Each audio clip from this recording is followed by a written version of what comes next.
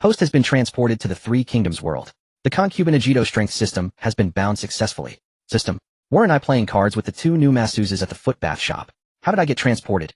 And I've been transported to the Three Kingdoms world. Cao Mao was dumbfounded. A light blue panel that only he could see appeared before him.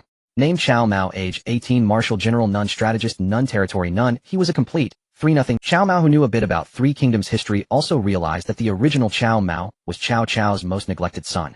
Cao Cao had 25 sons of his own, but Cao Mao alone had never been granted a princely title. It was evident how much he was disliked. Brother Mao, are you listening to me? The young general in front of him, seeing Cao Mao still standing there, urged him again. Cao Mao merged with the original owner's memories. The person before him was his cousin Cao Mao. Ding. Detected a beauty who meets the concubinage conditions. Successful concubinage will grant random rewards including, but not limited to, martial generals, elite troops, war horses, provisions, supplies, weapons, military manuals, elixirs, etc. How is the standard for successful concubinage determined? A. Engage in relations with a beauty who meets the conditions. Deep interaction counts as success. Cao Mao grinned. The system would automatically detect beauties who met the conditions and judge whether they reached the This was excellent. If there were no standard, and any woman could be taken as a concubine, then he would end up collecting trash. It seemed the system still valued quality in concubinage. Cao Mao's gaze fixed on the green-topped sedan chair behind Cao Mao. He pondered. This was Wanqing. The beauty in that green-topped sedan chair was undoubtedly Zhang Xiu's aunt. Although Zhang Xiu's aunt was older in generation, she was only 25 or 26 years old. Thinking this, Cao Mao's eyes rolled. Brother Anmin, old Cao, ordered me to receive Lady Zou here. But uncle told me to personally deliver Lady Zou to his tent. Brother Anmin, you don't trust me. Old Cao said Zhang Xiu might be feigning surrender, so he told you to go find Dian Wei and keep an eye on him. Cao Anmin had indeed heard Cao Cao mention Zhang Xiu's possible feigned surrender. He was an honest lad, and suspecting no trickery, handed Lady Zou over to Cao Mao to deliver to Cao Cao's tent. Then he hurried off to find Dian Wei. Cao Mao waved at the two soldiers. You two carry Lady Zou's sedan to my tent. The two soldiers dared not disobey. Even if Cao Mao was not favored by Cao Cao, he was still a son of the Cao family. They were just lowly soldiers. How could they dare speak out?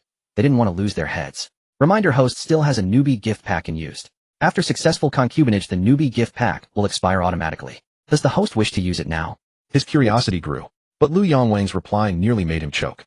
Lu Yongwang waved his hand. Newbie gift pack used successfully. Rewards 1. Pure young body golden kidney donkey 2. 1.0 cubic meter storage space only for inanimate objects. Wow. With these two, Cao Mao could safely take concubines, and the storage space could be used to store provisions, weapons, and more. The system was really thoughtful. The green-topped sedan was carried directly into Cao Mao's tent. The only personal soldiers Cao Cao had given Cao Mao were two old and weak ones, one over 50 and the other with a limp. You two stand guard outside. No one is allowed in. Understood, Master Mao. But what if the Chancellor comes? Not even if it's my father, even if the Jade Emperor himself comes, you block him. Cao Mao glared at the two soldiers. The two soldiers withdrew from the tent. Cao Mao reached out and lifted the curtain of the green-topped sedan. As the curtain was drawn, a face of stunning beauty appeared before him. Her eyebrows were like distant mountain peaks, her eyes like autumn water, her skin moist and radiant, her waist slender, her figure graceful, exuding the gentle charm of a young married woman. Your concubine Zou pays respects to the young master. Lady Zou, seeing Cao Mao staring fixedly at her, felt a mix of shyness and irritation. Lady Zou, excellent, excellent. The sedan is too cramped, please alight. Cao Mao reached out to help Lady Zou down from the young master. The general who received me said the Chancellor wished to see me. May I ask where the Chancellor is? Lady Zou, my father sent for you to be my concubine. Madam, don't mention that old man my father anymore. A moment in the spring night is worth 1,000 gold. Would you be willing to share the bed with me? Cao Mao tore open his ornate robe, his imposing figure making the widowed Lady Zou both attracted and embarrassed. Her expression of wanting to look, yet fearing to look, made Cao Mao even more smug. The effect of the pure young body golden kidney and donkey, 3 items combined, turned Lady Zou into a surging river. Congratulations, host. Concubinage with Lady Zou successful. Reward: fierce General Li Cunxiao. No king surpasses Xiang, you know general surpasses Li. He was as renowned as the overlord of Western Chu. Taking Lady Zou as concubine actually rewarded him with the fierce General Li Cunxiao. Cao Mao laughed with a wide grin. Lady Zou lay weak and shy on the bed, thinking he was mocking her passionate cries from moments ago. Who goes there? At the same time, the two personal soldiers outside shouted in alarm. Cao Mao guessed it was Li Cunxiao. He covered Lady Zou's delicate body with the brocade quilt and said, Madam, rest first. Let me go and I'll return to share the pillow with you. Ha ha ha. Lady Zou was trembling. Again, even an ox should be tired by now. Outside the tent, a fierce general clad in heavy armor with a bow at his waist and a lance at his leg rested his hand on the hilt of his sword, which was already half drawn. General Cunxiao, wait. Li Cunxiao pays respects to my lord. Seeing it was Cao Mao, Li Cunxiao immediately sheathed his sword and bowed with clasped hands. The generals rewarded by the system were loyal only to Cao Mao and followed only his orders. General Li Cunxiao, please rise quickly. Old Wei cripple Su, listen carefully. This is General Li Cunxiao, the #1 battle general under Master Mao. With General Li Cunxiao, even Lu Bu I no longer fear. Lu Bu Jiaochan. I'm definitely going to take her as a concubine too. Cao Mao thought of Jiaochan and wished he could ride to Shuzhou and snatch her from Lu Bu. However, with only one Li Cunxiao, Cao Mao could only dream. But he was not anxious. He planned to deeply interact with Lady Zou whenever the opportunity arose. Maybe he could spawn several more generals like Li Cunxiao. Cao Mao thought that after his intimate encounter with Lady Zou, the system had surprisingly rewarded him with a formidable general like Li Cunxiao. He couldn't wait to try again. General Li Cunxiao, guard the tent. No one is to enter without this young master's permission. Cunxiao shall obey your command. Li Cunxiao clasped his hands in salute. Cao Mao returned to the tent satisfied. Young master again. Lady Zou had recovered a little, and seeing Cao Mao come back, her stunning face showed surprise. She couldn't help comparing her deceased husband Zhang Ji with Cao Mao. In 3 years of marriage to Zhang Ji, she had never experienced the pleasure that Cao Mao gave her in one encounter. Cao Mao reached out and cupped her delicate face. Still calling me young master? You should call me husband. Young master, do you not despise me for having been married before? Despise? You flatter yourself. It is my honor to have you, my lady. Come call me husband once. Husband. Lady Zou's beautiful eyes were misty, looking at Cao Mao with gratitude. Cao Mao went at it again. Endurance, 1 skill 1. Cao Mao understood that only the first intimate encounter would yield the systems. Each subsequent encounter would also bring rewards, but these rewards were personal to Cao Mao, enhancing his endurance, skill, stamina, techniques, and so on. Cao Mao, you filial son, get out here and face me. Cao Mao was holding Lady Zou, whose skin was like white jade, and was about to try some techniques, when suddenly a voice outside the tent shouted his name, cursing him as an unfilial son. Who the hell is that calling me by my name, and cursing me as an unfilial son? Cao Mao was also furious. With Li Cunxiao guarding outside, he didn't have to worry about that person bursting in. General Cunxiao, do not strike. This is the Chancellor. He is the Lord's father. My lord, please come out quickly. General Cunxiao is about to kill the Chancellor. Suddenly outside the tent, the 2 personal guards Wei Laosan and Su Bozi shouted with tearful voices. Damn, so it's that cheap father of mine, old Cao. Old Cao can't die yet, at least not until my strength has risen. With that thought, Cao Mao quickly leaped up from the bed. Husband, let me help you dress. Lady Zou saw Cao Mao rise and hurriedly tried to get up. The brocade quilt slipped off her body, revealing skin as white and smooth as jade. The combination of pure yang absorbing body, golden kidney, and stallion. This trio was indeed immensely powerful. Plus the recent 3 rounds with Lady Zou had granted him additional skill and endurance, making Cao Mao even more formidable. However, Lady Zou was truly exhausted from Cao Mao's attention. Cao Mao smiled, pressed her down gently, and pulled the quilt over her. It's late, my lady. Rest now. He'll deal with that old fool outside, and then return to share the pillow with you. Is it the Chancellor? Lady Zou suddenly realized something, and looked at Cao Mao in shock. Cao Mao laughed heartily, adjusted his brocade robe, slipped on his shoes, and strode out of the tent. Outside, a short, stout man with a big beard was fuming with a black face.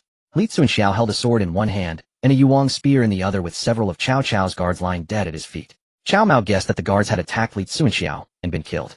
Cao Mao was not afraid of, after all, Cao Cao had never favored his unworthy son. Although Cao Cao was known for, I would rather betray the world than have the world betray me, he still could not bring himself to harm his own flesh and blood. Old Cao, if you miss your son, just send someone to summon me. No need to trouble yourself. Cao Mao, unfilial son. Even if I die, I will not miss you. Old Cao, you're not dead yet. Unfilial son. Fine, fine. This man killed my guards. Let him be my guard. Old Cao, that won't do. This is General Li Cunxiao. He only obeys my commands. You're really unscrupulous. Look at the 2 guards you gave me. One old and frail, over 50, the other a cripple. I finally managed to recruit General Li Cunxiao, and now you want to poach him. Old Cao, you have a multitude of fierce generals, while I only have one General Li Cunxiao. Your behavior is truly chilling.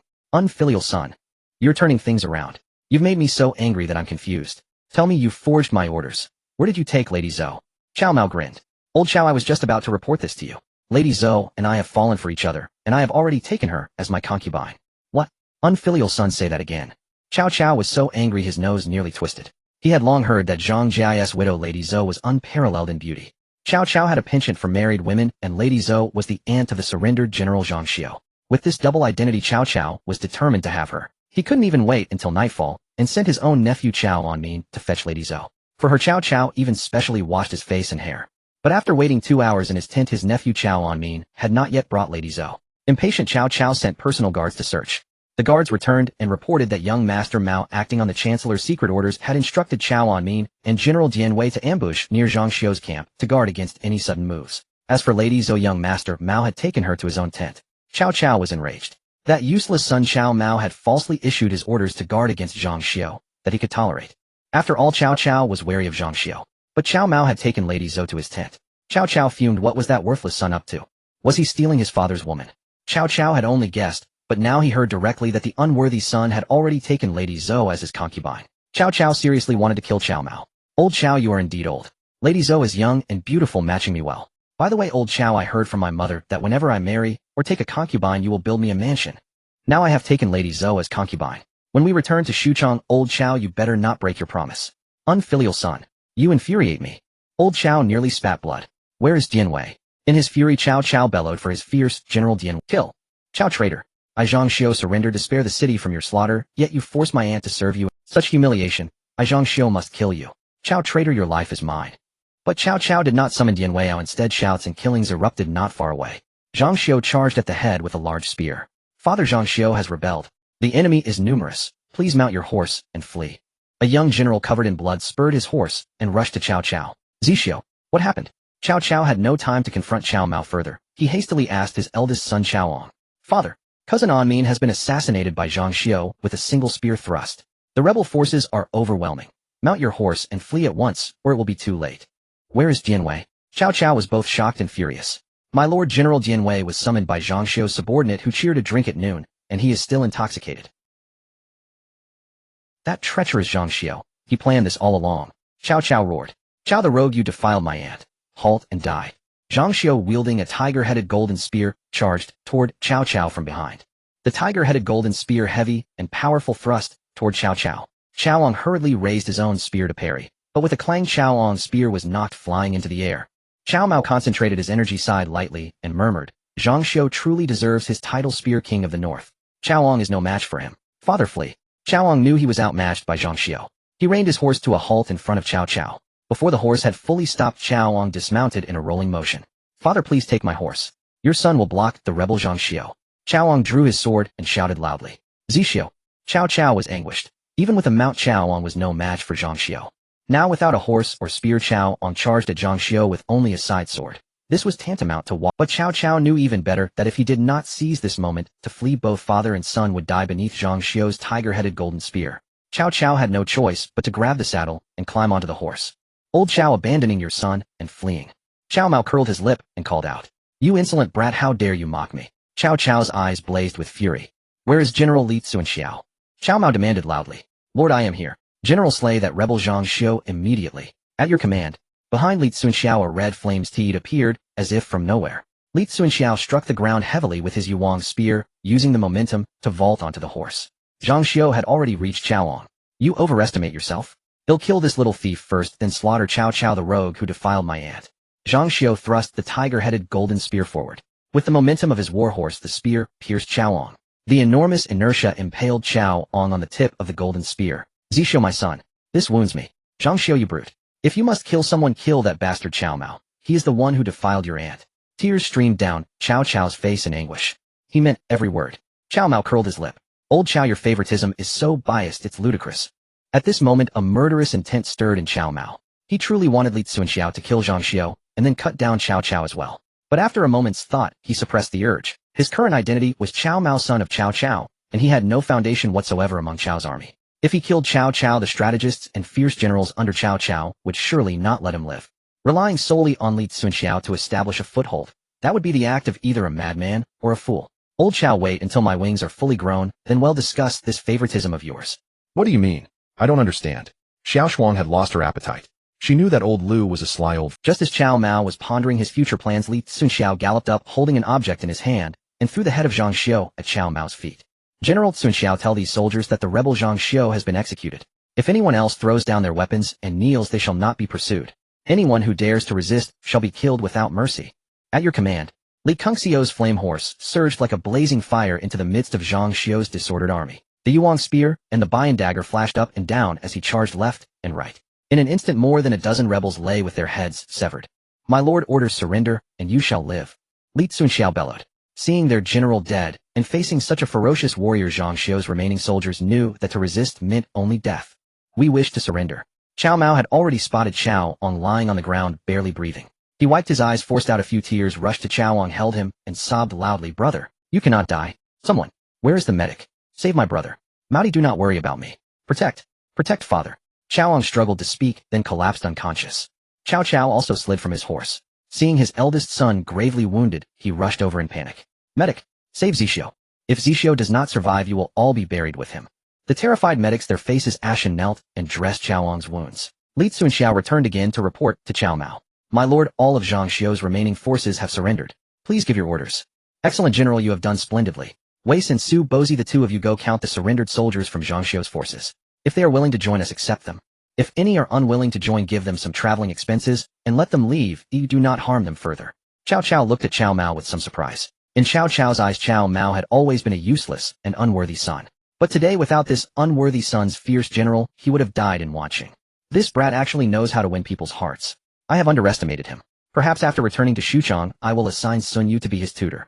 Just as Cao Cao was planning to let Sun Yu teach Cao Mao after the triumphant return, a delicate and beautiful woman emerged from Cao Mao's tent. Cao Cao took one look and a rage flared within him.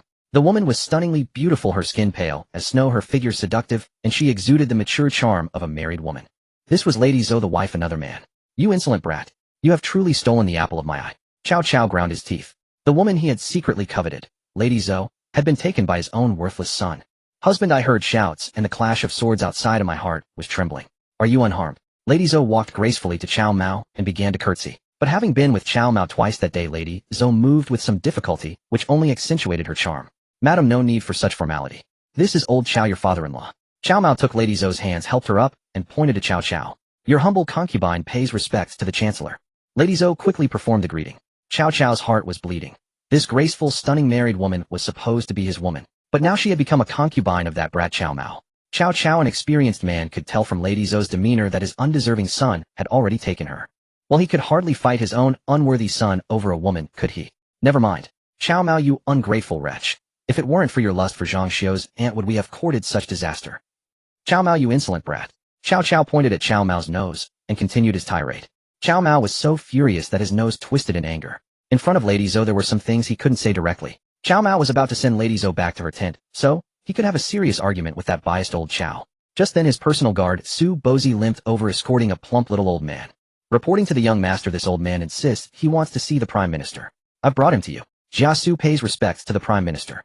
The plump little old man hurried forward and bowed upon seeing Cao Cao. Drag him out and behead him.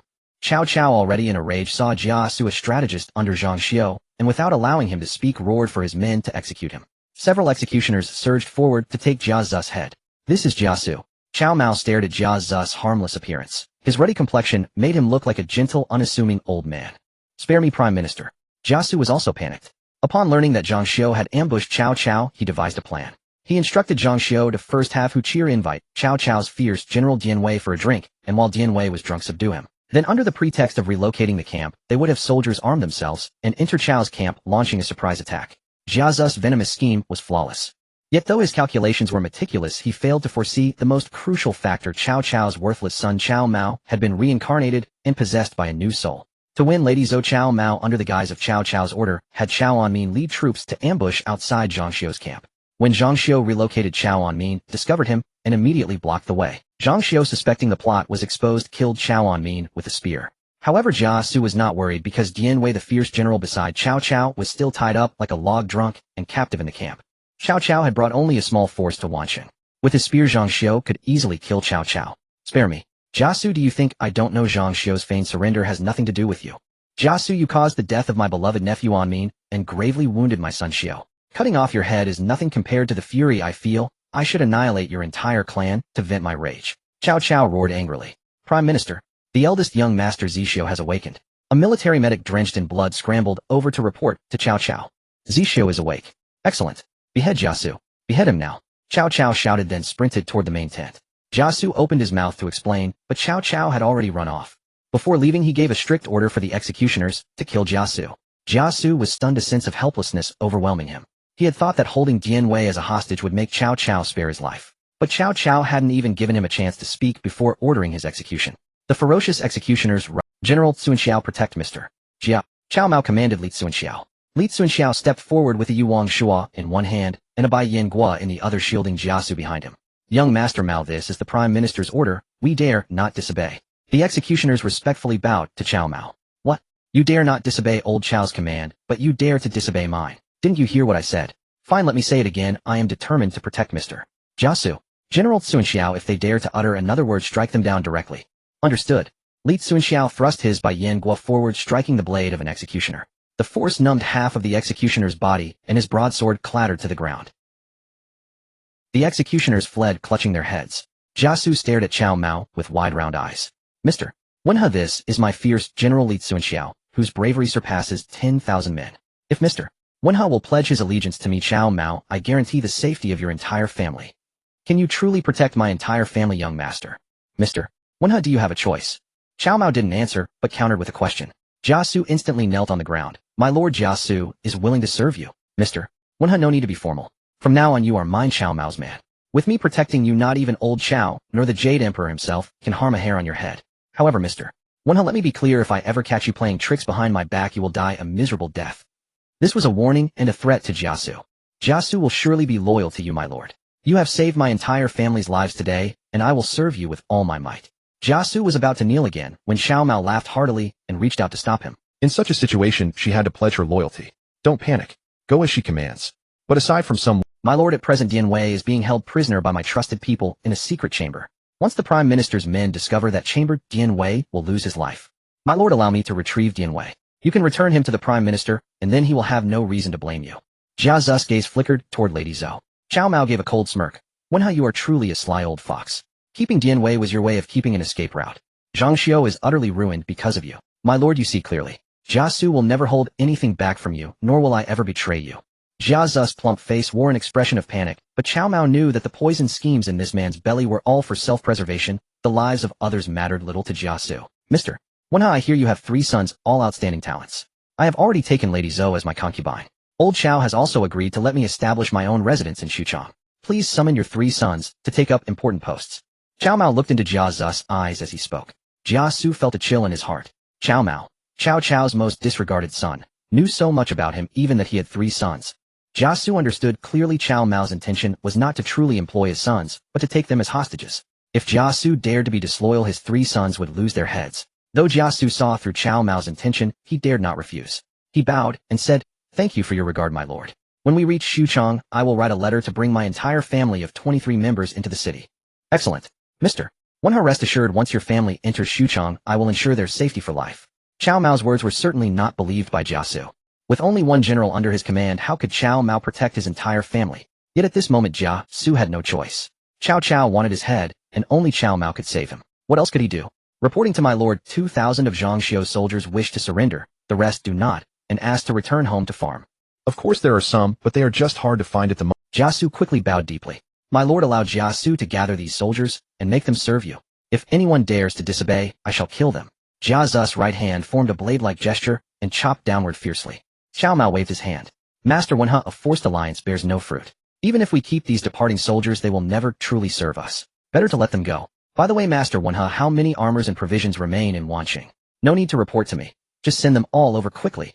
Jiasu assumed Cao Mao intended to gather these armors and provisions to give to Cao Cao. After all, no matter how formidable Cao Mao was, he was still Cao Cao's son. As you command. Jiasu bowed, then led Wei Laosan and 2,000 surrendered soldiers to transport the armors and provisions. No sooner had Jiasu left than Dian Wei, tied up like a pig awaiting slaughter, was carried into Cao Mao's tent by 4 soldiers. A rag was stuffed into Dian Wei's mouth, and his forehead bulged with rage. General Dian Wei captured like a pig. Cao Mao taunted, reaching out to remove the rag from Dian Wei's mouth. Young Master Mao, untie me at once. I'm going to kill Zhang Xiu and Hu Qir. Damn them for scheming against... Enough, old Dian, save your breath. Zhang Xiu and Hu Qir have already been slain by my general Li Cunxiao. Waiting for you would have been too late. Who is Li Cunxiao? He killed Zhang Xiu and Hu Qir. Why didn't he leave them for me? Dian Wei roared at the time. Enough, you're giving me a headache. Bring wine for General Dian Wei and let him keep drinking. Cao Mao teased Dian Wei. Dian Wei's face reddened to his neck. He stiffened his neck and shook his head. Young Master Mao, it was wine that ruined me. He'll never drink again. Come on, Dian Wei, you're just talking. Can you really quit? Who the hell believes that? Young Master Mao, you don't believe. If I, Dian Wei, can't quit drinking, he'll smash my head dead in front of you. Dian Wei, why would I want you dead? How about this? If you can't quit after I return to Xuchang and establish my own household, you'll serve in my residence. What? Young Master Mao, you're going to establish a household? Will the Lord agree? Even young Master Zhixio hasn't established one. Can you? Dian Wei's eyes bulged in disbelief. Dian Wei, if I can establish a household, will you serve in my residence? This? Dian Wei hesitated. He was loyal only to Cao Cao. Even if the eldest son Xiaowang were to establish a household, Dian Wei would not serve him. Hesitating like a woman, no wonder someone as insignificant as Hu Qir could capture you like a pig. Cao Mao curled his lip mocking Dian Wei. Dian Wei flew into a rage. Young Master Mao, if you dare untie me and anyone can defeat me, I will obey only your commands. Fine, Dian Wei, but I think you'd better forget it. You're destined to lose. Cao Mao provoked Dian Wei into a frenzy. Dian Wei, having been drugged and tied up by Hu Qir, was already seething with humiliation. Now goaded by Cao Mao's taunts, his competitive and impulsive nature could not bear it. Arg! Young Master Mao, you infuriate me. Bang! Bang! In his fury, Dian Wei's drunkenness had mostly dissipated. With a sudden burst of strength, he snapped the thumb-thick hemp ropes binding him. Dian Wei had already noticed Li Cunxiao standing in the tent. Li Cunxiao's attire was too conspicuous, clad in heavy armor with a bow at his waist and a lance at his. Dian Wei had already noticed Li Cunxiao standing in the tent. Li Cunxiao's attire was too conspicuous, clad in heavy armor with a bow at his waist and a lance at his side, standing tall and proud. General Cunxiao, would you be willing to fight, Dian Wei? I obey my lord's command. Li Cunxiao was utterly loyal. He only heeded Cao Mao's orders. You use your weapons, I'll use only my fists. Dian Wei sought to reclaim his lost honor by besting Li Cunxiao. General Cunxiao, spare his life. Just compete with fists. Cao Mao's words sent Dian Wei into another rage. Li Cunxiao removed his heavy armor, donning only a plain battle robe. He lifted the hem of his robe and beckoned to Dian Wei. Dian Wei could wait no longer. He clenched his fists and charged at Li Cunxiao. They clashed, and within 10 exchanges Li Cunxiao landed a punch on Dian Wei's head. Dian Wei's head swelled, but he fought through the pain to counterattack, only to be kicked in the chest and sent tumbling by Li Cunxiao. As Dian Wei tried to rise, Li Cunxiao planted a foot on his chest. Dian Wei's chest felt as if a 1,000-pound mountain pressed upon it. He struggled to get up, but could not budge an inch. Dian Wei, you've lost. Go back to old Chao for now. When you reach Xuchang, don't forget your words. Cao Mao signaled Li Cunxiao to release Dian Wei. Li Cunxiao withdrew his foot, stepped back, and donned his heavy armor, once more standing tall with bow and lance. I, Dian Wei, am not convinced. Young Master Mao, let him fight again. Enough. Dian Wei, a man of honor, accepts defeat. Don't you understand even this basic principle, and you call yourself a general? Get out. Cao Mao sternly dismissed Dian Wei. My lord, 4,000 dan of grain and 3,000 suits of armor have been delivered. Please inspect them. Jiasu had already transported the grain and armor from Wancheng's storehouses to report to Cao Mao. Good. Place them in the adjacent tent and have them guarded. Cao Mao gave the order. Once the grain and armor were all moved into the adjacent tent, Cao Mao entered alone. During the inspection, Cao Mao directly stored all 4,000 dan of grain and 3,000 suits of armor into his system space. The tent, once piled high with supplies, was now completely empty. Cao Mao emerged satisfied. Husband, you must be tired. This is a soup I personally prepared for you. Please enjoy. As Cao Mao entered the tent, Lady Zou gracefully approached, holding a porcelain bowl filled with soup. My lady, this bowl is not worthy of this soup. Your husband has thought of a vessel that can match it. Cao Mao stared at Lady Zou's fair skin and chuckled. Playing tricks on Lady Zou's body would certainly be interesting. Warm soup dripped down. Lady Zou's delicate skin was as smooth as silk. Actually, playing this game, that was not the outcome Cao Mao desired. Playing tricks was fine, but he did not want to damage Lady Zou's beauty. A piece of lingerie has been delivered to the system space. I'm a reward for this. Cao Mao was slightly taken aback. He reached into the system space and retrieved the lingerie. As he opened it to look, Lady Zou noticed and curiously leaned over to see. Zoushi curiously took the peach-pink lingerie from Cao Mao's hands. Unfolding it, she looked puzzled. Husband, such a splendid garment is torn. What a pity. I know a bit of needlework. Let me mend this fine robe. Cao Mao spoke with a sly smile, taking the lingerie from Zoushi and placing it against her body. Madam, you are mistaken. This is not torn. Zoushi suddenly understood, her pretty face flushing with shame. Madam, put it on, and let your husband see the effect. Zoushi was too shy to wear it at first, but wanting to please Cao Mao, she bit her red lips and put it on. Truly, she was breathtakingly beautiful, radiating mature charm. Holy crap, can the system reward this stuff? Cao Mao casually took a small packet of sanitary pads from the system space. Though it was absurd, it was also quite practical. Cao Mao didn't care much about official history, but he was quite interested in odd bits of knowledge. For instance, ancient women could only bind themselves with cloth during menstruation, and that cloth had to be washed after use. They dared not dry it in the sun, which was the root cause of many ancient women's gynecological issues. Cao Mao glanced at Zoushi, who was fast asleep from exhaustion, and placed the packet of pads beside her pillow. My lord. Cao Mao was awakened from his sleep by Jia Zu's voice. Wenhe, what is it? Cao Mao propped himself up lazily and asked. My lord, the Prime Minister has sent word summoning you. Jiasu, standing outside the tent, bowed. Old Chao really doesn't let a man sleep in the morning. Wanna tell him to report back. He'll go see him after I catch a few more winks. As you command. Jiasu agreed, taking a small embroidered pouch from his bosom and handing it to the messenger sent. General, my lord toiled over the defense of Wancheng until dawn before sleeping. Please inform the Prime Minister of this. The messenger weighed the pouch Zhang Xiu had slipped him. It jingled with coins, perhaps 100 wuzhu. He nonchalantly tucked it into his belt. Fine, since you know how things work. He'll report to the Prime Minister. But make sure young Master Mao hurries. The Prime Minister seems displeased. Don't provoke his anger. Thank you, General. Zhang Xiu bowed and saw them. Zhang Xiu glanced at Cao Mao's tent and sighed. He had to spend his own money again. Zhang Xiu plotted to help Li Zhu and Guoxi retake Chang'an and set the camp relocation plan to aid Zhang Xiu's night raid on Wanqing, only to trap myself in a dead end. Though this Cao Mao is Cao Cao's son, he is no wise lord. Alas, I must find a way to protect myself. Cao Mao, however, cared little for Jia Zu's thoughts. He had already ordered his trusted men Wei San and Su Bozi to keep an eye on Zhang Xiu. Should he make any suspicious move, they were to kill him on the spot. A venomous strategist like Zhang Xiu, if not useful to him, must never be useful to others. Before his eyes lay a magnificent landscape. Cao Cao smiled wickedly. But Zhou Shi gasped, her face full of shyness. Husband, forgive me. I am on my moon cycle and cannot serve you with my humble body. Please do not be angry. Cao Mao lifted the brocade quilt and saw the bed sheet was slightly stained. No wonder the system had rewarded him with sanitary pads. He suspected it was the system's doing. Host, it hasn't even been 24 hours since you got Zhou Shi, and you've taken her 18 times. And you blame the system.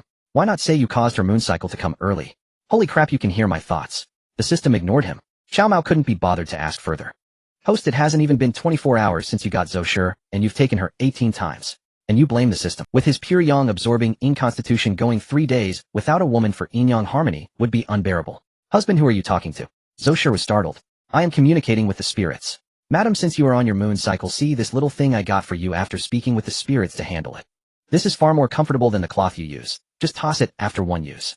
Cao Mao tore open the packet and handed a pad to Zhou Shi. The spirits bestowed such a gift. Zhou Shi marveled, holding the soft, clean pad like a white cloud in her hand. Cao Mao chuckled, of course. Your husband has divine protection. I can have wind and rain at my command. Such a trifle is nothing. Madam, let me teach you how to use it. Cao Mao opened the pad and explained its use in detail.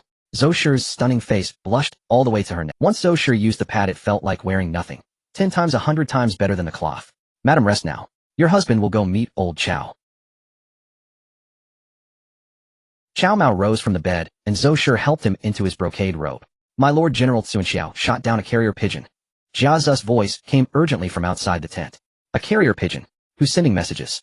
Zhang Xiu is dead. Who else is stirring trouble? Cao Mao lifted the tent flap and stepped out. Li Cunxiao and Jia Su stood outside the tent. It seems to be a message heading to Xuchang. Please take a look, my lord. Jia Su stepped forward and handed over a piece of cloth. Cao Mao took it and read the line written on it. The eldest son is gravely wounded. A heaven-sent opportunity. I shall act with caution.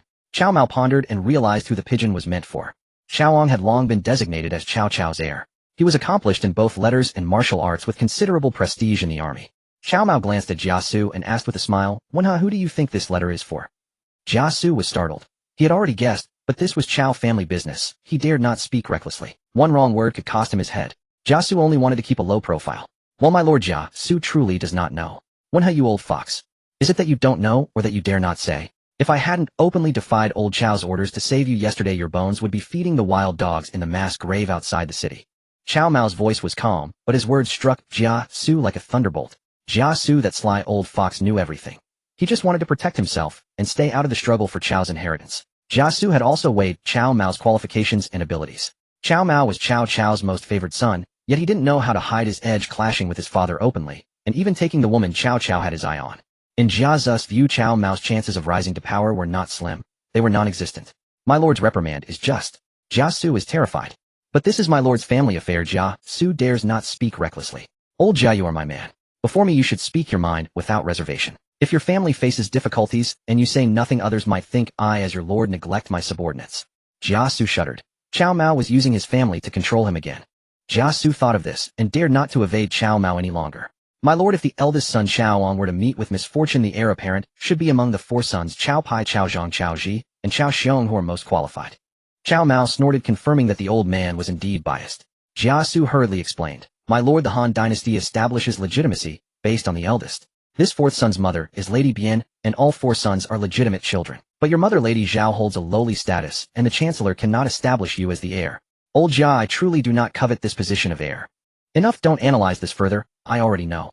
I just ask you, to whom is this pigeon letter addressed? Cao Mao was not in the mood to listen to Jia Zu's analysis.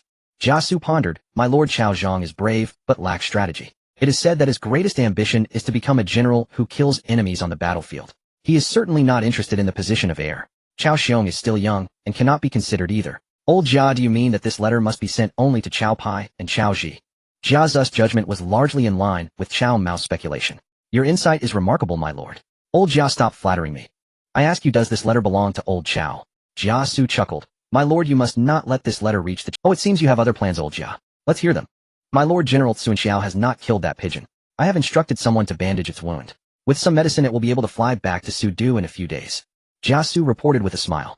Cao Mao grinned. That old fellow must have devised another scheme. My lord, this is a plan of killing two birds with one stone, allowing the two young masters and Su Du to come forth willingly. The Chancellor is very suspicious. If he learns that these two young masters are eager to compete for the position of heir, what will he do? As expected of you, old Jia, truly cunning. Good, I won't meddle in this. You can take charge of everything, old Jia. General Li Cunxiao will accompany me to see old Cao. Cao Mao dropped these words and went with Li Cunxiao to Cao Cao's main tent. Jia Su was stunned. Oh, Cao Mao actually entrusted such an important matter to him, which was a sign of complete trust. However, watching Cao Mao's departing figure, he could only smile bitterly and shake his head. My lord, even if you take down Cao Pai and Cao Ji, it will not help you become the heir. But there is a way. If all of Cao Gong's sons are eliminated except for you, Cao Gong will have no other sons to choose from and can only establish you as the heir. Jia Su proposed such a toxic scheme solely to make his own life a bit more comfortable. If he could help Cao Mao become the heir, and even encourage him to declare himself emperor. In the past he had suggested to Li Ju and Guosi to counterattack Chang'an, kill Wang Yun, expel Lu Bu, and unleash chaos in the city, resulting in great turmoil in Guangzhou and the loss of countless lives.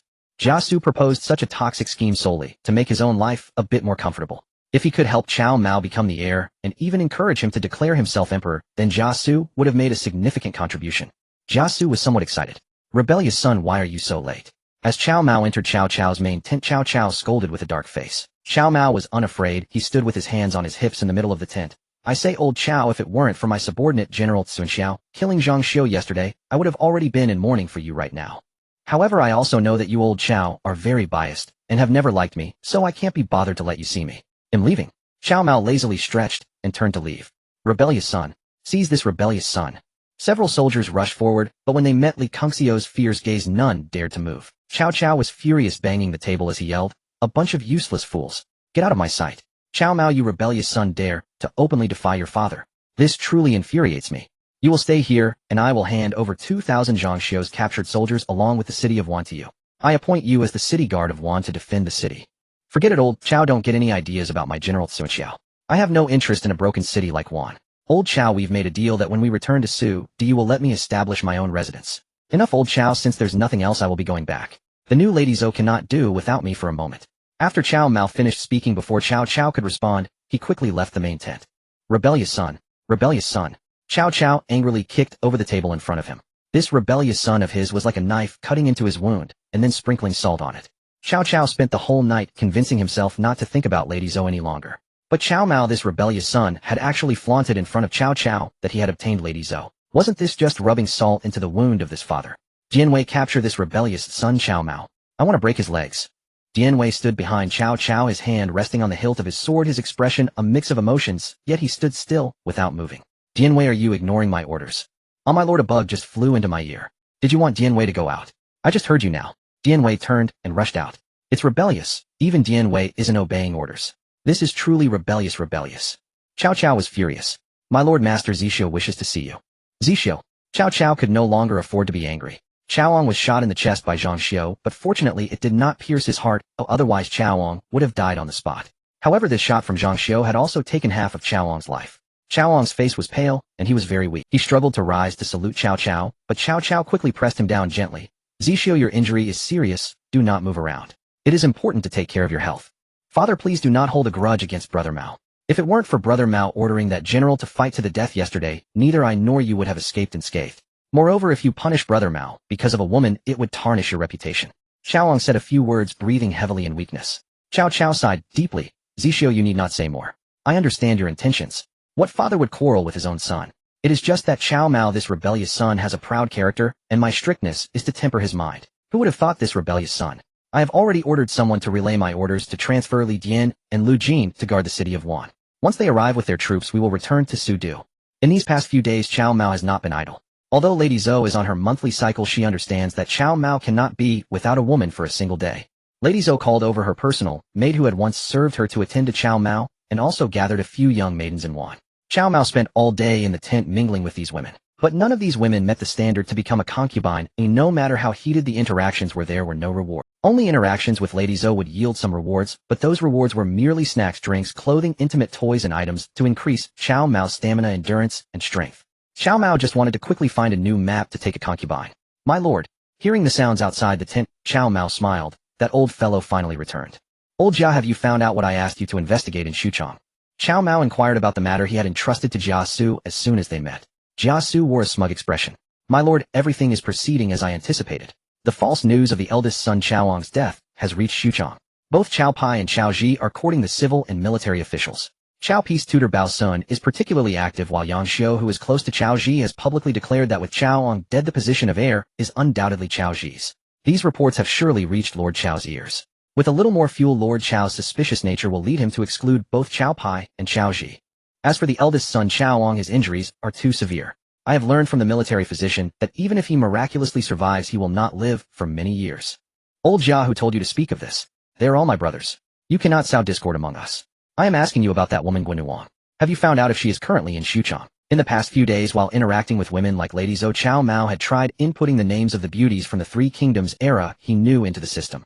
Sure enough, beauties like Guanuang Zhen Fu, the Tu Chao Sun Shangxiang Lady, Dupan, Shu Fu Shou Lady Fan, and Lady Yan all met the conditions for taking a concubine. Currently in Xuchang were Guanuang and Fu Shou. Fu Shou was Emperor Lu Xie's empress. Taking her as a concubine was not impossible, but it would be somewhat more difficult. Cao Mao chose the easier target, Guanuang.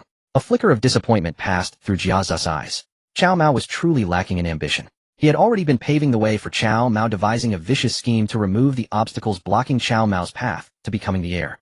Yet Cao Mao was fixated on a woman. Thinking that Cao Mao had even dared to snatch his father Cao Cao's desired woman, Lady Zou, Jia Su had nothing more to say. His plan was still to help Cao Mao eliminate these obstacles first. Reporting to my lord, Guanuang is indeed in Xuchang. Her father was originally the governor of Nanyang, Guiyuan. After Guiyuan died, Guanuang entered the palace as a maid. Is she beautiful? Cao Mao interrupted Jia Su. Jia Su. I forgot to ask. Old Jia, this attitude of yours in handling, pay more attention in the future. Jia Zu's head was about to explode from frustration. He silently appraised Cao Mao, lacking grand ambitions, greedy and lustful. Cao Mao's personal guard Wei San reported from outside the tent. My lord, the chancellor has ordered a return to Xuchang tomorrow morning. Li Dian and Eugene had arrived. Chaoang's injuries had mostly healed. Yuan Shu had declared himself emperor in Sichuan. Cao Cao was furious. He was also eager to return to Xuchang to muster troops to campaign against Yuan Shu. At the south gate of Xuchang, Cao Pai and Cao Ji had been waiting since early morning. My lord, both Cao Pai and Cao Ji have been waiting at the south gate since dawn to welcome your return to Xuchang. They are quite filial. All right, let that unfilial son enter the city through the south gate in my carriage. Jianwei, you take 100 personal guards to escort me and Zixio through the west gate. A trace of sarcasm curled at the corner of Cao Cao's mouth. Someone had already secretly reported to him about Cao Pai and Cao Ji's recent activities in Xuchang, currying favor with civil and military officials. Old Chao's luxurious carriage. I've been asking him for it since Wanqing, but he's too stingy to give it. Now less than 10 li from Xuchang, he's actually voluntarily letting Master Mao use it. This is the perfect chance to get my hands on this luxurious carriage. Cao Mao planned that once he sat in it, he would never return it to Cao Cao. Cao Mao jumped off his warhorse and examined the luxurious carriage Cao Cao had left behind. It had an enclosed cabin, silk curtains, red wheels with carved hubs, and gold-plated bronze ornaments exuding opulence. Cao Cao had specifically used a four-horse carriage for this campaign to subdue Zhang Xiu purely to show off. Wei San, bring my wife's carriage over. Cao Mao grinned. This four-horse carriage was the equivalent of a Maybach in later generations. His personal guard Wei San acknowledged the order and trotted over to bring the carriage Lady Zou had been using. Comparing the two carriages, the one Lady Zou used looked rather shabby. Husband, you called for me. Lady Zou lifted the cloth curtain and poked her head out. My lady, come ride in a luxurious carriage with your husband. Husband, this is the Chancellor's personal carriage. Old Cao gave it to me. My lady, let your husband carry you into the luxury carriage. Cao Mao stepped forward, picked up Lady Zou, and carried her into the luxurious carriage. In recent days, through his deep interactions with Lady Zou, although he hadn't obtained any major rewards, the system would occasionally grant him small boons after each encounter. Cao Mao stepped forward, picked up Lady Zou, and carried her into the luxurious carriage. In recent days, through his deep interactions with Lady Zou, although the interior of the carriage was spacious enough to lie down without feeling cramped. Dozens of soft tiger and wolf skins cushioned them beneath, and the rolling of the wheels did not hinder Cao Mao's performance in the slightest. Strength 1, power 1. While others expended energy, Cao Mao actually gained it. One could only say the system was truly damn effective. Wei San, why has the carriage stopped? Cao Mao was planning to try some new moves while the carriage was moving, but then he felt it come to reporting to the young master. Cao Pai and Cao Ji are kneeling before the carriage. Oh, let them kneel. Cao Mao knew that Cao Pai and Cao Ji had mistaken the person inside the carriage for their cheap father Cao Cao. Cao Mao did not get out. His attention was focused on the beautiful Lady Zou. An hour passed, and it gradually grew dark. Wei Sin leaned close to the carriage door. Young master, it will be dark soon. The gates of Xuchang will also close. If you don't enter the city soon, we'll have to set up camp outside. Cao Mao opened the carriage door. What's the hurry? Can't you see I'm discussing important matters with my wife? Wei San passed my order, enter the city. Understood, but Cao Pai and Cao Ji are still kneeling in front of the carriage. Wei San, why didn't you say so earlier? You've made my two elder brothers kneel for so long. Cao Mao jumped down from the carriage and sure enough saw two people kneeling in front of it. One was slightly plump, the other tall and lean. Oh, isn't this brother Pai and brother Ji? Why are you two kneeling to me? Cao Pai and Cao Ji, upon learning of their father's imminent return to Xuchang, were both eager to display their filial piety. From morning till now, neither Cao Pai nor Cao Ji had eaten or drunk a thing. They wanted Cao Cao to know how worried his sons were while he was away on campaign. When Cao Cao's four-horse carriage appeared 5 li outside the city, Cao Pai and Cao Ji knelt at the south gate of Xuchang to welcome him. However, to their astonishment, Cao Cao's carriage stopped at the city gate and did not move. Sounds of a man and woman frolicking came from inside the carriage, but no one emerged. Cao Pai and Cao Ji knelt before the carriage, not daring to rise without Cao Cao's command. They knelt until dark. When the carriage door finally opened, it was Cao Mao who stepped out. Cao Mao, what are you doing here? Cao Ji, upon seeing it was his half-brother Cao Mao, their father's least favored son, immediately scowled. Cao Ji rose in fury, his legs numb from prolonged kneeling. He stumbled and fell heavily, his face scraped raw by the gravel. Brother Ji, lucky for you your living doesn't depend on that face, or you'd be in dire straits. Cao Mao taunted Cao Ji. Cao Mao, you defy your elder brother? Guards, seize him. Cao Ji's eyes reddened. Priding himself on his unparalleled literary talent, and being the legitimate son, he had never deigned to look directly at the concubine-born Cao Mao. Now publicly humiliated by this son of a concubine Cao, she could not bear it.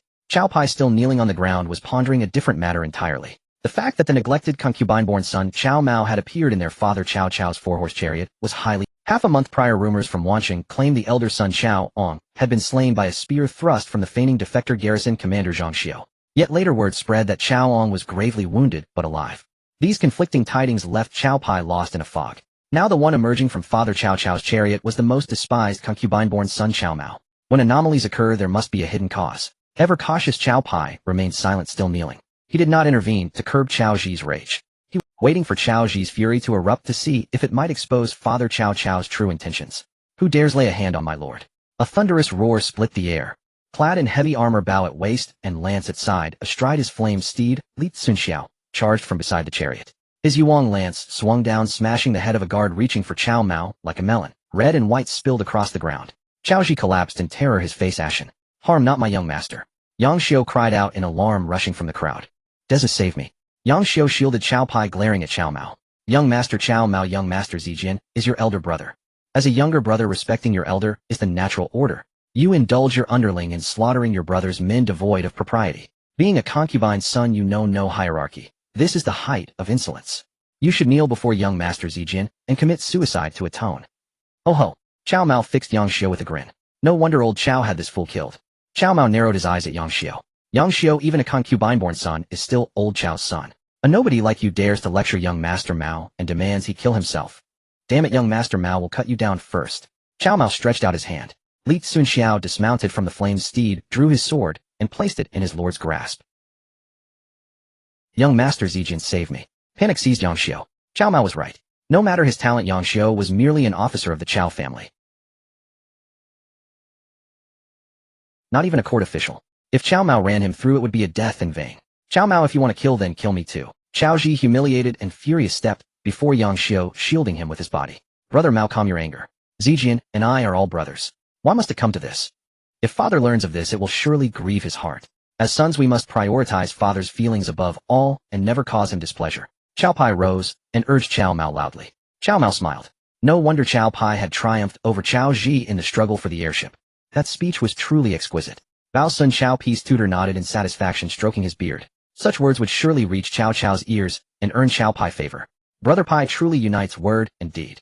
Cao Mao's comment secretly pleased Cao Pai. He had held back, letting the impulsive Cao Ji charge ahead. Only after the quarrel between Cao Ji and Cao Mao escalated, with Cao Mao drawing his sword to slay Cao Ji's officer Yang Xiu, did Cao Pai step in. He had perfectly defused a fraternal conflict. This would surely reach Father Cao Cao's ears. Another hadn't Cao Pai skipped breakfast to wait at Xuchang Southgate, kneeling to welcome Cao Cao's chariot while it was still 5 li away. All to win Father's favor. Cao Pai had succeeded. In his eyes Cao Mao was merely a concubine's son, no threat. The true menace was his own blood brother Cao Ji. Nothing is more ruthless than the imperial house. Even a full brother becomes a mortal enemy in the struggle for power. Brother Mao flatters me. This is what a son ought to do. Cao Pi's heart swelled with joy. Brother Pai has indeed done well. The moment elder brother Ong was wounded, your men released carrier pigeons to Xuchang. What's the phrase for that? As Zhang Xiu said, brotherly harmony. Ha, brother Mao is uneducated. Did I use it right? Well, isn't brother Ji the one with 8 dough of talent? Did I get the idiom brotherly harmony wrong? Cao Pi's face turned deathly pale. If even Cao Mao knew he had planted spies around elder brother Cao Ong, there was no way Cao Cao was unaware. Cao Mao, I Cao Ji have no brother like you. Cao Ji was indeed a political novice. He missed this golden chance to attack Cao Pai, instead clashing with Cao Mao. Standing aside, Jia Su stroked his beard and shook his head repeatedly, while his beady eyes reassessed. I underestimated the Lord. I thought he merely sought to outdo Cao Pai and Cao Ji. But he has publicly exposed the ambitions of both these young masters. Once this reaches Lord Chao's ears, given his hypocritical, cunning, and treacherous nature, he will surely be wary of these two sons. So this new Lord Cao Mao is not so simple, shallow, or mindlessly lustful after all. Nonsense. My Lord Pai was merely concerned for elder brother Zixio. Lord Pai is benevolent, magnanimous, and open-hearted. Upon learning of elder brother Zixia's injury, he knelt all night praying for his recovery, beseeching heaven to bless elder brother Zixio. That he escaped danger may well be due to Lord Pi's prayers. Bao Sun spoke eloquently, spittle flying. Cao Pai exhaled deeply, casting a grateful look at Bao Sun. Truly a worthy teacher, able to spin this back. See the value of a good mentor. Unlike Cao Ji, whose officer Yang Xiu only encouraged his already brash nature instead of reining him in. Cao Mao picked his ear with his pinky and cheerfully beckoned Jia Su. Jia Su frowned, but reluctantly approached Cao Mao. Jia Su greets the Lord. Please state your command. He bowed respectfully. Cao Mao pointed at Bao Sun. Old Jia, this man speaks so flowery, bullying young Master Mao's lack of learning. Translate it into plain talk for me. Bao Sun stroked his beard, proudly addressing Cao Pai. Young Master Ziheng, it seems that young Master Mao's words are beyond his comprehension. It appears that the Chancellor has not arranged for him to have a well-educated teacher. Yang Xiu added, young Master Zijian is exceptionally talented. Oh, I never imagined he would have a brother like young Master Mao. It truly is hard to believe. Cao Pai and Cao Ji wore expressions of pride, as just earlier Cao Mao had playfully humiliated the two of them, forcing them to kneel before the carriage for a full hour. Both felt resentment in their hearts. Cao Ji displayed it openly, while Cao Pai concealed it deep within. Cao Ji laughed madly. Cao Mao, you are unlearned and unskilled. No wonder father despises you. Cao Pai also chuckled. Brother Mao, should you find anything unclear in the future, feel free to ask your elder brother. I shall certainly share everything I know without reservation. Cao Mao did not even glance at Cao Pai, Cao Ji, Bao Sun, or Yang Xiu. He continued to inquire of Jia Su. Old Jia, please translate for young Master Mao what that inarticulate old man meant by benevolent and generous, magnanimous and open-minded. Jia Su understood well that Cao Mao would certainly not say anything good about Cao Pai or Cao Ji. However, these three terms were indeed positive ones, and even Jia Su, who was accustomed to using cunning strategies, found it difficult to pinpoint any flaws in them. Jia Su bowed deeply. I am rather dull. I seek your guidance, my lord. Old Jia, you are just trying to be the good person. Fine, if you do not wish to speak, then let this young master take it upon himself to explain. These words, if reversed, would mean that benevolent and generous actually refers to sensitivity, and suspicion. Magnanimous denotes a narrow heart, and as for open-minded and candid, it describes someone small-minded. Brother Pai, this explanation from Brother Mao should not be far from the truth, right? Old man, you are Brother Pi's teacher, so it seems you understand him quite well. Cao Pi's face turned green, but the people around him were all stunned. They often accompanied Cao Pai, and what Cao Mao had said was precisely a reflection of Cao Pi's character. However, Cao Pai was adept at concealing his emotions, especially in front of Cao Cao. He truly was restrained and careful, presenting himself as benevolent, filial, and respectful towards his brothers. Cao Mao's words publicly tore away Cao Pi's disguise. Cao Pai tightly grasped his robes sleeve, his fingers turning white. Young Master Ziheng, Cao Mao is truly going too far. This matter must be reported to the Chancellor. Bao Sun gritted his teeth and quietly suggested to Cao Pai that he should report to Cao Cao. Cao Pai remained silent, entering the city without a word. Young Master Cao Mao, those three terms do not mean what you interpreted, Yang Xiu said with some knowledge. If young Master Cao Mao does not mind, Yang Xiu could volunteer to be your teacher. Young Master Cao Mao, those three terms do not mean what you interpreted, Yang Xiu said with some knowledge. If you think you can be young Master Mao's teacher. With your little wits you are nothing. I will lay it out here. One day you, Yang Xiu, will meet your end because of your cleverness. Yang Xiu felt blood rush to his head as he was insulted. He prided himself on his vast knowledge, but was berated by Cao Mao for merely being clever. Cao Mao, do not show disrespect to the virtuous ancestor. Cao Ji was furious. Old Jia, let us enter the city. This young master still has to go to the palace. Cao Mao did not even lift his eyelids, instructing Jia Su briefly before jumping onto the carriage. Inside the carriage, Mrs. Zou lay lazily against the wolf fur-covered seat, her exquisite white skin partially revealed in the steamy air. Cao Mao began to make advances again. Mrs. Zou had grown accustomed to it, and allowed Cao Mao to act freely. My lord, the palace gates are about to close. Do you still wish to enter? The four-horse carriage carrying Cao Mao had already arrived at the palace in Sudu. Jia Su respectfully stood outside the carriage awaiting Cao Mao's command. Of course we must enter. Old Jia, you are responsible for escorting the lady back to the manor. This young master will go to the palace with General Li Cunxiao. Cao Mao was not reckless. He had already learned that Queen Gua had entered the palace and become a maid responsible for the queen. Desiring Queen Gua's beauty was one reason. The more important aspect was to complete the act of taking Queen Gua. Desiring Queen Gua's beauty was one reason. The more important aspect was to complete the act of taking Queen Gua as a concubine and receive rewards from the system. It was that simple and blunt. My lord, if you enter the palace at night, if this news spreads in Sudu, it may not be beneficial for your reputation. Those loyal to the Han Emperor will surely speak ill of you. Jia Zu's words were rather tactful, also advising Cao Mao. Cao Mao laughed heartily. Old Jia, what good is a reputation to me? Could a good reputation make old Cao value me? Jia Su was taken aback. Cao Mao's words seemed to carry some truth. Cao Mao dared to snatch away the women favored by his father Cao Cao, but what good reputation could he possibly have? Jia Su ceased to dissuade him, bowing respectfully. My lord, do not worry, Jia Su will safely escort the lady home. Cao Mao withdrew his hand from Mrs. Zou's embrace. Madam, please return home to rest first. Your husband will come back after finishing his business. Husband, I will wait for your return. Mrs. Zou shyly replied. Who dares to intrude upon the palace at night? 2 guards outside the palace gates brandished their long spears to block the intruder. Cao Mao did not slow his steps. Li Cunxiao pressed his left hand on the sword sheath and held the Yuang spear in his right hand, shouting, My lord intends to enter the palace. Those who block the way shall die. The Yuang spear was thrust forward heavily, colliding against the long spear held by the guards. The guards were struck in the chest, as if they had encountered a heavy blow, causing them to drop their spears and fall to the ground. The eunuch who was locking the gate saw this and began to bolt the door while shouting loudly, There are intruders breaking into the palace. 2 guards have already been killed. Li Cunxiao watched as the palace gates were locked and bolted. He did not rush. With a flick of his Yuang spear, it made a dull sound against the palace door, causing it to swing open. The locking eunuch hurriedly scrambled up from the ground, shouting loudly. Cao Mao kicked him down, saying, What the hell are you yelling about? I am young master Cao Mao. Young master, this is the palace. According to palace rules, the gates close at the 2nd hour of the night and outsiders are not permitted to enter, not even the esteemed Chancellor Cao. The little eunuch hastily recounted the palace rules. Just because old Cao cannot enter does not mean young master Mao cannot enter. Enough, young master Mao can come in to find someone and leave. Do not waste words. If you talk any more nonsense and anger young master Mao, your life may not be spared. Cao Mao slapped the little eunuch's face with his sword. The little eunuch was so frightened that he almost wet his pants. Yes, it is young master Mao. I dare not speak any more nonsense. Young master Mao, are you certain you will leave the palace after finding the person? Damn it, if you utter another word of nonsense, I will cut out your tongue. Just lead young master Mao to the queen's chamber. What? The little eunuch exclaimed in surprise, suddenly realizing that Cao Mao had just threatened to cut out his tongue for speaking. He quickly covered his mouth and nodded vigorously, willing to take Cao Mao to the queen's chamber. In the queen's chamber, Queen Fushou was half reclining in a bathtub strewn with flower petals, her smooth skin appearing intermittently through the misty steam. The slightly ajar palace door was suddenly kicked open. You reckless scoundrel! How dare you break into the imperial bedchamber? A female official cried out in alarm, rushing forward to block Cao Mao's path.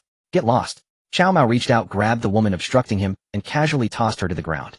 The female official was flung into a daze, unable to rise for a long time. The 2 maidservants attending Empress Fushou's bath were frozen in terror, staring blankly at Cao Mao. Don't be afraid. Young master Mao doesn't devour people. Don't look at me with such frightened eyes. You insolent villain. How dare you trespass into the empress chamber? Aren't you afraid of having your entire clan exterminated?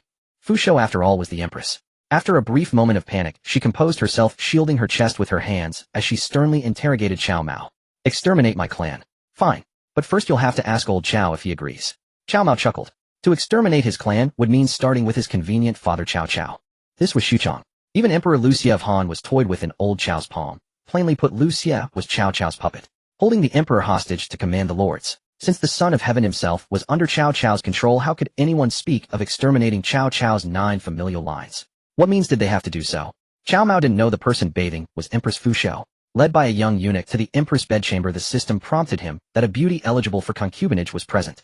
Cao Mao assumed the Gua queen he sought was inside, so he kicked open the chamber door. Old Cao, you rogue what? While Empress Fushou was still pondering who old Cao was, Cao Mao had grown impatient.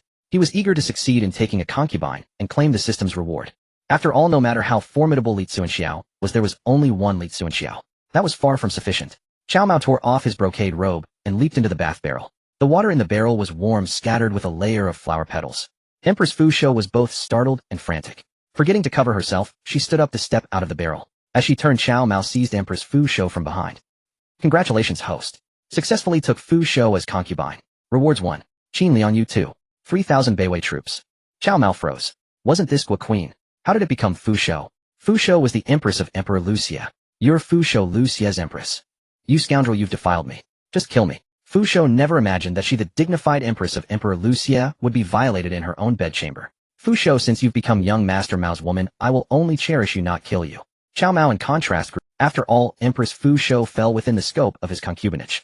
Cao Mao had planned to take Gua Queen first, and only take Fu Shou as a concubine when he was powerful enough. But since he had taken Fu Shou, now so be it. Moreover, the system's reward was exceedingly generous. The female General Qin Lianyu was the only woman to be enfeoffed as a marquis through military merit. In her hand was a white-tasseled spear, its tip bearing a barbed hook for slashing and pulling, and its butt fitted with an iron ring capable of crushing foes or strangling them. The 3,000 Beiwei troops were the most elite among the 3 cavalry units of the Yu family army. Cao Mao grinned. Empress Fu, the water battle just now was not enough. This time young Master Mao will engage you in land combat. Cao Mao laughed heartily, lifted Empress Fu from the bath, and carried her to the bed. Empress Fu tried to struggle, but held tight by Cao Mao's strong arms, she couldn't muster any strength. In watching, Cao Mao spent every day with Lady Zou. Whenever the mood struck, he would interact with her, and the strength rewarded by the system reached 10 points. An average adult male strength is mostly around 5 points.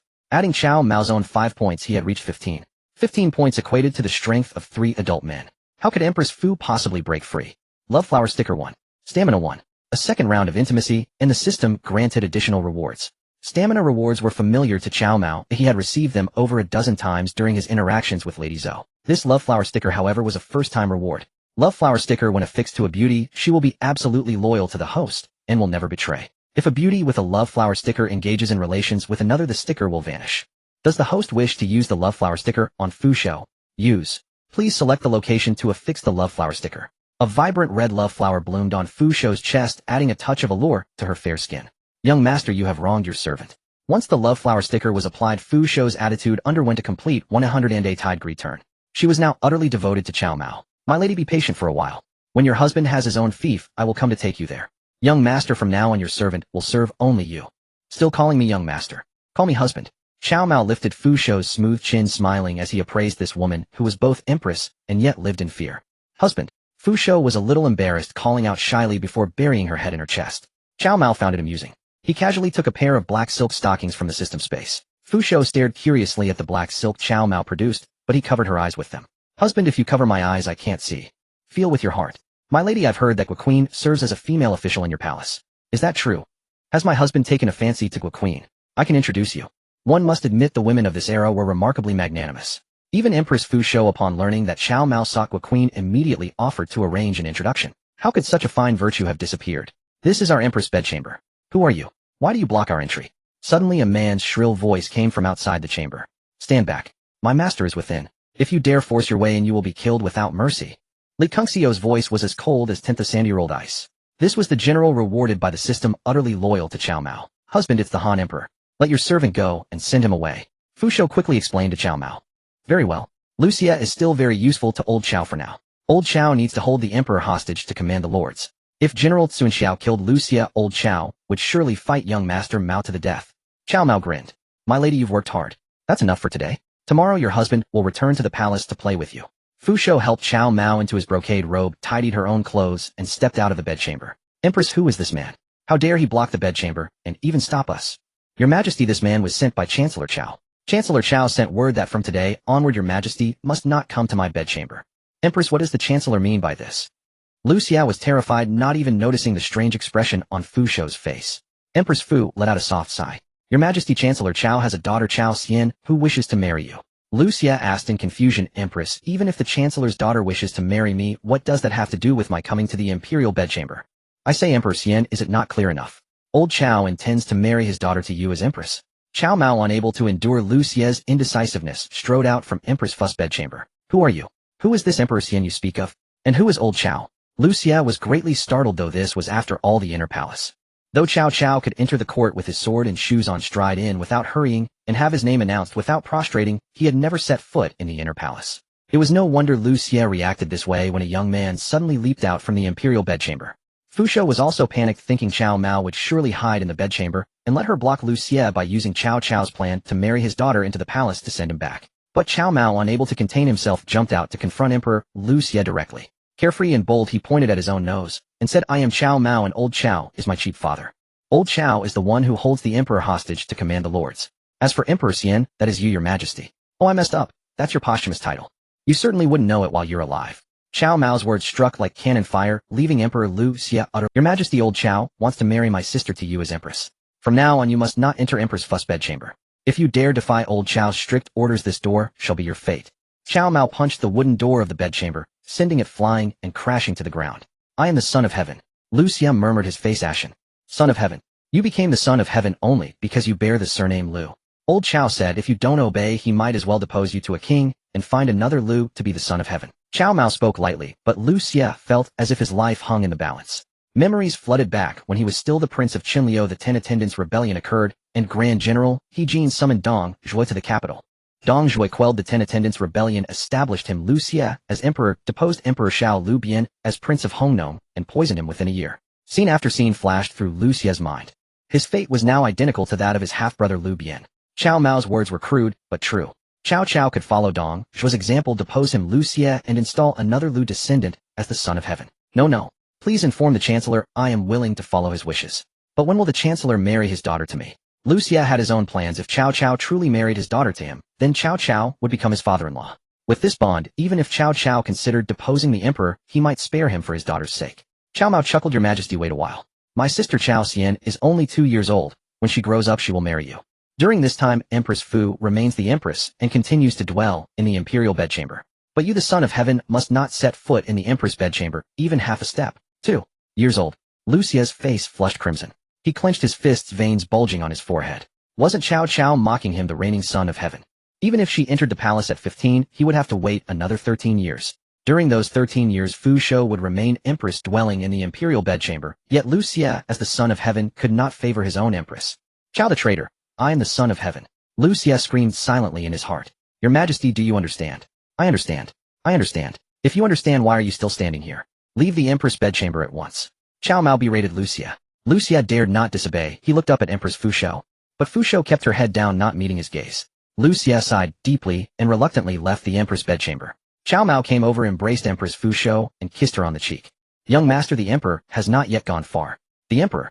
This so-called emperor can't even protect his own empress. Why fear him? My lady, worry not. Though this emperor cannot protect you, your husband can. You are tired today, I'll rest early. Tomorrow morning your husband will come to see you and bring some trinkets to broaden your horizon." During his time in Wanqing, Cao Mao had deep exchanges with Lady Zou daily, and the system rewarded him with many adult toys. Though these toys sat in Cao Mao's system space, it was hardly appropriate to bring them out in front of Fu Shou. Tomorrow Cao Mao would still enter the palace to find Guan Nuwang anyway. Guan Nuwang was off duty today and not staying in the palace. System, where is the female General Qin Liangyu and the 3,000 Beiwei army? Cao Mao left the palace with Li Cunxiao and immediately asked the system in his mind. Host, the 3,000 Beiwei army are currently stationed in a hidden valley 10 li outside the city. If they suddenly appeared in the city, it would inevitably cause panic and alert all parties. Female General Qin Liangyu has already arrived at your residence. You will see her upon returning. The system's considerations were thorough. If these 3,000 fully armed Beiwei cavalry appeared in Shudu in the dead of night, the city would surely erupt in chaos. The system stationed the 3,000 Beiwei army in a hidden valley 10 li outside the city, an excellent arrangement. Good, General Cunxiao, return to the residence with me. Cao Mao had 2 great generals under his command. One was Li Cunxiao, of whom it was said no king surpasses. Xiang, you know, general surpasses Li, a man who could tear apart a fierce tiger with his bare hands. The other was General Qin Liangyu, the only female general to be in theft as a marquis for military merit. Wielding a white wax spear, she had slain countless enemies. And there were the 3,000 elite Beiwei cavalry from General Yu's army. These were Cao Mao's backbone. Xiao Pai and Xiao Zhi were nothing. In Cao Cao's residence, advisors Sun Yu and Guijia had already proposed a campaign against Yuan Shu and Shouchuan. These were Cao Mao's backbone. Xiao Pai and Xiao Zhi were nothing. In Cao Cao's residence, advisors Sun Yu and Guijia had already proposed a campaign against Yuan Shu and Shouchuan. Nation. Back when the 18 coalition lords campaigned against Dong Zhuo, I thought the Yuan brothers had some brains. Now it seems Yuan Shu is nothing but a bloated idiot. It's a pity that Zhang has just recovered from a severe injury and cannot fight. Otherwise I would have made him the vanguard for this campaign. Cao Cao intended to establish his eldest son Cao Ong styled Zhang as the heir. He was deliberately grooming Cao Ong. To become the heir, one must earn the submission of those arrogant generals and soldiers, and the best way was through military merit. With military merit in hand, even if Cao Cao were gone, Cao Ong's prestige in the army would be established. Who would dare defy him? Sun Yu and Guojia naturally understood Cao Cao's intentions. Sun Yu stepped forward and said, Master, today in the southern city of Shudu some interesting events occurred involving young Master Mao and young Masters Zihuan and Zijian. I wonder if you have heard of it. Gongda, do you know why I allowed that rebellious son to enter the city through the south gate in my carriage? Cao Cao squinted at Sun Yu. Sun Yu replied with a smile. My lord knows that young Master Mao is mischievous, merely playing a small jest with Zihuan and Zijian. Ha ha ha. Gongda, you are correct. I intend to let that scoundrel Cao Mao play a little trick on Cao Pai and Cao Ji. As Cao Cao spoke, a sharp gleam flashed in his eyes. I have seen too many cases of patricide and fratricide. If they dare not restrain themselves, I would not mind bearing the infamy of killing my own sons. Cao Ong had been severely wounded by Zhang Xiu's spear at Wanqing. Though he survived by a stroke of luck, his body had become extremely frail. He could not even ride a horse, let alone sit for long periods. Sun Yu and Guojia were terrified, not daring to respond to Cao Cao's words. General Qin Liangyu pays homage to my lord. As Cao Mao arrived at the residence with Li Cunxiao, a female general holding a white waxwood spear, stepped forward and bowed. General Qin, please rise. Follow me into the residence. Cao Mao quickly gestured for her to stand, holding deep respect for Qin Liangyu in his heart. For her efforts against the Qing invaders, Cao Mao admired her. Maoer, a pale-faced woman, stumbled. Mother. Cao Mao recognized the woman as his birth mother Zhao Ji. Zhao Ji was one of the lowliest concubines among Cao Cao's many consorts, and Cao Cao held little regard for Cao Mao. While others gained status through their sons, Zhao Ji suffered humiliation because of hers. Her life was exceedingly difficult. She lived in 2 dilapidated servant quarters, and even some of the Cao family servants treated her with disdain. Mother, has an old Cao come to see you. Maoer, he is your father, your Lord Chancellor. You must not address him thus. Maoer is not afraid of him. Mother, I will go find old Cao and make him come to see you. Cao Mao turned to leave. I am fine. Zhao Ji quickly embraced him. Mother, husband has returned. I have prepared soup for you both, please enjoy it slowly. Lady Zou personally carried a tray with 2 bowls of bird's nest soup. This bird's nest was a small reward from the system when Cao Mao had a deep exchange with Lady Zou. This is women's fare. Mother, madam, you two have it. Cao Mao's strength had already reached 23 and ordinary adult male strength is around 5, so he scorned such delicacies. Maoer, you should eat it. Your mother is old, eating late at night will upset my digestion. Mother, how old are you? Tomorrow your son will establish his own household, and from then on we won't live in this shabby place. Cao Mao declared loudly. Zhao Ji thought her son was merely comforting her. She could not even remember the last time Cao Cao had summoned her to his bed. But he dared not. Though he was the son of heaven, this was Xuchong, Cao Cao's territory. Lu Xie realized he was merely a puppet manipulated since the day he ascended the throne. As a cold wind blew, Lu Xie shivered. Cao Cao, with the Qinghong sword at his waist, strode into the hall with his head held high. Lu Xie stared at Cao Cao, his right hand clenched into a fist, wishing he could crush Cao Cao with a single blow. But he dared not. Though he was the son of heaven, this was Xuchong, Cao Cao's territory. Lu Xie realized he was merely a puppet manipulated since the day he ascended the throne.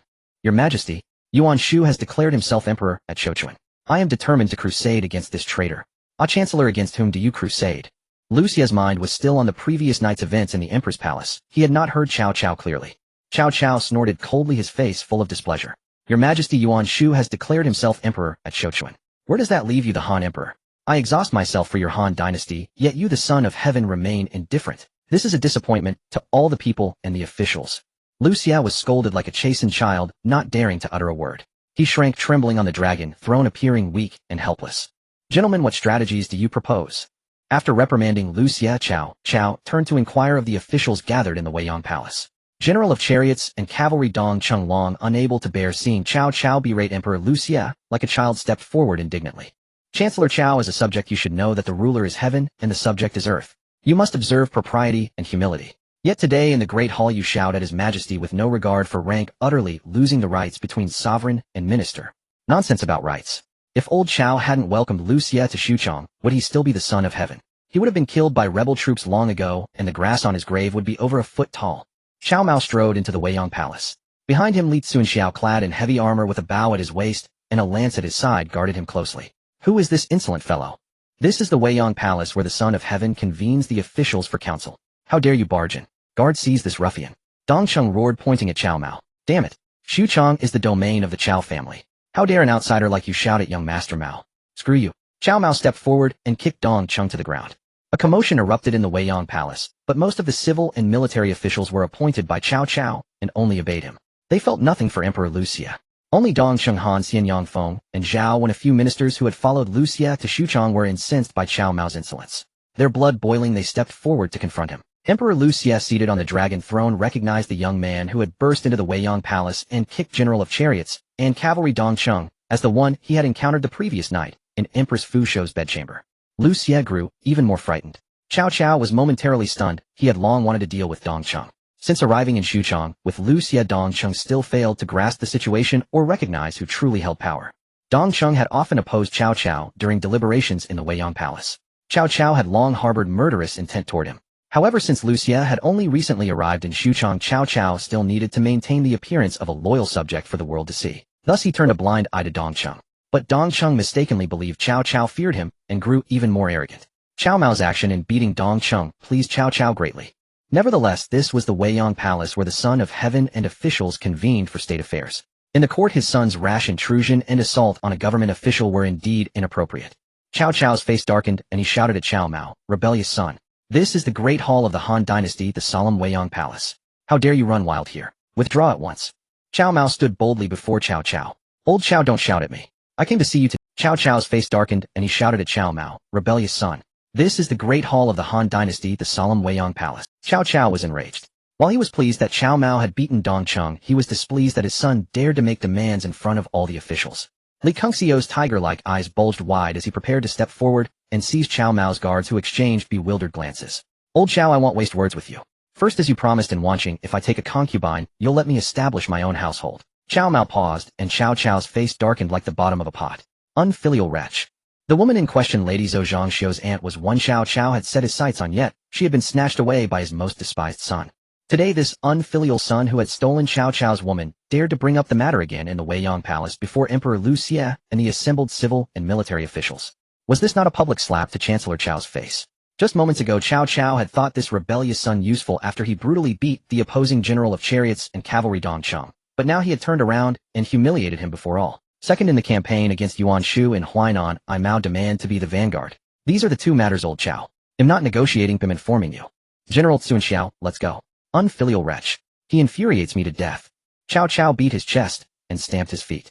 Cao Mao heard his cheap father Cao Cao's curses behind him, but did not turn back. Outside the Weiyang Palace, Cao Mao spotted Cao Pai standing on tiptoe, peering around as if searching for someone. "Brother Pai, are you looking for your younger brother Mao?" Cao Pai turned to see Cao Mao suppress the disgust in his heart and wore his trademark humble smile. "Brother Mao, how come you're in the palace as well? By the way, father is hosting a family banquet tonight. You must already know, right? Old Cao never told me." Cao Pai feigned regret. "Brother Mao, this must be father's oversight. Once he finishes his business and leaves the Weiyang Palace, I'll mention it to him. Brother Pai, it's just a meal. Going or not doesn't matter.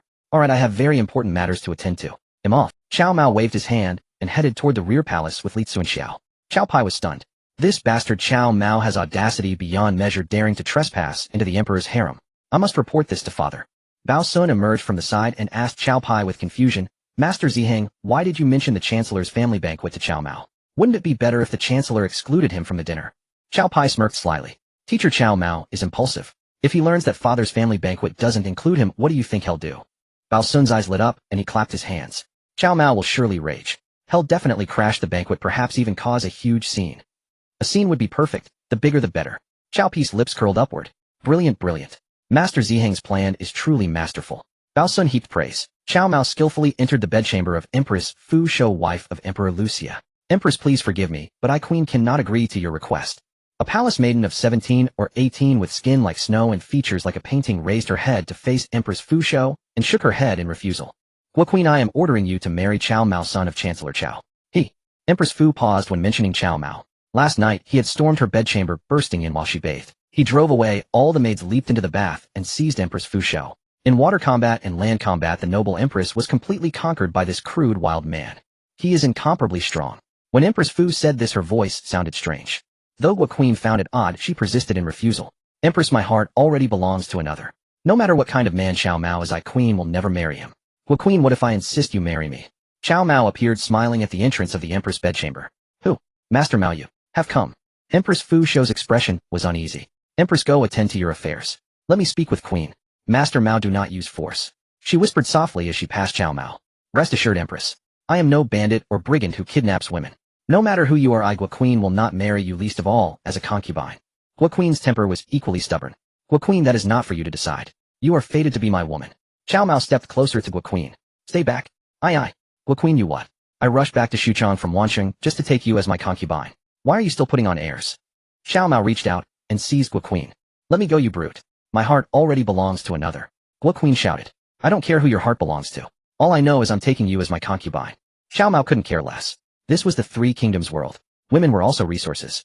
Moreover, taking Gua Queen as a concubine would earn him system rewards. How could Cao Mao possibly give up the chance for system rewards? Besides, how could he miss a stunning beauty like Gua Queen? Congratulations, host. Successfully took Gua Queen as concubine. Reward Lu Ji, styled Bowen.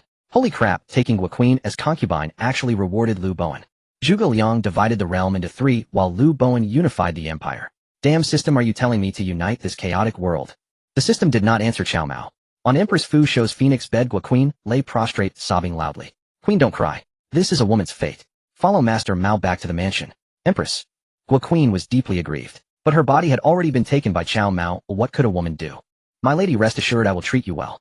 Cao Mao approached and lifted Gua Queen into his arms. Put me down. You brute. Gua Queen weakly pounded on Cao Mao. Having just experienced intimacy, her body was limp and soft, her little fist striking him like nothing more than an itch. Lu Ji pays homage to my lord. Dressed in a blue robe, hair bound with a cloth band, he was lean, refined, and bore an otherworldly air. Bowen, rise. Lu Bowen was also shocked by his lord Cao Mao, who was brazenly carrying a palace maiden out of the emperor's harem. However, Lu Bowen was a clever man and would not interfere with his lord's private life. Reporting to my lord, as per your orders, the old lady and the lady have moved to the new residence. Qin Liangyu dismounted from a peach blossom steed and saluted Cao Mao with clasped hands. On the peach blossom steed bearing a long tassel, General Qin, rise. You have worked hard. Qin Liangyu showed surprise and slight confusion. My lord, you also know this poem. Her beauty and resolve could guard the city walls. Loyalty and filial piety spring from deepest emotion. In another age, a successor rises on a peach blossom steed bearing a long tassel. General Qin, you deserve this poem. Qin Liangyu was even more astonished. She had heard that her lord Cao Mao disliked studying, was unlearned, and was the son Cao Cao favored least, yet he could casually recite such a poem. Not only Qin Liangyu, but Lu Bowen also couldn't help but gaze at this new lord, who still held a palace maiden in his arms. By the way, my lord, Mr. Jia Su asked me to convey that the chancellor has summoned the civil and military ministers to the Chengxiang mansion for a council. General Qin, I am aware. Cao Mao nodded. Even without Jia Zu's reminder, he knew that the conniving old father, having returned from Weiyang Palace to the Chengxiang mansion, would surely gather his strategists and generals to scheme an expedition against Huainan's Yuan Shu. Cao Mao still commanded 3,000 Beiwei troops. With commanders Li Cunxiao and Qin Liangyu and the strategist Lu Bowen, they were more than sufficient to strike Yuan Shu and Huainan. As for Jia Su, let him remain in Shudu. With Jia Su in Shudu, Cao Mao could be at ease. At the chancellor's residence, Cao Cao issued orders in a grave voice. Xiahou Dun and Eugene, you too shall lead 30,000 elite troops as the vanguard. Open the way through the mountains and build bridges where waters block the path. I myself will personally command the main army of 150,000. Chao Ren, Zhang Liao, Su, Zhu Li Dian, and Lu Jin will accompany me. Yes, the generals answered, bowing deeply to Cao Cao. My lord, you might issue an imperial edict summoning Lu Bu, Lu Bei, Sun Su, and the others as allied forces. If they heed the decree, their strength will be drained. If they refuse, then they become your next targets. Cheng Yu stepped forward with a clever stratagem. Cao Cao clapped and laughed, praising the plan as excellent, and approving. Cao Cao set the campaign against Huainan's Yuan Shu and left Sun Yu Guijia and Cheng Yu to settle the details. Cao Pai bowed and came to invite him. The banquet is prepared. Please take your seat, father. Very well. Wenrua Gongda Feng Xiao Zhongda. Attend the banquet with me. Sun Yu Guijia and Cheng Yu hastened to bow and thank their lord. Outside the chancellor's residence, Cao Mao grinned and teased Dian Wei. Old Dian, why did you avoid young Master Mao back in Shudu? Dian Wei blushed and fidgeted like a bashful maiden. Old Dian, my family name is Chao, is it not? Of course, young Master Mao is surnamed Chao, Dian Wei replied. Since I also bear the Chao name, how could I refuse to attend the old Chao family's banquet? Dian Wei hesitated. The lord had expressly ordered that if young Master Mao came, Dian Wei was to block his entry. Dian Wei was obedient indeed. Old Dian, you should ask my general Li Cunxiao whether you can stop him, Cao Mao said with a smile, looking toward Dian Wei. Please, young Master Mao. Dian Wei's face went red and pale. He had been soundly beaten by Li Cunxiao. Li Cunxiao stood behind Cao Mao. Even if Dian Wei attacked, it would be a scene of self-disgrace. Dian Wei simply opened the gate and ushered Cao Mao inside. General Cunxiao, Mr. Bowen, the two ladies follow me into old Chao's family banquet. Cao Mao laughed heartily and patted Dian Wei's shoulder. On his left stood Lady Zou, on his right the newly taken consort, Guan. Thus he swaggered into the Qingxiang mansion. Cao Cao was in high spirits as he looked upon his sons, Cao Ong, Cao Pai, Cao Ji, Cao Zhang, Cao Xiong, and their merry countenances. Father, why has young Mao not come? Cao Ong reclined weakly on the soft couch, gazing about, but failing to see Cao Mao among the guests. Cao Ong felt indebted to Cao Mao. Had Cao Mao not commanded his general Li Cunxiao at the crucial moment to use Yuan Shua to dispatch Zhang Xiu at Wanqing, Cao Ong would surely have perished. Even Cao Cao himself had nearly been undone by Zhang Xiu's tiger-headed golden spear. Cao Cao scoffed, Xiu, that villain has no right to appear in such a place. Cao Mao sauntered in lazily and retorted to Cao Cao, Old Cao, you bite the hand that saved you. At Wanqing I was nearly impaled by Zhang Xiu. Why do you not say I had no right to save you? Cao Cao's face turned ashen. Traitor, who allowed you to enter? Where is Jian Wei? Cao Mao smiled coldly. Old Cao, cease your shouting. Jian Wei owes me his life from Wanqing. He swore that even if you Old Cao should execute him, he would still let me in. Old Cao, honestly you are less than Jian Wei. I'd rather betray the world than be betrayed by it. Are you truly prepared to live that way? Cao Cao opened his mouth intending to reproach Cao Mao, while men like Sun Yu and Sun Yu would doubtless intercede. Cao Cao let the matter slide, affording Cao Mao a dignified way to take a seat so the incident might pass. But when his eyes fell on Lady Zou standing beside Cao Mao, a twitch crossed his face. This son had stolen the woman Cao had desired and brazenly brought her to the family banquet. Was this not a knife thrust into Old Cao's heart? Traitor, truly a traitor, Cao Cao muttered in hatred. He seized a wine cup from the table and drained it at a gulp, choking as he drank too quickly. Cao Pai was secretly pleased. He sprang up, bowed to Cao Cao, and said, Father, young Mao is unrestrained and has insulted you. Please pardon him. Mao, kneel at once and count out a father to admit your fault. Cao Pai meant this as a deliberate provocation. He knew that in such a public setting Cao Mao's temper would prevent him from apologizing to Cao Cao. Cao Mao refused to repent, which enraged Cao Cao greatly as a father. In his fury, Cao Cao might well order the execution of his own son Cao Mao. Cao Pai, crafty and scheming, awaited Cao Mao's disobedience. But when his eyes swept to the woman at Cao Mao's right hand, Cao Pi's expression instantly combusted. His composed countenance unraveled into panic and disorder. Guan. Surely that is Guan, the palace attendant from the emperor's quarters. I have privately pledged my life to Guan. How could she be with that scoundrel Cao Mao? The calculating Cao Pai watched helplessly as his beloved Guan stood meekly at Cao Mao's side. His heart was thrown into turmoil. Young Master Ziheng, do not panic. Sitting beside Cao Pai was his tutor Bao Sun. Bao Sun twirled his beard, pleased to hear Cao Pai steering Cao Mao into a trap. It seemed Cao Pi's scheme was about to succeed, yet at the crucial moment, he faltered first. Startled, Bao Sun hastened to warn him. Cao Pi's attention had been entirely stolen. He kept stealing glances at Guan. She, however, lowered her eyes submissively and did not so much as raise an eyelash. Enraged, Cao Mao strode forward and kicked over the table before Cao Pai. The dishes, fruit and soups, splashed over Cao Pai from head to foot. Traitor, this is my Cao family's banquet. How dare you go mad here? You infuriate me beyond measure. Seize this traitor Cao Mao and throw him into the great prison. After I have extinguished Huainan's Yuan Shu, we shall return to Shudu to deal with him.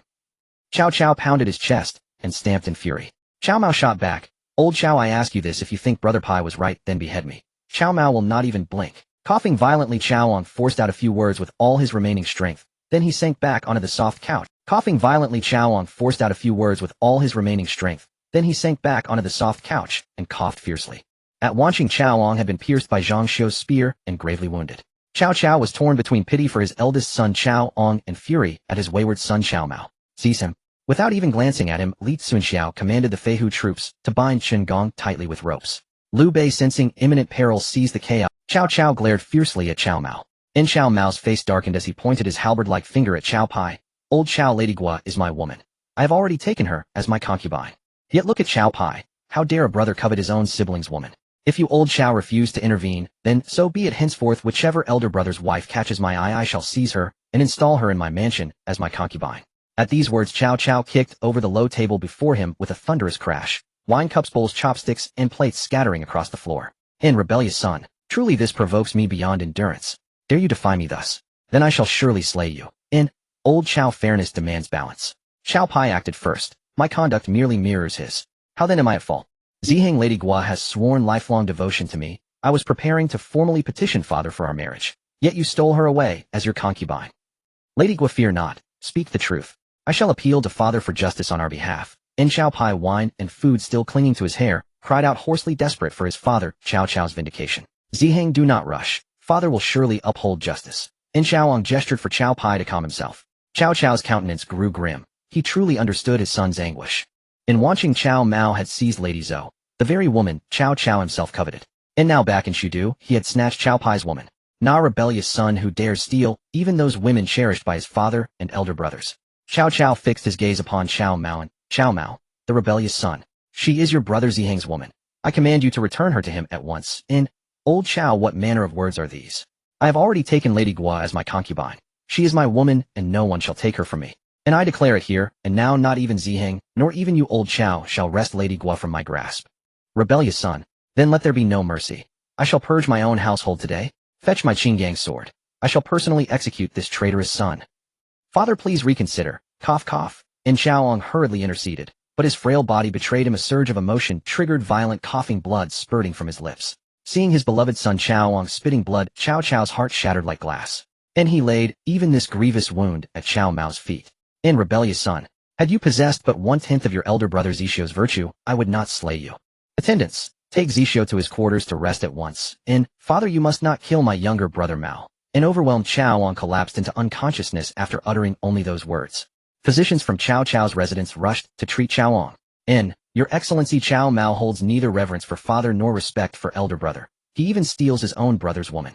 Such filial impiety and utter lack of decorum render him unworthy of bearing the Cao name. Your Excellency, I urge you to cleanse the household.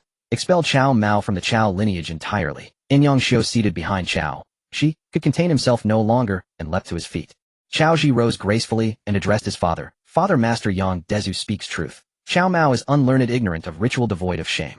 Such a man, utterly bereft of propriety and moral conscience, is unworthy of the Cao lineage. And he must be banished immediately from the ancestral temple, to preserve the purity and orthodoxy of our Cao bloodline. Cao Ji cited classics and spoke with impassioned eloquence. His soul aimed to persuade Cao Cao to cast Cao Mao out of the Cao family forever. Cao Mao cast a sidelong glance at Cao Ji and retorted, Brother Ji, you speak of upholding the orthodoxy of the Cao line. Do you mean then that I am not of the true Cao bloodline? Cao Mao, precisely so. That is exactly what I mean. You are not of the true Cao bloodline. In Cao Ji declared without hesitation, head held high, sleeve flicking dismissively. Old Cao, you heard that, did you not? Your brilliant son, my elder brother Cao Ji, has just declared before all present that I am no true scion of the Cao line. His implication, that my mother wore the green hat for you, that she conceived me through illicit trysts with another man. Huh. Even a woman as meticulous and unwaveringly loyal as my mother could supposedly betray you. So tell me, old Cao, which of your sons is truly yours? The moment Cao Mao uttered those words, Cao Cao's mind erupted in chaos. And already plagued by chronic migraines, the insult ignited his old ailment anew. This kills me. And Cao Cao cried out, and collapsed backward. Fortunately, Su Chu stood close beside him and lunged forward, just in time, catching Cao Cao before he struck the ground. Father, and Lord, and the banquet hall descended into pandemonium. Cao Pai, Cao Ji, Sun Yu, Guijia Chengyu, all rushed forward. Cao Mao, however, withdrew, not advanced. With Li Cunxiao and Lu Bowen at his side, and concubines Lady Zou and Lady Gua in tow, he departed the chancellor's residence. Lu Bowen hesitated, mouth half open. Cao Mao smiled warmly and spoke gently. Master Bowen, you need not hold back. Speak plainly. And, my lord, forgive my candor, the chancellor remains your father. Such open defiance in front of all is unwise. Master Bowen, even if I bowed and scraped before old Cao at every turn, could I ever rival Xiaoong, Cao Pai, or Cao Ji in his affections? Master Bowen paused thoughtfully, then conceded reluctantly, my lord speaks truth. You are after all a son born of a concubine. In Han custom, succession favors the eldest legitimate son, thus the heirship was never destined for you. And Cao Mao chuckled coldly, Master Bowen, do you imagine I still crave that title of heir? Then his voice rang with defiant grandeur, my fate rests in my hands, not heaven's. From this day forth Cao Mao fights for himself alone. And Lu Bowen's expression blazed with elation, my lord's ambition is sublime. Master Bowen shall devote his life to your cause, swearing absolute loyalty, pledging every breath to aid your unification of the great Xia. In excellent. Master Bowen, if I ascend the throne, you shall be my chancellor. 3 kingdoms had Zhuge Liang. The unified realm shall have Lu Bowen. And having received the system's boon granting Lu Bowen's talents, Cao Mao resolved, since old Cao refused to recognize his worth, he would carve his own empire. My talents are modest. I dare not aspire to chancellorship. Yet advising you lies well within my capacity. I willingly serve only as your strategist, humbly seeking upon your triumph and unification of the great Xia retirement to my native village, there to savor tranquil years until my final breath. Huh, Master Bowen, how could that be acceptable? I am no former master who distrusted you. I shall never. Cao Mao clasped Lu Bowen's arm tightly. In Lu Bowen's blood surged, his spirit ablaze. His new lord had opened his heart without reserve, and he yearned to unleash his genius and fulfill his highest aspirations. My lord, the most urgent task is securing a base of power. Only with territory can we grow strong, raise armies, and recruit soldiers. Master Bo 1. I have decided at dawn's first light, when the city gates swing open, we march straight for Huainan. To subdue Yuan Shu, and Lu Bowen sighed wryly. My lord generals Li Cunxiao and Liang Yu possess unmatched valor, but we command not a single soldier. To attack Yuan Shu of Huainan, that is no easy feat. Rest assured, Master Bowen, I already have 3,000 elite cavalry. You possess 3,000 elite cavalry, my lord. Lu Bowen exclaimed in astonishment, then burst into laughter. Congratulations, my lord. What was once a 50% chance of victory has now risen to 80. Master Bowen, just moments ago you spoke of the difficulty in attacking Yuan Shu. How is it that now you claim an 80% chance of victory? My lord, do you see what this is? Lu Bowen produced 3 imperial edicts from his bosom. My lord used the imperial seal. Dispatch riders tonight from Xuchang to Lubu and Shuzhou Liu Bei and Sun Su and Jiangdong, commanding them to assist in breaking through Yuan Shu's defenses in Huainan. An excellent stratagem, Master Bowen. My lord, if I can conceive this plan, then surely Sun Yu and Guojia under Chancellor Cao can as well. Tomorrow Chancellor Cao will undoubtedly also send messengers bearing imperial decrees to Lubu Liu Bei and Sun Su. We must act before Chancellor Cao and have the emperor issue a secret edict commanding them to heed only your orders, my lord. Master Bowen, your brilliance is unmatched. Cao Mao rejoiced greatly. He bowed deeply to Lu Bowen. Master Bowen, General Cunxiao, accompany me first to the palace to see the Son of Heaven Lu Xie and have him write the secret edict. At the Xuchang Palace, the Son of Heaven Lu Xie was still in a state of shock. That day Cao Cao had indulged his son Cao Mao in beating the chariot and cavalry general Dong Cheng before the assembled civil and military officials at the Weiyang Palace.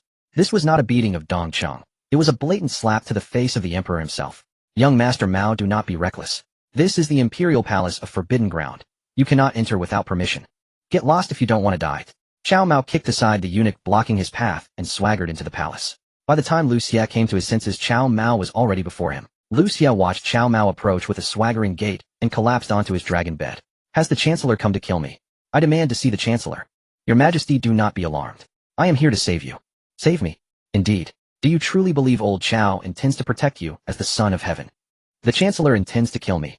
Killing you is only a matter of time.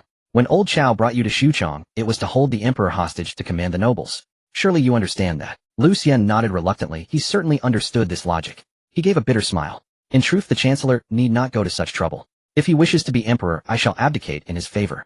Do you think old Cao is a fool like Yuan Shu?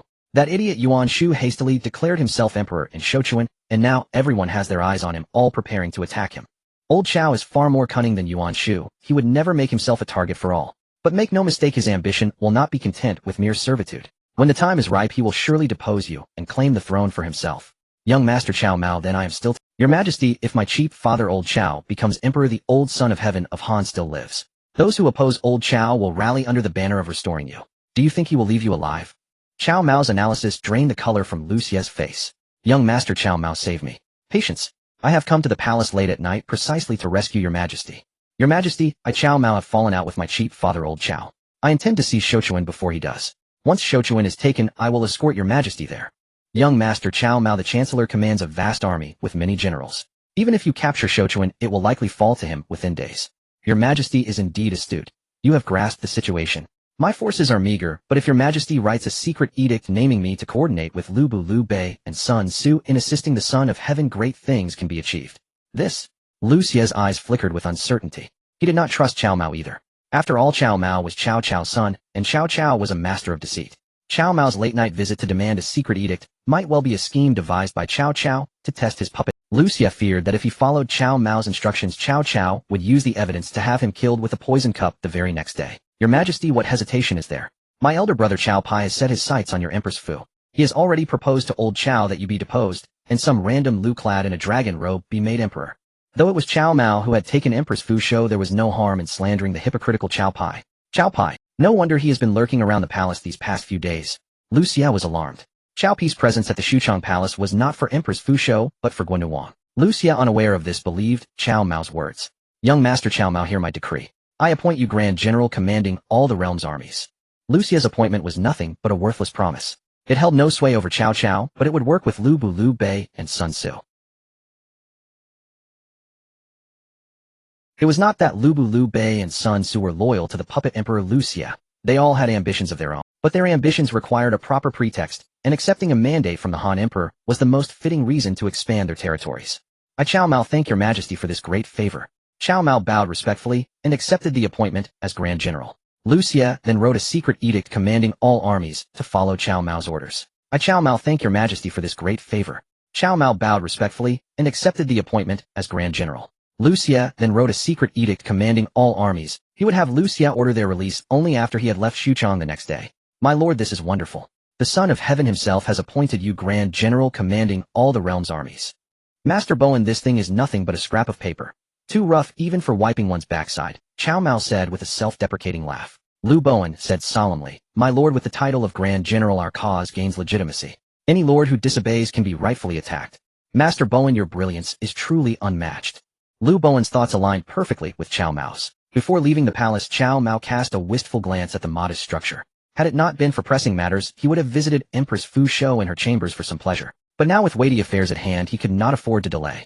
Returning to his residence, Cao Mao rested briefly. By the fourth watch, Li Cunxiao, Lu Bowen, Qin Liangyu, and Zhang Xiu were already waiting outside his bedchamber. With matters weighing on his mind, Cao Mao spent some time amusing himself with Zhou Shi and Guan Nuwang in his room. Acquired Ghost Mask X2 when worn turns one into a true specter, striking terror into all who behold it. Cao Mao was examining the ghost mask rewarded by the system when Lu Bowen's low voice reminded him from outside the door that the hour had come. My lord has expected the envoys sent by Prime Minister Cao to deliver imperial decrees to Lu Bu and Shuzhou Liu Bei and Sun Su in Jiangdong have been intercepted by General Li Cunxiao. They are now detained in the mansion. How does my lord wish to dispose of them? Cao Mao emerged, and Lu Bowen stepped forward to report to him. Cao Mao's heart stirred. Master Bowen, where are they? They are locked in the woodshed within the mansion. Good. Master Bowen, please deliver this mask to General Li Cunxiao and order him to wear it to frighten the city guards and open the city gates. General Qin Liangyu and I will follow shortly. Bowen shall obey my lord's strict command. Lu Bowen took the ferocious ghost mask handed to him by Cao Mao. The mask appeared ordinary. Lu Bowen was a system reward to Cao Mao, and he would never question Cao Mao's actions. Cao Mao took out another ferocious ghost mask, put it on, and pushed open the door to the woodshed. Inside were two envoys sent by Cao Cao to deliver decrees to Lu Bu and Liu Bei in Shuzhou and Sun Su in Jiangdong. The envoys were bound tightly with hemp ropes, and their mouths were stuffed with cloth strips. Hearing footsteps outside the woodshed, they soon saw the door being pushed open. The two envoys looked up, their faces frozen in shock. A ferocious ghost stood at the entrance of the woodshed, as if it had just crawled out of hell. The air suddenly congealed. Its hollow eyes stared intently at the two envoys as if it intended to drag their souls into the endless abyss. The envoys, their mouths stuffed, could not make a sound. The ghost advanced toward them. Their eyes rolled back. One more timid died of fright on the spot. The other, slightly braver, fainted in terror. They really can't handle a scare. Cao Mao removed the ghost mask and drew his sword to cut the ropes binding the He tossed the dead envoy into his system space and dragged the living one out, throwing him over the courtyard wall. Having done this, Qin Liangyu rushed in to report. My lord, the Lady Dowager refuses to leave the mansion. Cao Mao did not insist. Though Zhao Ji was not favored by Cao Cao, he would not go so far as to kill her. He called for Jia Su. Master Wenhe, I entrust the Lady Dowager to your care. Jia Su bowed deeply.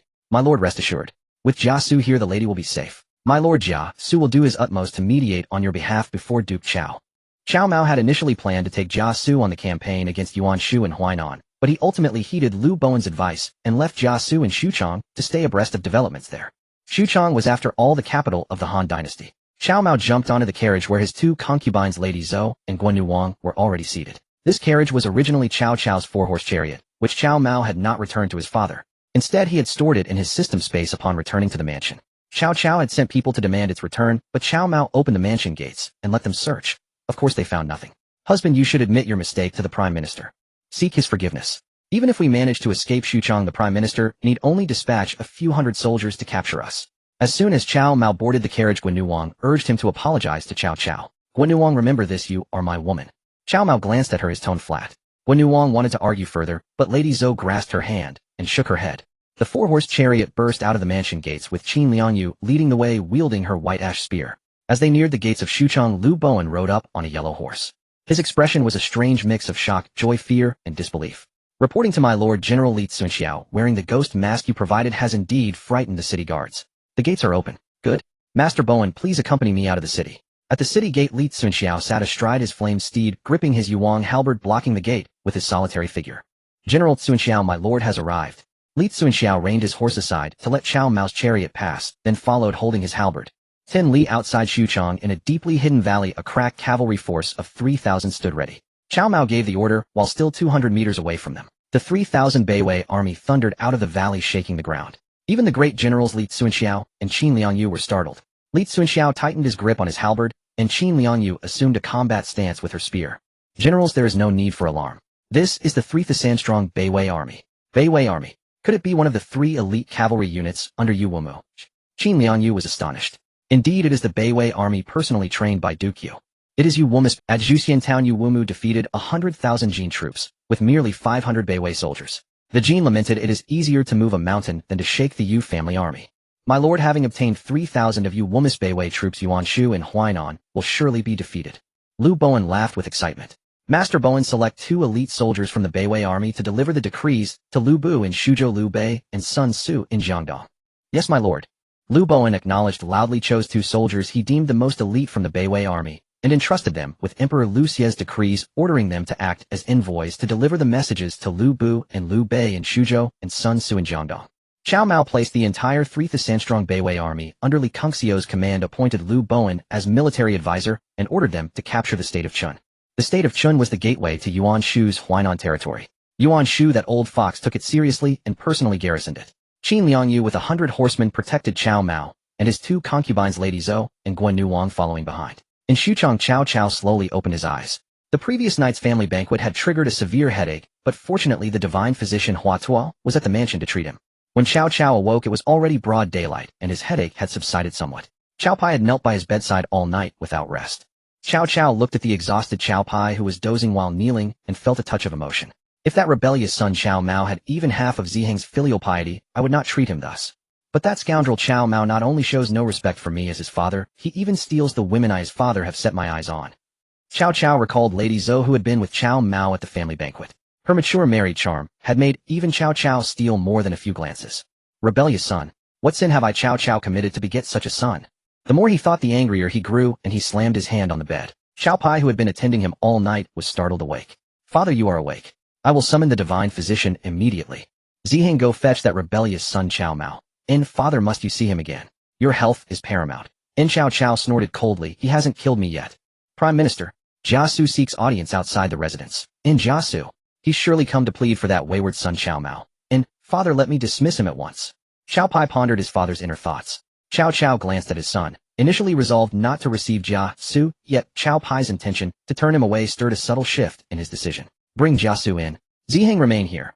You shall meet this Jia Su as well. In, yes, sir. In, Cao Pai dared not protest further. He bowed deeply and withdrew to stand respectfully aside. Jia Su pays homage to the Prime Minister.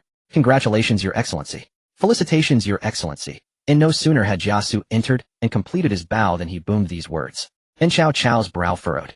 Jia Su, what precisely do you congratulate me upon? Jia Su remained unruffled.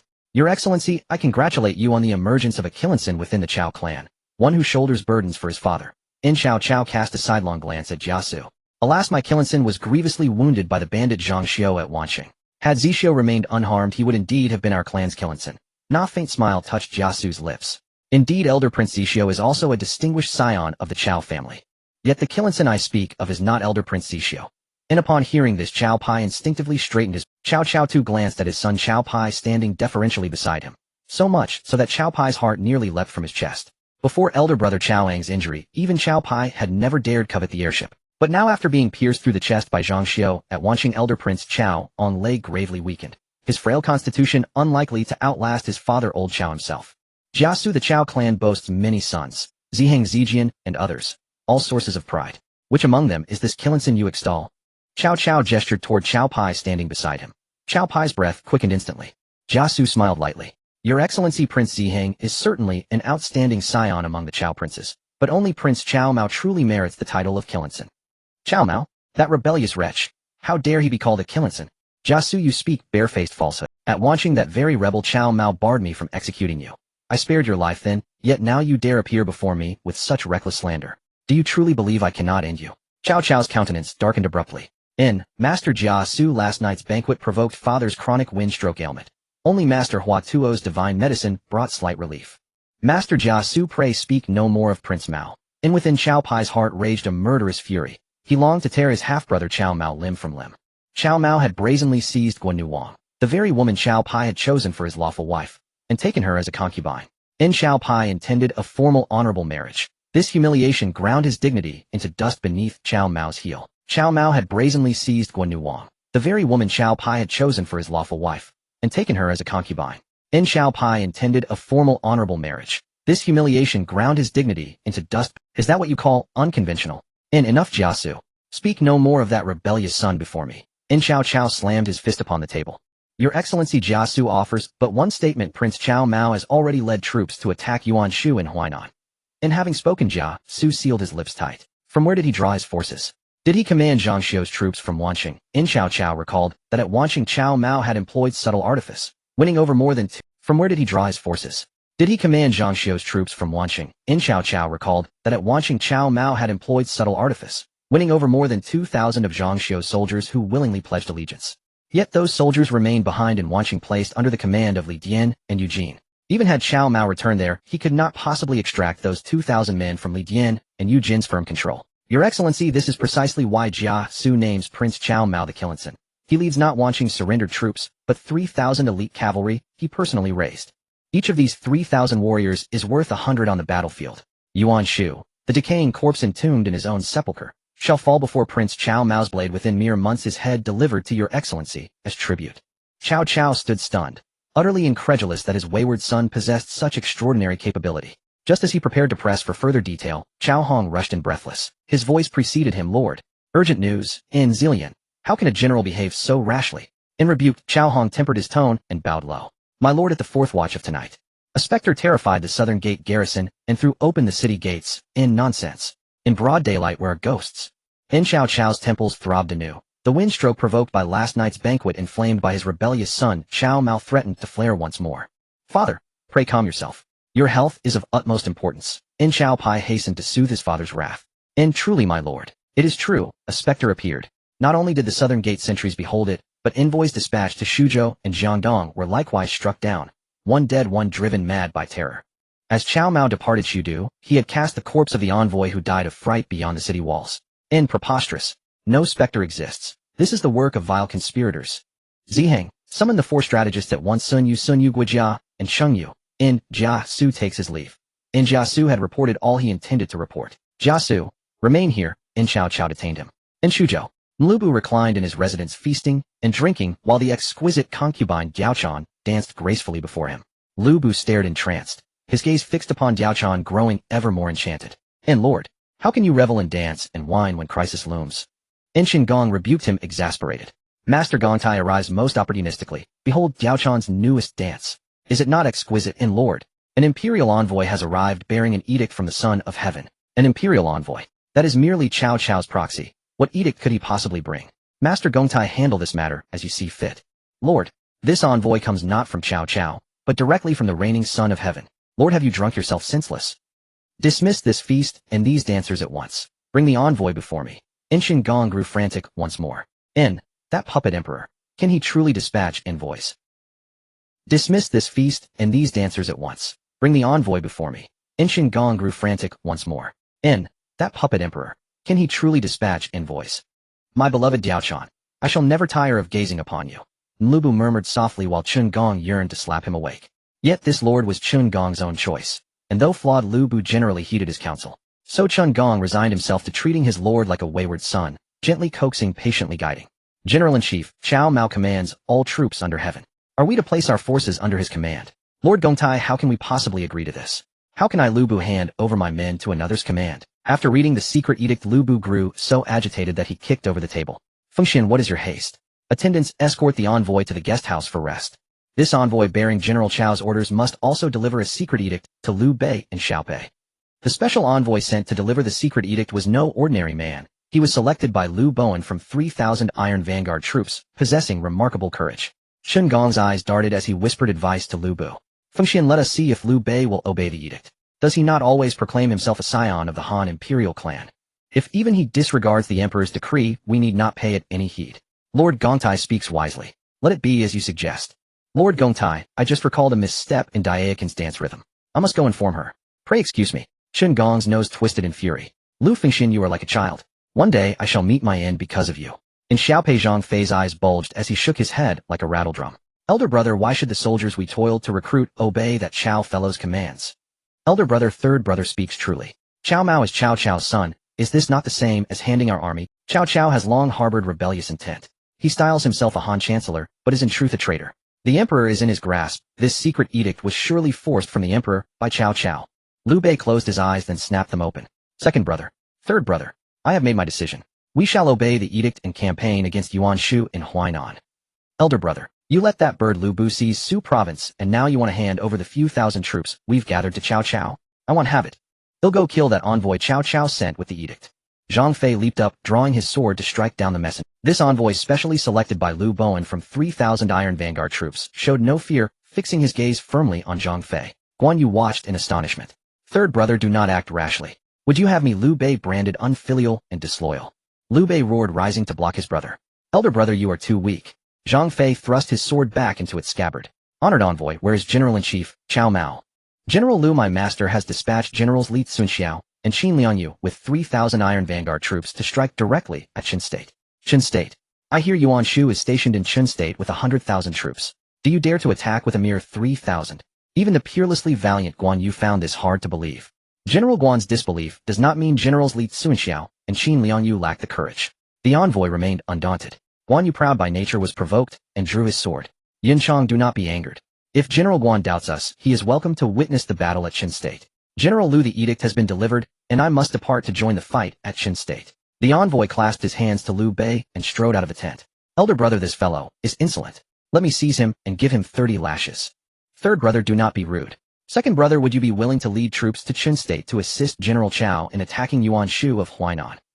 Elder brother, I Guan Yu wish to see for myself what kind of man this Cao Mao is to think himself worthy of being General-in-Chief commanding all forces under heaven.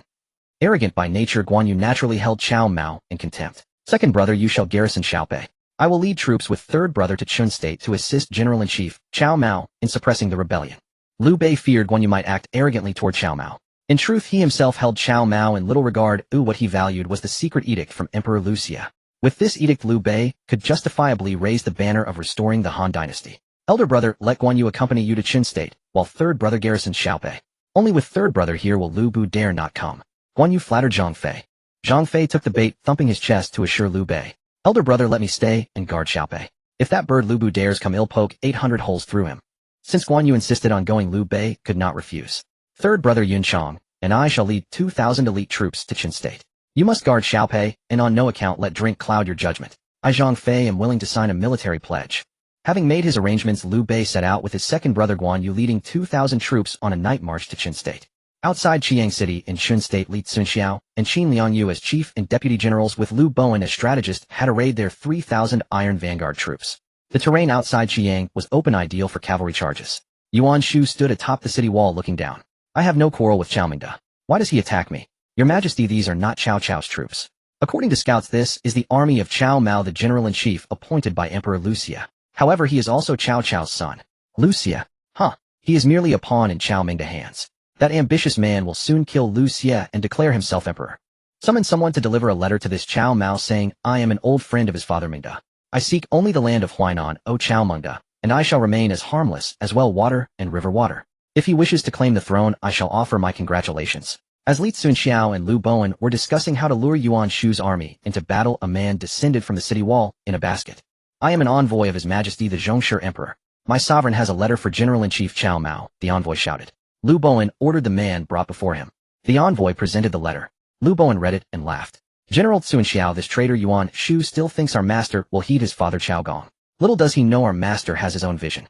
How could he collude with a rebel like Yuan Shu? Seize this envoy and cut off his ears, then release him back to the city. 2 Iron Vanguard soldiers pinned the envoy down, and with 2 swift strokes of their gleaming blades severed both his ears. Blood gushed as the envoy howled in agony. Liu Bowen ordered an Iron Vanguard soldier to sling the man over his horse gallop to the foot of Chiang City and dump the earless envoy on the ground. The soldier galloped back. Your Majesty, save me. The Cao villain cut off my ears to insult your Majesty. The envoy jumped and screamed beneath the city wall. Yuan Shu's face darkened as he slammed the battlements in fury. Insolent whelp. I wrote that letter out of respect for your father Cao Mingda. How dare you be so ungrateful? Which general is willing to fight? Your Majesty, I volunteer. A great general fully armored stepped forward to request battle. Yuan Shu looked up and was overjoyed. General Qiao Rui, with you taking the field, I am truly gratified. Should we triumph in this battle, you shall be handsomely rewarded. Qiao Rui bowed and said, Your Majesty, I have heard that Cao Mao, this son of Cao Cao, is the least favored by his father. During the time at watching Cao Mao even snatched away Lady Zou, a woman Cao Cao had set his sights on. This nearly drove father and son to become enemies. Your Majesty, this Cao Mao is surely nothing but a good-for-nothing. Only that incompetent fool Lucia would trust him, even appointing Cao Mao as Grand General to command all forces under heaven. How utterly ridiculous. Your Majesty, watch as I Cao Rui cut off Cao Mao's head and present it to you. General Cao, wait. Yuan Shu was delighted. With such a formidable general under his command, why worry about the stability of his throne? Someone warm some wine for General Cao Rui. Your Majesty, let the wine wait. Allow me first to slay that brat Cao Mao, and take his head, then I shall return to drink. Cao Rui was indeed emulating Guan Ye's feat of slaying Hua Xiong over warm wine. He intended to slay Cao Mao in the same manner. The gates of Chiang City swung wide open, and Cao Rui led 5,000 troops charging out. Cao Rui took the lead, gripping a long spear as he spurred his horse to the front of the two armies. Call forth that whelp Cao Mao to speak with me. Cao Rui brandished his spear and galloped before the battle lines, hurling insults. Li Cunxiao was enraged. This man dares to insult my lord. Let me slay him with my Yuan Shu. General Cunxiao, why use a cleaver to kill a chicken? Let Liang Yu take the first strike. Qin Liang Yu grasped her waxwood spear and rode ahead of Li Cunxiao to engage Cao Rui. Seeing that the one charging at him was a female, General Cao Rui burst into loud laughter. That brat Cao Mao must truly have no one left, sending a woman to fight. Woman, go back. I Cao Rui do not fight women on the battlefield. You are Cao Rui. Qin Liang Yu was about to charge forward and spear him to death, but upon hearing the name Cao Rui, she reined in her horse. I am indeed General Cao Rui. Do you have two daughters to Xiao and Xiao Qiao? Qin Liang Yu recalled Lord Cao Mao's instructions. If she encountered Cao Rui, she was not to kill him, but to take him alive. Woman, what concern are my daughters to you? If you do not retreat, I will show you no mercy. Qin Liang Yu smiled. If she could capture Cao Rui alive and secure his two daughters to Qiao and Xiao Qiao, it would be a great achievement. Qin Liang Yu initially thought Cao Mao was merely coveting female beauty. However, Cao Mao had explicitly told her that he would receive rewards for taking concubines. Qin Liang Yu herself was a reward from the system, so she never doubted Cao Mao's words. Since Cao Mao ordered her to capture Cao Rui alive, she would absolutely carry out her lord's command. Cao Rui, there's no need to show me mercy. I will capture you alive. Qin Liang Yu spurred her horse and twirled her waxwood spear, charging at Cao Rui. Cao Rui sneered with contempt. He did not believe a female general could take him alive. He was after all a renowned general under Yuan Shu. Cao Rui resolved to capture Qin Liang Yu instead. Seeing Qin Liang Yu charging at him, Cao Rui feinted with his spear, expecting her to dodge. But Qin Liang Yu did not evade at all. She swung her waxwood spear in a horizontal arc. The shaft struck Cao Rui, heavily knocking him off his horse. He was completely dazed. Before he could rise, Qin Liang Yu rode up, bent down, grabbed his belt, and lifted him onto her horse, laying him across the saddle. Qin Liang Yu turned her horse around, rode back to their formation, and threw him to the ground. Bind him. This is the man our lord wants. Guard him well. On the battlements of Chiang City, Yuan Shu shaded his eyes and watched the battle. In just one exchange, his great General Cao Rui had been captured alive. Yuan Shu drew a sharp breath. General Cao Rui has been captured. Which general is willing to drive back the enemy and rescue him? Your Majesty, I shall go. Yuan Shu looked closely and saw it was his General Li Feng. General Li Feng, it's best that you go. Someone bring wine. Your Majesty, no need. I have a small request. If I rescue General Cao Rui, I ask that you persuade him to give one of his two daughters to me in marriage. Granted. Your Majesty, I also wish to take the field and hope to marry one of General Qiao's daughters. Lu Jiu also stepped forward to request battle. I too request to fight. Whichever of us three rescues General Cao Rui shall marry his two daughters. Liang Gang jumped out as well. Very well, very well. I agree. Whichever of you rescues General Cao Rui, his two daughters shall be given to him as concubines. Yuan Shu was delighted. After all, they were Cao Rui's daughters, and he was simply doing a favor. Li Feng, Liang Gang, and Lu Jiu were overjoyed, each vying to be the first out of Chiang City. The 5,000 troops Cao Rui had led out, now leaderless, were panicked. Seeing the city gates open, they scrambled to get back inside. Li Feng swung his broadsword and cut down several fleeing soldiers. Any who retreat die. After killing a few, he finally halted the rout. General Qin, you've already won one bout. Let Cunxiao take this one. Li Cunxiao was already eager for action. Qin Liang Yu smiled and nodded. General Cunxiao, Liang Yu will cover you. Lu Bowen sat calmly on his horse, stroking his beard, without even a glance at the three generals Yuan Shu had sent. Li Feng, Liang Gang, and Lu Jiu. Among kings none surpass Yang Yu, among generals none surpass Li. How could third or fourth-rate generals like Li Feng, Liang Gang, and Lu Jiu possibly be a match for Li Cunxiao? Li Cunxiao gripped his Yuan Shu and spurred his flame steed forward to meet Li Feng, Liang Gang, and Lu Jiu. This man seems skilled. Let's surround him and capture him together, then trade him to Cao Mao for General Cao Rui. Li Feng proposed his tactic to Liang Gang and Lu Jiu. General Li Feng, to whom will General Cao Rui's two daughters belong? Lu Jiu glanced at Li Feng. His only purpose in coming to battle was to take to Qiao and Xiao Qiao as concubines. Li Feng was displeased. Lu Jiu, I was the first to propose marrying the Qiao sisters. Why are you butting in? Fine, General Li Feng. Since that's the case, go ahead and capture this man yourself. Lu Jiu reined in his horse and did not advance. He noticed Li Cunxiao's strange weapon and his flame steed, which seemed like a dancing flame. Lu Jiu was being cautious. He wanted Li Feng to test the enemy's strength. If Li Cunxiao proved weak, he would charge in, while Li Feng killed him, rescue Qiao Rui, and claim the prize. If Li Feng suffered and was killed by Li Cunxiao, he could then join forces with Liang Gang. Liang Gang had the same idea. Each harbored his own agenda. Li Feng had no choice but to brandish his broadsword and charge at Li Cunxiao. State your name, you foe.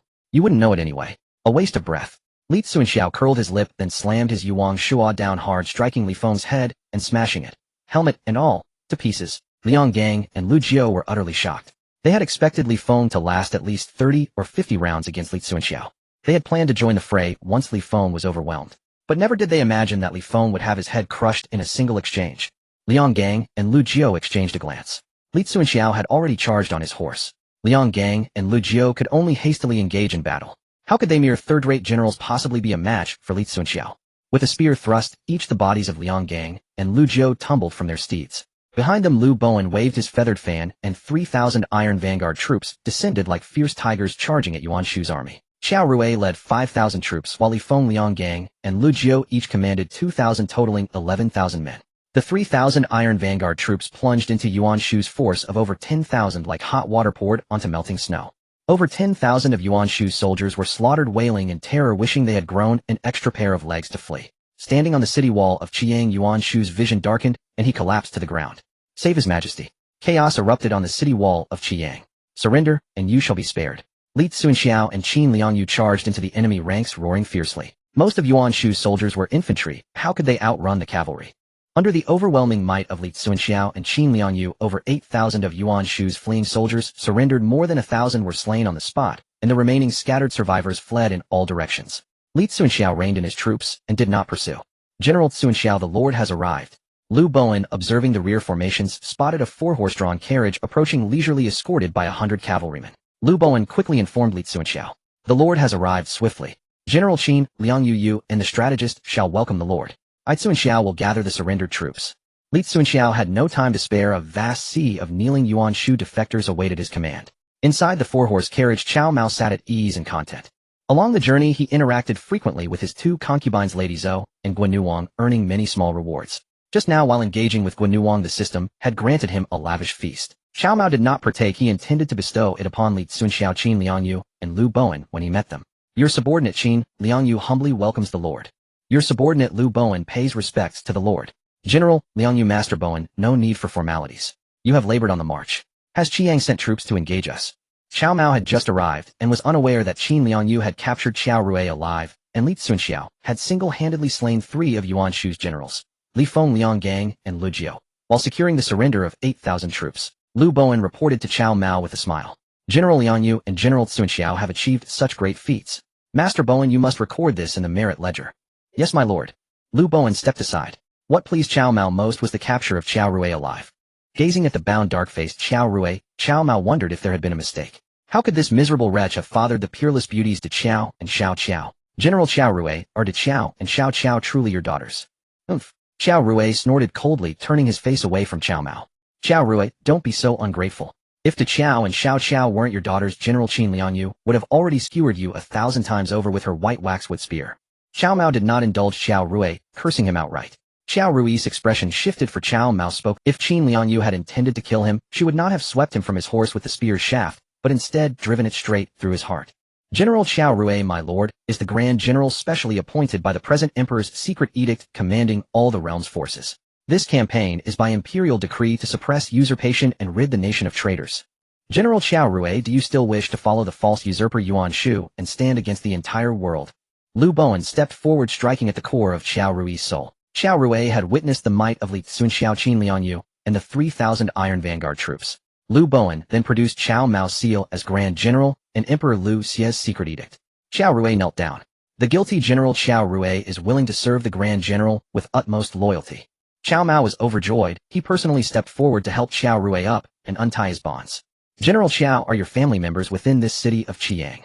Cao Mao's mind was preoccupied with Qiao Rui's 2 extraordinarily beautiful daughters, De Qiao and Xiao Qiao. Qiao Rui bowed respectfully.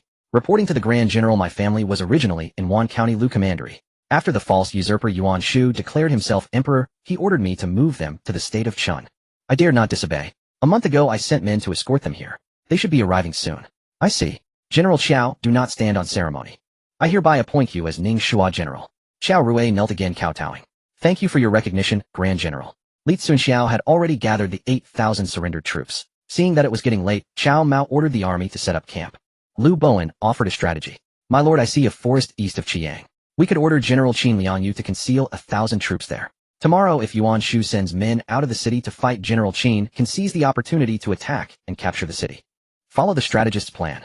That night in the main army tent, Cao Mao interacted with Lady Zou and Guan Wang. Suddenly, his personal guard Wei Guo reported from outside. Young Master Ning Shua General Qiao Rui requests an audience. General Qiao. At this late hour, he must have something important. Show him to the outer tent. I will be there shortly. Cao Mao guessed that Qiao Rui intended to offer a plan to capture Chiang. Lady Zou and Guan Wang helped Cao Mao straighten his brocade robe. General Qiao, what urgent matter brings you to see me at this hour? Grand General, please grant me 500 men. My family has been taken hostage by bandits from Chun family stockade. Qiao Rui fell to his knees begging Cao Mao for help. General Qiao, have all your family members been taken by these bandits from Chun family stockade? Are your daughters De Qiao and Xiao Qiao among them? Qiao Rui wiped away his tears. My daughters De Qiao and Xiao Qiao are both there along with my wife and my 80-year-old mother, 35 people in total. Fortunately, my family member Qiao Song was resourceful and escaped the stockade under cover of night, otherwise I would never have known they were taken by the Chun family stockade bandits. Damn those Chun family stockade bandits. They dared to kidnap the family of my subordinate, the Ning Shua General. This is a blatant disregard for my authority. Wei San summoned General Li Cunxiao immediately.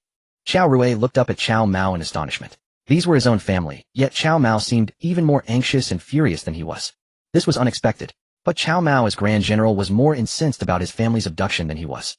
Grand General, there is no need for General Li Cunxiao. Grant me just 500 soldiers, and I will raise Qin family stockade. General Qiao, not only will General Li Cunxiao go, but I will accompany you as well.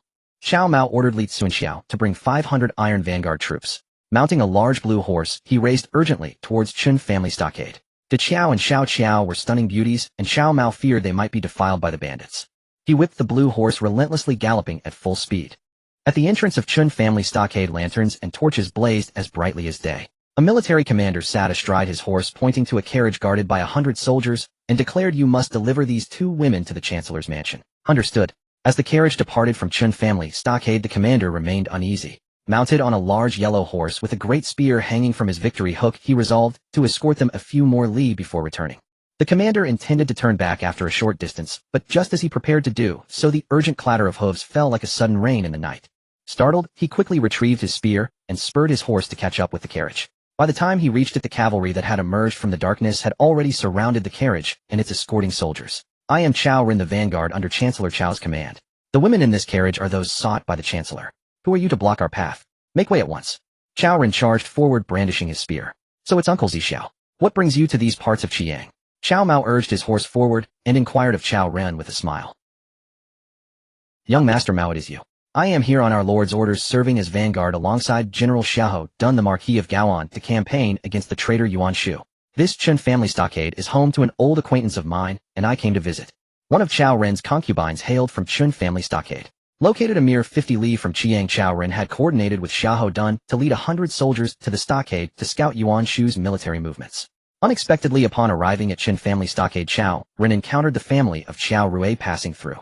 He ordered them halted, and upon inquiry learned they were the dependents of Qiao Rui, a general under Yuan Shu. How could Cao Ren let this opportunity slip? He intended to slaughter Qiao Rui's entire household. Yet as he prepared to do so, he discovered among Qiao's family the stunning beauties De Qiao and Xiao Qiao, women of peerless grace. Knowing his cousin Xiao Qiao's fondness for beautiful women, Cao Ren had a change of heart. He decided to send De Qiao and Xiao Qiao to Cao Cao. Cao Cao had appointed Cao Ren and Xiahou Dun as vanguards, while he personally led 150,000 troops following behind. Uncle Zhixiao, who is in this carriage? Cao Mao pointed his halberd at the carriage. Cao Ren's lips twitched. This rebellious son had already snatched Lady Zou, whom his father Cao Cao had coveted, and now he aimed to take De Qiao and Xiao Qiao as well. Young Master Mao, these are 2 women specifically requested by the Chancellor. Your actions in Wancheng have already displeased him. Do not provoke his wrath further. Cao Ren deliberately brought up the incident of Cao Mao taking Lady Zou in Wancheng, hoping to make clear that Cao Mao should not oppose Cao Cao again. Uncle Zhixiao opened the carriage. Young Master Mao wished to see what kind of women old Cao desires this time. Cao Ren's face darkened. Young Master Mao, these women are for the Chancellor. Leave at once, and I will not report this. Cao Zhixiao, I, Young Master Mao, have honored you by calling you uncle. Now you obstruct my view. Do not blame me for what follows. Where is General Cunxiao?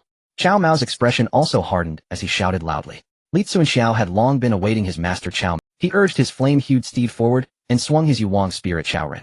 Cao Ren dared not take it lightly and hastily raised his spear to parry. The collision of the yuwang spear with Cao Ren's great spear left Cao Ren's arms numb and the shaft of his spear bent into a bow. Such immense strength. Where did young Master Mao find such a formidable man? Even Su Chu and Jian Wei might not be his match. In the moment Cao Ren was distracted, the yuwang spear struck again. Cao Ren failed to dodge in time, and the yuwang spear struck his left shoulder, causing him to wince in pain. He quickly spurred his horse to flee. Li Cunxiao did not pursue. Instead, he reined in his horse, drew his bow, and loosed an arrow at Cao Ren. Hearing the arrow flying toward him, Cao Ren hastily twisted his body and dodged, but the arrow still struck his left shoulder. This was truly adding insult to injury. Cao Ren's left shoulder had already been struck by Li Cunxiao's yuwang spear, and now it was pierced by an arrow. He abandoned his spear and furiously whipped his horse's rump, barely managing to escape with his life. Cao Mao did not have Li Cunxiao pursue further. He raised his hand, and 100 iron cavalry charged forward. More than 20 of the 100 Cao soldiers guarding the carriage were killed, and the rest knelt and surrendered. Cao Mao dismounted from his large green horse, walked to the carriage, lifted the curtain, and peered inside by the light of the torches. He was instantly captivated by the sight. One woman was gentle and dignified, noble and elegant. The other was delicate and charming, lively and alluring. Did Cao pay your respects to the Grand General? Xiao Rui prompted his two daughters from behind. Indeed, they were to Xiao and Xiao. Ding, a beauty meeting the requirements for taking a concubine has been detected. Taking her as a concubine will grant rewards. The system's prompt echoed in Cao Mao's mind. Your daughter, did Xiao, your daughter, Xiao pay homage to the Grand. Did Xiao and Xiao saw that Cao Mao was young, yet their father treated him with great respect and addressed him. Unsure of the situation and still frightened by Cao Ren, the two women quickly rose from the carriage and gracefully bowed to Cao Mao. To Xiao, there is no need for such formality. General Xiao, I, the Grand General, intend to take both your daughters as concubines. Cao Mao was not negotiating with Xiao Rui, he was informing him. Xiao Rui was overjoyed and quickly bowed respectfully. The Grand General does not disdain to Xiao and Xiao for their humble origins. I am deeply honored. I willingly offer both daughters to serve the Grand General. Master Xiao, please rise. Cao Mao's address for Xiao Rui changed as he was now his father-in-law. Xiao Rui then beseeched Cao Mao for permission to enter Qin family stockade to rescue his mother and wife, who were trapped inside. Cao Mao granted his request. Xiao Rui led 300 iron cavalry into Qin family stockade, successfully rescuing his mother, wife, and all other family members. Enraged that the people of Qin family stockade had dared to capture his family, Xiao Rui, in his fury, slaughtered every male in the stockade. By the time Cao Mao learned of it, it was too late. Xiao Rui, from now on, such acts of massacring villages or cities are forbidden without my express command. For today, I will overlook it due to your ignorance, but should it happen again, I, the Grand General, will not show leniency. Cao Mao sternly rebuked Xiao Rui. Xiao Rui dared not speak, but the clever Xiao immediately knelt and pleaded with Cao Mao on her father's behalf. Gazing at Xiao with her clear apricot eyes, petite and delicate figure, and graceful charm, kneeling before him, Cao Mao smoothly helped her up, lifted her onto his large green horse, and held her close. Xiao felt Cao Mao's steely strength and shyly accepted it all. Congratulations, host. You have successfully taken Xiao as a concubine. Rewards 1. General Yang Zixing 2. 5 Grand General cannons and 300 cannonballs. Amazing. Stroking Xiao's skin as delicate as snow and translucent, Cao Mao eagerly anticipated taking to Xiao as his concubine as well. Having already received Yang Zixing and the Ming dynasty's heavy siege and defense cannons for taking Xiao as a concubine, the rewards for taking to Xiao would surely be no less. Grand General, I will have my elder sister serve you. Xiao, though overwhelmed, voluntarily offered her sister to Xiao's assistance before Cao Mao could even make the request. Cao Mao halted the large blue horse and placed Xiao into the carriage. He then lifted the tall and graceful De Qiao, who was as serene as an orchid, onto the horse's back. After a fierce horse battle, De Qiao's hair was in disarray. Rewards 1. Mo Dao soldiers, 3,502. Purple gold armor 1. Oi Jiao Xian cloak 1. In the darkness, the Mo Dao soldiers stood like a copper wall and iron bastion. The long-handled, double-edged Mo Dao, weighing 50 pounds, moved like a moving iron wall in heavy armor. Ordinary infantry would be crushed like meat in a grinder against the Mo Dao soldiers. Rewards 1. Mo Dao soldiers, 3,502. Purple gold armor 1. Oi Jiao Xian cloak 1. In the darkness, the Mo Dao soldiers stood like a copper wall and iron bastion. Cao Mao brought De Qiao and Xiao back to the main army tent. Zhou Shi and Queen Guo were still awake, both waiting for Cao Mao's return to the camp. Sister, I fear you will have to serve our husband alone tonight. Queen Guo blushed, holding a menstrual cloth. Sister, don't use this. Zhou Shi handed Queen Guo a pack of sanitary napkins. What is this? It's as soft as the clouds in the sky. This was given to me by my husband. After using this I no longer feel the discomfort that comes with my period. Can my husband really create such a thing? This was given to me by my husband. After using this I no longer feel the discomfort that comes with my period. Can my husband really? Sister, can you tell me more in detail? Just as Zhou Shi and Queen Guo were speaking, Cao Mao entered the tent with De Qiao and Xiao Qiao, the newly taken sisters. Ladies, this is De Qiao and Xiao Qiao. They are also concubines taken by her husband. From now on you four shall be like sisters, close as siblings. Anyone who is jealous or competitive our husband will not spare. Cao Mao was establishing rules for the women of the harem. Rules must be set early, otherwise with many more women in the harem jealousy and rivalry would surely lead to chaos, which was not the outcome Cao Mao desired.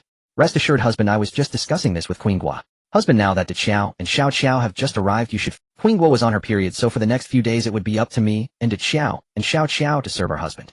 Cao Mao contentedly pulled Zhou Shi into his arms, admitting that this wife truly understood men's hearts. No wonder old Qiao likes married women. Cao Mao must have this peculiar taste too. Could it be that I have caught the wind of— Qiao Ren was struck on the shoulder by Li Cunxiao with a yuan hammer and shot by an arrow, even dropping his weapon. He lay on his horse racing back to the vanguard camp. Quick, take me to see General Xiahou Dun of Gan County. Qiao Ren fell from his horse staggering. Xiao, how did you encounter Yuan Shu's army? That traitorous Yuan Shu, tomorrow I will surely behead him and bring his head as a wine bowl for you. Xiahou Dun was both shocked and angry upon seeing Qiao Ren injured. General Yuan Rang Yuan Shu is not capable of hurting me. It was young Master Mao who injured me. Young Master Mao Cao Mao. Xiahou Dun was taken aback. General Xiahou Ren is seriously injured. Quickly summon the military doctor to remove the arrow. Only then did Xiahou Dun react, urging the military doctor to treat Qiao Ren. The military doctor entered the tent to remove the arrow and bandage Qiao Ren. Fortunately, the arrowhead was not poisoned, and Qiao Ren's life was not in danger. Young Master Mao is indeed the traitor of the Qiao family. In Wanqing he had already taken the women favored by the Lord, and now he not only took the Lord's woman, but also injured Xiao. This is simply too despicable. Xiao, rest for now. I will lead the troops to retake the two Qiaos and avenge you. General Yuan Rang, absolutely not. Qiao Ren, not caring about his own injury, quickly blocked Xiahou Dun's way. Are you saying that Xiao does not believe in— Xiahou Dun stared at Qiao Ren. Yuan Rang. That's not what I meant. Young Master Mao is after all the Lord's biological son. If you harm young Master Mao, the Lord will surely blame you. In my view, it is better to send someone to inform the Lord and let him decide. Qiao Ren's thoughts were more meticulous and far-reaching than Xiahou Dun's. Xiahou Dun stamped his foot. Xiao, we shall follow your advice. Come someone, I will dictate a letter to the Lord. Xiahou Dun and Qiao Ren jointly wrote a letter to Cao Cao. Cao Cao's army of 100,000 was stationed 100 miles away. The letter sent by Xiahou Dun and Qiao Ren reached Cao Cao that night. Traitor, dare to injure Xiao. Suzhu, I will give you 5,000 troops, and you will bring back this traitor Cao Mao. Yes. Suzhu agreed.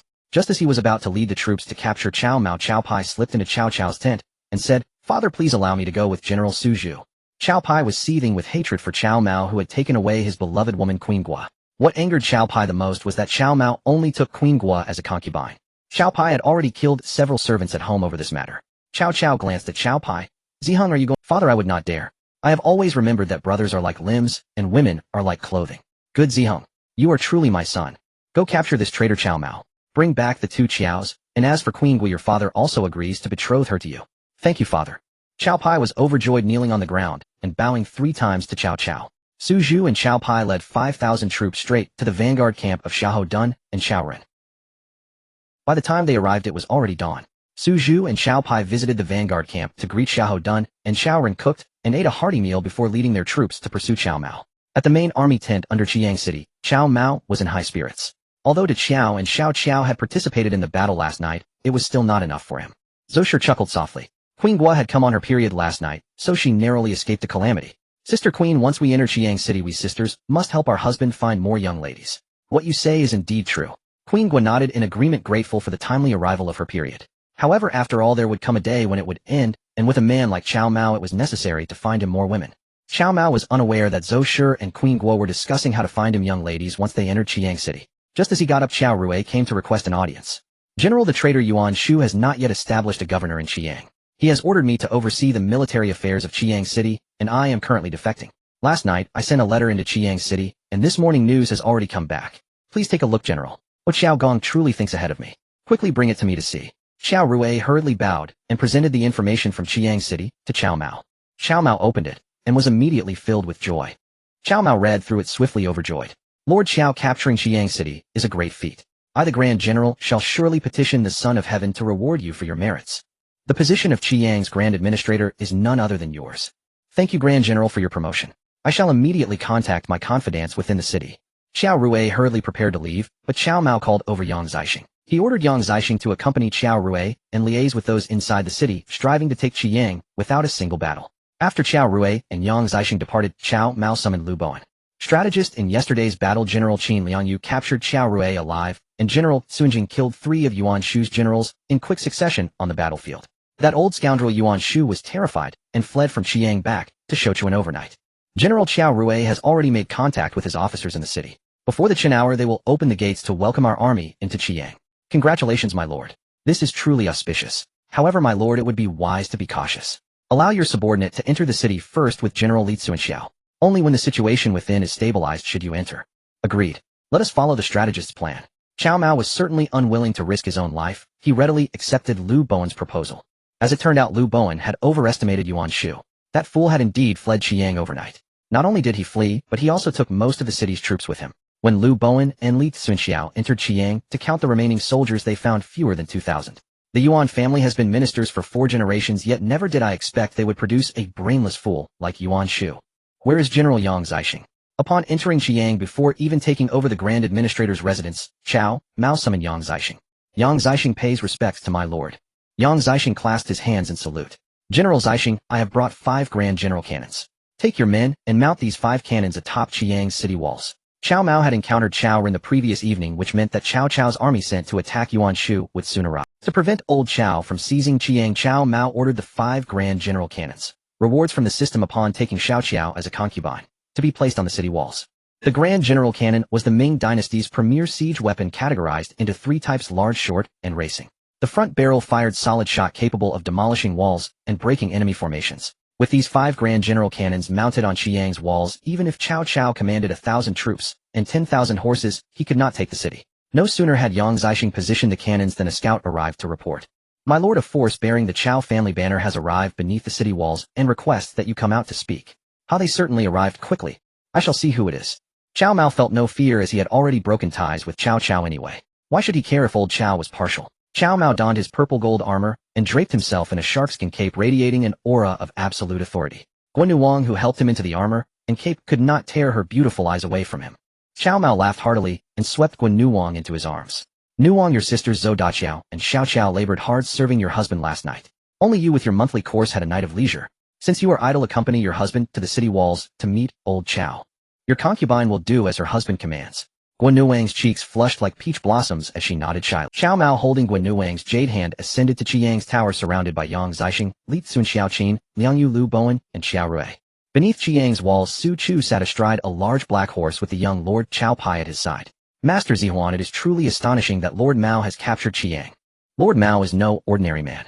In my opinion, we should set up camp here and report this to our lord. Master Zihuan and Lord Mao are brothers by blood. You could write a letter and send it into the city to meet with him. Cao Pi's face stiffened. General Su Chu, my father ordered you to lead 5,000 troops here for the sole purpose of capturing Cao Mao. How dare you defy my father's command? Su Chu tried to argue further, but Cao Pi's expression darkened. General Su Chu, my father appointed me to accompany you on this campaign, to supervise your actions. Do not betray my father's trust. These words left Su Chu with no room for rebuttal. Oh, if it isn't my brother Pai, what wind has blown you here? At that moment, Cao Mao's voice rang out from the city walls. Cao Pai looked up toward the tower, and his pupils abruptly contracted. Cao Mao, clad in purple gold armor and a sharkskin cape, stood valiant and handsome, radiating an invincible charm. Beside him was Guan Wang, to whom Cao Pai had secretly pledged his heart. Guan Wang leaned close to Cao Mao, her enchanting eyes not even glancing at Cao Pai, but fixed on Cao Mao with tender affection. Cao Pai felt a sweetness rise in his throat, nearly spitting out a mouthful of old blood. Cao Mao, I am here on my father's orders to arrest you. Open the gates at once and come with me to see my father. If you refuse, General Su Chu will break down Qiyang's gates, and when swords and spears are blind, do not blame me if you are harmed. Brother Pai, is that a threat? Brother Pai, you know my temper. I yield to soft words, but not to force. The harder you push, the more I resist. General Su Chu, I hear from Brother Pai that you intend to attack my newly acquired Qiyang. Cao Mao leaned over the parapet, speaking cheerfully to Cao Pai and Su Chu below. Su Chu, put on the spot, felt. Su Chu looked up from his horse and clasped his hands toward Cao Mao atop the wall. Lord Mao, Su Chu offers his respects. I am here on my lord's orders to invite you to meet with him. What is there to see in that biased old Cao? General Su Chu, first try my Grand General cannons before you decide whether to attack the city. Cao Mao nodded to Yang Zixing, who understood and personally took out a tinderbox. He lifted the lid and blew on it. The tinder caught flame instantly. Yang Zixing ordered the soldiers guarding one of the Grand General cannons to load a shell into the barrel, then used the tinder to light the cannon's fuse. Xiao Pai below the walls curled his lips in disdain. General Su Chu Cao Mao is just putting on a show. Chiang's defenses are not strong. A single concerted effort from our troops will take it. Su Chu was reluctant to engage. He opened his mouth to advise Xiao Pai to report to Lord Cao Cao before making a decision. Suddenly a thunderous roar erupted. It was as if heaven and earth were splitting apart. Xiao Pai, caught off guard, was so startled by the sudden blast that he lost his balance on his horse and tumbled to the ground. Master Zihuan, be careful. Brother Pai, you fell off your horse just from a little firecracker. That's quite cowardly. Cao Mao taunted Xiao Pai from the city walls. Xiao Pai was dazed from the fall, but luckily Su Chu dismounted and helped him up. Brother, ahead lies Chiang City. Why such a tremendous noise? Another force had arrived, just 5 li from. At the head of this force were 2 men. One had long earlobes and arms that extended past his knees. The other had a face the color of a ripe juju, with 3 long strands of beard flowing over his chest, and in his hand, he wielded a green dragon crescent blade. Liu Bei was also filled with doubt. A scout arrived on horseback reporting General Lu Chiang City has been taken by Grand General Cao Mao. Yuan Shu fled back to Sichuan overnight. General Su Chu of Chancellor Chao's forces is leading 5,000 troops beneath Chiang City. Guan Yu was bewildered. Brother, isn't Cao Mao the Chancellor's own son? Why would the Chancellor send troops against him? Liu Bei pondered. Second brother, let us wait and see. Xiao Pai, helped up by Su Chu, glared up at Chiang's battlements. Cao Mao, father, has ordered General Su and me to apprehend you. How dare you play tricks to frighten your elder brother? As a son you are unfilial, as a younger brother you harm your kin. This is against all righteousness. Pai, are you done? Cao Mao called lazily from the city wall. Cao Mao opened the gates at once. If you still consider us brothers, I will speak well of you before father. But if you persist, General Su and I will storm Chiang and drag you in chains to father. General Yang Zixing, where are you? Here, my lord. Yang Zixing was already eager for battle. General Yang Zixing, where are you?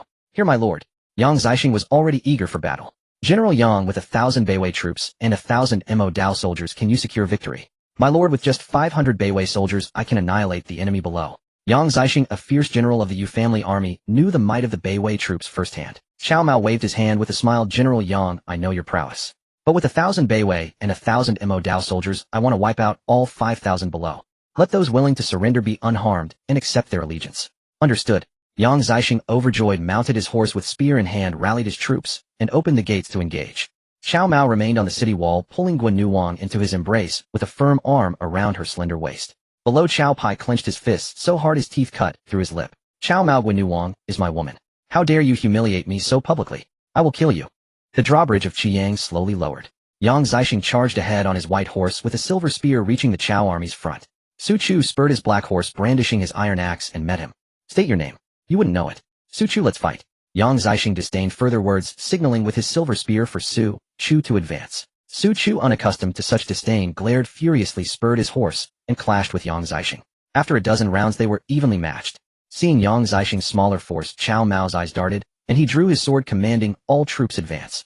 War drums thundered from the Cao camp. Su Chu tried to stop it, but it was too late. The 5,000 Cao troops surged forward. Yang Zixing raised his spear. 1,000 Beiwei soldiers charged, while 1,000 heavily armored Mo Dao troops gripping 50 Jin blades in full armor advanced like an iron wall, crushing toward the Cao army. The Beiwei vanguard clashed with Cao cavalry. Though fierce, the Cao cavalry were no match for them. In one charge, over half of the 2,000 Cao cavalry were slain, while the Beiwei lost only 100. The Cao cavalry faltered, reining in their horses, afraid to launch a second assault. In one charge, over half of the 2,000 Cao cavalry were slain, while the Beiwei lost only 100. The Cao cavalry faltered, reining in their horses, afraid to launch. The Cao cavalry charged at the advancing Mo Dao troops. The heavily armored soldiers, fearless as tanks, maintained. The broken house was filled with terrified screams. Ghost! A corpse has risen. Run! Lin! The brutal scene made even a fierce general like Su Chu pale. Nearby, Liu Bei and Guan Yu watched. Liu Bei's face also changed. Second brother, this infantry is so formidable that even cavalry can't gain in. If my troops face these blade wielders, they will surely be crushed. Brother, fear not. With Guan Yu here, they are no threat. Guan Yu's expression was arrogant, though inwardly he agreed with Liu Bei. Liu Bei sighed. Yinchang, not just the blade infantry, but that cavalry is also fierce. Guan Yu's expression was arrogant, though inwardly he agreed with Liu Bei. Liu Bei sighed. Yinchang, not just the blade infantry, but that cavalry is also fierce. It's just a cavalry unit. Once we have horses, grain, and recruits, I can train such a force too. Guan Yu remained as proud. Liu Bei fell silent, turning his gaze back to the battlefield. Yang Zixing found an opening and thrust his spear at Su Chu's face. Su Chu raised his heavy iron axe to block, but Yang Zixing's silver spear like a venomous snake struck and killed Su Chu's mount. Su Chu tumbled from his black horse to the ground. Yang Zixing rode up, pressing his spear against Su Chu's throat. Two Beiwei soldiers dismounted and tied Su Chu up like a dumpling. Cao Pai, seeing the dire situation, realized that continuing the fight might mean death beneath Chiang. Cao Pai fled on horseback. "Pai, don't run. Come into the city. Your brother has fine wine and meat for you." Cao Mao laughed mockingly from the wall, watching Cao Pai's hasty retreat.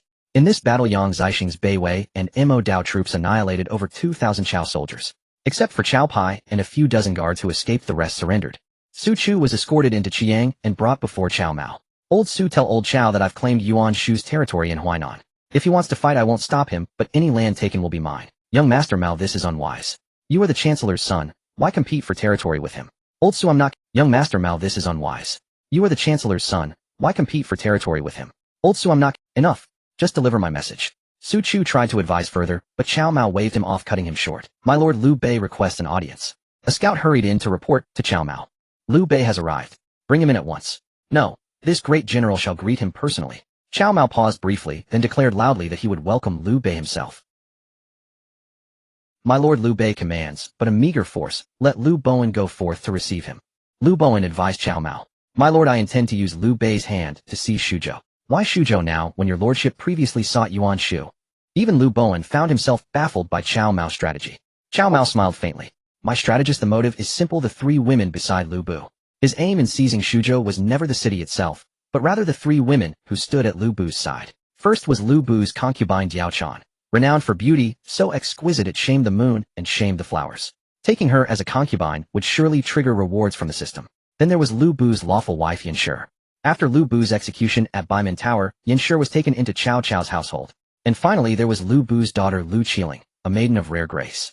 Cao Mao allied with Liu Bei solely to claim these three women and take them as concubines. Liu Bowen suddenly understood. "My lord, you shall bear this burden yourself. Alas, your subordinate cannot shoulder it in your stead." Cao Mao curled his lips in mild disdain. With his pure young body, golden kidney, and unmatched stamina, how could he possibly delegate such a duty to Liu Bowen or others? "My strategist, for the sake of all under heaven, this great general shall exhaust himself utterly, and deem it wholly worthwhile." "My lord, your devotion commands my deepest reverence," Liu Bowen declared solemnly. The city gates swung wide open. Escorted by Li Cunxiao and Liu Bowen, Cao Mao rode forth beyond the walls of Chiang City. "Elder brother Cao Mao has actually emerged from the city. Clearly he holds you in high esteem. Yin Chong, do not speak rashly. Cao Mao is no ordinary man. His military acumen alone reveals his profundity. Just moments ago Su Chu, the very commander of Chao's elite forces, was captured alive by him. Our army's prowess pales even before Chao's own troops. Elder brother, why must you always elevate others while diminishing our own strength?" Guan Yu scoffed, his expression haughty. "Is that Liu Yuzhou over there?" Cao Mao reined in his steed and raised his voice. Liu Bei hastily dismounted, hurried forward several paces, and bowed deeply before Cao Mao's horse. Liu Bei pays homage to the great general. Cao Mao too dismounted and stepped forward, extending his hand in friendly greeting. "Lord Liu Yuzhou, Liu Bu is truly despicable. When he fled like a stray dog, you granted him refuge in Xiaopei. Yet this treacherous turncoat seized Shuzhou the moment your defenses lay bare. This great general holds men like Liu Bu in utter contempt. Lord Liu Yuzhou, I have resolved, myself at the head of my armies, to march alongside you and reclaim Shuzhou." Liu Bei stood frozen. Never had he imagined that at their very first meeting Cao Mao would denounce Liu Bu so fiercely before his face, or pledge military aid to retake Shuzhou. He could scarcely believe his ears. Even Guan Yu, customarily arrogant, abandoned his pride. Leaning close behind Liu Bei, he whispered urgently, "Elder brother, accept the great general's offer at once." Yet Liu Bei was far more calculating than Guan Yu assumed. Great General Shuzhou was never truly mine. Upon his deathbed, Tao Gongzu entrusted it to me, but I declared then that I would merely hold it in stewardship. Should a worthy ruler arise, Shuzhou shall willingly pass into his hands. Cao Mao glanced coolly at Liu Bei. "Then Lord Liu Yuzhou, you consider Liu Bu worthy?" Liu Bei hesitated. Guan Yu, unable to contain himself any longer, burst forth. "What worth does Liu Bu possess? He slew Ding Yuan for a mere steed, and murdered Dong Zhuo for a woman. My elder brother treated him as kin, yet he exploited my brother's benevolence to usurp Shuzhou. Where lies his virtue? This valiant general, so formidable in bearing. Who might he be? Cao Mao feigned ignorance, smiling as he turned to Liu Bei. Liu Bei bowed respectfully. "Your lordship, this is my second brother Guan Yu, courtesy named Yin Chong. Together with me and my third brother Zhang Fei, courtesy named Ida, we swore brotherhood beneath the peach trees, bound as sworn kin despite differing surnames. The same Guan Yu, General Guan Yin Chong, who slew Hua Xiong at Hulao Pass after warming wine." Cao Mao affected astonishment. "Indeed, it is truly my second brother Yun Chong." Guan Yu's countenance glowed with quiet pride at Hulao Pass. Before 18 feudal lords and hundreds of thousands of troops, he had slain Hua Xiong, the fierce general of Dong, which was host. His renown soared overnight. Ah, General Yun Chang. Long have I heard of your peerless valor unmatched among the three armies. Today seeing you in person, I find the legends wholly true. Surely Lu Bu seized Shuzhou only in General Yun Chang's absence. Precisely so, great general. Lu Bu struck while Guan Yu and my elder brother were away, and my third brother Ida neglected his duty through drunken negligence. Had I been present in Shuzhou, Lu Bu would not dare, even if granted 10 times his courage, to seize my elder brother's domain. Yin Chang. Liu Bei, sensing his brother's growing arrogance under Cao Mao's flattery, leaned close and murmured a quiet warning. Elder brother, the great general speaks truth. Had I remained in Shuzhou, Lu Bu would not dare raise a banner against my elder brother's rule. Flattered beyond measure, Guan Yu had quite lost his bearings. General Yin Chang speaks truly. Lord Liu Yuzhou, the son of heaven himself, has issued an edict commanding Lu Bu to lead his forces against the usurper Yuan Shu.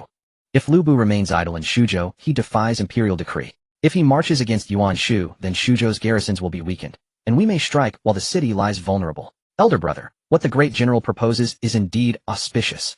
A golden opportunity rare as a phoenix's feather. Guan Yu had long yearned to reclaim Shuzhou, but until now no opening had presented itself. Now Cao Mao had first exalted Guan Yu to celestial heights, then unveiled the perfect moment to seize Shuzhou. How could Guan Yu resist? Only Liu Bei remained hesitant.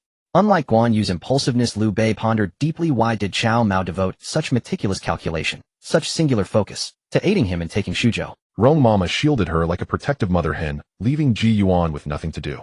She had wanted to give that old hag a piece of her mind, but from the moment she entered until now she hadn't even managed to say 2 words. Cao Mao regarded Liu Bei with a knowing smile. Whom does the great general seek? Before Liu Bei could reply, Guan Yu blurted out the question, unable to contain his impatience. Gao Chan. Cao Mao named her plainly, making no mention of Yin Shi or Lu Qiling, Lu Bu's wife. Gao Chan. Ah, I see. Merely Lu Bu's concubine. That poses no difficulty. The great general may take her freely. Guan Yu dismissed the matter lightly. After all, she was not his woman, and granting her to Cao Mao cost him nothing but goodwill. Great general, is this truly fitting? Though Jiao Chan is but a concubine, she remains Lu Bu's consort. To conquer his city and seize his woman, surely this is no act of a noble man. Elder brother, she is but a woman. And was she not herself taken by Lu Bu from Dongjua? Indeed, General Yun Chang speaks wisely. If Lu Bu may seize, why may not this great general? Lord Liu Yuzhou, General Yun Chang. Having met you both, I feel as though we share kindred spirits. This great general shall host a banquet in your honor. Pray follow me. Cao Mao hosted a grand banquet for Liu Bei and Guan Yu in Chiang City. Meanwhile, Xiao Pai, tumbling headlong along the road, collided unexpectedly with Xiahou Dun and Xiao Ren, the vanguard commanders dispatched to subdue Yuan Shu. Cao Mao, this ungrateful son. He's rebelling. He's rebelling. News of Su Zhu being captured and 2,000 soldiers from the Cao army being slain by Cao Mao, with 3,000 taken prisoner, reached the central camp of Cao Cao. Cao Cao was in the middle of a meal when he angrily slammed his bowl onto the table, exclaiming, he's rebelling. He's rebelling. This ungrateful son Cao Mao is rebelling. Who is willing to fight and bring this ungrateful son, Cao Mao, to justice? In the central tent the generals fell silent. No matter how Cao Mao was no longer favored by Cao Cao, he was still Cao Cao's biological son. If he were to be caught, it would leave an irreparable rift between them. Moreover, even Su Zhu, known as the Tiger Madman, had been captured. He was one of the fiercest generals alongside Dian Wei in the Cao camp. If even he could be taken, the many warriors under Cao Cao's command dared not act recklessly at this moment. Congratulations, my lord, congratulations. Cao Cao looked up to see Sun Yu standing before him with a beaming smile. This ungrateful son hasn't killed me with anger. Are you trying to kill me? This son has harmed my 5,000 soldiers, captured my beloved General Su Zhu, and even harmed his own brother. How can you still congratulate me? Sun Yu maintained his smiling demeanor. My lord, do not be angry. My lord is young Master Mao, not your son. Humph, this ungrateful son Cao Mao. I was just about to sever ties with him as father and son. No.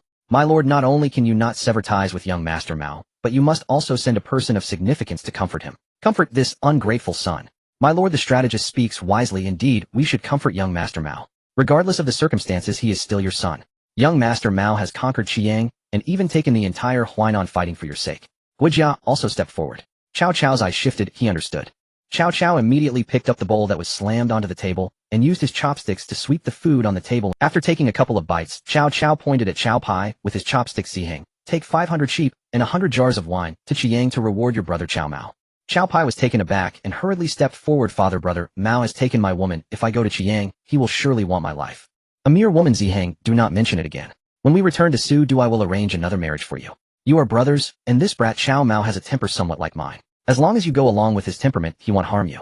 Ziheng, you can show the demeanor of an elder brother. Feng Xiao accompany young master Ziheng. Understood. Guojia did not say much and bowed in agreement.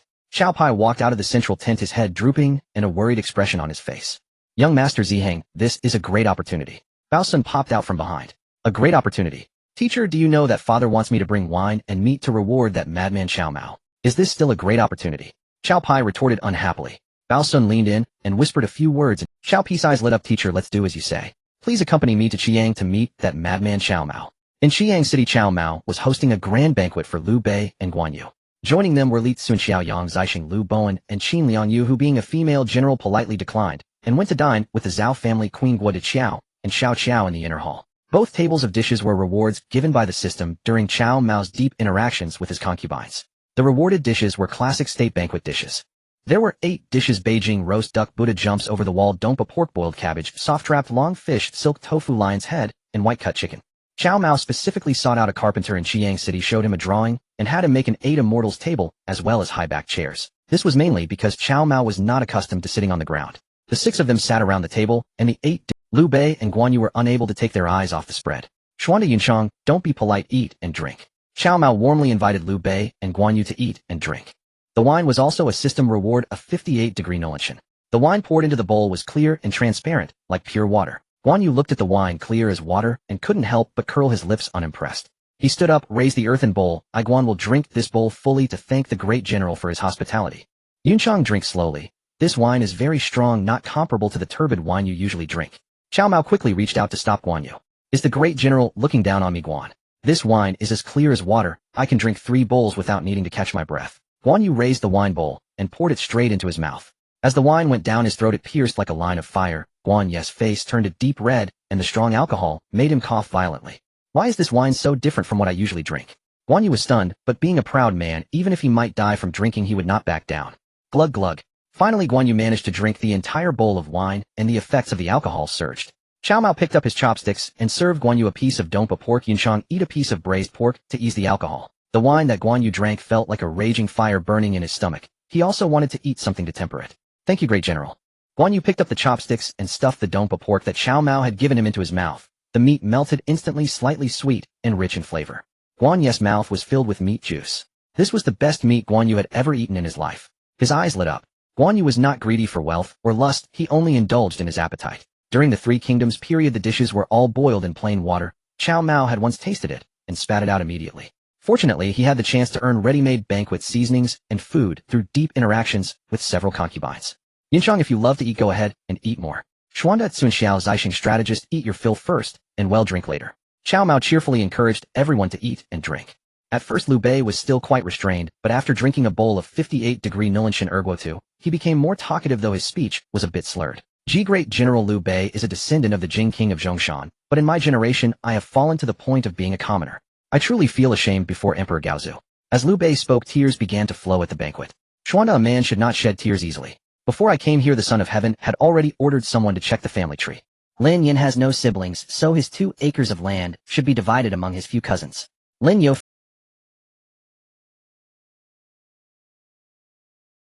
Great General Liu Bei has lost his composure. It's fine, Xuanda. If it weren't for this relation, how could the Son of Heaven send you a secret edict for a mere county? Xuanda, the Emperor stands behind you. What have you to fear? Tomorrow this great general shall accompany you to seize Shuzhou. Cao Mao plied Liu Bei with drink and coaxing words while Guan Yu and Liu Bowen chimed in from the side. At last Liu Bei steeled his resolve. Great General Liu Bei is willing to follow your command. Excellent. Xuanda is indeed a hero of valor. The realm of Great Han can only be restored through heroes like Xuanda. Xuanda, when the Han dynasty is revived and the old capital reclaimed, you and I shall drink to our heart's content. Liu Bei stood transfixed, repeatedly savoring Cao Mao's words. Revive the Han, return to the old capital. He murmured, well spoken indeed. Great General, this too is Liu Bei's lifelong aspiration. Great General, a man named Cao Pai outside the city seeks an audience claiming to be your elder brother. The city warden reported. Cao Pai, that persistent soul, didn't he flee back? Why has he returned? How many men does he bring? Cao Mao surmised that Cao Pai must have returned to Cao Cao and embellished his grievances against him.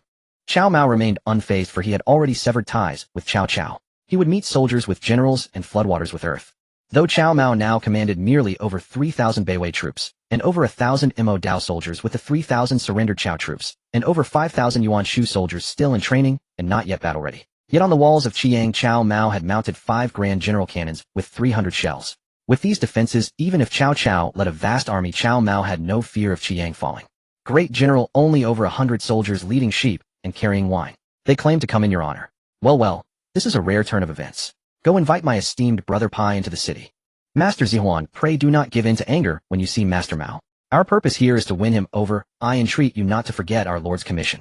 Guo Jia, noting Cao Pi's dark expression, offered a pointed reminder. Cao Pai forced a smile, clasping his hands to Guo Jia. Imperial sacrificant Guo Cao Pai takes your words to heart. Cao Pai knew well that Guo Jia enjoyed his father Cao Cao's deep trust. To contend for the heir's position, he would need to win over men like Guo Jia.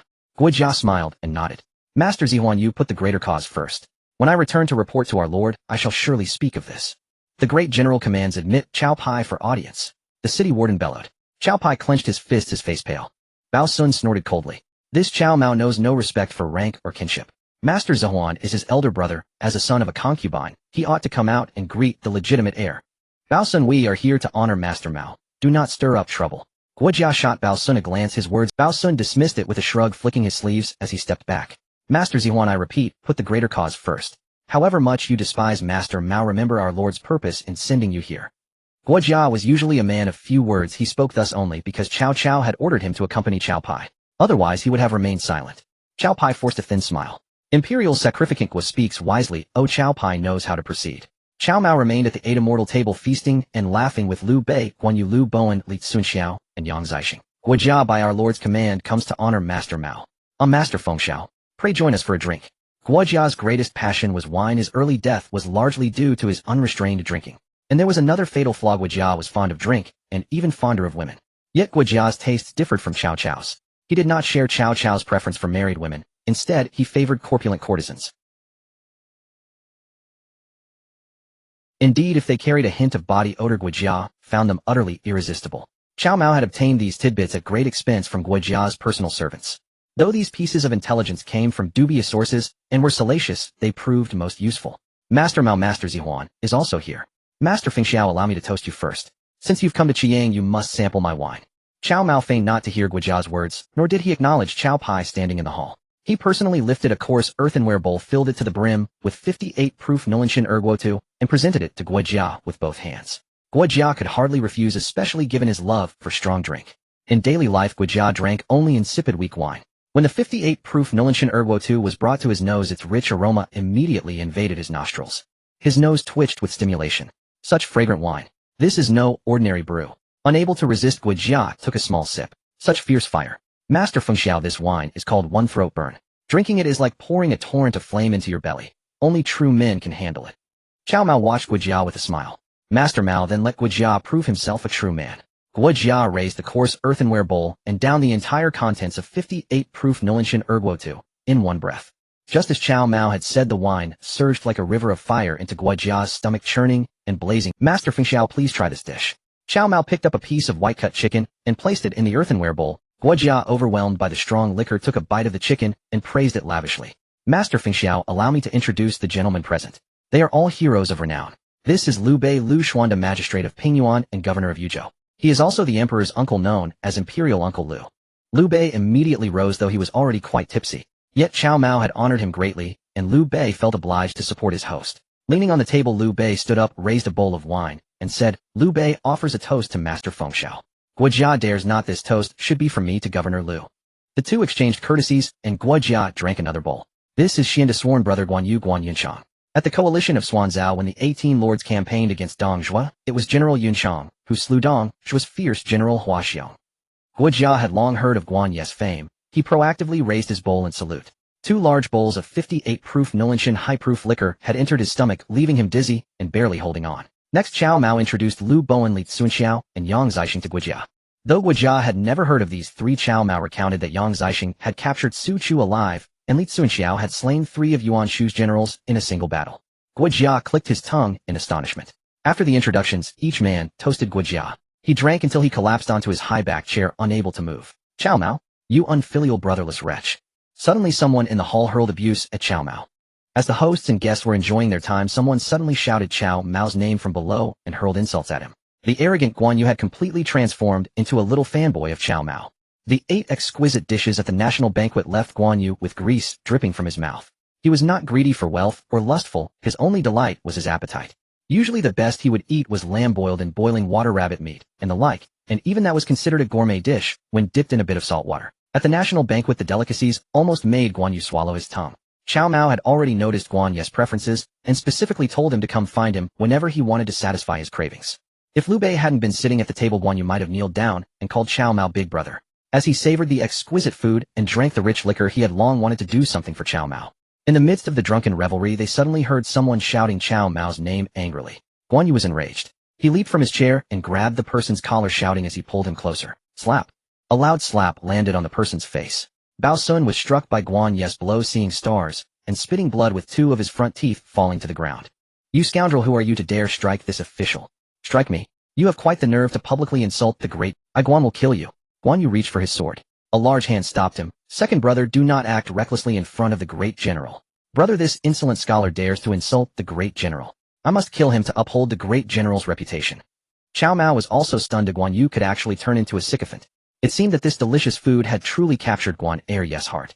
In the future, whenever there were system rewards of delicious food, I should send some to Guan Yu whenever possible. Old Cao, despite you sending Guan Yu gold, silver, jewels, and beautiful women, you couldn't win him over. All Cao Mao did was treat him to a grand feast and a national banquet, and now Guan Yu is mine. Old Cao, isn't that infuriating? Cao Mao Bao Sun is my Cao Peace teacher. If you dare to harm him, I will definitely report to father. Father will surely not let you off lightly. Cao Pai was both shocked and angry. Cao Mao originally intended to let Guan Yu release Bao Sun, but Cao Pai unexpectedly brought up Cao Cao to pressure him. Cao Mao chuckled. Brother Pai, you are mistaken. This is General Guan Yu Guanlong. You probably don't know who General Guanlong is, do you? Cao Pai snorted coldly, his tone mocking. Just a mere drunkard and glutton. Why should I care about him? Guan Yu was furious. He valued his reputation above all. Ever since Cao Mao welcomed him into Chiang City, he had been held in high regard. Cao Pi's words trampled all over Guan Yu's face. To insult Guan Yu as a mere drunkard and glutton. How could Guan Yu endure such an insult? Guan am a mere drunkard and glutton. Good.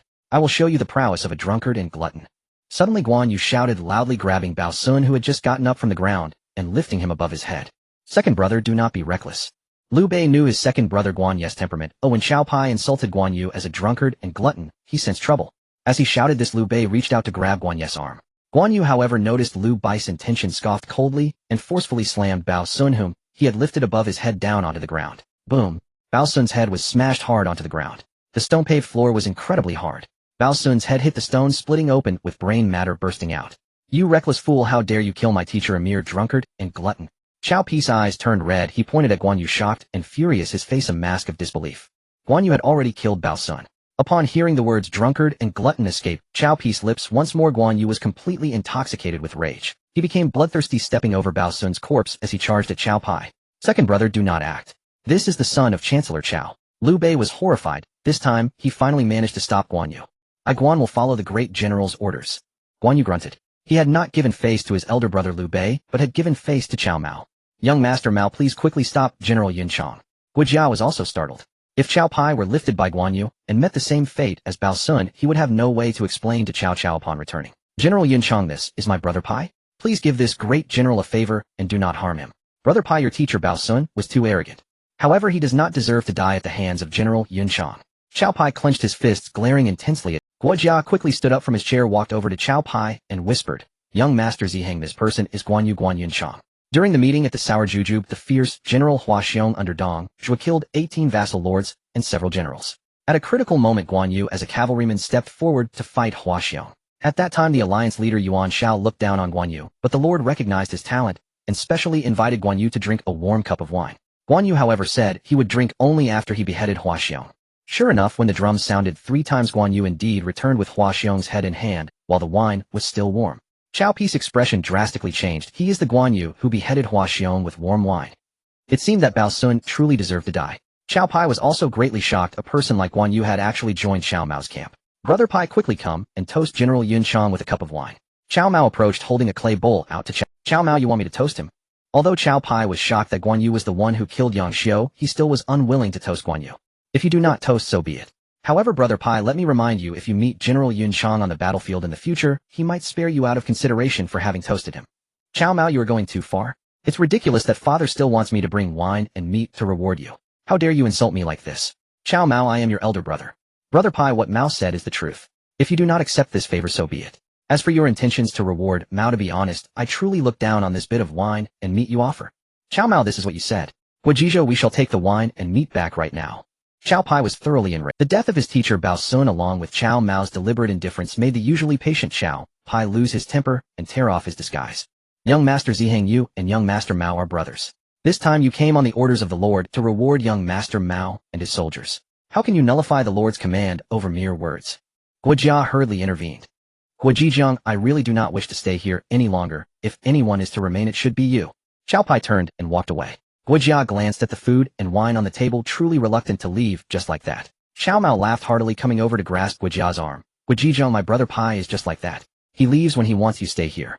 It is said that there are quite a few strong and robust courtesans in Xiang City, and I have arranged for a few of them for you. These ladies have a scent like musk deer. I guarantee you will like them. Cao Mao lowered his voice for the last part.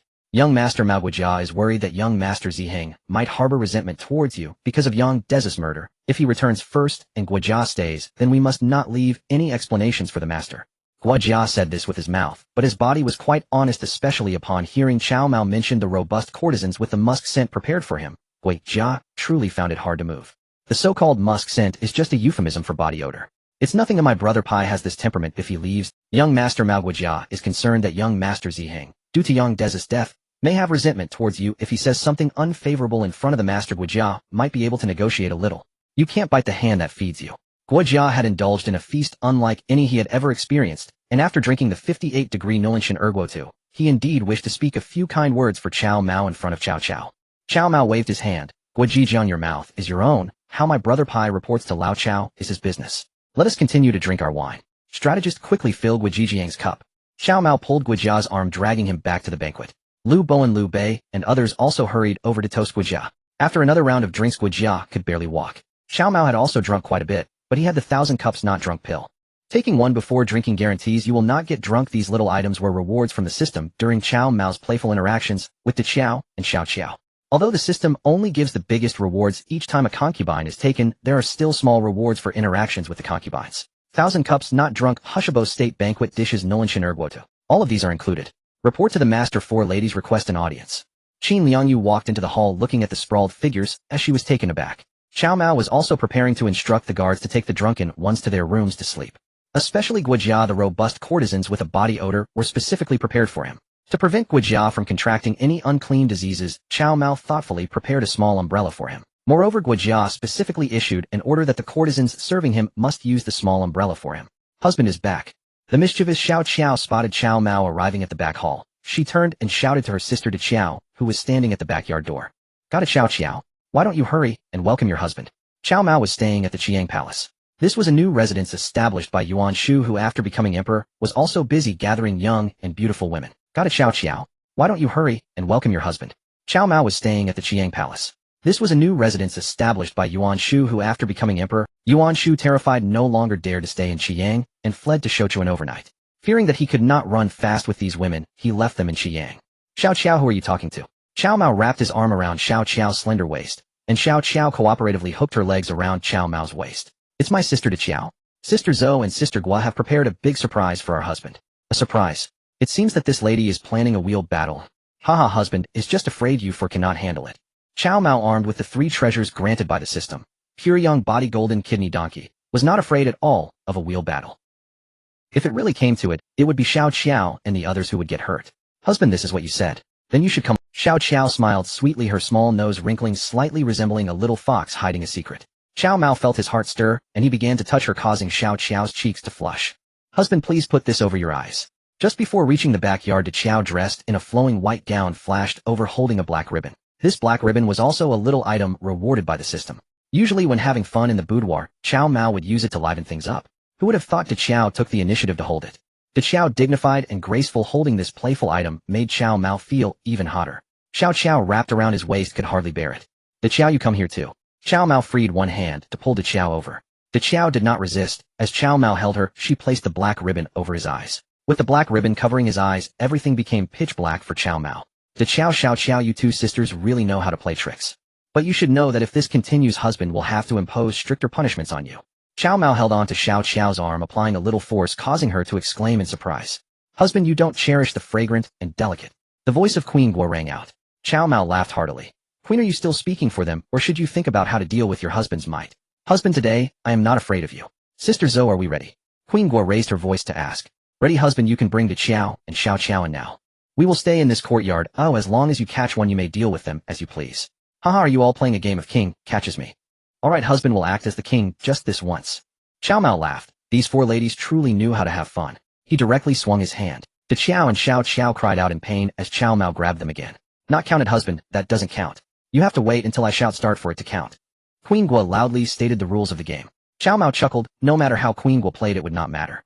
Cao Mao's strength and speed had significantly increased through his deep interactions with the four concubines, not to mention Queen Guo and the others. Even second-rate martial generals would find it hard to gain the upper hand against Cao Mao. Cao Mao estimated that with his skills capturing these ladies would be as easy as pie. Cao Mao released to Xiao and Xiao. He loudly asked, to Xiao, have you gone far? Cao Mao released to Xiao and Xiao. Guan Wang counted to 3 and declared the start. In the backyard, Cao Mao quickly caught a woman. Are you to Xiao? No, to Xiao is not this slender, nor Xiao, nor the queen, and certainly not Lady Zou.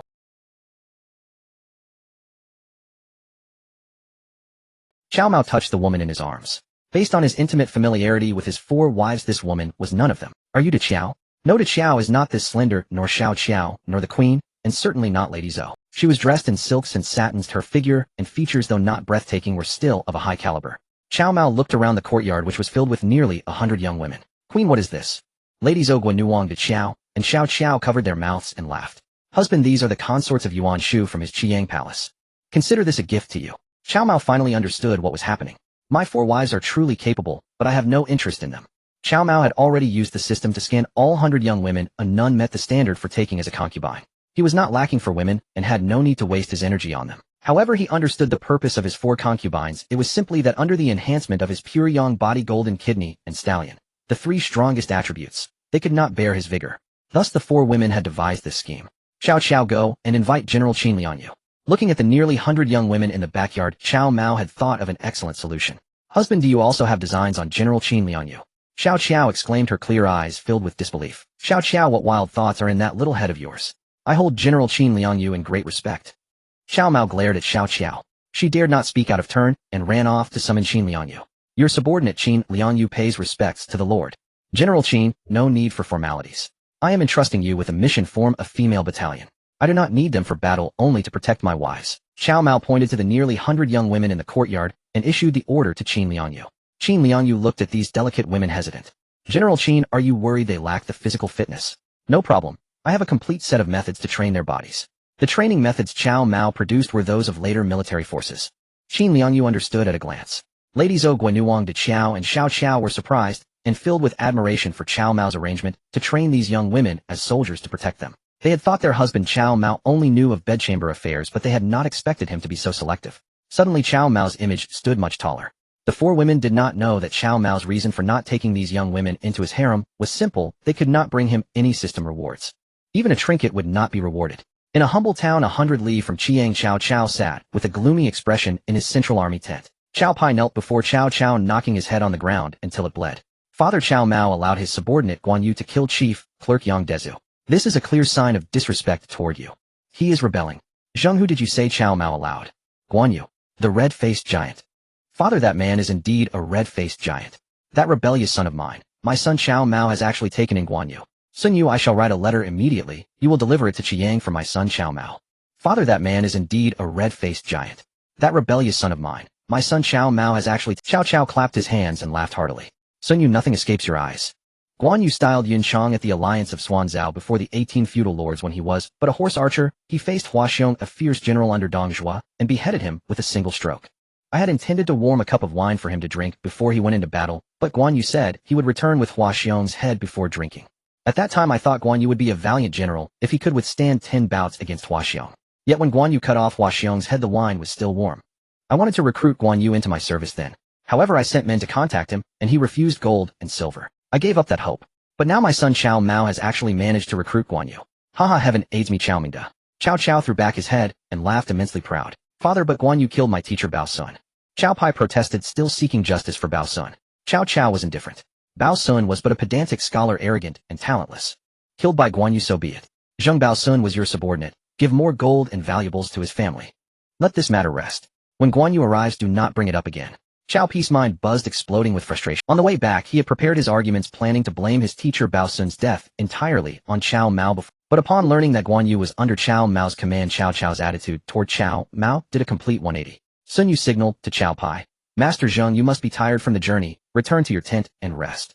But my esteemed teacher Baosun died like this. It's too easy on Cao Mao. Zhang Cao Mao is your younger brother. As the elder, you should show more tolerance.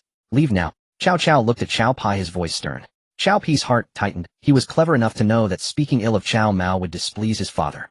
Cao Pi's mind stirred. He quietly approached the man and bowed deeply. Cao Pi pays respects to Master Wana. Jia Su had been left behind in Xuchang by Cao Mao. Cao Pi's mind stirred. He quietly approached the man and bowed deeply. Cao Pi pays respects to Master Wana. Jia Su had been left behind in Xuchang by Cao Mao. Leaving Jia Su in Xuchang was to gather intelligence and news about Cao Cao. However, this time Cao Cao had brought Jia Su along on the campaign against Yuan Shu. Jia Su held no official post. He served as an advisor to Cao Cao. Jia Su pays respects to Master Zhang. Jia Su hastily returned the bow with respect. Cao Pi grabbed Jia Zu's sleeve and spoke with deference. Master Wenhun, no need for formalities. I have already informed my father that I wish to have you as my teacher. I implore you to accept my request.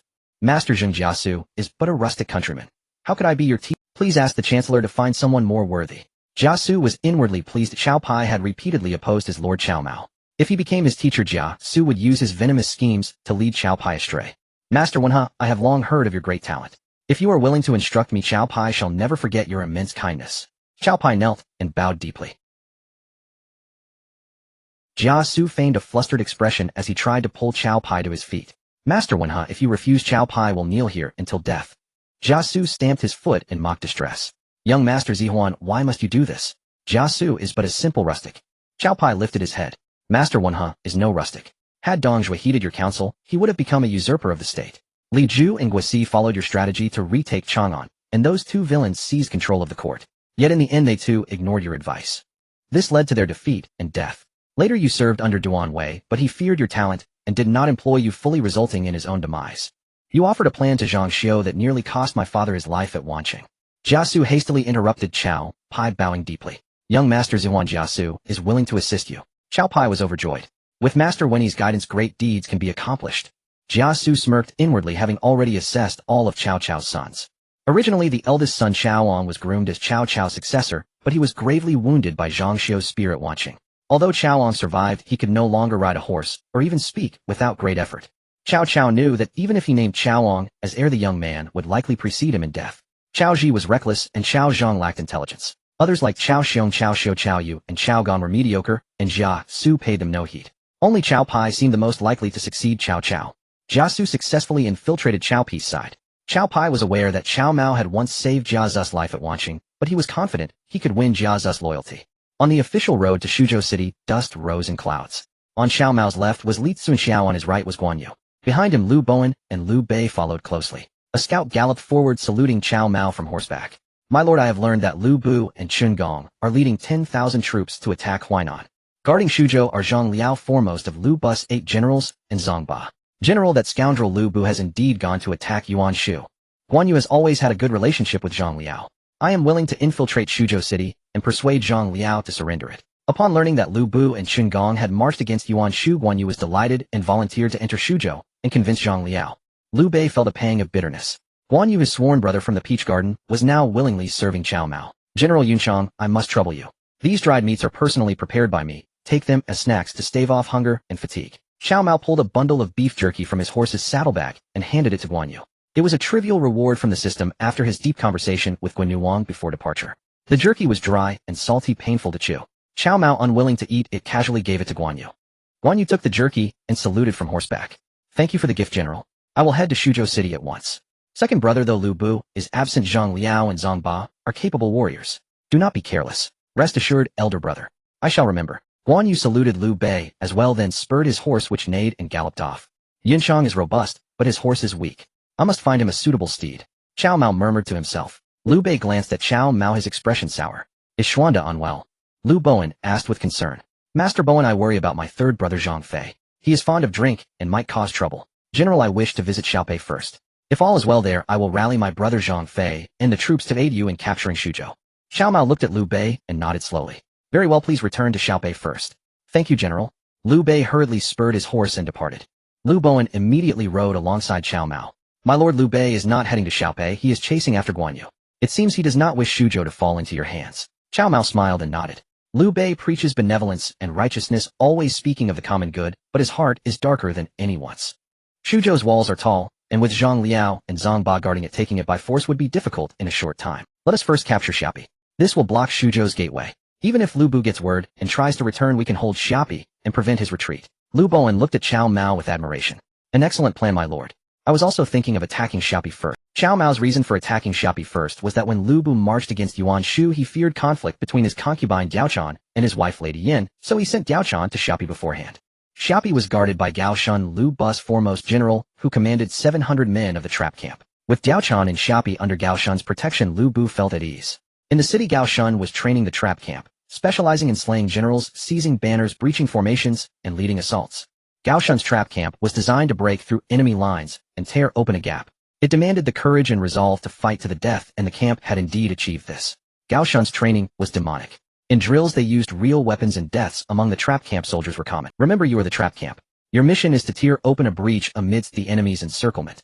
Dying in battle is your highest honor. Gao Shun stood before the 700 warriors of the trap camp, clenching his fist. General Gao, someone seeks an audience.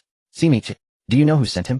The newly appointed Grand General Cao Mao. Cao Mao, in my view, even Yuan Shu dares to proclaim himself emperor. Our lord with his divine might, his Fangtian Huaji, and his red hairs. Our lord is foolish to march against Yuan Shu and Huainan, just because Cao Mao issued an imperial decree. In my view, even Yuan Shu dares to proclaim himself emperor. Our lord with his divine might, his Fangtian Huaji, and his red hair steed could conquer the realm. Why not declare himself emperor? Bring the man here. Let me see what nonsense that beardless youth can spew. Gao Shun held Cao Mao and uttered. A soldier of the Beiwei army with agile steps was brought before Gao Shun. He gave a slight bow. By my lord's command, I deliver a declaration of war to General Gao Shun. A challenge letter for me. Gao Shun's eyes, cold as blades, swept across the face of the Beiwei army soldier who had come to deliver the challenge. The Beiwei army soldier stood as straight as a javelin, his tiger-like gaze firm and unwavering as it clashed with Gao Shun's icy stare. They stared at each other for about half a minute. Gao Shun burst into laughter. You are a man of courage. I will not make things difficult for you. Bring the letter. The Beiwei army soldier stepped forward with his head held high slightly, leaning in to hand the challenge letter to Gao Shun. General Gao Shun, tomorrow at the hour of Chun Yu and I will each lead 700 soldiers into battle. General Gao Shun, please be sure to bring your trap camp. The signature was Grand General Cao Mao. Gao Shun sneered. What an insolent, inexperienced brat this Cao Mao is. With merely 700 soldiers, he dares to challenge my 700 trap camp troops. Go back and tell that whelp Cao Mao that I, this general, accept this challenge. Tomorrow at the hour of Chen 10 Li outside the city of Xiapi, I will surely slay Cao Mao. 10 Li outside Xiapi was a vast, open expanse of flat land. Gao Shun's trap camp was cavalry, and flat terrain was ideal for cavalry charges. Gao Shun counted the cavalry under various warlords. Even Yuan Shao of Jizhou with his vast forces had no cavalry that could surpass the trap camp. Cao Mao actually sent a challenge letter specifying a battle of 700 against Gao Shun's 700 trap camp troops. This was essentially seeking his own death. The next day at the hour of Chun 10 Li outside Xiapi, the land stretched out in a flat, unbroken plain. 700 infantry against my trapped camp. Sitting on his horse, Gao Shun stared at the soldiers wielding long blades and clad in heavy armor, the Mo Dao troops, and he was stunned. In Gao Shun's understanding, cavalry were the natural bane of infantry. Mo Dao soldiers clad in heavy armor and wielding long blades were still infantry. General, you were right. This Cao Mao is truly incompetent. Using infantry against cavalry is already a grave tactical error. Moreover, he dares to use infantry against your trap camp. This is simply suicide. Gao Shun's deputy Ho Chung pointed at the 700 Mo Dao soldiers standing together, laughing without restraint. What skill could a mere brat possess? No matter, let the brothers of the trapped camp use them for practice. Gao Shun looked at the 700 Mo Dao soldiers formed in battle array as if they were already dead men. Cao Mao sat upright on his horse holding a high-powered telescope. Needless to say, this trinket was a reward from his interactions with his 4 concubines. General Li Cunxiao, Gao Shun has arrived. Cao Mao handed the telescope to Li Cunxiao. Li Cunxiao took it, astonished to find he could clearly see even Gao Shun's facial features. This object is truly miraculous. At such a distance it can reveal the enemy general's face. Our lord is indeed one who can commune with the divine. Li Cunxiao was filled with awe. General Cunxiao, do you have the confidence to capture Gao Shun alive? You want him alive, my lord? I will do my best. Li Cunxiao did not overstate his ability in battle combat between generals was a matter of real steel and true skill. Weapons were blind, and if he failed to control his Yuan spear, he might accidentally crush Gao Shan. Very well. If you are not certain, then kill Gao Shan. Cao Mao remembered that Gao Shan was captured only after Lu Bu was taken. But Gao Shan was unyielding. He did not surrender to Cao Cao and chose death over submission. Seeing that Cao Mao had brought only infantry, Gao Shan had already grown contemptuous. The cavalry of his trapped camp also displayed arrogance. How boring. These infantry are nothing but wooden stakes, standing there without resistance. Slaughtering them all would be meaningless. Their weapons are quite eye-catching, and their armor is gleaming. It looks really good. Once we cut down these wooden stakes, their bright armor will be ours. Their large blades are not bad either. Using them in a charge would surely increase our power.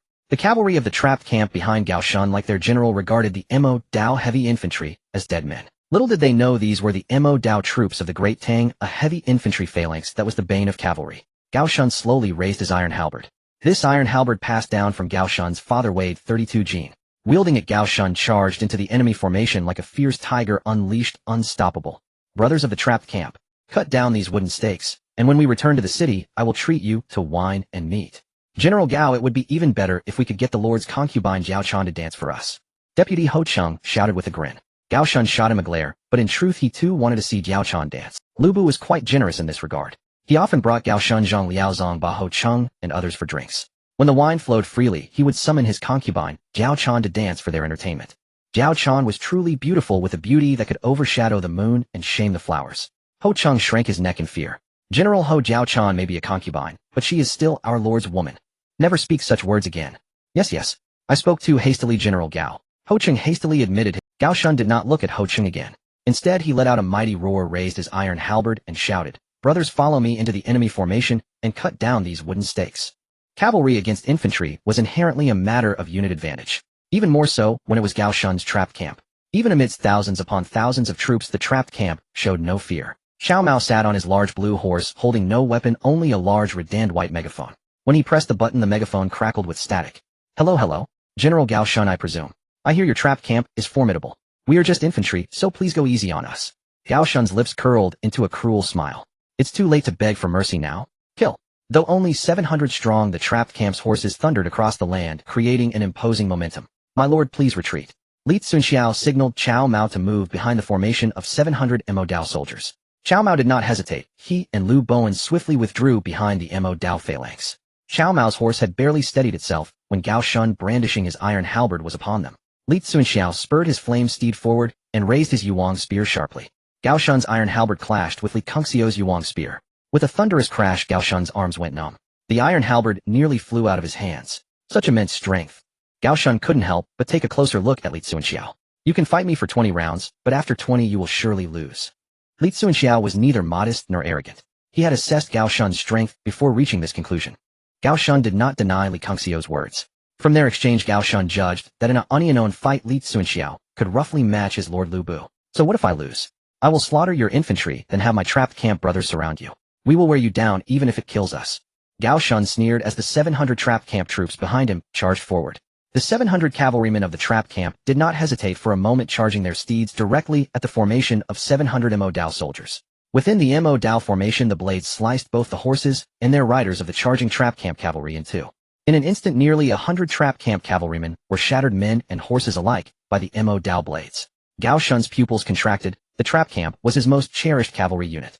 With this cavalry, Gao Shan had repeatedly torn gaping holes in enemy forces several times, even dozens of times his own size. The trapped camp had thus earned its fearsome reputation far and wide. Yet today the mighty trapped camp's first assault failed to breach the enemy infantry formation and suffered grievous losses.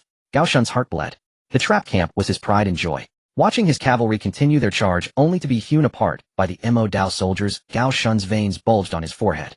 Gao Shan brandished his iron halberd, intent on charging into the Mo Dao formation himself. Li Cunxiao sneered, blocking his path with the Yuan spear. Trapped by Li Cunxiao, Gao Shan was forced to engage him in combat. As Li Cunxiao and Gao Shan were locked in a fierce stalemate, a green signal flare soared from the direction of Xiapi City and exploded in midair. Lu Bowen swiftly reported from horseback to Cao Mao. Congratulations, my lord. General Yang Zixing has led 500 of the Backbone Army into Xiapi City under the banner of Lu Bu. The city is now in our hands. Excellent. Well done. Cao Mao clapped his hands in approval. Gao Shan spotted the green flare's explosion and identified its location as Xiapi City. Gao Shan feared for Xiapi City's safety. Before Lu Bu departed to campaign against Yuan Shu, he had specifically moved Gao Chan from Suzhou to Xiapi. Lu Bu had sternly ordered Gao Shun to guard the city well. Gao Shun had also sworn a military oath before Lu Bu. His anxiety over Xiapi city created a moment of distraction, which Li Cunxiao seized. Li Cunxiao feinted with his spear, and Gao Shun wheeled his horse to flee. Li Cunxiao struck the horse's leg with his spear, sending the beast crashing to the ground with a pained whinny. Gao Shun tumbled to the ground. As he tried to rise, Li Cunxiao's Yuang spear was already at his head. Gao Shun, you are captured. Li Cunxiao's voice was devoid of emotion, cold and ruthless. Cao Mao rode up. General Gao Shun, Xiapi city has fallen into my hands, and you are now my prisoner. As the old saying goes, water flows downhill, and people strive for betterment. Following a brainless fool like Lu Bu offers no bright future. Surrender to me, and I can guarantee you a promising career. Gao Shun glared at Cao Mao and spat bah. Cao, when my lord returns, he will tear you limb from limb. Gao Shun cursed incessantly. Cao Mao was not angered. He knew Gao Shun was talented, and killing him would be a waste. To win him over, he had to wear him down first like taming a hawk. Several soldiers came forward and handcuffed Gao Shun. The handcuffs were rose gold, a trinket rewarded to Cao Mao by the system. Gao Shun sneered inwardly at the flimsy cuffs, but felt a secret glee. Such a delicate little iron piece thinks to restrain me, Gao Shun. When the time comes, he'll snap it, kill my guards, and Gao Shun strained against the cuffs, but to his horror, the seemingly fragile rose gold band tightened the harder he pulled. General Gao Shun, trying to break the cuffs. Men, make it more challenging. Put them on behind his back. A soldier unlocked the tight cuffs on Gao Shun's wrists. Then they pulled his right arm back over his shoulder, and his left arm upward at an angle, locking the cuffs with a click into a Su Qin carries the sword position. Gao Shun struggled slightly, and the cuffs bit into his flesh, making him wince. Cao Mao, you brat.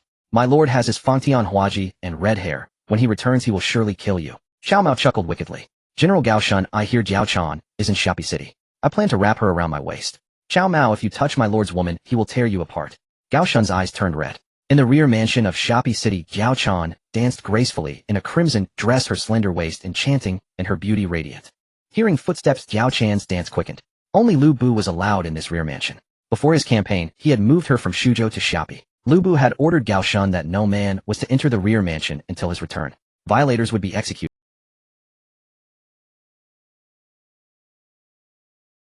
As she danced, Jiao Chan glimpsed a striking man in golden armor and a black cape striding toward her. Her heart leaped, thinking it was Lu Bu returning from battle. She danced with even more fervor. Truly a beauty that shuts the moon and shames the flowers. I never thought Cao Mao would see one of the four beauties alive. Ding, a concubine candidate detected. Jiao Chan. Successful concubinage grants rewards. Cao Mao's words ended, and the system alert arrived. Jiao Chan was startled, realizing the intruder was not Lu Bu, but a young man of about 18 or 19. Who are you?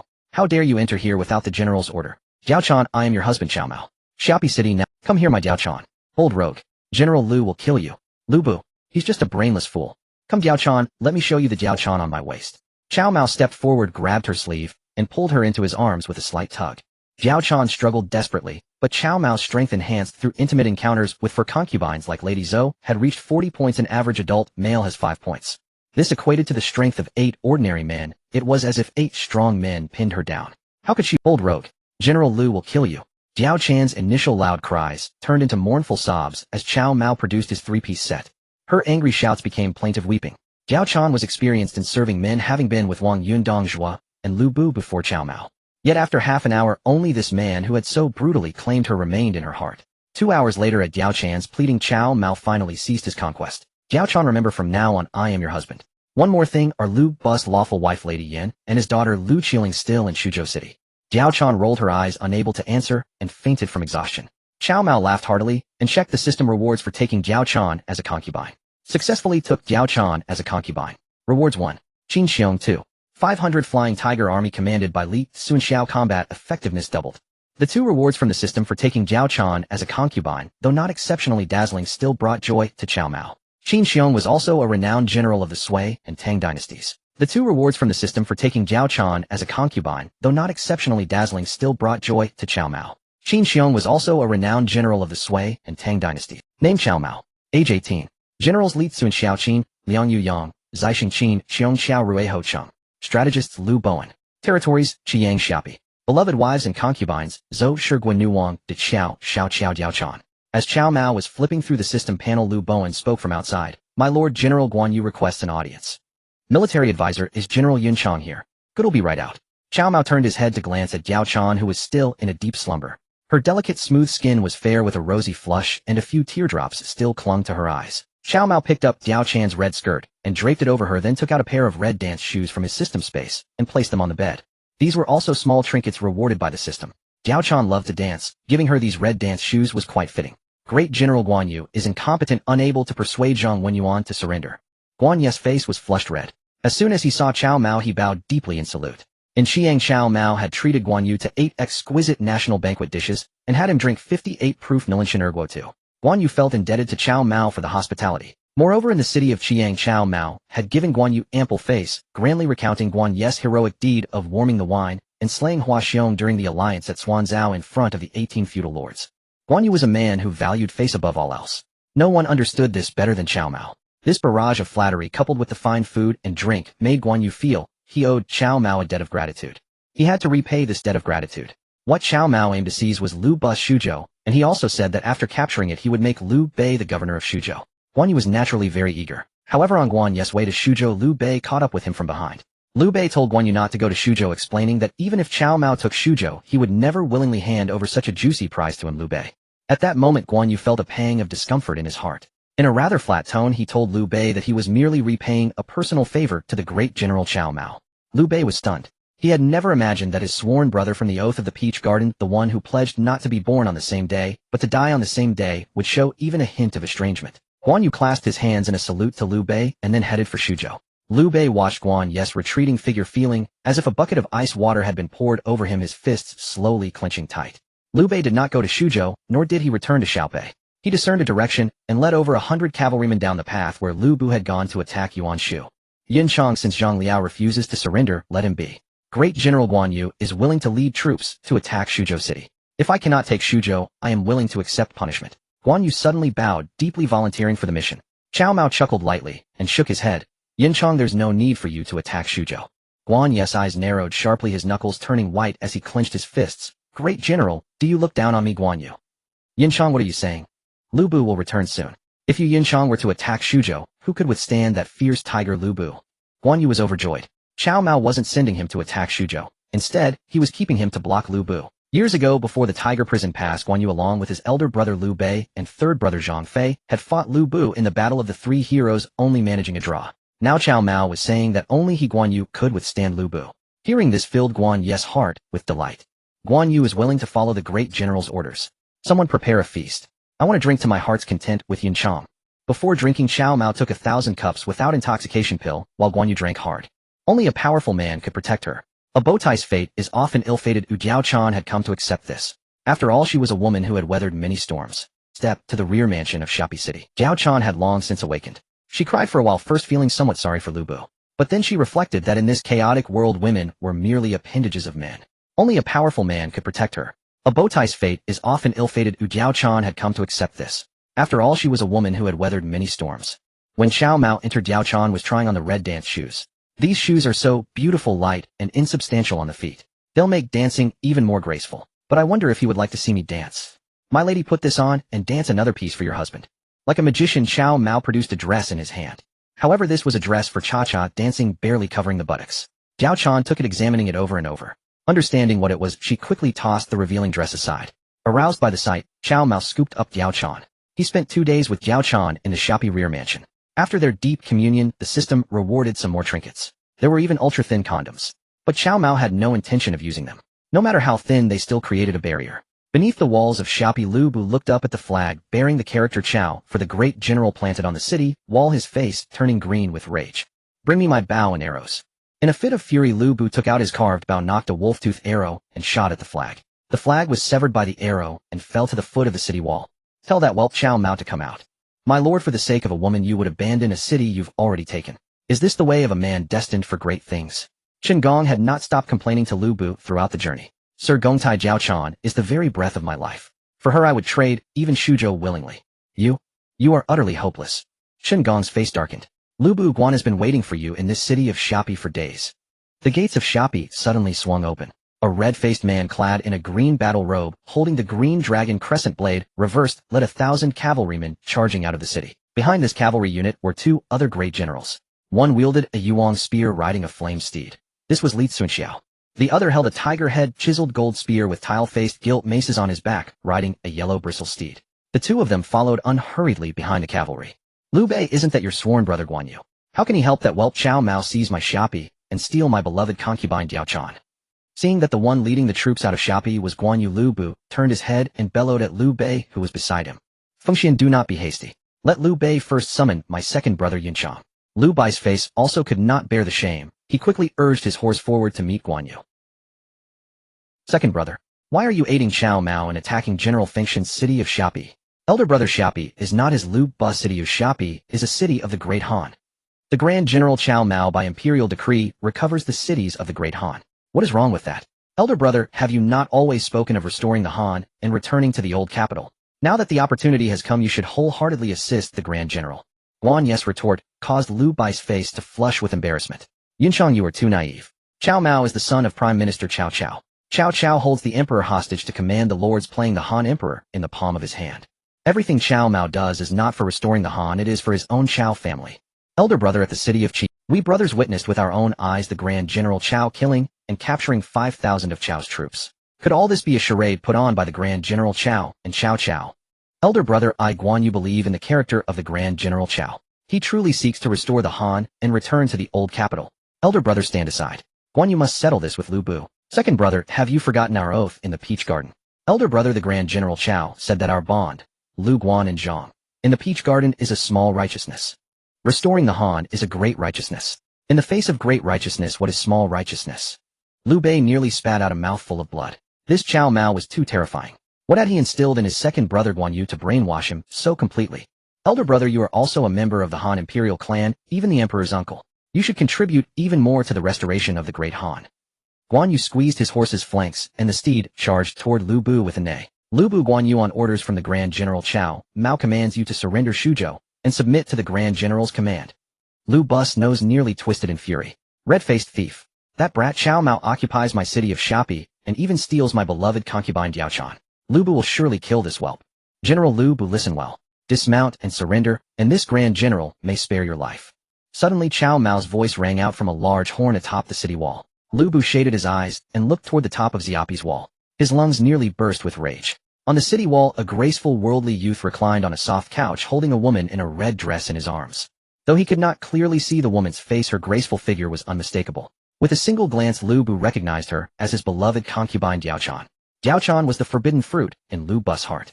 Liu Bu often had Diao Chan dance for his generals, but this was merely to showcase her beauty. If anyone dared to covet Diao Chan, Liu Bu would strike without hesitation. Now Liu Bu watched helplessly as his beloved Diao Chan was held in Cao Mao's arms, wantonly caressed. He could only curse his own inability to sprout wings and fly to Xiapi's tower to reclaim his beloved. Cao Mao, you whelp. Send Diao Chan out of Shapi immediately. I, Liu Bu, will cede this city to you. Otherwise my sky-piercing halberd and red hair shall trample Shapi and sever your head. Chen Gong, seated on his horse beside Liu Bu, could not help but frown. In his heart, Chen Gong secretly wished for Diao Chan to be taken by another. Cao Mao, you whelp. Send Diao Chan out of Shapi immediately. I, Liu Bu, will cede this city to you. Otherwise my sky-piercing halberd and red hair shall trample Shapi and sever your head. In the original tale, Liu Bu shot an arrow through a halberd at the camp gate to mediate the conflict between Liu Bei and Ji Ling. Gong Tai, my beloved Diao Chan, is still in that whelp Cao Mao's arms. What if she is harmed? Fengxian, even at a time like this you still think of that woman. Chen Gong wished he could crack open Liu Bu's lovesick skull and drain the water from it. General Yunchang, at Hulao Pass you never got your fill of fighting Liu Bu. Today this Grand General gives you this chance. If you defeat Liu Bu, his steed Red Hair shall be yours. General Yunchang. Guan Yu's greatest loves were fine food and fine horses. Liu Bu's Red Hair could travel 1,000 miles by day and 800 by night, a truly divine beast. At Hulao Pass, Guan Yu had already coveted Liu Bu's Red Hair. The large horn carried Cao Mao's words to Liu. Liu Bu trembled all over. His beloved concubine was being taken by Cao Mao, and now he intended to give his steed to Guan Yu to ride. Liu Bu's treasured concubine and prized horse were both being arranged by Cao Mao. How could he endure this bitter indignation any longer? Cao Mao, you whelp. I, Liu Bu, swear by this sky-piercing halberd to cleave your head. Liu Bu squeezed Red Hair's flanks, and with a mighty roar the steed charged toward Shapi. Seeing this, Guan Yu immediately swung his green dragon crescent blade and engaged Liu Bu in battle. Second brother, do not fight, General Fengxian. Liu Bei paced anxiously on the sidelines. Guan Yu did not reply, he merely swung his blade and clashed with Liu Bu. On the tower of Shapi, Cao Mao held Diao Chan as radiant as the moon goddess Change. Her red dress was already in disarray, and the undergarments beneath were items of great allure he had obtained as rewards from the system. Someone hang the gauze curtains. Cao Mao's ardor rising, he ordered his attendants to hang gauze curtains. Thin curtains were drawn, and Cao Mao on the soft couch atop Xiapi's wall lifted Diaochan. From the large horn came Diacon's soul-stirring ecstatic cries. Lu Bu's fury erupted from every pore. He parried Guan Yi's blade with his halberd, and cast a glance towards Xiapi's wall. Through the thin mist-like gauze he saw two figures intertwined. The two had become one. Lu Bu's throat burned with rage. He smashed aside Guan Yi's blade with his halberd. Red-faced thief, stop pestering me. I have no time for you today. I only seek to kill that brat Cao Mao. Lu Bu, defeat me first. Guan Yu snorted, coldly unmoved by Lu Bu's words. He continued to swing his blade, engaging in a fierce true duel. Under normal circumstances, Guan Yu would have been unable to withstand Lu Bu's halberd within 30 exchanges. But today was different. Lu Bu, enraged by Cao Mao, had lost his composure. Fury had consumed him entirely. Lu Bu's only thought was to storm Xiapi, and with his halberd grind the man who had stolen his beloved into dust. Second brother, withdraw at once. Liu Bei could no longer bear it. He quickly drew his twin swords and rushed forward, crossing them to block Guan Yi's blade, aimed at Liu Bu. Elder brother, are you siding with Liu Bu? Guan Yi's eyes blazed with fury as he glared at Liu Bei. Second brother, look at that Cao Mao. He defiles other men's wives and daughters, just like his father Cao Cao. How can we aid such a shameless wretch? Liu Bu, a thrice-vowed servant, slew his foster father Ding Yuan for a horse, and then murdered his other foster father Dong Zhuo for a woman. Elder brother, if truth be told, is it not Liu Bu who knows no shame? Guan Yu retorted sharply. Yunchang, my second brother, how can you raise your blade against your elder brother? If I have erred in any way, strike me down without hesitation. I, Liu Bei, shall not bear you any grudge. Tears streamed down Liu Bai's face. Elder brother, look at you weeping again. How could I ever raise my hand against you? Alas! Guan Yu sighed in vexation, for he dreaded Liu Bai's tears above all. Seeing that Guan Yu was already detained by Liu Bei, Liu Bu used the shaft of his sky-piercing halberd to tap the rump of his red-hair steed. The red-hair nade leaped into the air and charged towards Xiapi City. Liu Bu noticed that the gates of Xiapi City were wide open and the drawbridge was lowered across the moat. Fengxian, beware of treachery. Chen Gong saw Liu Bu charging recklessly towards Xiapi City with its open gates. He hastily called out to Liu Bu, paid no heed to Chen Gong. To him, even if an army of thousands lay in ambush within Xiapi City, none could stand in his way. Chen Gong, both alarmed and anxious, cursed Liu Bu inwardly for being a brainless fool. Yet having chosen to serve Liu Bu, he had no choice but to see it through. Chen Gong called out again, Fengxian, there is surely an ambush in the city. Do not enter rashly. With my red hair and sky-piercing halberd, how can that whelp Cao Mao stop me? That brat has defiled my beloved concubine.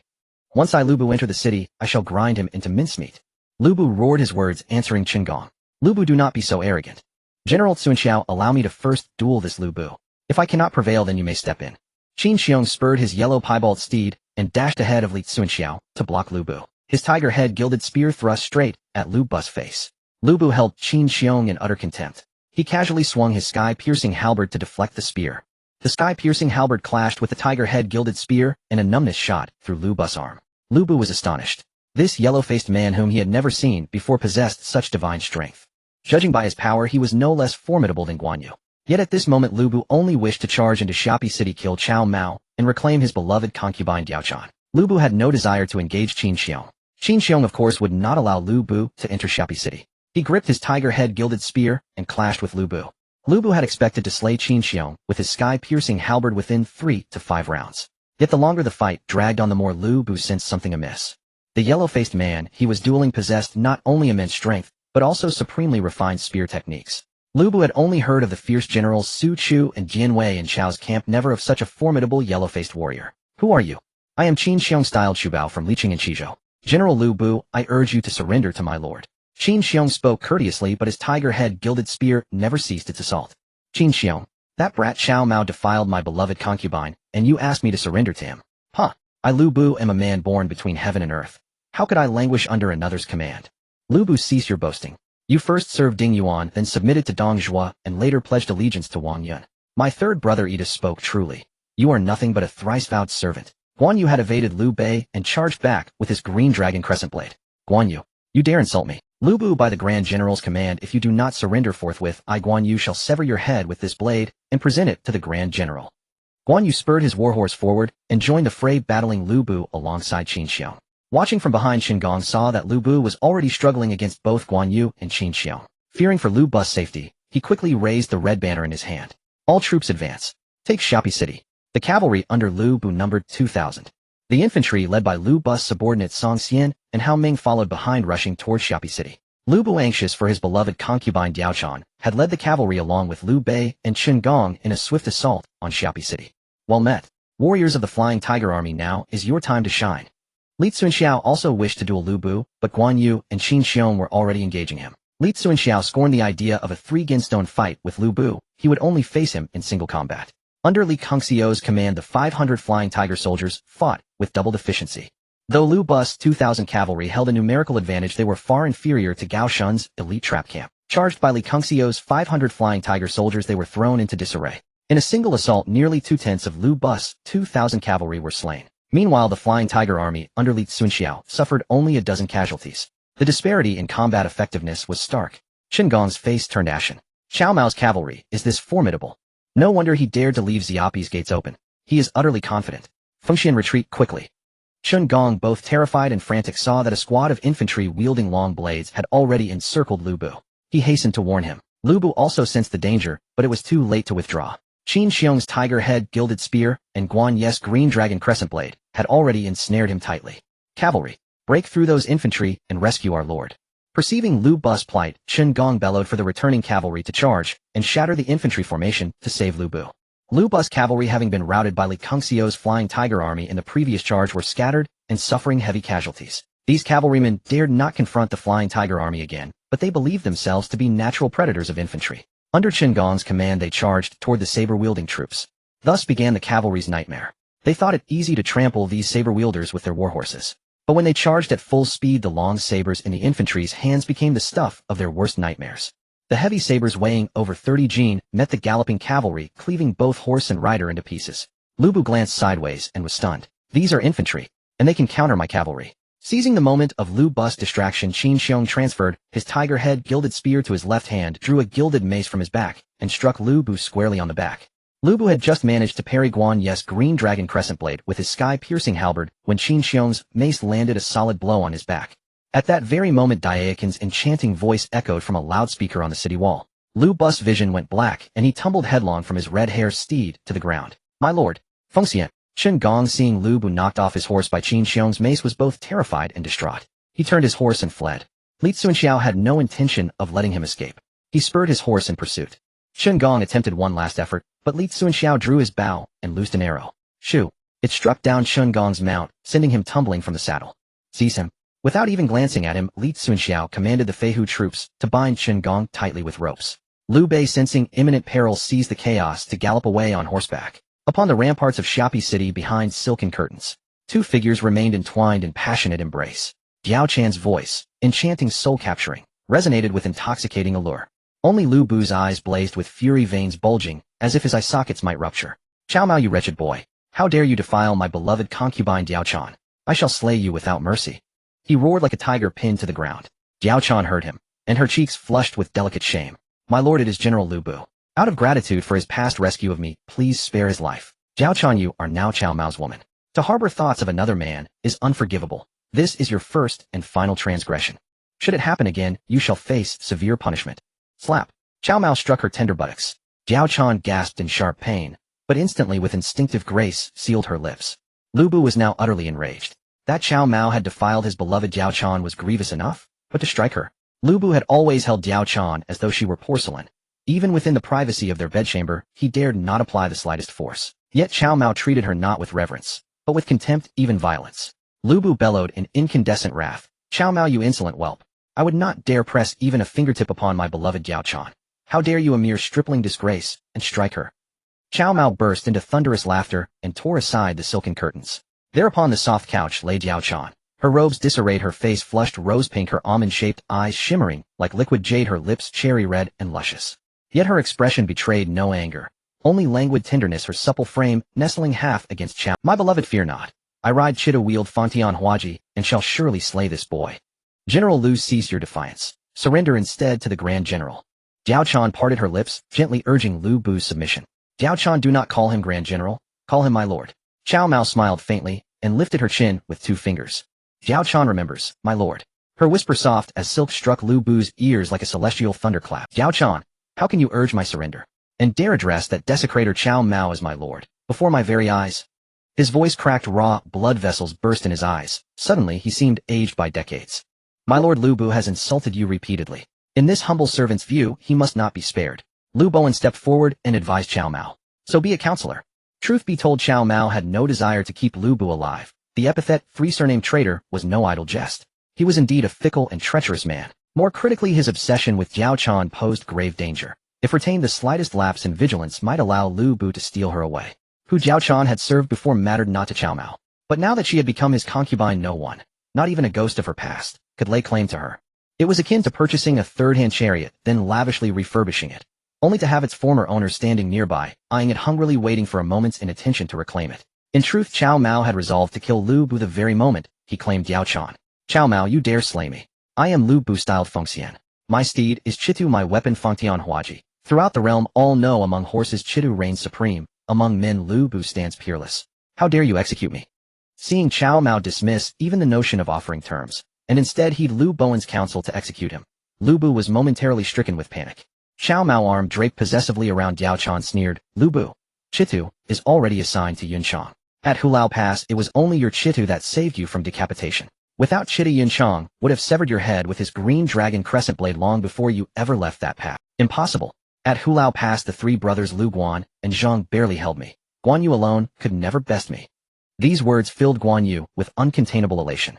The second lord, his phoenix eyes blazing, fixed Lu Bu with a piercing gaze. Lu Bu, His Excellency speaks true. Without Chitu, you could not withstand the blade I wield. This torrent of praise intoxicated Guan Yu utterly. Like drinking 3 gin of 58% Nulon Mountain Erguo, his face flushed crimson, his steps buoyant, almost weightless. This torrent of praise intoxicated Guan Yu utterly. Like drinking 3 gin of 58% Nulon Mountain Erguo, his face flushed crimson, his steps buoyant, almost weightless. Guan Yu thanks His Excellency for bestowing Chitu upon me. He prostrated himself deeply. Cao Mao accepted the homage without hesitation. Guards, take Lu Bu outside and behead him. Cao Mao raised his voice. Axe-wielding soldiers surged forward, seizing the ropes, binding Lu Bu, and dragging him toward the city gate for execution. Utterly terrified, Lu Bu cried out desperately, Cao Mao, no, no, Grand General, I swear fealty. I shall wield Fengtian Huaji to crush all rebels under your banner. Lu Bu, it is too late. Grand General, I beg to take you as my adoptive father. Lu Bu, do you take me for Ding Yuan or Dongjua? Who does not know you, the three-surnamed traitor, who stabs your own adoptive fathers in the back? Guards, drag him away and behead him. Though Lu Bu continued pleading for clemency, Cao Mao had already sealed his fate. A man so duplicitous, so entangled with his own concubine, could never be trusted. Moments later, a soldier reported, Lu Bu's head has been severed. Place it in a wooden casket, line the base with lime, and deliver it to Old Cao. Cao Mao issued the command. And before dispatching it to Old Cao, first bring it to the prison for Gao Shun to see. Gao Shun was confined in Xiapi's dungeon. Cao Mao ordered Lu Bu's head carried before him. Gao Shun stared blankly at his lord's severed head, then suddenly cried out, my lord, I come to join you beneath the earth. And with that he dashed his skull against the prison wall and died instantly. Hearing the report, Cao Mao sighed deeply. Grant General Gao Shun a full military burial. Yes, enter his body beside Lu Bu's. Among Lu Bu's retainers, such unwavering loyalty is rare indeed. Alas, Gao Shun's fidelity was noble, but blind. My lord, Lu Bu's 8,000 infantry lie only 20 li from Xiapi city. This humble servant requests permission to lead troops and crush them utterly. Li Cunxiao stepped forward to volunteer. Generals Li Cunxiao, Yang Zixing, and Qin Xiong. You three shall each command 500 cavalry. Divide, encircle, and annihilate Lu Bu's 8,000-foot soldiers in one decisive stroke. Rest assured, Your Excellency, we shall unite our strength and accomplish this task without fail.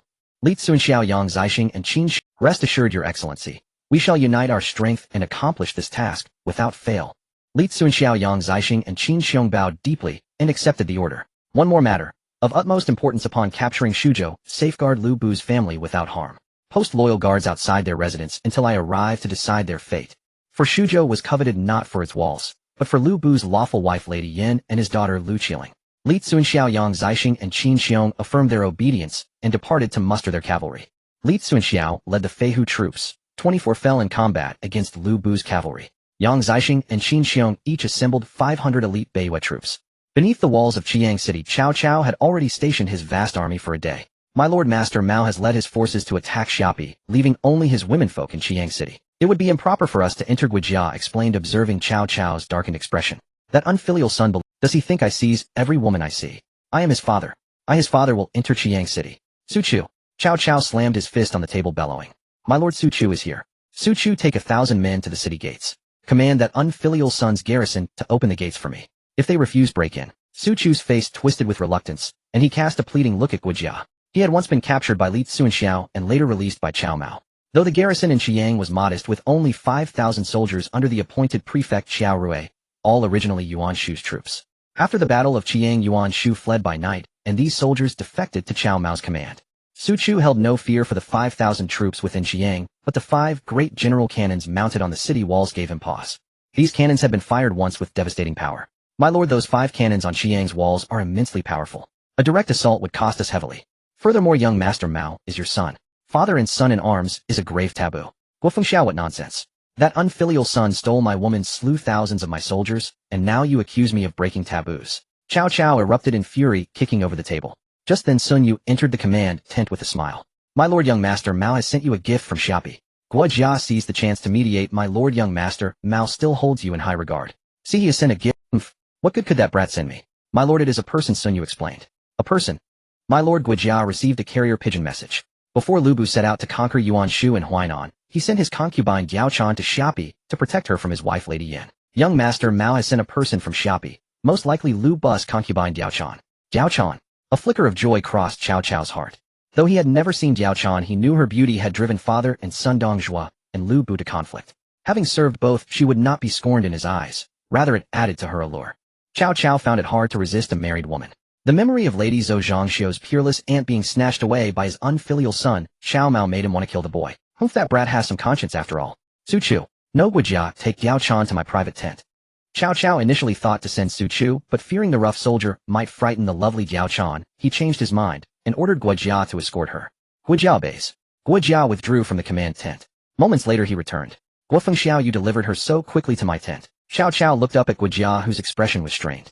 My lord, this person. He arrived only halfway. Halfway. Diao Chan arrived only halfway. What do you mean, Fengxiao? My lord, it is not Diao Chan. It is Lu Bu. That brat sent Lu Bu. Lu Bu, with his red hair steed and sky-piercing halberd, is unmatched. If I could recruit him, it would be like adding wings to a tiger. But how could that brat have captured Lu Bu alive? Cao Cao grew increasingly bewildered. Guo Jia dared not let him speculate further, and quickly reported, my lord, young Master Mao sent Lu Bu's head. Young Master Mao has beheaded Lu Bu, and sent you his head. That brat beheaded Lu Bu, and sent me his head. What does that unfilial son intend? Cao Cao roared in fury. He had initially believed Cao Mao sent Diao Chan, and had been anticipating sharing her bed after settling affairs. But instead of Diao Chan, he received Lu Bu. Cao Cao thought of Lu Bu's prowess, and how it would be a boon to recruit him. Yet the brat sent only Lu Bu's head. His expectations dashed repeatedly. Cao Cao's anger was inevitable. Attack. Take Chiang. Anyone who dares speak of fearing the city's cannons shall be executed. Cao Cao drew his green blade sword, and sliced off a corner of the overturned table. Inside, Chiang City Prefect Xiao Rui trembled with fear. He had already sent a messenger to Cao Mao for aid. Cao Cao had 100,000 troops camped outside, while the city held only 5,000 surrendered soldiers. These men had surrendered once, and would not hesitate to defect to Cao Cao. Xiao Rui hastily summoned Qin Liangyu, who was training female soldiers. General Qin Cao Cao himself leads 100,000 troops to our gates. Once they attack, this small city cannot hold. You must think of a plan. Qin Liangyu smiled lightly. Prefect Xiao, do not trouble yourself with defense. Just keep the citizens calm. I will handle the city's defense. Hearing this, Xiao Rui felt half his worry lift. Qin Liangyu left the prefect's residence with a squad of female soldiers and ascended the city wall. Standing atop the wall, she leaned against the parapet, gazing at the sprawling Cao camp stretching for miles. A cold smirk curled her lips. Bring the great loudspeaker. A female soldier prepared in advance handed her a battery-powered megaphone. Qin Liangyu raised the megaphone atop Chiang's wall and flipped the switch. Listen, you below. You have the time it takes one incense stick to retreat from Chiang. Otherwise, I shall show you my might. The megaphone's powerful voice carried far, reaching nearly all of Cao Cao's 100,000-strong army. A woman? Where did that brat find this woman? Loud voice, but what use is that in battle? Cao Cao scoffed. Father, I wish to lead a force into the city. Cao Pai, learning of his father's plan to attack Chiang, bounced with excitement. Cao Cao eyed the eager Cao Pai. Zheng, are you truly willing to lead the assault on Chiang? I am ready to follow your command, father, through fire and flood, without hesitation. Cao Cao clapped his hands. Good, Zheng. I give you 3,000 men to take Chiang City. Cao Pai, mounted on his warhorse, gritted his teeth as he glared at the dilapidated and low walls of Chiang City. Cao Mao, you stole my queen. Today I, Cao Pai, swear to trample Chiang City and subdue your woman beneath me. On the tower of Chiang City, Qin Liangyu watched the incense stick nearing its end, then cast her gaze upon the Cao army, led by a commander on horseback charging straight toward the city walls with 3,000 troops. She decisively raised her right hand. Artillerymen, open fire. Each cannon fires 5 rounds. Target the Cao army camp directly ahead. At Qin Liangyi's command, 5 grand general cannons were loaded and ready. Boom, boom, boom, boom. The 5 Grand General cannons lined up on the city wall, shells shot from the muzzles crashing into the Cao army camp and exploding. The Cao army camp was thrown into chaos. Horses and men tumbled and soldiers terrified by the sudden colossal explosions fled in all directions. My lord, flee quickly. Su Zhu stormed into Cao Cao's central command tent. Before the still-shaken Cao Cao could collect himself, Su Zhu had already hoisted him onto his back and bolted in the direction opposite Chiang City. The Grand General cannons on Chiang's battlements continued to fire shells. One landed not far from Cao Cao. Several Cao soldiers darting about like headless flies were caught in the explosion. Those soldiers were blown apart by the cannon shells, limbs scattering wildly. A severed arm blasted off, flew, and struck Cao Cao's face. The impact from the dismembered limb caused him sharp pain. Cao Cao, seized with terror, cried out, "Su Zhu, what is this thing?" Su Zhu did not answer. He simply focused on carrying Cao Cao and fleeing for their lives. Xiao Pai had already reached the foot of Chiang City, but when he looked back, his 3,000 Cao troops, witnessing their own camp being bombarded by the Grand General cannons, turned and fled without waiting for his orders. At Xiapi City, Cao Mao had already received the distress letter delivered by Qiao Rui's messenger. "Old Cao, I once considered you a convenient father, but now you seek to breach my Chiang City." At Xiapi City, Cao Mao had already received the distress letter delivered by Qiao Rui's messenger. "Old Cao, I once considered you a convenient father, but now you seek to breach my Chiang City. Then don't blame me for being disloyal." Cao Mao sent a reply to Qiao Rui telling him not to worry and to entrust the city's defense to Qin Liangyu. The messenger returned to Chiang City handing Qiao Rui Cao Mao's response. Upon reading it, Qiao Rui immediately took out a signal flare that Cao Mao had left him and loaded it into the flare gun. This flare gun was a one-time use item, a small trinket awarded to Cao Mao by the system. A red signal flare shot into the sky. Jia Su, stationed within the Cao camp, saw the red flare from Chiang's tower and began his covert operation. 30 elite soldiers selected from the Beiwei army crept to the Cao army's grain depot under cover of night and set a massive fire, igniting their provisions. That night, a strong northwest wind fanned the flames. By the time the still-shaken Cao Cao received the report, the inferno had completely consumed enough grain to feed 100,000 troops. Cao Cao laughed wildly in rage. "My lord, our army has lost nearly all its provisions. Without grain, the morale of the troops will surely collapse. Your subordinate advises a withdrawal back to Xuchang." Guojia offered his counsel to Cao Cao. Before Cao Cao could speak, Qiao Pai roared, "Imperial advisor, Cao Mao slaughtered thousands of our soldiers with his cannons and burned provisions for 100,000 men. How can such a vile villain be forgiven? Father, your son is willing to lead a special force to dig a tunnel under the city walls under cover of night and enter." "Young Master Zihuan, absolutely not. Master Mao commands like a deity. If you dig a tunnel into Chiang City, he surely has already made arrangements." Imperial advisor Guo Yu defend him so persistently. "Could it be that you've been bought off by that villain Cao Mao?" Qiao Pai snorted coldly, interrogating Guojia. "Zihuan, I grant you 1,000 soldiers. Tonight you will dig a tunnel and enter Chiang City." Cao Cao's face darkened as he approved Qiao Pai's request. "Thank you, father. Your son will not disappoint your high expectations." Qiao Pai bowed with clasped hands and left to prepare. "My lord, you were actually already inclined to withdraw the army, so why did you still let young Master Zihuan lead a night raid?" "Guofeng Xiao, take my secret order to Xiapi City. Deliver it to Cao Mao, commanding him to capture Shuzhou City, and if Cao Mao disobeys this order, tell him that his elder brother Zihuan will take control of Chiang City." Guo Jia was startled. Cao Cao was indeed unfathomably cunning. He would even scheme against his own son.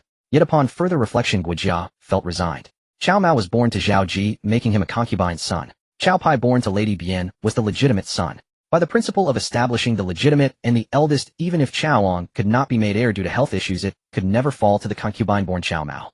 "I shall obey your command." Guo Jia, unable to offer any advice, took Cao Cao's written secret order and journeyed to Xiapi City that very night. Back in his tent, Qiao Pai immediately summoned Jia Su. "Master, I implore you to teach me how to dig a tunnel into Chiang City." Qiao Pai bowed deeply to Jia Su. "I shall obey your command." Guo Jia, unable to offer any advice, took Cao Cao's written secret order and journeyed to Xiapi City that very night. "Master, I, Qiao Pai, have already proposed to my father that I wish to honor you as my teacher. Please do not refuse." "Ahem, young Master Zihuan, I truly lack the ability. However, since you hold me in such high regard, I will spare no effort to serve you." "Excellent. With your word, Master, Master, please accept my bow." Qiao Pai dropped to his knees before Jia Su and kowtowed heavily. Jia Su hastily reached out to pull him up. "Young Master Zihuan, this is too great an honor. As for your plan to dig a secret tunnel into Chiang City, it is indeed—" Qiao Pai was overjoyed. "Master, teach me quickly." Jia Su took a sand table and simulated the plan. The more Qiao Pai saw, the more feasible it seemed. He slammed the table in excitement. "Master, I shall act on your strategy." Jia Su went to prepare. At the third watch, he reported to Qiao Pai that he had successfully dug a tunnel leading to Chiang. Even Qiao Pai found it unbelievable. It was too fast. But blinded by rage and resentment, he did not dwell on it, and followed Jia Su to the so-called secret tunnel. Beneath Chiang City, 50 elite Beiwei soldiers lay in ambush. An hour earlier they had burned the Cao army's grain, and now they waited specifically for Cao Pi's arrival. Master, where is the tunnel? Almost there, young Master Zihuan. Be silent lest the city's guards discover us. If they unleash a volley of arrows, we'll be in grave danger. Cao Pi dared not speak, he clamped his mouth shut. Just as they neared the city wall, a heavy object struck the back of Cao Pi's head with brutal force. Cao Pi's head felt as if a mountain had crushed it, and he lost consciousness. When he awoke, the face before him was that of Zhang. You are finally awake. Do not dwell on matters, I rest well. Cao Cao, his countenance weary, exhaled in relief upon seeing Cao Pi regain consciousness. Cao Pi was momentarily stunned. He hastened to rise and pay respects to Cao Cao. Cao Cao stopped him, saying, Zhang, divine physician, Hua has just dressed your wound. He instructed you not to move and to recuperate for a few days. Once the wound heals, I shall send someone to escort you back to Xuchang. Father, I am wounded. Cao Pi examined his hands and feet, finding them mobile. He was perplexed as to where exactly Zhang, you are still a man. Sima Qian endured castration, yet did not succumb to despair. You must emulate him. I have official duties to attend to. If you require anything, direct these attendants. Cao Cao's words left Cao Pi utterly bewildered. Why would his father suddenly mention Sima Qian? And that he endured castration without sinking into despair? Could it be that Cao Pi dared not pursue the thought further. At this moment, he felt a complete numbness in his lower region. Tell me, where am I injured? Cao Pi summoned an attendant. The attendant trembling glanced at Cao Pi, but dared not speak at once, or I shall have you dragged out and given 40 lashes. The attendant fell to his knees with a thud, kowtowing to Cao Pi. Master Zhang, if I speak, please do not be distressed. Out with it. Yes, yes. Master Zhang, you are now like a eunuch. A eunuch? What do you mean? Cao Pi. The attendant looked up at Cao Pi and explained kindly. Master Zhang, a eunuch is one who has been castrated. You no longer have that thing. No longer have that. Cao Pi pondered for a moment, then suddenly realized. He flung aside the brocade quilt covering him. Lowering his head to look, Cao Pi's fury erupted on the spot. The area was tightly bandaged. No wonder there was no sensation. How could this be? I, Cao Pi, have become a eunuch. I have not yet taken a wife or fathered sons. Who did this? I will tear them limb from limb. Cao Pi rolled off the bed onto the ground. The freshly operated wound split open, blood staining his lower body crimson. Master Zhang, do not be agitated. Since matters have come to this, you must cherish your body. Outside the tent, Jia Su heard Cao Pi's anguished roars, and a faint smile curled at the corner of his mouth. However, upon entering the tent, Jia Zu's expression had shifted to one of concern and grief. Jia Su was indeed a master of acting. Teacher, what exactly happened? How did I become a eunuch? Cao Pi collapsed on the ground, stared with bloodshot eyes at the rushing Jia Su. Alas, it is my fault, Jia Su, for failing to protect you. I would rather have been the one injured, even if it cost me my old life to ensure your safety, Master Zhang. Jia Su would not have hesitated. Teacher, I only wish to know how I became a eunuch. Master Zhang, do you recall last night, when we excavated a secret tunnel to enter Chiang City? Cao Pi remembered. He had sworn a military oath to Cao Cao to dig a tunnel under cover of night beneath Chiang City and stealthily slip inside. Once inside the city, he was to secretly open the gates and allow his father Cao Cao's main army to enter. Of course I remember. Master Zhang, the city of Chiang was prepared. They had buried sharp blades at the excavation site. Master Zhang was wounded by those blades and thus became a eunuch. Alas, what a pity. Blame me, Jia Su. If you must punish someone, let it fall upon me. Jia Su closed his eyes, and a single clear tear rolled down his plump, dark cheek. Cao Mao? It is all Cao Mao, that bastard son. I, Cao Pi, will have my revenge. Due to excessive agitation, Cao Pi's wound burst open, and he fainted. Summon divine physician Hua quickly. Jia Su shouted urgently. The eunuch hurried out to find Hua Tua, but after searching everywhere there was no trace of him. The eunuch had to return and report to Jia Su. Jia Su sighed and waved his hand. Divine physician Hua cannot be found, but we cannot let Master Zhang bleed to death. Summon several military physicians from the camp to treat him. Meanwhile, a carriage sped along the official road leading to Xiapi City. Seated within was the divine physician Hua Tua. Sir soldier, where are you taking me? Hua Tua lifted the carriage curtain and asked the driving soldier. The soldier turned to Hua Tua with a slight smile. Divine physician Hua, I am Yang Zixing, a general. Acting on my lord's orders, I am to escort you to Xiapi. Who is your lord? Hua Tua was taken aback and quickly inquired of the soldier. However, upon closer inspection, Hua Tua could discern that this man was no ordinary soldier. Though clad in the leather armor of a Cao army soldier, he possessed an imposing and heroic bearing. My lord's surname is Cao, and his given name is Mao. Cao Mao? I have never heard of him. Hua Tua shook his head. Yang Zixing smiled. Divine physician Hua, though you may not know my lord, he holds you in the highest esteem. My lord once said that long-term practice of your 5 animals exercise can strengthen the body, and your Mafei powder can alleviate the suffering of the wounded. The 5 animals exercise and Mafei powder were both innovations of Hua Tua. He had used the Mafei powder for the first time on Cao Pi. He never imagined that this man named Cao Mao would know of them so clearly. Hua Tua grew increasingly astonished, his curiosity piqued. He also wished to meet Cao Mao and see what kind of man he was. In Xiapi City, Lu Bowen removed a small cloth scroll tied to the leg of a carrier pigeon. He unrolled the scroll, glanced at it, and smiled bitterly, shaking his head. Jiasu truly deserves the title of poisonous strategist. To conceive such a venomous scheme. I, Lu Bowen, am inferior to him. At this moment Cao Mao had just concluded a profound exchange with Yao Chan. The system's reward was a red silk ribbon. Cao Mao gazed at the ribbon, and the images that sprang to his mind were scenes of bondage from Japanese adult films. Cao Mao then glanced at the fair-skinned beauty nestled beneath him, whose long legs were longer than most people's entire lives. A wicked thought took root in his mind. Cao Mao looked at the red silk ribbon about to act. Lu Bowen's voice rang out from outside. My lord, Mr. Jia Wenhe has sent a message by carrier pigeon. There is top-secret military intelligence to report. Oh, it must be about Xiang City. Wait a moment, military advisor, I will be right out. Cao Mao glanced at Yao Chan beneath him. Though reluctant, he leaped off the bed, grabbed the brocade robe draped over the clothes rack, and wrapped it around himself. Beneath it, he was bare-clad only in the single robe. Cao Mao emerged, and Lu Bowen hastily handed him the Pigeon Post intelligence. Cao Mao took it, and read it with a cold sneer. Old Cao truly shows no fatherly affection. But this is only natural, he is he, and I am I. This vessel merely shares a nominal father-son relationship with him. I, Cao Mao, have traversed into the world of the three kingdoms armed with a system. Why should I rely on Cao Cao? Since old Cao shows no regard for this bond, why should I indulge him? Jiasu truly is a venomous strategist. He actually had Cao Pai castrated. Cao Mao laughed so hard that tears streamed down his face as he read the final entry. Report. General Li Cunxiao requests an audience. Oh, has General Cunxiao returned from Shuzhou? Invite him in at once. Cao Mao was taken aback. He had dispatched Li Cunxiao, Yang Zixing, and Qin Xiong to ambush in a dense forest outside Xiapi. When Hao Meng and Song Xian Lu bus subordinates passed by the forest, the three generals led 500 cavalry, each charging out from the woods. Hao Meng and Song Xian were captured. Of their 8,000 infantry, most were taken prisoner, while a few were slain in resistance. The three generals escorted Hao Meng and Song Xian back to Xiapi to report to Cao Mao. Cao Mao ordered Li Cunxiao and Qin Xiong to take Hao Meng, Song Xian, and 1,000 cavalry disguised as Lu bus defeated troops to Shuzhou. Yang Zixing was sent to find Jiasu, who had previously sent a carrier pigeon message about sending Hua Tuo to Xiapi. Hua Tuo was a divine physician, so Cao Mao naturally agreed. General Cunxiao, how is Shuzhou City? Congratulations, my lord, Shuzhou has been taken. However, Zhang Liao escaped with a remnant force. Zhang Ba Chung Lian Wei Su Ho Chung Zhang Sun and other generals have all surrendered. Well done, General Cunxiao. Strategist, I shall leave Xiapi in your hands while General Cunxiao and I proceed to Shuzhou. Cao Mao was overjoyed upon learning that Shuzhou had been captured. His eagerness to reach Shuzhou was primarily due to the presence of Lu Bu's lawful wife Lady Yin and his daughter Lu Qiling. After Yuan Shu declared himself emperor, he sought to form a marital alliance with Lu Bu. Yuan Shu intended for his son to marry Lu Qiling.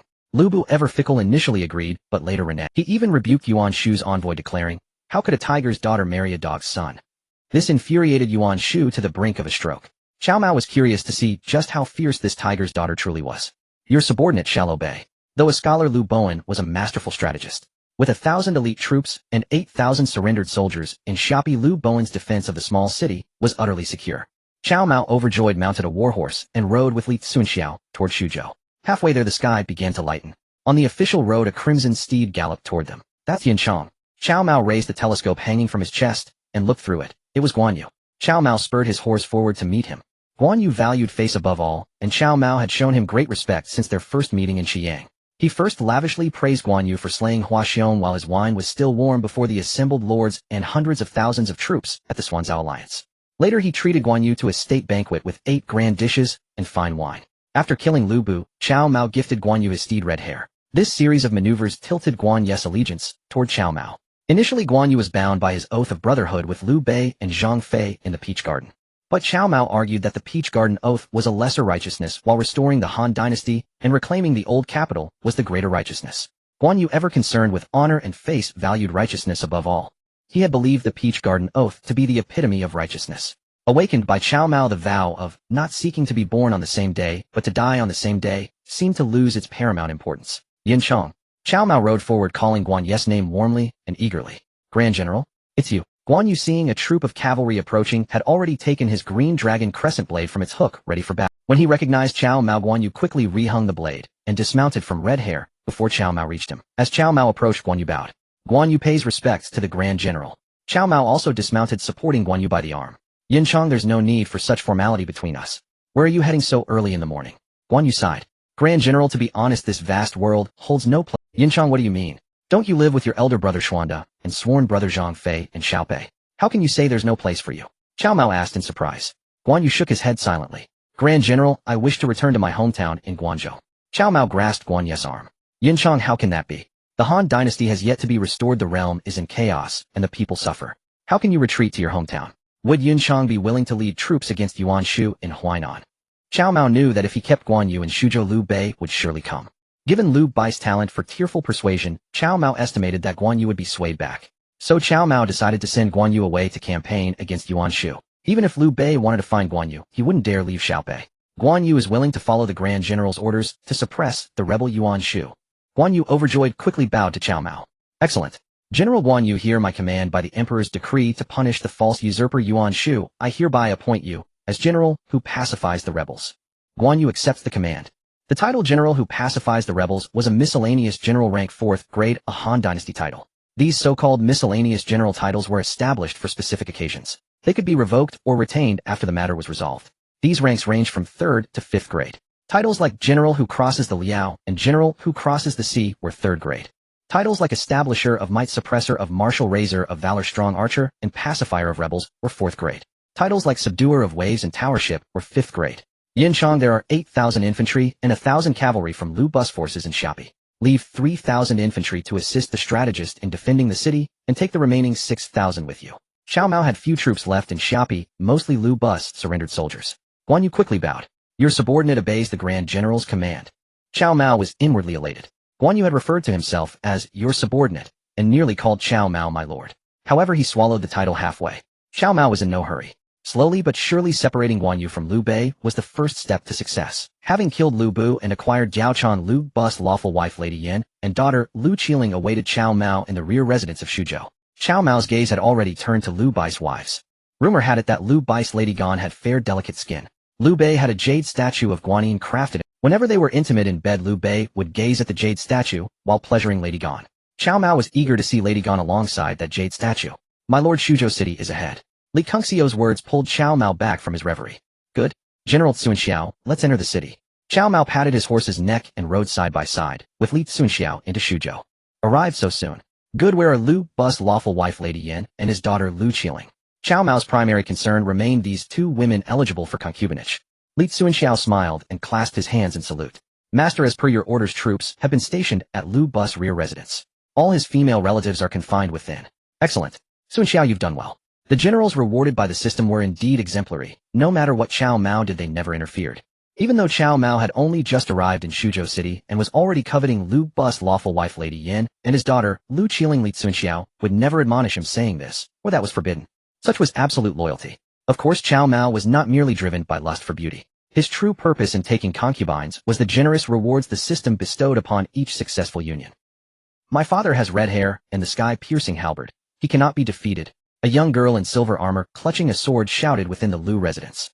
Qiling, your father's body has been drained by wine and women these past 2 years. He is no longer what he once was. Lady Yan sat on the couch, her face etched with worry. Liu Qiling grew even more incensed. It's all that wretched woman Diakon's fault. Had she not bewitched my father, he, the mightiest warrior under heaven, would never have lost Shuzhou. Mother, I must go to Xiapi and kill that slut Diaochan. Who speaks of killing Diaochan? She is already Master Chao's woman. No one shall harm a single hair on her head. Who are you? This is the inner quarters of the Liu residence, home only to women. How dare a man enter? Liu Qiling heard Cao Mao's voice and raised her long sword, pointing its tip at him coldly. Ding, detected beauties eligible for concubinage 1. Lady Yan 2. Liu Qiling. Needless to say, the young lady wielding the long sword was Liu Qiling. Cao Mao chuckled. Liu Qiling, I am your husband. Do you think I have the right to enter? Liu Qiling's fair face was veiled. You insolent rogue. How dare you insult me? Die. Liu Qiling cried out, her long sword transforming into a flash of light as it slashed toward Cao Mao. Cao Mao yelled, whoa. Liu Qiling, you little wretch. You dare attempt to assassinate your own husband. I won't show you any mercy later. Cao Mao watched the descending sword and sidestepped to evade it. Liu Qiling's strike missed, fueling her fury. She turned to thrust again, but Cao Mao grabbed a vase from the table, and, seeing the vase flying toward her, Liu Qiling instinctively parried with her sword. The blade collided with the vase, shattering it into fragments. As Liu Qiling prepared to attack again, Cao Mao kicked her wrist just as her sword struck the vase. The long sword flew from Liu Qiling's hand, whistling up to the roof beam before clattering to the ground. The blade was sturdy enough not to break. Liu Qiling instinctively reached for the fallen sword, but her arm and body were seized in an embrace. You reckless fiend. How dare you molest me?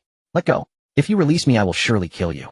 Haha, Qiling, your words leave your husband in a dilemma. Should I let go? Master, my daughter is ignorant. Please spare her. Seeing the dire situation, Lady Yan hurried over and bowed deeply to Cao Mao. Holding Lu Qiling, Cao Mao smiled at Lady Yan.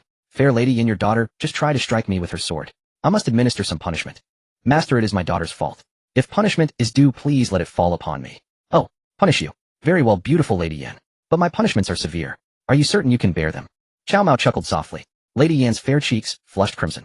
As a mature married woman, she understood innuendo. The emphasis Cao Mao placed on punishment was not lost on her. You insolent fiend. Do not harm my mother. Lu Qiling thrashed wildly, straining to break free from Cao Mao's grip. But his arms were like iron vices, despite using all her strength, she could not escape his hold. Fair Lady Yan, raise your head, and let me have a good look at you. Cao Mao continued to tease her mother right in front of Lu Qiling. Lu Qiling, fiery by nature, could not endure this. Overwhelmed by shock and rage, her qi and blood surged, and she fainted. Qiling. Lady Yan panicked, rushing over to shake her daughter. Cao Mao released Lu Qiling, stepped behind Lady Yan, and pulled her into an embrace. Master, no, you must not. Fair Lady Yan, just moments ago you offered to accept punishment in your daughter's stead. Have you changed your mind so soon? Very well, then let your daughter Lu Qiling face the punishment. Cao Mao pretended to release her. No, please don't. I beg you, master, punish me instead. Lady Yan's voice was barely a whisper, like a mosquito's buzz. It was embarrassing for her to speak so plainly. And Fair Lady Yan, what did you say? Speak up, I didn't catch it. Master, this concubine begs for your punishment. Haha, Fair Lady Yan, your wish is granted. I shall punish you most severely. Cao Mao laughed heartily, carrying Lu Bu's lawful wife Lady Yan to the bed. Shy and fearful, she hastily drew the bed curtains closed. Congratulations, host. Successful concubinage with Lady Yan. Rewards 1. Succubus Constitution 2. Chang Yechen, known as Chang the 100,000, was a fierce general under Zhu Yuanzhang. Unfortunately, his bloodlust was too great, leading to an early death. The system had granted Cao Mao another valiant warrior, and he was quite pleased. But what use was this succubus constitution? As Cao Mao examined the succubus constitution, the previously passive Lady Yan suddenly sat up. To his astonishment, she leaned forward and took the initiative. So the succubus constitution possesses such miraculous effects. Any woman I take as concubine and deeply connect with, even if I slay her kin, will become utterly infatuated with me. Cao Mao had killed Lu Bu. Lady Yan and her daughter Lu Qiling were still unaware, but once they learned the truth, they would surely seek revenge. But now with the succubus constitution, Cao Mao had no such worries. Mother, where is that insolent fiend? Did he harm you? Lu Qiling had regained consciousness, and the first thing she did was demand to know Cao Mao's whereabouts from her mother. Lady Yan was occupied and had neither time nor words to answer her daughter. Lu Qiling, your husband is right here. Cao Mao suddenly spoke. You insolent scoundrel, what are you doing on my mother's bed? Lv Qiling roared in fury. She sprang up, seized the long sword on the ground, and thrust it through the bed canopy. As Lv Qiling pierced the canopy, Cao Mao swiftly wrapped the sword in a quilt. The blade enshrouded, she tried to pull it free, but could not budge it. While Lv Qiling seethed with rage, she was suddenly pinned down on the bed. Congratulations, host, on successfully taking Lv Qiling as your concubine. Reward 1. Union longevity art requires daily union cultivation with beloved concubine 2. Luo Cheng. The union longevity art. What an absolutely splendid treasure. Cao Mao rejoiced along with the dashing Luo Cheng, wielding a silver spear atop a white steed. It was said Luo Cheng was a reincarnation of the white tiger star, but Cao Mao dismissed such superstitions. With his succubus constitution and the union longevity art, these two assets were like adding wings to a tiger for Cao Mao. As he emerged from Lu Bu's rear chambers, Lady Yan and Lv Qiling followed behind. Qiling, with 100 cavalry, would you be willing to go to Xiapi and bring your stepmother Diaochan to Shuzhou? Husband, Diaochan is not my stepmother, she is your concubine, just like Qiling. Lv Qiling rolled her eyes at Cao Mao with playful petulance. Right, both are this grand general's concubines. Qiling's ideological enlightenment is truly swift. Even your husband struggles to keep pace. But your husband is overjoyed. Qiling, hey, race a little gift for you. Cao Mao casually pulled an item from his sleeve and placed it in Lv Qiling's hand. It was a small pink strawberry bear backpack. Husband, this is a little pink bear. How adorable. Cao Mao was also surprised. Lv Qiling, such a fiery-tempered woman, actually fancied such a cute cartoonish look, but as long as she liked it, that was fine. These trinkets were easy for Cao Mao to procure. Husband, I shall go to Xiapi City at once to fetch Sister Diaochan. Rest assured, I will follow my husband's orders and bring Sister Diaochan to Shuzhou City in peace. My love. Back then it was Lu Bu and now it was Cao Mao. Lady Yan repeatedly cautioned her daughter. Mother, how could Qiling be rude to Sister Diaochan? Rest assured, I will follow my husband's orders and bring Sister Diaochan to Shuzhou City in peace. My lovely Lady Yan, let Qiling go.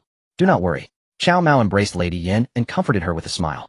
With his succubus constitution as a foundation, he had thoroughly conquered Lv Qiling, confident she would cause no trouble. Thus, he sent Lv Qiling to Xiapi to retrieve Diaochan. My lord Liu Bei seeks an audience outside the city. Luo Cheng, the young general in white robes with a silver spear, hastened forward to report. General Luo Cheng, your efforts are noted. What does that fellow Liu Bei want with me? Liu Bei now had Lady Gan and Lady Mi by his side. Lady Gan's skin was as white as snow like a jade bodhisattva. Liu Bei had even commissioned a white jade guanyin statue modeled after Lady Gan. Whenever he and Lady Gan were in bed, he would bring the jade statue along. The interplay of human flesh and jade fueled Liu Bei's ardor. Cao Mao had read this anecdote in unofficial histories and wondered if it were true.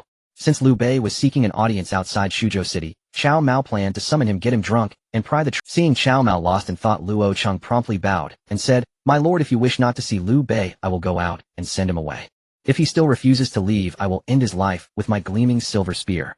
Luo Cheng's weapon was the five-hooked divine, flying silver spear. Liu Bei was secretly astonished he had indeed come to deceive Cao Mao, but Cao Mao spoke of Suzhou's strategic position with such precision, even coining the novel term land of four battles. "Your subordinate obeys." Luo Cheng clasped his fists and departed. "My beloved, return to the residence and rest. After I finish my affairs, I will come to the rear chambers to amuse you." Cao Mao patted Lady Yan's wrist, signaling her to return to the rear chambers. She obediently agreed and left. Liu Bei pays respects to the Grand General. Congratulations on acquiring Suzhou. Suzhou is a thoroughfare. Taking it means controlling the Jianghuai region. What an excellent prize. Come on, old Liu, don't try to fool me. Suzhou is a land of four battles. All plains easy to attack, but not as easy as you claim. Cao Mao waved his hand dismissively. Liu Bei was secretly astonished he had indeed come to deceive Cao Mao, but Cao Mao spoke of Suzhou's strategic position with such precision, even coining the novel term land of four battles.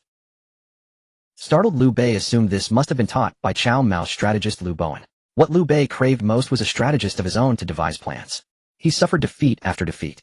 Only during the Xuanzhao alliance did he gain some face, aided by his sworn brothers Guan Yu and Zhang Fei. Since the alliance, Liu Bei had achieved nothing. He had barely managed to trick Tao Qian into yielding Suzhou through yet Liu Bu had stolen his home, seizing Suzhou, and driving Liu Bei to the lowly town of Xiaobei. Liu Bei seethed with resentment.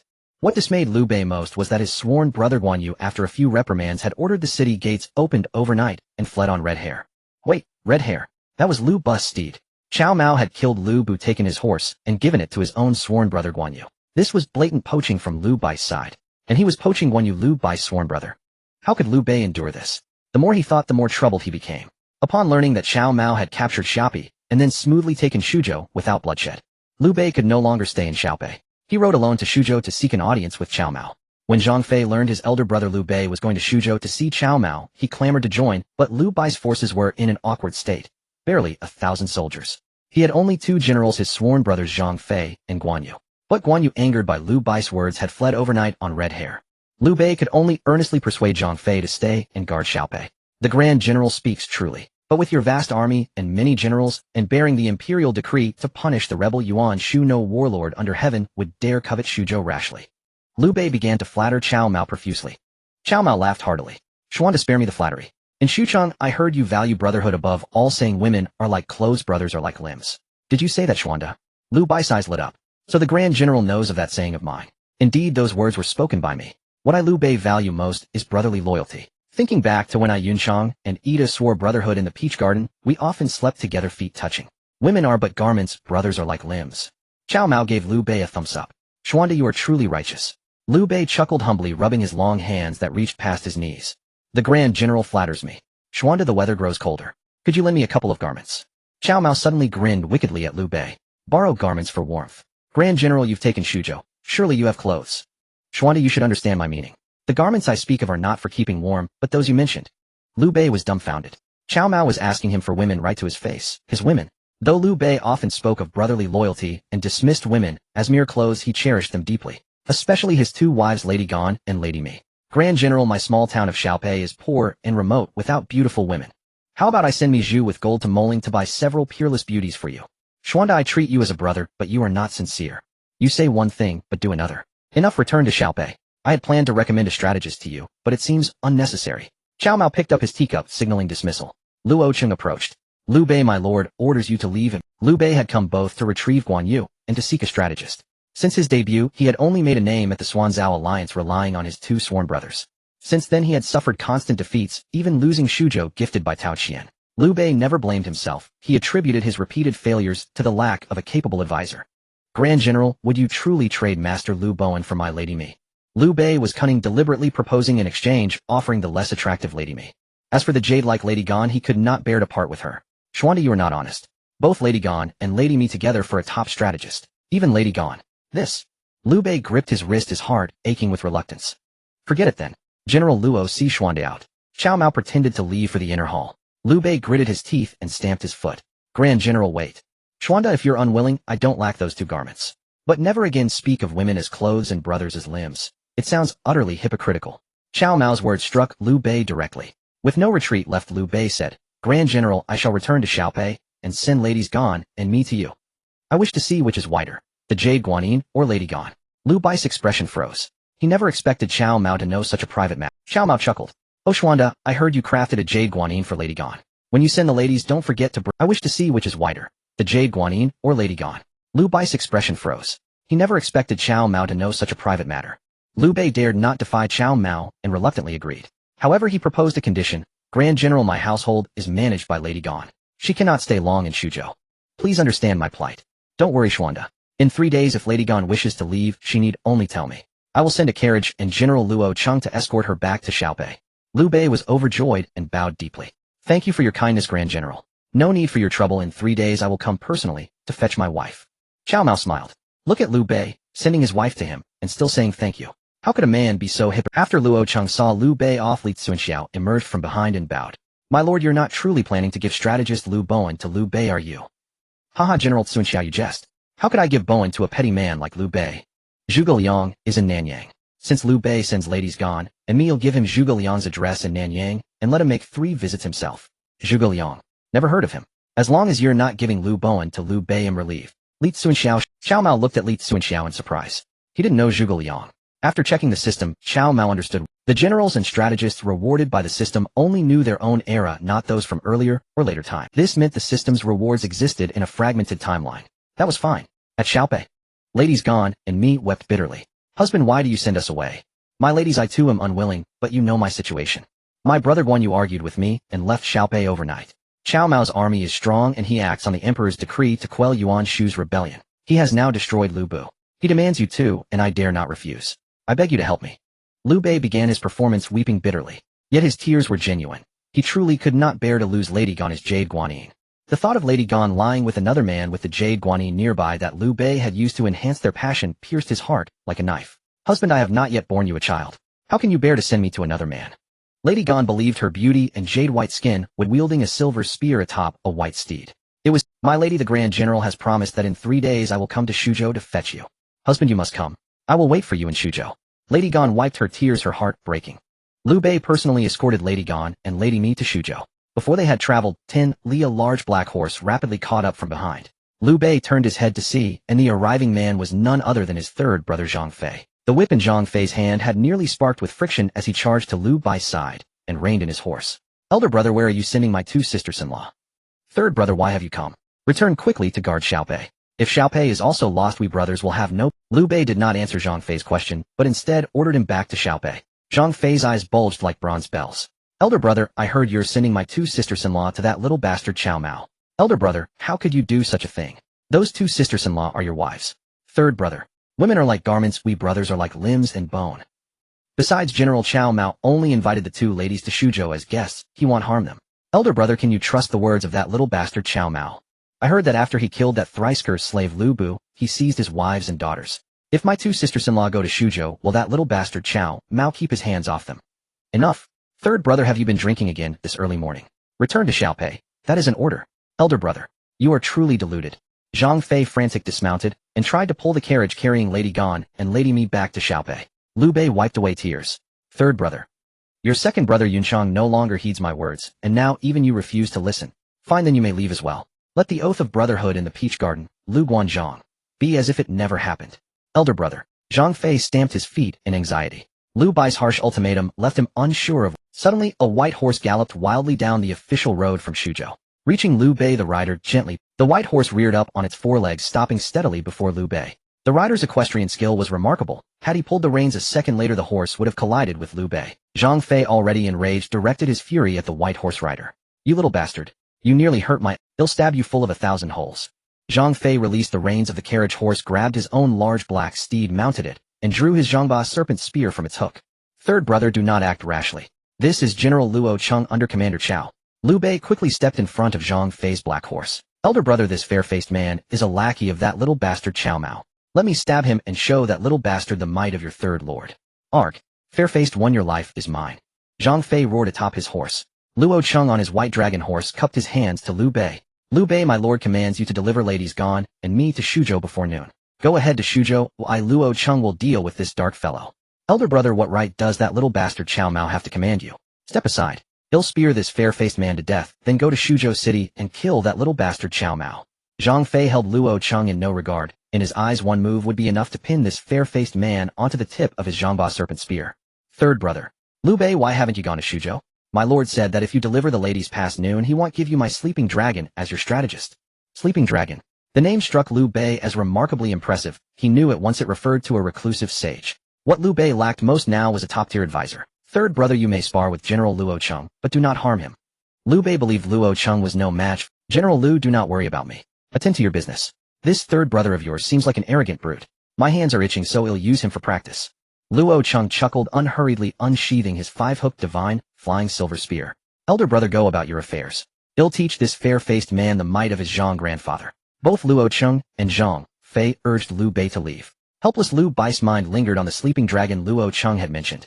Liu Bei finally stepped aside. The moment he did, Zhang Fei spurred his horse, dark cloud treading snow, charging at Luo Cheng. His Zhangba serpent spear, propelled by the horse's momentum, thrust straight at Luo Cheng's chest. Luo Cheng had been watching Zhang Fei closely. Seeing his thunderous charge, he dared not be careless. He shook his five-hooked divine flying silver spear and engaged Zhang Fei in combat. As they clashed, Zhang Fei was greatly astonished. Fair-faced one, I didn't expect you to have real skill. Good. Your Zhang grandfather will fight you for 300 rounds. Liu Bei watched Zhang Fei and Luo Cheng locked in battle, evenly matched. Astonished yet relieved, he had feared his reckless third brother might impale Luo Cheng with his spear.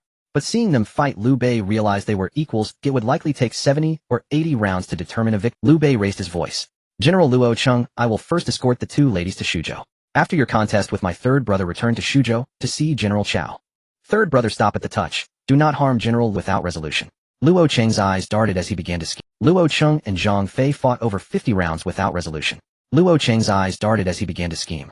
Seizing a moment when Zhang Fei thrust his spear, Luo Cheng exclaimed, Good dark fellow, you truly have martial skill. I Luo Cheng am no match for you. I'm off. Luo Cheng turned his white dragon horse and fled towards Shuzhou City. Zhang Fei, deeply engaged in the fight, would not let Luo Cheng escape with a feigned retreat. Fair-faced one, running already. Stop right there. I must spear you to death. Zhang Fei urged his dark cloud treading snow horse in pursuit. Luo Cheng, galloping wildly, secretly watched Zhang Fei from the corner of his eye.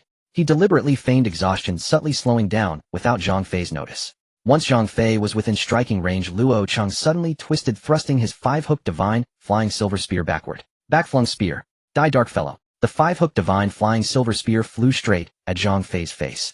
No, the fair-faced one has this trick. I Zhang Fei have fallen for his scheme. In desperation, Zhang Fei hurled his Zhangba serpent spear.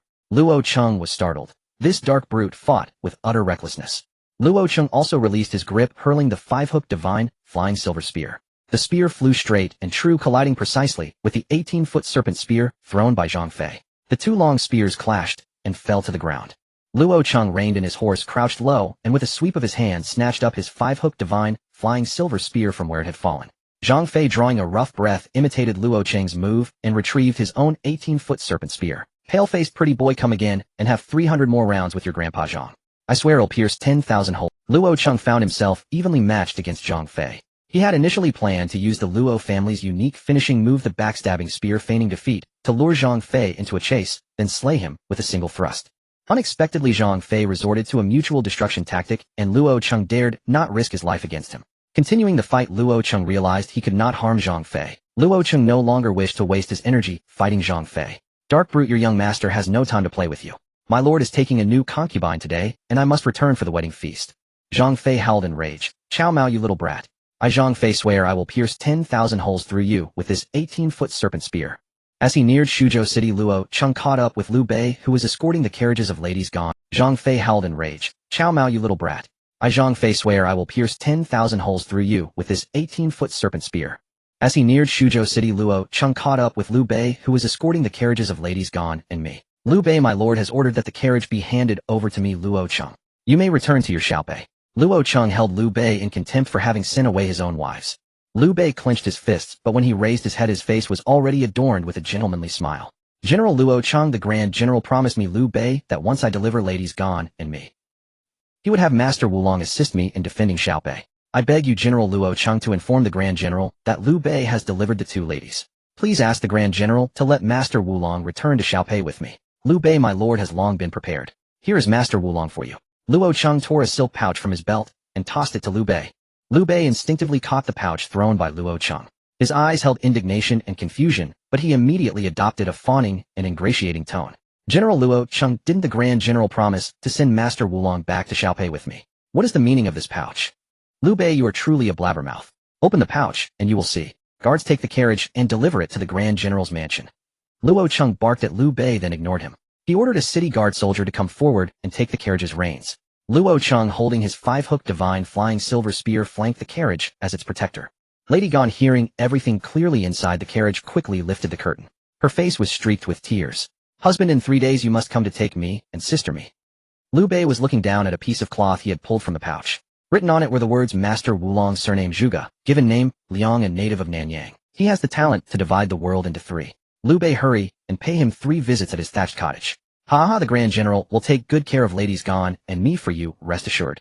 Liu Bei didn't bother to read the rest. His gaze was fixed only on the words Master Wulong and a native of Nanyang. Divide the world into 3. What does this mean? As Liu Bei was lost in thought, Zhang Fei arrived. Big brother, where are my 2 sisters-in-law? Third brother, why have you your sisters-in-law? They should have entered Shuzhou City by now. Liu Bei had been so engrossed in reading the note from the pouch that he wasn't entirely sure when Luo Cheng had escorted the carriage of ladies gone and me into the city. Big brother, how could you deliver our sisters-in-law to that brat Cao Mao? That thrice-cursed slave Lu Bu had his wives and daughters seized by him. Now that our sisters-in-law have entered Shuzhou City, do you think that little devil Cao Mao will spare them? Big brother, I'm here now. He'll use this 18-foot serpent spear to charge into the city and pierce 10,000 holes through that little brat, Cao Mao. Zhang Fei spurred his dark cloud-treading snow horse and leveled his spear ready to charge toward Shuzhou. However, the city walls were prepared. A volley of arrows rained down. Zhang Fei deflected the arrows with his spear and retreated out of bowshot range. Furious, Zhang Fei sat on his horse, pointing at the Shuzhou battlements and unleashing a torrent of abuse. The guards on the wall ignored him. Third brother, don't be reckless. Liu Bei hurriedly called out to stop Zhang Fei. Big brother, I'm worried sick. If we don't get into the city, soon our sister-in-law's honor will be lost. Third brother, the Grand General Cao Mao is a gentleman. He will not harm your sisters-in-law.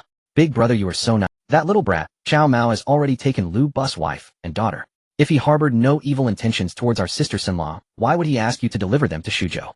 Poor Zhang Fei was so angry he could barely stay seated on his horse.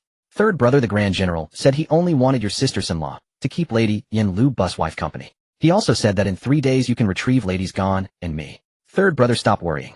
We brothers must hurry to Nanyang to find this Master Wulong. While Liu Bei was persuading Zhang Fei, Luo Cheng had already escorted the carriage to the Grand General's mansion. The Grand General's mansion was formerly the Shuzhou provincial governor's residence. When Tao Qian was in charge, he lived there. When Liu Bei took over Shuzhou, he made a show of not moving and leaving Tao Qian's family in residence. When Lu Bu captured Shuzhou, he was not like Liu Bei, who desperately wanted the residence, but was too constrained by reputation to accept it. Lu Bu directly evicted Tao Qian's family from the governor's mansion. After Cao Mao killed Lu Bu, the Shuzhou governor's mansion naturally became the Grand General's mansion. Cao Mao was currently in the back garden amusing himself with the beautiful Lady Yan. As for this Lady Yan, though she was somewhat older, she was extremely experienced. Furthermore, in the past 2 years, Lu Bu had only doted on Jiao Chan, neglecting his primary wife, Lady Yan. Cao Mao possessed 3 great arts for conquering women. With these 3 arts deployed, coupled with his innate charm of a succubus, he fully drew out the wantonness hidden beneath Lady Yan's dignified exterior. On a small swing in the back garden, Cao Mao and Lady Yan sat together. 2 maidservants were pushing the swing. Cao Mao sang at the top of his lungs, "Little sister, you sit up high, big brother holds you tight, our love, oh our love sways upon the swing so light. Deep in love swaying on the swing so high." Lady Yan was in a state of ecstasy. Coupled with Cao Mao's strange song sung in his grating voice, she felt as if she were floating on clouds. Grand General Luo Cheng requests an audience. He says he has delivered ladies gone and me. A maidservant rushed in hurriedly to report to Cao Mao. Cao Mao laughed heartily. Good. Tell General Luo Cheng that his hard work is appreciated. I have prepared a feast of wine and dishes in the front courtyard for him to enjoy. You go and welcome ladies gone and me to the back garden. My husband, I shall take my leave now. Though Lady Yin spoke of withdrawing, she remained seated on the swing, swaying even more vigorously. Cao Mao was well aware of Lady Yan's little scheme. He lifted her chin and chuckled. My lady, by the order of our union you are the 5th, and Lu Qiling is the 6th. Ladies gone and me are the 7th and 8th. Must they not address you as elder sister? Husband will linger, also call me elder sister. Lady Yin felt a touch of embarrassment, yet the thought of Lady's gone, and me having to address her as elder sister. As Cao Mao conversed with Lady Yin, Lady's gone, and me were led into the rear garden by maidservants. Have my 2 younger sisters arrived? Come, and keep your husband company. Lady Yin hastily straightened her disheveled skirt, and beckoned the 2 ladies over. Seeing the dignified Lady Yin in such a state, both held her in disdain. Lady Yin, General Lu's corpse is not yet cold, yet you frolic with his murderer. Have you no shame? Lady Mi, fiery in temperament, showed no mercy, scolding her outright. Lady Yin opened her mouth to explain, but Cao Mao stopped her. You are Lu Bai's wife, Lady Mi. He lifted Lady Yin from the swing, and approached Lady Mi, eyeing her sidelong. Lady Mi's face was as cold as frost, and she met Cao Mao's gaze with a glare. Yes, I am Lady. If you defile me, I will die before your eyes. Lady Mi suddenly drew a short sword from her sleeve. As she raised it to her neck, Cao Mao moved like lightning, seizing her wrist. Lady Mi winced in pain, dropping the dagger. Cao Mao caught it effortlessly with his other hand. You scoundrel, release my... Lady Gan rushed forward as well. Lady Yin hastily blocked her and shouted to the maidservants, why do you stand idle? Seize Lady Gan. Several maidservants pounced and grabbed her. Lady Gan cursed Lady Yin in fury. Lady Mi cursed relentlessly, but as Cao Mao's ferocity emerged, she was infected by his succubus constitution. Her words turned from insults to flattery. Cao Mao threw Lady Mi onto the soft couch. Lady Mi cursed relentlessly, but as Cao Mao's ferocity emerged, she was infected by his succubus constitution. Her words turned from insults to flattery and fawning. Congratulations, host, on successfully taking Lady Mi as a concubine. Reward: body of invulnerability to all poisons. A body immune to all poisons. This was excellent and added layer of protection. Cao Mao had seen many films where ancients favored poison. Ha, poison me all you want, I Cao Mao am immune to all. Cao Mao laughed heartily. Lady Mi's eyes shimmered like autumn waves. She parted her lips and said, Husband, I was momentarily foolish attempting to harm you. Please forgive me. Cao Mao lifted her and smiled. My lady, you were Lu Bai's wife then. I hold no blame. Now you are mine, and I shall cherish you deeply. Husband, it has been so long since I felt like a true woman. You have made me one again. Cao Mao did not understand at first, but after her explanation, he comprehended. Liu Bei to win over his sworn brothers Guan Yu and Zhang Fei often slept with them. When he did return, he favored Lady Gan the Jade Guanyin, neglecting Lady Mi. Cao Mao laughed and embraced Lady Mi. My lady, with me none shall be neglected. I have the strength to share my... Lady Mi doubted him, but upon seeing his ferocity again, she was utterly convinced. Not only convinced, she sought to earn merit. Husband, Lady Gan is gentle outwardly, but firm within. If forced, she may take her own life. Let me persuade her. No need, my lady. I may be a novice at war, but conquering women is my forte. Rest here, and I shall send Lady Yin to keep you company. With his succubus constitution, Cao Mao had no fear of Lady Gan committing suicide after his favor. Though Lady Mi wished to earn merit, Cao Mao did not heed her, and she was too weak to rise, watching him leave the cave. In the rear garden, Lady Gan, held by maidservants, heard Lady Mi's angry shouts from the rockery. Terrified and anxious, Lady Gan struggled fiercely, but could not break free. Yet the sounds that followed made her blush. How can this be? Sister Mi is not wanton. What has this lecher done to her? Lady Gan asked herself in shock. Lady Yin, go to the cave, and keep your 7th sister company. Why are you rough-handling the lady? Release her at once. Cao Mao sent Lady Yin to the cave, then dismissed the maidservants holding Lady Gan. They let go, and were banished. Lady Yin departed for the cave, leaving only Cao Mao and Lady Gan. She grew calm. Lecher, you only want my body. Fine, I yield. But promise me one condition. Cao Mao chuckled. Lady Gan, what right have you to bargain with me, the Grand General? Your man Liu Bei sent you. For a strategist, he gave you and Lady Mi to me as concubines. Yet you wish to remain. No. My husband Xuan de Gong said he will fetch me back to Xiaopei in 3 days. Are you trying to deceive me? Lady Gan pointed at Cao Mao, shouting. Enough of this nonsense. Let's begin. I wish to see if you are truly the Jade. Cao Mao grinned, his eyes fixed on her. Lady Gan, both shocked and angered, slowly untied her robe. Under the garden sun, a Jade Guanyin stood before Cao Mao. He nearly drooled. Damn it, that hypocrite Liu Bei. Truth be told, Cao Mao envied Liu Bei. But now the Jade Guanyin Lady Gan was standing before him, waiting to... Cao Mao no longer envied Liu Bei, for he too had partaken.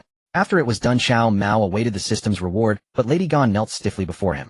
Great General, forgive me. This humble one deserves death. Cao Mao grinned as the succubus constitution had successfully ensnared Lady Gan. Even if beaten with a stick, she would not return to Liu Bei. Cao Mao smiled and lifted Lady Gan into his arms. Jade Guanyin, do not blame yourself. You are now your husband's woman, and he holds no grudge for your past disrespect. Now, did Liu Bei bring that Jade Guanyin statue? Your husband wishes to see which is whiter, that Jade Guanyin or my Lady Gan. Great General, hear me. Before coming, I had smeared poison on certain parts of my body. Had I known you were such a man, I would not have done so. What? You smeared poison on yourself? Cao Mao spat, feeling a numbness on his tongue. This Lady Gan was indeed outwardly gentle, but inwardly resolute. She could even resort to such a trick. Remarkable, Lady Gan. Lady Gan, did you truly smear poison on yourself? Yes, Great General, and it was poison wine. You have partaken and are beyond saving. But rest assured, Great General, this humble one will accompany you to the grave. Lady Gan stared at the dagger on the floor, bending down to retrieve it to slit her own throat. Damn. These ancients were indeed quick to resort to poison. This Lady Gan's method was too outrageous. She smeared it on her own body. Cao Mao would have been poisoned to death in the process of taking Lady Gan as a concubine. If it weren't for taking Lady Mi as a concubine and gaining the reward of a poison-immune body, he would truly have been killed by Lady Gan's poison. Cao Mao shuddered at the thought. Enough, your husband is aided by the gods. Mere poisoned wine cannot harm him. But my lady, the poison smeared on your body is dangerous. This venom can seep through your pores and poison you as well. There is a hot spring in the rear garden. Oh, let your husband take you there to wash it away. Cao Mao scooped up the jade guanyin-like beauty and hurried to the hot spring in the rear garden. Lady Gan indeed felt dizzy, but Cao Mao promptly washed away the poison smeared on her body. In the warm spring water, Lady Gan resembled a large white fish. Truly like a jade guanyin.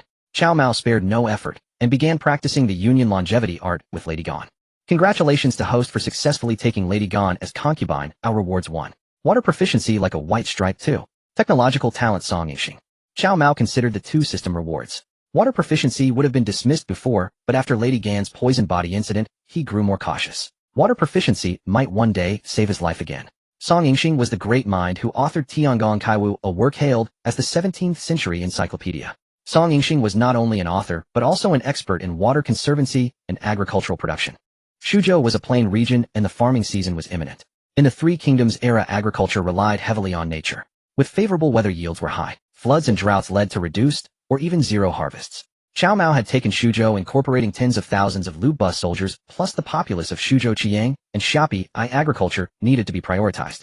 Cao Mao was eager to meet the technological master Song Yingxing. Jade Guanyin, you are truly your husband's lucky star. Your husband now goes to attend to important matters. Rest here in the hot spring and wait for him in the rear chambers. Lady Gan felt guilty and wished to make amends. Moreover, the joy Cao Mao brought was something Liu Bei could never give her. Lady Gan shyly nodded in agreement. Your subordinate Song Yingxing greets the Lord. A robed scholar stood in the front hall of the great general's mansion. When Cao Mao approached, he merely gave a slight bow. Cao Mao did not mind, for Song Yingxing carried the unyielding spirit of the Ming dynasty. This was no soft-kneed Qing slave to compare. Prefect Song, there is no need for such formalities. Cao Mao stepped forward and gently waved his hand, indicating Song Yingxing need not stand on ceremony. My lord, as I traveled here, I saw that water conservancy works across Shuzhou have fallen into disrepair. Should the Yellow River divert into the Huai and enter the sea, Shuzhou would become a flooded marsh. Song Yingxing spoke with great agitation. Prefect Song, this great general entrusts you with full authority over water conservancy and agriculture in Shuzhou, Xiapi, and Xiang. I will also assign you a military officer and 1,000 soldiers for your protection. Is there anything else you require? Cao Mao understood the importance of agriculture. Without food, the common people would rebel. In any dynasty, as long as there was food, there would be no rebellion. In the chaotic Three Kingdoms era, the common folk lived worse than dogs. Better to be a dog in times of peace than a human in times of chaos. Zhang Xiu, by offering refugees a meal, gathered hundreds of thousands in no time. Zhang Xiu raised his arm and shouted, the azure sky is dead, the yellow sky shall rise. The realm descended into chaos with warlords carving up territories. Song Yingxing frowned. My lord, building waterworks and promoting farming requires funds. Your subordinate has calculated that to complete the water conservancy before spring plowing, we need 1 million coins. 1 million coins. Wait a moment. Cao Mao fetched the treasury records of Shuzhou. Not 1 million coins. There were merely a few thousand left. Without even 10,000 coins, how could he speak of 1 million? Damn it, a single coin can stump a hero. Cao Mao slammed the table. With the concubine taking system, he thought betting women was enough. Now he realized he needed money. Indeed, in any era, making money was the true priority. My lord, as I traveled, the lands in every prefecture and county were in the hands of prominent families. Landless farmers were forced to become refugees. Should a famine strike, refugees would rise everywhere, and Shuzhou, a land of constant conflict, would descend into chaos. Song Yingxing was not exaggerating, and Cao Mao deeply agreed. In the Three Kingdoms era, there were 10 great aristocratic families, and even the Ruanan Yuan clan, with 4 generations of ministers, could not rank among the top 5. Confiscate the wealthy and redistribute the land. Damn, wasn't there a ready-made answer to copy? Of course, it differed from the later Red Sun era and required careful methods. Prefect Song, this great general will handle the funds. For the waterworks project, you may post notices allowing refugees to participate. Refugees can also join the waterworks. Song Yingxing looked astonished.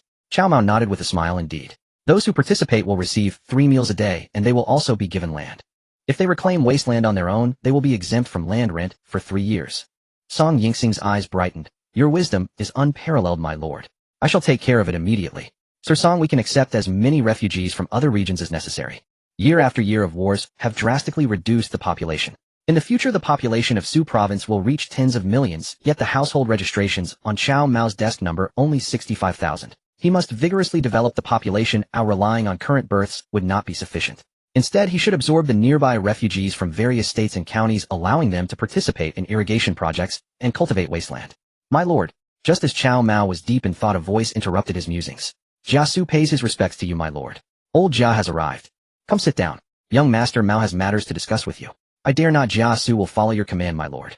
Jia Su did not dare to sit directly, instead bowing respectfully to Cao Mao. Jia Su now looked at Cao Mao with newfound respect. At the same time, he felt a sense of fear.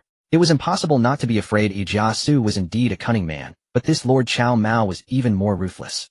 In Wan City, Cao Mao had seized the woman Cao Cao coveted, which was one thing. However, under the walls of Chiang City, Cao Mao unleashed 5 mighty cannons from the city walls, annihilating over 10,000 of Cao Cao's troops. Even Cao Mao's half-brother Cao Pai became powerless. No matter how cunning Jia Su was, he dared not act so brazenly. Old Jia Yu and young Master Mao are allies. As long as you remain loyal, young Master Mao will not harm you. Even Cao Mao's half-brother Cao Pai became powerless. No matter how cunning Jia Su was, he dared not act so brazenly. Old Jia Yu and young Master Mao are allies. As long as you remain loyal, young Master Mao will not harm. Good old Jia, later you can find a house in Sioux City. Young Master Mao will cover the expenses for you. Jia Su Old Jia was about to bow again, but Cao Mao stopped him. Enough, old Jia. There are no outsiders here, so let us not be. I have already issued an announcement to accept refugees. However, most of the land in Su province is controlled by the Mi and Qin families. Old Jia, think of a way to make them willingly relinquish these lands. Just as Jia Su settled down upon hearing Cao Mao's words, he shuddered. My lord, this matter is absolutely unfeasible. Why not? My lord, if we confiscate the lands of the Mi and Chun families, this news will spread quickly among the prominent families. They will become our mortal enemies. Jia Su was indeed correct. The emperors may come and go, but the powerful families remain steadfast. No matter who ascends to the throne, they will need the support of these families' resources. Old Jia, the emperors are like flowing water, while the powerful families are like iron. Even if they are iron, young Master Mao will still throw them into the furnace. Furnace? My lord, what do you mean by that? Old Jia, you will understand what the furnace truly is in the future. We cannot act openly against these families now, but we must work behind the scenes. Do you have any clever plans? Old Jia, the emperors are like flowing water, while the powerful families are like iron.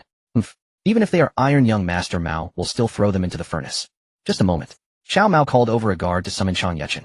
The burly man with a full beard entered like a small mountain. Prominent families of this. My lord, Jia Su will take care of it. However, it requires a fierce general who has not yet made an appearance. A fierce general who has not shown his face. Just a moment. Cao Mao called over a guard to summon Chang Yechen. The burly man with a full beard entered like, I Chang Yechen greet you, my lord. My lord, we are so idle that we are aching all over. You must let us go to war. General Chang, I have a task for you. Play the role of a bandit. What? My lord, that's not right. I Chang Yechen am also a fierce general. Why should I play the role of a bandit? If this gets out, it could tarnish my reputation. Old Chang, who cares about reputation? Did you think of your reputation when you were killing captives and sacking cities? Cao Mao scolded, causing Chang Yechen to lower his head and smile awkwardly. Chang Yechen was indeed fierce in battle, but slaughtering captives was also his habit. He had pillaged Huiqing Prefecture 3 times. Chang Yechen will follow your orders, my lord. Chang Yechen dared not refuse, and quickly bowed to accept the mission. Old Chang listened to old Jia's arrangements. Do whatever he instructs. If you perform well in this bandit role, young Master Mao will give you 20,000 troops to go to Shochuan and bring back Yuan Shu's head. Upon hearing that Cao Mao would send him to lead troops against Yuan Shu and Shochuan, Chang Yechen was overjoyed. He clasped his hands in salute and followed Jia Su, eagerly playing the role of a mountain bandit. My jade guanyin Lady Gan still needs to soak in the hot spring. I hope nothing happens to her. Cao Mao rushed to the back garden beside the hot spring. Lady Gan had already finished bathing and was waiting by the hot spring for Cao Mao. Your humble servant greets you, my lord. My lord, are you truly not poisoned? Lady Gan still worried that the poison from the hemlock wine she applied on herself would kill Cao Mao. My lady, your husband is protected by the divine. How could such a trivial poison pose any threat? Not to mention the little bit you applied. Even if hemlock wine were served as tea, it would be fine. Cao Mao laughed heartily and embraced Lady Gan. That night, Cao Mao specially invited the statue of Jade Guanyin to be placed on the bed, comparing it with Lady Gan to see which was fairer. In the end, he found that Lady Gan surpassed the statue. Truly a treasure found. That night, Cao Mao kept Lady Gan by his side. Strength 1, speed 1, little foxtail. Though the system would not provide significant rewards, it still offered Cao Mao some small bonuses that night. The white little foxtail which Lady Gan used truly resembled a jade-colored vixen. On this day, Cao Mao was in the back garden playing cards with Lady Yin, Lady Mi, Lady Gan, and the returning Lu Qiling. A maid rushed in to report that Liu Bei was seeking an audience. Lady Mi, Lady Gan, Liu Bei has come to take you back to My lord, do you not want me to go back with Lady Mi? Lady Gan stood up, tears glistening in her beautiful eyes. Cao Mao's demonic charm had ensnared both Lady Gan and Lady Mi, making them unable to extricate themselves. Lady Mi also knelt on the ground, pleading with Cao Mao not to let her go back with Liu Bei. Lady Yin hurriedly pleaded for Lady Mi and Lady Gan. Cao Mao laughed heartily and lifted Lady Mi from the ground. Lady Mi, Lady Gan, I was only joking. Not only will you not go back with Liu Bei, even if you wanted to, your husband would not allow it. Once you have become your husband's woman, can you still go back? Dream on. The past is not my concern, and in the future you will have only one man, your husband. Lady Mi and Lady Gan finally smiled through their tears. However, since Liu Bei is here, we must give him an explanation. Lady Mi, Lady Gan, you two stay in the back garden, or I will send Liu Bei away. Brother Xuanda, what a rare guest. What wind blows you here? Cao Mao, beaming with joy, arrived at the front hall of the Grand General's mansion. Liu Bei, with an anxious and uneasy expression, paced back and forth in the hall. Liu Bei pays respects to the Grand General. Turning his head, and seeing Cao Mao approaching, Liu Bei quickly halted and bowed respectfully. Brother Xuanda, there's no need for such formalities between us brothers. Servants prepare a feast to honor my brother. Grand General need not prepare a feast. I beg you to summon my two wives, Lady Gan and Lady Mi. I came to Shuzhou specifically to take them back to Xiaopei. Cao Mao's expression darkened. Brother Xuanda, I treat you as a brother. If you act like this, there will be no brotherhood between us. Liu Bei hastily replied. That the Grand General regards me as a brother is an honor I dare not presume upon, yet I am deeply honored. May I ask why the Grand General is suddenly angered? Liu Bei hastily replied. That the Grand General regards me as a brother is an honor I dare not presume upon, yet I am deeply honored. May I ask why the Grand General is suddenly angered? Liu Bai's mind buzzed, nearly exploding. He had feared Cao Mao would renege on his word and keep his wives detained. Now his worst fears had come true. Moreover, Liu Bei had gone to Nanyang, but failed to meet the recluse Mr. Wulong. According to Mr. Wulong's pageboy, the master had gone on a journey. Not even the pageboy knew when he would return. The Mr. Wulong mentioned in Cao Mao's secret note had not been found, and now Liu Bei risked losing both his wives. How could Liu Bei accept this? Lady Gan was breathtakingly beautiful, her skin fairer than a jade guanyin, and he could not bear to part with her. Though Lady Mi was slightly less exquisite, she was the sister of Mi Zhu and Mi Fong of the Mi clan in Shuzhou. The Mi family was a prominent clan in Shuzhou, providing the funds and grain for Liu Bei to recruit soldiers and feed his troops. If Lady Mi were detained by Cao Mao, Liu Bei would have no source for future funds and provisions. Liu Bei bowed deeply. Grand General, it was agreed that my two wives, Lady Mi and Lady Gan, would accompany Liu Bus' widow, Lady Yin, in Shuzhou for 3 days. After 3 days, I would take them back to Xiaopei. You command hundreds of thousands of people in Shuzhou, and your word is as solid as a mountain. Surely you were jesting with me just now. How that Liu Bei with his big ears certainly knew how to speak. Liu Bei first elevated Cao Mao highly, then stood on the moral high ground wielding the club of righteousness. In Liu Bai's mind, with such maneuvering, even if Cao Mao wished to keep his wives, he would be compelled by moral pressure. But Liu Bei underestimated Cao Mao. Not only did he feel no such pressure, but he also held a trump card. Xuanda, you speak well, but I don't recall any such agreement. Lady Gan and Lady Mi are concubines I recently took. We are still in the honeymoon of our new marriage, and you come demanding my women. Do you dare to covet the Grand General's women? Guards, show the guest out. Cao Mao flicked his sleeves and retreated to the inner quarters to amuse himself with his concubines. Liu Bai's face flushed red. He clenched his fists tightly and shouted after Cao Mao, Grand General, you cannot break your word. If this gets out, it will damage your reputation. Liu Bei, the Grand General, has ordered you to leave. Depart the mansion at once and cease your pestering. If you anger the Grand General, you will be executed without mercy. Liu Bei was expelled from Cao Mao's mansion. Dejected and disheartened, he could not accept losing both his wives in one fell swoop. Xuanda, what brings you to the Grand General's mansion as well? Just as Liu Bei was wallowing in despair, 2 men in brocade robes rushed one after another to the mansion's gate. Brothers-in-law, is it you? Liu Bei looked closely and recognized Mi Zhu and Mi Fong, the 2 elder brothers of his. Xuanda, something terrible has happened. How many troops do you have now? Mi Fong grabbed Liu Bai's arm and asked urgently, Second brother-in-law, I still have 1,500 soldiers. Why do you need such forces? Only 1,500. That's too few. Xuanda, quickly order your second brother Yunchang to lead these 1,500 men to rescue our Mi family's wives and children from the bandits. Mi Fong stamped his feet in panic. Second brother-in-law, what happened? Don't rush, tell me slowly. Don't tell me I'm frantic. Your sisters-in-law, nephews and nieces have all been kidnapped by yellow turban bandits. The bandits sent a letter the day before yesterday demanding ransom from the Mi family. 1,000 gold per person. Liu Bei gasped. Second brother-in-law, how dare the bandits demand so much? 1,000 gold each. How many did they kidnap? Xuanda, only Mi Fong and I are left from the Mi family. All 173 members, young and old, have been taken by the bandits. Liu Bei could barely calculate. 173 members of the Mi family kidnapped, each requiring a ransom of 1,000 gold. That was 173,000 gold. Though the Mi family was wealthy, raising such a sum was extremely difficult. Brothers-in-law, could we first ransom the closest relatives, and then I will send my third brother Ida to lead troops and annihilate these bandits. Xuanda, do you think we hadn't thought of that? Mi Fong and I went to Xiaopei the day before yesterday, but your third brother Ida said you had gone to Nanyang to find some sleeping dragon gentleman. It's Mr. Wulong, Liu Bei quickly corrected. Whether he's a lying dragon or a standing dragon, we don't care. Your third brother Zhang Ida, upon learning that our entire Mi family had been kidnapped by bandits, was furious. He led 500 soldiers to the address left by the bandits in their letter. Brothers-in-law, you've already sought out third brother Ida. He will surely rescue them. But I fear his fierceness might provoke the bandits into harming the hostages. Xuanda, your third brother Zhang Fei is indeed fierce, but when he fought the bandit leader, they exchanged over 100 blows without a clear victor. What? The bandit is so formidable that he could fight my third brother Ida to a draw for over 100 rounds. Who is this man? Liu Bai's eyes widened in shock. Xuanda, it doesn't end there. After fighting your third brother to a stalemate, the bandit agreed to continue the duel today. But yesterday the bandit led another group into the Mi residence, looting all the money and valuables. He took everything movable, claiming it was the price for us seeking help. How dare he? Liu Bei will surely kill him. Xuanda, you alone won't suffice. With your two brothers and more troops, you might defeat these bandits. Mi Zhu immediately advised Liu Bei. Indeed, Xuanda, this bandit force is formidable. Your third brother Ida led 500 troops, but over half of them were lost. Mi Fong sighed. Liu Bei was dumbfounded. Guan Yu, sulking over a quarrel with him, had left Xiaopei. Zhang Fei fought the bandits to a standstill, but more than half of the 500 troops he led were killed or wounded. Liu Bei now commanded fewer than 1,000 soldiers. Xuanda, all the elders and children of my Mi clan have been captured by the bandits, and our gold, silver, and valuables have been plundered. You must rescue my family. Mi Zhu grew displeased when he saw Liu Bei, who had just been passionately vowing to lead troops to suppress the bandits, suddenly fall silent. Indeed, Xuanda, my sister Mi is married to you, and our Mi clan has spent a fortune supporting your recruitment of troops over the past 2 years. Now that our family is in peril, you cannot stand idly by. The two brothers-in-law pressed Liu Bei, relentlessly demanding he lead troops to annihilate the bandits and rescue the Mi clan's family.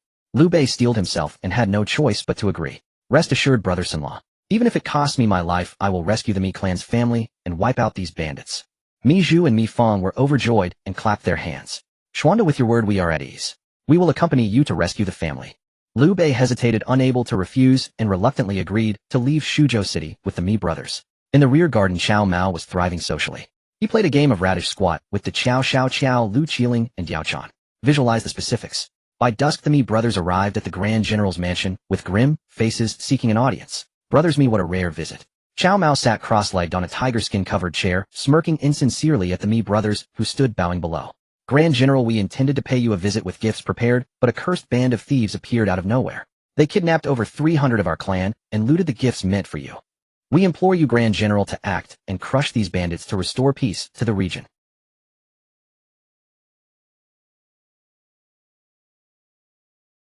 Cao Mao chuckled. Brothers Mi, I have heard of this. I was planning to intervene, eliminate the bandits, and rescue your captured, but I hear you've already enlisted your brother-in-law Liu Bei. He is a renowned hero of our time. With him on the case, what bandits could withstand his might? Mi Zhu and Mi Fong exchanged glances, their faces pale with shame. Mi Zhu stepped forward with a sigh. Grand General, we overestimated Liu Bei. He not only failed to defeat the bandits, but also lost troops, and even his base Xiaopei. What? Liu Bei lost Xiaopei too? Cao Mao feigned shock. Yes, Grand General. Today we came to request your aid against the bandits, but at your mansion gate we encountered Liu Bei leaving. We believed his boasts and followed him to Xiaopei to muster troops. But halfway we ran into his sworn brother Zhang. Zhang Fei was wounded and had lost Xiaopei. Grand General, we beg you to act, crush the bandits, and rescue our Mi Zhu and Mi Fong bowed deeply. Cao Mao clicked his tongue and sighed. Brothers Mi, it's not that I'm unwilling. I am stretched thin. I've already dispatched tens of thousands of troops to Huainan to punish the rebel Yuan Shu. With no soldiers or generals left, how can I fight these bandits? Cao Mao spread his hands helplessly. The Mi brothers' hearts sank. Just then Lady Mi rushed out from the inner chambers. Little sister, how are you in the Grand General's mansion? Brothers, I am now the Grand General's concubine. Husband, I hear my parents and 300 relatives are held by bandits. Please send troops to rescue them. Lady Mi knelt before Cao Mao, pleading. Cao Mao helped her up. My lady, why didn't you say so earlier? Your family is my family. I will certainly dispatch troops. But you know all my forces are committed against the rebel Yuan. I have no troops to spare unless... Husband, unless what? Whatever the Mi clan can do, we will follow your order. Just send troops to save our 300 family members. Well, my lady, a wave of refugees has recently arrived and we could conscript these refugees and have a general lead them to crush the bandits. Grand General, refugees won't do. These bandits are swift and fierce. Even Zhang Fei couldn't match them. Mi Fong quickly warned. Cao Mao glanced at Mi Fong. Lady Mi interjected. Second brother, the Grand General has capable generals. With troops he can defeat the bandits. Second brother, follow the Grand General's plan. Mi Zhu echoed his sister. Please instruct us, Grand General. The Mi clan will do as you command. Excellent. Brothers Mi, these refugees have entered Shuzhou and refuse to leave. I can't feed them for free, can I? Well, Grand General, if these refugees can truly defeat the bandits and rescue our family, the Mi clan will support them. Mi Fong answered eagerly. Cao Mao sneered. Mi Fong, can you support them? What if there are 100,000 or a million? Mi Fong, hold your tongue. Listen to the Grand General. Mi Zhu glared at his brother. Mi Fong fell silent and bare. Husband, what if our Mi clan offers some land for these refugees to farm? They can support themselves. Lady Mi, seated on Cao Mao's lap, spoke up. Cao Mao laughed heartily, holding her soft hand. My clever lady, indeed an excellent idea. With land, the refugees will settle in Shuzhou and pay taxes. My treasury has been empty. Mi Zhu, a shrewd man, understood immediately. He bowed. The Mi clan is willing to offer half our land for the refugees to farm. Brother, half. That's too much. 2 tenths would suffice. Mi Fong urged his brother. Cao Mao sneered at the brothers. Indeed it's too much, but because you're keeping too much. 2 tenths.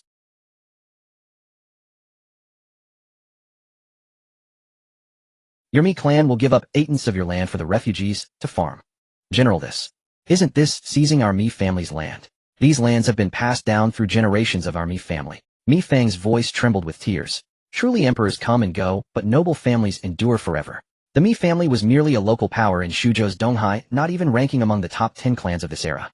Yet even they dared claim these lands were their ancestral inheritance. Cao Mao sneered, pulling Lady Mi close. My lady, it's not that your husband refuses to help rescue your family's abducted kin from the bandits. The truth is your 2 brothers value land too highly. Mi Zhu, Mi Fong, if you refuse to allocate land for the refugees to cultivate naturally, they won't risk their lives to rescue your family members. Withdraw now and consider other solutions. Elder brothers, over 300 of our Mi clan are in the hands of bandits. Even if we hoard countless acres, what use is land if we cannot save our kin? Can the 2 of you alone defend so much territory? Mi Zhu's mind raced. Suddenly he caught a hint of sardonic amusement on Cao Mao's lips. A realization struck him like a thunderbolt. He understood everything now. Mi Zhu's mind raced. Suddenly he caught a hint of sardonic amusement on Cao Mao's lips. A realization struck him like a thunderbolt. Surrender everything. This is the accumulated heritage of generations of the Mi family. Enough. Shut up if you want to live. Mi Zhu hissed at his younger brother. Though reluctant, Mi Fong obediently fell silent. Cao Mao burst into laughter. Mi Zhu, your family is large with heavy expenses. Keep 20% of the land. I the general decree that you need only pay taxes on half of that retained portion. Mi Fong started to speak, but was silenced by a glare from his brother. Thank you, General. The Mi family obeys your command. Good, you may return. I will immediately order General Luo Cheng to recruit refugees as soldiers, annihilate these bandits, and rescue the Mi clan. Cao Mao waved dismissively, signaling the brothers to leave. Outside the general's residence, Mi Fong complained, Brother, how could you agree to surrender so much land? Mi Fong, if we hadn't, I doubt would have walked out alive. Cao Mao would kill us. Do you think he wouldn't dare? This? Mi Fong hesitated. What this? He killed Lu Bu. Killing us would be as easy as slaughtering chickens or dogs. Mi Zhu's words sent chills down Mi Fang's spine. He instinctively touched his neck. It was drenched in cold sweat. But brother, even if we give up 80% of our land, will Cao Mao truly rescue our abducted family? Mi Zhu gazed at the sky, then spoke slowly. Do you truly believe bandits kidnapped our family? You mean Cao? Mi Fong blurted out. Terrified, Mi Zhu clamped his hand over his brother's mouth. Mi Fong, do you want to doom our entire clan of 300? Brother, are you saying Cao Mao holds our family hostage? Quiet. Let's hurry home and question Lu Bai's wife. How did our sister become the general's concubine? They mounted their horses and sped home. Cao Mao summoned Luo Cheng. General Luo, go to Xiaopei and recall General Chang Yechen. Led 500 Beiwei troops across the Huai River under cover of darkness straight to Shouchuan. My lord, I obey. Luo Cheng beamed, clasping his fists to depart. Wait, General Luo. Warn Chang Yechen, no killing prisoners or massacring cities, or face military punishment. Chang Yechen's old habit of slaughter and massacre displeased Cao Mao. The Three Kingdoms era was chaotic, with populations dwindling. Take Shuzhou City. At its peak in the Western Han, it boasted 2 million people. Now at most it held 600. If Chang Yechen slaughtered captives and massacred the city, even capturing Shouchuan would leave it empty. Rest assured, my lord. I will deliver the order. Luo Cheng departed on his mission. After arrangements, Cao Mao retired to the inner quarters to amuse himself with his concubines Jiao Chan, Lady Gan, Lady Mi, Lady Yin, and Lu Qiling. 2 days earlier, he had sent Li Cunxiao with 500 Feihu troops to bring Lady Zou Guanuwang to Qiao and Xiao Qiao from Qiang to Shuzhou. Empowered by his threefold enhancements, Cao Mao grew stronger, faster, and more vigorous, with each encounter fighting ever more fiercely. His concubines, however, struggled to keep pace. In Xiao Qiao's camp, the commander stared dazedly at Lu Bu's severed head in a wooden box. Lu Bu had red hair and his halberd. At Hulao Pass, Liu Bei, Guan Yu, and Zhang Fei together couldn't best him. Yet Master Mao slew him. My lord, congratulations on your family's prodigy. Guojia stepped forward, bowing in congratulations. Imperial tutor Guo, that bastard Cao Mao. At Chiang he crippled me, and you still defend him. Cao Pai shrieked, his voice shrill and thin like a eunuch's. Cao Cao glanced at Cao Pai. Ziheng, show respect to Feng Xiao. Your tutor Bao Sun is dead. You need a new teacher. Take Gua Feng Xiao as your master. Father, Imperial tutor Gua favors that bastard Cao Mao. I refuse to accept him as my teacher. Ziheng, do you defy your father's command? Are you plotting rebellion? Cao Cao's tiger-like gaze pierced Cao Pai, who trembled in fear. He dared not refuse further and bowed. Your son obeys your will. Good. Gua Feng Xiao is now your teacher. Learn from him well. Pay your respects and withdraw. Gritting his teeth, Cao Pai performed the formal disciple ceremony for Guojia. Guojia started to decline, but saw in Cao Cao's eyes that refusal was not an option. Reluctantly, he accepted. After Cao Pai left, Cao Cao smiled at Guojia. Feng Xiao, Cao Mao truly is a genius of our Cao family. I thought Lu Bu was invincible, but my rebellious son surpasses him. Ha ha. Cao Cao laughed until tears streamed down. Guojia stood before Cao Cao unfazed by his eerie laughter. He knew Cao Cao well. Such wild weeping or laughter signaled good spirits. Feng Xiao visit Shuzhou and deliver a gift to our family's prodigy Cao Mao. After his laughter subsided, Cao Cao assigned Guojia a mission. Brother Feng Xiao. Cao Mao laughed heartily as he welcomed Guojia into the Grand General's residence upon learning that Guojia had arrived in Shuzhou. Young Master Mao, Guojia is here on the order of the Chancellor to deliver someone to you. The Chancellor was extremely pleased with young Master Mao's capture of Shuzhou and the execution of Lu Bu. He praised young Master Mao, calling him the Qilin son of the Cao family. Enough, Brother Feng Xiao. How could I not know what kind of person old Cao is? He plans to lock up the two Qiaos in the Copper Sparrow Palace. I have already taken both the Qiao and Xiao Qiao. How could old Cao praise me as the Qilin son of the Cao family? A rebellious son would be more fitting. Alright, Brother Feng Xiao, let's not dwell on old Chao's bias. Now that you're in Shuzhou, you must stay for a few more days. There are several strong and fragrant courtesans in this city, and soon young Master Mao will send someone to bring you to the inn. Brother Feng Xiao must enjoy himself thoroughly. Huh. Cao Mao laughed heartily, feeling quite speechless about Guojia's peculiar preferences. However, this was Guojia's personal preference, and Cao Mao would not look down on him for it. Just like some people prefer Lolas while others prefer mature women. Cao Cao likes married women, while Cao Mao shares an equally valid preference for beautiful women. Everyone has different tastes, so one should not judge Guojia for liking heavier, stronger courtesans with body odor. Guojia appeared calm. During his time in Xiang City, he had already accepted Cao Mao's warm hospitality. Besides, Guojia himself was quite a free-spirited man. Cao Mao enjoyed dealing with Guojia. He found him to be quite sincere. Young Master Mao, we should focus on serious business. Is there more serious business? Brother Feng Xiao, did old Cao send you here as a negotiator? Young Master Mao, what could the Chancellor want me, Guojia? You, young Master Mao, are the Chancellor's son, having taken Shuzhou and occupied Xiapi and Xiang. Isn't that tantamount to the Chancellor taking control of these cities himself? Guojia chuckled lightly, leaving Cao Mao momentarily speechless. Young Master Mao, the Chancellor specifically sent me, Guojia, to deliver a beauty to you as a reward for your accomplishments. This woman is not only beautiful, but also talented. So it seems the Chancellor values you quite highly. Old Cao sent me a woman. What kind of trick is that old fox playing? Cao Mao could not fathom Cao Cao's intentions. Young Master Mao, please allow Guojia to bring her in. Alright, Brother Feng Xiao, I truly wish to see who this beauty is that old Cao has sent. Cao Mao was also quite curious. Guojia instructed his attendant to bring her in. Just as they arrived in the main hall, the system sent a notification. Ding detected a beauty suitable for concubinage. Kai Zhaoji greets young Master Mao. What the hell? Kai Zhaoji. She is the most talented woman of the Eastern Han. Kai Zhaoji's father Kai Yong was also a senior official of the Han dynasty, but was killed by Wang Yun.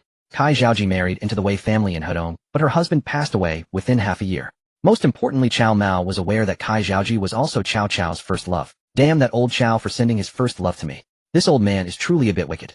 Kai Zhaoji bows to young Master Mao. Seeing Cao Mao staring at her intently, Kai Zhaoji felt a slight Kai Zhaoji was indeed a beautiful and wealthy woman with a slender figure and breathtaking looks. However, she did not pride herself on her appearance. Her greatest concern was her intellectual talents. Cao Mao regained his composure. Since old Cao had sent his first love, what could he do? He might as well accept it. Brother Feng Xiao, you should rest at the inn for a bit. Young Master Mao will first attend to this important matter with Lady Kai. The system had already determined that Kai Zhaoji met the criteria for concubinage, and Cao Mao was certainly going to take her as a concubine. Even if it weren't for Kai Zhaoji's beauty, he was eager for the system's rewards. Kai Zhaoji sighed, softly lamenting the fate of beautiful women. Well, since I am marrying a rooster, I shall follow the rooster. Since I am marrying a dog, I shall follow the dog. Kai Zhaoji closed her beautiful eyes, and a single tear fell from her delicate and lovely face. Congratulations to the host for successfully taking Kai Yin as a concubine. Rewards 1. Mastery of the 5,000 years of Daxia classics. 2. 100,000 gene each of sweet potatoes and potatoes can be cultivated. Cao Mao was stunned. This reward was simply too outrageous. It should be known that this was a time of chaos during the Three Kingdoms with bandits rampant and refugees everywhere. These people were not born bandits or refugees. They were originally landless commoners who had lost their land to the powerful families through cunning and plunder and were left starving, thus becoming bandits and refugees, who would willingly engage in such activities if there were food to eat. Cao Mao had indeed used some means to take over the lands of the Chun family of Xiapi, the Mi family of Donghai, and the Chun family of Guangling. But once these lands were handed over to the refugees, it would still be a headache to see what crops could be planted. While rice and wheat could indeed be grown, the yields per mu under the current conditions were quite low. With Cao Mao's plan to recruit refugees, news spread that there was food to eat and land to cultivate in Shuzhou. Word spread from 1 to 10 and 10 to 100, creating a whirlwind of people flocking to Shuzhou. According to the report from Chao Kanjun in Shuzhou to Cao Mao, within just a short span of over a dozen days, the number of refugees arriving in Shuzhou had already reached 100,000. After these refugees arrived in Shuzhou, they found that there was indeed food to eat and land was genuinely allocated to them. They were even exempt from a year of corvée and taxes on the newly developed lands. As a result, these refugees became quite lively in their thoughts. Although they had escaped, they still had families back home. Those with quick wits had already written letters back home to invite others to join. Chao Kanjun estimated that in a few months the number of refugees coming to Shuzhou might reach 1 million. With so many people arriving, the issue of feeding them would become a significant problem. However, with the system rewarding sweet potatoes and potatoes, which are high-yield crops, Cao Mao's problems would soon be resolved. Zhaoji, my husband, has some important matters to attend to. Once I am done, I will return to enjoy your company. Kai Zhaoji had been completely conquered by Cao Mao's charm. She shyly nodded in agreement. Cao Mao hurried to the main hall and ordered that Song Yingxing be brought to him. Song Yingxing was also worried about the refugee situation. Although so many people had arrived, it had resolved the need for labor to repair the waterworks. But with so many refugees, how much food would be needed in the future? This was the very point that troubled Song Yingxing. He had learned from Chao Kanjun that in a few months the number of refugees in Shuzhou would reach 100,000. Unable to remain on the construction site, Song Yingxing rode a donkey back to Shuzhou City in a hurry. Just as he reached the city gate, he was recognized by Wei Laosan, one of Cao Mao's guards sent to find him. Although Wei Laosan was older, in his 50s, and not adept at fighting, he had one skill: he could remember everyone he had. Song Zhizhou. Upon seeing Song Yingxing ride by, Wei Laosan called out loudly from his horse. "Are you addressing me?" Song Yingxing inquired from atop his mule. "Prefect Song, the Grand General sent to find you at the construction site, but it seems you had already returned to Shuzhou City." Wei Laosan dismounted and came over to help lead Song Yingxing's mule. "If the Lord summons me, it must be urgent. As it happens, I too have pressing matters to discuss with him." Song Yingxing wasted no time and hurried to the Grand General's residence. "Your subordinate." Song Yingxing pays respects to the Lord. Cao Mao descended the steps to greet him, noticing the mud stains on the hem of Song's robe and the straw sandals on his feet. The straw sandals were caked with mud. Cao Mao sighed softly. This was a true official who got things done. With Song Yingxing in charge, matters like building waterworks, recruiting refugees, and reclaiming wasteland for farming were no longer difficult. "Prefect Song, though spring has arrived, the weather remains quite cold. I have a few pairs of shoes here. Take them back to wear." As if by magic, Cao Mao produced a pair of long rain boots and 2 pairs of greenwork shoes from the wide sleeve of his. These were also small rewards from the system. In his spare time, Cao Mao often engaged in deep interactions with his concubines in the rear chambers. Though the rewards were trivial, they proved quite practical. Song Yingxing stared in amazement at the 3 pairs of shoes in Cao Mao's hands. He had never seen such designs. These are rain boots for wearing in wet weather. They don't leak, though they are somewhat less breathable. They shouldn't be worn for too long. These 2 pairs are work shoes, very convenient for the construction site. My lord, who made these? With these shoes we can speed up the work progress. My lord, could you produce more? I want every laborer at the work site to have a pair. You may not know this, but with all the recent rain, many workers' feet have been soaked for so long that they've become chapped and sore. My lord, could you produce more? I want every laborer at the work site to have a pair. You may not know this, but with all the recent rain, many workers' feet have been soaked for so long that they've become chapped and sore. Cao Mao initially thought Song Yingxing was concerned for the laborers' welfare, but upon hearing him out, he realized old Song was more worried about the project's progress. Nevertheless, Song's words gave Cao Mao an idea. The rain boots rewarded by the system were made of modern industrial rubber. Though producing such rubber was impossible given current industrial levels, animal leather could serve as a substitute. Leather was breathable, but less waterproof than industrial rubber rain boots. However, Cao Mao had a solution. The system had also rewarded him with dozens of bottles of waterproof adhesive. Even if he ran out, there was no need to worry about supply. As long as he interacted with his concubines, the system would grant more rewards. Old Song, you're right. Your lord will take this matter into consideration. By the way, I didn't summon you here just about these 3 pairs of shoes. Men, bring out a basket each of sweet potatoes and potatoes for Prefect Song to feast his eyes on. For guards carried in 2 baskets, one of sweet potatoes, one of potatoes, to the main hall. Old Song, you should recognize these, shouldn't you? Cao Mao recalled that sweet potatoes and potatoes had reached Daxia during the Wanli era of the Ming dynasty. Song Yingxing, a profound scholar of agriculture, was surely aware of these crops, which had been introduced from their native lands in Nanyang and South America. Indeed, Song Yingxing picked up a sweet potato and recognized it instantly. This is the sweet potato introduced from Nanyang. It's drought-resistant and can be planted even on hillsides, and most importantly, it yields extremely high harvests. It can produce 2 to 3,000 jin per mu. The potato is similar. With these two crops, even 1 million refugees flooding into Suzhou would be no cause for worry. Overcome with joy, Song Yingxing clutched the sweet potato, and potato tears tracing the furrows on his face, a testament to his delight. What is this that yields 2 to 3,000 jin per mu? Guojia had drunk too much the previous night, and Cao Mao had arranged for him to be accompanied by several robust, strong-armed prostitutes with a strong scent of body odor. After a night of such exertion, Guojia's waist felt as if it might break. Yet he was quite pleased.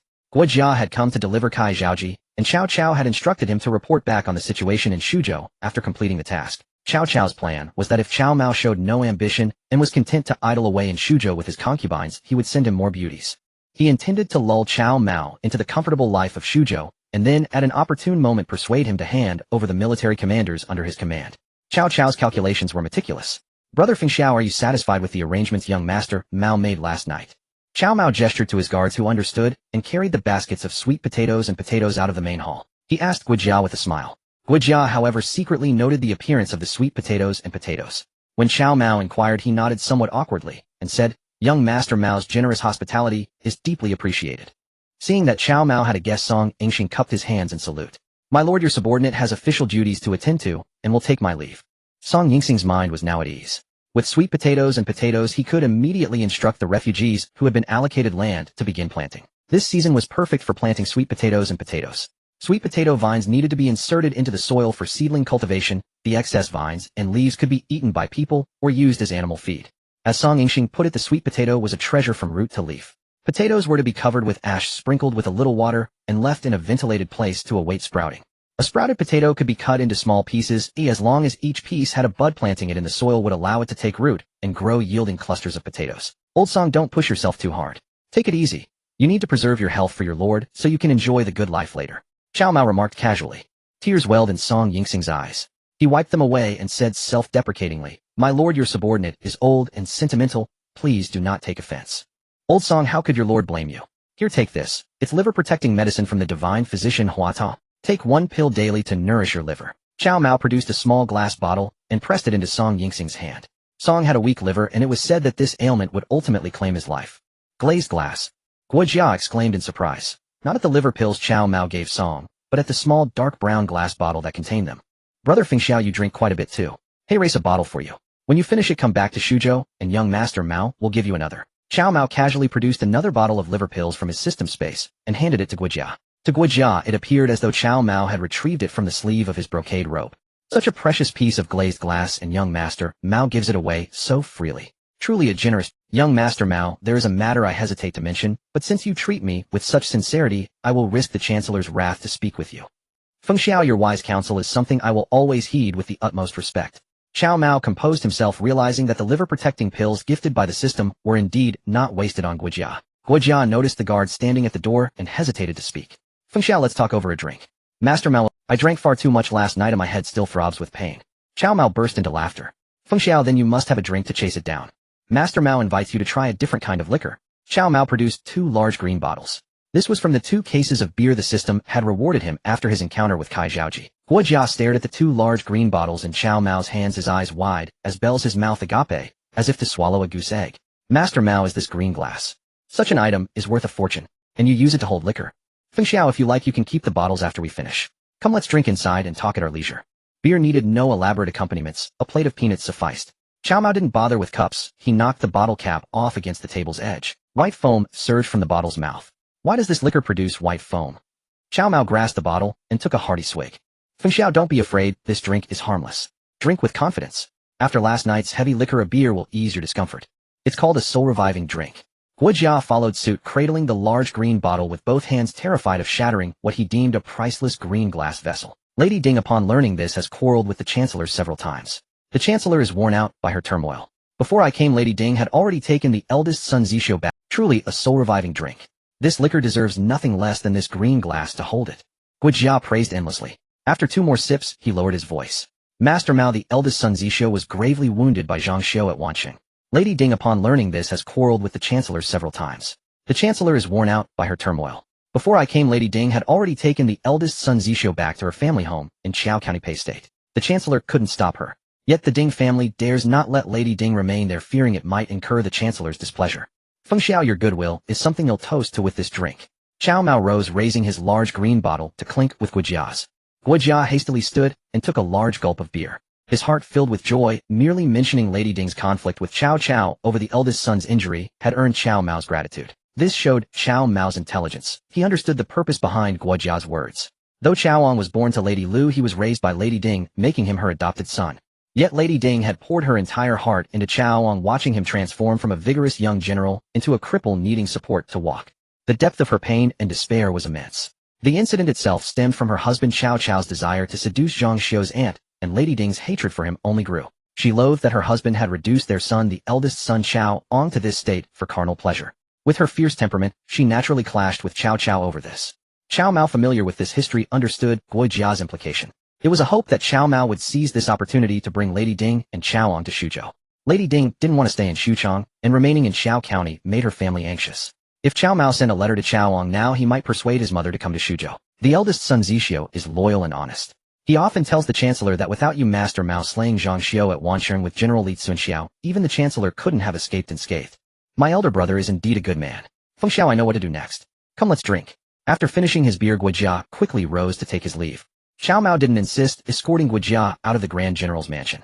Meanwhile, Cao Mao had Jia Su compose a letter to Chaoang, dispatching Yang Zixing and Jia Su with 10 cavalry to Qiao County Pei State to fetch the eldest son Chaoang and his foster mother Lady Ding. Guojia hurriedly left Xuzhou, noting the constant stream of refugees flowing into the city. He silently recorded this in his mind. Upon returning to camp, he went to see Cao Cao, who immediately asked, Feng Xiao, has Zhaoji been delivered? I hear refugees are flooding into Xuzhou. How does Cao Mao plan? Reporting to the Chancellor, Master Mao is building irrigation systems in Xuzhou and taking in these refugees. Those who work on the projects are fed and given land. They are registered into the household records. Master Mao calls this work relief. Cao Cao's eyes flashed, and he slammed the table. Cao Mao couldn't have devised such a brilliant method. It must be from his strategist Lu Ji. What a pity I cannot have such a man in my service. Cao Cao lamented, wishing he could send someone to Xuzhou to snatch Lu Bowen from Cao Mao's side. But truly he couldn't. At Chiang City, his 100,000-strong army had suffered a crushing defeat, let alone marching on Xuzhou. Chancellor, Master Mao is also your son, just like Zhixio. Guojia seized the moment to speak for Cao Mao. If only Cao Mao were half as good as Zhixio. But alas, Zhixio is at Wanqing. Sigh. Feng Xiao, I hear hundreds of thousands of refugees are heading to Xuzhou. Even with work relief, how can Cao Mao temporarily feed them? Where does he find land for them to farm? Guojia bowed and reported, Chancellor, Master Mao is quite resourceful. He encourages refugees to reclaim wasteland, exempting them from taxes and corvée for a year on the reclaimed land. That is indeed a good idea, but there shouldn't be that much wasteland in Xuzhou to reclaim. Cao Cao had long coveted Xuzhou with its vast plains for grain cultivation. For war he needed two things much. Cao Cao had a clear account of how much reclaimable land existed in Xuzhou. Yes, the Chancellor is right. Xuzhou indeed lacks much wasteland. So Master Mao took land from the aristocratic families of Xuzhou. He dares touch the gentry. This rebellious, audacious brat. Cao Cao shot up from his seat, knowing full well the power of these families. Emperors come and go, but the gentry endure forever. Dynasties change, regimes shift, yet the gentry stand unmoved. No matter who sits on the throne, the gentry remain the gentry. Guojia hastily explained. Prime Minister Guojia observed that those aristocratic families did not seem to have any extreme reactions. That audacious wretch Cao Mao seized their lands, yet they show no extreme reaction. This matter is truly baffling. Cao Cao could manipulate the Son of Heaven as he pleased, but he could not, and dared not employ the same tactics against the aristocratic families. Feng Xiao, in a while you must go to Xuzhou again. Be sure to uncover what that audacious wretch Cao Mao has done to the aristocratic families. Guojia was overjoyed. Suppressing his excitement, he bowed to Cao Cao, and said, Prime Minister Guojia will not fail your trust. Cao Cao nodded, then suddenly thought to ask Guojia, Feng Xiao, even if the aristocratic families are willing to give up their land with 1 million refugees flooding into Xuzhou, and all arable land planted, how can we ensure food for these refugees in a lean year? Once food runs short, these refugees will inevitably cause chaos. Feng Xiao, if such a situation arises, I will have to take over Xuzhou. Guojia was left speechless. You Cao Cao are after all a father, yet you scheme against your own son, Cao Mao. But Guojia could not say this directly. He pondered for a moment and replied, Prime Minister, even in a lean year Xuzhou will not lack food. Feng Xiao, what do you mean? Cao Cao looked astonished. Guojia quickly answered, Prime Minister, young Master Mao possesses 2 crops, one called sweet potato, the other called potato. Both of these crops can yield over 2,000 jin per mu, and can be grown even on barren land. Feng Xiao, am I hearing this correctly? Cao Mao actually obtained these 2 crops that yield 1,000 jin per mu. Cao Cao's shock at this was even greater than when he heard Cao Mao had touched the aristocratic family's lands. Cao Cao had never dared to imagine a grain yield of 1,000 jin per mu, let alone 2,000 jin. Prime Minister Young Master Mao said so himself, and Guojia saw these crops with his own eyes. The sweet potato is a vibrant red, while the potato is earth yellow. Guojia has truly never seen such crops. If they yield as Young Master Mao claims 2,000 jin per mu, Suzhou could feed even hundreds of thousands more refugees. Cao Cao's eyes darted rapidly. Cunxiao, go to Suzhou again and get me these sweet potatoes and potatoes. In the chaotic times of the Three Kingdoms, securing grain was paramount. With grain one could recruit soldiers. Even money was less useful than grain. In this chaotic world, grain was the true currency. Prime Minister Young Master Mao treasures the sweet potatoes and potatoes greatly. Obtaining them will be extremely difficult. Guojia believes there is a way to make Young Master Mao unable to refuse giving some. Cunxiao stopped beating around the bush. Tell me at once. Cao Cao stamped his foot in impatience, urging Guojia to speak quickly. Guojia bowed. Prime Minister Young Master Mao's birth mother Lady Zhao Ji holds a lowly position among your consorts. If you elevate her to the status of principal wife, Young Master Mao out of gratitude will surely offer some sweet potatoes and potatoes. Impossible. How can Lady Zhao Ji be made principal wife? Below Lady Ding is Lady Bian, and after Lady Bian are several others. It cannot fall to Lady Zhao Ji. Cao Cao shook his head, repeatedly rejecting Guojia's proposal. Guojia, when making this suggestion, had anticipated this reaction. It was merely a probe. Cao Cao mused for a moment. Isn't Cao Mao fond of beauties? Cunxiao, send him 10 more beauties. I will trade these 10 beauties for 100 jin of his sweet potatoes and potatoes. At the Grand General's mansion in Suzhou, Jiasu hurried in to report to Cao Mao, my lord, Lady Ding and young Master Zhou have arrived. Old Jia, you actually brought Lady Ding and Xiao on to Suzhou. Good, where are they? They are just outside the mansion with General Yang Zixing guarding them. Old Jia, how could you let Lady Ding and my elder brother wait outside? Hurry and welcome them in. No, I will go personally to receive them. Cao Mao straightened his brocade robe and strode out of the Grand General's mansion with a commanding presence. 2 carriages were parked outside the mansion. Ding, a beauty eligible for concubinage has been detected. Cao Mao froze, stopping in his tracks. He turned his head to look at the portly dark-skinned Jiasu. Jiazu's short legs scurried quickly as he caught up to Cao Mao. Cao Mao stopped abruptly, nearly causing Jiasu to collide with him. My lord, is something wrong? Jiazu's small bean-like eyes looked at Cao Mao with confusion. Old Jia, you've done a fine job. Cao Mao chuckled, suddenly uttering these words. Jiasu was a bit flustered. My lord, to get Lady Ding and young Master Zhou to come to Suzhou, I had General Yang Zixing set a fire at the Ding residence. Of course, the fire was set under the name of Prime Minister Cao. The Ding family grew fearful, and Lady Ding's father knelt before her, pleading for her to leave the Ding household. Bloody hell. This Jiasu is truly toxic. To fetch Lady Ding, he actually set a fire at the Ding residence. Old Jia, that fire was brilliantly set. But I wanted to ask about something else besides Lady Ding and my elder brother Chaoang. Are there any other women in these carriages? Jiasu breathed a sigh of relief. He thought for a moment. My lord, aside from Lady Ding's maidservants, there are no other women.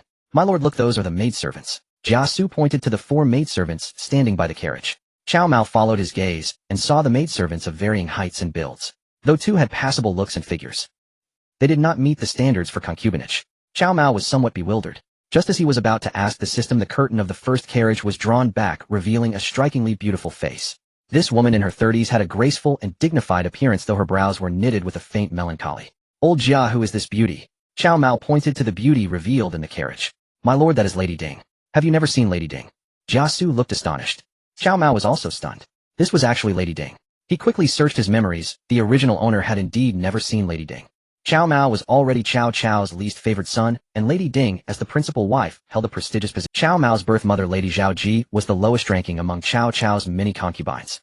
Due to her low status, neither Cao Mao nor his mother had the right to pay respects to the principal wife, even during New Year's visits. Warning: although Lady Ding meets the conditions for concubinage, her current status prevents you from taking her as a concubine. The system's prompt echoed in Cao Mao's mind. Cunxiao, your wise counsel is something I will always heed with the utmost respect. Cao Mao composed himself. Given Lady Ding's current status, taking her as a concubine would violate ethical norms. If the host insists on taking Lady Ding as a concubine, the system will impose a negative reward. Damn it. This is a trap. It's like dangling a piece of fat meat that I can only look at but never taste. Condition for taking Lady Ding as a concubine: when Lady Ding and Cao Cao are no longer married, taking Lady Ding as a concubine will yield a positive reward. System: do you mean that once Lady Ding divorces old Cao, I can take her as my concubine? Host's understanding is absolutely correct. As long as Lady Ding divorces old Cao, he could take her as his concubine. A sinister smile curled at the corner of Cao Mao's mouth. This matter was far too simple, though. If old Cao ever learned that he had taken his former wife, he would surely want to skin Cao. However, Cao Mao felt no moral burden at all. Between him and Lady Ding, they were complete strangers. Once Cao Cao divorced Lady Ding, she would have no connection to him either. At most, she would be nothing more than Cao Cao's ex-wife. Cao Mao's mind raced swiftly, yet his eyes remained fixed on Lady Ding in the carriage. My lord, Lady Ding has endured a long and tiring journey. Should we not first help her alight and rest in the residence? Jia Su, seeing Cao Mao staring blankly at the carriage, hurried over to remind him. Old Jia, you're right. Lady Ding has indeed worked hard. I will personally welcome her down from the carriage. Cao Mao had made up his mind. He needed to get Lady Ding and Cao Cao divorced. He strode quickly to the carriage and bowed deeply. Cao Mao pays respects to Lady Ding. As Cao Mao looked at Lady Ding, she was also observing him. She saw that Cao Mao was young, handsome, and exuded a valiant aura. Additionally, Cao Wang had told Lady Ding that in watching, if not for Cao Mao's orders to his men, he and Cao Cao would never have escaped alive. Though Lady Ding had never met Cao Mao, his saving of Cao Wang's life made her feel kindly toward him. Cao Mao, you saved Zhang in Wancheng. You did very well. Lady Ding, seeing Cao Mao's handsome features, also felt a fondness. Cao Mao looked up and gazed at Lady Ding from close range. She was a year younger than Lu Bu's wife, Lady Yan. Having never borne children, her figure was perfectly maintained. Lady, this is what Cao Mao ought to do. You must be weary from the journey. Let me assist you out of the carriage.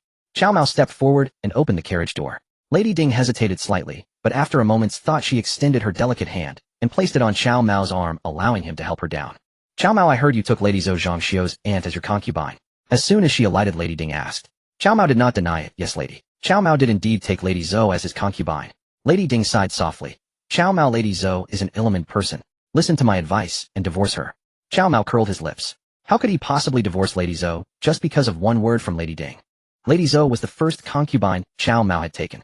Her beauty went without saying, but most importantly, under his guidance, she had become the epitome of an exquisite married woman. Take a naive beauty like Xiao Qiao. If he slapped her, she would turn her head in confusion, her eyes as clear as a collar. But Lady Zou was different. Cao Mao didn't even need to touch her, a mere glance or a subtle hint, and she would assume the most. That was the fundamental difference between an exquisite married woman and a beautiful maiden. Lady, my elder brother has not yet recovered. He'll go help him down. Lady Ding nodded. Cao Mao, your elder brother Zhang, and I may need to stay long in your Shuzhou. Can you accommodate us? Once he took Lady Ding, he would send Xiaowang back to Old Chao. Otherwise, if he died in Shuzhou, the rumors would be unpleasant. Lady, you worry too much. Once he took Lady Ding, he would send Xiaowang back to Old Chao. Otherwise, if he died in Shuzhou, the rumors would be unpleasant. Lady, you worry too much. Since Cao Mao sent men to fetch you and my elder brother, how could he not accommodate you both? I know you prefer tranquility, and my elder brother needs quiet recuperation. I have prepared a secluded courtyard in the rear residence for you both. He'll escort you there now. You are thoughtful. Lady Ding nodded, her tightly furrowed brow relaxing slightly. Cao Mao stole a glance, and Lady Ding was truly stunning. No wonder Old Chao had taken her as his principal wife. Lady Ding turned her head to look at Cao Mao, and their eyes met. Seeing Cao Mao staring dazedly at her, Lady Ding found it amusing. Cao Mao, what are you staring at? Lady, seeing you may I call you mother? Lady Ding sighed softly. Cao Mao, your mother Lady Zhao has indeed suffered all these years. I failed to care for her properly. I am also at fault. It's not your fault. Blame Old Chao for his favoritism. He has never treated us mother and son well. Lady Ding's brow, which had relaxed, tightened again when Cao Mao mentioned Cao Cao. Her face turned cold. Cao Mao never mentioned that man before me again. It was clear that Lady Ding harbored deep resentment toward Cao Cao. This was good. He should often recount Cao Cao's despicable deeds in front of Lady Ding. This would help Lady Ding finally make up her mind to divorce Old Chao. Cao Mao ordered his men to escort Lady Ding and Xiaowang to the vacated courtyard in the rear residence. Cao Mao sent several types of pastries to Lady Ding, which the system had rewarded him during his deep interactions with him. After eating them, Lady Ding praised them endlessly, constantly lauding Cao Mao's filial piety. Cao Mao chuckled inwardly. Lady Ding, once you divorce Old Chao, you'll see what Master Mao is capable of. But aloud, Cao Mao said, Lady, I once sent these pastries to Old Chao, and specifically reminded him to give a box. Did he not deliver them? Lady Ding's eyes flashed with melancholy and indignation. Would he ever think of me, his wife? He must have given those exquisite pastries to some fox outside. Mao, don't mention that man again. By the way, you must still divorce Lady Zou. Cao Mao left Lady Ding and returned to the rear residence, where he found Lady Zou kneeling at the gate, her eyes swollen from crying. Cao Mao looked puzzled. My beautiful Lady Zou, who has wronged you? Husband, please do not divorce me. If I have done anything wrong, I beg you to instruct me. I will surely correct it. Lady Zou wept like a pear blossom drenched in rain. Cao Mao understood. Lady Zou must have overheard Lady Ding telling him to divorce her. He burst into laughter and scooped the kneeling Lady Zou into his arms. Lady Zou, your husband will not divorce you, but you must be punished. Punish me. Your humble wife welcomes her husband's punishment. Zhou Shi's heart was still sweet as she guessed the meaning of Cao Mao's so-called punishment. The exquisite wife even felt a hint of anticipation. Yet when Cao Mao carried her into the room, he did not throw her onto the large bed, but set her down. Cao Mao sat down heavily on a chair, raised his eyes to look at the bewildered Zhou Shi standing in place, and his face darkened. Zhou Shi kneeled down. Zhou Shi's heart sank. She had never seen Cao Mao so stern. Hastily kneeling on the ground, she asked, "Husband, do you still intend to divorce your humble wife?" "So sure, let me ask you this. How did you know that Lady Ding wanted me to divorce you?" Cao Mao glared at her. This was the very reason for his punishment. Cao Mao certainly would not heed Lady Ding's words to divorce Zhou Shi just because Cao Wang was injured due to her. But one thing troubled him deeply. He had never mentioned this to Zhou Shi, yet she already knew of it. What did this imply? It meant Zhou Shi had planted a spy by his own bedmate, his beloved concubine, doing such a thing. Cao Mao could not accept it. Trembling with fear, Zhou Shi said, "Husband, it was Sister Xiao. She disguised herself as a man and went to the front hall to play a joke on you. There she happened to encounter Lady Ding. Lady Ding said she wanted you to divorce your humble wife. Sister Xiao pitied me and immediately ran back to tell me, if you must blame someone, please punish your humble wife alone. Even if you make me a maidservant who only serves tea and water, I am willing." So that was it. Cao Mao, "Lady Zou, your husband wronged you. I apologize to you." No. Husband, you are my sky. You need not, and must not apologize to me. Oh, your lips are truly coated with honey. Zhou Shi, those pretty lips shouldn't just speak sweet words, they should also know how to act sweetly. Cao Mao laughed heartily, pulling the kneeling Zhou Shi to him. Zhou Shi gently lifted the brocade robe. As dusk fell, Guijia hurried with all his might, finally entering Shuzhou City, just before the gates closed. "Brother Fengxiao, you left just a few days ago, yet you already miss young Master Mao." Cao Mao treated Guijia like a brother. "Young Master Mao, this time I have come by the Chancellor's order to present you with 10 beauties." How old Cao was indeed generous. He said nothing when his coveted wife was taken by young Master Mao, and even sent over young Master Mao's first love, Kai Zhaoji. Now just days later he sends 10 more beauties. Cao Mao laughed heartily. Brother Fengxiao, as the saying goes, sudden kindness is either a thief or a whore. For old Cao to send me 10 beauties for no reason, he must want something from me, right? Guijia was speechless. In the Cao family, father and son were both more calculating than the other. Nevertheless, Guijia smiled and said, "Young Master Mao, the Chancellor greatly praises your work in Shuzhou, building irrigation systems, providing relief through work, and gathering refugees. The Chancellor also said that after a few more days, once he finishes his current affairs, he will come to Shuzhou. Then father and son can drink and talk happily." "Stop. Brother Fengxiao, I treat you as a brother, yet you treat me like a fool. Come on, tell me, what does old Cao really want by sending these 10 beauties? If you don't speak, then from now on you'll never get another chance to talk to me." Though Guijia didn't know who a fool was, he understood Cao Mao's temper. Helplessly, Guijia forced a smile. "Young Master Mao, it's nothing major. It was my loose tongue that told the Chancellor about the sweet potatoes and potatoes. The Chancellor loves the people as his own children. He wishes to ask you for some sweet potatoes and potatoes to give to the people in Xuchang for planting. Brother Fengxiao, if it were just for sweet potatoes and potatoes, you need only say the word, and I, young Master Mao, would have no problem giving you 1,000 or 800 caddies. But since it's old Cao asking, that's a different matter. Young Master Mao, do you mean my face is more important than the Chancellor?" "Exactly, Brother Fengxiao, you're absolutely right. That's the logic. If you, Guo Fengxiao, ask for anything, I, young Master Mao, won't even frown." "Really?" "Guijia, thanks, young Master Mao."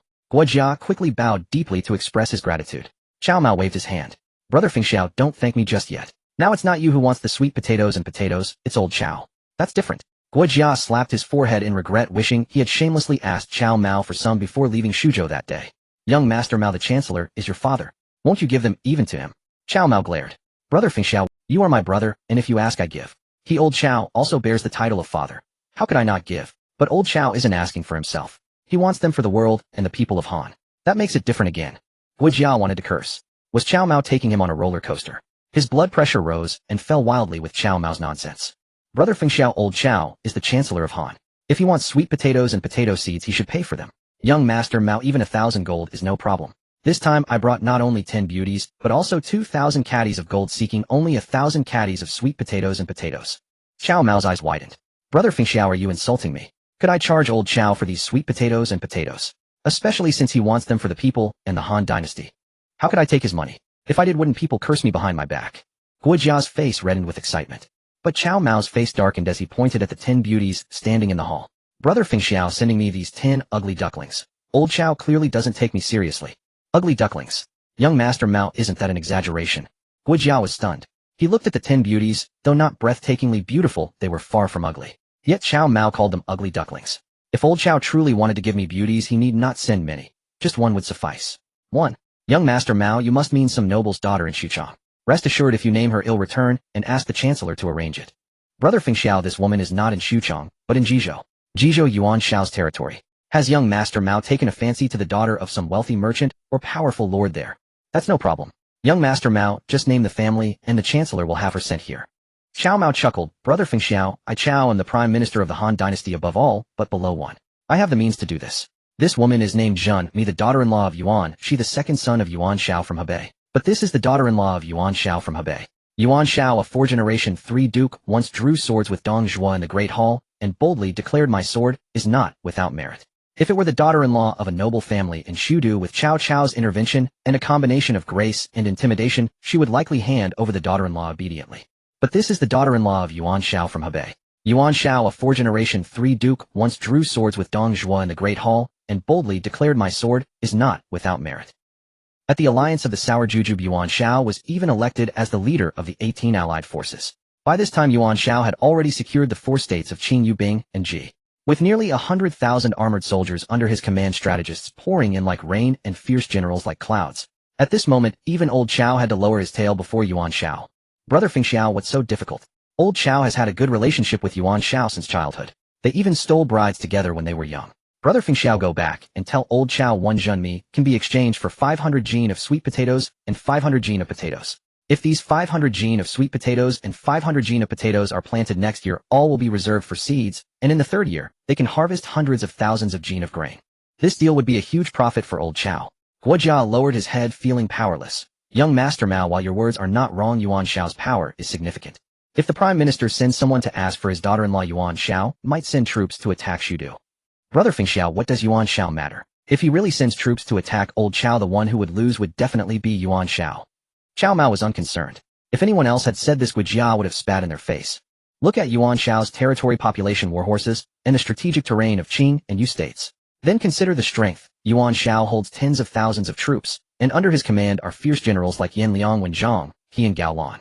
His strategists include Tianfeng, Jusho, Shinpei, and Guotu, all of whom are top-notch advisors. Consider his lineage. Yuan Xiao is a 4-generation 3 duke recognized by all noble families in the realm. Especially during the Han Dynasty, lineage was extremely important. North of the Yellow River is all Yuan Xiao's territory. Territory, troops, reputation, and talent. This captures the advantages of heaven, time, place, and people. Although Cao Cao holds the emperor to command the lords compared to Yuan Xiao, he still falls short. "Young Master Mao, you are mistaken. The Prime Minister's greatest concern is that Yuan Xiao from Hebei may attack from the north. The Prime Minister tries to avoid provoking Yuan Xiao as much as possible. As long as Yuan Xiao sends troops south, Shudu will be in danger, and the Prime Minister will be in peril." "Brother Fengxiao, that's what you think. If it really comes to fighting, old Qiao has 10 victories while Yuan Xiao has 10 defeats. Guojia was stunned. As a top strategist, he had devised plans for Cao Cao. However, when simulating the battle against Yuan Xiao, Guojia had calculated 10 times, and each time Yuan Xiao had emerged victorious. But Cao Mao boldly claimed 10 victories for Cao. Guojia couldn't confront Cao Mao directly, so he suppressed his frustration and asked, "Young Master Mao, you claim Yuan Xiao?" This was a gamble of Cao Cao's life for a woman. Guojia couldn't confront Cao Mao directly, so he suppressed his frustration and asked, "Young Master Mao, you claim Yuan Xiao has 10 defeats, and the Prime Minister 10 victories. May I ask, which 10 victories and defeats?" Cao Mao spoke earnestly. "Brother Fengxiao, take note of this." "My." Guojia, well-read and quick to memorize, hurriedly said, "Young Master Mao, please proceed, and I will remember it carefully." Brother Fengxiao, listen closely. Yuan Xiao is filled with formalities, as old Qiao has never enjoyed studying since childhood and cannot produce these flourishes. This is 1 victory and 1 defeat. Guojia turned pale. Was he really saying such things about his own lord? However, after a moment of contemplation, Guojia realized that Cao Mao did have some point. Guojia quickly wrote it down, but he modified Cao Mao's words to say that Yuan Xiao's many formalities contrasted with the Prime Minister's natural demeanor. This is called a moral victory. Though Yuan Xiao holds the 4 states of Qing, Yubing, and Ji, he lacks legitimacy and order. Old Qiao's territory may be small, but he holds the Han Emperor in his hand, representing the Han Dynasty and the court. This is 2 victories and 2 defeats. Guojia quickly translated this into terms suitable for reporting to Cao Cao, saying Yuan Xiao acts in defiance, while public virtue leads to commanding the world. This is a moral victory. Yuan Xiao. Cao Mao excitedly laid out the 10 victories and 10 defeats. Guojia grew increasingly alarmed. Though Cao Mao's words were crude, they pointed directly to the core. Guojia summarized and categorized Cao Mao's 10 victories and defeats, mentally reciting them once before hurriedly bowing deeply to Cao Mao. Young Master Mao's theory of 10 victories and 10 defeats has opened Guojia's mind. If Yuan Xiao were to go to war with the Prime Minister, he would surely fail. Brother Fengxiao, with these 10 victories and 10 defeats, isn't it easy for old Qiao to ask Yuan Xiao for a daughter-in-law? Cao Mao looked at Guojia with a grin. Guojia was speechless. It turned out that young Master Mao's research into 10 victories and 10 defeats was ultimately just to obtain Yuan Xiao's daughter-in-law. Cao Mao looked at Guojia with a grin. Guojia was speechless. It turned out that young Master Mao's research into 10 victories and 10 defeats was ultimately If only he were like Guojia, strong as an ox, and exuding the scent of musk that would leave a lasting impression. Report. Yuan Shu from Huainan has sent an envoy to seek an audience with the general. The bodyguard Wei San hurriedly entered to report to Cao Mao. Brother Fengxiao, do you want to meet this envoy from Yuan Shu together? Cao Mao smiled at Guojia. Guojia quickly waved his hand. Young Master Mao, I must return to report to the Prime Minister, and cannot stay long. Please accept these 10 beauties. Alright, it's just right that Madame Ding is short of a few attendants. Send 5 nimble ones to Madame Ding. Cao Mao ordered that these 10 beauties be sent to the backyard, allowing Madame Yin to select 5 quick-handed ones to send to Madame Ding. As for the other 5 beauties, Cao Mao had Yin Zhou Jiao to Xiao, and Xiao Xiao each choose one to stay by his side and serve. Tell Madame Yin that these 5 beauties were specially selected by old Qiao from Shudu to serve Madame Ding. Cao Mao specifically instructed that when Madame Yin sent the people over, she should say this sentence. Just as the 10 beauties were taken down, Yuan Shu's envoy arrived. The emperor of the Zhong family has a daughter Shui Ying who wishes to marry General Qiao and establish a bond of marriage. The envoy said sharply to Cao Mao, damn it, what is Yuan Shu? And yet he dares to say he wants to marry off his daughter. Marry off his own sister. To this general cut off the ears of that thing missing a piece. Upon hearing the envoy sent by Yuan Shu, who even referred to himself as the emperor of the Zhong family, Cao Mao became furious. Wei San, the personal guard, charged forward, seized the dagger, and sliced off the right ear of Yuan Shu's envoy in one swift motion. The envoy screamed in agony, clutching his ear. Cao Mao and war envoys are not to be harmed. I came here on the orders of my emperor, seeking a marital alliance between our 2 houses, yet you dare to cut off my ear. This is an insult to my emperor. When I return, I shall surely advise him to raise 100,000 troops to crush your Shuzhou city. On the day it falls, we will massacre every soul within. Oh ho, that fool Yuan Shu actually has such a defiant envoy. How amusing. Come cut off his left ear as well. With a wave of Cao Mao's hand, Wei San lunged forward again, his dagger, slashing off the envoy's left ear. The envoy was utterly dumbfounded. This General Qiao truly defied all convention. The young man had no sense of martial honor. Typically, even a cunning strategist like Cao Cao would seize such actions after an envoy uttered such a threat. Yet Cao Mao ordered the removal of his other ear. You still have a nose. You may continue to defy me if you wish. Cao Mao grinned at the envoy. With both ears severed, blood drenching half his head, the envoy fell to his knees. Cao Cao, Great General, I am merely a messenger for Yuan Shu. I meant no offense to your majesty. Please do not make things difficult. You're nothing. Where are Yang Zixing and Qin Shubao? Here, General. At Cao Mao's command, Yang Zixing and Qin Shubao stepped forward, one clad in silver armor, the other in gold. General Zixing, General Shubao, lead 1,000 of the elite guard south. Capture Danyang Commandery and eliminate Yuan Shu's son Yuan Yin. Then secure the entire Danyang Commandery. We obey your command. Yang Zixing and Qin Shubao bowed. In their dictionary there was only one word for their lord: obedience. My lord, the northern part of Danyang is held by Yuan Yin, but the south is under Sun Tzu of Jiangdong. If we take the southern commandery, it would be equivalent to declaring war on Sun Tzu. Jia Su, standing at Cao Mao's side, offered a word of caution.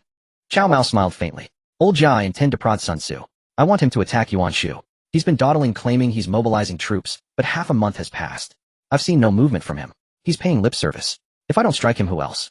Jia Su was inwardly delighted. He had feared Cao Mao was succumbing to indolence, wasting his days with his concubines. In this chaotic world, only the strong with vast power survive. The weak are inevitably devoured. My lord, I, Jia Su, wish to join Generals Yang Zixing and Qin Shubao on the southern campaign against Danyang. Jia Su volunteered eagerly. Cao Mao laughed heartily. Excellent. With you, old Jia, advising our generals, the recovery of Danyang is within reach. Old Jia, once Danyang is reclaimed, I shall appoint you as its grand administrator, overseeing all military and civil affairs. Jia Zu's throat went dry. He had never dreamed of attaining such a position. Jia Su thanks you, my lord. Old Jia, I hear that Lady Wu of Sun Jian of Jiangdong was a renowned beauty from Qiantang Wujuan. Sun Jian went to great lengths to marry her. After you take Danyang, write to Sun Tzu. Tell him I wish to extend my care to his widowed mother. Have him send her to Shu. Jia Zu's jaw dropped in utter disbelief. He had just been praising his fortune in serving such a brilliant lord, only to be slapped in the face. Cao Mao had set his sights on Sun Ce's mother. Old Jia, is there a problem? And no problem. Jia Zu's face turned purple. What could he say? Faced with such an eccentric lord, all he could do was obey. Good. Also, Sun Jian's sister is said to be a beauty of Fuchin Wujuan. Have both the aunt and sister-in-law come to Shuzhou. Jia Su sighed, too weary to speak. Though his ears were gone, Yuan Shu's envoy heard every word clearly. That lecherous brat, Cao Mao, even covets the mother of Sun Tzu, the tiger of Jiangdong. When I return to Huainan, ill-advise the emperor to send a secret letter to Jiangdong. Sun Tzu will surely ally with the emperor to destroy Cao Mao. Thus I will avenge this mutilation. The envoy gritted his teeth, plotting silently. Wei San dressed this false envoy from Yuan Shu in women's clothes and drive him out of Shuzhou city. Cao Mao snorted, slapping the table to issue another command. Wei San, grinning maliciously, seized the envoy, had him powdered and rouged, dressed in women's garments, and expelled from Suzhou. Jia Su frowned at first, thinking Cao Mao was simply being reckless. But catching sight of the slight curl of Cao Mao's lips, he froze. My lord, this is a brilliant strategy. Old Jia, you've caught on. When this envoy returns, he'll report to Yuan Shu, who will surely write a secret letter to Jiangdong. Old Jia, have your men intercept Yuan Shu's messenger. With that letter, we can charge Sun Su with conspiring with the traitor Yuan Shu to rebel. Your wisdom is unparalleled, my lord. Jia Fu flattered. Haha, old Jia, with that letter, Sun Su will have no choice but to send his mother and aunt to Suzhou. Cao Mao laughed triumphantly. Jia Su, who had seen many masters in his time, found this young lord utterly Cao Cao stared wide-eyed at Guijia. Fengxiao, which woman is Cao Mao demanding? Chancellor, the woman Mao Gongzi desires is Zhanmi, the wife of Yuan Shao's second son Yuan Shi. Mao Gongzi said that if you send Zhanmi to Suzhou, he will give you 1,000 caddies of sweet potatoes and potatoes. Fengxiao, how dare that madman think such thoughts? Yuan Binch's family has held the highest offices for 4 generations. He controls the lands of Qing, Yu, Bing, and Ji with countless troops and generals. I am always on guard against him marching south. Just days ago, I sent gifts to placate him. And that madman Cao Mao dares to covet his daughter-in-law. Fengxiao, you've explained the gravity of this situation to him, haven't you? Cao Cao leaped to his feet, no longer calling Cao Mao a rebellious son, but a madman. Guijia remained composed. Chancellor, if Yuan Shao dares to wage war against you, you will surely be the victor. Cao Cao glanced sidelong at Guijia and sighed. Fengxiao, you've changed. That madman has influenced you. He'll send someone else to Suzhou from now on. Guijia panicked. How could he not go to Suzhou? There he had strong liquor, and the most spirited, flavorful courtesans Cao Mao had prepared for him. Chancellor, if Yuan Shao goes to war with you, he will surely lose. As Cheng Yu Sun Yu Xiaoho Dun and Chao Ren received Cao Cao's command to convene in the main tent, Cheng Yu heard Guijia say that if Cao Cao were to go to war with Yuan Shao from Hebei, victory would be assured. Cheng Yu was furious. He pointed at Guijia's nose and scolded, Gua Fengxiao, I never expected you to become a flatterer. It's a shame that the Chancellor trusts you, consulting you frequently, yet you dare to lie with your eyes wide open. Even Chao Ren agreed with Cheng Yu. Guijia, Yuan Shao is powerful. Our army should temporarily avoid. Though Sun Yu and Sun Yu did not speak, their expressions revealed their agreement with Cheng Yu and Chao Ren. Cheng Zhongde, you are mistaken. If the Chancellor goes to war with Yuan Shao, the Chancellor has 10 victories while Yuan Shao has 10 defeats. With 10 victories against 10 defeats, the outcome is obvious. Gua Fengxiao, you are just seeking attention. Yuan Shao has a strong army occupying 4 states. How could he possibly have 10 defeats? Zhongde, let us hear what Fengxiao has to say about the 10 victories and 10 defeats. Cao Cao was momentarily stunned. He knew Guijia would never speak without basis. Moreover, Yuan Shao was just across the river, akin to a sharp blade hanging over Cao Cao's head. Once that blade falls, Cao Cao would have no place to die. How could one sleep soundly beside a looming threat? Chancellor Gua Fengxiao's words are merely flattery. There is no benefit in listening to them. Cheng Yu had a fiery temperament. He believed that whatever he thought was right. Zhongde, let us hear Fengxiao finish his words first. Sun Yu had already noticed that Cao Cao wanted to know about Guijia's 10 victories and 10 defeats. He smiled at Cheng Yu and said nothing further, giving him some face. Fengxiao, please elaborate on the 10 defeats and 10 victories. Sun Yu smiled at Guijia. On his way back from Suzhou, Guijia had already summarized Cao Mao's 10 victories and 10 defeats, internalizing them thoroughly. Guijia spoke slowly, saying, Shao is lavish in rituals and ceremonies, treating the public with naturalness. This is a victory in principle. Acting in reverse, while the public follows in obedience, this is a victory in righteousness. Shao creates an illusion of strength, unaware of military essentials, using few to conquer many. This is a martial victory. Guijia eloquently compared Cao Cao and Yuan Shao from 10 aspects: doctrine, righteousness, governance, strategy, virtue, benevolence, wisdom, culture, and martial prowess. Under Guijia's discourse on the 10 victories and 10 defeats, Yuan Shao faced utter defeat, while Cao Cao triumphed completely. Cao Cao's heart surged with excitement, realizing how formidable he was. How foolish he had been to live in constant fear of Yuan Shao from Hebei, even sending gifts and bowing before him. Sun Yu rejoiced. Fengxiao's analysis of the 10 victories and 10 defeats is brilliant. Chancellor Sun Yu fully supports Fengxiao's words. The Chancellor may issue a decree ordering Yuan Shao to send troops against the rebel Yuan Shu. He will surely refuse. At that time, the Chancellor can lead the troops to deal with him. Wenruo, there is no need to order Yuan Shao to confront Yuan Shu if he intends to use the road to Shudu to attack Yuan Shu. Should we allow him passage or not? Guijia's words led Sun Yu, and others into deep thought. What Fengxiao said is indeed true. If we allow Yuan Shao passage to Shudu, and he suddenly strikes, we will be in a very passive position. But how do we provoke Yuan Shao to use his army against us? That is also a difficult task. Hearing this, Xiahou Dun interjected. Guijia smiled slightly.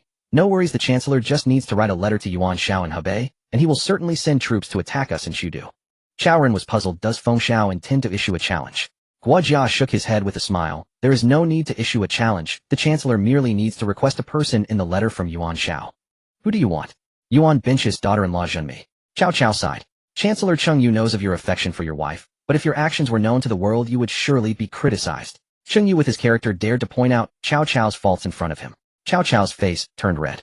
Guojia quickly explained for Cao Cao Zhongda asking Yuan Shao for his daughter-in-law Jinmi is not for the Chancellor, but for young Master Mao. To be frank with the Chancellor and everyone, this theory of 10 victories and 10 defeats was also proposed by young Master Mao. Guojia is merely voicing it on his behalf. Feng Xiao stopped speaking for this madman. No one present starting from Cao Cao believed that the theory of 10 victories and 10 defeats was originally proposed by Cao Mao and later articulated by Guojia. Guojia sighed, deeply recalling a statement made by Cao Mao while they were drinking together. Cao Mao said that prejudice is like a mountain in one's heart. At that time Guojia did not understand and now he comprehended. Chancellor, since the false rebel Yuan Shu has young Master Mao in the offensive, our army should return to Shudu to regroup and prepare food supplies for battle against Yuan Shao. Guojia took a moment. He knew that even if he spoke for 1,000 days no one would believe that the theory of 10 victories and 10 defeats was proposed by Cao Mao. The most important thing now is to help Cao Mao obtain Jinmi, Yuan Shao's daughter-in-law, in exchange for sweet potatoes and potatoes, which are high-yield crops. Chancellor Feng Xiu's words are indeed accurate. Yuan Shao from Hebei will never allow our army to grow strong. Rather than guarding against Yuan Shao's attack day and night, it is better to take the initiative. Sun Yu also chimed in to support Guojia.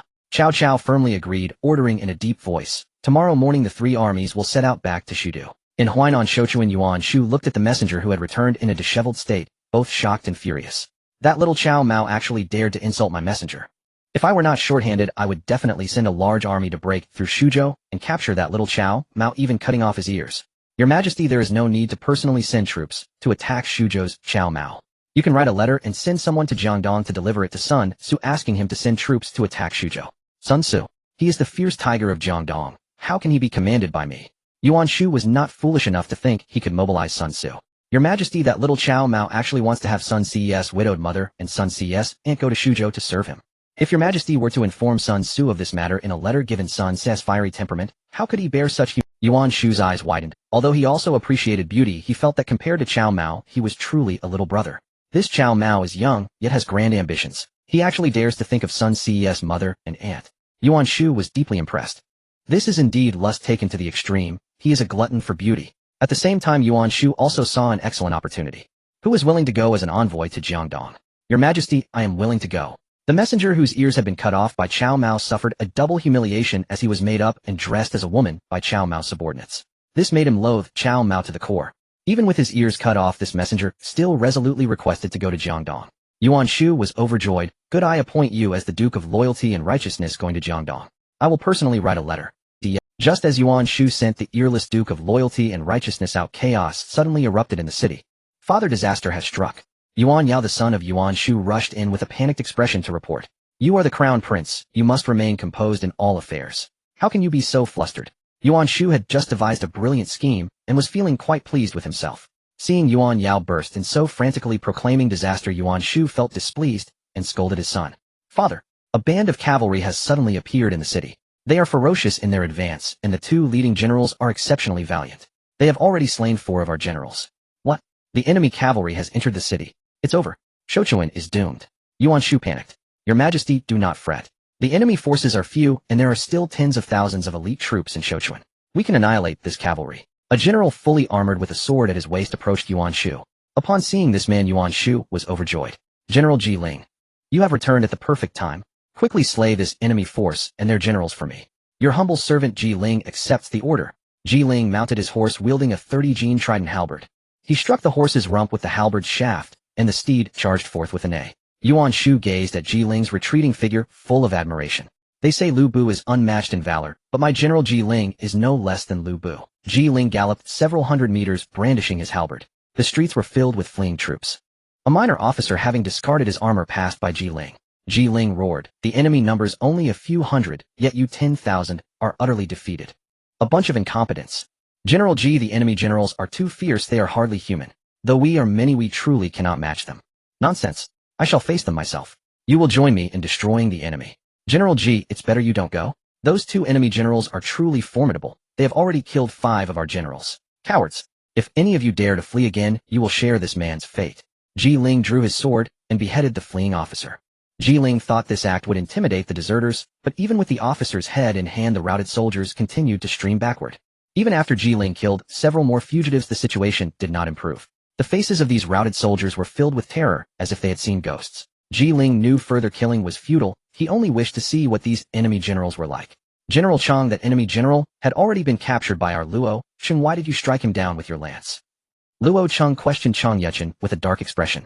Chang Yechen smashed the head of a Yuan soldier with his lance, grinning sheepishly. General Luo, I was in the heat of battle, and forgot the fellow had already surrendered. General Chang, when we set out for Shochuan, our lord repeatedly instructed you not to kill prisoners or sack the city, yet you have turned a deaf ear to his words. General Luo, these men are all useless. Killing them saves food. Chang Yechen remained unconvinced. Alas! General Chang, if you kill all these men and raise Shochuan, we will have fought hard for an empty city. What use is an empty city to us? Our lord has emphasized repeatedly that people are the most important. What value is there in holding a dead city? Chang Yechen scratched his head innocently. General Luo, I was wrong. I will not kill any more prisoners from now on. General Chang, that is well and good. Luo Cheng nodded. As he spoke, his five-hooked divine flying silver spear moved like a silver dragon emerging from its cave, piercing through a Yuan soldier in one thrust.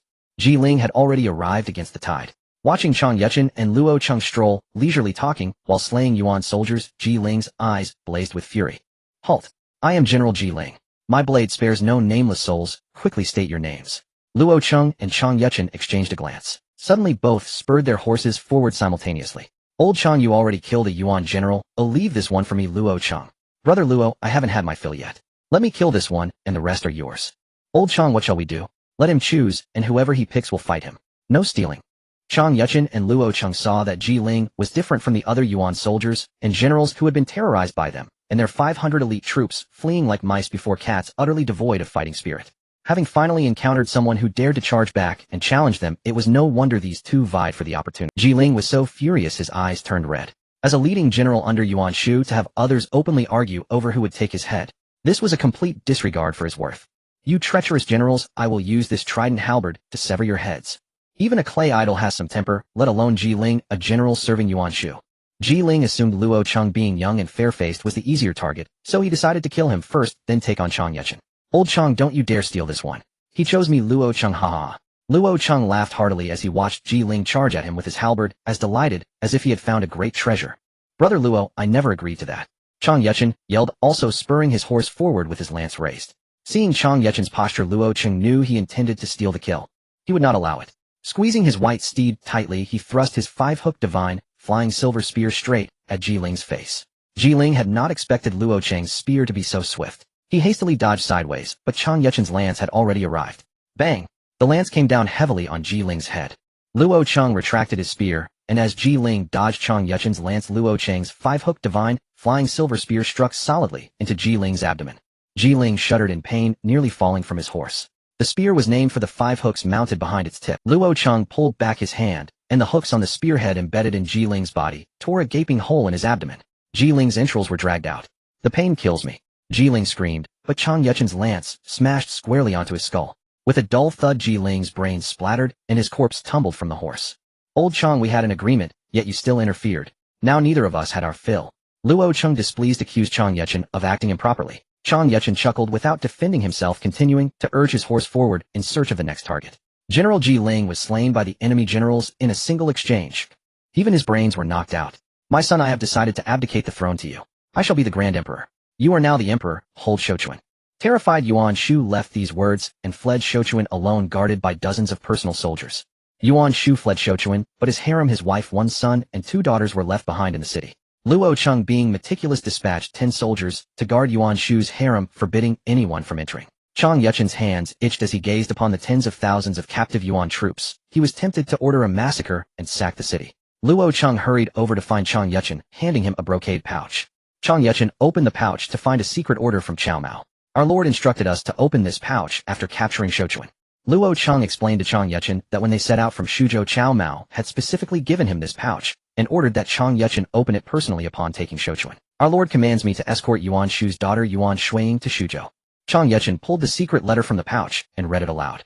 Yuan Shu's daughter Yuan Shuiying was also a stunning beauty. Cao Mao entered her name into his concubine system and found that she fully met the conditions for taking a concubine. Naturally, Cao Mao would not let her slip away. Luo Cheng breathed a sigh of relief. With Chang Yechen stationed in Shochuan, he had to keep an eye on him to prevent a massacre. Old Chang, as subordinates, we should consider our lord's best interests. Although our lord only requested Yuan Shuang, we might as well send all of Yuan Shu's harem beauties and female relatives to Shuzhou. It's up to our lord to decide their fate. Don't you agree, old Chong? Xiao Luo, you're becoming more adept at handling affairs. No wonder our lord entrusted you with this pouch. Chong Yuchen had breached Shouchuan, but couldn't carry out a massacre, leaving him feeling hollow and unsatisfied. However, as a general granted by the system to Cao Mao was their absolute lord. Any command he issued, even if clearly wrong, would be executed without question. Though Chong Yuchen couldn't massacre the captives, he resolutely carried out Cao Mao's secret order upon reading it. Yuan Shu's harem along with the Yuan clan's female relatives totaled over 400 people. Chong Yuchen led only 50 Beiwei troops to escort them to Shuzhou. In Jiangdong, Sun Tzu stared at the map on the wall, his brow furrowed into a knot, his gaze blazing like fire as he fixed on Lu Biao's territory. Lu Biao, you old villain. You killed my father and seized the imperial seal. If I don't avenge this, I am no son of Sun. Sun Tzu punched the wall, shattering 2 bricks with his fist. My lord, an envoy from Yuan Shu of Huainan seeks an audience. Sun, he hurried in to report. Sun, he was formerly the captain of the guards for Sun Ces, Father Sun Jian. After Sun Jian's death, he became Sun Ces' most trusted man. Yuan Shu is a pig. Associating with him brings nothing good. The other day, that so-called General Cao Mao brought an imperial decree ordering me to attack Yuan Shu. I ignored Cao Mao, which was already a favor to Yuan Shu. If he has any sense, he shouldn't send anyone to see me now. Sun Tzu sneered. My lord, this is a personal letter from Yuan Shu. The envoy said that once you read it, you would surely agree to see him. Sun, he held a secret letter written on silk. Sun Tzu laughed coldly. Is Yuan Shu returning Danyang commandery to me? If so, I might grant him an audience. Sun, he bring me the letter. Sun, he handed the letter to Sun Tzu. Sun Tzu opened it, and after reading, half spat out a mouthful of blood. My lord. Sun, he rushed forward in concern. Sun Tzu clutched the silk letter and cursed loudly. Cao Mao, you insolent wretch. How dare you insult my widowed mother and aunt? I swear I will storm Shuzhou and cut off your head with my gooting blade. Could Cao Mao really have said such things? My lord, don't be deceived by Yuan Shu. Perhaps we should call in the envoy. Fine. Sun, he summoned Yuan Shu's envoy. If Yuan Shu fabricated such insults against my mother, I will cut off the envoy's ears. Sun, he opened his mouth to speak, wanting to tell Sun so that the envoy had no ears. Soon Yuan Shu's envoy, the earless Marquis of Loyalty, came before Sun Tzu. General Sun, you must have read the emperor's secret letter. This Cao Mao is insufferably arrogant. In Shuzhou, he said he wanted you to send your mother and aunt to serve him. I couldn't bear it and rebuked him, but that villain Cao Mao ordered his men to cut off my ears. The envoy pointed to his missing ears. Sun Tzu suppressed his rage and questioned the envoy about his audience with Cao Mao in Shuzhou. The envoy, as the victim, recounted the scene in detail. Having heard the account, Sun Tzu flew into a towering rage. Summon Chengpu, Jiangqin, and Zhou Tai. I will raise an army to attack Shuzhou. I swear to take that arrogant Cao Mao's head to comfort my father's spirit and restore my mother's honor. Brother, don't act rashly. Sun Quan hurried over to stop him. Zhoumo, that brute Cao Mao has insulted our mother. Can you swallow this anger? Zhoumo, you're still young. Stay out of this. Sun Tzu waved his brother away. Sun Quan wanted to advise further, but Sun Tzu wouldn't listen. Envoy, return and tell Yuan Shu that I will raise all of Jiangdong's forces to attack Shuzhou. He should send a general to contain the defenders of Xiapi. General Sun, I will relay your words to His Majesty. However, I request that you write a letter confirming our joint attack on Shuzhou. Fine. He'll write it now. Brother, you must not. Sun Quan blocked him again. Guards, take Zhoumo away. Sun Tzu still treated his younger brother as a child. He ordered Sun Quan to be taken away. Sun Quan was helpless, wanting to explain, but his brother gave him no chance. Sun Tzu not only wrote a reply to Yuan Shu, but also bit his finger and wrote 4 blood characters. I swear to kill Cao Mao. Yuan Shu's envoy took the secret letter and hurriedly left Jiangdong. While crossing the river, a fast boat caught up. The men on the boat beheaded the envoy, searched him for the letter, and threw his body and head into the Yangtze River to feed the fish. In Shuzhou City, Cao Mao was in the backyard playing a squatting game with the Qiao sisters De Qiao and Xiao Qiao. Cao Mao played the role of a turnip, sitting motionless in a chair. De Qiao and Xiao Qiao took turns squatting. The game left both sisters flushed, reluctant to stand up after squatting. Husband Lady Ding has sent back all 5 beauties you gifted her. Lady Zou rushed in to report, and seeing the Qiao sisters enjoying themselves so much, her little mouth also opened in shy surprise. Cao Mao patted Xiao Qiao, who was still playing the carrot squat game. Sister Zou, your husband is calling you over to play. Xiao Qiao looked adorably naive, wanting to stand up, but reluctant to leave. Lady Zou shook her head with a smile. My husband, General Chong Yuchen, is outside seeking an audience. Chong Yuchen has returned. It seems he must have brought back Yuan Shu's daughter Yuan Shuiying. Cao Mao stood up from his chair with Xiao Qiao clinging to him. Did Xiao Go ask General Chong Yuchen if he has brought Yuan Shuiying back? If so, bring her to see me. My husband, let your concubine go instead. Lady Zou, there's no need for you to go. Let your sister De Qiao handle it. Xiao Qiao, come down, and let your sister Zou sit here. Cao Mao gave a wicked smirk, set Xiao Qiao down, and replaced her with Lady Zou. After about the time it takes to burn a stick of incense, De Qiao returned. My husband General Chang Yuchen has captured Shouchuan and brought all 374 members of the false rebel Yuan Shu's harem and female relatives to Shuzhou. I have already arranged for Yuan Shu's harem and female relatives to be housed in the neighboring estate. The daughter of Yuan Shu you desired Yuan Shuiying has also been brought and is waiting outside to see you. De Chao, you have done well. You must be tired from the journey. De Chao Xiao take Yuan Shuiying to the hot spring. Cao Mao figured that Yuan Shuiying, having traveled from Shouchuan to Shuzhou over the past few days, probably hadn't been able to bathe. Even a beauty would not smell very pleasant.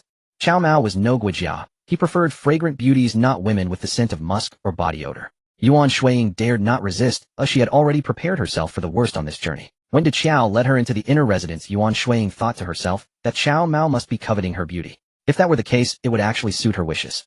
She had already decided to do her utmost to please and flatter Cao Mao. When De Chao and Xiao Qiao took her to soak in the hot spring, Yuan Shuiying behaved with extreme obedience.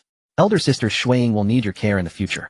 Xiao Qiao smiled naively, her lips pursed. You don't need to say that, I will take care of you anyway. Our husband has told us concubines to be like sisters and not to vie for favor. De Chao winked at Xiao Qiao, who was puzzled. Sister, is there something wrong with your eye? If it's uncomfortable, let our husband ask the divine physician, Hua, to examine you.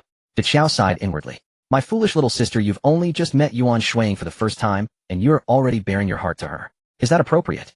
But Cao Mao had indeed told them to be like sisters. De Chao forced a smile. Xiao Qiao, my eye is just a little uncomfortable. Oh, it's fine now. By the way, Sister Shuiying, this is a dress specially tailored for you by our husband. Please wear it after your bath. De Chao took out a silk dress as thin as a cicada's wing and handed it to Yuan Shuiying.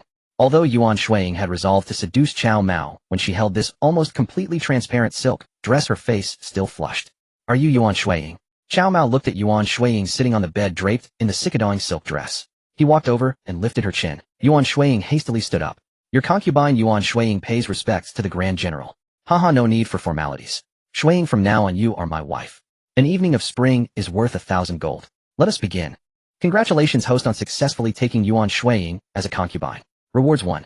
Yu Tingyu and his sons 2. A Ming Dynasty naval fleet, 300 men, 2 Fuchuan ships, 4 Ing ships, 4 Zimu ships, 4 Huolong ships, 2 Tsongshan ships, 2 Chuluan ships, 10 Wugong ships. Cao Mao was overjoyed at the 2 rewards from the system. Yu Tingyi's fame might not compare to that of Li Cunxiao Luo, Chengyang Zixing, or Qin Xiong, but the Ming Navy he and his sons trained was exceptionally formidable. Although Cao Mao was in Shuzhou, he had already set his sights on Jiangdong. However, Jiangdong was protected by the natural barrier of the Yangtze River. Now, with the system granting him Yu Tingyu and a Ming naval fleet crossing the Yangtze, was merely a matter of time. Yuan Shuiying had originally planned to seduce Cao Mao, whispering sweet nothings in his ear to persuade him to help her father Yuan Shu. But after being taken as his concubine and engaging in deep communion, the allure of his charm made Yuan Shuiying completely abandon her plan to plead for her father. She only wished to be Cao Mao's favored concubine. That very evening, Cao Mao summoned Yu Tingyu and his sons, offering them words of encouragement. My lord, I command a navy, but Shuzhou lacks large lakes for training. General Yu Tingyu, that's an easy fix. Tell me where is suitable for training a navy, and I will conquer it for you. My lord, I previously trained the navy at Lake Chao. The lake is vast with calm waters and no waves, making it ideal for naval drills. Lake Chao? Isn't that also occupied by the false rebel Yuan Shu? General Chang Yuchen, with 5,000 new recruits, do you have the confidence to take Lake Chao? Cao Mao called Chang Yuchen in and asked him. The moment Chang Yuchen heard there was another battle, his eyes lit up. My lord, it's just a small Lake Chao. Don't say 5,000 troops. Give me 500 and I'll take it. General Chang Yuchen, do not underestimate the enemy. When attacking Lake Chao, follow the same rules as before: no killing of prisoners or sacking of cities. I am sending General Song Xian and Ho Chung to accompany you. No need, my lord.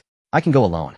Chang Yuchen shook his big head. In truth, third-rate generals like Song Xian and Ho Chung were beneath his notice. Chang Yuchen often liked to spar with other generals. He genuinely admired Li Cunxiao, Zixing Luo Chung, and Qin Xiong, and held them in high regard. But men like Song Xian and Ho Chung, who had originally been Lu Bu's subordinates and had joined Cao Mao's camp after being captured, were looked down upon by Chang Yuchen. General Chang Yuchen, this is a military order. Do not disobey. Cao Mao's face darkened, and Chang Yuchen backed down, immediately agreeing to lead the 5,000 new recruits with Song Xian and Ho Chung to attack Lake Chao. The 5,000 new recruits conscripted by Cao Mao were all selected from refugees. In just 1 month, the number of refugees streaming into Shuzhou from various regions had reached 200,000. Upon arriving in Shuzhou, these people learned that there was work, food, and land to be distributed. They decided to stay and not leave. For refugees, as long as there was a morsel to eat, they wouldn't remain wanderers. Cao Mao conscripted 20,000 young men and 2,000 young women from these refugees, forming a new army. During this time, he had Song Xian and Ho Chung train them. As for the 2,000 female soldiers, Liang Hongyu was in charge of their training. My lord, Liang Hongyu requests to go to battle. Just then Liang Hongyu, valiant and spirited, rushed in and immediately asked for a combat assignment. General Liang Hongyu training female soldiers is no easy task. After all, the physical strength and fitness of female soldiers should be weaker than that of male soldiers. This time attacking Chao Lake is a lone venture. Once there is a misstep, it could lead to the annihilation of the entire. Cao Mao's intention for Liang Hongyu to train female soldiers was not for siege and conquest. Rather, he planned to use the trained female soldiers to protect his harem. Liang Hongyu argued loudly, "My lord, although I am a woman, I train female soldiers. But our daughters are my lord. Among these female soldiers, 500 were recruited under your command in Chiang.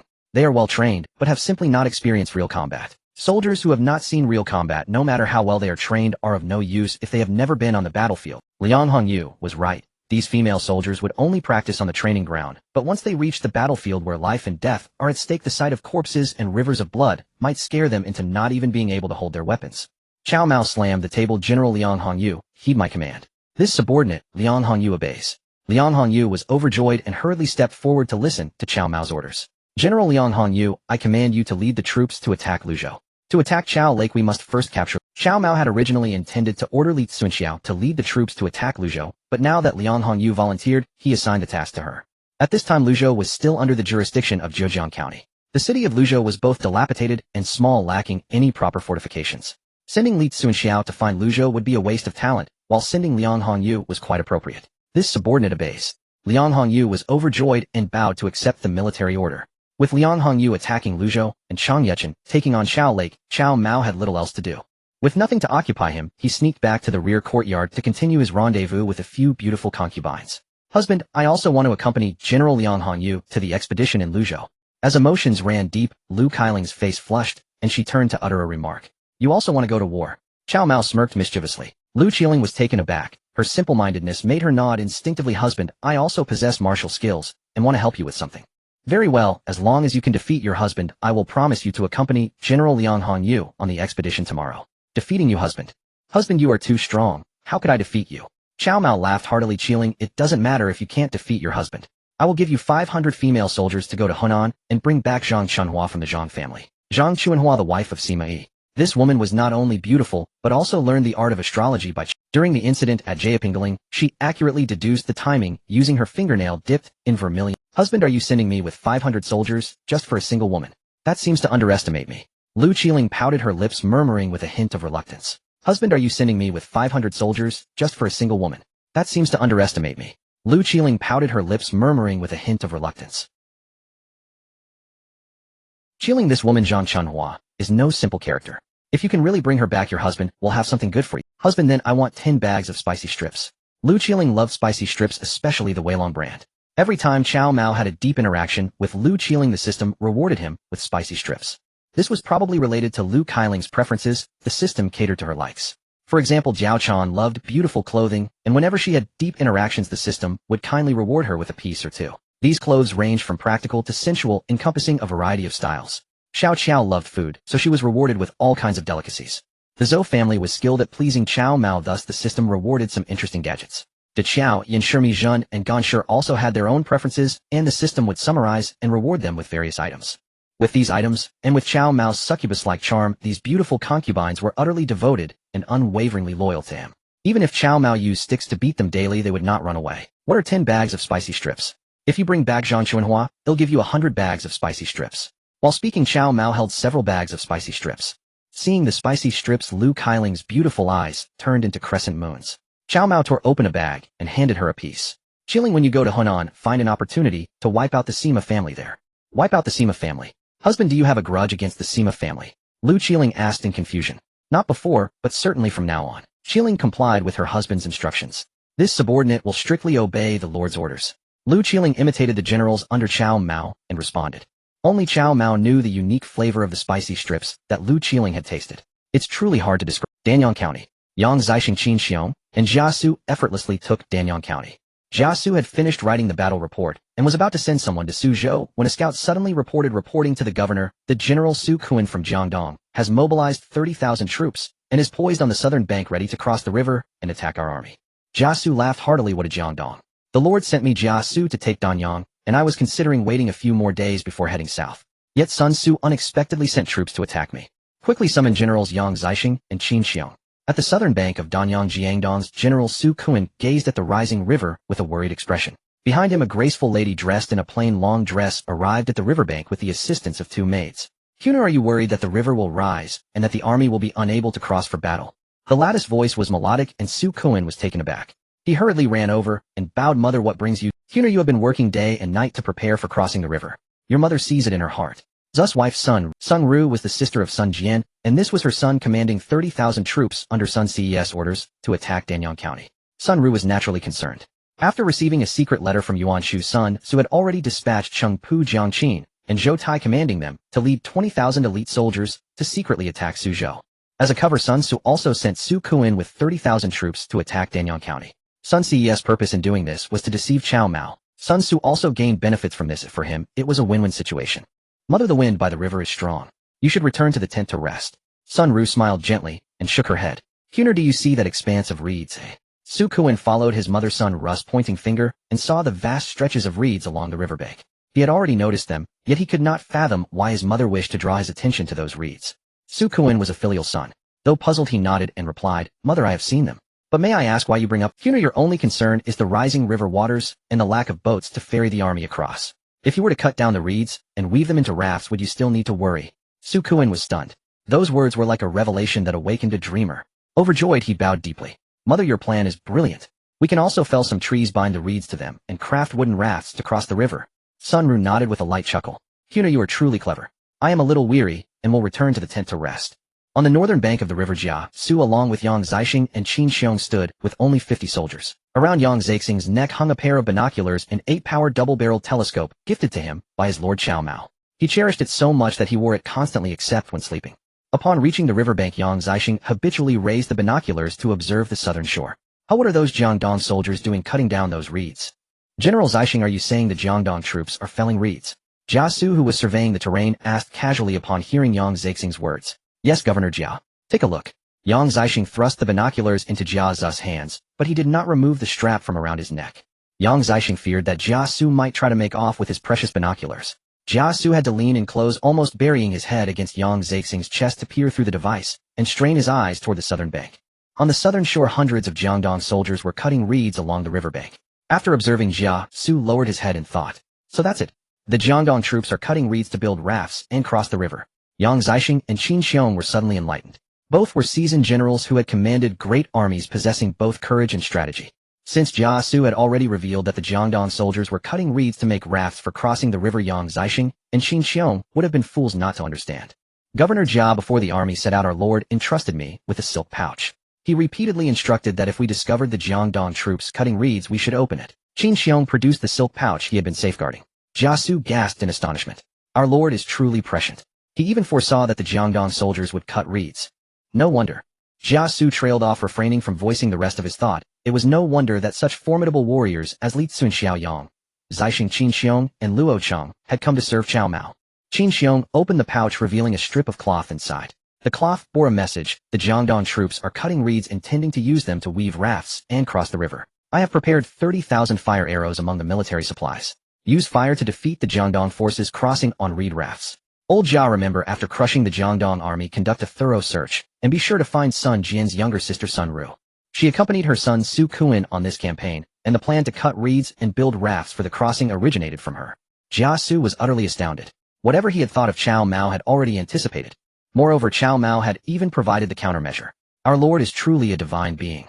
Jia Zu's face was filled with reverence. After a full day and night of cutting reeds and trees, Su Kun had his men construct 300 wooden rafts. Within the Jiangdong camp, the southeastern wind howled fiercely. "Mother, the southeastern wind has risen. This is the perfect time to cross the river. I will now lead the army to attack the Yuan forces." Su Kun was unaware that Jia Su had already annihilated the Yuan army on the northern bank of Danyang, and that Jia Su now occupied Danyang city. This was not Su Kun's fault. Jia Su, Yang Zixing, and Qin Xiong had captured Danyang commandery with astonishing speed. They had taken Danyang city in just 2 hours and swiftly secured the entire city. Although Jiangdong had planted some spies within Danyang, they had no chance to relay news of the city's fall back to Jiangdong. "Kuna, the southeastern wind is favorable to us, but weapons are merciless. Even so, you must not let your guard down." "I understand, mother." Su Kun bowed respectfully to his mother Sun Ru. "Kuna, I will don my armor and personally beat the war drum to cheer you on." Sun Ru, still in her 30s, looked valiant and spirited in her silver armor. With his mother-son Ru personally beating the drum to boost his morale, Su Kun's expression was resolute and his confidence unwavering. 300 reed rafts were lined up in a single row along the southern riverbank. As the war drums thundered, Su Kun drew his sword and roared, "Brave warriors of Jiangdong, follow me across the river. Today we shall surely take the usurper Yuan Shu's Danyang commandery and reclaim our homeland. Kill, kill, kill." The morale of the Jiangdong troops soared. 30,000 soldiers brandished their weapons and bellowed with fury. On the northern bank, 3,000 archers had been lying in ambush for some time. Each of the 3,000 archers carried 10 fire arrows. These arrows, 5 feet long and fitted with incendiary tubes, had a range of 300 paces, approximately 150 meters. This meant that when the Jiangdong reed rafts reached the middle of the river, they would be within the fire arrows' range. Additionally, among the 30,000 fire arrows provided by Cao Mao, Zhang Xiu had also found 100 divine fire crows. These devices were woven from fine bamboo strips and resembled a crow in appearance. 2 fire arrows were tied to the crow's belly using the reaction force generated by the ignited arrows to propel the divine fire crow through the air. Propelled by the thrust of the 2 rockets, the divine fire crow could fly up to 100 zhang. When the rockets burned out, they would ignite the gunpowder inside the crow's body just before it landed, causing a powerful explosion that inflicted great damage. The 30,000 fire arrows and the divine fire crows were weapons carried on the Ming warships that Cao Mao had received as a reward when he took Yuan Shu's daughter Yuan Shuiying as a concubine. The Ming warships had carried a total of 100,000 fire arrows and 1,000 divine fire crows. Cao Mao had taken some of these and mixed them into the military supplies when Qin Xiong set out to attack Yuan Yin and Danyang, ensuring they reached the commandery. Su Kun of Jiangdong, following his mother-son Ru's advice, cut reeds to build rafts for crossing the river. These 30,000 fire arrows and 100 divine fire crows were about to consign these 30,000 Jiangdong sons to a watery grave. Jia Su let out a sinister malicious laugh, a smirk curling at the corner of his mouth. General Zixing, General Shubao, our lord's foresight is truly miraculous. He even calculated that Jiangdong would cut reeds to make rafts. Jia Su let out a sinister malicious laugh, a smirk curling at the corner of his mouth. General Zixing, General Shubao, our lord's foresight is truly miraculous. He even calculated that Jiangdong would cut reeds. He is the true enlightened ruler of the realm. Qin Xiong stated calmly. His words made Jia Zu's heart race. If Cao Mao could indeed become the enlightened ruler of the world, then Jia Su, who had drifted through half his life, serving several masters, had finally chosen the right one. 400 paces. Yang Zixing, who was observing the river through his binoculars, suddenly spoke in a low voice. Archers, prepare. Qin Xiong issued the command, raising his right hand as well. 3,000 archers lying in ambush on the northern bank had already knocked flaming arrows to their bowstrings, awaiting only Qin Xiong's order to unleash a volley of fire. At that moment, a strong southeast wind was blowing. Su Kun stood on a raft woven from reeds, turning to glance at the southern bank. His mother-son Ru, clad in silver armor, stood on the southern shore, gripping drumsticks and pounding the war drum vigorously to cheer him on. Ji Yuan, how dare you come back? I am a high-ranking marquis. Your family has gone too far. Staging a disturbance during the day wasn't enough, now you send guards to drag me out of bed. Is your Ji family rebelling? Mother, your son shall not disappoint your expectations. Quick, paddle harder. Su Kun wished he could cross to the northern bank in a single stride and seize Danyang North Commandery. Just as the reed raft reached the middle of the river, a dark mass of objects suddenly flew toward them. They moved with incredible speed, and in the blink of an eye they were already close above the reed rafts. General, it's a flock of crows. Why are there flames beneath the crows? The Jiangdong soldiers, paddling desperately, looked up in confusion. Bring me my bow. Su Kun couldn't discern what these objects were, but confident in his archery skills, he decided to shoot one down to examine it. General, it's a flock of crows. Why are there flames beneath the crows? The Jiangdong soldiers, paddling desperately, looked up in confusion. The divine fire-flying crow indeed fell. Excellent shot, General. Su Kun was brimming with pride. As he prepared to shoot down another, the crow he had struck plummeted toward a reed raft and suddenly exploded when it was just a man's height above it. The Jiangdong soldiers, paddling furiously on that raft, were struck by shrapnel from the explosion, suffering heavy casualties. The reeds, already dry, caught fire from the sparks, and flames erupted instantly. The soldiers on that raft who hadn't been killed leaped into the river. But clad in armor, they sank like stones as soon as they hit. Su Kun was horrified, clutching his bow in bewilderment. What terrified him even more was that the dark swarm of divine fire-flying crows was now directly above the reed rafts, and this time, he didn't need to shoot them down. The crows, their fuel exhausted, fell from midair one after another. Each one exploded upon impact. Explosions echoed across the river surface, and reed rafts were continuously ignited by the sparks. Even Su Kun's once handsome fair face was blackened by the blasts. Sun Ru, who had been beating the war drum on the southern bank to encourage her son, was also utterly stunned. She clutched the drumsticks, staring at the river, forgetting to beat the drum. How could this happen? What are these things? After the divine fire-flying crows had finished exploding, Su Kun finally breathed a sigh of relief. Soldiers, don't be afraid. Follow me and paddle to the northern bank. Once we set foot on the northern shore, we will have one. Su Kuan grabbed his long spear and used it as an oar to propel his reed raft. Swoosh. Suddenly an arrow with a fiery tip struck Su Kuan in the chest. Gazing at the flaming arrow in his chest, he felt no pain, only terror and shock.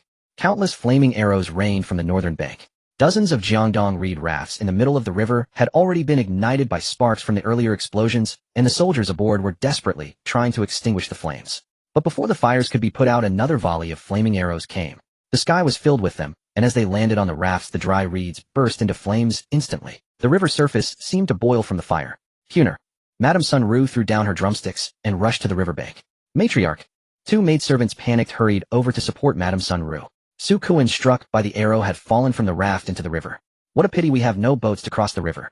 If we did, we could charge over and slaughter them. Jia Su stood on a high point on the northern bank, watching the great fire in the middle of the river and the Jiangdong soldiers struggling desperately in the seething waters. He sighed. The poisonous strategist Jia Sai was not for the 30,000 Jiangdong soldiers perishing there, but for the lack of boats to cross the river. Where is Grand Administrator Jia? Suddenly from upstream, more than a dozen boats shaped like centipedes sped toward them. On the lead centipede boat stood a young general with a swarthy complexion. I am Jia Su. Who is the approaching general? I am Yu Tonghai, sent by our lord to ferry Grand Administrator Jia across the river. So it's General Yu. You've arrived at the perfect moment. General Zixing, General Shubao, come with me aboard the ship. Jia Su rejoiced, calling for Yang Zixing and Qin Xiong to leap onto the centipede boat. Yu Tingyu and his sons had taken control of Chaohu Lake and were preparing to train a naval force there. Before they could even begin their patrol, they received an urgent military order from Cao Mao and Shuzhou. Yu Tingyu and his sons had taken control of Chaohu Lake and were preparing to train a naval force there.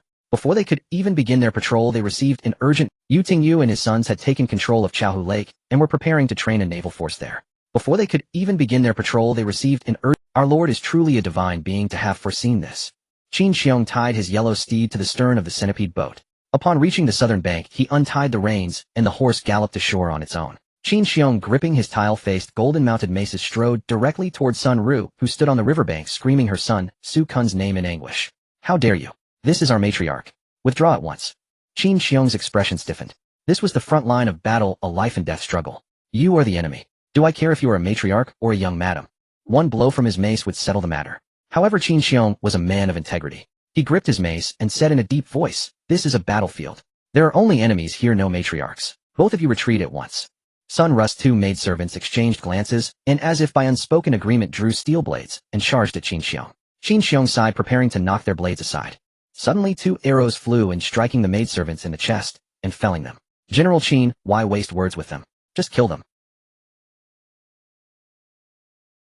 Yang Zixing knocked another arrow, aiming at Madame Sun Ru. General Yang, hold your hand. They are but women.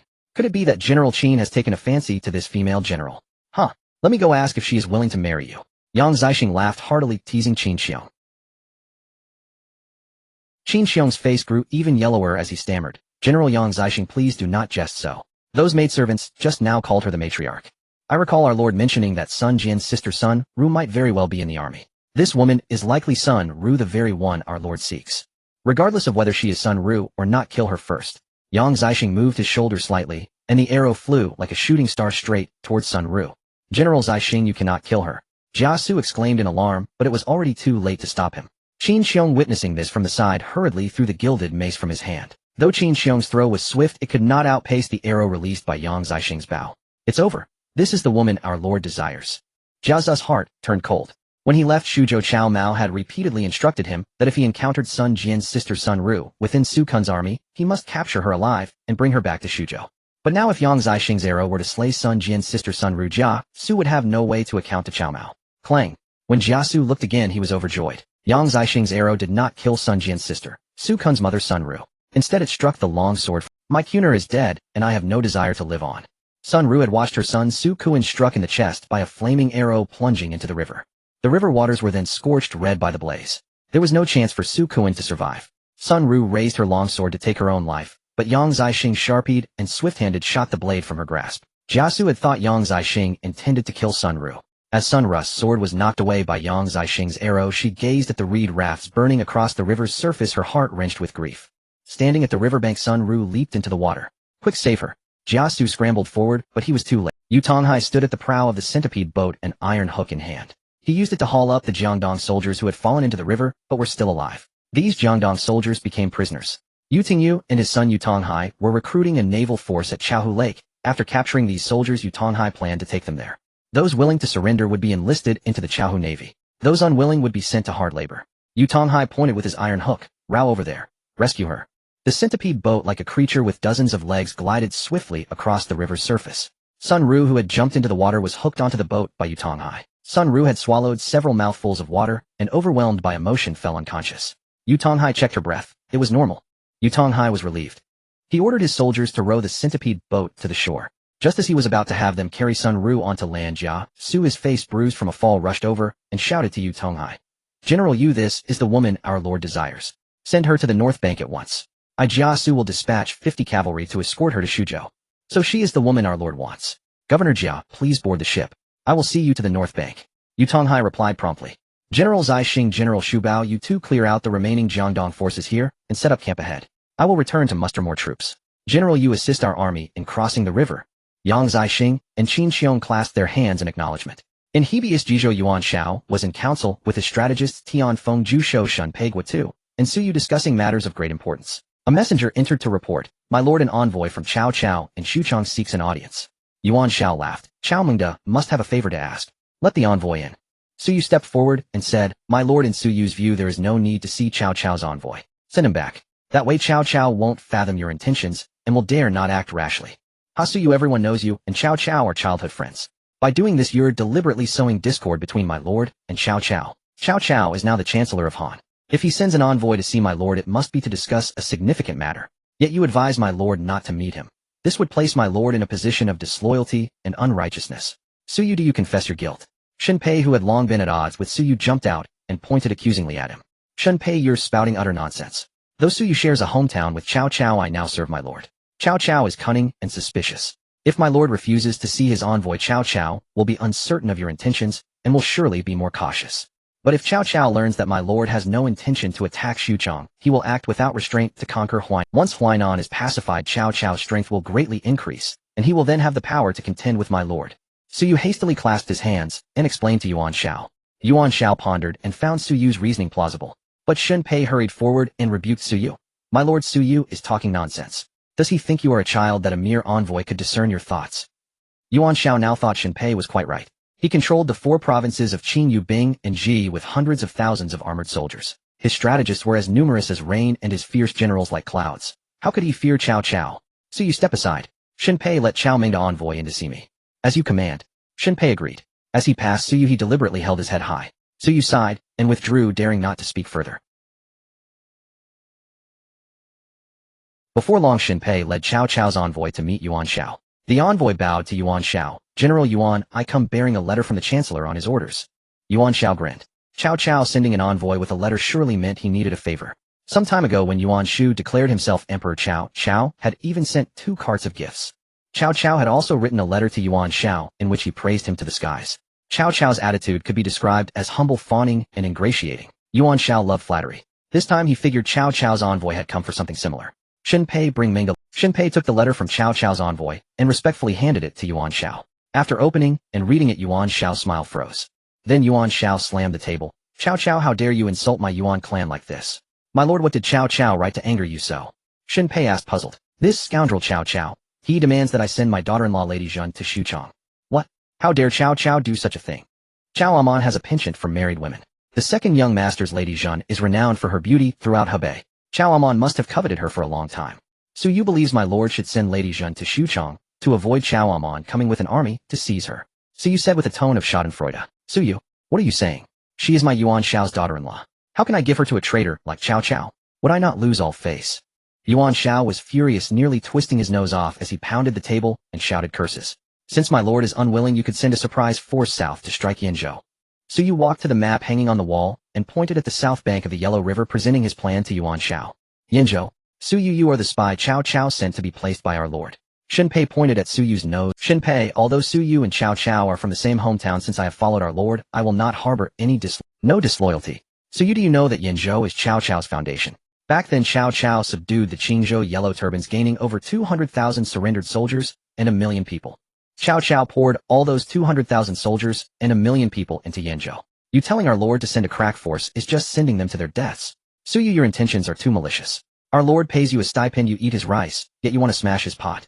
Su Yu, you deserve to die. Shenpei spittle flying cursed Su Yu to his face. Yuan Shao, who had always harbored some suspicion towards Su Yu, found Shenpei's words striking a chord in his heart. Just as Su Yu was about to explain, Yuan Shao cut him off. Su Yu, say no more. Go home and stay there. Do not leave, my lord. Enough, withdraw. Yuan Shao gave Su Yu no chance to explain and dismissed him directly. Su Yu was furious and aggrieved, but since his lord Yuan Shao gave him no opportunity, he could only swallow his anger and leave. Once Su Yu had left, Yuan Shao asked Shenpei, Shenpei, Cao Cao has openly sent a letter demanding my daughter-in-law Lady Zhang. Such an insult to me. Are we to simply ignore it? Once Su Yu had left, Yuan Shao asked Shenpei, Shenpei, Cao Cao has openly sent a letter demanding my daughter-in-law Lady Zhang. Such an insult to me. Are we to simply ignore it? If Cao Cao dares to come, we detain him. In doing so, wouldn't Cao Cao's territory become yours, my lord? Impossible. This plan of Shenpei's must absolutely not be used. My lord, you possess the 4 provinces of Qin, Ji, and Bing, with nearly 1 million armored soldiers, and under your command are fierce generals like Wen Chou and Yin Liang, each unmatched by 10,000 men. My lord could order Wen Chou, Yin Liang, and others to lead tens of thousands of troops in a surprise attack on Xuchang. Cao Cao has already returned to Xuchang. Sending troops now wouldn't be a surprise attack, but a full-scale assault. Tianfeng Cao Cao also has fierce generals like Cao Ren, Xiao Hong, and Xiahou Dun. If we launch a full assault on Xuchang, our army's casualties will be disastrous. Shenpei, unconvinced, began to argue with Tianfeng. Just as Yuan Shao was about to speak, a servant hurried over and whispered a few words in his ear. Yuan Shao's face changed drastically. He knocked over his teacup on the table, shattering it. Take me to see him immediately. Shenpei, Tianfeng, cease your arguing for now. My youngest son has fallen gravely ill. The campaign against Cao Cao is postponed for now.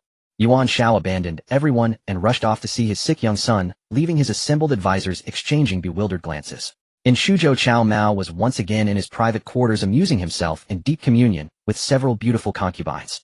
A white jade guanyin statue rested on Lady Gan's bed. Cao Mao looked at Lady Gan and couldn't help but praise, my sweet Gan, you are indeed whiter than the jade guanyin. No wonder that scoundrel Liu Bei had skilled artisans create this jade statue. Lady Gan's face flushed with embarrassment. Husband, please do not compare me to this jade guanyin anymore. I am unworthy. Cao Mao laughed heartily, lifting Lady Gan to admire her closely. Husband, Lady Ding asked for you to come over. Oh, I have come at a bad time. I accidentally mentioned again that the Imperial Chancellor intends to elevate Lady Bian to the status of legal wife. Lady Zou, don't rush off. Tell me what is the matter. Lady Zou had to stop, her face flushed with shame. Husband, I went to chat with Lady Ding, as you instructed. I accidentally mentioned again that the Imperial Chancellor intends to elevate Lady Bian to the status of legal wife. Lady Ding was very angry. She sent me back to ask you to go to her. Cao Mao grinned. Lately he had specifically arranged for Lady Yin, Lady Mi, and Lady Gan, concubines who got along well with Lady Ding, to keep her company. During their conversations, they often pretended to accidentally reveal some of Cao Cao's unsavory deeds. Lady Ding, bitter that her adopted son Cao Wang was severely injured and crippled, had grown to resent Cao Cao. Cao Mao also deliberately had these concubines speak of Cao Cao's shameful acts in front of Lady Ding. Lady Ding finally became enraged. Today, when Lady Yin mentioned Cao Cao's intention to make his secondary wife Lady Bian his legal wife, Lady Ding resolved to divorce Cao Cao. Lady Ding, you want to divorce old Cao? Isn't that going too far? Cao Mao hypocritically tried to dissuade Lady Ding. Mao, my mind is made up. This is the divorce agreement. After this, whoever he wants to make his legal wife is none of my concern. Whoever's woman he wants to steal, he can go ahead. I won't care anymore. Lady Ding produced a divorce agreement and handed it to Cao Mao. Lady, this might not be appropriate. Old Cao, although he can't walk straight when he sees a beautiful woman, especially someone else's pretty wife, and he'll go to any lengths to get his hands on them. But there's no helping it. He is the Imperial Chancellor of Han. Besides the Son of Heaven, he's the top dog. The Son of Heaven. He is even greater than the Son of Heaven.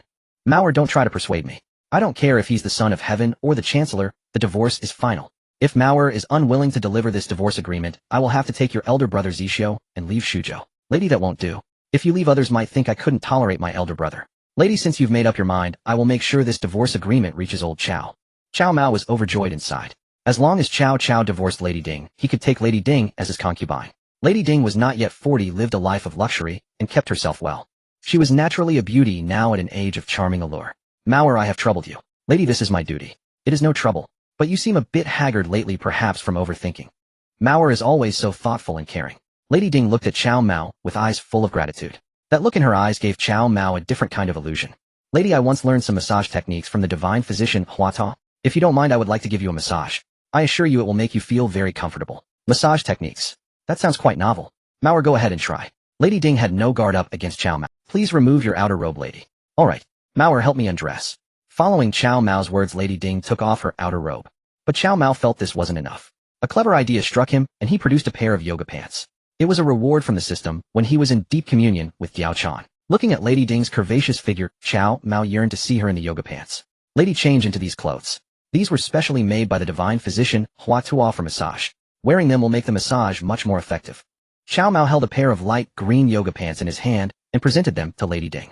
Lady Ding accepted the yoga pants, feeling their lightness in her hand. Her jade-like fingers gently tugged at them, noting their elasticity. Mao, what is this?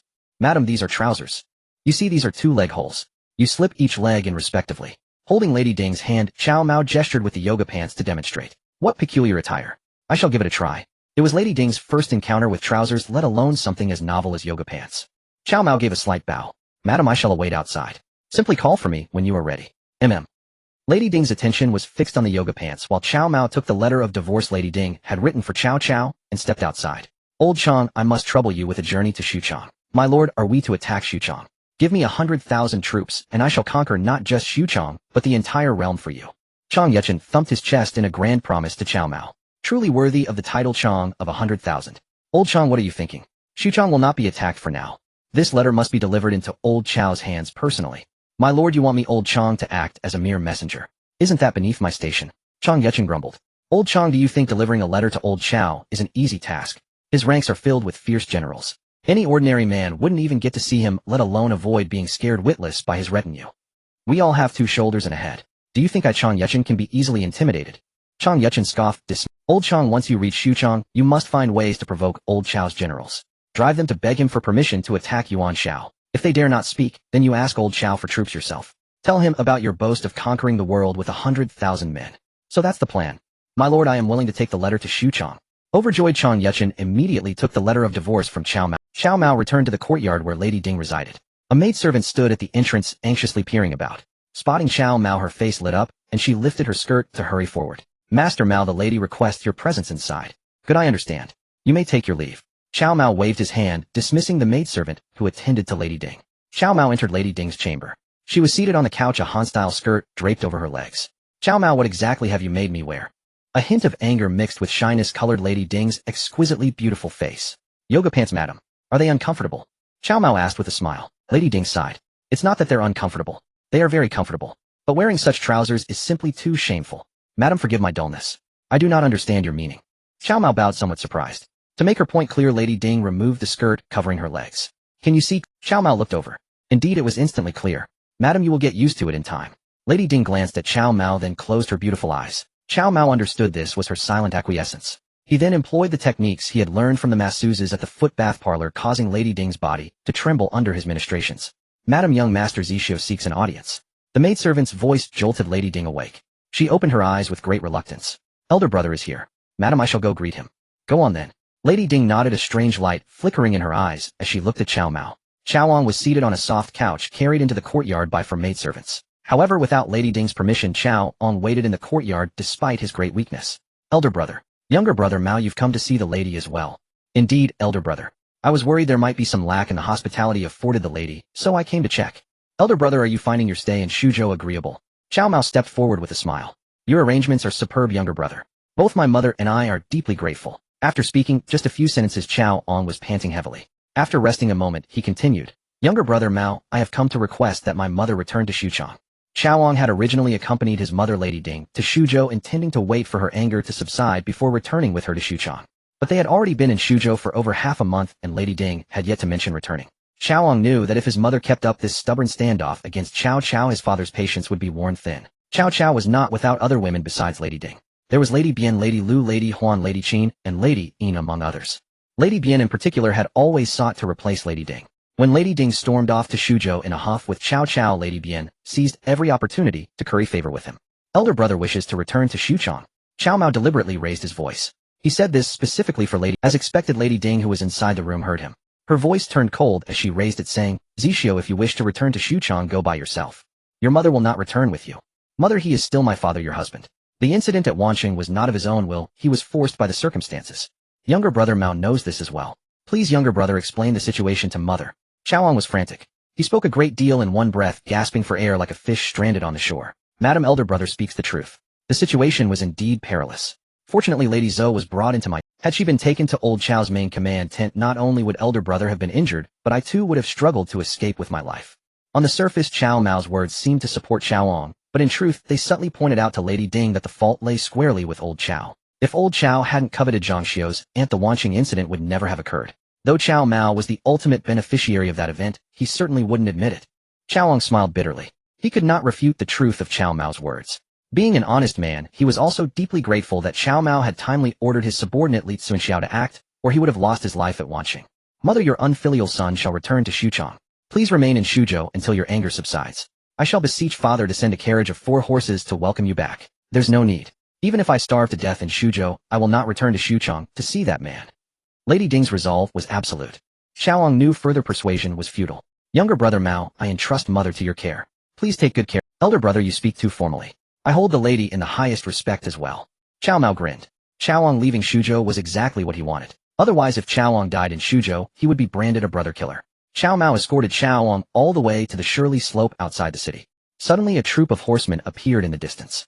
The few personal guards protecting Cao Mao's face changed color. One by one, they drew their blades. Cao Mao, however, showed no fear.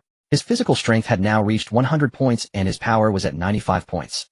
An ordinary person's power stat was only 5 points. No need for alarm. Wei San, go see who it is. My lord, I should go. Wei San, a personal guard assigned to Cao Mao by Cao Cao, was so nervous his upper and lower teeth were chattering. Wei San, I only asked you to see who the leader is. Is there such a need for fear?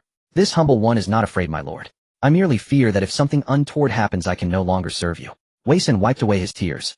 Cao Mao raised his horsewhip and gave Wei San a light, harmless lash. Wei San, if you die, your lord will simply find a younger, more agile servant to take your place. Now get the hell over there. Wei San mustered his courage, mounted his horse, and galloped forward. Ahead upon a fiery red steed sat a man with a 3-part long beard, a green dragon crescent blade hanging from his weapon hook. General Guan. It's General Guan. Wei San instantly recognized Guan Yu, whose face was as red as his horse's red hair as he sat upon it. Guan Yu was stroking his long beard, lost in thought, when Wei San's shouts interrupted him. Guan Yu's tiger-like eyes widened, but when he recognized Wei San, Cao Mao's personal guard, he quickly reined in red hair. Wei San, what are you doing here? Where is the Grand General? General Guan, the Grand General is just ahead. Seeing the dust clouds, he ordered me to investigate. Oh, the Grand General has come 10 li out of the city to welcome me. Wei San, quickly lead me to him. Guan Yu's imposing frame trembled. Without a second thought, he spurred Red Hair's flanks, leaving Wei San in his dust. General Guan, the Grand General is just ahead. Seeing the dust clouds, he ordered me to investigate. Oh, the Grand General has come 10 li out of the city. Guan Yu pays his respects to the Grand General. Seeing Cao Mao approach, Guan Yu reined in Red Hair and leaped from the horse. Standing in the middle of the road, he bowed deeply to Cao Mao. General Yinchang, there is no need for such formality. Cao Mao also dismounted from his horse, quickly stepped forward and grasped Guan Yu's hands. General Yinchang, you have grown thin. It was my oversight. I should have prepared more food and fruit for you. Come, General Yinchang, enter the city with me. I will drink my fill with you until we are both drunk. Grand General Yinchang has committed a transgression. Guan Yu bowed to Cao Mao once more. A transgression? Yinchang, what fault could you possibly have? Grand General, I had already conquered the state of Lu, but... Guan Yu stammered, unable to speak the words that followed. Cao Mao looked at Guan Yu with a smile. Has Yinchang already given the conquered state of Lu to your sworn elder brother? Guan Yu's face reddened even more. He gritted his teeth. Guan Yu handed over the state of Lu without your permission, Grand General. I beg you to punish me. Guan Yu's face reddened even more. He gritted his teeth. Guan Yu handed over the state of Lu without your permission, Grand General. I beg you to punish me. Crossed swords with Grand General. Guan Yu has persuaded Zhang Wenyuan. He has come with me to Xuzhou. Oh, Zhang Liao has come too. Yinchang, how is this a transgression? It is clearly a great achievement. Yinchang, I have petitioned the Son of Heaven to enfeoff you as Marquis of Shou Ting of the Great Han, grant you 100 gold pieces, bestow a mansion, and give you a fief of 500 households. Marquis of Shou Ting of the Great Han. Guan Yu thanks the Grand General. Yinchang, do not thank me. It is your own effort in restoring the Great Han. This is what you deserve. Come, Yinchang, let us go together to welcome Zhang Wenyuan. Cao Mao took Guan Yu's hand, and the two walked together to the front of the column. Zhang Liao sat astride a large black horse, his great blade hanging from its weapon hook. Seeing Cao Mao and Guan Yu approaching hand in hand, he quickly dismounted from his horse. Zhang Liao stepped forward, and when he was still 7 or 8 meters away, bowed deeply to the ground. The sinner Zhang Liao pays his respects to the Grand General. When you and one who finds his way back from the wrong path is no sinner. Before Cao Mao could finish his sentence, he let out a surprised sound, his gaze fixed on the column behind Zhang Wenyuan. Zhang Liao and Guan Yu were both puzzled. Seeing their bewildered expressions, Cao Mao chuckled. Yinchang, Wenyuan, are there womenfolk in your column? Womenfolk? Zhang Liao and Guan Yu exchanged a glance. Zhang Liao quickly stepped forward and reported to Cao Mao. Reporting to the Grand General, there are indeed women in the army. She is Lady Zou, the wife of my comrade Qin Yi. Qin Yi was defending the city of Lu when Yun Chang cut him down with a single stroke. However, Qin Yi and I once served Lu Bu together, so we were comrades in arms. After Liu Bei occupied Lu, he began gathering beauties throughout the city. Lady Zou, Qin Yi's wife, is quite attractive. Fearing she might fall into Liu Bai's hands, I discussed with Yun Chang and decided to present her to you, Grand General. Look how thoughtful Zhang Liao was. Knowing Cao Mao's fondness for beauties, he had brought one as a gift. Crucially, the widow of Qin Yi, Lady Zou, was a renowned beauty. Just as Cao Mao was speaking with Zhang Liao, the system had prompted him that there was a beauty available to take as a concubine. It was for this reason that Cao Mao had inquired of Zhang Liao and Guan Yu. He had not expected her to be Lady Zou, the wife of Liu Bu's former officer Qin Yi. Cao Mao clearly remembered that in history, after Cao Cao conquered Suzhou, he had killed Qin Yi and taken the exceptionally beautiful Lady Zou into his own harem. Old Cao Lady Zou belongs to Lord Mao now. Isn't that infuriating? Wen Yuan has also rendered great service. I will surely report this to the Son of Heaven. When the imperial decree arrives, I can appoint Wen Yuan as the 4th-rank general who pacifies the rebels. The imperial decree Cao Mao spoke of was essentially his own oral appointment. Zhang Liao was overjoyed and once again cupped his hands and bowed to Cao Mao in gratitude. Yun Chang, Wen Yuan, come with me into the city. Today I am exceedingly happy and must drink deeply with the two. Cao Mao laughed heartily as the three of them mounted their horses. With Cao Mao in the center and Guan Yu and Zhang Liao flanking him, they returned to the city of Suzhou. Upon arriving in Suzhou, Cao Mao quartered the several thousand soldiers brought back by Guan Yu and Zhang Liao in the military parade ground in the eastern district. Lady Zou was sent to the Grand General's residence by Wei San and the other personal guards. Cao Mao, Guan Yu, and Zhang Liao rode side by side through the city. Zhang Liao saw that the streets of Suzhou were thronged with people and the sounds of vendors hawking their wares filled the air. He could not help but be astonished. The prosperity under your governance, Grand General, fills Zhang Liao with admiration. I heard that Wen Yuan went from Suzhou to become the Chancellor of Lu. I happen to be in need of a Grand Administrator for Suzhou. Wen Yuan shall take the post. Grand Administrator of Suzhou. Zhang Liao dares not accept. Why would you not dare? It is decided. Zhang Liao, hear my command. From this moment forth you are the Grand Administrator of Suzhou. If you wish to decline, you must drink more than I can. If you succeed, I will permit you to refuse. Zhang Liao was overjoyed. He could drink as easily as he drank water. Hearing Cao Mao's words, he immediately wore an eager expression. Guan Yu curled his lips, but said nothing, thinking to himself that he had once held the same notion only to end up completely intoxicated. This wine is so potent, it is truly the first time I have ever encountered such, Zhang Liao remarked, gazing at the crystal-clear 53-proof Finjiu before carelessly downing a mouthful. The outcome mirrored Guan Yu's initial encounter with the wine. Guan Yu laughed heartily. Wen Yuan, this wine pales in comparison to what the Grand General and I drank at Xiang. That was truly fiery. Yun Chang, could there be an even stronger wine under heaven? The intensity of the 53-proof Finjiu had already made Zhang Liao doubt whether the wine he had previously consumed was counterfeit. The murky liquid had a sour, astringent taste, yet even that was considered fine wine for warriors like Zhang Liao.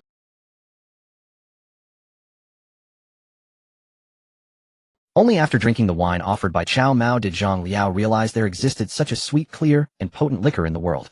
Grand General, am I not correct? This wine is milder than the last, isn't it?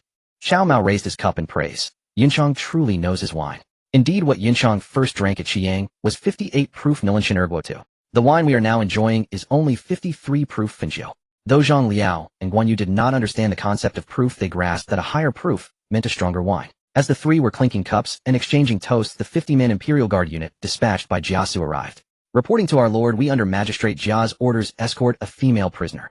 As the three were clinking cups and exchanging toasts, the 50-man Imperial Guard unit dispatched by Jiasu arrived. Reporting to our lord, Cao Mao felt a secret delight. He had specifically instructed Jiasu to be vigilant for Sun Jian's sister Sun Ru among the Jiangdong forces if they engaged in battle in Danyang Commandery. Jiasu had deliberately dispatched 50 Imperial Guards to escort a prisoner back, and a female one at that. It was likely Sun Jian's sister Sun Ru.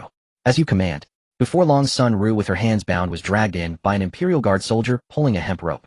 Her hair was disheveled, but she still wore her plain-colored armor.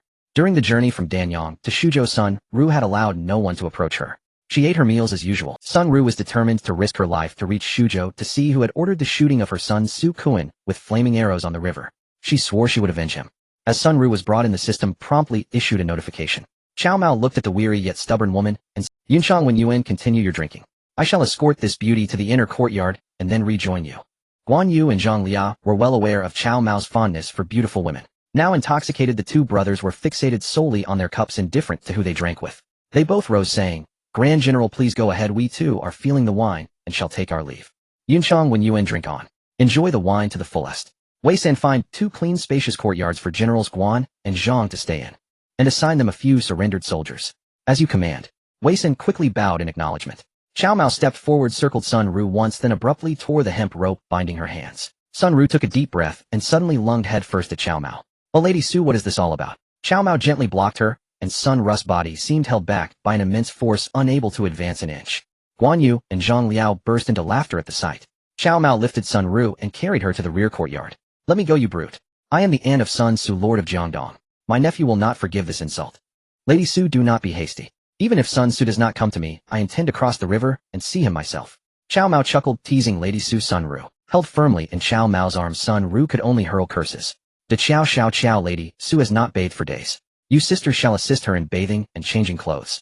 Cao Mao carried Sun Ru to the rear garden, tore off her plain armor, and casually tossed her into the hot spring. Sun Ru, a good swimmer, splashed a few times before standing up. De Xiao and Xiao Xiao, clad in swimsuits, descended into the hot spring as well. "You 2 seductive women, come any closer, and I will kill you." Seeing the swimsuits worn by De Xiao and Xiao Xiao, Sun Ru's face flushed with shame. "Sister, being favored by our husband is your fortune. Do not be so stubborn." "Indeed, sister. Once you have shared joy with our husband, you will not speak thus." De Xiao and Xiao Xiao urged Sun Ru in unison. Sun Ru continued her endless stream of curses. De Xiao and Xiao Xiao slowly approached her. When she let down her guard, the 2 sisters, like mermaids, entwined themselves around her. De Xiao and Xiao Xiao held Sun Ru tightly, and no matter how she struggled, she could not break free. De Xiao and Xiao Xiao were once delicate women, but ever since Cao Mao acquired the harmony of eternal life art, he had cultivated it with them during their intimate moments. The harmony of eternal life art not only brought unique pleasure, but also strengthened the body. The physiques of De Xiao and Xiao Xiao had greatly improved. Held by De Xiao and Xiao Xiao, Sun Ru was indeed unable to escape. When Cao Mao returned from the front courtyard, Guan Yu and Zhang Liao could barely walk. He ordered Wei San to escort them to the residences granted to them. Cao Mao then returned to the rear garden. By the hot spring, he saw 3 white mermaids in the pool. "Husband, Lady Zou is waiting for you. Why not hasten to enjoy the pleasure of fish and water with her?" Xiao Xiao clapped her hands and called out to Cao Mao. "Shameless. You 2 foxes have no sense of decency. When my nephew Sun Su conquers Shuzhou, he will have you all sliced to pieces and your clans exterminated. Lady Zou, you appear quite lovely, yet your words are so venomous. It seems I must bestow upon you some loving affection." Cao Mao tore off his brocade robe and leaped into the hot spring. Lady Zou. Sun Ru glared at him furiously, but when he stripped down, she could not help but steal a few glances. After all, Lady Zou. Sun Ru had been widowed for some years, and such a sight had become a rarity to her. When Cao Mao caught her in the pool, she began to curse in panic and terror. But soon her curses grew faint. "Congratulations, host. Successfully taken Lady Zou." Sun Ru, as a unbeknownst to her, the system sent a prompt to Cao Mao indicating that he had successfully taken Sun Jian's sister, Lady Zou. Sun Ru, as a concubine. "Madam Zou, the water battle is rather unpleasant. Oh, let's stick to land battles instead." Cao Mao lifted the fair-skinned Madam Zou. Sun Ru out of the hot spring. Sun Ru's charming eyes were completely conquered by Cao Mao's enchanting aura. "Congratulations to the host for successfully taking Madam Zou. Sun Ru as a concubine. Rewards 1. 3,000 Imperial Guards already dispersed, establishing a mature intelligence network. 2. 5,000 gene of high-quality rice seeds." Looking at the weary Sun Ru slumped on the soft couch, a wicked smile crept onto Cao Mao's lips. "I heard from Sister Qiao that my husband wishes to take your sister-in-law Madame Wu as a concubine." Cao Mao reached out, gently lifting Sun Ru's smooth chin, and smiled. "My dear, my husband understands the hardships you and your sister-in-law face in being widowed, which is why I brought you both to Shuzhou. I am willing to go to Jiangdong to persuade my sister-in-law to come to Shuzhou and serve my husband. My dear, I already know your intentions, but your health is precious, so there's no need for you to go to Jiangdong. My husband will send troops across the river to Jiangdong in the next few days. I believe Sun Su will understand my husband's good intentions. My husband, the Yangtze River is a natural barrier, and most of your soldiers are northerners. They may not be accustomed to the southern ships." Sun Ru indeed considered Cao Mao's position. She was exceptionally clever, but Cao Mao's subordinates already included Yu Tingyu and Yu Tonghai. After they captured Chao Lake, they began training the navy there. Once the navy is well-trained, Cao Mao will command them to cross the river and directly confront Sun Su in Wu County. "Madam, you have considered everything thoroughly. If needed, my husband will take you along to conquer Eastern Wu and Sun Su." Cao Mao nodded, not denying Sun Ru's suggestion. He understood that Sun Ru was worried that he would attack Eastern Wu and annihilate the Sun family. Seeing that Cao Mao was willing to take her along to conquer Eastern Wu, Sun Ru felt reassured. Cao Mao and Sun Ru lingered together until it was dark, then he stepped out of the room where she was housed. "My husband, Sister Jinyan, wishes to see you." "Sister Jinyan? I've never heard of her." Just as Cao Mao exited, Cao Mao wrapped his arm around Yan Shi's slim waist and asked with a smile. "Jinyan is Madame Du, the wife of Qin Yi." "Oh, so it's her. How forgetful of me, I completely forgot about her." "Madam, where is Madame Du?" My husband hasn't forgotten, it's just that your soul has been captivated by that Madame Su Sun Ru. It's been a full 6 hours and you've been with the newly arrived beauty. Yin Shi was indeed jealous. Cao Mao laughed heartily and scooped Yin Shi into his arms, rushing to her room. Upon reaching Yin Shi's room, Cao Mao noticed another beauty seated there. It was indeed Madame Du Jinyan, the wife of Qin Yi. Jinyan, this is the great general. Yin Shi hurriedly introduced Cao Mao to Du Jinyan. Cao Mao also gently set Yin Shi down. Du Jinyan stole glances at Cao Mao, though she saw that he was young and elegantly handsome. Du Jinyan found it hard to believe that the young man before her was the great general who could even capture Lu Bu. This humble made Du pays her respects to the great general. Under Yin Shi's prompting, Du Jinyan gracefully bowed to Cao Mao. Cao Mao raised his hand to help Du Jinyan up. Her delicate features were reminiscent of Zhang Xiu from the drama 30 Only. Fair Lady Jinyan, would you be willing to marry me as a concubine? Cao Mao asked, directly gazing into Du Jinyan's beautiful eyes. Du Jinyan blushed. If the great general does not mind this humble maid, I am indeed willing. Good, with Jinyan's words, you shall be my concubine. Cao Mao lifted Du Jinyan and placed her on Yin Shi's bed. Yin Shi also understood and left the room. Congratulations on successfully taking Madame Du Jinyan as a concubine. Rewards 1. Wei Qigong 2. Cheng Yaojin. Cao Mao looked at the two generals rewarded for taking Madame Du Jinyan and felt speechless. Wei Qigong could match Qin Xiong, and in a direct confrontation, he wouldn't fall behind. But Cheng Yaojin was just about swinging an axe, gouging eyes, digging ears, and chopping heads. His martial skills were average, but he was quite boastful. Wei Qigong. Cheng Yaojin. We greet our lord. Wei Qigong and Cheng Yaojin stood in the courtyard. Seeing Cao Mao come out, they both clasped their fists and bowed to him. General Wei, General Cheng, no need for formalities. Cao Mao smiled and raised his hands, signaling them to stand down. Wei Qigong was not good with words. After bowing to Cao Mao, he retreated to the side. Cheng Yaojin, however, loudly proclaimed, my lord, I Cheng Yaojin am not one to just eat and do nothing. Give me 5,000 troops, and I will return a city for you. Indeed, old Cheng was quite the braggart. Seeing Cheng Yaojin, Cao Mao suddenly had an idea. He recalled that Madame Su Sun Ru had taken the initiative to request to go to Jiangdong to persuade Sun Su to send his widowed mother to Xuzhou. Cao Mao did not wish for Sun Ru to go. However, seeing Cheng Yaojin sparked an idea in Cao Mao's mind. General Cheng, a gentleman, carries an aura of power, violence, and killing are not my personality.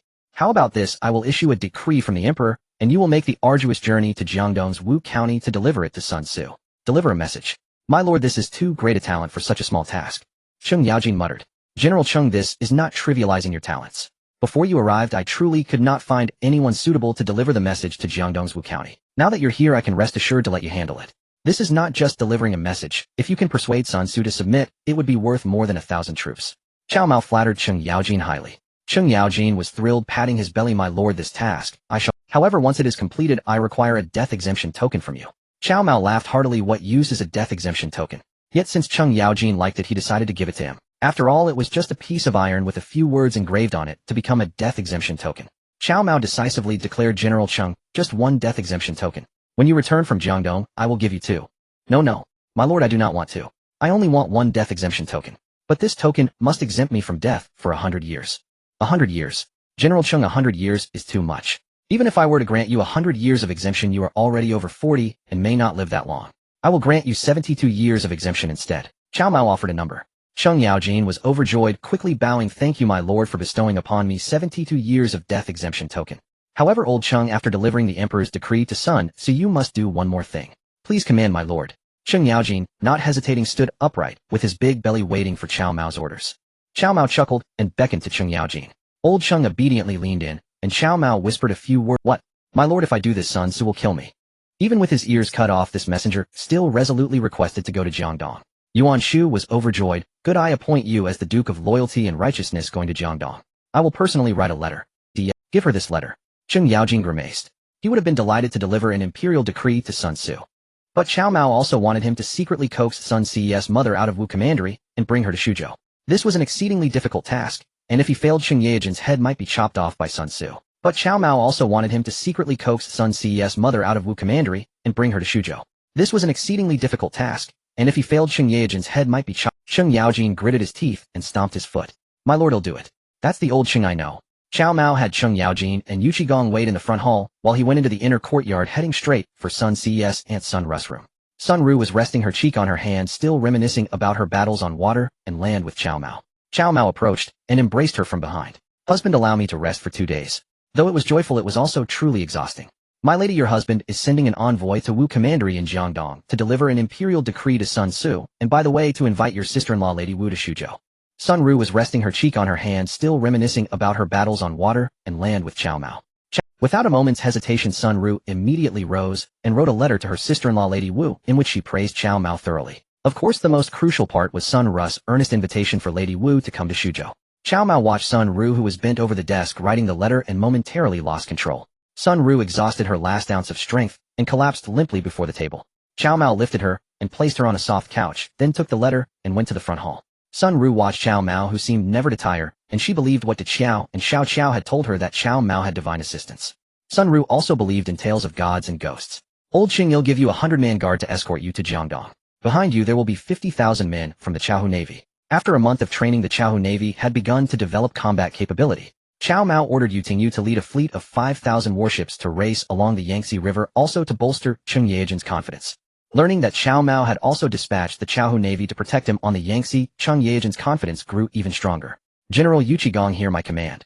Having dispatched Cheng Yaojin to Jiangdong to deliver the imperial decree to Sun Su, Cao Mao then issued orders to Yu Qigong.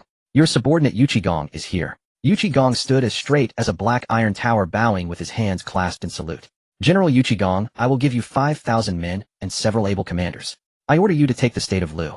Can you accomplish this? Yu Qigong, favored by my lord to see the light of day again, will surely serve my lord with all my might. Without the slightest hesitation, Yu Qigong immediately accepted the order.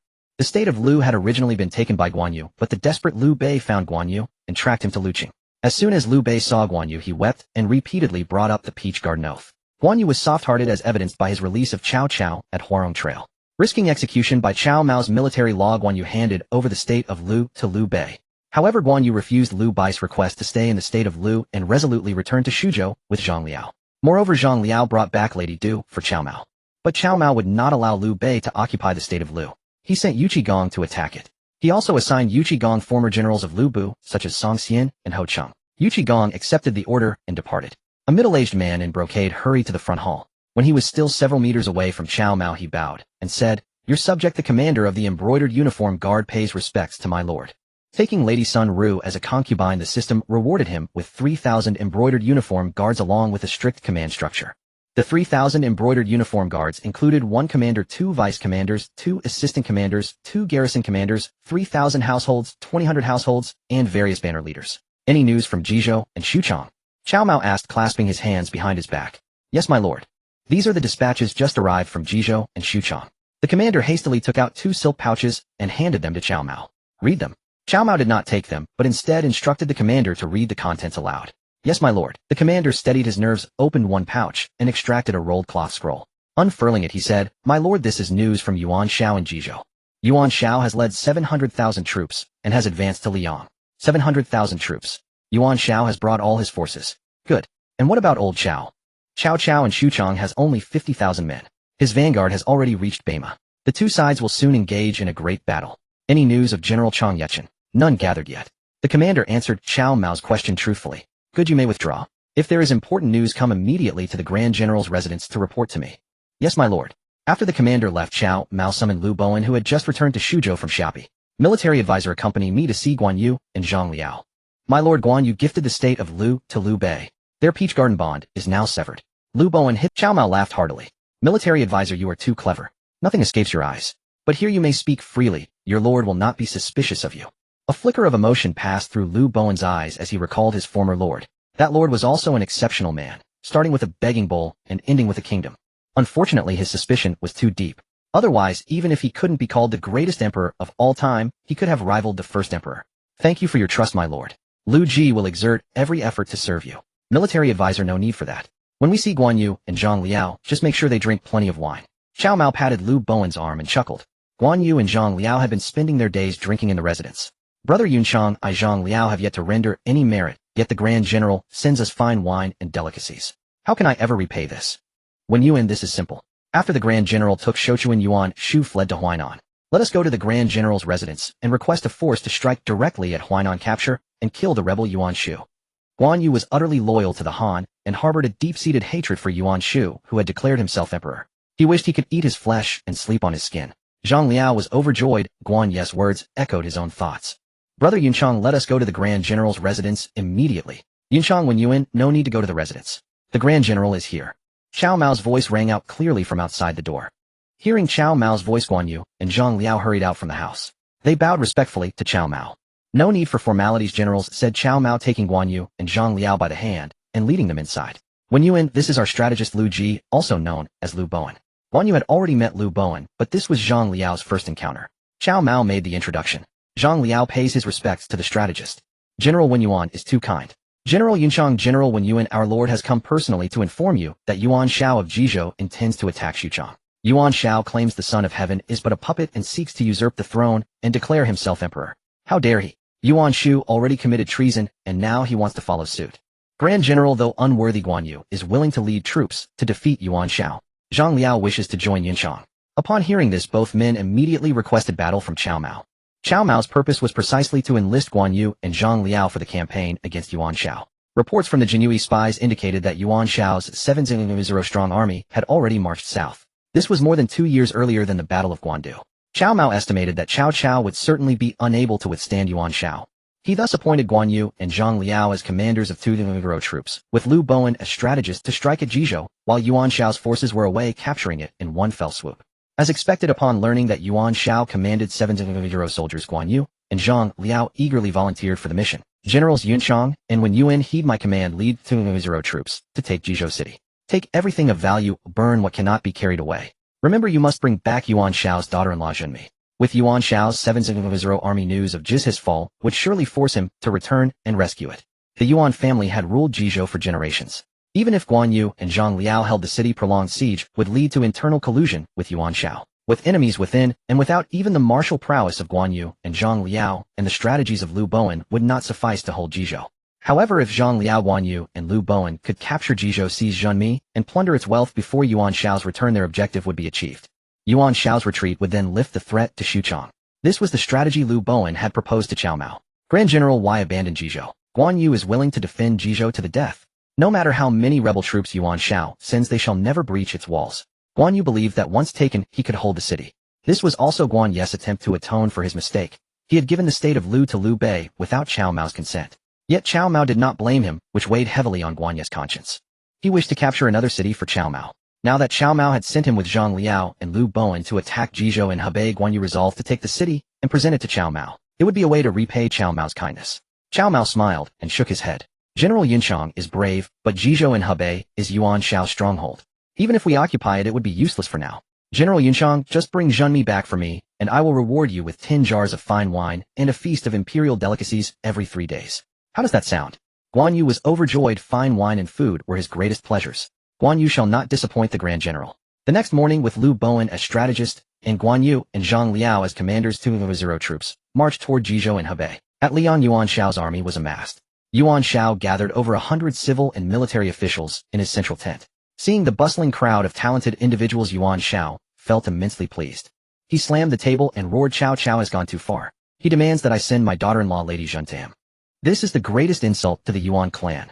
Ahead lies Cao Cao's White Horse City. Which general is Before Yuan Shao's words faded, a general stepped forward, cupped his fists, and shouted, my lord, I vow to take White Horse City, march straight to Xuchang, and present Cao Cao's head to you.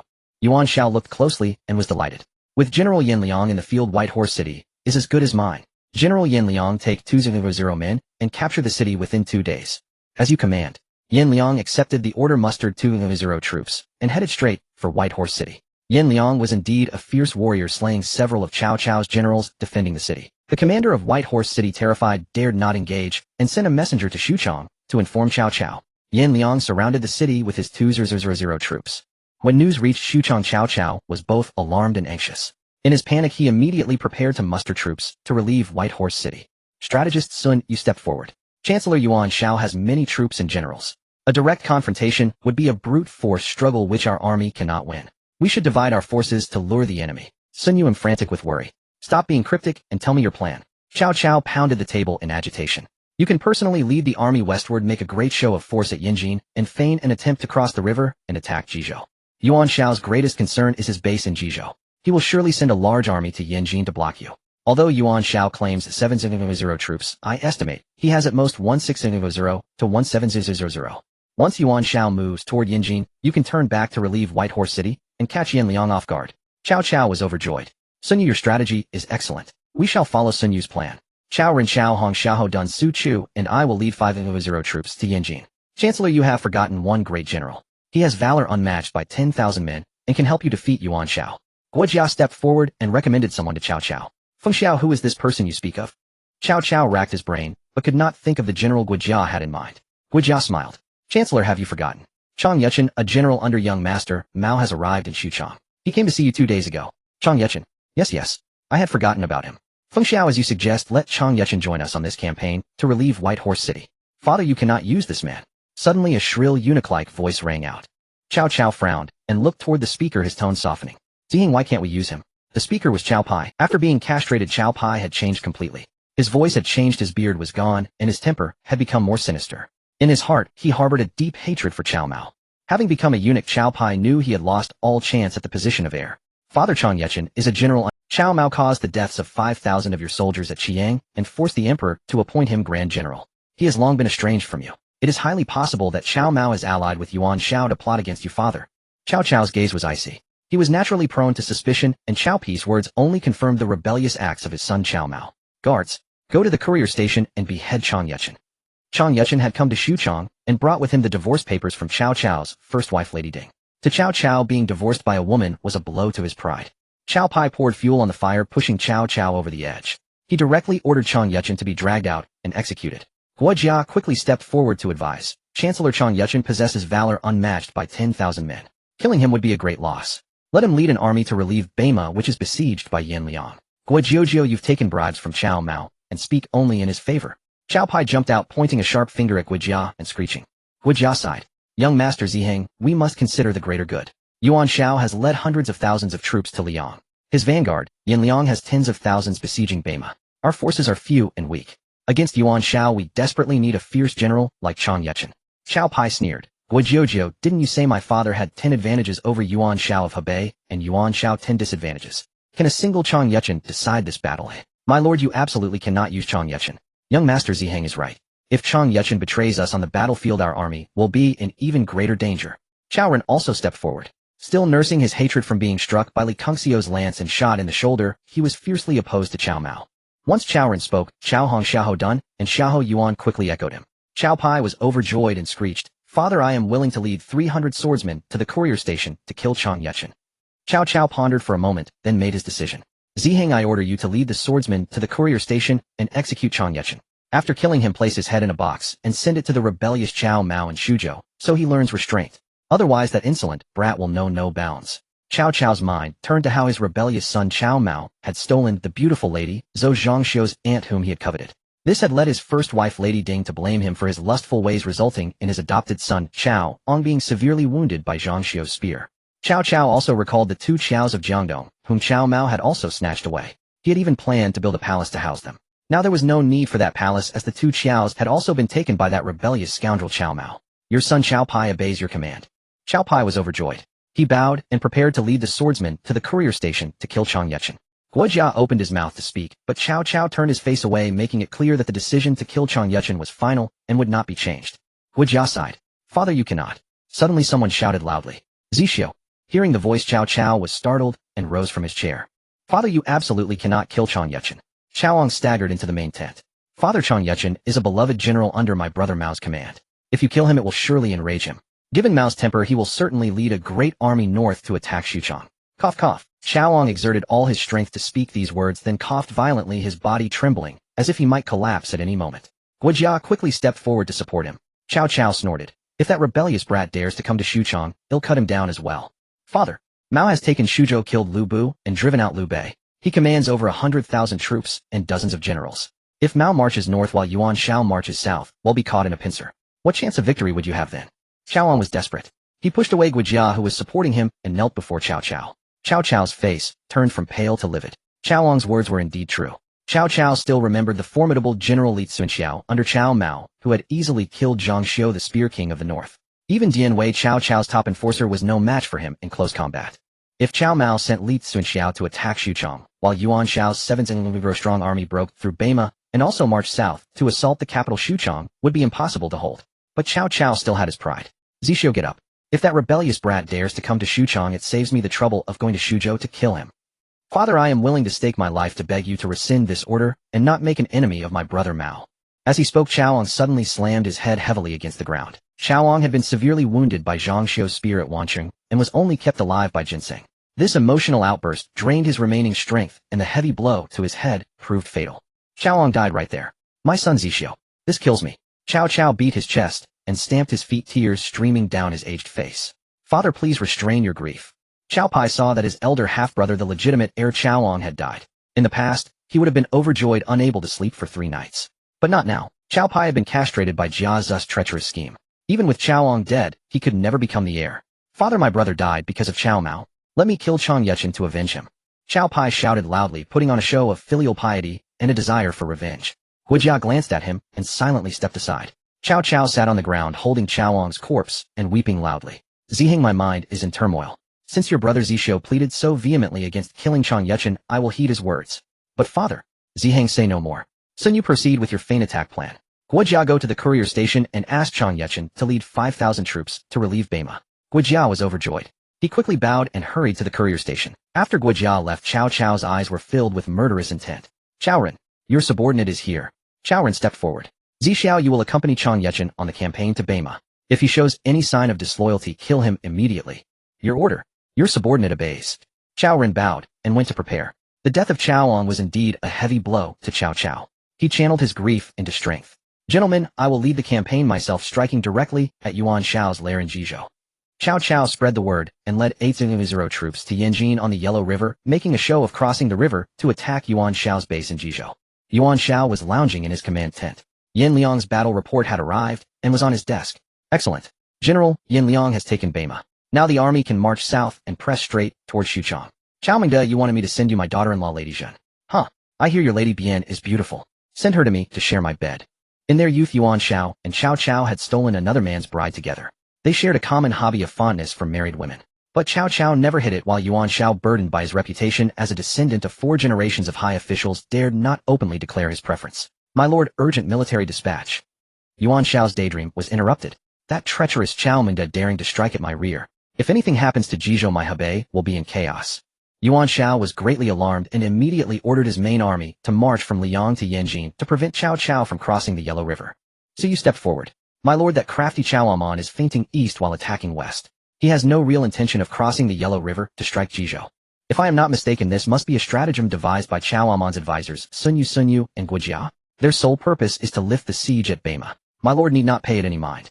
You should instead dispatch another general with 5,000 troops to join forces with General Yan Liang and launch a fierce assault on Beima.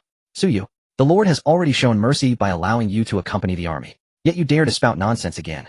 My lord, our entire army has marched south to attack Cao Cao, leaving Jizhou City vulnerable. If Cao Cao's forces cross the Yellow River, Jizhou City will be in peril.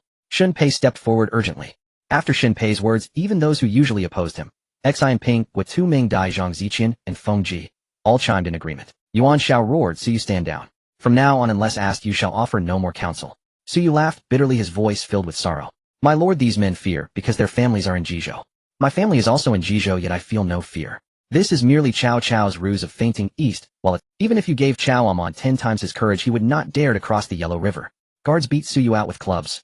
Yuan Shao's fury intensified. Suyu was expelled from the central command tent. Yuan Shao had already issued the order the main army led by Yuan Shao himself would depart from Liang to intercept Cao Cao at Yanjin and prevent him from crossing the Yellow River. Cao Cao's scouts and spies had been constantly monitoring the movements of Yuan Shao's army. The moment Yuan Shao's forces marched from Liang, Cao Cao received the news. Yuan Shao has taken the bait. Excellent. By the time Yuan Shao is halfway there, Chao Ren and Chang Yuchen should have already launched their attack on Yan Liang, who is besieging Beima. My lord, scouts report that another army is also heading towards Yanjin, estimated at around 20,000 men. Cao Cao was startled. Chancellor Guojia is willing to lead a detachment to investigate. Feng Xiao, this is quite dangerous. It would be better to send Xiahou Dun. Chancellor, if these forces are allies rather than enemies, I fear General Xiahou Dun might clash with them, which would be most unfortunate. Guojia suspected these troops might be sent by Cao Mao. He had witnessed Cao Mao's methods while in Shuzhou City. Cao Mao had once told Guojia that he was determined to claim Yuan Shao's daughter-in-law Jinfu. Now that Yuan Shao had mobilized all of Hebia's forces to attack, Cao Mao would surely not miss this opportunity. Cao Cao pondered deeply, then nodded in agreement. Feng Xiao, if the situation turns unfavorable, flee immediately. I cannot afford to lose you. Cao Cao approached Guojia, grasped his hand, and spoke with sincere earnestness. Guojia was deeply moved. Rest assured, Chancellor. Guojia understands. He took only 100 cavalrymen. When they were still 50 li from Yinjin, Guojia's 100 riders encountered this army of 20,000. Lu Bowen, Guan Yu, and Zhang Liao had been traveling day and night, even eating while on the march. Lu Bowen's intent was clear: to trade time for space. They aimed to reach the gates of Jizhou City with utmost speed, ram open the doors, and seize everything movable within. Anything left behind would be burned. Of course, the most critical objective was to capture Yuan Shao's daughter-in-law Jin Fu and bring her back to Shuzhou. Strategist: 100 riders are spotted ahead. Should we engage? A scout galloped in with the report. Guan Yu and Zhang Liao exchanged glances. A mere 100 cavalrymen. Guan Yu considered it beneath him to act. Strategist: let Zhang Liao take 300 cavalry to rout them. Zhang Liao was modest, unlike the prideful Guan Yu. Lu Bowen smiled faintly. General Wen Yuan, these must be Cao Cao's men. Strategist: you are mistaken. They can only be Yuan Shao's men, not Cao Cao's. A confidential report half an hour ago confirmed that Yuan Shao sent his general, Yan Liang, to besiege Beima. Cao Cao must be trying to lift that siege. How could he appear near Yanjin? Guan Yu stroked his long beard from horseback, unconvinced by Lu Bowen's analysis. Lu Bowen chuckled. General Yunchang Cao has no shortage of strategists. This is surely their faintest attack with ploy. Once Yuan Shao learns that Cao Cao intends to cross the Yellow River and attack his Jizhou, he will certainly turn back to defend it. As soon as he returns to Yanjin to block Cao Cao, the siege of Beima will be broken. Guan Yu was dismissive. Strategist: Yuan Shao also has many advisors. If you have seen through Cao Cao's ruse, why wouldn't Yuan Shao's advisors see it too? General Yunchang seeing through it is one thing, convincing Yuan Shao to believe it is another. Moreover, most of Yuan Shao's advisors and generals have their families in Jizhou. Even if someone sees the truth and advises Yuan Shao, they will be questioned by the rest. As I see it, Yuan Shao will certainly turn back to defend. As for who appears near Yanjin now, it can only be Cao Cao's men. Strategist: you are too dogmatic. Guan Yu sneered, still skeptical of Lu Bowen's judgment. Lu Bowen smiled calmly. If General Yunchang does not believe me, come with me to the front and see for yourself. Strategist: just the two of you. That is far too dangerous. Zhang Liao quickly tried to dissuade them. When you and what is there to fear? With my green dragon crescent blade in hand, and red hair beneath me, a mere 100 riders hold no terror for me. Strategist: let us go together. Guan Yu spurred red hair, and the steed let out a long neigh as it charged forward. Lu Bowen smiled at Zhang Liao. Wenhe, continue leading the troops without stopping. We must cross the Yellow River before noon. Zhang Liao saluted from his horse. Guan Yu's red hair was swift, leaving Lu Bowen far behind. Indeed, a few li ahead, 100 riders were approaching. Guan Yu reined in red hair about 200 meters from the 100-strong cavalry. He held his green dragon crescent blade, stroked his long beard, and cast a cold sidelong glare at the riders with his phoenix eyes. Guojia recognized Guan Yu at a glance. The same Guan Yu who had drunk with him in Xiang City, and in front of Chao Pai, had lifted Chao Pi's teacher Bao Sun over his head and dashed him to the ground. General Yinchang. Guojia spurred his horse toward Guan Yu. Guo Fengxiao. So the strategist was right. These are indeed Cao Cao's men.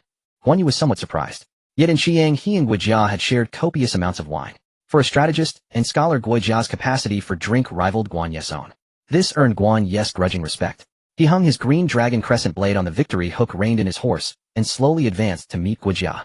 General Yunchang, did Prince Mao send you to raid Yuan Shao's headquarters in Ji province, while his forces are away? Guojia dismounted, and inquired of Guan Yu. Guan Yu was initially in good spirits upon seeing Guojia, recalling a grudging respect for his drinking prowess at Qiang. However, Guojia's mention of a raid on Ji province nettled him slightly. Imperial advisor Guo, even if Yuan Shao were in Ji province, I could still take the city. Guojia paused, remembering Cao Mao's words about Guan Yu's pride.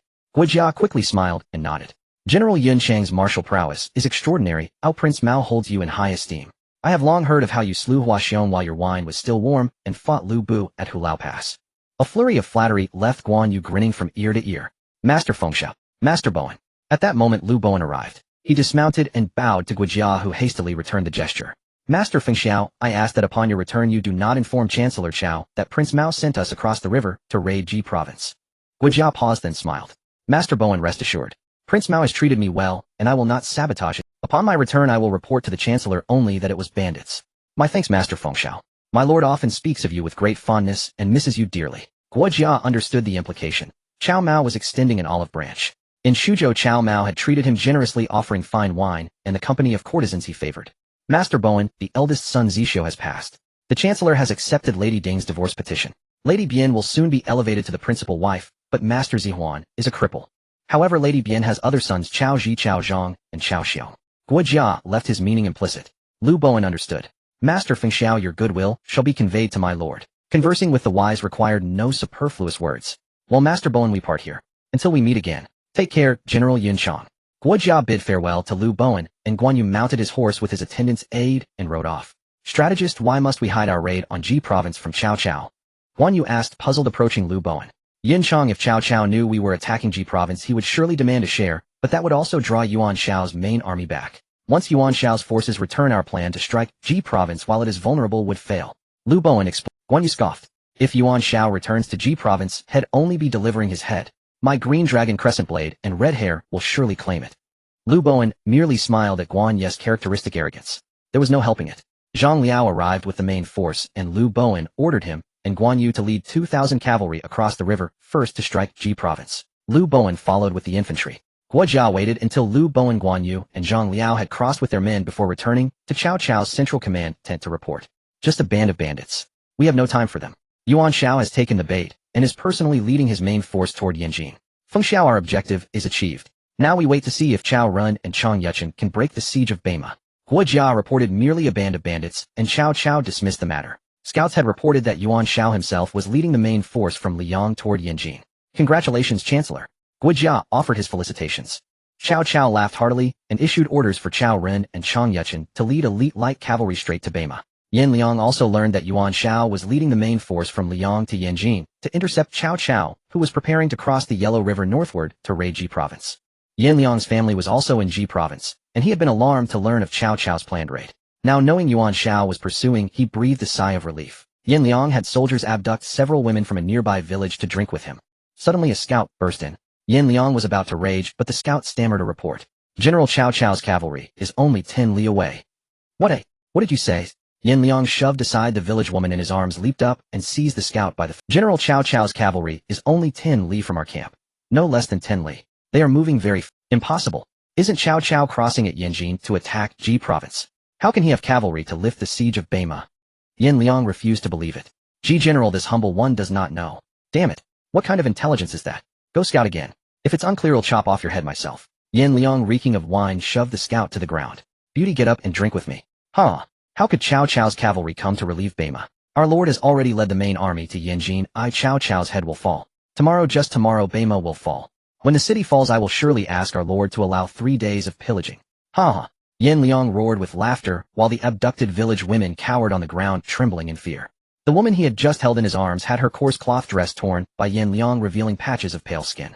Yan Liang swallowed hard, staggered over, grabbed the woman, and threw her onto the wolfskin spread on the ground. The woman struggled, but she was no match for Yan Liang. Her cries only fueled his bestial lust. Suddenly a commotion arose outside the tent. Yan Liang, in the midst of his frenzy, erupted in rage. He was about to summon his guards when one stumbled into his tent. General disaster. Chao's forces have broken in. Chao's forces. Cao Cao should have his head chopped off by our lord. What Chao's forces? Yan Liang still refused to believe it. Swoosh. An arrow flew into the tent, striking down the guard beside. Yan Liang finally sprang into action. But wine and lust had left him unsteady on his feet. He grabbed his blade and rushed out of the tent. Bring my horse. Yan Liang shouted, but when he got outside he was stunned. Chao's cavalry, clearly elite troops, were rampaging through his camp. They killed everyone in sight and set fires. Yan Liang's camp was in chaos. With no time to think, he mounted his horse, swung his blade, and cut down 2 of Chao's cavalrymen. Where is Yan Liang? Someone shouted his name loudly. Yan Liang turned his head and saw a dark-skinned warrior astride a massive black steed, brandishing a colossal spear as he charged forward. I am Chang Yuchen. The warrior roared, swinging his spear down in a thunderous overhead strike. Yan Liang attempted to evade, but failed. The spear crushed his skull, brains splattered, and his lifeless body tumbled from the saddle. Having slain Yan Liang with a single blow, Chang Yuchen surged into the Yuan army ranks, a wrathful deity incarnate. Cao Ren, witnessing this, exulted, and with a sweep of his great saber, led the elite Cao cavalry in a devastating assault against the disoriented, leaderless Yuan troops. The garrison commander inside Beima City, seeing the tide turn through, opened the gates and sallied forth, joining forces with Cao Ren and Chang Yuchen to scatter Yan Liang's remaining soldiers in utter rout. Yuan Shao, still galloping hard toward Yanjin, arrived only to find the place utterly deserted, not a single Cao soldier in sight. My lord general, Yan Liang has fallen at Beima. We have fallen prey to Cao Cao's feint and strike stratagem. When Shou rushed up to Yuan Shao, voice choked with grief. He and Yan Liang had long shared deep camaraderie, often spending leisure hours together.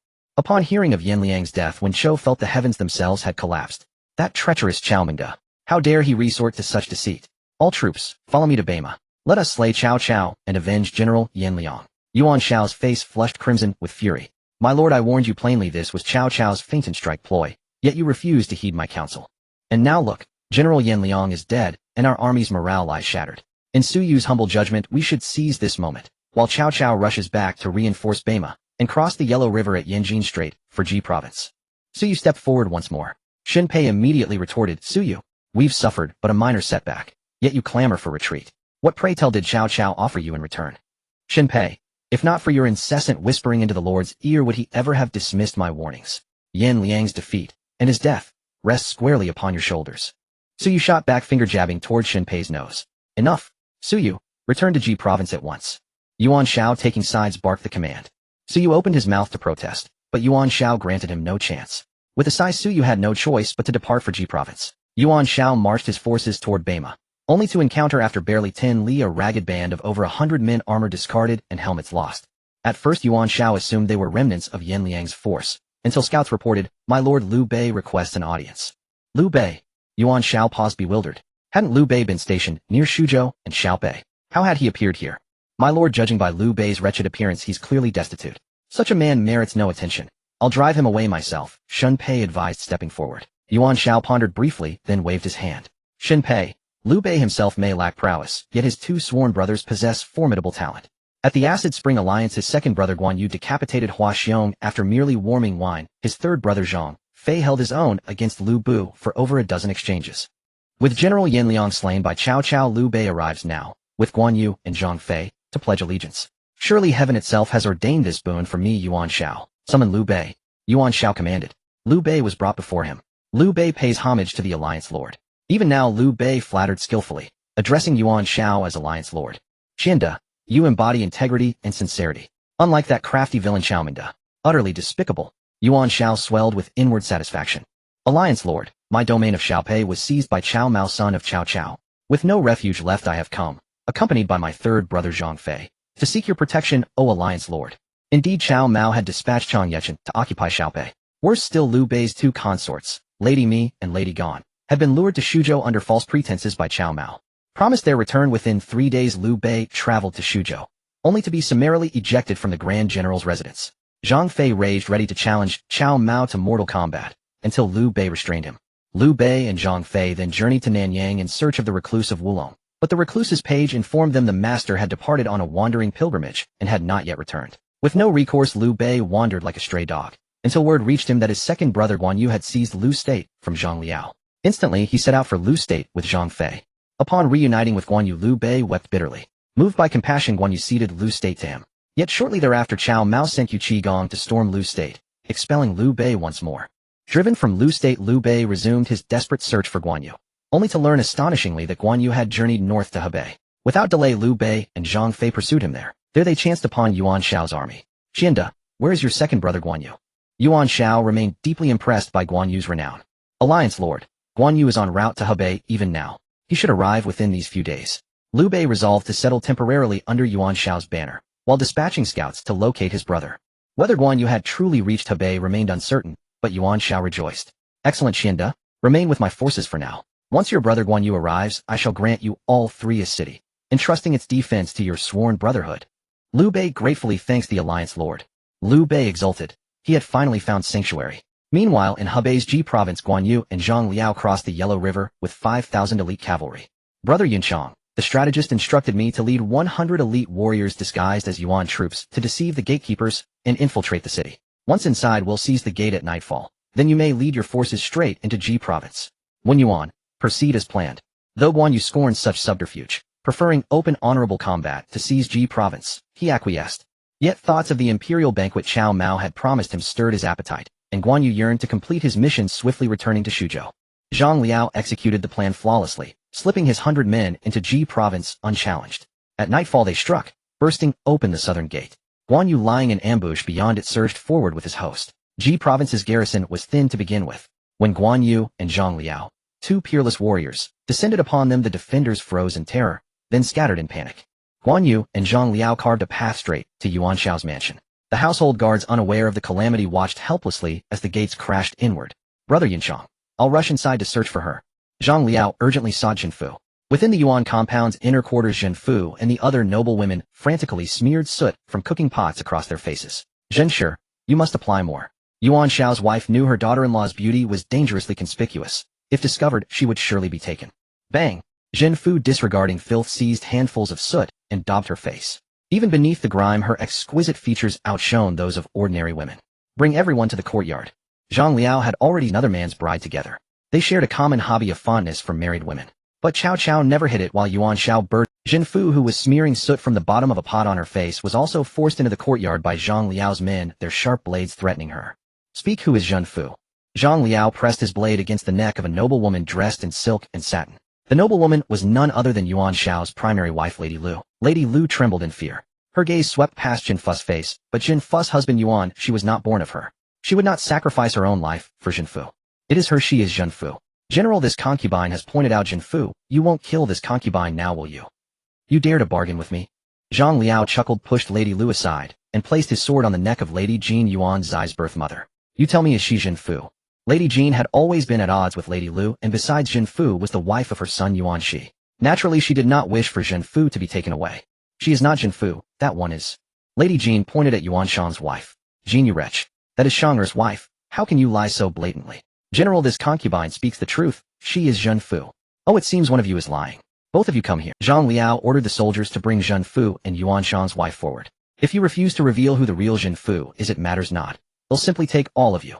Zhang Liao's tactic was indeed formidable. None wished to be abducted, and all the Yuan family women in the rear courtyard pointed at Zhen Fu. With soot smeared on her face, 2 streams of clear tears flowed from Zhen Fu's eyes.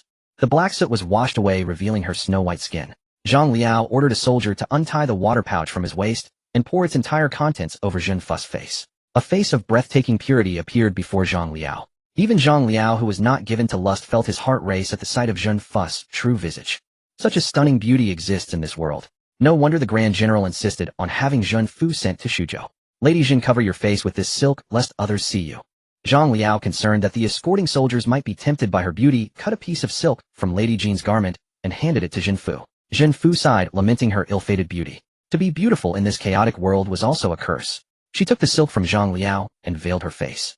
Brother Yin Chang, Zhang Liao will first take Lady Zhen and leave Jizhou. Gather whatever loot you can in the city, and when the strategist arrives, both of you take the spoils back to Shuzhou.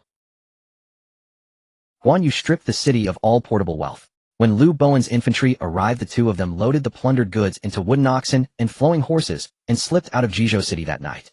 Guan Yu stripped the city of all portable wealth. When Liu Bowen's infantry arrived, the 2 of them loaded the plundered goods into wooden oxen and flowing horses and slipped out of Jizhou city that night. Before leaving, Guan Yu set a great fire in Jizhou city, attack in the east to strike the west, and wouldn't cross the river to raid our Jizhou. Look now, we have fallen into the trap. Yuan Shao was stunned.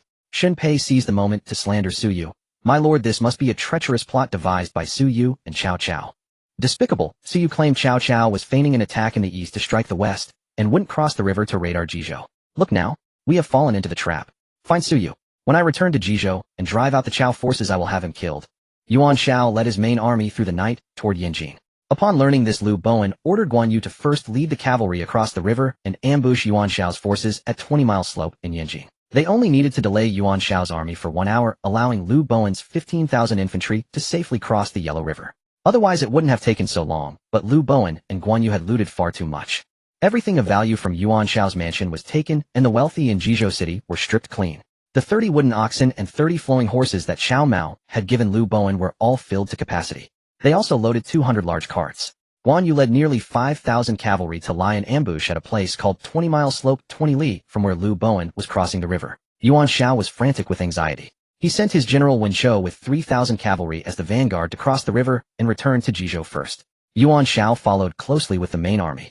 Wen Shou was both furious and anxious. His sworn brother, Yin Liang, had been crushed to death by Chang Yuchen's mace's head gone. Wen Shou wanted to kill Chang Yuchen to avenge his brother.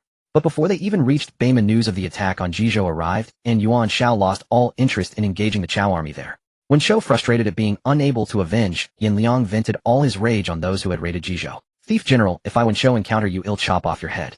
Brother Yin Liang, wait until I wipe out the villains in Jizhou, then I'll beg the Lord to let me return to Beima and kill that Chang Yuchen to avenge you. Wen Shou rode on his mind, consumed with thoughts of avenging Yin Liang. Just as he reached 20-mile slope, a figure suddenly charged down from the hillside. The man had a red face, wore a green robe, rode the red hair steed, and wielded the green dragon crescent blade. Before Wen Shou could react, Guan Yu was upon him. The green dragon crescent blade flashed down like lightning, and Wen Shou's head fell to the ground, rolling several zhang down the slope, before being stopped by a rock. Kill! After slaying Wen Shou, Guan Yu let out a thunderous roar, and charged into Wen Shou's Yuan army wielding his blade. The cavalry hidden on the hillside also surged down, and Wen Shou's 3,000 cavalry were utterly routed. Yuan Shao was following with the main army when over 100 fleeing cavalrymen galloped back. My Lord General, Wen Shou has been killed by a red-faced man in a green robe riding a red horse. What? General Wen Shou is dead. Yuan Shao nearly fell from his horse. In this campaign against Cao Cao, Yuan Shao had gained nothing, while his great generals Yan Liang and Wen Shou had both been slain. And now his home base Jizhou had been plundered. Yuan Shao was consumed by rage and grief. Red face, red horse, green robe. Big brother, doesn't that sound like second brother? Zhang Fei and Liu Bei were right beside Yuan Shao. Zhang Fei had clearly heard the report from the fleeing cavalrymen. Third brother, don't speak recklessly. Liu Bei quickly winked at Zhang Fei. Big brother, why are you winking? In my view, it's definitely second brother. But it's hateful that second brother was fooled by that Cao Mao, and won't even listen to you. Zhang Fei shouted. His voice was loud enough for Shun Pei standing beside Yuan Shao to hear clearly, and he promptly reported to Yuan Shao. Liu Bei, your sworn brother Guan Yu has slain my general, Wen Shou. You must pay with your life for Wen Shou. Yuan Shao glared at Liu Bei. The generals beside him, Zhang Higao, Lan Chunyu Qiong, and Qian Zhao, all fixed their eyes on Liu Bei, ready to hack him into mincemeat at a single command from Yuan Shao. Though a flicker of anxiety stirred within Liu Bei, a smile graced his lips. Alliance leader Yuan, I am truly concerned that the slayer of Wen Shou might not be my sworn brother Guan Yu. If only it were my brother. Liu Bei, what do you mean? You dare speak such arrogant words after killing my general, Wen Shou? Do you think I, Yuan Shao, dare not kill you? Alliance leader Yuan, that is not my intent. What I mean is, if it truly was my brother Guan Yu who slew Wen Shou, I would persuade him to pledge his allegiance to you. In that case, though you have lost Wen Shou, you would gain a general far more valiant than he. Would that not be a fortunate turn, Alliance leader Yuan? Liu Bei explained unhurriedly. Yuan Shao pondered for a moment, then his fury turned to joy. Xuanda speaks truly. Your sworn brother Guan Yu during the alliance at Xuanzhou slew Hua Xiong while his wine was still warm. A remarkable feat of arms. Xuanda, bring your brother Guan Yu to me at once. I shall grant him high office. I obey your command. Liu Bei bowed slightly from his horse, clasping his hands in salute. He then led Zhang Fei and over 100 remnant soldiers who had fled from the state of Lu toward 20-mile slope to find Guan Yu. Congratulations, my lord. You lose Wen Shou but gain the mightier warrior Guan Yu. Shen Pei stepped forward to offer his congratulations to Yuan Shao. Yuan Shao's heart bloomed with joy.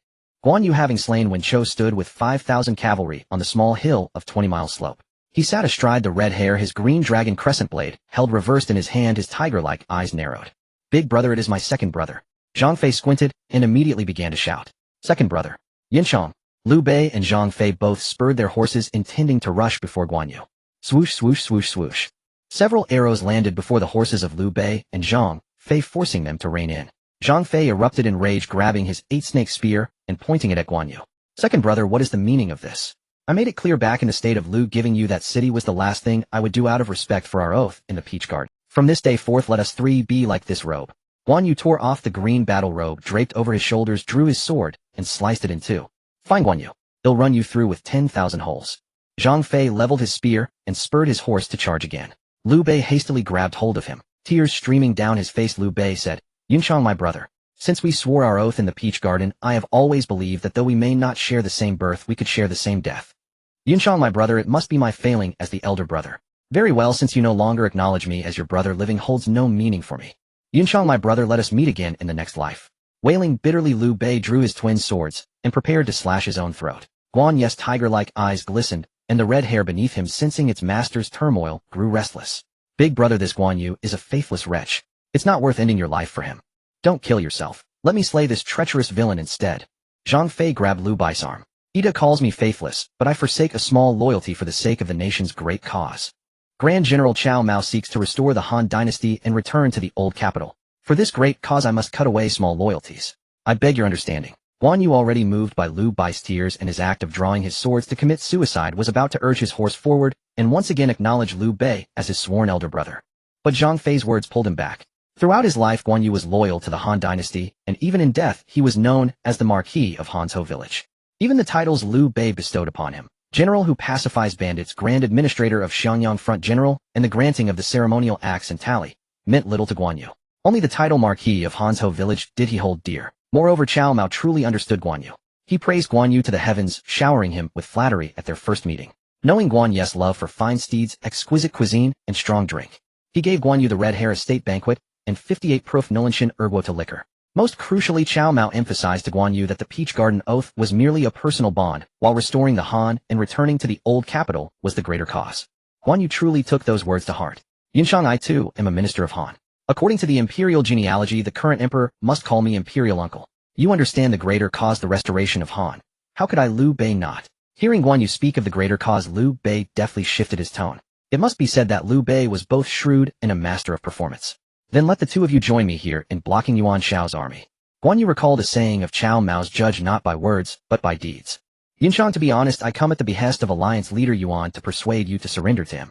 He has promised that if you do, he will heavily employ us three brothers. He will also grant us a prosperous city to govern. Upon hearing these words, Guan Yu understood fully Liu Bei was exactly as Cao Mao had described, a man of false sentiment. Disappointment flooded Guan Yu's heart. He had utterly lost faith in Liu Bei. Fixing his gaze on Liu Bei, he asked deliberately, guard a city for Yuan Shao. Whose city is it? Yuan Shao's city, of course. Zhang Fei blurted out. Liu Bei sensed something amiss. Guan Yu threw his head back and laughed. Ha ha ha. Guard Yuan, and now it seems Yuan Shao harbors rebellious ambitions as well. Very well. Today, Yuan Shu proclaimed himself Emperor Zhong in Huainan, and now it seems Yuan Shao harbors rebellious ambitions as well. Very well. Today I will hold this 20-mile slope, and when that traitor Yuan Shao arrives, I shall sever his head with this green dragon crescent blade. Second brother. Alliance leader Yuan is different from Yuan Shu. Back at the Xuanzhou alliance, he gathered the lords of 18 provinces to punish Dong Zhuo to restore the great Han. Enough. Withdraw at once or this blade of mine will show no mercy. Guan Yu slammed the green dragon crescent blade into the ground. The blade gleamed with a cold, piercing light under the sun. Liu Bei felt as if a bucket of ice water had been dashed over him. Guan Yu had indeed severed their bond. Guan Yu, you faithless villain. He'll pierce you with 10,000 holes. Unable to contain his fury, Zhang Fei spurred his horse and charged at Guan Yu, his 8-snake spear leveled. Even if Liu Bei wept his eyes blind, Guan Yu would no longer heed the loyalty of the Peach Garden Oath. Though Zhang Fei was reluctant, seeing the 5,000 even if Liu Bei wept his eyes blind, Guan Yu would no longer heed the loyalty of the Peach Garden Oath. Though Zhang Fei was reluctant, seeing the 5,000 elite cavalry on 20-mile slope, he could only retreat. In Shuzhou, Cao Mao had thoroughly mastered the harmony and longevity art of union. With its aid, coupled with the three-piece set and the blessing of his succubus constitution, he reveled in unparalleled bliss within his inner court. During this time, Cao Mao summoned Song Yingxing back to Shuzhou and entrusted him with 5,000 jin of premium rice seeds. Song Yingxing learned from Cao Mao that these seeds could yield 800 jin per mu, or even 1,000. His mouth gaped wide enough to swallow an entire egg. In the Eastern Han Dynasty, a yield of 300 jin per mu was already considered the pinnacle. Despite his doubts, Song Yingxing followed Cao Mao's instructions to the letter. It was also the season for soaking seeds and cultivating seedlings. Refugees from all over had flooded into Shuzhou, numbering 500,000. Most were young and able-bodied, infusing the city with a vibrant, thriving energy. Cao Mao established factories for shoes, clothing, paper, and weaponry, and mine salt using a refined purification method. With these new ventures and people, Shuzhou came alive. By year's end, my Shuzhou's GDP will surely rank first in the Han Empire. Cao Mao rested his head on Diao Chan's snowy thighs, savoring peeled grapes from Diao, while Xiao Qiao playfully lifted her skirts. Surrounded by his enchanting concubines, Cao Mao indulged in a life of pleasure and shameless bliss. With nothing to do, he opened his system interface. A pale blue screen materialized before him, visible only to his eyes. Name: Cao Mao. Age: 18. Generals: Li Cunxiao, Qin Liang Yu Yang, Zixing Qin Xiong Luo, Cheng Chang Yuchen Yuqi, Gong Cheng Yaojin Zhang Liao, Wan Yu Chao Rei, Ho Chung Song Xian, Wei Su Chao Xing, Hao Meng Zong Ba, Cheng Lian Strategist Liu Bowen, Jia, Su Technical Talent Song, Yingxing Territories, Chiang Xiaopi Shuzhou, Xiaopei Lu State, Shouchuan Danyang Beloved Wives, and Concubines, Zhou Shiguan Nuang De Qiao, Xiao Qiao Jiaochan, Yin Shi Lu Qiling Mi Zhen Gan Foreign Du Shi. Sun Ru. Cao Mao's gaze fixed on the general's list. Guan Yu's name stood out prominently.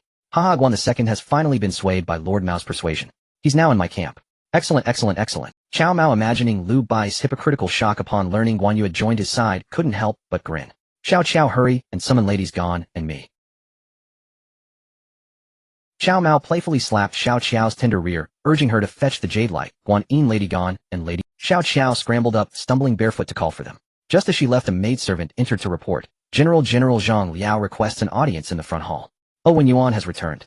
Cao Mao's heart stirred as the system also hinted at a new concubine candidate. He rose from Diao Chan's smooth, snowy thighs and dashed out of the rear courtyard barefoot. Husband, where are you rushing off to? De Qiao asked, puzzled. Diao Chan sighed.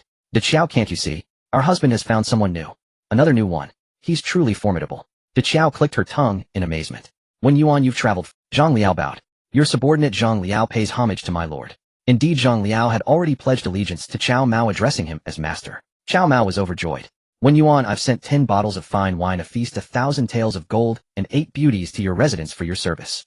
These women were taken from Yuan Shu's Shouchuan. Cao Mao had no interest in them, but they were perfect for rewarding native generals like Zhang Liao. Learning that Yuan Shu had fled to Huainan, Cao Mao planned to let Zhang Liao rest a few days before leading troops to attack. Yuan Shu's wife Feng Shi was an exceptional woman. Though nearly 40, she was like a classic A8 model. Even an older version retained its prestige. With his harmony and longevity art and protective gear, Cao Mao was confident in handling this vintage beauty. Even if the older model had a slight tremor at high speeds, Cao Mao could fix it with his art. Your subordinate Zhang Liao thanks my lord for the generous gifts. He bowed deeply. These warriors essentially sought to sell their martial skills for a good price. Guan Yu was no exception, though he craved face and a sense of righteousness. Cao Mao could satisfy all that. When Yuan, no need for such formality. Strategist, where is General Yun Chang now? Is he safe? Cao Mao helped Zhang Liao rise. My lord the strategist and General Yun Chang should have crossed the Yellow River. I rode ahead with Lady Zhen Shi to Shuzhou. My lord Lady Zhen is outside the residence. Would you like to see her now?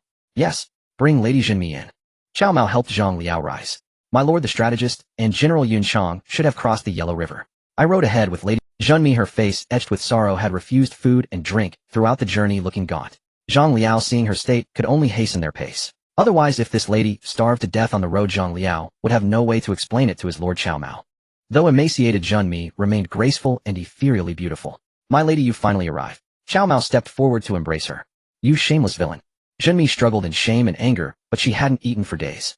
Overwhelmed, she fainted. Cao Mao laughed heartily, carrying her to the rear courtyard. He activated the harmony and longevity art, and Zhen Mi's pale cheeks flushed with color.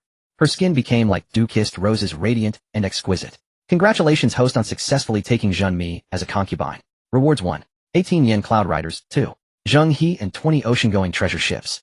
Cao Mao was stunned by the rewards so much so that he didn't notice Zhen Mi waking. Husband, this concubine was foolish earlier. From now on I am yours. Cao Mao's succubus constitution had completely captivated her. She looked at him with soft, adoring eyes. Cao Mao laughed, embracing her as he gazed at her enchanting celestial beauty. Unable to resist, he indulged in Zheng, he pays homage to my lord. The tall, robust eunuch stepped forward to bow. San Bao, no need for formalities. Cao Mao helped him up, smiling warmly. Zheng, he looked at Cao Mao and saw a shadow of that man within him.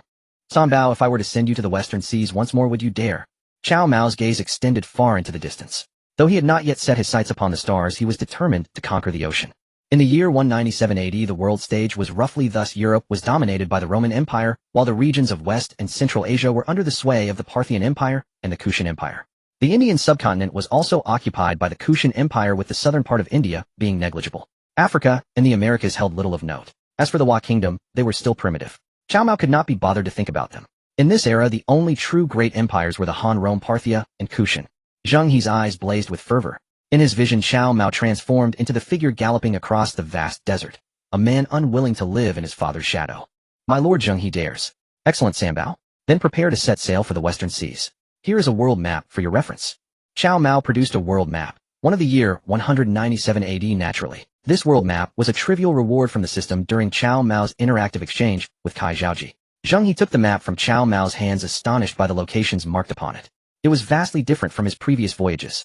Many of the countries he had visited during his earlier expeditions were depicted as barren lands on this map. This is the map of this world, San Bao. Go here first. Cao Mao pointed towards southern India. This region was in a period of chaotic rule by multiple dynasties. With his formidable fleet, Zheng He would descend upon them like a crushing blow. Zheng He obeys. The eunuch San Bao bowed and accepted the command. Cao Mao granted Zheng He extensive authority, providing ample supplies and allowing him to recruit sailors autonomously. When the system rewarded Zheng He, it had already bestowed 20 treasure ships, massive vessels, each capable of carrying over 1,000 people. When the system rewarded Zheng He, it had already bestowed 20 treasure ships, massive vessels, each capable of carrying over 1,000 people. Of course, by 197 AD, the Han had already excelled in crafting swords and armor, but Cao Mao was reluctant to offer these items. After all, trade was a game for the strong. Cao Mao desired spices, timber, gems, and gold from these nations. Giving them swords and armor would only empower them. Cao Mao would not commit such folly. He provided a sum of money for Zheng He to purchase supplies independently. Shuzhou lacked a coastline, and the treasure ships from the system were docked in the East China Sea. Fortunately, the East China Sea region had fallen under Cao Mao's sphere of influence. He dispatched Ho Cheng and Zhang Ba to escort Zheng He to the East China Sea. A few days later, Lu Bowen and Guan Yu returned to Shuzhou with 100 carts and wooden oxen.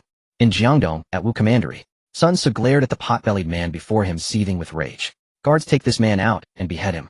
Upon learning that the man was an envoy sent by Cao Mao, Sun Tzu did not even allow Cheng Yaojin to speak. He immediately ordered his axemen to drag Cheng Yaojin away for execution. If you kill me, Cheng Yaojin, your Jiangdong will be thrown into chaos. Cheng Yaojin cursed inwardly but laughed loudly, spewing threats. Zhang Xiu quickly stepped forward. My lord, spare his life. Zibu, this man is an envoy from that madman Cao Mao. He abducted my aunt and dares to demand my surrender. If I do not avenge this, how can Sun Tzu face my father in the afterlife? Sun Tzu's eyes were bloodshot, nearly blazing with fury. My lord, Cao Mao is now the grand general appointed by the court. Killing his envoy is openly defying the imperial court. Moreover, Danyang Commandery has entirely fallen into Cao Mao's hands. If you kill his envoy, you will play right into his trap. I have the natural barrier of the Yangtze River. Can Cao Mao cross it? My lord, a man claiming to be Zhou Yu seeks an audience outside. As Zhang Xiu was persuading Sun Tzu not to kill Cheng Yaojin, someone hurried in to report. Zhou Gongjin has arrived. Quickly invite him in. Hold this man aside for now. Sun Tzu's heart leaped with joy upon hearing of Zhou Yu's arrival. Sun Tzu had only recently become acquainted with Zhou Yu back when they were in Shochuan. No, I shall greet Gongjin myself. Sun Tzu rose and strode out to welcome Zhou Yu. Untie me quick. Wherever I go, I'm treated to fine wine and food. Only you, Sun Tzu, refuse me drink and have me. Let me tell you, if even a single hair on my head falls, my lord will crush your Jiangdong to dust. Cheng Yaojin's tongue could not stay idle, so he resorted to bluster. His arrogance was not unfounded. When he crossed the river, he was escorted by the Chaohu Navy, with Yu Tonghai, eldest son of Yu Tingyu, leading over 20 warships to see him safely across the Yangtze. After seeing Cheng Yaojin across, Yu Tonghai did not depart, but remained on the Yangtze. Should any harm befall Cheng Yaojin, Yu Tonghai would report to his father Yu Tingyu. The tens of thousands of Chaohu Navy troops would then cross the river and strike directly at Wu Commandery in Jiangdong. Cheng Yaojin, bear with it for now. I will persuade my lord to release you. But when you return, you must also urge your Grand General Cao Mao to release my lord's aunt back to Jiangdong. Zhang Xiu approached, offering earnest counsel. Cheng Yaojin thought to himself, Sun Tzu still dreams of his aunt returning to Jiangdong. Dream on. My lord Cao Mao intends for me to bring Sun Tzu's mother back to Suzhou. However, Cheng Yaojin knew he could not utter a single word of this. If he did, Sun Tzu would likely take his ancient dagger and personally sever Cheng Yaojin's head. Enough. When I set out, my lord said he wanted Sun Tzu's aunt to accompany me to Jiangdong. But she refused. She said she'd rather stay in Suzhou and go nowhere. Cheng Yaojin, how is that possible? General Chao's forces killed Su Kuan in the Battle of Danyang. He was Lady Zou's very lifeblood. How could she stay with the murderer of her son? Zhang Xiu, of course, did not believe it and exposed Cheng Yaojin's lie. I'm telling the truth, Zhang Xiu. If you don't believe me, come back to Suzhou with me and see for yourself. Cheng Yaojin stuck to his story. He even invited Zhang Xiu to accompany him to Suzhou. Zhang Xiu's eyes flickered. Why would he heed Cheng Yaojin's words? Let's wait until my lord returns to discuss this. Cheng Yaojin, don't speak recklessly, especially about what you just said. Say no more, or even I won't be able to save you. Zhang Xiu warned Cheng Yaojin. Cheng Yaojin grinned. Alright, I understand. Just untie these ropes first. Then bring me a jug of wine. I'll drink as I walk. Since the letter has been delivered, I must return to report to my lord. Sun Tzu was just welcoming Zhou Yu inside when he overheard Cheng Yaojin's words. You want more wine? Fine, bring this blundering fool some ale. Sun Tzu bellowed, ordering his guards to fetch Cheng Yaojin a drink. Zhou Yu watched as Cheng Yaojin, with his protruding belly, remained arrogantly defiant despite being bound like a trussed-up dumpling, and he too felt a flicker of surprise. Bofu, what crime has this man committed? Why is he bound in such a manner? Gongjin, this man is an envoy sent by the reckless rogue Cao Mao named Cheng Yaojin. He is utterly insolent. He demands that I surrender the lands of Jiangdong to that rogue Cao Mao. Is this the same Cao Mao who recently seized Suzhou? Who else could it be? That rogue Cao Mao breached Danyang, used fire to slay my nephew Su Kuan, and forcibly abducted my aunt to Suzhou. This enmity is irreconcilable. Gongjin, lend me your strength to avenge this great wrong. Sun Tzu gnashed his teeth, his hatred for Cao Mao burning like fire. He did not fear Cheng Yaojin overhearing speaking openly before old Cheng of his intent to slay Cao Mao in vengeance. Zhou Yu's face changed color abruptly. He quickly pulled Sun Tzu behind a folding screen. Bofu, Cao Mao's power is immense now, you must not make an enemy of him. Bofu, as I crossed the river, I saw dozens of warships upon its waters, their training exceptionally disciplined. Should you kill Cao Mao's envoy, he will surely use it as a pretext to cross the river and attack Jiangdong. Now Shochuan and Danyang are both under Cao Mao's control. A pincer attack would spell doom for Jiangdong. Sun Tzu refused to yield. Gongjin, if I appoint you as commander, we brothers can join forces and take our chances. Zhou Yu said solemnly. Bofu, your father was slain by Liu Biao, forcing Jiangdong to rely on Yuan Shu. But now Yuan Shu has been beaten by Cao Mao like a stray dog. We can seize this opportunity to curry favor with Cao Mao and firmly grasp Jiangdong in our own hands. Bofu, Zhou Yu is willing to serve as envoy to Suzhou and meet Cao Mao face to face. Sun Tzu was fiery-tempered, but not foolish. His father had been ambushed and killed by Liu Biao's subordinate Huang Zhu, leaving Jiangdong in peril. Helpless Sun Tzu had no choice but to submit to Yuan Shu. Yet with a single move, Cao Mao routed Yuan Shu, driving him to flee in panic and even losing Shouchuan. Gongjin, I've heard Cao Mao is greedy and lustful, incompetent and foolish, as well as cruel and bloodthirsty. Should you meet with an accident on your mission to Shuzhou, perhaps it's better to send someone else. Bofu, it is precisely because Cao Mao has these flaws that I will be safe. If he were a perfect man, that would be truly frightening. Zhou Yu broke into a radiant smile, and Sun Tzu was momentarily stunned by the sight. Bofu, I will go to Shuzhou and cater to Cao Mao's taste, bringing him gold, silver, and beauties. He'll only ask him to appoint you as the Lord of Jiangdong. Gongjin. Sun Tzu grasped Zhou Ye's hand. Bofu, even if I must sacrifice my life, I will protect you and make you the Lord of Jiangdong. Gongjin, even Boya and Ziki could not surpass this bond. Promise me you will return to Jiangdong alive. Cheng Yaojin, with his protruding belly, had his ropes untied. Zhou Taihan, Dang Zhuji's son, He Zhang Xiao, and the others took turns toasting Cheng Yaojin. While drinking, Cheng Yaojin stealthily slipped a small pill into his mouth. These pills were given to him by Cao Mao before his departure. My lord said to take one pill before drinking, and I'd never get drunk. This stuff really works. General Cheng, we are all warriors. Drinking from these tiny cups is no fun. Let's switch to large bowls. General Zhou switched to large bowls. Cheng Yaojin's tongue seemed tied, his speech slurred. Zhou Tai offered a large bowl, followed by Han Dang Zhuji and Sun He in relentless succession. Cheng Yaojin raised a bowl of wine, but before it reached his lips, he slid under the table. Zhou Tai quickly crouched, gently shaking his shoulder. General Cheng, wake up, let's drink more. Cheng Yaojin grunted twice, then snored loudly. Just a blundering fool. If all of Cao Mao's men are like this, why should our lord fear him? Silence. Commander Zhou specifically instructed that he be treated with the utmost respect. Zhou Yu is just a pretty-faced youth. How could our lord appoint him as commander? These words fell upon Cheng Yaojin's ears. Having taken the anti-drunkenness pill, the wine had no effect on him. His drunken demeanor was entirely feigned. Cheng Yaojin's martial skills were lacking, but his acting was impeccable. So these Jiangdong folks aren't a united front. Noted Zhou Taihan Dang, and the others resent Zhou Yu. Someone escort General Cheng to the guest house to rest. Zhang Xiao, unlike these military officers, watched as they spoke recklessly of Cao Mao's faults before the supposedly drunken Cheng Yaojin, and voiced their discontent with Sun Tzu's appointment of Zhou Yu as commander. Zhang Xiao did not join in. He quickly ordered guards to carry Cheng Yaojin to the guest house. Cheng Yaojin pretended to be as limp as a dead pig as the guards carried him in. As soon as the guards left, old Cheng leaped up from the bed. The pills my lord gave me are truly useful. These Jiangdong fellows called me a blundering fool, but I say they're the real fools. By the way, my lord told me to find a man named Yu Ji, saying that once I find him, I can bring Lady Wu to Shuzhou. Inside a Taoist temple southeast of Wu Commandery, Yu Ji sat upright on an altar with a crowd of Jiangdong commoners kneeling before him. Yu Ji held a bowl of holy water, flicking droplets onto the kneeling worshippers, playing tricks and pretending to be divine. I'm familiar with this routine too. Cheng Yaojin had quietly slipped away from the guest house to the temple, bringing no attendants. Thank you, Immortal Yu, for bestowing your holy water upon us. With the holy water from Immortal Yu, my illness is completely cured. Mine too. The dozen or so commoners kneeling before the altar shouted in excitement, their fervor infecting the others present, who felt their ailments ease as if by magic. One by one they knelt, crying out in gratitude to Immortal Yu. My lord said those dozen people are shills. If he hadn't told me, even old Cheng would have been fooled by this old charlatan. Young as my lord is, he can see through such an old swindler. He's just as clever as old Cheng. Cheng Yaojin patted himself on the back. Hear the decree for Immortal Yu. Cheng Yaojin waited, no longer shouting, as he pushed through the entrance into the main hall. Yu Ji was reveling in the adulation and worship of his followers. He felt deeply gratified. Yu Ji had come to Wu Commandery in Jiangdong to sprinkle holy water and heal the sick, with only two ultimate goals: fame and fortune. All the world's hustle and bustle is for gain, all the world's coming and going is for profit. The myriad actions of humans boiled down to just two things: fame and fortune. Yu Ji, who called himself an ancient immortal, could not escape these two words. Cheng Yaojin burst in with that sudden shout, immediately capturing the attention of the kneeling commoners. The shills among them, Yu Ji's disciples, also eyed Cheng Yaojin warily. Who are you? How dare you disrupt the immortal's sermon? Someone loudly reproached Cheng Yaojin. Cheng Yaojin, with his pot-belly sticking out, grinned and said, the emperor's decree appoints Yu Ji as the guardian of the nation tasked with protecting Jiangdong, and he must not cross its borders. Guardian of the nation. Only allowed to protect Jiangdong. What does this mean? And is this imperial decree even? Yu Ji had orchestrated this spectacle for fame and fortune, but Cheng Yaojin's outburst left him utterly bewildered.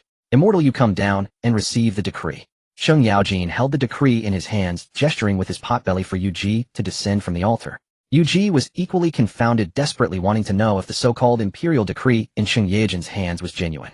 Yu Ji descended from the altar with composure, exuding an air of celestial grace and righteous dignity. There's no imperial seal on this. Can it possibly be real? Yu Ji took the imperial decree from Cheng Yaojin, but found no imperial seal affixed to it. That scoundrel Yuan Shu stole the imperial seal. But my lord said that within a few days he will crush Yuan Shu and reclaim the heirloom seal of the realm. And who might your lord be? Yu Ji's heart trembled with alarm. Though Yuan Shu was foolish, he had the audacity to declare himself emperor of the Zhong dynasty, daring to claim the throne amidst the warlords, a testament to his considerable power. Cheng Yaojin, sticking out his belly, grinned broadly. Immortal Yu, my lord, is none other than the Grand General Cao Mao, currently stationed in Shuzhou, commanding the armies of the Huaijiang and Jiangdong regions. Grand General Cao? The one who slew Lu Bu and breached Yuan Shu's Shouchuan. Yu Ji's face showed astonishment. Cheng Yaojin gave a thumbs up. Immortal Yu, you're absolutely right. That's the very Grand General Cao. Upon learning it was Cao Mao, Yu Ji shot a meaningful glance at his eldest disciple, who was mingling among the crowd. That disciple was as shrewd as they came. He immediately led his men to clear the commoners out of the main hall of the temple. Once only Cheng Yaojin and Yu Ji remained inside. Yu Ji quickly bowed to Cheng Yaojin and inquired, "Honored envoy, Grand General Cao has decreed me as the guardian of the nation to protect Jiangdong. What does he require of me?" Cheng Yaojin chuckled. "Immortal Yu, you're a man of understanding. So I, Cheng Yaojin, won't beat around the bush with you. My lord wants you to deliver this letter to Sun Ce's mother and ensure she willingly travels to Shuzhou." Yu Ji was stunned. This task was exceedingly difficult. He knew that the title of guardian of the nation from Cao Mao would not come easy. Even his immortal-like face twisted into a pained expression. "Honored envoy, this is truly a hard task. Sun Ce has a notoriously fiery temper. If he finds out I tricked his mother into going to Shuzhou, he'll surely have my head. Immortal Yu, my lord, anticipated your concerns. Here is a brocade bag from my lord. Look inside and you'll have Sun Ce's mother eating out of your hand." Cheng Yaojin pulled a brocade bag from his inner pocket and handed it to Yu Ji. Yu Ji took the brocade bag with skepticism. To be honest, he doubted that such an ordinary-looking pouch could hold any real. Yu Ji opened the brocade bag in front of Cheng Yaojin. Inside was a rolled-up piece of cloth. He unrolled it to find small characters written on it. As Yu Ji read, he nodded repeatedly. After finishing, he exclaimed with emotion, "It seems the rumors are largely untrue. That Grand General Cao could devise such a strategy is truly unprecedented in history. Honored envoy, rest assured. I will follow the brilliant plan laid out in Grand General Chao's brocade bag. Please wait at the official lodging. Once I succeed, I will send word to you. Immortal Yu will be waiting for your good news." Having accomplished Cao Mao's task, Cheng Yaojin shook his large head, stuck out his potbelly, and left the temple.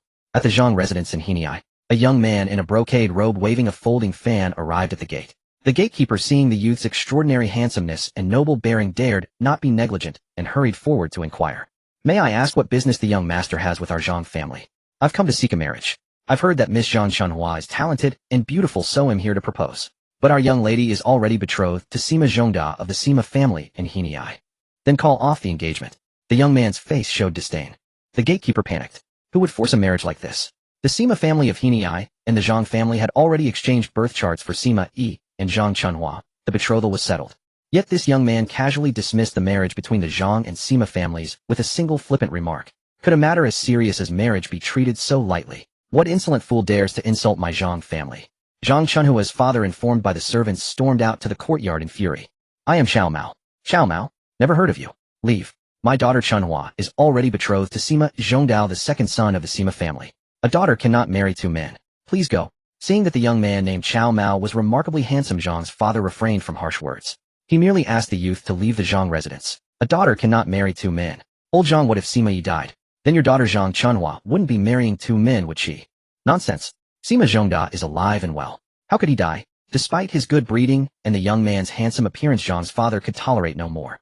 He glared at the young man, claiming to be Cao Mao. "Young master, though my daughter is not yet wed to Sima Zhongdao, the match has been made through a matchmaker, and our families have formed a bond. Young master, please leave and never return to my home."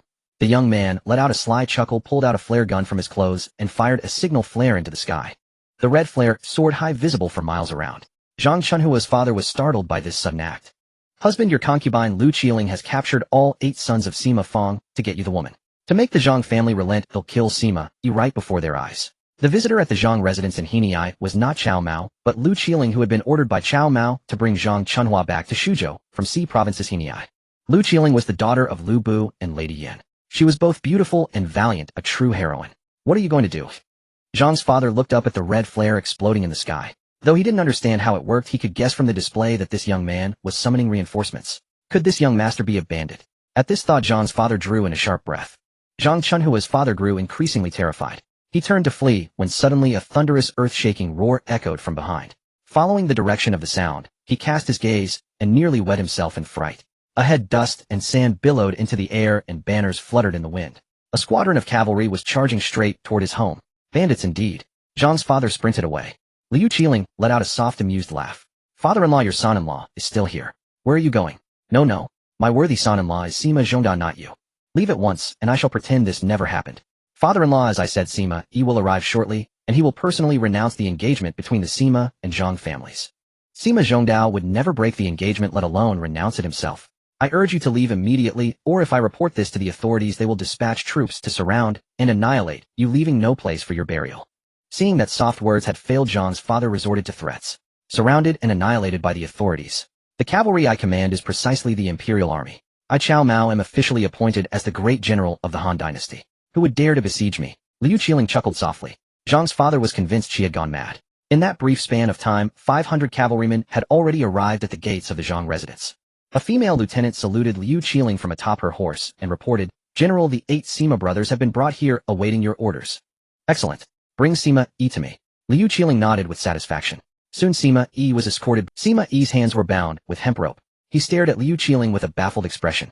Clad in silver armor and a silver helmet, her features were delicate and beautiful. She bore a heroic and spirited aura, appearing to be a woman.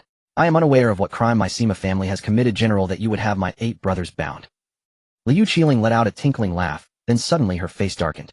Sima Yi, you dared to contend with me, the general, for the hand of Miss Chunhua of the Zhang family. Do you not consider that a heinous crime? Sima Yi froze for a moment, his mind racing. Before he had become betrothed to Miss Zhang Chunhua, the eldest daughter of the Zhang family, she had not been promised to anyone else. Now, over half a year after the betrothal, out of nowhere someone claims that his engagement to Zhang Chunhua is a monstrous. Naturally, Sima Yi refused to accept this. General, before I, Sima Yi, became betrothed to Miss Chunhua of the Zhang family, I had heard no rumors of her being previously engaged to another. How can this be blamed on me? Moreover, her father is present here, he can bear witness. Zhang's father breathed a sigh of relief. In this critical moment, his future son-in-law Sima Yi was indeed dependable. He was about to echo Sima Yi's words when Liu Qiling said coolly, Sima Yi, before you, Miss Chunhua had no connection with me. But now I have taken a fancy to her. You must annul this engagement. Sima Yi was nearly bursting with rage. However, Liu Qiling commanded 500 cavalry, their faces concealed behind masks that revealed only their eyes. Sima Yi knew well that arguing with a soldier was futile. He could not tell whether this person was a soldier or a bandit. She had captured all 8 of his brothers. He adopted a tone that was soft yet firm, invoking Cao Cao to intimidate Liu Qiling. General, the Han Chancellor Cao Cao enforces strict laws. I implore you to release my 8 brothers and withdraw from the Zhang residence. Do not provoke the Chancellor's wrath. Chancellor Cao, do not use him to intimidate me. Even if Chancellor Cao himself saw me, he would have to yield 3 parts. Liu Qiling nearly slipped up. Sima Yi, being a shrewd man, immediately caught the flaw in her words. Could the general be a woman? Sima Yi seized upon this loophole to challenge her. How dare you? How dare you question me, the general? You deserve death. Enraged, Liu Qiling suddenly drew her sword and thrust it into Sima Yi's chest. You dare to kill me, Sima Yi, in front of so many witnesses? Sima Yi stared at the sword piercing his chest. Even in his dying moments, he could not believe that someone would dare to kill him so openly in broad daylight. Liu Qiling snorted coldly, pulling the sword from Sima Yi's chest. She sneered, Sima Yi, who do you think you are? Remember this well, the one who kills you is the great General Cao Mao. As the name Cao Mao entered Sima Yi's ears, he collapsed into a pool of blood, motionless and thoroughly dead.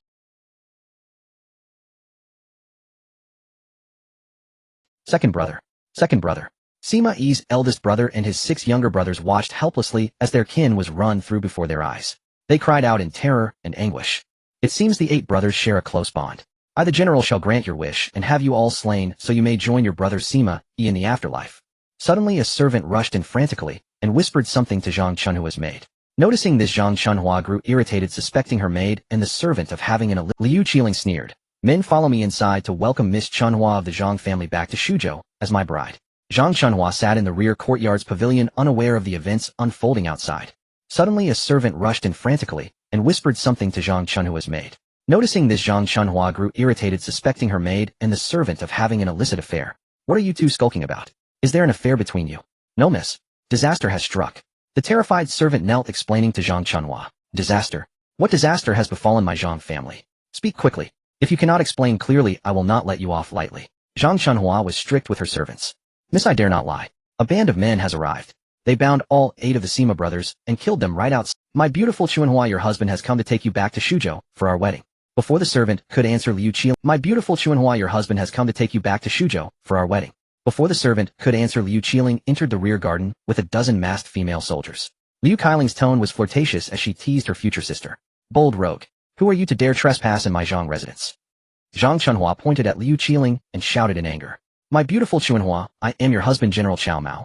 How can you not recognize me? Let us return to Shuzhou quickly, we can consummate our marriage tonight. Shameless scoundrel. How dare you insult me, Zhang Chunhua? I will not forgive you. Zhang Chunhua was both shocked and furious, cursing Liu Qiling. Instead of getting angry, Liu Qiling laughed. She was merely teasing this younger sister. Daughter, do not curse him. He will slaughter our entire family. Zhang Fu stumbled, as he also ran into the rear garden. Hearing his daughter Zhang Chunhua pointing at Liu Qiling and hurling insults, Zhang Fu trembled with terror. He had already witnessed the fearsome prowess of Liu Qiling. Zhang Chunhua daring to curse Liu Qiling made Zhang Fu worry that inciting his wrath would lead to the slaughter of their entire Zhang clan, some 70 to 80 souls. Father, if that rogue wishes to kill, then let him kill. I Zhang Chunhua fear him not. My beautiful Chunhua, your husband adores you just as you are. I hope you remain this defiant when you reach Shuzhou. Guards escort the beautiful Chunhua back to Shuzhou. Liu Qiling raised his hand and waved. A dozen female soldiers clustered around him, surged forward, grabbing arms and shoulders, lifting Zhang Chunhua into the air.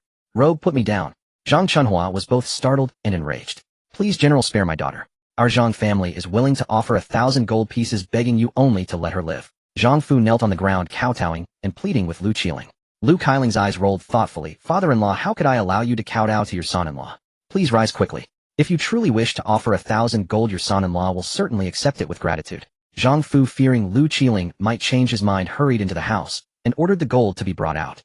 Many thanks for the dowry, father-in-law. Your son-in-law has urgent matters to attend to and cannot stay longer. Liu Qiling not only accepted the 1,000 gold pieces from the Zhang family, but also forcibly abducted Zhang Chunhua back to Shuzhou. Zhang Chunhua's father was both shocked and furious, yet he dared not pursue Liu Qiling. After Liu Qiling had gone far, he finally remembered to seek out Chun Kun, the prefect of Hejian. Cao Mao? You mean a young man calling himself Cao Mao abducted your daughter and publicly killed the 8 sons of the Sima family? After hearing Zhang Fu's complaint, Chen Kun's expression turned quite peculiar. Lord Prefect, it was indeed Cao Mao. He repeatedly declared his name was Cao Mao, even claiming that Chancellor Cao himself would have to yield to him. Zhang Fu was certain. Liu Qiling had uttered the name Cao Mao in his presence no fewer than 10 times, and he remembered it clearly. Return home first. I, the prefect, will surely investigate this matter thoroughly and see justice done for you. No sooner had Chen Kun seen Zhang Fu off than the village head of Wuyang village in Hejian Commandery rushed in, his face ashen. Lord Prefect, a disaster, a great disaster. The entire Sima family of our village, all 103 souls, have been murdered. Their homes have also been burned to the ground by a great fire. The 8 brothers, including Sima Bada, have been taken away, and their whereabouts remain unknown to this day. I implore the Lord Prefect to muster troops and capture the culprit.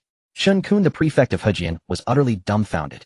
Was this young Master Cao playing on such a grand scale? Stealing the Zhang family's eldest daughter Zhang Chunhua was one thing, but publicly killing the 8 Sima brothers. That was already outrageous enough, yet young Master Cao had also gone to Wuyang village to wipe out the entire Sima clan. Such brutality, completely devoid of humanity. Chen Kun had also heard that Chancellor Cao had a son named Cao Mao who was not favored by Cao Cao. It was no wonder he was disliked. With such cruelty, how could Chancellor Cao approve? However, Chen Kun naturally could not let the village head know of such matters. With a righteous air he said, Village head, this matter is of great consequence. Return to your village and properly handle the affairs of the Sima family. I, the prefect, will depart immediately for Xuchang to report this to Chancellor Cao. After the village head was sent away, Chen Kun rode swiftly towards Xuchang. Cao Cao was in excellent spirits. Yuan Shao had suffered heavy losses and retreated in disgrace to Jizhou. Chancellor Yuan Shao's swift withdrawal to Jizhou this time is due firstly to your brilliant military tactics, and secondly, to young Master Cao sending troops secretly across the Yellow River to attack Jizhou, throwing Yuan Shao's rear into chaos. Guojia offers this toast to the Chancellor. At the celebratory feast, the usually reserved Guojia was the first to stand and toast Cao Cao. Cao Cao laughed heartily. Feng Xiao, have you now learned to flatter me? However, Cao Mao did perform quite well this time. Father Cao Mao was not relieving your difficulties, he was competing with you for territory. Cao Pai immediately stood up to refute. Yang Xiu also shot Cao Jia look, signaling him to seize this opportunity to slander Cao Mao. Cao Jia understood. He also stood and bowed respectfully to Cao Cao. Father, brother Zihang speaks the truth. Cao Mao is indeed seizing territory. Please, Father, issue an order for Cao Mao to surrender his army. Sending a capable official to Shuzhou would suffice. Guojia grew anxious and quickly rose to defend Cao Mao. Chancellor, young master, Mao has no intention of competing with you for territory. His men merely seized Yuan Shao's daughter-in-law Lady Zhun and then abandoned Jizhou City. This is not an act of territorial conquest. If young Master Mao truly wished to seize territory, he would not have sent troops to Jizhou, but to Xuchang. Director Guo, what do you mean by that? I know you have an excellent relationship with that rogue Cao Mao. Are you hoping he will replace? Just the day before, Cao Cao had announced the elevation of Lady Bian, the mother of Cao Pai and Cao Ji, to the status of primary wife. Thus Cao Pai and Cao Ji had become legitimate sons. Cao Ji now ceased his rivalry with Cao Pai and also jumped out to undermine Cao Mao before Cao Cao, just like his brother. Cao Cao glanced at Cao Pai and Cao Ji. How could he not understand the ambitions of these two sons? Just the day before, Cao Cao had announced the elevation of Lady Bian, the mother of Cao Pai and Cao Ji, to the status of primary wife. Thus Cao Pai and Cao Ji had become legitimate sons.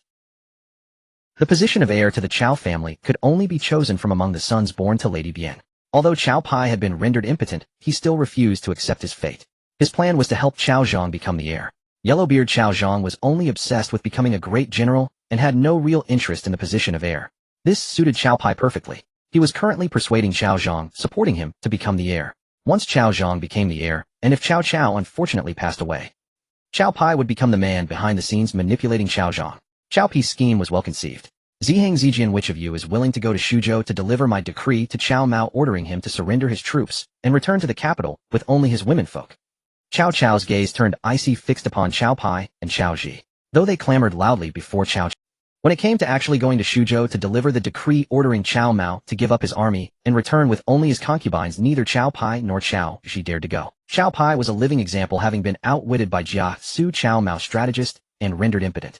Cao Ji suspected that if he went to Shuzhou, he would likely end up like his brother Cao Pai. Chancellor, I am willing to go. At that moment someone suddenly shouted loudly, stepped forward, and fervently volunteered. When Cao Ji saw who it was, he was overjoyed. Yang Xiu, are you willing to go to Shuzhou? Cao Cao leaned forward, a sardonic smile playing on his lips as he addressed Yang Xiu. Prime Minister Yang Xiu is willing to share your burdens. Yang Xiu, my son Cao Mao is arrogant by nature. Not long ago Ziheng's tutor Bao Sun was brutally thrown to his death by Cao Mao's military officers in Xi'an. If you go to Shuzhou and provoke Cao Mao losing your life, even if I wish to save you from the capital, it would be beyond. Cao Cao fixed his gaze on Yang Xiu, uttering these words slowly. Yang Xiu's heart sank. He had only been thinking of defending Cao Ji's honor. As Cao Ji's subordinate, if Cao Ji became the heir, Yang Xiu would share in the glory of his success. He would naturally fight tooth and nail to protect Cao Ji. But Cao Cao had laid bare a brutal truth. Cao Mao was a savage and arrogant man. Bao Sun, Cao Pi's tutor, had gone to Qiang and was thrown to his death before Cao Pi's very eyes by Cao Mao's men. Yang Xiu had acted on impulse, momentarily forgetting this fact. Cao Cao's meaning was plain: if you go to Shuzhou and Cao Mao kills you, I cannot save you. Moreover, Cao Cao implied another layer. If Cao Mao killed him, it would be like Bao Sun's case. There would be no way to hold Cao Mao accountable. Father, my mentor Bao Sun was thrown to his death by Cao Mao's general. Bao Sun's aged mother often comes to my residence to weep and plead. Now that Yang Daizhu is going to Shuzhou to deliver the edict, once Cao Mao is brought back, the matter of him killing my mentor Bao Sun must be settled. Master Daizhu, I must trouble you with this journey to Shuzhou. Cao Pai walked up to Yang Xiu and bowed deeply. Yang Xiu could no longer retract his words. He had been cornered by. Yang Xiu thought to himself that with Cao Cao's imperial decree, even if Cao Mao were a complete scoundrel and arrogant, he would still show face to Cao Cao. Yang Xiu also silently reminded himself to temper his own temper in Shuzhou and keep a low profile. To be honest, Yang Xiu was no fool. On the contrary, he was very clever. With this in mind, he clasped his hands and bowed to Cao Cao. Prime Minister Yang Xiu has made up his mind. Even if I am killed by young Master Cao Mao in Shuzhou, dying for you, the Prime Minister, for the Cao family, and for this great Han Empire, would be a worthy death. Cao Cao slammed the table. Well said, Yang Daizhu. I hereby appoint you as the chief clerk of the granary in the Prime Minister's residence. Yang Xiu was overjoyed. Originally, he was merely Cao Ji's subordinate. Now he had become the chief clerk of the granary in the Prime Minister's residence, effectively Cao Cao's confidential secretary. Yang Xiu thanks the Prime Minister for his grace. Yang Xiu bowed again. Cao Cao was about to encourage Yang Xiu, for he knew all too well the nature of his own reckless and rebellious son Cao Mao. If Yang Xiu truly dared to deliver the decree to reclaim Cao Mao's military forces in Shuzhou, he would likely be dead by nightfall. In Cao Cao's eyes, Yang Xiu was already a dead man. Toward this soon-to-be deceased man, Cao Cao was still courteous. He was about to utter his classic line, "Go forth and die, I shall provide for your wife and children." Su Chu entered and reported, Prime Minister Chen Kun, the governor of Hejian, has an urgent matter to report. Hejian Commandery bordered Yuan Shao's territory and was of critical strategic importance. Cao Cao had appointed Chen Kun as its governor, showing his great trust. After Yuan Shao's recent heavy defeat, with his daughter-in-law kidnapped from Jizhou City by Cao Mao's men, who also looted everything movable and burned what they couldn't carry, Cao Cao feared Yuan Shao would vent his fury on Hejian Commandery. Quickly invite Governor Chen in. Cao Cao forgot about encouraging Yang Xiu. He urgently needed to know if Chen Kun's rush from Hejian to the capital meant Yuan Shao had attacked again. As soon as Chen Kun entered, he shouted, "Prime Minister, a grave incident has occurred." Cao Cao sprang up from behind the table. Governor Chen has Yuan Shao sent troops to attack Hejin Commandery. Chen Kun quickly shook his head. Prime Minister, it's not Yuan Shao. It's young Master Cao Mao. Cao Mao? That reckless fool wants to take Hejin Commandery. Cao Cao could hardly believe it. Prime Minister young Master Cao Mao has no intention of taking Hejin Commandery. He sent troops to massacre the entire Sima clan of Weiyang village in Hejin, 138 souls. Along with Sima, his 7 brothers were also killed. Cao Cao kicked over the table. Wretched son, reckless fool. How dare he commit such a crime? Su Chu, take 500 personal guards to Shuzhou and arrest this rebellious son. Along with Sima, his 7 brothers were also killed. Cao Cao kicked over the table. Wretched son, reckless fool. How dare he commit such a crime? Su Chu, take 500 personal guards to Shuzhou and arrest this rebellious son. Bring him back to the capital. Su Chu looked pleadingly at Sun Yu, who stood beside him. Sun Yu understood Su Chu's silent plea for help. If Su Chu truly dared to take 500 personal guards to Shuzhou to arrest Cao Mao, he and all his men would surely be slaughtered by Cao Mao. Sun Yu hastily stepped forward and whispered to Cao Cao, Prime Minister, since Chief Clerk Yang is willing to go to Shuzhou to deliver the decree, there is no need to trouble General Su Chu. Moreover, after this defeat, Yuan Shao will surely regroup and return. If you Prime Minister must lead a campaign personally, how could you do without a fierce general like Su Chu to guard you? Su Chu was Cao Cao's personal bodyguard commander. Sun Yu's words reminded Cao Cao. He had been blinded by rage at the news brought by Chen Kun. Sun Yu speaks truly. In my anger I forgot this matter. Very well, Chief Clerk Yang, proceed to Shuzhou immediately. You must bring back that rebellious son, Cao Mao, to the capital. If he dares to disobey, you may use this sword to slay him. Cao Cao personally handed his Etian sword to Yang Xiu. Yang Xiu was overjoyed. With the sword personally bestowed by Cao Cao, his courage swelled. Guo Jia, seeing Yang Xiu's smug demeanor, curled the corners of his mouth slightly. Feng Xiao, what are you smiling about? Suddenly someone nudged him. Guo Jia saw it was Sun Yu, and quickly bowed. Master Wenruo, Guo Jia wasn't smiling. Feng Xiao is laughing at Yang Xiu for not knowing his place. Does he think a sword granted by the Prime Minister can kill young Master Cao Mao? How naive. Master Wenruo, young Master Mao, is actually a prodigy of the Cao family, wholeheartedly devoted to the Cao family and the Prime Minister. Guo Jia hastily spoke well of Cao Mao. Sun Yu looked at Guo Jia and shook his head. Feng Xiao, young Master Cao Mao is not acting for the Cao family. He is acting for this great Han Empire. If young Master Cao Mao were Sun Yu, Guo Jia, the two of you stay and discuss with me how to deal with Yuan Shao in the north. Cao Cao gave the order, and Sun Yu swallowed the words he had been about to say. At the Grand General's residence in Shuzhou, an unremarkable carriage stopped at the gate. Beside the carriage stood a magnificent white horse upon which sat Lu Qiling. She dismounted, and the guard at the gate, Su Bozi, hurried forward to salute. Your humble servant, Su Bozi, pays respects to the 6th lady. Rise. Is my husband in the residence? Lu Qiling waved her hand casually. Reporting to the 6th lady, the lord has gone to Lady Ding's quarters. Lady Ding reclined on the soft couch as Cao Mao massaged her fragrant shoulders. His technique was exquisitely precise. Each press was like a pebble thrown into a lake, stirring ripples within Lady Ding's heart. The ripples spread, drifting into the emptiness of Lady Ding's soul. She had devoted all her thoughts to her adopted son Chaoong, but now Chaoong was dead. Had it not been for Cao Mao's visits to massage her and converse, Lady Ding feared she might have succumbed to depression. Lady Ding's figure was truly stunning. Having never borne a child, her body retained the form of a youthful maiden, yet she was a woman seasoned by life's storm. The duality of a mature matron and an innocent girl converged in Lady Ding, stirring an irresistible urge in Cao Mao to savor this unique flavor. His hands applied more pressure. Up.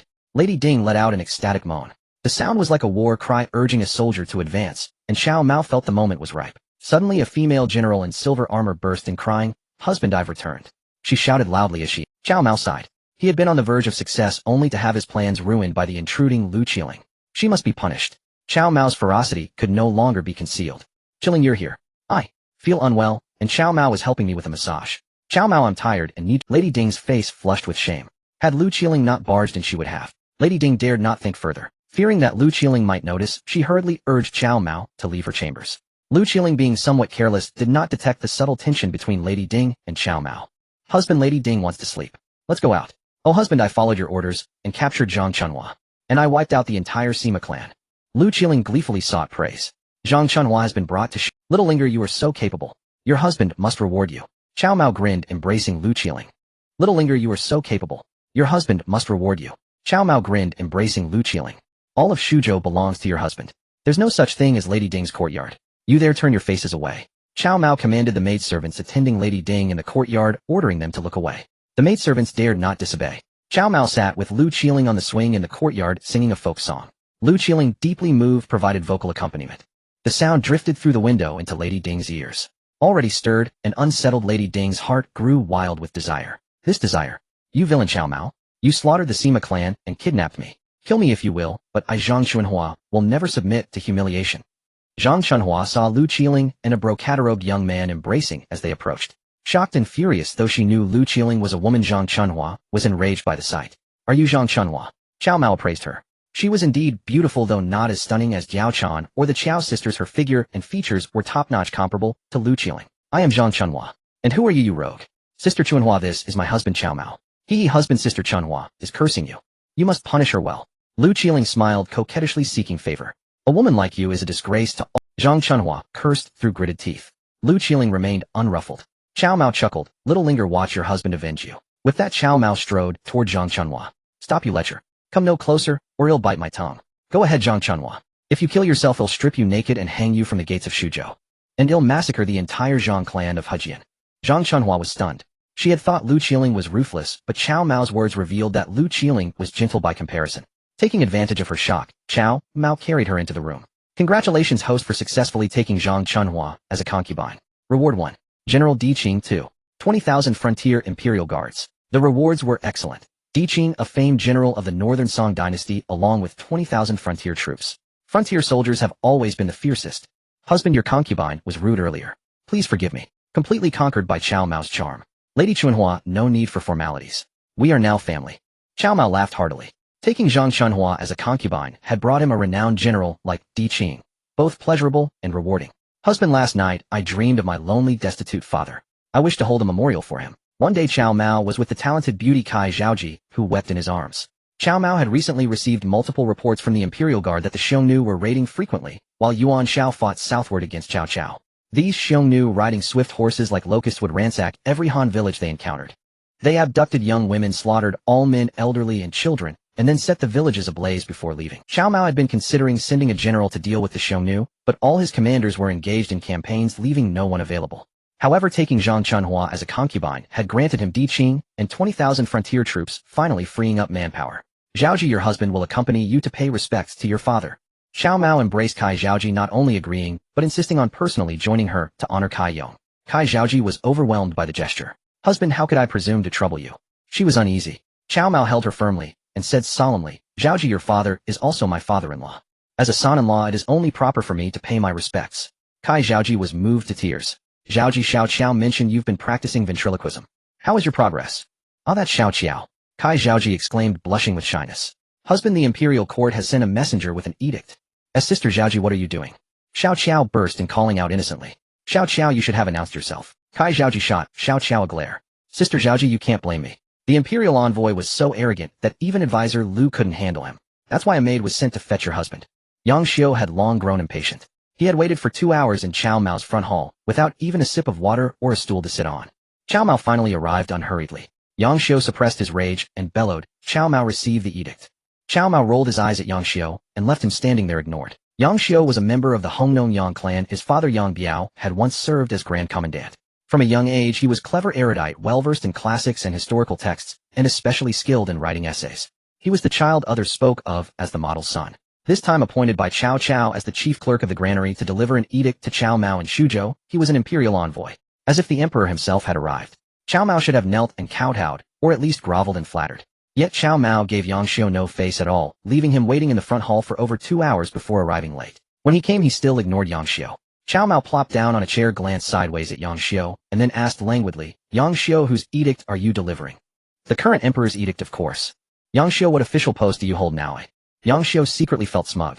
In the past, if Cao Mao had asked this, he would have been embarrassed, as he was merely a subordinate in Cao Ji's household. But now it was different. To send him to Shuzhou with the edict, Cao Cao had specially appointed him as chief clerk of the granary. So Yang Xiu swaggered and said arrogantly, I am now the chief clerk of the granary in the chancellor's office. A mere chief clerk in the chancellor's office. Chief clerk Yang, I, young master, Mao, have a favor to ask. You must agree. Yang Xiu smiled smugly. Indeed, having an official post made a difference.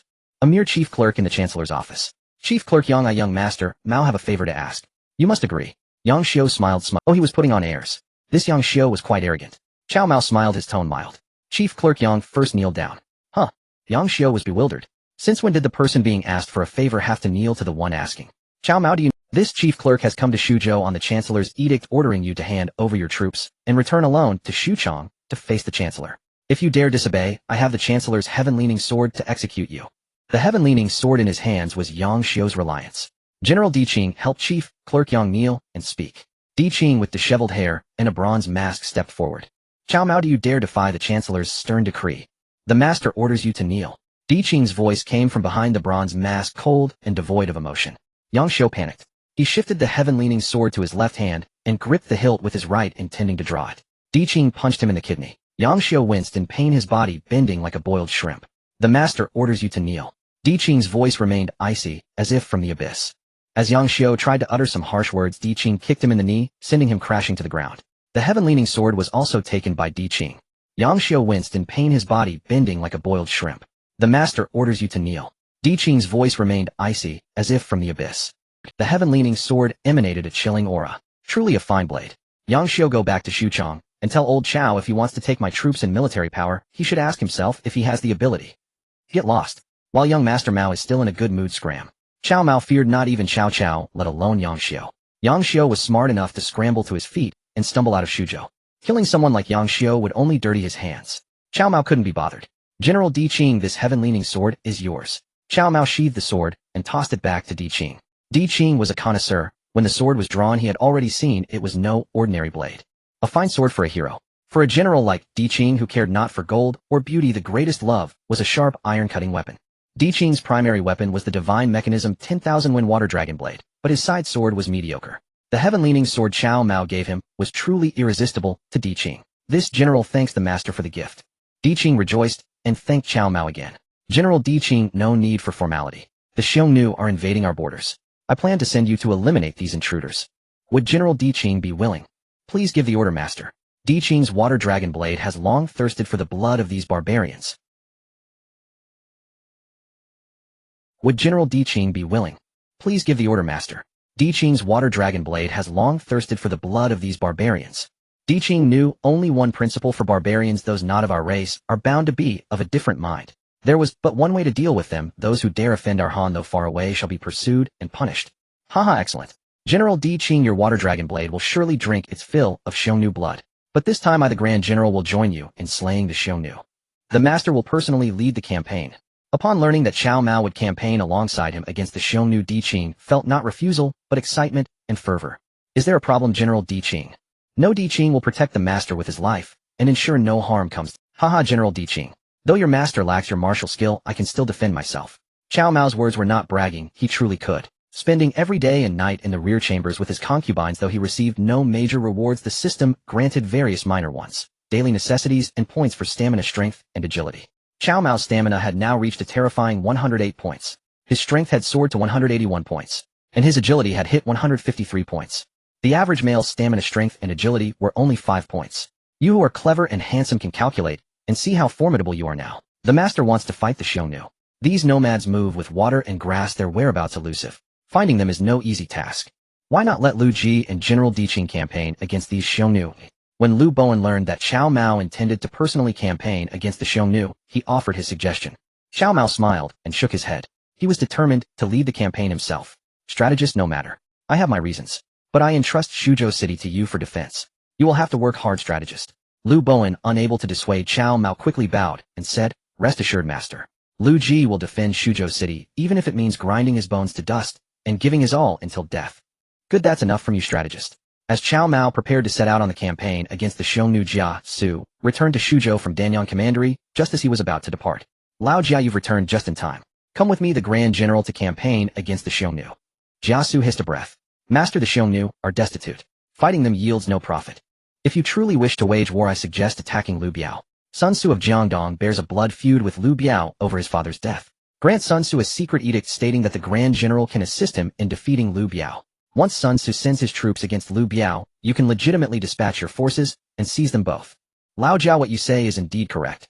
However, this jackal-like Xiongnu has recently repeatedly violated our great Han, slaughtering our villages, abducting our people, and committing all manner of arson, plunder, and atrocities.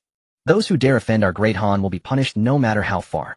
There was something else Cao Mao did not mention. Recently, he had seized most of Yuan Shu's territory in Huainan and part of Sun Ce's domain in Jiangdong. These gains needed to be consolidated. It was now April, with the farming season imminent. Cao Mao planned to wait until this season's harvest was gathered before moving against Lu Biao. Lady Kai, Lu Biao's wife, was portrayed in the Three Kingdoms as a jealous and spiteful woman. Naturally, the person she sought to harm was none other than that big-eared thief Liu Bei. But this version of the Three Kingdoms favored Liu Bei. Since Liu Bei coveted Liu Biao's territory, how could Lady Kai not guard against the big-eared thief? However, none of this mattered to Cao Mao. All he knew was that Lady Kai was also a renowned beauty far and wide. Lady Kai also had a niece named Huang Yueying. Legend had it she was plain in appearance, but exceptionally talented. Cao Mao entered both their names into the concubine system and received the answer that both women met the conditions for becoming concubines. Naturally, Cao Mao set his sights on them. Little did Liu Biao know what attracted Cao Mao was not his territory, but his wife Lady Kai and her niece Huang Jiasu felt a twinge of disappointment. In his view, achieving great deeds required ruthless means. The common people were but straw dogs, and he never cared for their fate. Jiasu quickly stepped forward to advise again. Master, those who seek great undertakings should not harbor the compassion of a woman. The Xiongnu merely slaughter insignificant commoners. Lao Jia, the ruler, is the boat, and the people are the water. Without water, the boat can only run aground. Can you not understand such a simple truth? Cao Mao cast a sidelong glance at Jiasu. Liu Bowen's eyes lit up with great admiration. Master, you have spoken brilliantly. The ruler is the boat, the people are the water. Without the people, even if you conquer this land, what good would it be? Liu Ji has found an enlightened lord. I am truly gratified. Jiasu sighed inwardly, but did not share this view. In Jiazu's eyes, Cao Mao, besides his lust for beauty, now added another flaw: the compassion of a woman. Seeing Jiazu's expression, Cao Mao knew he had failed to convince him. But Cao Mao didn't need to convince Jiasu, he only needed him to devise strategies. Outside Chang'an, the setting sun was like blood. A band of about 300 Xiongnu cavalry emerged from a village which burst into roaring flames. Nearly 100 young women were carried horizontally across the horses' backs. Ha! The women of the Great Han are so fair and tender, their skin exquisitely smooth. When we return, the Great Chan Yu will surely reward us again. There's another village ahead, less than 20 li from here. Let's plunder it too. Great idea. These Han people wouldn't dare resist anyway. Ha ha ha. The leader of this 300-strong Xiongnu cavalry unit chatted without restraint. In their eyes, these Han were nothing but two-legged sheep, docile and unresisting. At the 20 li slope of Chang'an, Kai Zhaoji knelt before her late father Kai Yong's grave, murmuring, "Father, your daughter has met a good man and married my husband Cao Mao. He treats me very well. Please rest assured in the underworld." Cao Mao grinned. "Old Kai, you are also my father-in-law, though we never met. Regardless, since your daughter Zhaoji married me as a concubine, we are father and son-in-law. I will ensure she lives in peace, safety, and comfort, free from want. In this chaotic era, peace, safety, and freedom from want were the greatest happiness. Better to be a dog in times of peace than a man in times of chaos." Just then Di Qing approached Cao Mao and reported in a low voice, "Master, scouts have reported. In this chaotic era, peace, safety, and freedom from want were the greatest happiness. Better to be a dog in times of peace than a man in times of chaos." Just then Cao Mao barked sternly, "I shall obey." Di Qing wasted no words. He bowed and departed to carry out the order. As Cao Mao journeyed westward to Chang'an, witnessing the shattered landscape and displaced people, his heart was heavy. The Great Han had fallen to such a state. As a man of later generations, Cao Mao was also of Han descent, taking Han as his ethnicity, a testament to the dynasty's former glory. "I, Cao Mao, shall rebuild this Han dynasty's golden age." Of course, Cao Mao did this not for the Liu family, but for the Han realm. The Great Han belonged not only to the Liu, it could also belong to the Cao. Cao Mao's Cao. Lao Jia, Li Ju, and Guisi have reduced Chang'an to this state. You know them well. Think of a way to get rid of them. Cao Mao looked at Jiasu and spoke leisurely. Jiasu hurried forward. "Master, Li Ju and Guisi are already at odds. I am willing to go and sow discord between them, turning them against each other to fight. Then, Master, you can lead your troops straight into Chang'an." Such venomous schemes were Jiazu's specialty. "Lao Jia, then he'll trouble you to make the trip." Cao Mao patted Jiasu on the shoulder as encouragement. Cao Mao sent 10 border troops to escort Jiasu. The 300 Xiongnu cavalry did not even send scouts to reconnoiter. When Di Qing led 2,000 frontier imperial guards before them, the Xiongnu cavalry were still bewildered. "Kill!" Di Qing, wearing a bronze mask, and with his hair loose, brandished his divine mechanism 10,000 cuts water dragon blade, and charged ahead to meet the Xiongnu cavalry. A Xiongnu decurion raised his curved saber to resist, but Di Qing let out a thunderous roar. The water dragon blade swung down, cleaving both the decurion and his horse in two. Only then did the Xiongnu cavalry react, drawing their curved sabers to fight back. But they were no match for Di Qing's frontier imperial guards. In less than the time it takes to burn an incense stick, nearly 300 Xiongnu cavalry were annihilated. About a dozen quicker ones dropped their weapons, knelt, and surrendered as prisoners. Seeing the dire situation, the centurion of this Xiongnu cavalry unit spurred his horse to flee. Di Qing drew his bow, nocked an arrow, and shot the centurion through the back, sending him tumbling from his horse. Cao Mao had finished paying respects at Kai Zhaoji's father Kai Yong's grave and arrived with over 10,000 frontier imperial guards. "Reporting to Master, we have killed 280 Xiongnu cavalry, captured 19, and not a single one escaped." Di Qing stepped forward to report. "General Di Qing, splendid work. Against these jackal-like Xiongnu, only violence can counter violence. Cao Mao praised him generously. Master, I intend to use these Xiongnu prisoners to lead us straight to their camp. Di Qing was emulating Huotsubin. General Di Qing relying on them to lead the way is hardly a wise strategy. Cao Mao smiled faintly, his thoughts drifting to Zhang Liao's beheading of the Xiongnu Chanyu Tutuan at White Wolf Mountain. This time the Xiongnu were utterly defeated, never daring to raid and plunder Han territory again. My lord, these Xiongnu captives have confessed that their Chanyu Tutuan is encamped at White Wolf Mountain, less than 200 li from here.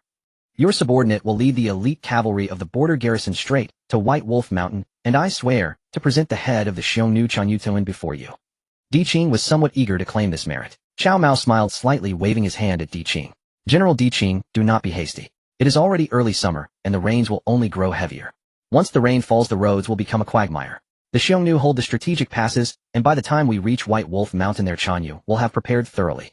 They will await us at their leisure, and even with your unmatched valor, leading an exhausted army into battle would yield but a slim chance of victory. The face beneath Di Qing's bronze mask changed color. He had indeed failed to consider this. My lord, I was short-sighted. What would you have me do? General Di Qing, I know of a secret path from the Longyu Pass ahead that leads to White Wolf Mountain. This path has likely lain untrodden for 200 years. Our army can take this route, launch a surprise assault on White Wolf Mountain, and behead the Xiongnu Chanyu Tutuan.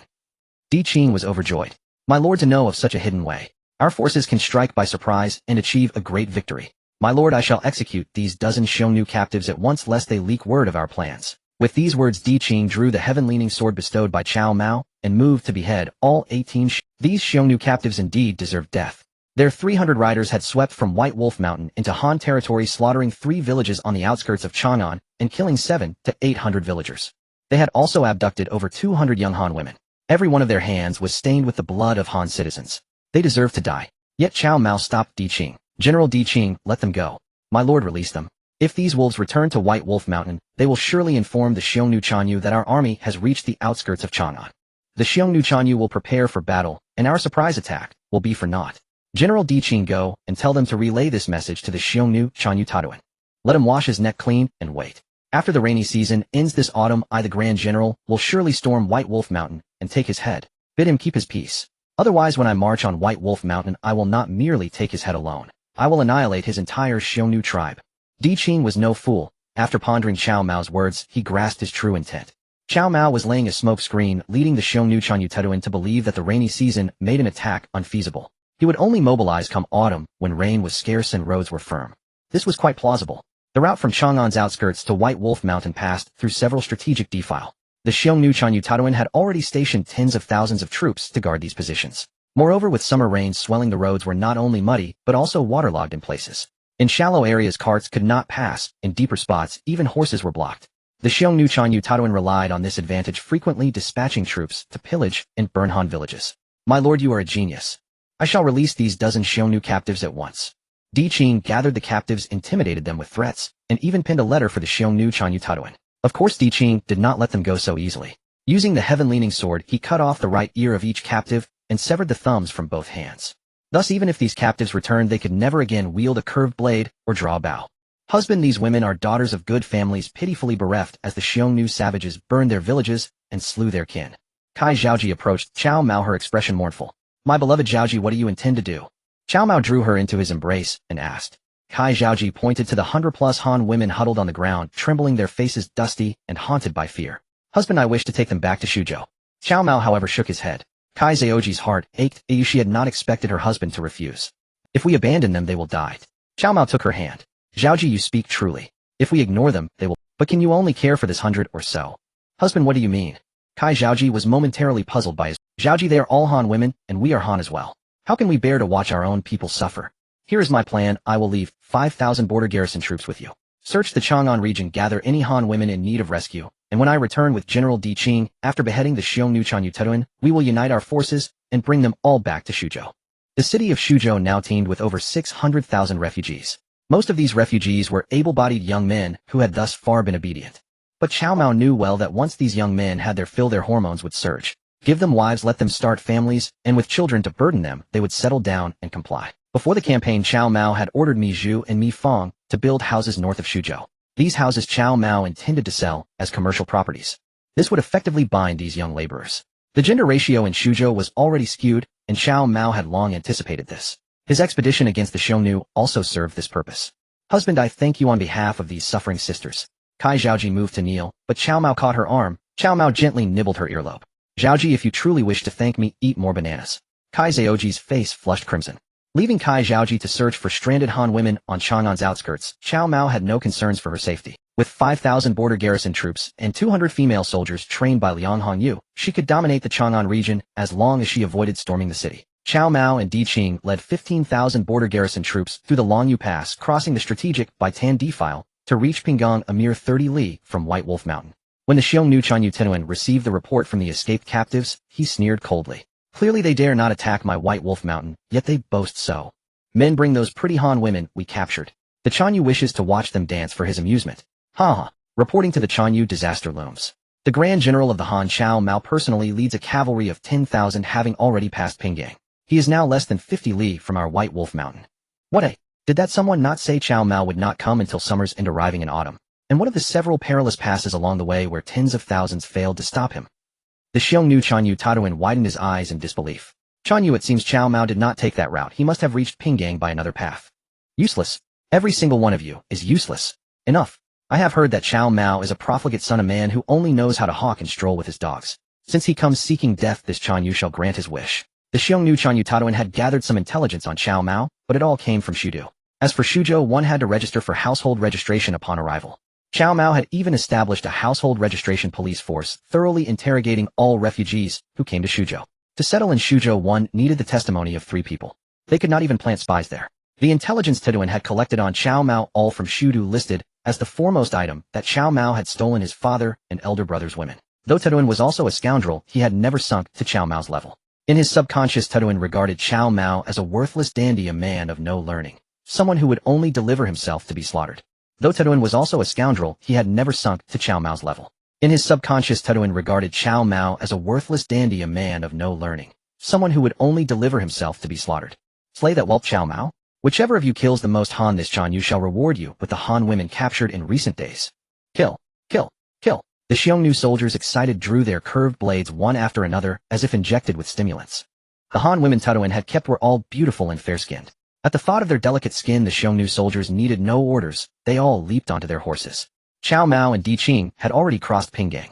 The men and horses were resting in an open area. 50 li was merely less than an hour's ride for cavalry. A scout came to reporting to the Grand General, a Xiongnu soldier seeks an audience. He says you will see him upon seeing this item. The scout took a small token from his waist and presented it. Di Qing took the small token and presented it to Cao Mao with both hands. Embroidered Uniform Guard Squad Leader Tiela. So he is a man of the Embroidered Uniform Guard. One of us. Bring him to me. Cao Mao, having examined the identification token of the Embroidered Uniform Guard, understood that this Xiongnu soldier was in fact a squad leader of the guard. The Embroidered Uniform Guard was truly ubiquitous, having even infiltrated the Xiongnu Wuhuan tribe at White Wolf Mountain. Yes, my lord. The Chanyu of the Xiongnu Wuhuan tribe, Toan, learning that you are leading an army here, has personally... Your humble servant, Embroidered Uniform Guard Squad Leader Tiela, pays respects to my lord. No need for formalities. You have risked your life to come here, so you must have intelligence of grave importance to report to this Grand General. Speak quickly. Yes, my lord. The Chanyu of the Xiongnu Wuhuan tribe, Toan, learning that you are leading an army here, has personally led 200,000 troops from White Wolf Mountain. They should reach this place within an hour. This was quite similar to the scenario when Zhang Liao slew Toan, breaking the 200,000 Xiongnu Wuhuan troops with 10,000 cavalry and beheading their Chanyu. This time Cao Mao had brought Di Qing and 15,000 frontier garrison troops. Their combat strength was even greater than that of Zhang Liao's forces when he slew Taduan. Cao Mao felt no pressure at all. Good, this Grand General now knows. My lord, your servant will now return to the Xiongnu army to avoid arousing Taduan's suspicion. Cao Mao laughed heartily. Kiela, you need not return to the Xiongnu Wuhuan tribe. After this battle there will be no more Xiongnu Wuhuan tribe. This? Yes. Your servant obeys my lord's command. The Embroidered Uniform Guard Squad Leader Tiela withdrew. My lord, ahead lies a slope. Di Qing is willing to lead 10,000 frontier garrison troops to position themselves upon it. When the Xiongnu enemy arrives, we will charge down the slope and can slay their Chanyu Taduan in one fell swoop. Di Qing, seasoned in warfare, surveyed the terrain and proposed a battle plan to Cao Mao. General Di Qing, I shall follow your arrangement. This Grand General will lead 5,000 frontier garrison troops in a conspicuous position to draw the Xiongnu army. Once they charge, you will lead the elite garrison troops down from the slope. Di Qing obeys the order. Di Qing accepted the command and led 10,000 frontier garrison troops to the flanking slope as planned. Cao Mao remained in the open area with 5,000 cavalry. He noticed a locust tree as thick as a bucket growing not far ahead. In the early summer season, the great locust tree was lush and full. An idea struck Cao Mao. Men, go and fell that great locust tree. Though his men did not know Cao Mao's intention, he was their lord and grand general. His words were commands. Quickly, over 20 garrison troops ran over, and with much effort felled the great locust tree. Cao Mao instructed them not to cut off the branches and leaves, and to carry the tree over. The 1,000-gene locust tree was heaved grunting by over 20 soldiers, and placed before Cao Mao. Thorns still grew on the branches of the old tree. Cao Mao dismounted and patted the tree. Old locust tree, this grand general lacks a suitable weapon, so I shall borrow you. You will not suffer for it. After I destroy the Wuhuan tribe and their Chanyu, I shall build a small earth god temple on your original site, and enshrine you as the local earth god. Having spoken, Cao Mao wrapped his arms around the trunk of the old locust tree, and with a thunderous cry, rise. The 1,000-gene tree was steadily lifted into his arms. Though the frontier garrison troops were brave, none had ever so easily lifted a 1,000-gene weight like Cao Mao. Not only did he lift it, but he also swung it in his arms. The border garrison troops watched, cheering endlessly. Truly a handy weapon. Cao Mao laughed. A scout reported, "My lord, the Xiongnu enemy is only 10 li from our army." Good. Scout again, and report again. Cao Mao ordered in a deep voice. Though Cao Mao had experienced battles like the sieges of Chiang and Shapi before, they had not been on a large scale. He had not needed to act in those sieges. But this time was different. Cao Mao was facing a Xiongnu army of 200,000. To be honest, he felt somewhat nervous himself. The enemy is only 5 li from our army. The enemy is only 3 li from our army. Charge. Brave sons of Han, the time to achieve merit and glory is today. Slay these Xiongnu wolves to your heart's content with your weapons. Cao Mao bellowed, hefted the locust tree, and leaped onto his warhorse. Alas, though the great black horse was spirited, it could not bear Cao Mao holding the 1,000-gene tree. Unable to withstand the weight, the great black horse's hind legs gave way, and it sat down heavily. Cao Mao realized the problem, and quickly placed one end of the tree on the ground. Only then did the great black horse neigh and struggle to its feet. Tatuin gripped his curved blade, glancing back at the 200,000 troops behind him, then ahead at the open ground, where Cao Mao led 5,000 border imperial guards. He grinned. Tatuin licked his thick lips, still tinged with the remnants of rouge, tasting a faint sweetness. The women of the Han are so delicate. I've grown tired of these common women. Capture that wastrel Cao Mao, and make his father Chancellor Cao send me some imperial clan women to enjoy. At this thought, Tadun's abdomen warmed slightly. Warriors of the great Xiongnu. The Han army lies ahead. They number only a few thousand. We could drown them in the dung of our cattle and horses. Ha! Well said, Chanyu. Warriors, charge with me. The great Chanyu has decreed whoever slays the most Han and earns the greatest merit shall be rewarded with a delicate Han maiden. Kill, kill, kill. The Xiongnu soldiers roared, brandishing their crescent-like blades as they charged toward Cao Mao and his 5,000 border imperial guards. The 5,000 border imperial guards gazed at the overwhelming tide of 200,000 Xiongnu troops, their expressions as calm as ever. To their eyes, the 200,000 Xiongnu seemed like walking corpses. On a hillside nearby, Di Qing, with disheveled hair and a bronze mask, coldly watched the surging horde. He gripped his divine mechanism 10,000 victory water dragon blade tighter. Di Qing waited for his moment, his gaze fixed on the man in the Xiongnu army, a figure as fat as a small hill wearing a white foxskin hat. Di Qing had already locked onto him. Tatuin, the Chanyu of the Wuhuan tribe of the Xiongnu. Cao Mao rode on a large black horse, cradling an old locust tree as thick as a water bucket, its branches and leaves dragging along the ground. He could easily lift it, but his mount couldn't bear the weight. Warriors of the Han. These Xiongnu before us have burned our villages and seized our women. They are our mortal enemies. Kill. Cao Mao hugged the locust tree, pulled out a white loudspeaker powered by dry batteries, and shouted into it. The white loudspeaker boomed, audible even to the charging Xiongnu soldiers. What a loud voice. Can the Han be this formidable? Impossible. The Han we've met are as docile as lambs. Last month I raided a village and no one dared. A few Xiongnu soldiers muttered among themselves. Cao Mao's words ignited a fire in the border imperial guards, their fury ready to unleash on the Xiongnu. The vanguard of the border imperial guards clashed with the Xiongnu front line. Though the Xiongnu's curved blades were sharp, they were no match for the battle-hardened guards. Spears pierced through the Xiongnu's defenses, puncturing their leather armor and pinning them to the shafts. Impossible. How can the Han army be so fierce? The Xiongnu, who had just called the Han the most docile lambs, now stared blankly as blood gushed from his abdomen, then tumbled from his horse. His dead eyes in disbelief watched the chaotic battle as a horse trampled his face, crushing it into pulp. Cao Mao charged into the Xiongnu ranks, swinging the locust tree in a wide arc, sweeping a large number of Xiongnu cavalry off their horses. Why is that man charging with a tree? That tree must weigh 1,000 jin. Can the Han truly have such a valiant warrior? The dismounted Xiongnu were soon crushed into mud under the hooves of the charging border imperial guards. Fear spread among the Xiongnu soldiers. Seeing this, Tatuin bellowed, "The Han are few, we are many. Surround them. Even if they are brave, they cannot break through our 200,000 Xiongnu warriors." Tadun's words steadied the panicked Xiongnu ranks. On the hillside, Di Qing sensed the moment had come. He raised his divine mechanism 10,000 victory water dragon blade, his voice echoing from behind the bronze mask with its fanged grimace. Warriors of the Han win glory and slay the Xiongnu. Show the might of our great Han. Before his words faded, Di Qing charged down the hillside. His target was unmistakable: Taduan, the Xiongnu Chan. To capture the bandits, first capture their chief. Great leader, the Han have laid an ambush. A guard beside Taduan pointed in terror at the 10,000 border Imperial guards descending from the slope. Taduan's heart jolted. He had thought the Han were few and his 200,000 Xiongnu would easily crush the 10,000. But the battle unfolded nothing like he imagined. The 5,000 Han had already thrown him into disarray, and now another 10,000 charged, and doubt crept into Taduan's mind. Yet he gritted his teeth and roared, "What's there to fear? We have 200,000, they are barely 10,000. We outnumber them 20 to 1. Taduan used these words to reassure himself and his warriors. Taduan, your end is here. Suddenly a bronze mask with a fanged visage appeared before Taduan. He froze as an icy blade hurtled toward. Taduan had no chance to dodge. The divine mechanism 10,000 victory water dragon blade sliced across his neck. A head flew into the air. Di Qing spurred his horse and caught Taduan's head before it hit the ground. Holding Taduan's head aloft, Di Qing thundered, "Listen, Xiongnu. Your Chanyu Taduan has been slain by my hand. Lay down your arms and live, resist, and you will be killed without mercy." The 200,000 Xiongnu leaderless dissolved into chaos on the battlefield. Some knelt in surrender, others fought stubbornly, and many fled for their lives. Seeing Di Qing behead Taduan with one stroke, Cao Mao raised his loudspeaker. "Hear me all. Taduan is dead. Throwing down your weapons is your only path to survival." Seeing Di Qing behead Taduan with one stroke, Cao Mao raised his loudspeaker. "Hear me all. Taduan is dead. Throwing down your weapons is your—" After half an hour, 10,000 Xiongnu had been slain. A Xiongnu commander of 10,000 threw down his curved blade. "We wish to surrender to the Han, but you must not kill prisoners. Let us return to our homeland at White Wolf Mountain." Cao Mao heard this clearly. He grabbed the now bare trunk of the locust tree and hurled it with all his might. Though its branches and leaves had been stripped in battle, the trunk still weighed 7 or 800 jin. It flew over 30 meters and crushed the Xiongnu commander who had dared to bargain. Damn it! A defeated general dares to make demands.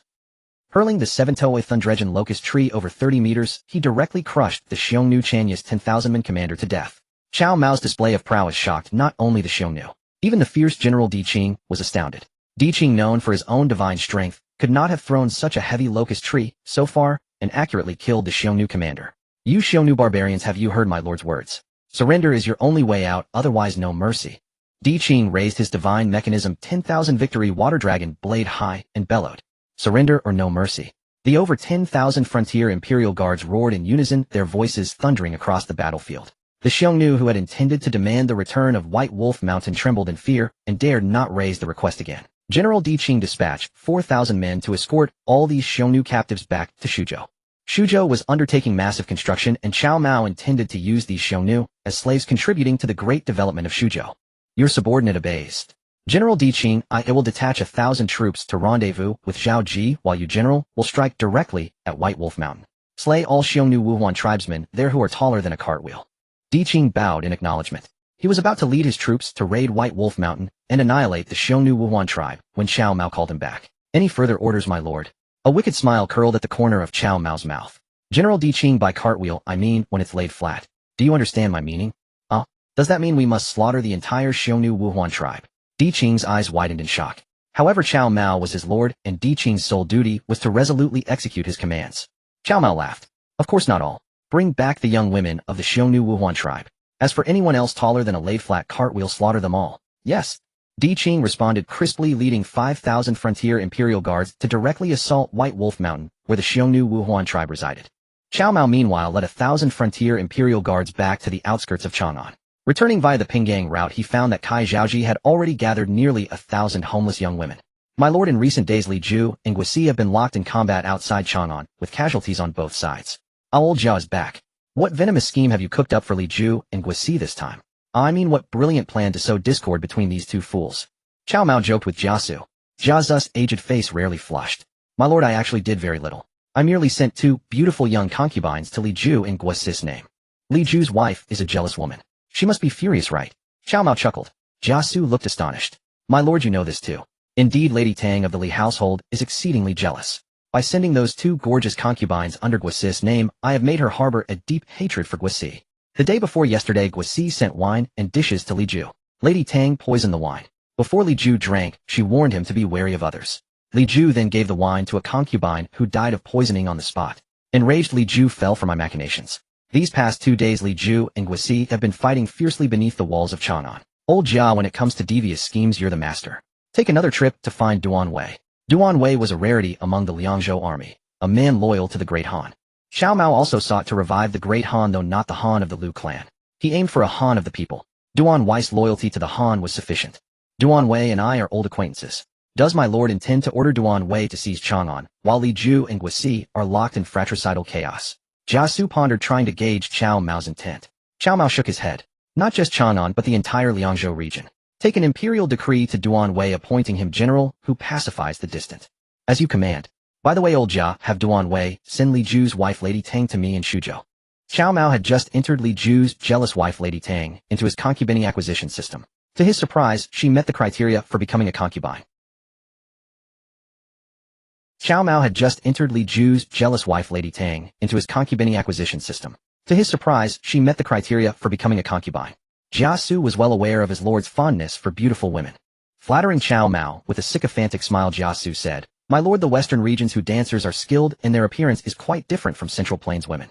During my time in Chang'an, I also found several stunning Hu beauties. Old Jia, you're getting better and better at handling things.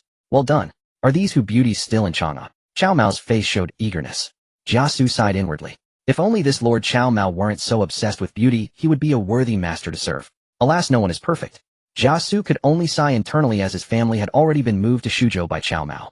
All 70 or 80 members of the Jia clan lived in a courtyard not far from the general's mansion. Old Jia, what are you thinking about? Cao Mao stared at Jia Su. My lord, I have already brought these Hu beauties out of Chang'an. However, Lady Zhao... Old Jia, what are you thinking about? Cao Mao stared at Jia Su. My lord, I have already brought these Hu beauties out of Chang'an. However, Lady Zhao Ji saw them carrying instruments and asked them to play. Good old Jia, go about your business. Cao Mao waved his hand, sending Jia Su with 100 or so frontier imperial guards to deliver the decree to Duan Wei. Cao Mao was a true grand general, holding a secret edict from Emperor Liu Xie, who recognized all official appointments he made. I need to find a way to make old Cao send Liu Xie to Xuchang. Cao Mao wasn't trying to emulate his cheap father old Cao strategy of holding the emperor hostage to command the nobles. He simply missed Empress Fu Shou. Recalling that day in the Xuchang Palace when he engaged in water and land battles with Fu Shou, the Han Empress, Cao Mao felt a heat in his lower abdomen. The system had rewarded him with the joyful union longevity art, a technique that required daily intimacy with women. During these days of campaigning against the Xiongnu with Di Qing, Cao Mao had brought no women along, merely purchasing a few maidservants along the way. But deep interactions with them yielded no rewards and offered no help in cultivating the joyful union longevity art, merely maintaining a balance of yin and yang. Having sent Jia Su away, Cao Mao rushed impatiently to find Kai Zhaoji. Before even reaching her courtyard, he heard the sound of a hujia reed pipe. Hurrying into the courtyard, Cao Mao saw the ground covered with crimson Persian carpets, where several stunning Hu beauties danced gracefully to the rhythm of the hujia. Husband. Kai Zhaoji stood up to greet Cao Mao as he entered the courtyard. Zhaoji, the dances performed by these Huji are truly stunning. My Zhaoji is talented and should compose a melody for them. Husband, I was just thinking the same. Kai Zhaoji replied with a charming smile. However, Cao Mao knew that Kai Zhaoji would not perform the hujia 18 beats because of him. After all, the hujia 18 beats represented the bitter experiences of Kai Zhaoji's life, beginning with her abduction by the Xiongnu. Cao Mao watched the Huji performing the Huxian dance and recalled a segment he had seen on Bilibili specifically composed for the Huxian dance called the Dragon Lattice Subduing Dance.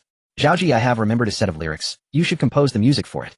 Husband can write lyrics. Kai Zhaoji was greatly surprised, thinking that Cao Mao was only fond of beautiful women. Little did she know on the battlefield Cao Mao could fight and also write lyrics. Cao Mao smiled slightly. Zhaoji, do you see me as an uncultured brute who doesn't understand literature? No, in my heart, husband is the most perfect person. Cao Mao chuckled, a typical expression of, I, and the city north, Sushumi.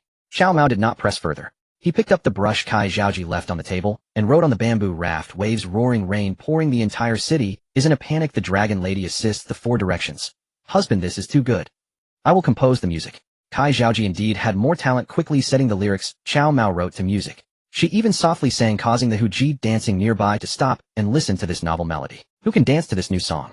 Cao Mao inquired. A Huji barefoot approached Cao Mao and in somewhat clumsy Mandarin said, My lord, there is a tavern 20 miles from here where my sister Li Yu sells wine. She is the best dancer and the most beautiful among us Huji. If we can find her, she will definitely dance to this tune. Zhaoji, you and this Huji's sister should accompany me to find your sister Li Yu at the tavern. The Huji before him had exotic features and were quite lovely. However, Cao Mao was not particularly interested in them. After all, compared to his several concubines, they were still lacking. But when he heard the Hu Ji mentioning the tavern girl Li Yue who was said to be stunningly beautiful, he was indeed moved. No matter what, he had to see the beauty from the western regions. Husband, you take this Hu Ji's sister to look for her while I will... Kai Zhaoji was very clever. By not accompanying him, she was giving Cao Mao space. Cao Mao laughed heartily and set off to the tavern with the Yanyan 18 riders and the Hu Ji. On this expedition against the Xiongnu, Cao Mao also brought along the Yanyan 18 riders, a reward he granted after successfully taking in his concubine Jinmi. In the small town, a Hu Ji was selling wine at the tavern adorned with treasures from the Qin dynasty, and her beauty was striking. Hu Ji, why endure the wind and sun selling wine here? Come back with this young master, and I can ensure you a life free from worry. A young master with a weasel-like face wearing a sword at his waist teased the Hu Ji selling wine at the tavern with a smirk. Young master, please show some respect. The beautiful Hu Ji maintained a dignified expression, firmly rejecting him with a strong character. Oh, a Hu Ji dares to tell this young master to show respect. Remember, you Hu Ji are merely commodities. As long as I have money, I can buy you. Shopkeeper, this amount of money can buy your tavern, but this young master does not care for your tavern. This money is... The young master tossed a bundle of coins to the tavern keeper. Young master Feng, I sincerely apologize. This Hu Ji is a free person. This small shop has no right to trade her. The tavern keeper smiled apologetically, knowing that young master Feng's father was said to hold a position under Guasi, and he dared not offend him. Damn it, no right to trade. Who dares to stop me if I want to buy her? Get them. Take this Hu Ji back to the Feng residence. Young master Feng cursed the tavern keeper and ordered his thugs to take action. The Hu Ji was both shocked and angry. She didn't know where she found a sharp knife, pointing it at young master Feng. Anyone who dares to come closer, I won't be so polite. Oh, this Hu woman dares to use a knife. Then let this young master test my sword. Young master Feng drew his sword from its sheath. The sword's hilt was adorned with several gems. The Hu Ji instinctively stepped back at the sight of young master Feng's sword, but soon found herself cornered by him. Hu Ji, weren't you quite fierce? Dare to draw your blade against me. Come on, draw it. Young master Feng shouted loudly, but just then a rapid sound of horse hooves approached. A group of knights arrived at the tavern like a dark cloud, and as they reached the entrance, the horses that had been galloping abruptly came to a halt. These knights were clad in cold clothing, armed with curved sabers, and wore black scarves covering their heads, leaving only their eyes visible. They wore boots equipped with daggers, carried large bows on their backs, and had quivers with 18 arrows. In their midst was a pair of young men and women. The young master, clad in a brocade robe, had a face like jade and was exceptionally handsome. The brocade-robed young master was Cao Mao, and beside him was the Hu Ji, Li Yu. The Hu Ji recognized the Hu woman selling wine, cornered by young master Feng. Sister. Moron, Li Yu exclaimed in surprise upon seeing her. Simultaneously, a system prompt echoed in Cao Mao's mind. A beauty meeting the criteria for taking a concubine has been discovered.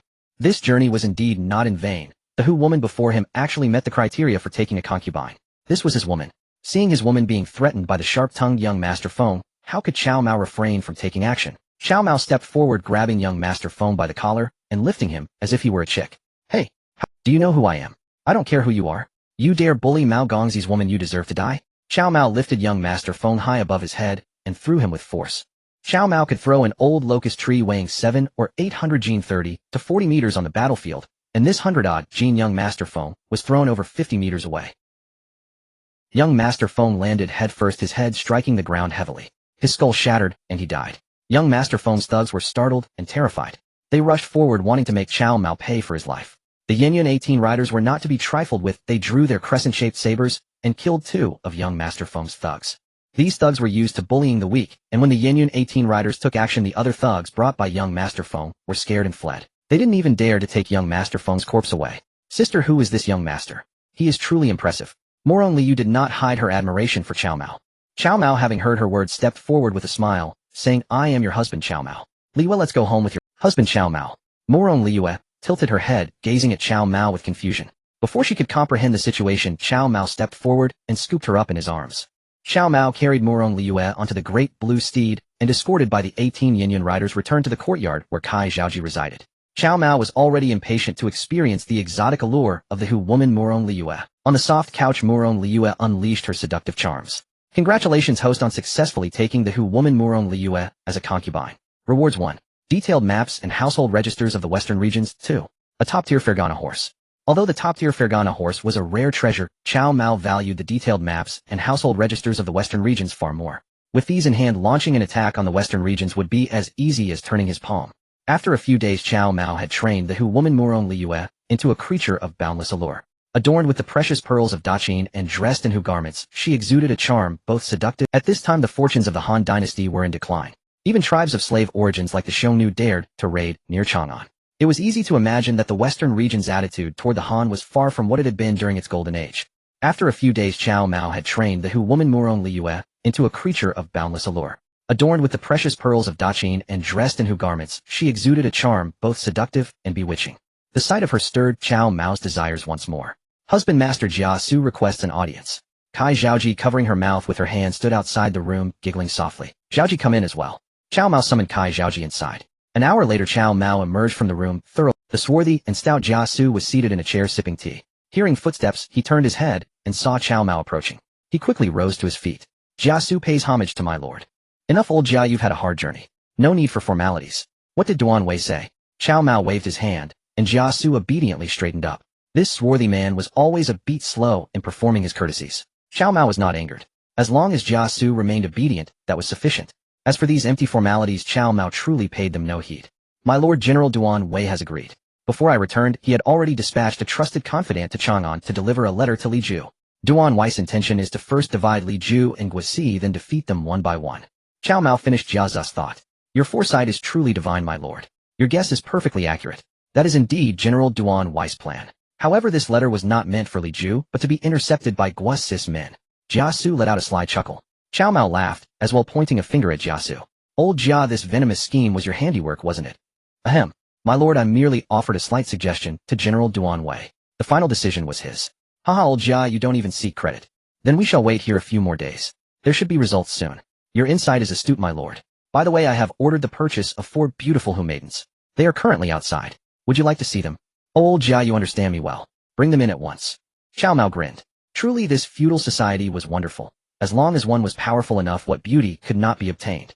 The 4 beautiful Hu maidens were brought in. Though none met the standards for becoming a concubine, Cao Mao was momentarily dazed by the exotic charm of the women standing before him. In his past life, he had never enjoyed such treatment.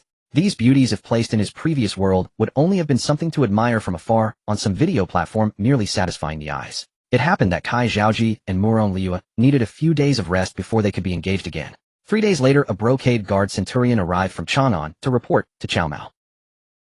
My lord, Li Ju and Guisi have been battling for days and both sides have suffered heavy losses. Tomorrow they have agreed to fight to the death beneath the walls of Chang'an.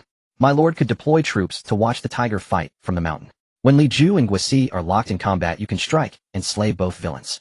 The brocade guard centurion's suggestion was sound, but Cao Mao had no need to act personally.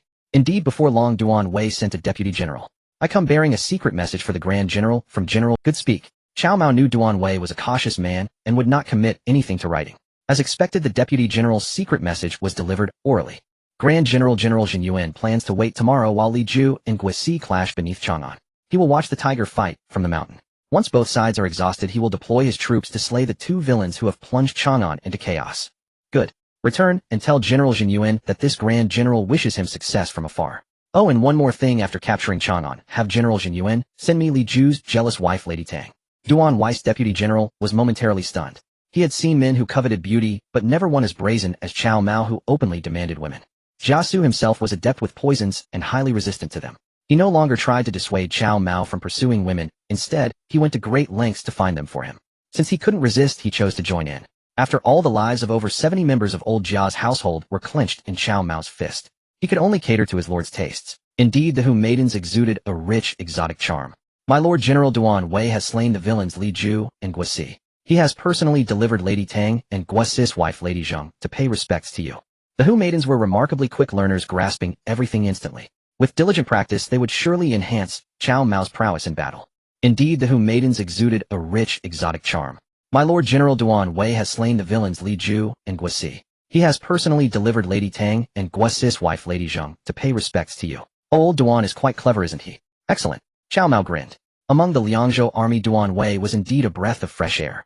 Duan Wei had always been loyal to the Han dynasty. When Emperor Luxia was pursued by the Liangzhou army, Duan Wei had attempted to protect him. But unfortunately, Luxia was impressionable, and those around him told him that Duan Wei was also a Liangzhou soldier.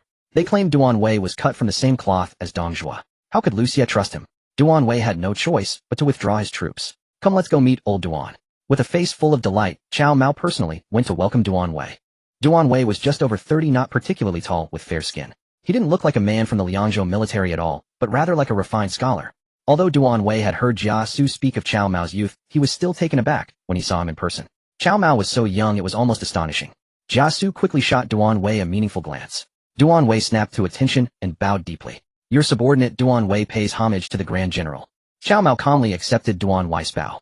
General Duan, you have worked hard. How fare the western regions? Duan Wei sighed. Reporting to the Grand General, the fortune of the Han dynasty has waned, and its former glory is no more. Though most of the 36 kingdoms of the western regions outwardly submit, even small states like Qiuzi and Lulan no longer heed only the decrees of the Han court. Cao Mao chuckled. When he took the Hu concubine Murong Liyue, he was rewarded with detailed maps and census registers of the 36 kingdoms. With these in hand, he decided to dispatch Han envoys to the 36 kingdoms. Should any dare to offend the majesty of Han, their kingdom shall be shattered and their people annihilated. Rest assured, General Duan, within a few years the 36 kingdoms shall bow to our Han. This Grand General shall create a prosperous Han dynasty where 10,000 nations come to pay homage. In the 9-layered palace gates open wide, 10,000 envoys in court robes bow to the throne. This too was the height Cao Mao sought to achieve. If a man like Li II could accomplish it, how could Cao Mao with his system fail? Duan Wei was moved. Born in Shiliang, he had only heard tales of the Han envoy's prestige from the elders. He never imagined that this astonishingly young Grand General would vow to revive the prosperous Han dynasty. Duan Wei dared not remain seated. He rose and bowed again. Your subordinate is willing to serve at the Grand General's command. General Duan, no need for such courtesy. Chang'an has suffered repeated incursions by the Xiongnu, and this Grand General has come precisely to annihilate them. Thanks to unity above and below and the soldiers' dedication, the Wuhuan branch of the Xiongnu has been completely wiped out by this Grand General. All those above the height of a chariot will have been slain. Duan Wei had also learned from Jia Su that Cao Mao with fewer than 20,000 men had routed 200,000 Xiongnu Wuhuan troops, and General Di Qing had slain the Xiongnu Chanyu Tetuan amidst the myriad soldiers. Grand General, the Xiongnu never learned from their mistakes. Your subordinate is willing to take all the young ones to Chang'an and make them slaves for generations. How the Xiongnu are but descendants of slaves who rebelled. Besides, this Grand General has already slain all above the wheel's height. Where are there any Xiongnu left? Seeing Duan Wei still puzzled, Jia Su quickly whispered in his ear, General Jinyuan, the Lord measured the... Duan Wei was stunned. He turned to look at Jia Su. Jia Su hastily shook his head and waved his hand. General Duan, don't look at me. This scheme did not come from my hand. Cao Mao laughed heartily. Old Jia, even if this scheme is attributed to you, it's no matter. After all, your reputation as the poisonous scholar has already spread far and wide. Jia Su opened his mouth weakly. My lord, this scheme truly has nothing to do with me. Enough, whoever devised it, let this matter rest here. Old Jia, accompany General Duan for a few more drinks, and bring him a few jars of the Lanshan Erguo you brought. This Grand General shall see how jealous Li Ju's wife truly is. In the rear courtyard, Li Ju's wife Lady Tang and Guosi's wife Lady Zheng trembled in fear. Their husbands had been slain by Duan Wei. As women, they were merely spoils of war to be disposed of. Which one is Lady Tang? As Cao Mao reached the doorway, the system alerted him to a beauty eligible for concubinage. He rushed in eagerly and asked. Neither Lady Tang nor Lady Zheng dared respond. Don't be afraid. Li Ju and Guosi are dead. From now on, you are this Grand General's women. Come here. Cao Mao crooked his finger at Lady Zheng.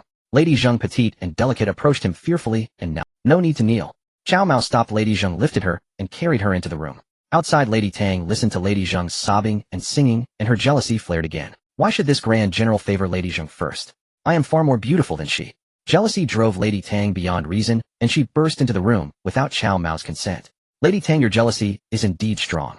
But remember, such behavior is not permitted here. Cao Mao seized Lady Tang and flung her onto the soft couch. Rough, direct, without a trace of tenderness. Congratulations on successfully taking concubine Tang Bingyan. It was indeed Madame Du Jinyan, the wife of Qin Yi. Jinyan, this is the great general. Yan Shi hurriedly. Cao Mao could ride a horse, but only passably, far from mastery. This time, taking the jealous Lady Tang Bingyan as concubine unexpectedly rewarded him with exquisite horsemanship. Now riding a horse felt as steady as walking on flat ground, enabling many difficult maneuvers in the saddle. Cao Mao also possessed a purebred, peerless Fergana horse, a reward from taking the Hu concubine Murong Liyue. Riding the Fergana horse and playing with Murong Liyue in the saddle would surely be exhilarating. Within 2 days, Di Qing had returned from White Wolf Mountain by the same route. He reported to Cao Mao that following orders he had brought back the young women of the Xiongnu Wuhuan tribe and slain all the rest. General Di Qing, you have done exceptionally well. After this Grand General returns to Shuzhou, I shall dispatch Han envoys to the western regions. Should any kingdom refuse to submit to Han, General Di Qing shall lead troops to shatter their kingdom and annihilate their people. My lord, why wait until returning to Shuzhou to send envoys? You can recruit talent locally. Post a notice in Chang'an to summon worthy men, and those who qualify can be appointed as Han envoys. Cao Mao grinned. Di Qing's mind was indeed sharp. Excellent idea. General Di Qing, proceed, as you... This Grand General shall first establish the Anxi Protectorate. General Di Qing, you are appointed as Grand General of Anxi and Protector of the Anxi Protectorate, with a rank equivalent to 2,000 bushels. Di Qing obeys. Di Qing cared not for titles or stipends. He had already heard Cao Mao's vision for a prosperous and powerful. Cao Mao said, General Di Qing, this Grand General has planned to establish 9 protectorates in the western regions, starting with Anxi, then Anbei, Andong, Annan, Dongyi, Chanyu, Baiting, Kunling, and Mengxi. With all 9 protectorates established, the western regions will be incorporated into the map of our mighty Han. But this is far from enough.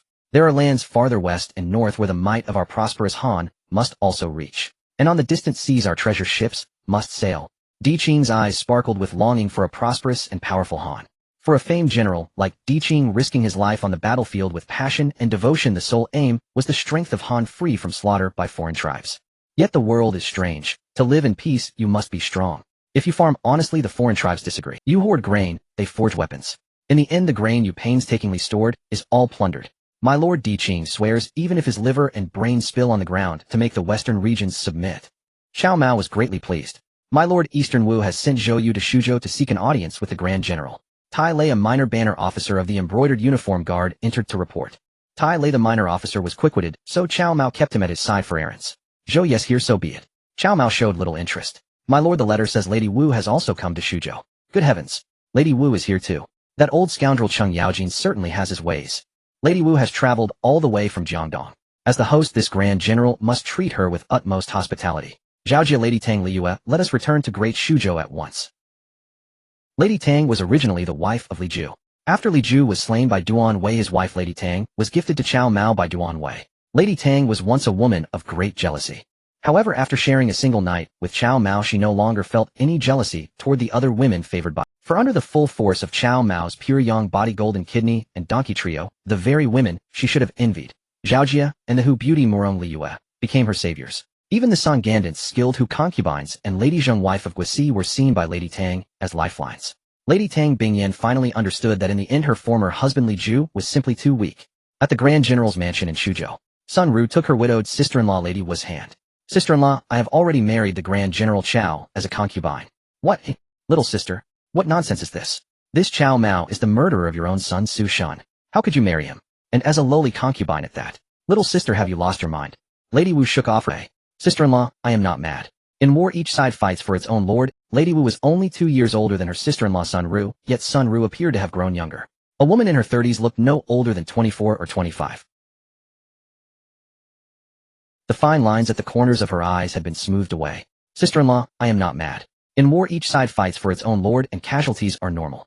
Besides, my husband the Grand General Cao acts on imperial decree, while we in Jiangdong followed the rebel Yuan Shu. If there is a blood debt for a son, it should be laid at Yuan Shu's feet.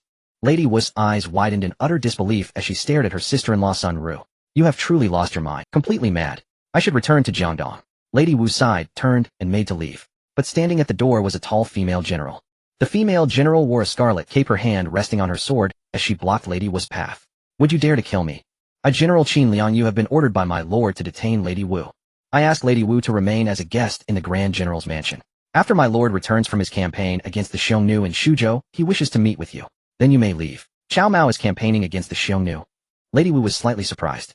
Though she was far away in Jiangdong, she had heard of the Xiongnu's atrocities, their burning and looting near Chang'an.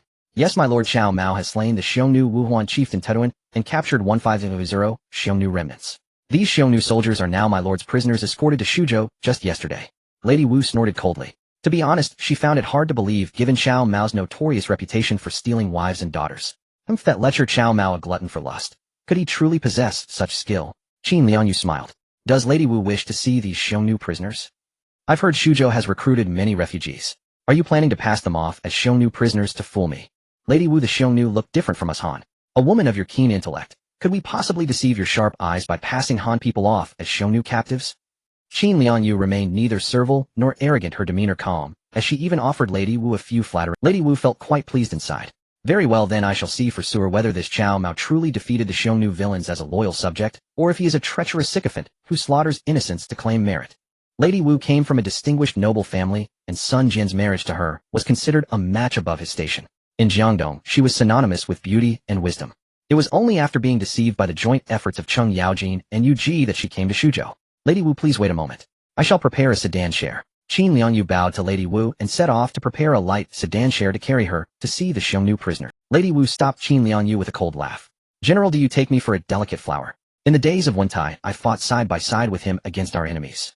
Qin Liangyu regarded her with newfound respect. Lady Wu is a true heroine. I admire you deeply. Please this way. Accompanied by Qin Liangyu, Lady Wu left the Grand General's mansion, where guards had already prepared horses. Qin Liangyu offered her own peach blossom horse to Lady Wu, while she herself mounted a white horse. When Lady Wu first entered Shuzhou City, she had been in a sedan chair, her mind preoccupied with meeting her sister-in-law Sun Ru, so she had paid no attention to the city itself. Now seated on horseback, she observed the bustling crowds on the streets, the rows of shops lining both sides, and the many goods on display that she had never seen before. All carriages and horses kept to the left. At one intersection stood a person holding a white stick. He stood at the crossroads like a clown, waving the white stick in his hand. Lady Wu, the red light means we must stop. Qin Liangyu reined in the peach blossom horse and explained with a smile. Red light. What does that mean? Qin Liangyu pointed at the clown-like figure holding the white stick. Beside him was a movable frame. On the frame shone a red light. Lady Wu squinted, puzzled. The red light had no flame, yet it glowed. Before she could understand, the red light turned yellow, then quickly shifted to green. Lady Wu, it's green now. We may proceed. Qin Liangyu released the reins and explained with a smile. Lady Wu found it both novel and incredible. People, horses, and carriages all had to follow the signal lights. What happens if one ignores these traffic lights? Lady Wu, that would cause traffic chaos and accidents. In Shuzhou City, ignoring the traffic signals results in a fine, a rather heavy one. Did Cao Mao come up with all? Lady Wu turned to look at Qin Liangyu. Yes, Lady Wu. These were all established by my lord. Not just traffic, but housing as well. Lady Wu, look. Those are multi-story buildings for people to live in. Lady Wu followed Qin Liangyu's pointing finger and was stunned. These buildings were 6 stories high, each with windows and balconies. A sight she had never seen before. Such tall buildings are for people to live in. Qin Liangyu explained. My lord said that Shuzhou's population has grown too quickly, so we had to build upward. However, without elevators we can only construct 6 stories. If there were elevators, my lord said, we could build 100 stories without issue. What? 100 stories? Lady Wu was utterly dumbfounded. Yes, 100 floors. Our lord said that if we could generate electricity in the future, our city of Shuzhou would achieve. Lady Wu grew intrigued by Cao Mao. Seated on her horse, she fell into contemplation. Suddenly, a rapid jingling of bells snapped her out of. Lady Wu grew intrigued by Cao Mao. Seated on her horse, she fell into contemplation. Suddenly, a rapid jingling of bells snapped her out of her thoughts. She looked up and saw a dragon-like monster spewing white steam as it swiftly rushed past. This is a steam also built by our lord. The iron tracks beneath the train. Our lord said that as long as we lay the tracks continuously, our army can ride the train to wherever we wish to attack. A distance of hundreds of li can be covered in just a few hours. Lady, a train like this can carry thousands of people. Lady Wu's alluring lips parted slightly, as she had been in a state of shock ever since leaving the general's mansion. Everything in Shuzhou City seemed to originate from another world. Lady, look over there. Those are the Xiongnu prisoners escorted back yesterday. Qin Liangyu and Lady Wu rode side by side. Before them lay a massive construction site where tens of thousands of Xiongnu captives, bare-chested, carried giant boulders and logs to build houses. Lady Wu observed the Xiongnu's features slightly different from the Central Plains people. High cheekbones, broad faces, large and round heads. These could not be Central Plains people in disguise. There are only 40,000 Xiongnu prisoners here. Another 50,000 are building railway tracks and 50,000 more are laboring in our state-owned factories, and Qin Liangyu detailed to Lady Wu. Lady Wu's heart sank to the depths. Cao Mao of Shuzhou was so formidable that if he were to cross the river and strike directly at Wu Commandery in Jiangdong, she doubted Sun Tzu could hold out. However, Lady Wu then thought of an extremely crucial matter: food. In Shuzhou City alone, there were 190,000 Xiongnu captives plus the influx of refugees and the original inhabitants.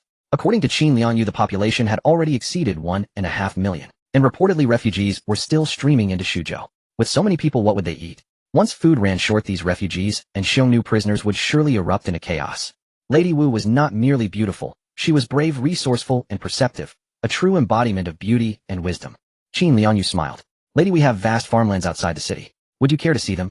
Lady Wu, having come to Shuzhou, also wished to uncover all its secrets. Before coming to Shuzhou, Lady Wu had planned to use her intelligence and eloquence to persuade Cao Mao to release her sister-in-law Sun Ru and let her return to Jiangdong. Investigating Shuzhou's intelligence was also a key purpose of her visit. Alright, since there's nothing else to do, let's go outside the city and take a look. Lady Wu agreed, feigning indifference. Qin Liangyu was not afraid of Lady Wu uncovering Shuzhou's secrets. She knew that if she could keep Lady Wu here until Lord Cao Mao returned, Lady Wu would never have another chance to go back to Jiangdong. Unless Cao Mao himself sent her to Jiangdong, she could not leave Shuzhou. Riding side by side, Qin Liangyu and Lady Wu exited the eastern gate of Shuzhou. Less than half a li from the eastern gate stretched a lush green wheat field. It was already May, and the wheat had eared. Every ear of wheat was plump. Lady Wu gazed with envy. In all her life, she had never seen wheat growing so well. Our lord said this is high-yield wheat with a harvest of over 800 jin per mu. 800 jin per mu. How is that possible? General Qin, do you know how much wheat 1 mu can yield? Though Lady Wu had grown up in Jiangnan, where rice was more common, she was not unfamiliar with wheat yields. Lady, I know. About 100 jin per mu. Even if your wheat here is bountiful, it can exceed 200 jin. Lady Wu naturally did not believe it. Qin Liangyu smiled and said, Lady, the wheat will be harvested in a month. Then you can see for yourself how many jin 1 mu yields, and you'll know if I'm telling the truth. Lady Wu was taken aback. What Qin Liangyu said made sense, but she thought it impossible for her to stay in Shuzhou for another. What is that planted next to the wheat? Lady Wu pointed to some crops near the wheat field with oval-shaped leaves. Some farmers were cutting them with sickles, while others dug with hoes. Blocks of beige-yellow tubers were unearthed, still covered in soil, looking quite plain. Lady Wu had never seen them before, and asked Qin Liangyu. Lady, this is called potato. Its yield can reach 2,000 jin per mu. It can be stir-fried as a dish or boiled with a pinch of salt for a filling meal. General Qin, do you know what you're saying? How can there be a crop in this world that yields 2,000 jin per mu?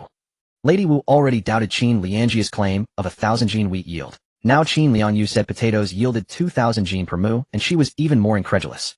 Lady, let me call a local farmer to ask, and you'll know if I'm telling the truth. Qin Liangyu saw a farmer in his 50s carrying a hoe passing by her horse, and called out to stop him. General, are you? Yes, I want to ask you, does 1 mu of potatoes really yield 2,000 jin?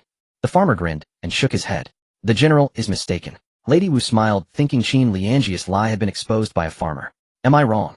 I heard our lord say the potato yield is 2,000 jin per mu. Qin Liangyu was puzzled. She had never doubted Lord Cao Mao's words. She believed whatever he said was infallible. She carried out his orders to the letter. But could Lord Cao Mao be wrong, and the potato yield not be 2,000 jin? Qin Liangyu remained silent, but inwardly she still firmly believed Cao Mao. Yes, General. Indeed, it's not 2,000 jin, but 3,000 jin. The farmer corrected Qin Liangyu with a smile. Lady Wu had expected to see Qin Liangju's lie crumble, but at the farmer's words her smile vanished. 3,000 jin. But our lord said 2,000 jin. He cannot be wrong. The general is right, our lord indeed is never wrong. However, the soil in Shuzhou is fertile, and since this is the first planting of potatoes with some farmyard manure, they yield 3,000 jin per mu. And over there the sweet potatoes yield at least 3,000 jin per mu too. The farmer pointed to the green vines creeping on the ground nearby. Another crop yielding 3,000 jin per mu. Lady Wu looked at the wheat potatoes and sweet potatoes. These were far more precious than gold, silver, or jewels. If I could bring these miraculous crop seeds back to Jiangdong, we would never have to worry about food shortages in lean years again. With ample provisions, my son Bofu could recruit troops and amass horses, and unifying Jiangdong would be within reach. Sun Tzu had yet to unify Jiangdong. Liu Yao held Yuzhong, Wang Lang occupied Guling, and even in Wu Commandery there were powerful warlords like Yin Baihu, who commanded tens of thousands of men. Lady Wu changed her mind, determined to bring these crop seeds back to Jiangdong. General, this old man will give you some. The old farmer barefoot and smiling stepped into the potato field. The laborers there immediately bowed upon seeing him. Greetings, Minister of Agriculture. No need for formalities, carry on with your work. Bring some potatoes for these two generals. This minister was none other than Song Yixing. Cao Mao had appointed him as Minister of Agriculture, overseeing both industry and agriculture. Old Song had truly risen in station, bearing the weight of both industry and agriculture on his shoulders. The laborer quickly filled a burlap sack halfway with potatoes and handed it to Song Yixing. Song Yixing offered the half sack of potatoes to Qin Liangyu. Thank you, elder. Qin Liangyu dared not act presumptuously and swiftly dismounted from her horse. Standing at 1 meter 90, Qin Liangyu appeared like a giant. Song Yixing was taken aback. He had not noticed her imposing stature while she was mounted, but now dismounted, she seemed so formidable. General, are you Qin Liangyu? You know of me, elder? Song Yixing chuckled. Then it is as I thought. This must be our lord's concubine, correct? Song Yixing pointed at the elegant and dignified Lady Wu, asking Qin Liangyu with a smile. Lady Wu's expression shifted abruptly. Nonsense. I am not Cao Mao's concubine. General Qin, I feel unwell. Let us return to the city. Do not be angry, lady. In truth, countless beautiful women wish to marry my lord as his concubine. Many even vie with each other to send their daughters to serve as handmaidens to our lord. Yet he has refused them all. To become our lord's concubine is the greatest honor. Qin Liangyu quickly explained to Lady Wu with a smile. General Qin, do you also wish to marry your lord Cao Mao as a concubine? Lady Wu sneered, fixing her gaze on Qin Liangyu. Qin Liangyu was not offended, offering a faint smile. I would be willing, but my lord does not deem me worthy of his favor. With Qin Liangyu having said this, Lady Wu could press no further. General Qin, this old man spoke out of turn. Return to the city. The Xiongnu captives sent by our lord work with remarkable vigor. I must oversee them to ensure no mistakes are made. As our lord said, sometimes when the direction is wrong, the harder you try, the worse it gets. Song Yixing chuckled, exchanged a few words with Qin Liangyu, and then hurried off. He is Minister Song. Qin Liangyu only then realized, staring at Song Yixing's retreating figure in astonishment. Minister of Agriculture. An official overseeing agriculture. And he looks like a mere old farmer. Lady Wu was equally amazed. Her curiosity about Cao Mao grew ever stronger. What kind of man was this? He had made her widowed sister-in-law Sun Ru marry him as a concubine even after his men had shot and killed her son Su Shun. Had she not witnessed it herself, Lady Wu would never have believed that her fiery and resolute sister-in-law would become the concubine of a young man. Moreover, this tall and astute female general held Cao Mao in high esteem, repeatedly referring to him as my. And Minister Song had completely defied Lady Wu's expectations, as she had thought him merely an old farmer. Yet he was the Minister of Agriculture appointed by Cao Mao. Minister Song oversees not only agriculture but also industry. The steam trains, railway track, city buildings, and the Huai River waterways we saw in the city are all under his charge. Such talent, alas, my son Bofa lacks it. Lady Wu felt a pang of regret, remorseful for having rebuked Song Yingxing earlier. She thought that if she could bring a talent like Song Yingxing back to Jiangdong, it would surely bring prosperity. In an agrarian society, agricultural production was paramount. Soldiers needed grain to eat. Especially in these chaotic times, as long as there was food, there would be no shortage of troops. Gazing at the bustling scene in Shuzhou City, Lady Wu felt a surge of envy. Lady Wu had originally intended to return to Wu Commandery in Jiangdong, but after witnessing so many desirable things in Shuzhou, she was reluctant to leave. One day, Lady Wu was strolling through the city with her sister-in-law Sun Ru as her companion. Suddenly, the citizens on the street erupted in cheers. The Grand General has returned to Shuzhou. The Grand General is back. Our lives will only get better. It's wonderful that the Grand General has returned. My daughter just turned 18 yesterday. This old man must hasten to send her to the Grand General's residence. Old man, don't bother. The Grand General has posted a notice: any daughter sent to his residence without his consent will be... No, I care not for that. My daughter was born for the Grand General. If she cannot enter his residence to serve him, I would have no regrets even if my head were chopped off. This old man was quite stubborn. Sun Ru, who was trying on clothes in a shop, heard this clearly. She grabbed her sister-in-law Lady Wu's hand and urged eagerly, "Sister-in-law, it is my husband who has returned. Sister-in-law, come with me to welcome my husband." Lady Wu sighed, utterly embarrassed. Yet she was also eager to meet this. The longer she stayed in Shuzhou, the more curious Lady Wu became about Cao Mao. She tried to pull her hand free, but failed to break Sun Ru's grip. Thus she acquiesced and followed her sister-in-law. "Sister-in-law, look. That is my husband, Grand General Cao." Following Sun Ru's pointing finger, Lady Wu saw a procession approaching them down the street. At the forefront was a magnificent red steed, so extraordinary that when it galloped, a red liquid seeped from its body. This was the horse's sweat, hence its name, the Fergana horse. Lady Wu was knowledgeable about horses and recognized at once that this was no ordinary beast. Raising her gaze, she saw a young handsome nobleman seated on the horse, clad in purple gold armor and draped in a mermaid silk cloak, his face as fair as jade. He was strikingly handsome. Is this Cao Mao? He is indeed good-looking. But how could such a pretty face captivate?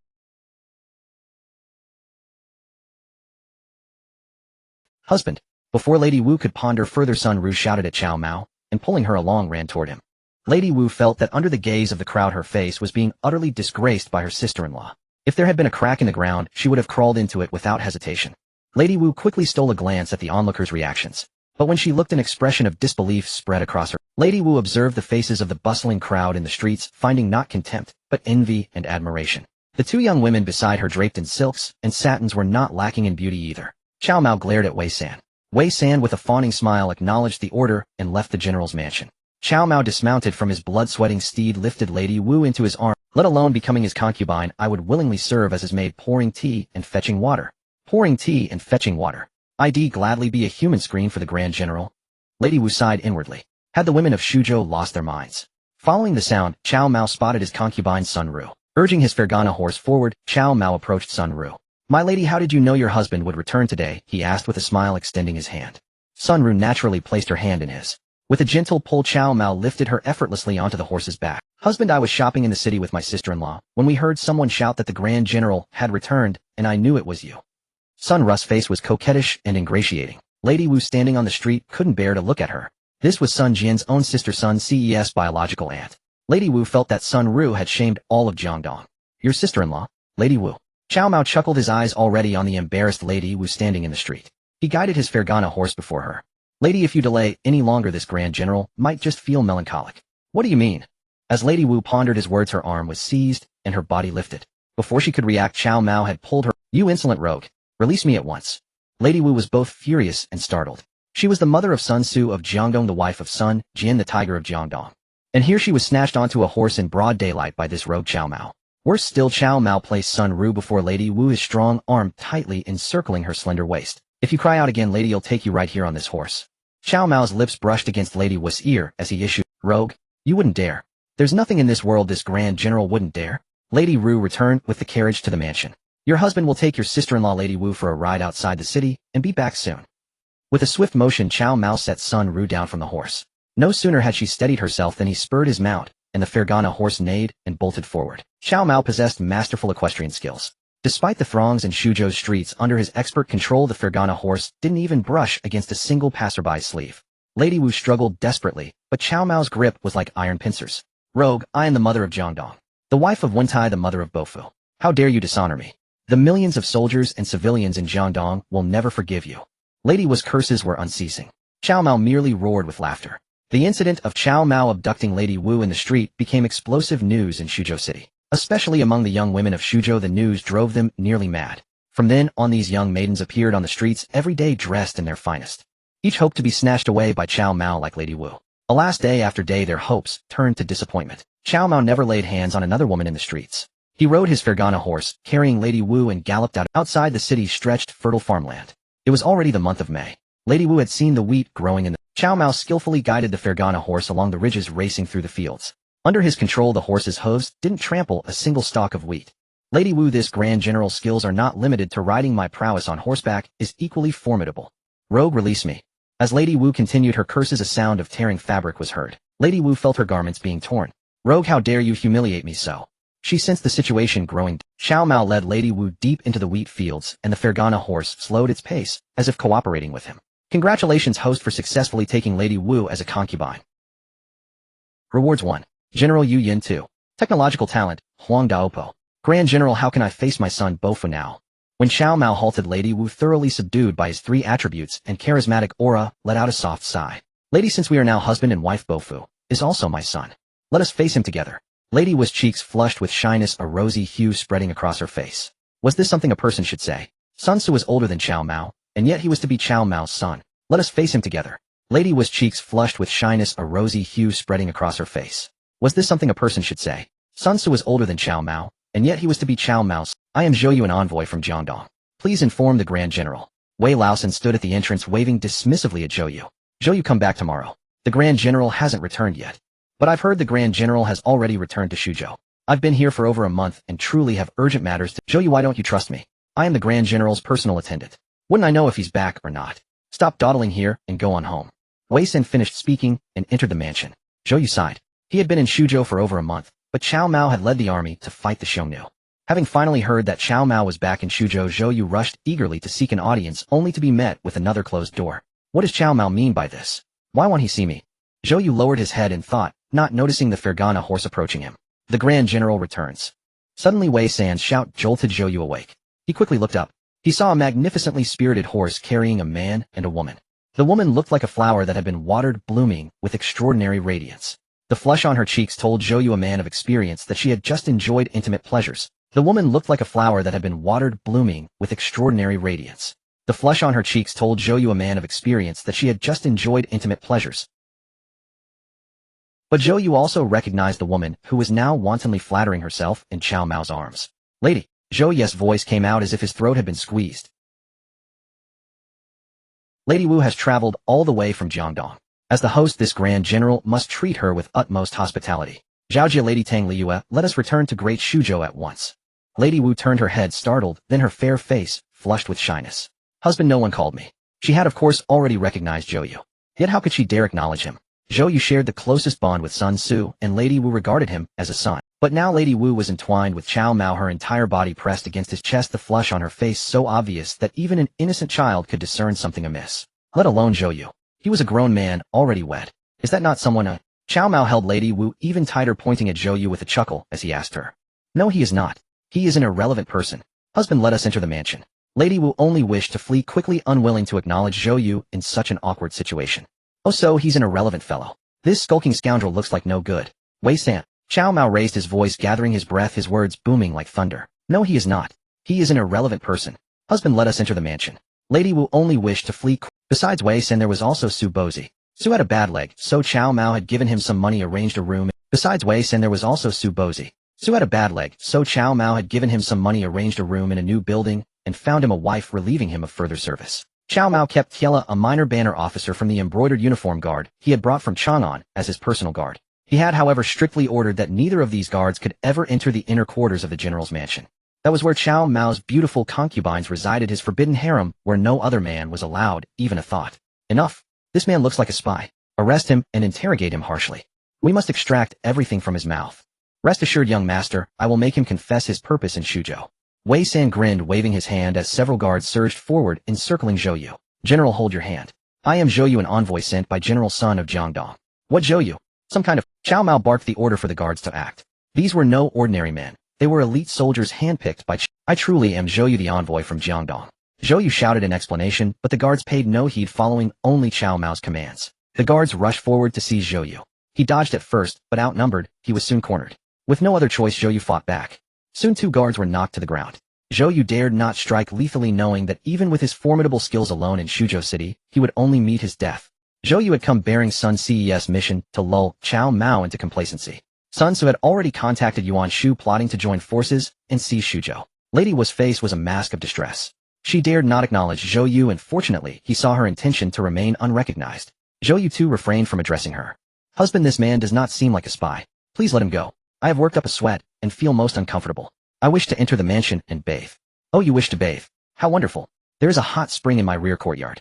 I often bathe there with Lady Ru, who is also the aunt of my son Sun Ce. Cao Mao's voice carried far, heard not only by Zhou Yu, but also by passers-by in front of the general's mansion. Lady Wu dared not speak further, fearing Cao Mao might utter something that would make her wish to sink into the earth. Young master, the spy has been captured. I will now take him away for harsh interrogation. Hearing Cao Mao speak of bathing with Lady Wu in the hot spring of the inner courtyard, Zhou Yu's heart fluttered with panic and his fists lost their rhythm. A guard kicked him down from behind, and as Zhou Yu fell, the others pounced, pinning him to the ground. Please, Lady Wu, clarify my identity to General Cao. The guards dragged Zhou Yu up from the ground, angered that he had... Please, Lady Wu, clarify my identity to General Cao. The guards dragged Zhou Yu up from the ground, angered that he had nearly embarrassed them before Cao Mao. They punched him several times. Zhou Yu was beaten senseless, his stomach churning. He was genuinely terrified that Cao Mao would have him tortured. Cao Mao's infamous reputation had spread far and wide. He had killed Lu Bu and seized his wife and daughter. He had soundly defeated Yuan Shu, taking all the beauties from his harem except for his lawful wife Lady Feng. He had killed Sun Jian's nephew Su Shun and taken his widowed mother Sun Ru, Sun Jian's own sister. And rumor had it that Cao Mao had even stolen a woman his father Cao Cao had his eye on, and also the woman of his elder brother Cao Pai. This man was a beast. What would he not do? Even if Cao Mao ordered Zhou Yu's head cut off right now, Zhou Yu would not doubt it for a moment. Zhou Yu did not fear death. What he feared was failing his mission and being unable to help Sun Ce achieve his grand ambitions. Desperate, he was forced to call out to Lady Wu for help. Lady Wu's dignified face was now flushed crimson.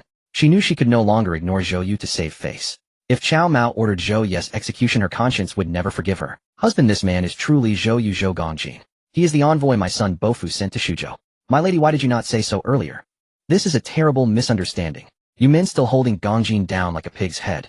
Release him at once. Cao Mao feigned anger. The guards hastily released their grip on Zhou Yu. Zhou Yu had already realized that Cao Mao was deliberately toying with, but this was Shuzhou after all, and Zhou Yu had come with ulterior motives. He could not afford to quarrel with Cao Mao. He quickly bowed low. Zhou Yu of Jiangdong, bearing a message from General Bofu, pays respects to the general of Shuzhou. Gongjin, rise quickly. You are now a kinsman of my new wife Lady Wu. Today I am overjoyed at taking a new... I shall first bathe in the hot spring with Lady Wu. After I have changed, I will come out to see you. Please wait a while. Wei San, why are you not summoning the military advisor to keep Gongjin company? Cao Mao glared at Wei San. Wei San, with a fawning smile, acknowledged the order and left the general's mansion. Cao Mao dismounted from his blood-sweating steed, lifted Lady Wu into his arms, greeted Zhou Yu, and entered the mansion. Zhou Yu watched Cao Mao carry Lady Wu away, the fawning smile vanishing from his face. He clenched his fists tightly, his eyes nearly spitting fire. Zhou Yu's heart blazed with fury, yet he could only stand respectfully outside the Grand General's residence waiting. A full half-hour later, Lu Bowen finally arrived, unhurried and composed. Gongjin, I am Lu Bowen, military advisor to our lord. You may entrust the letter to me. Advisor Lu, my lord instructed me to present this letter to the Grand General in person. Zhou Yu looked troubled. Lu Bowen stroked his goatee, offering a faint smile. Gongjin, today our lord has taken a new concubine. Ah, and I hear she is also a woman from Jiangdong. Zhou Yu's face burned. His fists clenched so tightly that his nails threatened to pierce his flesh. He had already laid eyes on Cao Mao's new concubine, none other than the Dowager of Jiangdong, the mother of his own sworn brother and Lord Sun, so Lady Wu. Gongjin, are you feeling unwell? Lu Bowen inquired with concern. No, not at all. That's good. Whenever our lord takes a new concubine, he retreats to the inner chambers to be with her for 2 or 3 days. If you are willing to wait, Gongjin, then wait another 2 or 3 days. Zhou Yu gritted his teeth. He had already endured nearly a month of waiting. What were a few more days? Advisor Zhou Yu is willing to wait these 2 or 3 days. Excellent. Since Gong Jin is willing, then wait. Advisor, I'm back. Old Chow sent me with a letter for our— As Lu Bowen was speaking with Zhou Yu, a burly man built like a half-section of an iron tower leaped from his horse and called out to Lu Bowen. General Chang, you've returned from Xuchang. Our lord has just taken a new concubine and likely has no time to see you. Give me the letter. All right. Chang Yechen produced a letter from his bosom and handed it to Lu Bowen. Zhou Yu's heart leaped into his throat. Cao Mao alone had already thrown Jiangdong into turmoil. Now Cao Cao sending a letter to Cao Mao suggested that father and son might be planning a major campaign. Perhaps they would march south along the Yangtze and destroy Jiangdong. Zhou Yu feigned curiosity, probing subtly. Advisor, I have heard that the relationship between Prime Minister Cao and the Grand General is not particularly harmonious. Is that merely rumor? Lu Bowen chuckled. Gongjin, it is no rumor. Our Lord and Prime Minister Cao are indeed at odds, but that is only because Prime Minister Cao is partial. It is not our Lord's fault. Advisor, since they are estranged, why would Prime Minister Cao take the initiative to write to Grand General Cao? It is likely another attempt to persuade our Lord to campaign south into Jiangdong. Even if father and son are at odds, exchanging letters is still normal. Do not overthink it, Gongjin. After all, this is a family matter between Prime Minister Cao and our Lord. You have traveled all the way from Jiangdong. You must be weary. Today I shall prepare a modest feast in your honor. Lu Bowen took Zhou Yu by the arm and led him into the street. Since arriving in Shuzhou, Zhou Yu had not touched a drop of wine, fearing it might cloud his judgment. As they reached the main street, a detachment of soldiers escorting a prison cart appeared on the road before the Grand General's residence, crossing paths with Lu Bowen and Zhou Yu. 2 imposing men led the group, one in red, one in white. The man in red had a face like a ripe date riding a crimson warhorse. The man in white had a face as pale as paper riding a piebald horse. Upon seeing Lu Bowen, they hastily dismounted. Guan Yu Zhang Liao, pay respects to the advisor. Generals Yunchang, and when Yuan have you returned from Huainan? Advisor, we have conquered Huainan. The official Lu Fu whom you dispatched to govern is already constructing a new city. Excellent, General Yunchang. Who is that in the prison cart? Guan Yu smiled, pointing at the filthy prisoner within the cart. That is Yuan Shu. Huh, our lord was right. This Yuan Shu is as foolish as a pig or a dog. After his capture, he tried to bribe me with gold, silks, and women. If not for our lord's orders, I would have struck off his— General Yunchang, where is Yuan Shu's primary wife, Lady Feng? She is in the carriage behind. Guan Yu gestured to a light carriage following them. Lu Bowen's heart eased. He asked Guan Yu Zhang Liao and Zhou Yu to wait briefly, then personally escorted Lady Feng, Yuan Shu's primary wife, into the Grand General's residence. Zhou Yu's eyes darkened. He had once hoped to deceive Cao Mao into an alliance between Jiangdong and Yuan Shu to counterattack Shuzhou, seize the city, and slay Cao Mao. But now Yuan Shu had been captured by Cao Mao's generals like a pig led to slaughter and paraded back to Shuzhou. Yuan Shu's territories in Huainan had been completely swallowed by Cao Mao. During this past month, Zhou Yu had traversed all of Shuzhou. The city had undergone a transformation. Crowds thronged the streets, and the entire city seemed to have come alive. If Cao Mao continued to govern it, in just a few years Shuzhou would likely become the most prosperous metropolis. In the Grand General's residence within the hot spring pool, Cao Mao frolicked with his new concubine Lady Wu. Husband, the advisor has sent a woman. She is said to be Yuan Shu's primary wife, Lady Feng. The beauty Lady Zou lifted her skirts and hurried to deliver the news to Cao Mao. Oh, Yuan Shu's wife Lady Feng is here. Wonderful. Today is truly a day of double blessings. First a dowager, now a empress mother. Haha, Lady Zou, bring this empress mother in at once. Cao Mao had long heard of Lady Feng's extraordinary beauty. When Shouchuan fell, hundreds of Yuan Shu's harem women were sent to Shuzhou, but to Cao Mao's disappointment, Lady Feng was not among them. This time, with Yuan Shu captured by Guan Yu, and Zhang Liao, his primary wife, was also taken. After settling matters in Huainan, and awaiting the arrival of the appointed official Lu Fu, the 2 generals placed Yuan Shu in a prison cart and escorted Lady Feng back to Shuzhou. Lady Zou cast a seductive glance at Cao Mao. This beautiful woman, once another man's wife, had been thoroughly awakened by Cao Mao. She was the first concubine he had taken, and together with Empress He they were hailed as the premier beauties of the late Han. It was a pity that Empress He was poisoned to death by that fat brute Dong Zhuo. Otherwise Cao Mao would have certainly taken her as a concubine, as well, making both top-tier beauties his own. In no time Lady Feng was led into the rear garden by Lady Zou. Cao Mao had already donned a brocade robe and was reclining on a soft couch beside the hot spring. Lady Wu attended to him. The criminal's wife Feng pays respects to the Grand General. Lady Feng, dressed in a simple white gown, appeared somewhat gaunt. Cao Mao took one look and saw that she was indeed breathtakingly beautiful. She possessed Lady Wu's dignified elegance, Lady Zou's seductive charm, and a trace of Xiao Qiao's pure innocence. Truly she was a peerless woman. The Union Joy longevity art could be elevated through women of higher quality. This was why Cao Mao sought deep communion with beauties who met the criteria for concubinage. Ordinary beauties, despite their pleasing figures and faces, offered no enhancement to the cultivation of the art. Lady Feng, your husband has been waiting for you. You must be weary from the long journey. Let your husband wash away the dust and fatigue from your body. Cao Mao rose abruptly, embracing Lady Feng as he leaped into the hot spring pool. Feng Shi initially resisted fiercely, but soon succumbed. With Cao Mao's three-part charm amplified by his enigmatic charisma, she was utterly conquered. Congratulations, host. You have successfully taken Feng Shi as a concubine. Reward granted 1 million coins. 2. 800 heavily armored cavalry. The reward was modest, but Feng Shi bore the title of Most Beautiful Woman in Zhongyuan. Though nearing 40, her skin remained supple and radiant, impeccably preserved. My lord, I shall present you with the imperial seal. Cao Mao gently lifted Feng Shi's chin and smiled. Fair Lady Feng, where is the imperial seal? When Huainan fell, I cast the imperial seal into a deep well east of the city. My lord may dispatch men to retrieve it. Fair Lady Feng, you have done exceedingly well. You shall be favored once more, my dear. The imperial seal had vanished during the 5 dynasties and 10 kingdoms period. Later generations could only imagine its form. At the thought of soon holding in his hands that ultimate symbol of sovereign authority, Cao Mao felt a surge of exhilaration. He found Lady Feng irresistible. Her mature grace matched perfectly with his desires, yielding with devoted elegance. My lord Zhou Yu has returned to Jiangdong. Lu Bowen came to report the previous day he had hosted Zhou Yu at a tavern within the city. Though Zhou Yu normally abstained from wine, he was overwhelmed by successive toasts from Lu Bowen, Guan Yu, and Zhang Liao, and drank himself into oblivion. Zhou Yu remembered nothing of what he said. At dawn he hastily departed Suzhou. Let him return, if he wishes.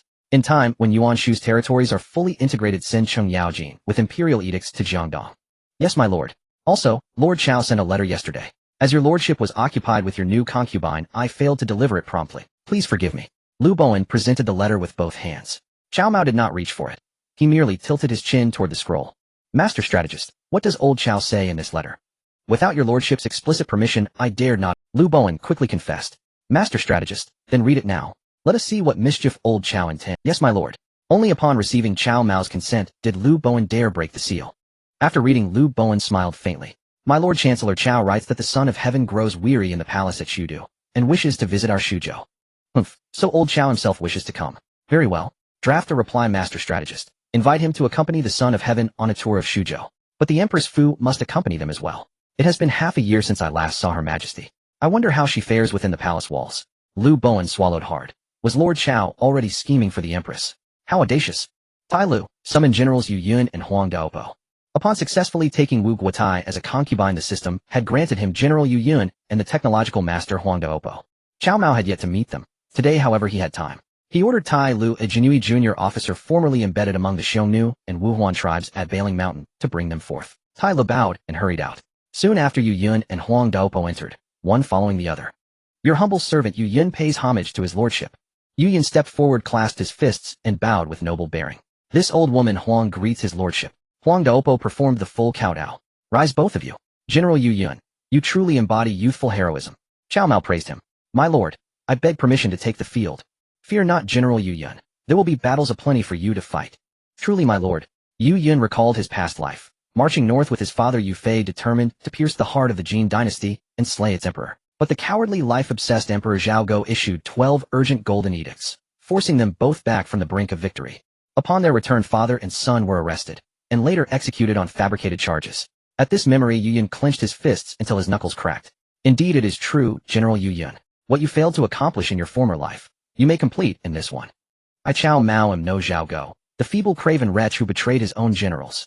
Cao Mao spat the name with contempt, demolishing Zhao Go's reputation utterly. As he cursed Zhao Go, a faint silvery chuckle echoed deep within Cao Mao's mind. Who's there? He instantly probed inward with his consciousness. But the laughter faded, and no voice answered. Damn it, what strange phenomenon. My lord, I swear fealty unto death. Well said, General Yu Yun. Retire now and rest. Within half a month, or at most 2 months, you shall lead a fierce campaign.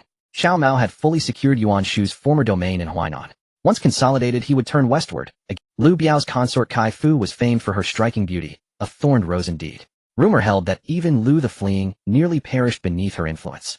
Cao Mao had already entered her name into the concubinage system. She met all criteria. No eligible beauty would escape his notice. Yu Yun grinned as he withdrew, secretly wishing Cao Mao might summon his father Yu Fei as well. Yet he dared not utter such a request. He assumed summoning him had required immense effort, unaware that he himself had merely been an incidental reward bestowed after Cao Mao's moment of pleasure. This old woman greets his lordship. Huang, your innovations in cotton spinning merit extraordinary praise. I have built a textile mill within the city. Henceforth you shall serve as director of works. My lord, I have been here several days touring the city. Yet no one in vast Shuzhou has ever heard of cotton. Huang Daopo's words instantly alerted Cao Mao to a critical issue. Cotton did not originate in Great Xia. The earliest records of cotton appear only during the Wei Jin and Northern and Southern dynasties. Yet this era was late Eastern Han before the Three Kingdoms had even begun. Naturally, cotton did not exist here. Still, Cao Mao knew its origins lay in India and the Arab lands, and Zhang He's current voyage was bound precisely for India. Huang, you shall soon cultivate cotton. Rest assured raw material for your looms will arrive. I obey, my lord. Huang Daopo performed another kowtow and withdrew. As Zhou Yu crossed the Yangtze, he recoiled in shock. The northern shore bristled with tightly organized naval encampment. Their formation was impeccable, evidence of a master strategist commanding the fleet. Zhou Yu's heart sank. He had presumed Jiangdong's navy, renowned for its discipline, could contain Cao Mao. Now he realized such hope was pure fantasy. Gongjin, say that again. Bofu, the deed is done. Do not dwell on it. Lady Wu was coerced. Cao Mao, that villain, has insulted my widowed mother. As her son, I must slay this scoundrel. Sun Tzu drew his sword and cleaved the table before him in two with a single stroke. Bofu, calm your fury. Gongjin, how can I endure the humiliation of my mother's disgrace? I, Sun Tzu, shall raise the entire army of Jiangdong to march north against Cao Mao. Elder brother, Cao Mao's power is immense. He serves as the Grand General of the court and has just vanquished Yuan Shu. His territory and populace have swelled immeasurably. We in Jiangdong should strive for good governance, conserve our strength, and only when our troops are mighty and our granaries full proceed with careful planning. When Sun Quan learned of this, he rushed to dissuade his elder brother Sun Tzu. Careful planning. Zhongmo, do you know what that villain Cao Mao has done? He has taken our mother Lady Wu as his concubine. You are still young and ignorant. Leave at once. Sun Tzu's eyes were bloodshot. Zhou Yu agreed with Sun Quan's reasoning, but Sun Tzu was on the verge of exploding, and even he could not hold him back. Indeed, Sun Tzu's temper was like fire.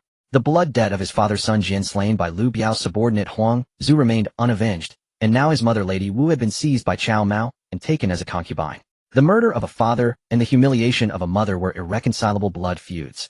Zhou Yu had not yet told Sun Tzu how Cao Mao had openly embraced and doted on Lady Wu right before his eyes. Zhou Yu knew Sun Tzu's temper well. If he recounted all the details, Sun Tzu would immediately lead his troops straight to Shuzhou. My lord, that man Cheng has come again. Sun, he rushed in to report to Sun Tzu.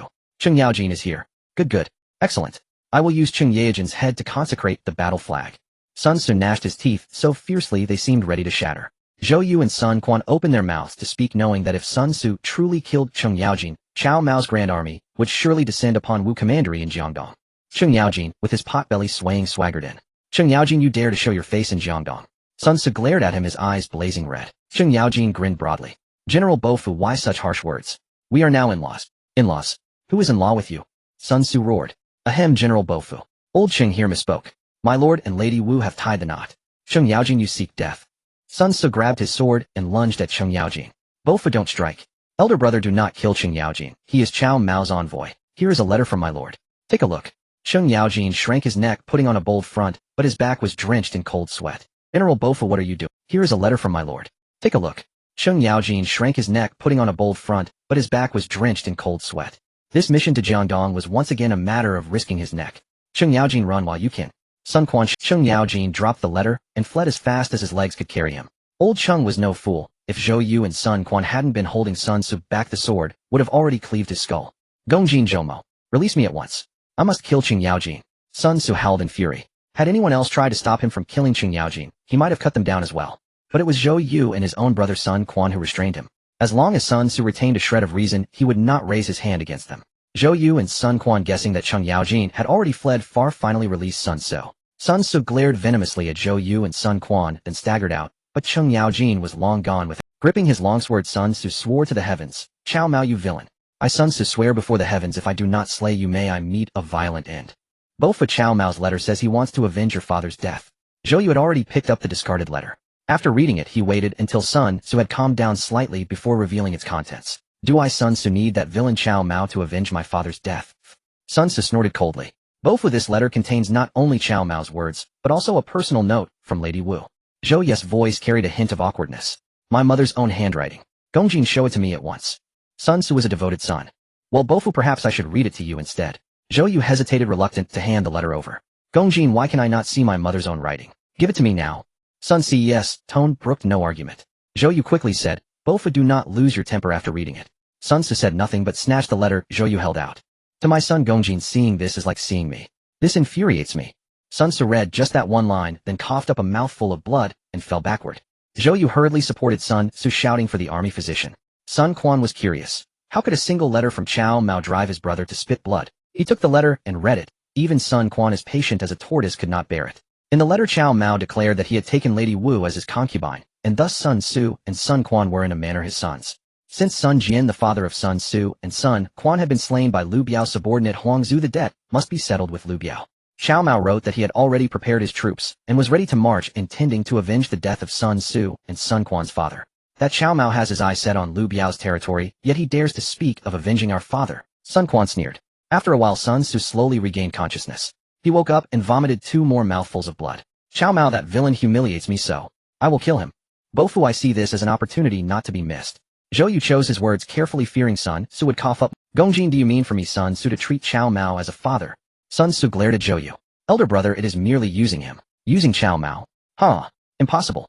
Even if I cannot kill Liu Biao and avenge this wrong, I will never acknowledge Cao Mao as my father. Sun Tzu laughed maniacally, blood still trickling from his mouth. Zhou Yu and Sun Quan dared not press further. Just then a commotion arose outside the residence. Sun Tzu, already agitated and restless, asked Sun He about the noise. Sun He replied, My lord, it is the immortal Yu outside sprinkling blessed water among the faithful. Immortal Yu? What manner of creature is that? Sun Tzu had never heard of this so-called immortal Yu. My lord, when Sheng Yaojin last came to Jiangdong, besides meeting you, he also delivered an imperial decree to Yu Ji. The court has appointed Yu Ji as the nation-protecting Taoist master to safeguard the lands of Jiangdong. Another trick from Cao Mao. Jiangdong has no need for him to appoint any nation-protecting Taoist master. The Sun clan alone suffices for Jiangdong. Let me see what kind of immortal he is, and whether my ancient blade can sever his head.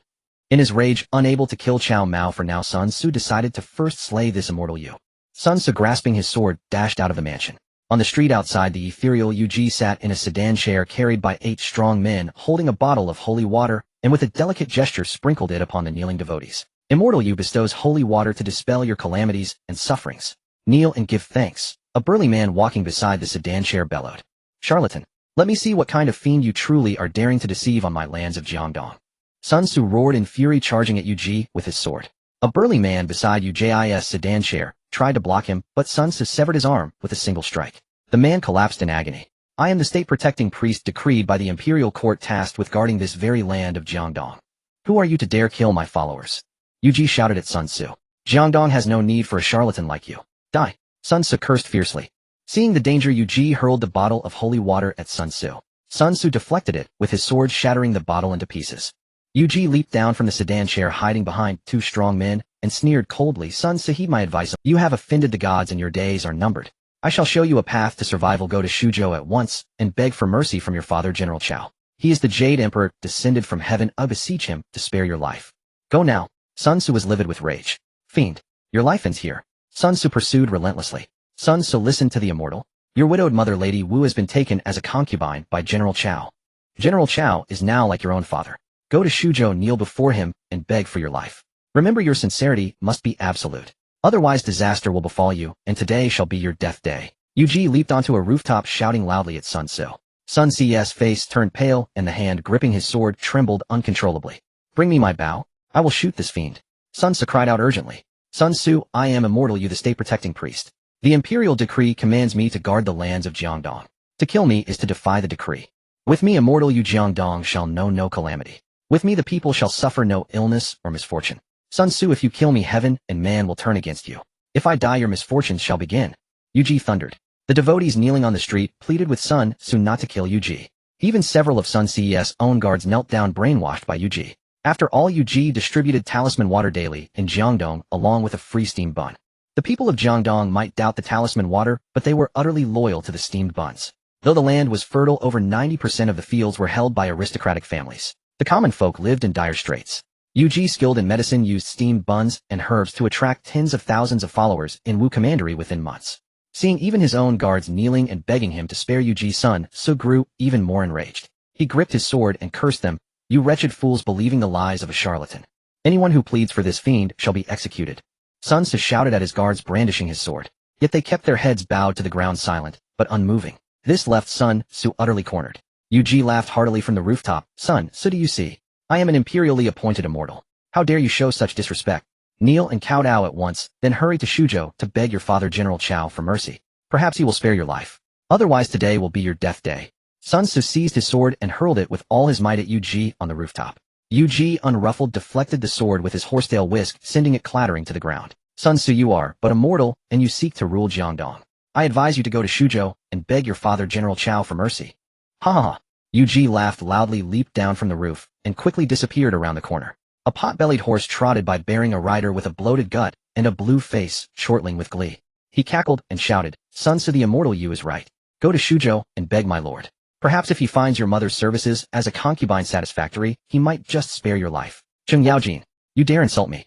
I will kill you. Ugh. Sun Tzu lunged to pursue Cheng Yaojin, but after a few steps, he spat blood, his vision darkened, and he collapsed heavily to the ground. Zhou Yu and Sun Quan watched in anguish, crying out as they rushed to his side. Bofu, brother. Sun Ce's face was as pale as paper, his robes, and the ground stained with blood. Gongjin, I am finished. Zhou Mo is wiser than I. After my death, I entrust you to aid him as the lord of Jiangdong. I deeply regret. I could not avenge my father and mother with my own hands. Heaven is unjust to me, Sun Tzu. Unjust? Sun Tzu roared, his last ounce of strength spent, and his head drooped lifelessly. Brother. Sun Quan wailed. Zhou Ye's face turned ashen. Sun Tzu had died just like that. Zhou Ye's grand ambitions and talents had yet to be realized. The news quickly reached Shuzhou via the Imperial Guard. Cao Mao, who was playing cards with Zhou Sun Ru, informed Sun Tzu is dead. Lady Wu will be heartbroken. Lady Ru, as her sister-in-law, you must comfort her and help her see reason. Cao Mao patted Sun Ru. Sun Ru wept upon hearing of her nephew's death. Husband, I will console my sister-in-law, but I also ask that you show her more favor and fill the void in her heart. Only then can she forget the pain of losing a son.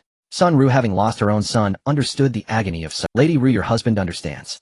In the following days, Cao Mao showed special care for Lady Wu. Upon learning of her son Sun Ce's death, she was so grief-stricken that she refused food and water for a day and a night.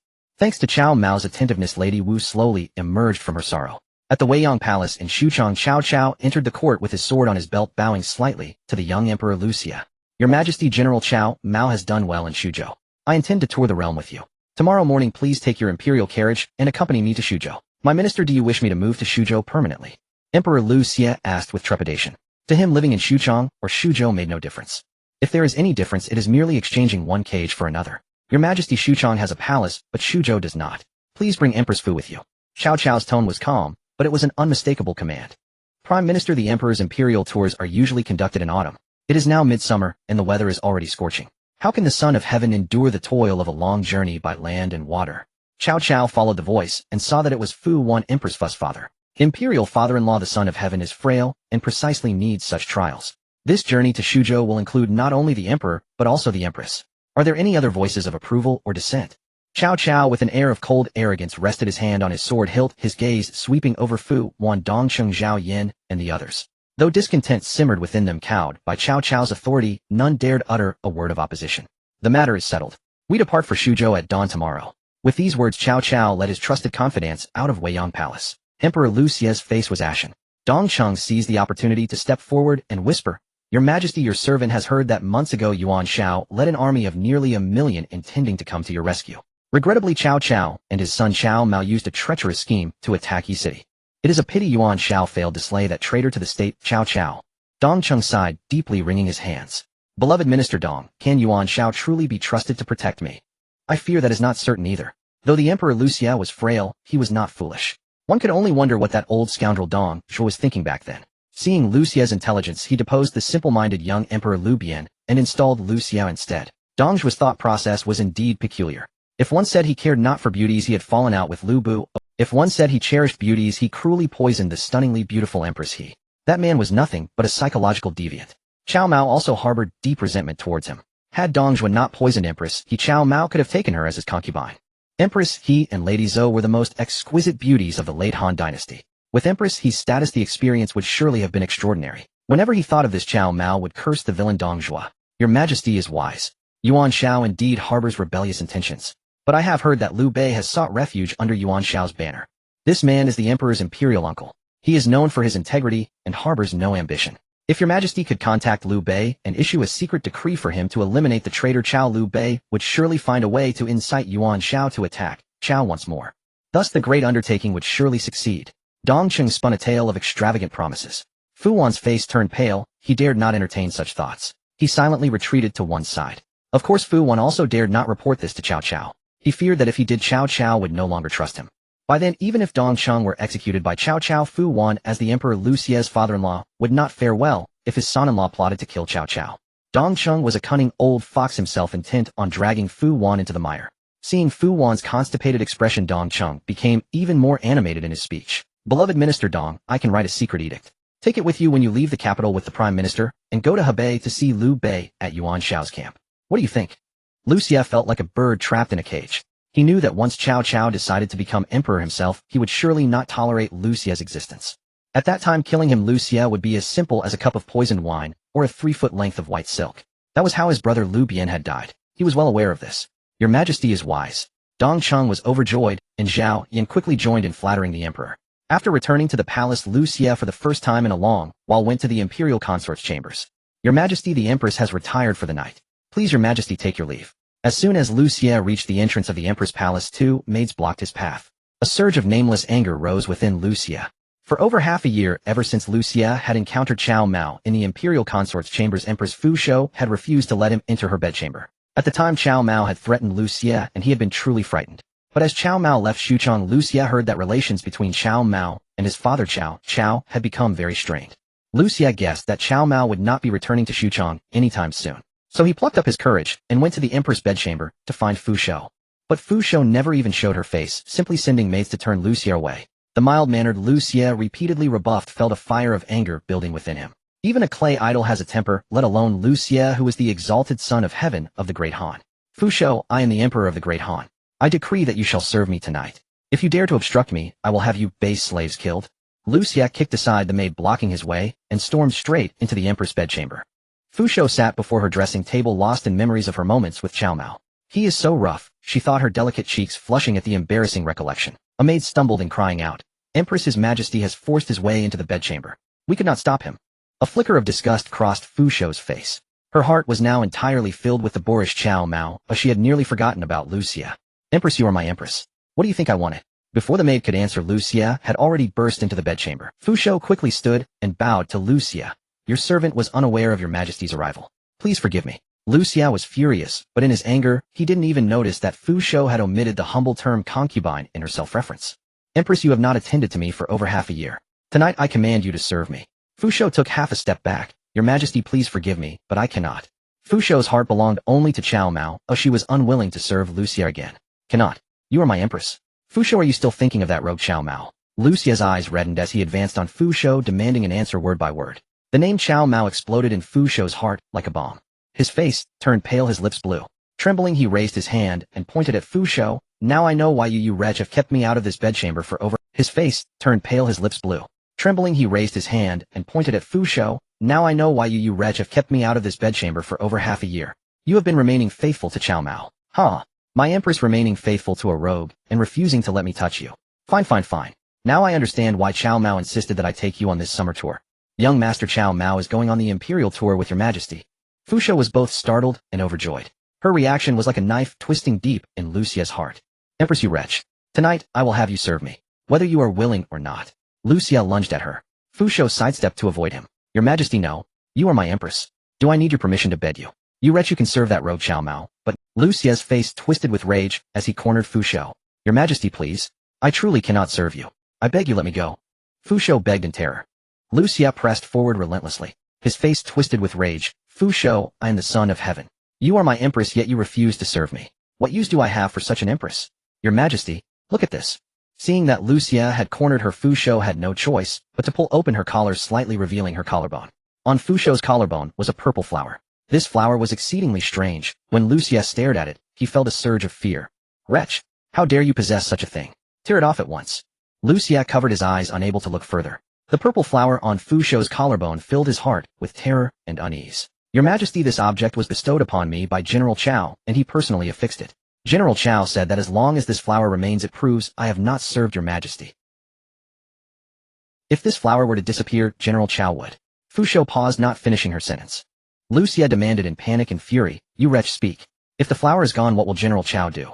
General Cao will kill your Majesty. Fu Shou's words nearly made Lu Xie stumble. After a moment he roared, I am the emperor. What is Cao Mao to dare kill me? Is he not afraid of bearing the eternal infamy of regicide? Fu Shou refused to back down, her eyes fixed on Lu Xie. Your Majesty, General Cao fears not even his father, Chancellor Cao. Do you think he would care about the infamy of regicide? Lu Xie felt as though struck by a blow. He instinctively stepped back twice. Fu Shou was right. Cao Mao feared not even his father Cao Cao, so why would he fear a puppet emperor like him? Your Majesty, angering General Cao over me, and losing your life for nothing is not worth it. There are beauties in the palace, you may favor them. Fu Shou laid out the stakes for Lu Xie. Though unwilling, he knew she spoke the truth. Cao Cao might still have some scruples. But Cao Mao, that insolent rogue, was capable of anything. Lu Xie staggered and stumbled out of the imperial bedchamber.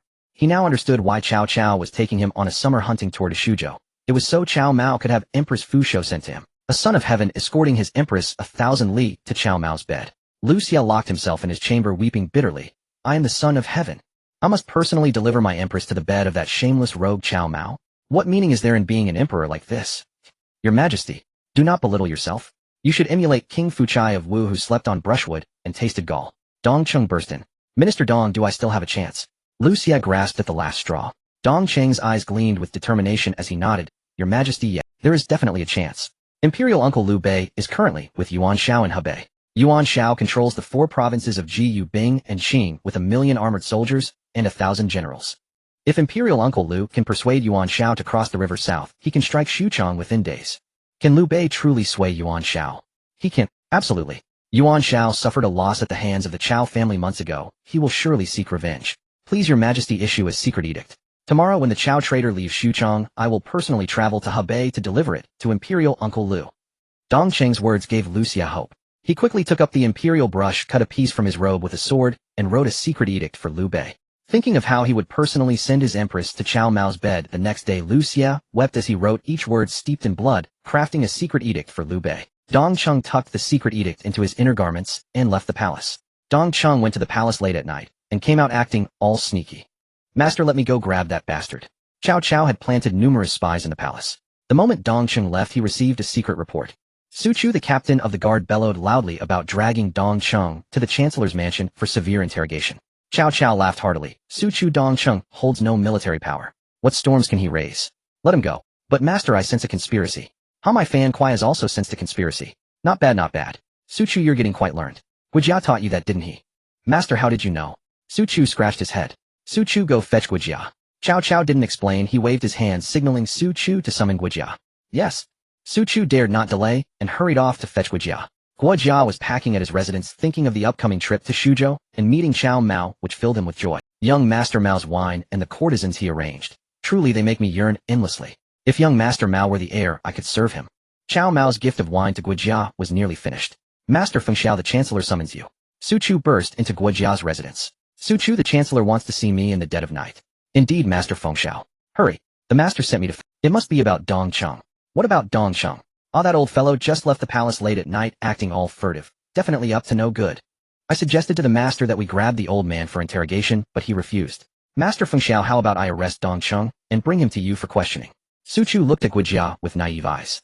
Guijia found it both amusing and exasperating, and in his mind, he recalled what Cao Mao had mentioned in Shuzhou, that Dong Cheng would one day carry a secret edict to Liu Bei. At the time, Guijia hadn't believed it. After all, Liu Bei's reputation was too small. He had no territory, no men, and was a novice in warfare, though he excelled at weeping like a woman. Young Master Mao is truly divine. I am inferior. Guijia blurted out. Young Master Mao. Master Fengxiao, what does young Master Mao have to do with this? Young Master Mao is truly divine. I am inferior. Guijia blurted out. Young Master Mao. Master Fengxiao, what does young We mustn't keep him waiting. Let's go to the Chancellor's mansion quickly. Su Chu slapped his forehead. Right, all because of that old bastard Dong Cheng. If I catch him, he'll pluck out every last hair of his beard. Fengxiao, who is Dong Cheng delivering the edict to?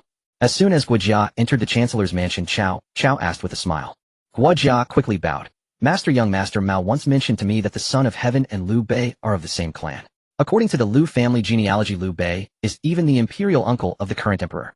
Now Liu Bei is with Yuan Shao in Hebei. Tomorrow you will accompany the son of heaven on the hunting tour to Shuzhou. The edict is most likely bound for Hebei. Cao stared at Guijia. Fengxiao, did that rogue Cao Mao truly say this to you? Do not show him favoritism. My lord, young Master Mao is exceptionally intelligent, and he has gathered around him a group of strategists and fierce generals like Lu Ji and Li Cunxiao. Even Guan Yu, who swore brotherhood with Liu Bei in the Peach Garden, has joined his ranks. I am not favoring young Master Mao. It is simply that he possesses extraordinary qualities. Cao cast a sidelong glance at Guijia. Fengxiao, do you mean to say that Cao Mao should be made the heir?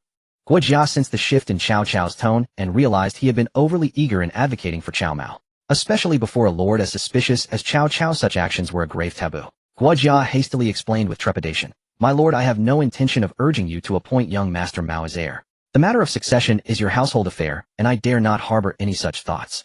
Everything is at your discretion." Cao Cao burst into laughter and grasped Guojia's hand. "Feng Xiao, I was merely jesting. Choosing an heir is no mere household matter. It is a pivotal affair that concerns the rise and fall of the Cao clan." "Very well, your meaning is to let Dong Cheng go to Hebei to deliver the secret edict to Liu Bei." Guojia steadied himself. "My lord, a clash with Yuan Shao is inevitable, and it is better to act sooner than later. Since Dong Cheng is willing to assist, we should make the arrangements. However, Yuan Shao commands a vast army with many generals. My lord should write a letter to young Master Mao instructing him to dispatch an elite cavalry unit. After Yuan Shao crosses the river, they are to strike deep into the heart of Hebei. By then chaos will erupt in Yuan Shao's rear, and he will be too distracted to continue the campaign, forcing him to retreat. My lord can set an ambush along his withdrawal route to Hebei, ensuring a decisive defeat." Cao Cao stared at Guojia, a cunning glint appearing in his eyes after a moment. He then shook his head. "Feng Xiao, that rogue Cao Mao cannot be commanded by my authority alone. Travel to Suzhou tonight, and persuade him to dispatch troops in your personal capacity." "This, I obey." Guojia hesitated briefly, but realized Cao Cao was right. If Cao Cao ordered Cao Mao to move, the command would likely be treated as worthless paper. Guojia shared a close personal bond with Cao Mao, making his intervention more effective than any imperial decree. If Cao Cao ordered Cao Mao to move, the command would likely be treated as worthless paper. Guojia shared a close personal bond with Cao Mao, making his intervention more effective than any imperial decree. "Ahem, my lord, do you not know? Last time young Master Mao sent Liu Bo and Guan Yu and Zhang Liao on a raid into Ji province, and they already captured Yuan Shao's daughter-in-law Jinfu. Young Master Mao took Jinfu as his concubine several months ago. That insolent wretch. He dares to compete with me for women again." Cao Cao stamped his feet in fury. In watching Cao Mao had stolen the beauty Lady Zou whom Cao Cao had coveted. Cao Cao had not known of Jinfu's beauty until Cao Mao had him write to Yuan Shao requesting her. At that time Cao Cao became curious and sent men to inquire, only to learn that Jinfu was unmatched in beauty. He had been captivated, but now he discovered that the beauty he desired had been snatched away by Cao Mao again. Guojia suppressed his laughter, struggling to remain silent. "My lord, I will depart for Suzhou immediately. Feng Xiao, when you reach Suzhou, tell that rogue Cao Mao that if he dares to take any woman I set my eyes on again, he should not blame me for disregarding our father-son bond." Guojia nearly burst out laughing, but nodded solemnly, promising to deliver the message. In the Grand General's residence in Suzhou, Cao Mao lived a life of indulgence with his many beautiful concubines. Xiao Qiao, Lady Zou, Lu Qiling, Diaochan, and Lady Du. These playful beauties surrounded Cao Mao day and night. Whenever the mood struck him, he engaged in intimate communion with them. Our lord plays day and night with his concubines. How can his health endure? Surely not. I see our lord in high spirits with no sign of ailment. Cheng Yaojin and Zhang Liao arrived together at the Grand General's residence. Zhang Liao looked worried while Cheng Yaojin, with his potbelly, appeared utterly unconcerned. "Zhang Liao, what business do you have with the Grand General?" "I've been idle in the residence these days, and am bored to illness. I wish to ask our lord to send me into battle." "Haha, Zhang Liao, I feel the same. My great axe is about to rust from disuse." As Cheng Yaojin and Zhang Liao chatted, a tall, middle-aged man in fine robes with a beardless face hurried into the Grand General's residence. Cheng Yaojin and Zhang Liao looked closely but did not recognize him. "You beardless fellow, who are you? How is it that I, Cheng Yaojin, have never seen you before?"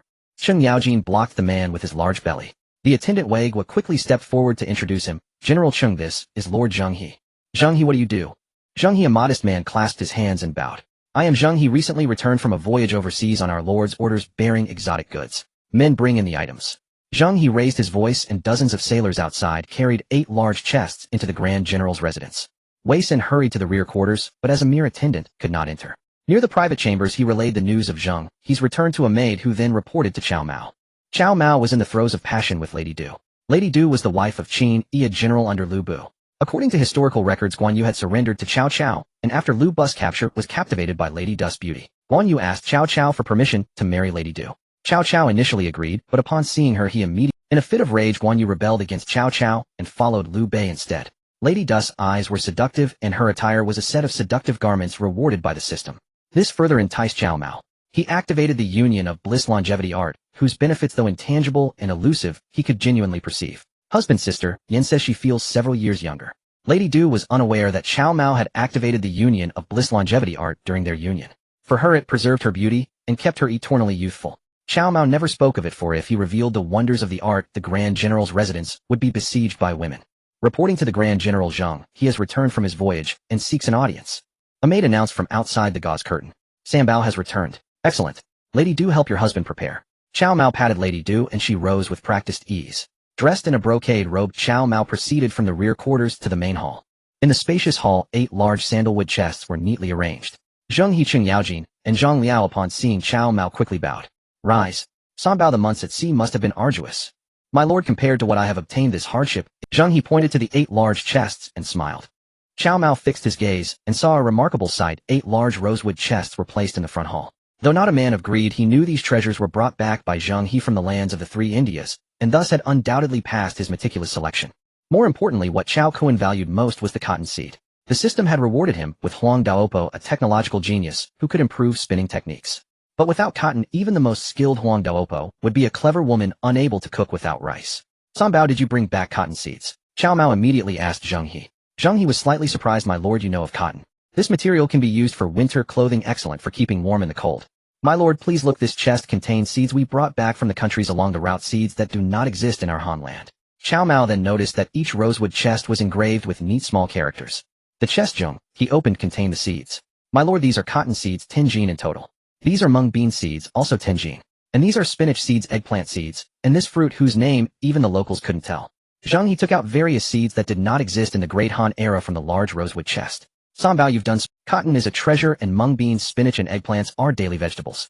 With these seeds we can cultivate them, enriching the tables of our Han people. We must also promote stir-frying as a cooking method. Cao Mao had been in the late Eastern Han dynasty for several months, but he truly could not get used to the food of this era. Seasonings were scarce and meals were simply boiled in water. The meat was bland and tasteless, often carrying a gamey. Fortunately, Cao Mao could obtain system-rewarded delicacies through interactions with his beautiful concubines, otherwise he would have gone mad over the food. But relying solely on system rewards was not sustainable. He had already ordered the opening of several restaurants in the city where the chefs were instructed by Cao Mao himself, teaching them techniques of frying, stir-frying, and deep-frying. Rapeseed had been cultivated since the Qin dynasty, but because the Qin people boiled their food, the demand for oil was minimal. With low yields, rapeseed was not widely grown. Cao Mao decided to reform the diet by promoting stir-frying, which required developing iron woks and rapeseed oil production. Your wisdom is brilliant, my lord.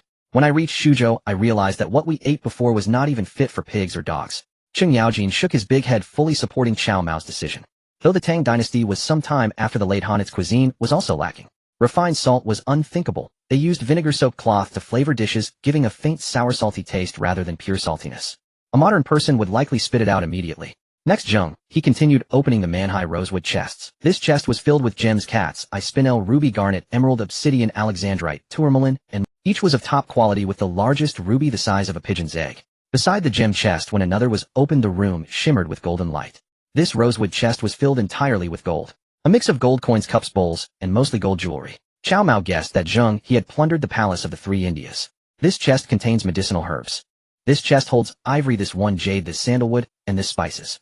Zheng he had already opened 7 chests and approached the last one. Zheng he bowed to Cao Mao. My lord, please open this final chest yourself. Oh, Sanbao. It seems there is a surprise. Cao Mao chuckled as he stepped forward, noticing this chest differed from the previous 7. It had ventilation holes on all.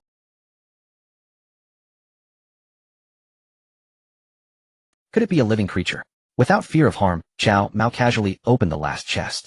Greetings, my lord. As the chest opened, 2 women wrapped in colorful saris stood up inside. Their skin was quite. Sanbao, what is this? My lord, knowing your love for beautiful women, I purchased 2 beauties locally and brought them back. During the journey, I painstakingly taught them this greeting. Unfortunately, these foreigners are not quick-witted. It took them 2 months to learn just this one phrase. Cao Mao laughed heartily, patting Zheng He's shoulder. Sanbao, you are thoughtful. This greatly pleases me, the Grand General. In future voyages, if you encounter beautiful women, bring a few back for me.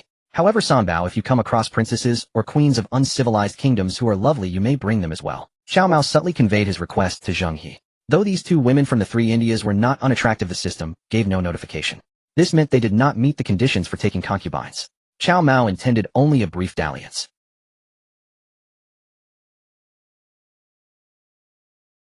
It was not worth wasting time on them, as there were no rewards and they offered no benefit to the cultivation of the Union line. Zheng he silently noted that his Lord Cao Mao's meaning was clear. He should visit the palaces of small kingdoms to see if there were beautiful princesses or queens.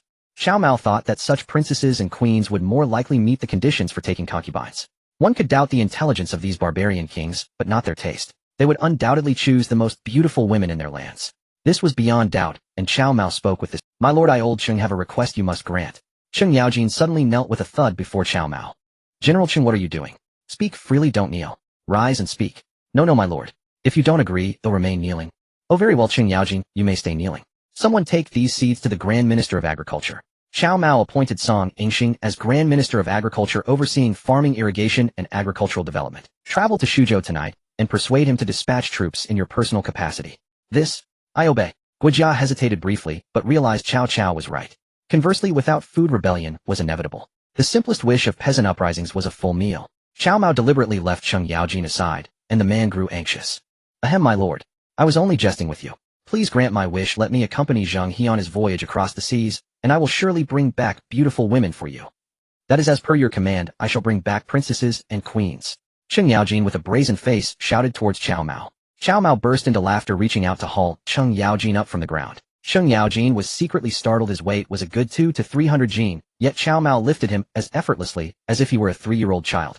It was said that Cao Mao was perpetually indulging in carnal pleasures, likely leaving him frail and weak. Yet to Cheng Yaojin's astonishment, his lord Cao Mao seemed endowed with immense strength. Cao Mao fixed his gaze on Cheng Yaojin and said with a smile, Old Cheng, I thought it was something major. You just want to accompany Sanbao on the voyage, don't you? Your lord grants it. Cheng Yaojin rubbed his hands together gleefully. Excellent. My lord, old Cheng will surely find you some beautiful women. Cheng Yaojin was adept at flattery, knowing exactly what pleased his lord Cao Mao, and saying just that. Old Cheng, go back and prepare. Sanbao will rest for a while and gather supplies for the voyage. The next time you set sail, first help your lord annihilate this island nation. Cao Mao produced a map pointing to a nation in the east shaped like a long, thin lump of excrement. Is this the Fusang nation? Zhang He recognized it, instantly blurting out. Exactly, it is the Fusang nation, you know. My lord, the Fusang nation is not weak. With only the few thousand men on Zhang He's treasure ships, it would be difficult to destroy their nation and eradicate their people. Zhang He looked troubled. Cao Mao chuckled dismissively. Sanbao, the Fusang nation at this time is hardly different from primitive people. With the few thousand men you lead, it will be a crushing blow. I will also assign you a few generals to ensure you can wipe out those little Japs. Little Japs. Your Majesty, this object was bestowed upon me by General Chao, and he personally affixed it.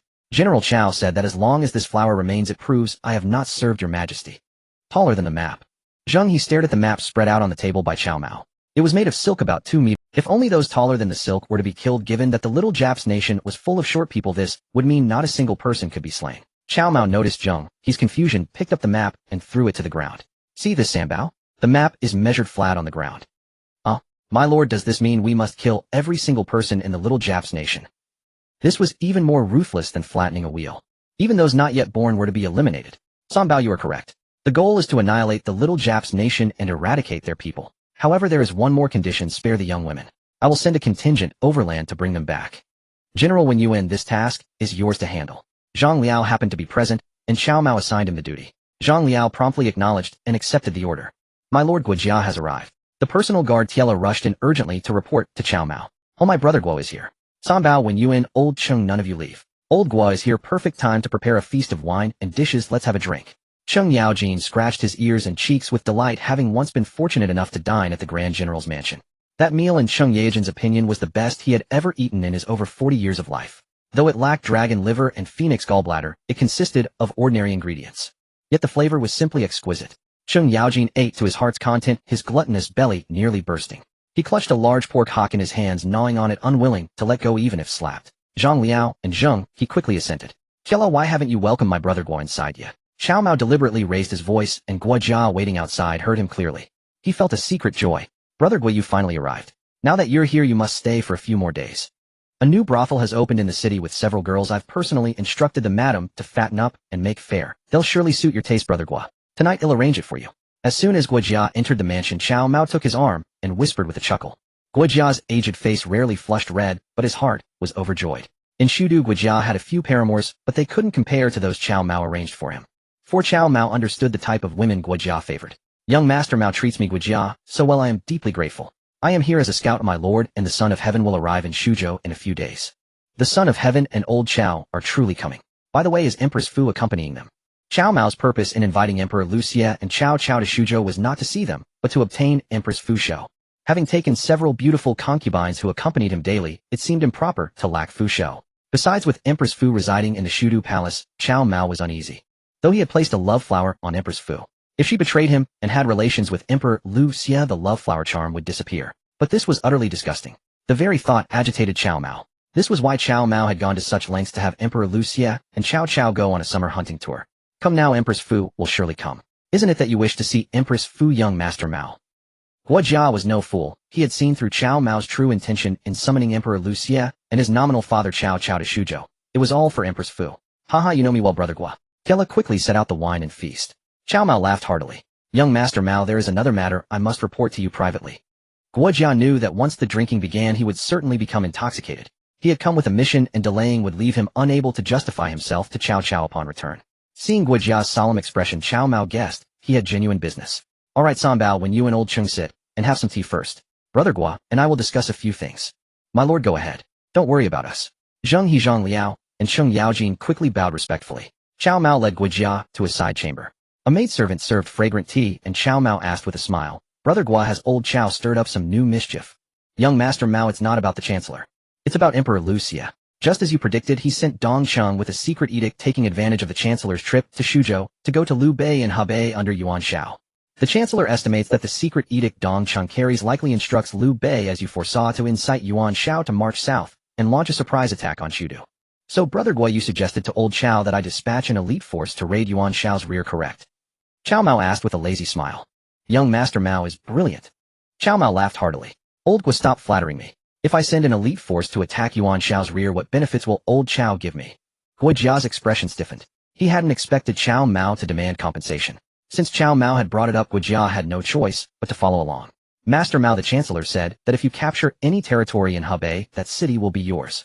Guojia speculated that once Yuan Shao learned of the attack on his rear, he would lead his main forces back to Hebei. Cao Mao would only send elite cavalry, which couldn't possibly hold several cities in Hebei. At that time, Cao Cao would advance north chasing after Yuan Shao. Since Cao Mao's elite cavalry couldn't hold the cities, they would fall into Cao Cao's hands. Although Guojia intended to support Cao Mao as the heir, now was not the time. Cao Mao laughed heartily, stood up, and patted Guojia on the shoulder. Brother Gua, it's settled then. If I capture several of Yuan Shao's cities, they will be mine. If old Cao tries to take them, I won't agree. Don't worry, Master Mao.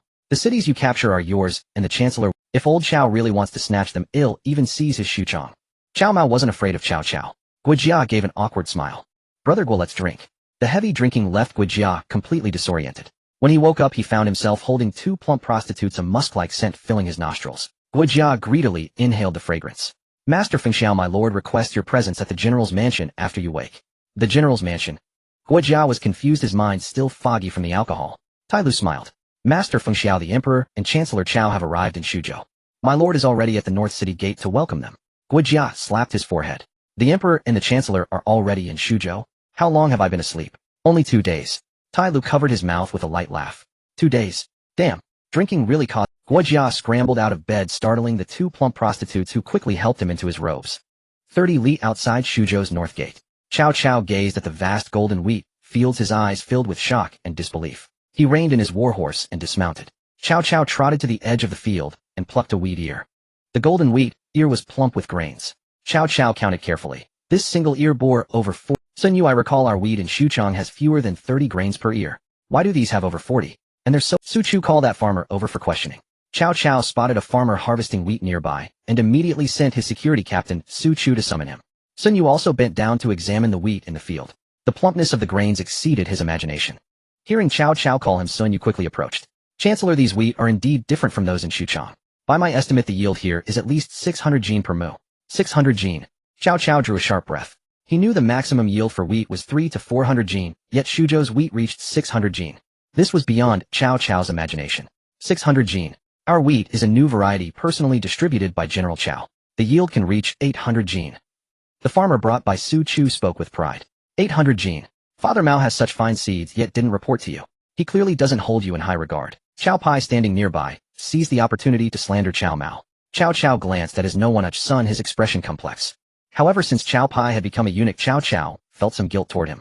Lady Ding had divorced Cao Cao, and old Cao had elevated Lady Bian to the position of legal wife. Cao Pi's status became noble. He was now the legitimate son. Father Mao knew you were coming to Shuzhou, but hasn't come out to welcome you. This clearly shows he disrespects you.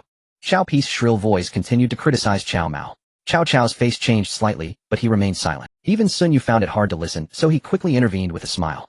Master Zihuan, this place is 30 li from Shuzhou City. Even if Master Mao came out to welcome you, he wouldn't come this far. I estimate Master Mao will greet the Chancellor 10 li outside the city. As Sun Yu finished speaking, a group of horsemen appeared ahead. The leader rode a Fergana horse displaying exceptional riding skills. Sun Yu shaded his eyes and looked carefully, then breathed a sigh of relief. Chancellor, it's Master Cao Mao. He has come 30 li to welcome you. Cao Cao stood up and looked. Indeed, it was that rebellious son Cao Mao.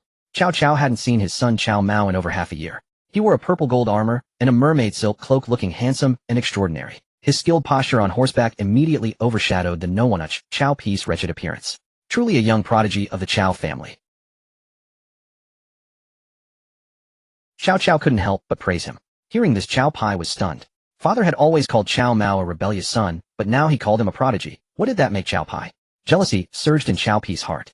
He racked his brains to find ways to smear Cao Mao, but couldn't come up with anything, so he could only watch helplessly as Cao Cao greeted Cao Mao with a smile. Master, that's the Empress carriage. Cao Mao's eyes weren't on Cao Cao. He was looking for Empress Fu Shou's sedan. Tai Lu, his trusted attendant, pointed to a carriage ahead. Good, my beauty Fu.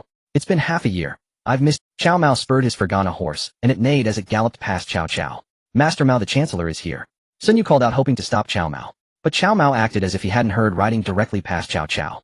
Cao Pi, who had been sour with envy, seized the opportunity. Father Mao has completely disregarded you. Cao Cao snorted coldly. His rebellious son's behavior indeed made him lose face.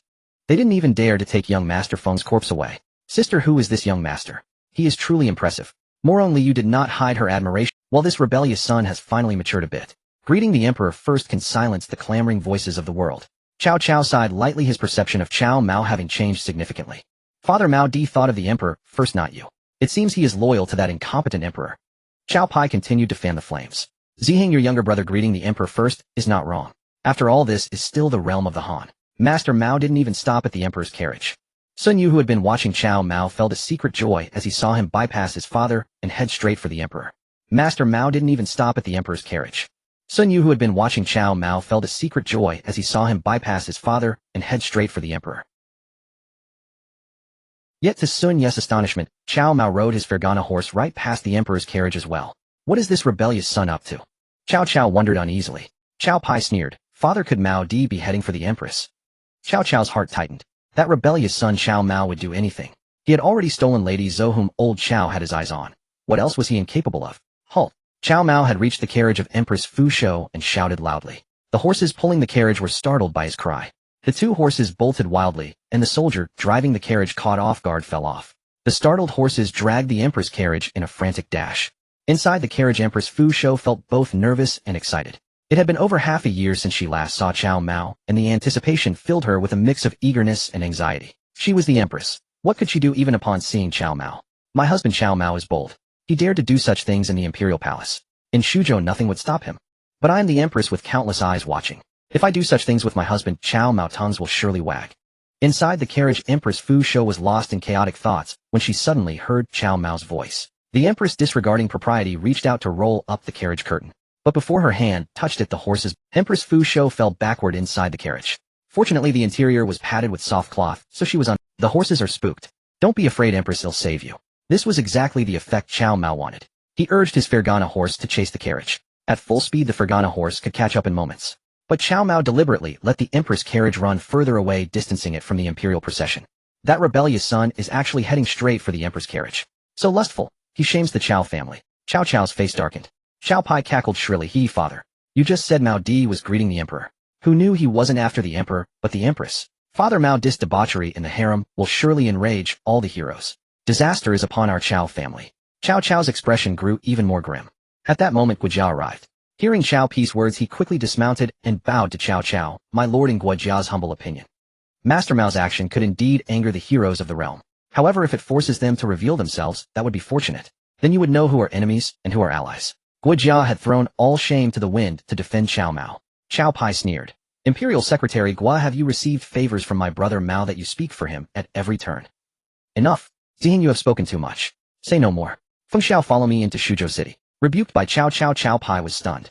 He felt he had said nothing wrong, yet his father favored Cao Mao. Could it be that his father intended to appoint Cao Mao as heir? Impossible. Cao Mao was the son of the lowly Zhao Ji. Cao Pi wanted to slander Cao Mao further, but Sun Yu approached and whispered, Young Master Ziheng, the Chancellor, is displeased. Do not stoke the fire further. Follow the Chancellor into Shuzhou City for now. With Sun Yu's advice, Cao Pi dared not continue his smear campaign. He hung his head low and followed behind Cao Cao's horse toward Shuzhou. Emperor Lu Xie lifted the carriage curtain and watched Cao Mao chase the Empress carriage on his Fergana horse. His heart was a mix of bitter emotions. I am the son of heaven, yet I have to send the empress to Shuzhou for that lecher Cao Mao to defile. And that wretch Fu Shou, she must have already committed adultery with Cao Mao in the empress palace in Xuchang. Minister Dong, I only hope you can deliver my secret edict to my imperial uncle in Hebei. Riding his Fergana horse, Cao Mao looked back. The emperor's carriage was far behind the entire procession, reduced to tiny black dots. Only then did Cao Mao slap the Fergana horse's rump. The horse in pain shot forward like an arrow. Inside the carriage, Empress Fu Shou's heart was in her throat. She gripped the handles inside the carriage in terror, her face pale. My beauty, don't worry. Your husband is here to save you.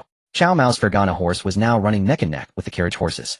Cao Mao leaped from his horse onto one of the carriage horses. The horse, even more panicked, kicked wildly, trying to throw him off. Damn it, I told you to stop. Enraged, Cao Mao punched the horse in the neck. His strength stat had reached a terrifying 239 points. An ordinary adult male strength is around 5 points.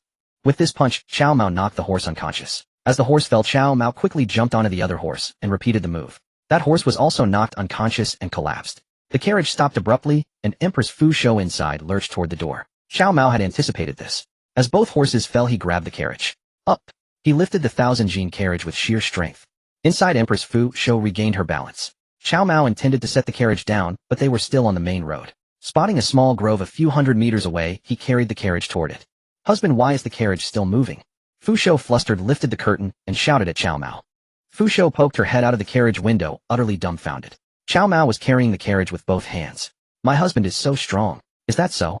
My beloved concubine, I haven't seen you for nearly half a year. I've missed you dearly. Cao Mao had already carried the carriage into a small grove. Setting down the carriage, Cao Mao plunged inside. A splendid dress slipped to the floor, and the love flower patch on Fu Shou's collarbone remained vividly visible. Cao Mao's heart swelled with joy. It seemed Fu Shou had indeed remained faithful to him over the past half year. The carriage shook violently within the grove. Half an hour later, the love flower patch on Fu Shou's collarbone had faded from sight. Only then did Cao Mao lift Fu Shou out of the carriage. He whistled, and the blood-sweat horse grazing nearby immediately galloped over at the sound. Cao Mao leaped onto the horse's back with Fu Shou in his arms. Within Shuzhou City, Cao Cao's eyes were dazzled. Shuzhou City is even more prosperous than Chang'an or Luoyang in their heyday. Cao Mao achieved this in just half a year. How did he manage it? Cao Cao murmured, as if speaking to himself or to Guojia beside him. Seizing the chance to praise Cao Mao, Guojia said, My lord, this is all due to Master Mao's excellent governance. He gathered refugees in Shuzhou. He distributed land to them and encouraged them to reclaim wasteland for farming. In the past half year, over 1 million refugees have poured into Shuzhou. Cao Pai pursed his lips. Minister Guishuchang is the capital of Han. My brother Mao recruiting 1 million people in Shuzhou. What is he planning? Is he thinking of rebelling? Young Master Ziheng, how could Master Mao rebel? He is the Grand General of Han, personally appointed by the Emperor. Sun Yu smiled. This is where my brother errs. He only recognizes the Emperor, not our father. Without our father, this Han dynasty would be overrun with rebels. If our father hadn't welcomed the Emperor to Xuchang, he would have been a fugitive. How can my brother be so foolish? The one he should be loyal to is not Emperor Lucia, but our father. Cao Pi's words pleased Cao Cao greatly. Cao Cao had long harbored the thought of deposing the Han Emperor and declaring himself sovereign, but he was no fool like Yuan Shu. The eyes of the realm were watching. Yuan Shu had dared to proclaim himself emperor. That was like drawing all attention and igniting every conflict upon himself. Indeed, Cao Mao struck first. Young Master Ziheng is mistaken. The Chancellor is merely the Chancellor of Han, and Master Mao is the Grand General of Han. Young Master Ziheng is also a subject of Han. Sun Yu, ever loyal to the Han dynasty, could no longer bear Cao Pi's increasingly blatant words. He immediately retorted. Cao Cao's heart sank. He hadn't expected Sun Yu's loyalty to Han to be so deep. He glared at Cao Pai. Enough, Ziheng. Speak no more of such treason. Father, what use is there in protecting that feeble and incompetent emperor? In my view, depose him and take the throne. Such words would have been unthinkable for Cao Pai before, but since becoming a eunuch, his mindset had undergone a drastic. Even his temperament had changed greatly. Enough. Say no more of this. Feng Xiao, what is that? Cao Cao pointed at many unfamiliar objects appearing in Shuzhou City. He was curious. Seizing this pretext, Cao Cao cut off Cao Pi's words. My lord, that is a pastry shop that one makes shoes, and that one produces clothing. Oh, and Shuzhou is too small to accommodate over 1 million people. 2 months ago, Master Mao campaigned against the Xiongnu, annihilating the Wuhuan tribe and capturing 190 prisoners. These Xiongnu captives, now slaves with branded faces, are expanding Shuzhou City. Oh, take me to see. Intrigued, Cao Cao followed Guojia, who knew Shuzhou well, as he guided Cao Cao, Sun Yu, Cao Run, and Xiahou Dan. Standing on Shuzhou City wall, Cao Cao gazed at the vast construction site below, where tens of thousands of bare-armed Xiongnu slaves built houses. The sight made his scalp tingle. My lord, once Master Mao completes this area, he will sell these houses to the city's commoners as their homes. These houses look peculiar and likely expensive. How can commoners afford them? Cao Cao frowned. My Lord Master Mao said they only need to pay a small amount to move in. But they must pay a monthly mortgage. What nonsense. What trick is that boy Cao Mao up to now? Cao Cao Guijia chuckled. My lord, it's like Master Mao lends the commoners money to buy houses, and they repay him monthly with some interest on top of the principal. Oof, I thought my brother was kind-hearted, but he's just running a usury scheme. This is exploiting the people. Mark my words, soon the commoners of Shuzhou will revolt. Father, I suggest you take over Shuzhou's governance to prevent chaos.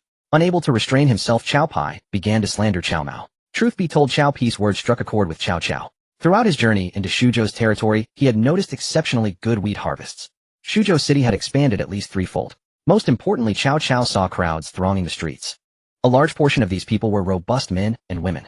These young adults could bear children, and in a decade or so their offspring could serve as soldiers. With food and population, these two assets alone were enough to make Cao Cao covetous. Add the tens of thousands of Xiongnu slaves, and it was like a huge chunk of fat tempting him. Young Master Ziheng in Guijia's view, Shuzhou only thrives under Master Mao's governance.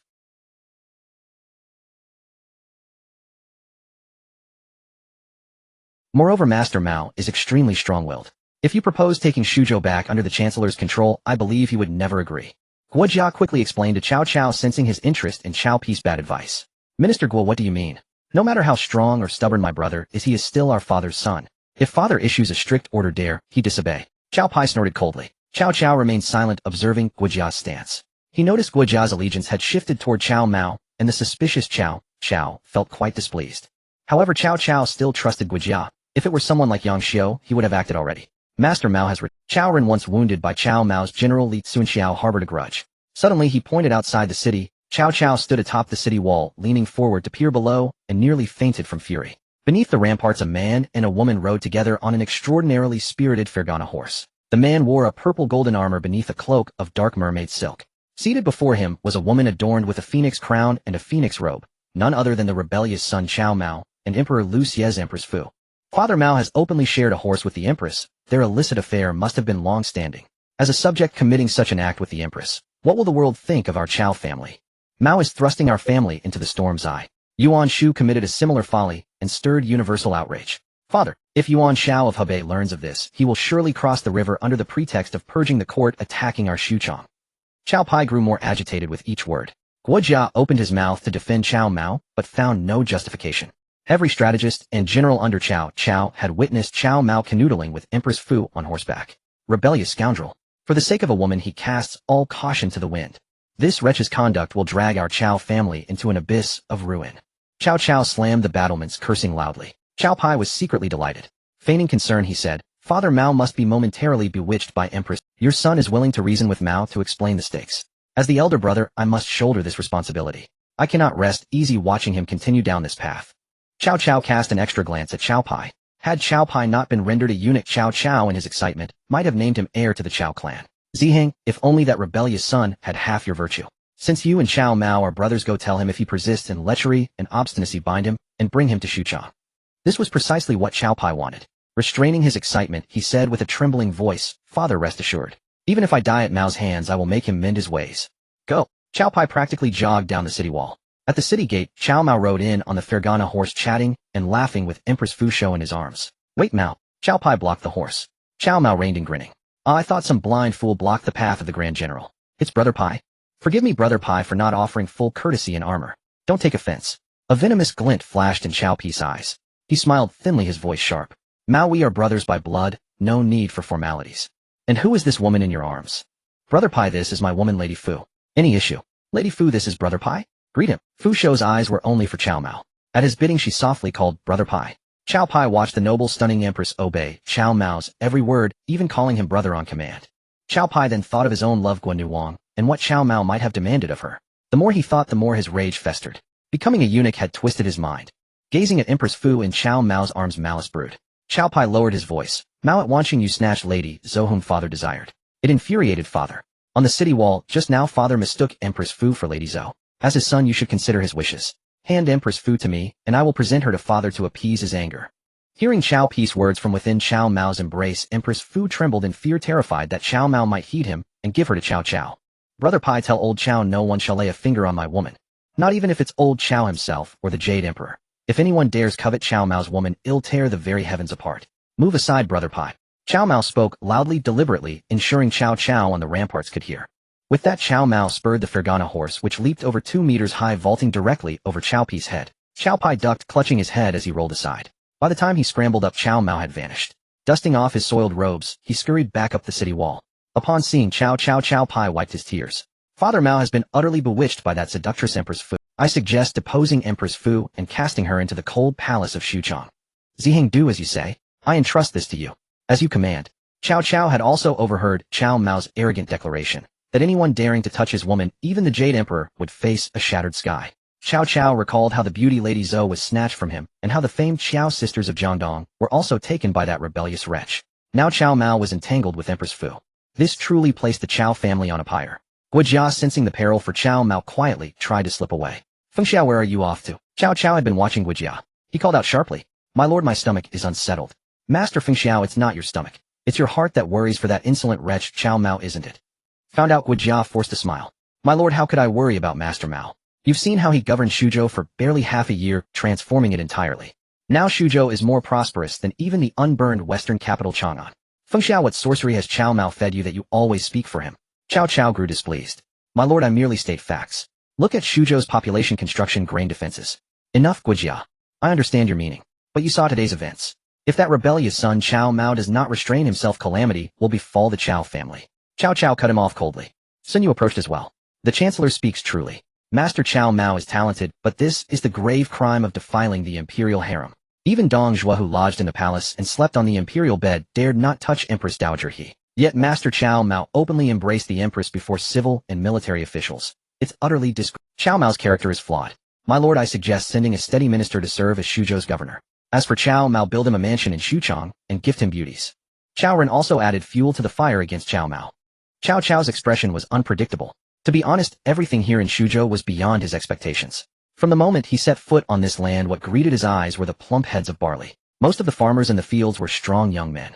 Upon entering Suzhou City, it seemed as if the entire city had transformed into a massive construction site. Hundreds of thousands of Xiongnu slaves were working desperately. Buildings were rising rapidly. The streets of Suzhou were lined with neat and clean shops, along with various factories and workshops that Cao Cao did not recognize. But deep down, Cao Cao was suspicious. Cao Mao, being a son he could not control, genuinely worried him, fearing that one day Cao Mao might kill his own father. But deep down, Cao Cao was suspicious. Cao Mao, being a son he could not control, genuinely worried him, fearing that one day Cao Mao might kill his own father. General Zixiao, your words are misguided. Young Master Mao has a broad mind. Although Guojia cannot claim to have seen countless people, he has certainly encountered many who are duplicitous. Guojia could no longer hold back. He immediately stepped forward to confront Cao Ren. Mr. Fengxiao, which young master are you referring to? Cao Ren was quite cunning, digging a pit for Guojia to jump into. However, his skills were not enough to contend with Guojia. Guojia was not led astray by Cao Ren, and instead he continued. My lord, if young Master Mao were unable to tolerate others, how could he gather so many top strategists and generals under his command? Not to mention, take Guan Yunshan for instance. He formed a brotherhood with Liu Bei and Zhang Fei. During the meeting at Xuanzhou, my lord had intended to recruit Guan Yu. But what was the outcome? My lord should be the clearest about that. Guojia's words held no faults. Cao Cao thought back. During the meeting at Xuanzhou, Guan Yu famously defeated Hua Xiong in front of the lords, making quite a name for himself. At that time, Cao Cao had wanted to recruit Guan Yu, and secretly sent him gold, silver, and beautiful women, but Guan Yu refused all of it. He clearly stated that he would only be with his elder brother Liu Bei and younger brother Zhang Fei for life. Cao Cao did not give up easily. He sent gifts several more times, but received the same result. Only then did he give up. Yet his rebellious son Cao Mao, it was said, only had a few rounds of drinks with Guan Yu before bringing him under his command. Such a talent, Cao Cao felt ashamed in comparison. Cao Cao slowly nodded. Now that we are in Suzhou City, Cao Mao is simply a bit arrogant, but he is also the Qilin child of the Cao family. Zixiao, Ziheng, you two are Cao Mao's uncles and brother. How can you scheme against him? From now on, do not speak of such, otherwise do not blame me for being ruthless. Cao Cao called over Cao Ren and Cao Pi to give them a warning. Cao Pi felt a mix of emotions. He wanted to slander Cao Mao in front of his father Cao Cao. But hearing Cao Cao refer to Cao Mao as the Qilin child of the Cao family, this was something Cao Pi remembered hearing only in reference to Cao Ong, not to any of his other brothers. Cao Pi felt a deep discomfort, more so than when Cao Mao had taken his first love, Lady Gua. Cao Ren merely stoked the flames, remembering the grudge against Cao Mao's general Li Cunxiao. When the elder brother Cao Cao spoke, Cao Ren dared not say more. I, Liu Bowen, pay my respects to the Prime Minister. Liu Bowen came forward with a few attendants to greet him. My lord, this is Liu Ji, the chief strategist of young Master Mao. Mr. Bowen is known for his brilliant strategies and unparalleled plans. Guojia quickly introduced Liu Bowen to Cao Cao. Lu Bowen humbly smiled and said, Mr. Fengxiao, you flatter me. Lu Ji is just an ordinary person. Fengxiao, who is superior, you or Mr. Bowen? Cao Cao fixed his gaze on Guojia and asked. Guojia quickly replied, My lord, Guojia cannot compare to Mr. Bowen. In terms of talent, Mr. Bowen surpasses me tenfold. Fengxiao, you are too modest. Mr. Bowen, where are you leading us? To young Master Cao Mao's general's mansion, I presume. Cao Cao clearly did not believe Guojia's words, thinking he was just being humble. Lu Bowen shook his head with a smile. Respectfully, Prime Minister, the general's mansion is the lord's private residence. Only those with a close relationship with the lord may visit the general's mansion. Other guests visiting are all at the Shuzhou Inn. The inn has already prepared food and wine. Prime Minister, you have traveled a long way. Please first go to the inn for a meal. Cao Cao felt somewhat displeased. His son, Cao Mao, actually treated him like an outsider. This father had traveled a long distance riding until his thighs were sore, yet this son did not even let him go to his residence. Cao Cao felt quite uncomfortable. My lord, the accommodation at the Shuzhou Inn is excellent. The food, drink, and living conditions are all very good, and there is. Guojia hesitated. What else? Fengxiao, why are you stammering? Cao Cao glanced at Guojia. My lord, there are courtesans. How can a respectable inn have courtesans? This is outrageous. Sun Yu frowned in anger. Guojia remained silent, thinking to himself, Sun Yu, once you go to the Shuzhou Inn and see these courtesans, I guarantee you will no longer present this facade of being an upright gentleman. The courtesans at the Shuzhou Inn numbered in the hundreds. These courtesans were licensed and regularly checked by doctors.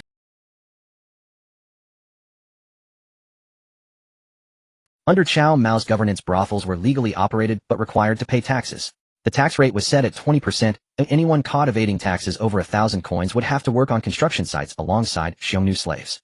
After a few days of hard labor, they would be lucky to not suffer severe injuries. Thus the owners of these brothels conducted their business properly and dared not evade even a single copper coin in taxes. Upon hearing of the courtesans, Cao Cao became interested. Mr. Bowen, please lead the way. At the Shuzhou Inn, Emperor Lu Xie had already taken residence. Cao Mao in front of him was embracing the Empress Fusho, sharing a fine horse, parading through the streets of Shuzhou, and even ran past the carriage of the emperor. This scene contorted the Emperor Lu Xie's face in anger. Cao Mao, you lecherous scoundrel, you have humiliated me too much. I am the emperor. Fusho, you shameless woman, no wonder you have not allowed me to touch you for half a year in the palace. You have long been colluding with this lecherous Cao Mao. It is utterly detestable, truly detestable. I wonder if Minister Dong has delivered my secret edict to Liu Bei in Hebei. Young master, I am here to serve you. At the moment of Emperor Lu Xie's fury, suddenly a sweet voice entered his ears. Who? Lu Xie exclaimed, worried that the Cao family father and son were going to assassinate him in Shuzhou. Young master, I am Stallion. This sweet voice called out, and a pair of fair smooth legs appeared before Lu Xie's eye. Lu Xie fixed his gaze, and in an instant his entire being was captivated. His eyes could not take it all in. The woman wore a black veil over her face, and her clothing was exceedingly revealing with her fair skin exposed. Every movement she made exuded an intoxicating charm. Lu Xie was in the imperial palace, and his throne was a gift from Dong Zhuo. Dong Zhuo was a man of perverse inclinations. When he was in Chang'an, he slept in the imperial bed and debauched the palace maids. Yet he imposed extremely rigid demands on Lu Xie, even assigning him maids who were both ugly and old. After Dong Zhuo's death, Lu Xie was taken in by Cao Cao. He held the son of heaven hostage to command the nobles. Xuchang was Cao Cao's territory, and Lu Xie was strictly obedient here, not daring to overstep a single step. How could he have ever witnessed such a scene? This woman with her scant clothing, boundless allure, and black veil instantly ensnared Lu Xie's very soul. Generals Li Cunxiao, Qin Xiong, Guan Yunchang, Yu Yun, and others have all returned to Shuzhou City. With the addition of General Shui Rengui, there is no need for you to personally lead the expedition. Wasn't it only natural for the son of heaven to sleep with a woman? Why did he have to pay in Shuzhou? The woman rolled her eyes at Lu Xie, looking all refined and proper, and you want it for free. I truly did not know that such a woman would be in this and demanding payment for sleeping with me. But I have no money. No money. Then we must go to the general's mansion and ask the general to decide. The courtesan refused to accept this and dragged Lu Xie out of the room. Lu Xie wanted to call for someone, but he realized he didn't even have a single attendant by his side. Lu Xie, with his clothes disheveled, was dragged by the courtesan to the entrance of the inn. Lu Bowen leading Cao Cao, Guojia, Cao Pai, Cao Run, and Sun Yu happened to be entering the inn. The two parties met at the inn's entrance. Is this not the son of heaven? Why is he tussling with a woman in this inn? Guojia frowned. Lu Xie also saw Cao Cao and the others. He dared not face Cao Cao as this matter was far too disgraceful. Lu Xie quickly covered his face with his sleeve. Cao Cao sneered inwardly. It seemed the son of heaven Lu Xie must have committed some shameful deed, otherwise why would he not even dare to show his face, and had to cover it upon seeing him. Lu Bowen was an official of Shuzhou, but he did not recognize Lu Xie. He halted the courtesan. Why are you two pulling at each other here? Lord Lu, I am a courtesan of this inn with all proper licenses. Today I received this young gentleman, and the price was clearly set at 10,000 coins. But after the deed this gentleman refused to pay, wanting it for free. I am so furious that I must drag him to the general's mansion to seek the general's judgment. The courtesan huffed angrily, publicly exposing Lu Xie's refusal to pay. Xiao Pai couldn't help it and laughed like a rooster crowing, sleeping with a courtesan and not paying. This son of heaven has truly reached his end. Gah. Cao Cao shot him a glare, and Xiao Pai finally covered his mouth. Lu Bowen did not hear Cao Pi's remark. He thought the courtesan had a point, so he politely said to Lu Xie, who was still covering his face with his sleeve, "Young gentleman, since you called for paid companionship, you should pay after the deed." She is not well off either. Though she charges you 10,000 coins, the inn takes a cut, and taxes must be paid. What falls into her hands is not much. Take my advice and pay the fee promptly. Otherwise, for 10,000 coins you could be sent to the construction site to do hard labor alongside the Xiongnu slaves. Cao Cao and the others also drew a sharp breath. The courtesans at the inn were this expensive. 10,000 coins. I have no money. Lu Xie kept his face covered, not daring to let go. Truly no money. Alas, that is troublesome. Take him to the innkeeper. How can such a trivial matter disturb the general? Lu Bowen was also shocked by Lu Xie's words. This man dared to brazenly claim he had no money. If you have no money, why do you hire a prostitute? This is Shuzhou, not some other place. Thank you, my lord. The courtesan cheerfully dragged Lu Xie to find the innkeeper. For her, even though Lu Xie refused to pay, as long as she turned the freeloader over to the authorities, the government would cover the cost. For the freeloader would be sent to do hard labor, and only when he had earned enough to cover the fee would he be released. Doing hard labor alongside those Xiongnu slaves was not merely grueling. It was a matter of life and death. These Xiongnu slaves already knew that their clansmen had been completely slaughtered, and their young women had been brought to Shuzhou by Cao Mao to be married off to soldiers and commoners, or to become courtesans. The Xiongnu slaves harbored a deep hatred for the Han people. Whenever a Han was sent to do hard labor with them at the construction site, they would try every means to kill him. However, Cao Mao had already considered this. He specifically ordered that any Xiongnu slave found doing so be shot. The sharpshooters stationed high on the watchtowers were constantly watching over any Han thrown into the midst of the Xiongnu slaves. The moment something went wrong, an arrow would fly down. After being killed several times, the Xiongnu slaves became fearful.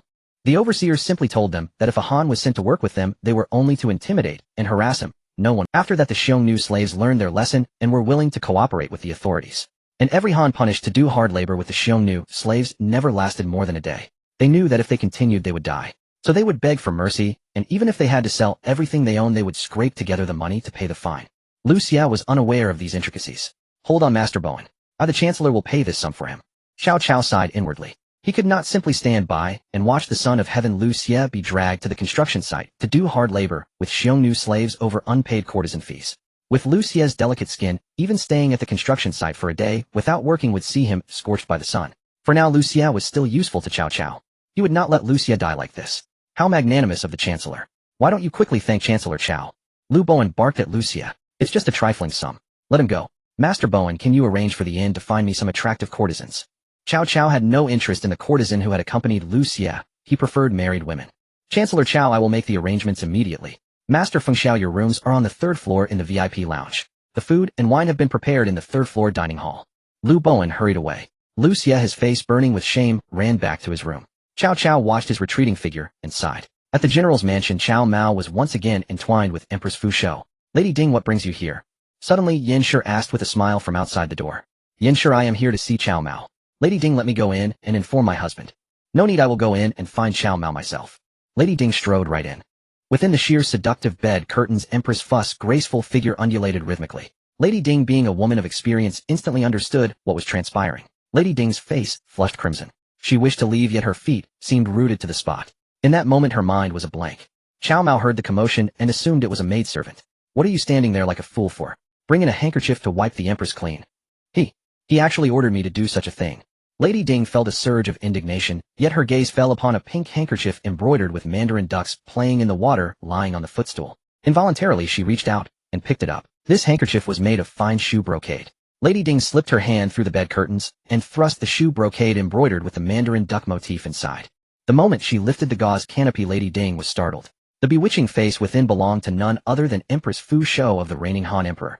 During her time in Xuchang, Lady Ding had often accompanied Cao Cao to palace banquets. Of course, she recognized Empress Fu Shou. Upon realizing that the person within the silken curtains was indeed Fu Shou, the Empress, Lady Ding's mind went numb. She recalled her adopted son Chaoan. Had it not been for Cao Cao's lust for the beauty of Zhang Xiu's aunt and his subsequent attempt to bed her, would her adopted son Chaoan have been gravely wounded by Zhang Xiu's spear? Would it have ended in the tragedy of his death from unhealed wounds?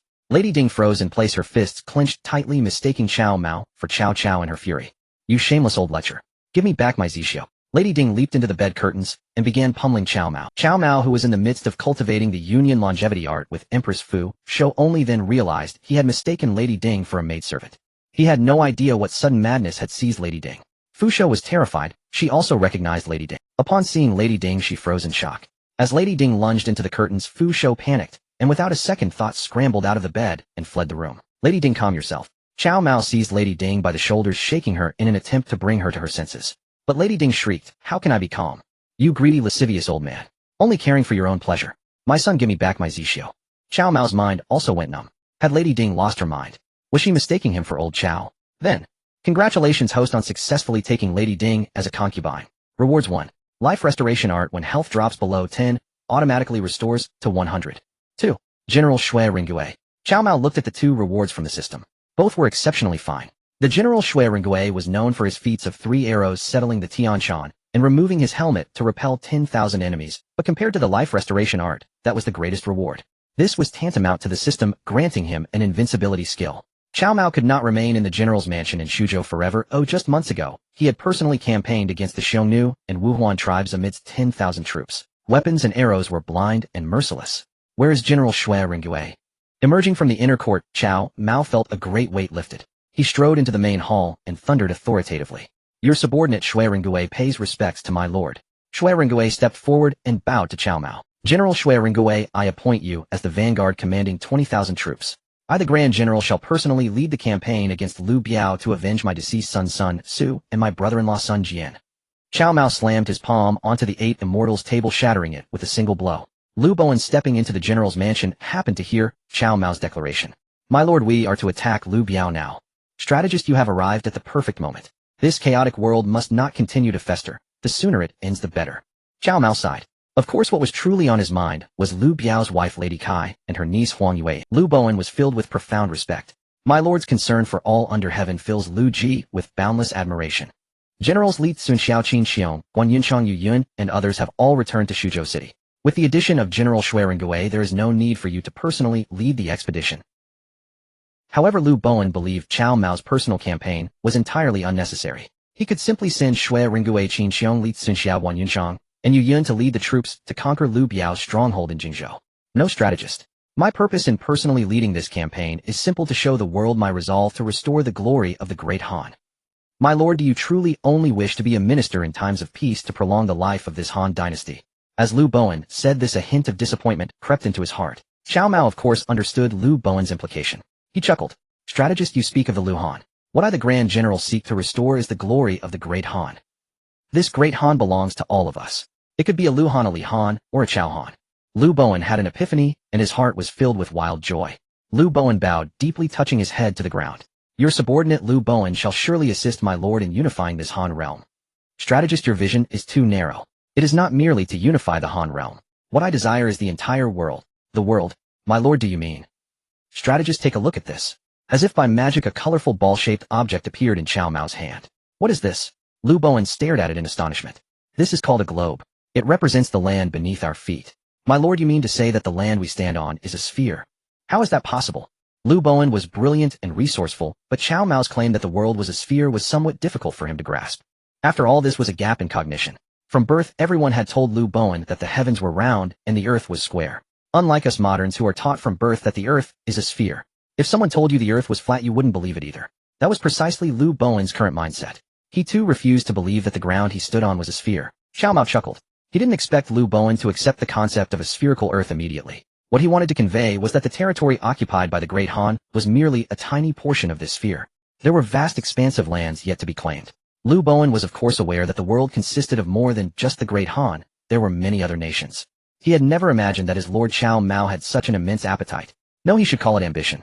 Lu Bowen could not contain the ecstasy in his heart.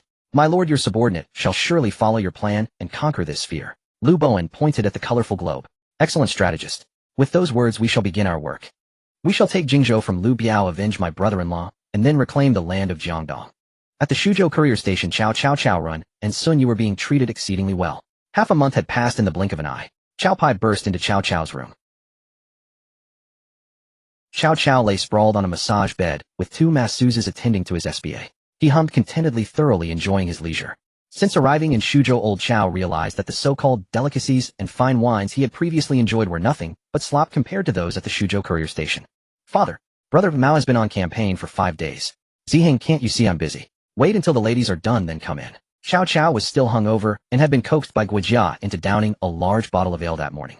Being pressed comfortably by the 2 young women, he was displeased by his son Cao Pi's nagging. Father, enough, get out. Cao Cao was quite annoyed. How could his son Cao Pi be so tactless? Young Master Ziheng, don't spoil our lord's fun. Su Chu, flushed and sweating profusely, emerged from the sauna room, followed by 2 young women. Seeing Cao Pi disturb Cao Cao, provoking his irritation, Su Chu quickly came over and dragged Cao Pi away. Su Chu, Cao Mao is deliberately keeping father in Shuzhou, dulling his senses with wine and women while he leads tens of thousands on campaign. I suspect Cao Mao is taking advantage of father's absence from Xuchang to march on the capital.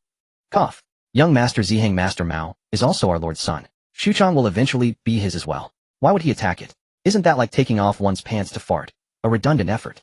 Su Chu had been brainwashed by Guojia these days. Since Cao Long's death and Cao Pi's castration, and despite Cao Ji's talent, his arrogance isolated him. Guojia had privately told Su Chu that after Cao Cao's passing, the heir's position would surely go to Cao Mao. Initially, Su Chu argued that Cao Mao was not the legitimate son. Guojia smiled faintly and said a single sentence that made Su Chu shut up. Su Chu, whether one is born of a concubine or a legitimate wife, is merely a matter of our lord's word. This struck Su Chu like a thunderbolt, awakening him as if from a dream.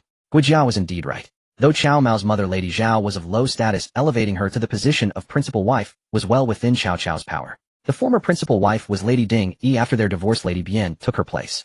Applying this same maneuver to Lady Zou was certainly feasible. Su Chu, do you mean father intends to give the heir's position to Cao Mao?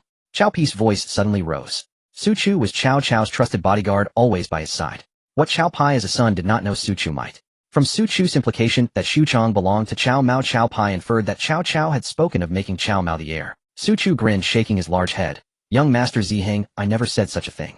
Our lord is in his prime. Discussing the heir is still premature. Young Master Ziheng, could it be that you covet the position of heir? Though Su Chu was illiterate and appeared somewhat dull, he spent every day by Cao Cao's side and had learned a thing or two from observation. Su Chu's words left Cao Pi speechless. He quickly explained, General Su Chu, I have no such intentions. As a son, I only wish for father's health and a long life of 100 years. Then it's settled. Young Master Ziheng, haven't you seen our lord's satisfaction with Master Mao's arrangements? I suggest you find 2 masseuses to give you a rub. It's especially relaxing. I have no interest in that. Cao Pi now hated nothing more than being told to seek out women. Su Chu's suggestion of female masseuses was like pouring salt on Cao Pi's wounds. Cao Pi stormed off in a fury. Su Chu. Although Cao Cao was still being massaged in his room, he mulled over what Cao Pi had just said. He replayed the conversation in his mind like a film. Cao Cao began to sense that something was indeed amiss. Ever since Cao Cao accompanied Emperor Lucia to Shuzhou, Cao Mao had lodged them in this courier station. To be honest, Cao Mao's arrangements were indeed meticulous. Yet half a month had passed, and Cao Mao had not shown his face. After all, Cao Cao was his father. This unfilial son's behavior angered Cao Cao greatly. However, every time he was about to lose his temper, a female masseuse would come to massage his head. Cao Cao suffered from chronic migraines.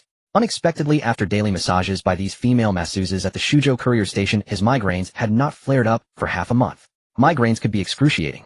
Cao Cao wanted to stay longer at the Shuzhou courier station, believing these masseuses. After drinking, Cao Cao told Guojia that these masseuses were more effective for his migraines than the divine physician Huata. Guojia naturally spoke well of Cao Mao.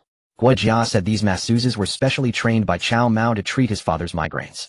Hearing Guojia's explanation, Cao Cao felt sweet inside, thinking to himself that Cao Mao was not an unfilial son, but a truly devoted one. With a good mood, excellent service from the masseuses, and fine wine and food, half a month slipped by unnoticed by Cao. Your subordinate is here. Su Chu, bare-chested, hurried over and bowed to Cao Cao. Go fetch Sun Yu. I have important matters to discuss with him. Sun Yu had no taste for women, but he loved gambling. Over the past half-month, he had gambled day and night in Shuzhou. Having lost all the money he brought, Sun Yu borrowed another 50,000 from Guojia. Now read, he was in the casino trying to win back his losses. Military advisor Sun, the Lord requests your presence. Su Chu quickly found Sun Yu, whose eyes were bloodshot from gambling in the casino. General Su Chu, wait a moment. This round is sure to be high. Sun Yu did not even turn his head. But the Lord. Just a little longer. Damn. How is it low again? This casino is rigged. 32 straight lows. No, I won't accept this. I demand to check the dice. Sun Yu shouted. Sir, our casino is state-owned with an excellent reputation. You must not speak recklessly. Several burly men pulled Sun Yu aside and warned him. Already impatient, Su Chu knocked down the burly men with a single punch each, then hoisted Sun Yu onto his shoulder and carried him out of the casino. Chaos erupted in the casino. Seize that dark-skinned man. He assaulted staff in a state-owned casino. He must be caught and thrown into prison. It's over, Suju. We've stirred up a huge calamity. We're going to jail. Sun Yu was panic-stricken. Suju, looking utterly unperturbed, said, strategist, why fear? With me, Suju here, who dares to lay a hand on us? Suju hoisted Sun Yu onto his shoulder and dashed toward the inn. They had barely run a few hundred meters from the gambling house when 7 or 8 brocade Imperial guards blocked their path. You caused a ruckus at the state-run casino and assaulted our staff. Come with us. The leader, a minor banner-bearer with an embroidered spring saber at his waist, spoke to Suju and Sun Yu in a calm tone. General Suju, we've landed ourselves in grave trouble this time. Sun Yu had been frequenting the casino for days and knew the rules inside out. Moreover, Sun Yu had heard that this casino paid taxes to Cao Mao and was a legal establishment under his protection. Otherwise, it wouldn't have hung a sign reading official state-run casino. Trouble. Who dares to stop me? Suju paid no heed to the brocade Imperial guards. He set Sun Yu down and wore a defiant expression. The minor banner-bearer smiled faintly. In our Shuzhou city, no one is so arrogant. Men seize them. At his command, 7 or 8 brocade Imperial guards drew their sabers and charged at Suju.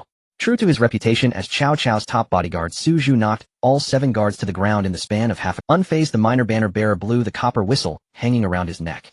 The sharp sound brought all passers-by. They spontaneously encircled Suju and Sun Yu. Sun Yu's face turned pale. Suju, we're done for. We're surrounded. There's no escape with so many people. Strategist, with me here, why are you so scared? Suju sneered and barked at the encircling crowd. Mind your own damn business or my fists, big as sandbags, won't recognize you. Suju shook his fist to intimidate the onlookers. The minor banner-bearer chuckled. You clearly don't understand what it means to be engulfed in the vast ocean of a people's war. Citizens of Shuzhou, listen up. These 2 caused trouble at the state-run casino, injured the staff, and are now resisting. What should we do? Seize them. Break their dog legs.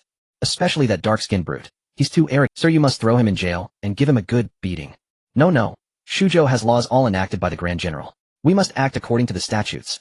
The crowd surrounding Suju and Sun Yu buzzed with chatter, already debating how to handle them. Sun Yu hung his head. Flight was impossible. They could only accept punishment. Suju remained indifferent, still roaring and shouting. Just then another squad of black-clad men arrived, each with a half-meter-long wooden stick tucked into their belts. One end dyed red, the other white. What's happening here? You're blocking traffic. The squad leader stepped forward to inquire. These 2 caused trouble at the state-run casino and injured our brocade Imperial guards.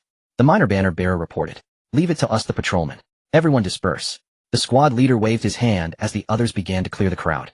In no time, the hundreds of people encircling Suju and Sun Yu vanished completely. Sun Yu was startled. Their efficiency was astonishing. Even a minor street quarrel would draw a crowd of onlookers. Even if the authorities intervened, they wouldn't disperse so quickly. But in Shuzhou, he witnessed absolute obedience to orders. How did Cao Mao achieve this? Sun Yu was awestruck. If Cao Mao transformed the entire Han Empire into something like Shuzhou, wouldn't he become the son of heaven? Cao Mao quickly stepped forward to help him up. Brother-in-law, do not fear. I have heard that Huang Zhu has a fierce general under his command, originally a river pirate. Strategists see that. They're scared. The crowd's gone. Let's go. The Lord is waiting for your instructions. Suju was nonchalant, emboldened by the dispersal of the crowd. Suju, things aren't that simple. Look, even the brocade Imperial guards have left, leaving only these dozen black-clad men. They must be more formidable than the brocade Imperial guards. What's there to fear? I, Suju, have protected the Lord amidst 10,000 cavalry. What are a mere dozen men? Strategist, follow me. Let's see who dares to stop us. Suju grabbed Sun Yu and started to walk. You two. The black-clad patrolman spoke calmly as the dozen men fanned out to surround Suju and Sun Yu. Same old trick. Aren't you afraid he'll beat you all to death? Get to work. The patrol captain wasted no more words. He gestured and 3 patrolmen stepped forward, holding a rod-like device as thick as a cup, rim hollow in the middle. A mechanism at the bottom, when pulled, shot out a fishing net woven from copper wire and silk. As Suju stared in curiosity, a net fell over him, wrapping him tightly. Suju tried to tear it off, but received a solid blow to his back. Attacking me from behind. You'll all die. Suju was indeed formidable. With a mighty tug, he tore a large hole in the net. Just as he was about to rip it apart and hurl it away, something was sprayed into his eyes, causing them to sting and stream with tears. Another net enveloped him, and a dozen blows rained down on his body. Even with Suju's thick skin and tough flesh, he couldn't withstand the beating. He collapsed to the ground, spitting blood twice. The patrol captain finally raised his hand to signal a halt. A pair of silver handcuffs were snapped onto Suju's wrists. He tried to break free, but the cuffs tightened the more he struck. Sun Yu, offering no resistance, was also handcuffed and led away with Suju by the black-clad patrolman. In Xiangyang, Jingzhou, Liu Biao received a battle report. Cao Mao's vanguard Shuirenggui had captured several cities with 20,000 troops. His forces were bearing down on Jingzhou. Cao Mao, isn't he Cao Cao's son? He's destroyed Yuanshu and meddled in Jiangdong recently. I, Liu Biao, have no feud with him. Why does he send troops to attack my Jingzhou? Liu Biao was somewhat panicked. Over the past half-year, he wasn't entirely unaware of Cao Mao's actions in Suzhou. However, he believed Cao Mao had attacked Yuan Shu on Cao Cao's orders. Now that Yuan Shu was vanquished, Liu Biao assumed Cao Mao would need at least 2 years to consolidate the vast territory he had seized. Yet so soon Cao Mao himself was leading a great army to invade Xiangyang. Liu Biao was truly alarmed. "Do not be alarmed, my lord. General Wen Pin guards Xinya. If that brat Cao Mao dares to attack, we shall ensure he never returns." Cao Mao rose brusquely and clasped his hands in a salute to Liu Biao. His elder sister Lady Kai had married Liu Biao. Thus Cao Mao was Liu Biao's brother-in-law. Despite this connection, Cao Mao possessed considerable administrative skill. He was highly esteemed by Liu Biao. "To go away with your words, my heart is much at ease." Liu Biao was overjoyed, believing his brother-in-law's assurance meant there was nothing to fear. "Report, my lord. Xinya has fallen. General Wen Pin has been captured alive by Shui Ringgui, a commander under Cao Mao." Little did Cao Mao expect that his words would be so swiftly contradicted. No sooner had he spoken than Xinya was breached by Cao Mao's vanguard General Shui Ringgui, and the defending General Wen Pin was taken alive. Liu Biao stumbled back in shock and fell to the ground. Cao Mao quickly stepped forward to help him up. "Brother-in-law, do not fear. I have heard that Huang Zhu has a fierce general under his command, originally a river pirate. If this man leads the troops, he can surely slay that brat, Cao Mao's vanguard Shui Ringgui. De Gui, quickly send word to Huang Zhu. Order him to dispatch this fierce general to meet the enemy. Tell this man that if he can hold back Cao Mao's vanguard Shui Ringgui, I will infect him as the Marquis of Xinya." Liu Biao was also desperate. Xinya in Jingzhou was the northern gateway. Wen Pin was highly skilled in martial arts and well-versed in military strategy. Liu Biao had relied on Wen Pin to guard Jingzhou's northern gate. But who would have thought that Cao Mao's vanguard General Shui Ringgui would break Xinya in just a few days and capture the very Wen Pin Liu Biao depended upon? At this rate, Cao Mao's army would be at the gates of Jingzhou city in no time. Liu Biao was naturally alarmed. "My lord, the county magistrate of Xinya requests an audience. General Wen Pin has been captured alive. Why has the Xinya county magistrate come to Jingzhou to see you, my lord? Brother-in-law, in my opinion, we should ignore him and have him thrown out." Cao Mao frowned and suggested Liu Biao disregard the Xinya county magistrate. Liu Biao nodded in agreement. The Xinya county magistrate, however, wailed outside. "My lord, to end this war you need only send one person to Xinya." Liu Biao vaguely heard him and was intrigued. "Wait, summon the Xinya county magistrate." The magistrate was brought in. He fell to his knees with a thud and kowtowed to Liu Biao. "I ask you, were you shouting outside that sending one person to Xinya could repel Cao Mao's army? Are these words true?" Liu Biao leaned forward and asked. "My lord, Cao Mao's vanguard General Shui Ringgui did say this. He said that if this person is sent to Xinya, Cao Mao might agree not to attack Jingzhou for the time being." Who does that brat Cao Mao think he is? A mere wet Behinthire's child. He has only taken Xinya. How could I, lord of the 9 commanderies of Jing and Xiang, fear him? Cao Mao was dismissive, slamming the table and cursing Cao Mao. Liu Biao sighed. De Gui, war is inauspicious. Since Cao Mao has said he only needs one person sent, let us do as he says, and send the person over. In truth, Liu Biao did not fear Cao Mao, he feared the Cao Cao behind him. Brother-in-law Cao Mao is rumored to be licentious and fond of women. He likely wants a beauty from your harem. Already impatient, Su Chu knocked down the burly men with a single punch each, then hoisted Sun Yu onto his shoulder. Liu Biao was advanced in years and had little interest in matters of the flesh. He had indeed gathered some beauties around him, but he could only drool over them. He was incapable of anything else. Brother-in-law, I fear that brat Cao Mao is greedy. If you send him 3 or 5 beauties today, he will ask for more in a few days. That would be troublesome. It is of no consequence. I can still gather a few beauties. Magistrate, trouble yourself once more. Send several beauties to Xinya. Liu Biao looked at the Xinya county magistrate. The Xinya county magistrate, however, shook his head like a rattledrum. My lord Shui Ringgui, said their master, Cao Mao does not want ordinary beauties. He wants. The magistrate stammered, unable to speak the words. Speak. A grown man stammering and hesitating. No wonder Xinya fell to the Cao army in just 2 days. I thought Wen Pin was skilled in defense, but it seems he is nothing special. Cao Mao was very arrogant. He slammed the table and cursed. De Gui, do not frighten the magistrate. Just speak, do not be afraid. Liu Biao comforted the Xinya county magistrate. The Xinya county magistrate mustered his courage, silently thinking you asked for it, so here goes. My lord, the beauty Cao Mao wants is Lady Kai. What? Cao Mao leaped up with a start and reached for the sword at his waist. The Xinya county magistrate was terrified. He scrambled up from the ground and fled outside. He stumbled several times. You insignificant county magistrate. How dare you utter such words? You deserve death. Cao Mao had already caught up to the Xinya county magistrate and thrust his sword through his back. A chill ran through the magistrate's heart. Looking down at the sword tip protruding from his chest, he murmured, My lord, I was merely a messenger. Why kill me? Cao Mao snorted, coldly yanked the sword from the magistrate's body and gave him a kick. If not you, then who? Do you not know that Lady Kai is my own sister? De Gui, you should not have killed him. He was only delivering a message. Liu Biao also stood up, reproaching Cao Mao. Brother-in-law, the man is dead. There is no use talking about it now. Let me go to Huangzhou myself and bring Gan Ning back. Gan Ning and I will attack Xingye together and cut off that brat Cao Mao's head. In Xingye City, Cao Mao, Lu Bowen, Li Cunxiao, Yu Yun, Qin Xiong, Guan Yun, and Shui Ringgui were eating and drinking. My lord Guan Yu is willing to be the vanguard and lead 5,000 troops straight to Jingzhou. Yu Yun needs only 3,000. Yu Yun also stood up. Having joined Cao Mao's ranks without yet achieving any merit, this young man was growing impatient. Yu Yun, what is the meaning of this? Are you trying to steal the credit from me? Guan Yu's phoenix eyes narrowed as he looked at Yu Yun. Yu Yun quickly stood and clasped his hands. General Guan misunderstands. Since following our lord, I have yet to achieve a single merit. I was even late for the battle to take Xingye. For the upcoming attack on Jingzhou, I ask General Guan to yield to me. If I cannot conquer Jingzhou, then General Guan, I am determined to take Jingzhou. Yu Yun, stand aside. My lord, if Guan Yu cannot take Jingzhou, I will cut off. Cao Mao burst into laughter and waved his hand. Yunchang, there is no need for that. Here is the plan. You and Yu Yun will each lead 5,000 troops.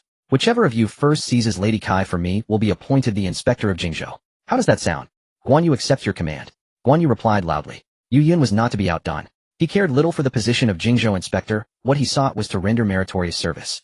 Strategist Li Cunxiao, Qin Xiong, Shui Ringgui, follow me into battle. My lord, are we truly abandoning Xingye? Lu Bowen had assumed Cao Mao would spend a few days organizing troops in Xingye, waiting for news from the vanguard forces of Yu Yun and Guan Yu before deciding his next move. Yet no sooner had Yu Yun and Guan Yu departed than Cao Mao ordered the entire army to march. Their target was Jingzhou's Lu Biao. This left even Lu Bowen bewildered. Cao Mao chuckled. Strategist, Xingye is but a tiny, insignificant place. Remaining here serves no purpose. Moreover, the victory of war is not determined by the gain or loss of a single city or territory. Not by the gain or loss of a single city or territory. Shui Ringgui, standing nearby, expressed his confusion. Lu Bowen, however, was struck by sudden enlightenment. My lord, with you commanding the overall situation, this battle is destined for victory. Strategist, spare me the flattery. Come, the reason I'm so eager to reach Jingzhou is to lay my eyes on Lady Kai. I hear her skin is even fairer than my beloved concubine Lady Gan. I wonder if it's true. Ha ha ha. Lu Bowen's mouth fell open. He had been marveling at Cao Mao's profound statement about not being fixated on a single city's gain or loss, but how had the tone shifted so abruptly? Cao Mao was his lord, so he refrained from comment. Guan Yu and Yu Yun each took 5,000 troops. Cao Mao, accompanied by strategist Lu Bowen and the three great generals Shui Ringgui, Li Cunxiao, and Qin Xiong, commanded 30,000 men. Among these 30,000 were 5,000 elite cavalry. The remaining infantry were recruited from among the refugees. After nearly half a year of rigorous hellish training, these refugees had undergone a complete transformation in spirit and appearance. These soldiers were specifically selected by Cao Mao from the refugees for their willingness to endure hardship, and they were provided with excellent rations. Each man received a caddy of meat daily, 2 caddies of noodles or rice and vegetables. Their military pay was also generous at 300 coins per month. This sum was enough to support a family of 5. Cao Mao instilled in them a KP-style mentality: endure hardship and training, and be rewarded for every enemy head taken in battle. During sieges, the first man to scale the enemy battlements would be rewarded with gold, silver, and beautiful women. On this point, Cao Mao was unequivocal. If you want others to risk their lives for you, you must offer a price worthy of that life. He couldn't be like certain bosses nowadays who drone on about dedication while being utterly stingy with rewards. Or worse, they only think about docking their employees' pay. Isn't that just blatant exploitation? 2 days later, Lu Biao was in his private residence when Cao Mao's personal guards arrived. Remarkable Degui. In just 2 days you've captured Xingye and slain tens of thousands of Chao's troops. Lu Biao was overjoyed upon receiving Cao Mao's report of victory. Husband, my brother is so accomplished. Why haven't you given him the seal of Grand Admiral of the Navy yet? A seductive figure emerged from behind the screen. She was alluring and graceful, her eyes seeming to hook into a man's very soul. Even Lu Biao, a man who could only slobber over women, found his eyes fixated on her. Husband, what are you staring at? Lady Kai coquettishly nestled beside Lu Biao. My beauty, no wonder even that whelp Cao Mao has set his sights on you. Lu Biao remarked with a sigh. Husband, is this Cao Mao you speak of the same Cao Mao, the chancellor's son, who took Shuzhou, beheaded Lu Bu, and defeated Yuan Shu? Lady Kai asked directly. Lu Biao was taken aback. My lady, I never expected you, secluded in the inner chambers, to be so familiar with this Cao Mao. Why is that? Husband, didn't my niece Yueying come to Jingzhou a few days ago? Have you forgotten? She told me all about him. Oh, so it was Yueying. That girl, instead of sticking to needlework and embroidery, why is she always concerning herself with the affairs of the realm? Lu Biao clicked his tongue, a sudden thought crossing his mind. My lady, although this Cao Mao is arrogant, he is after all the son of Chancellor Cao. With Cao Cao having destroyed Yuan Shu and recently defeated Yuan Shao's southern campaign, his territory grows larger by the day. I think Yueying is of marriageable age. Perhaps I should send someone to Xuchang to propose a match to Chancellor Cao. If we become relatives by marriage with Chancellor Cao, with this bond of kinship, our 9 commanderies of Jing and Xiang will be secure. An alliance by marriage with Chancellor Cao. That's not a bad idea. He'll go speak with Yueying. Lady Kai rose gracefully. Watching her elegant figure, Lu Biao felt a surge of desire. If we become relatives by marriage with Chancellor Cao, with this bond of kinship our 9 commanderies of Jing and Xiang will be secure. An alliance? Impossible. Dagui's victory report is right here. Didn't he say he had taken Xinya and slain 10,000 of Chao's troops? Lu Biao was so shocked he collapsed to the ground. Outside the city, Yu Yun and Guan Yu, each leading 5,000 men, were fiercely assaulting the east and north gates of Jingzhou. Both were filled with competitive spirit, locked in a silent rivalry. Each was determined to be the first to breach the city of Jingzhou. Guan Yu in particular was putting forth his utmost effort. He had no intention of being outdone by a young upstart like Yu Yun. I shall personally lead the assault. Anyone who dares retreat will be executed on the spot. Guan Yu dismounted and climbed a scaling ladder. With him taking the lead, the soldiers, already eager for glory, fought with even greater ferocity. However, Jingzhou's city walls were formidable. Lu Biao had been constantly vigilant against a northern attack from Cao Cao, and he poured every available coin into the city's fortifications. This indeed caused Guan Yu considerable difficulty. While Yu Yun and Guan Yu were each leading their 5,000 men in the assault on Jingzhou's 2 gates, Cao Mao, accompanied by Lu Bowen, Qin Xiong, Li Cunxiao, and Shui Rengui, arrived at an open area north of the city. Come set up the Grand General Cannon. Let's fire a few rounds into them first. Cao Mao had ordered the removal of all several Grand General Cannons from Xiang to Shuzhou. With Yuan Shu vanquished, there was no longer any need to defend Xiang. Cao Mao left only a few civil officials to administer it. The Grand General Cannon was too cumbersome, so Cao Mao could only bring one. The Grand General Cannon was set up, aimed at Jingzhou City, and fired. Boom! A thunderous roar echoed as the cannonball smashed into the city. Dozens of houses were struck by the cannonball and collapsed in ruins. Lu Biao, already trembling with fear, was struck speechless by the deafening sound. My lord! A massive stone fell from the sky into the city, destroying dozens of houses and causing numerous casualties. The strategist Kuai Liang rushed in panic to report to Lu Biao. It's over. All is lost. I fear this Jingzhou city cannot be held. Lu Biao was more terrified than ever. My lord, an immortal has appeared. Before Kuai Liang could offer advice, Kuai Yu also came running in a fluster. An immortal? A real immortal? Have they come to save my Jingzhou? Lu Biao clung to the hope like a drowning man grasping at a straw. It should be so. My lord, you are the foremost of the 8 talents of Jingxiang. It is possible that immortals have come to rescue Jingzhou in its time of peril. Kuai Yu flattered Lu Biao. The citizens of Jingzhou City along with the military gazed up at the sky. Suspended in the air above Jingzhou City was a massive circular object from which a basket hung. Inside the basket stood several people. We are under attack from external enemies in Jingzhou City. This is a celestial being here to help us. Everyone quickly bowed to the celestial being, pleading for assistance for Jingzhou. It was unclear who led the shout, but many citizens and soldiers of Jingzhou knelt down. Lu Biao emerged from his residence accompanied by Kuai Yu and Kuai Liang. Lu Biao shaded his forehead with his hand, looking up at the sky. Is this really a celestial being? My lord, this is indeed a celestial being. The celestial being is aware of the Cao army's invasion of our Jingxiang territory and has come specifically to assist you in defeating Cao. Kuai Yu spoke with fervor. Lu Biao was somewhat stunned. Why would a celestial being come to save him? At this moment, E.G. hurriedly arrived. He frowned, staring at the object above him for a moment, then decisively said, My lord, I believe this is not a celestial being, but a demon. It is highly likely that this demon was summoned by the Cao army. Please gather skilled archers to shoot down the demon from this object. Kuai Yu was furious, glaring at E.G. and shouting. E.G., what nonsense are you spouting? This is clearly a celestial being. How can you call it a demon? My lord, you should severely punish E.G. Move, Kuai Yu. You are sowing discord and misleading the lord. This celestial being has not come to Jingzhou early or late, but has come at the very moment the Cao army is launching a fierce attack on us. Isn't this clearly a trick of the Cao army? My lord, General Huang Zhong is an excellent archer. Please summon him to shoot down this demon. Lu Biao was equally perplexed by the strange object above him that had a basket hanging from it. At this moment, 3 people stood in the basket: Cao Mao, Lu Bowen, and Li Cunxiao.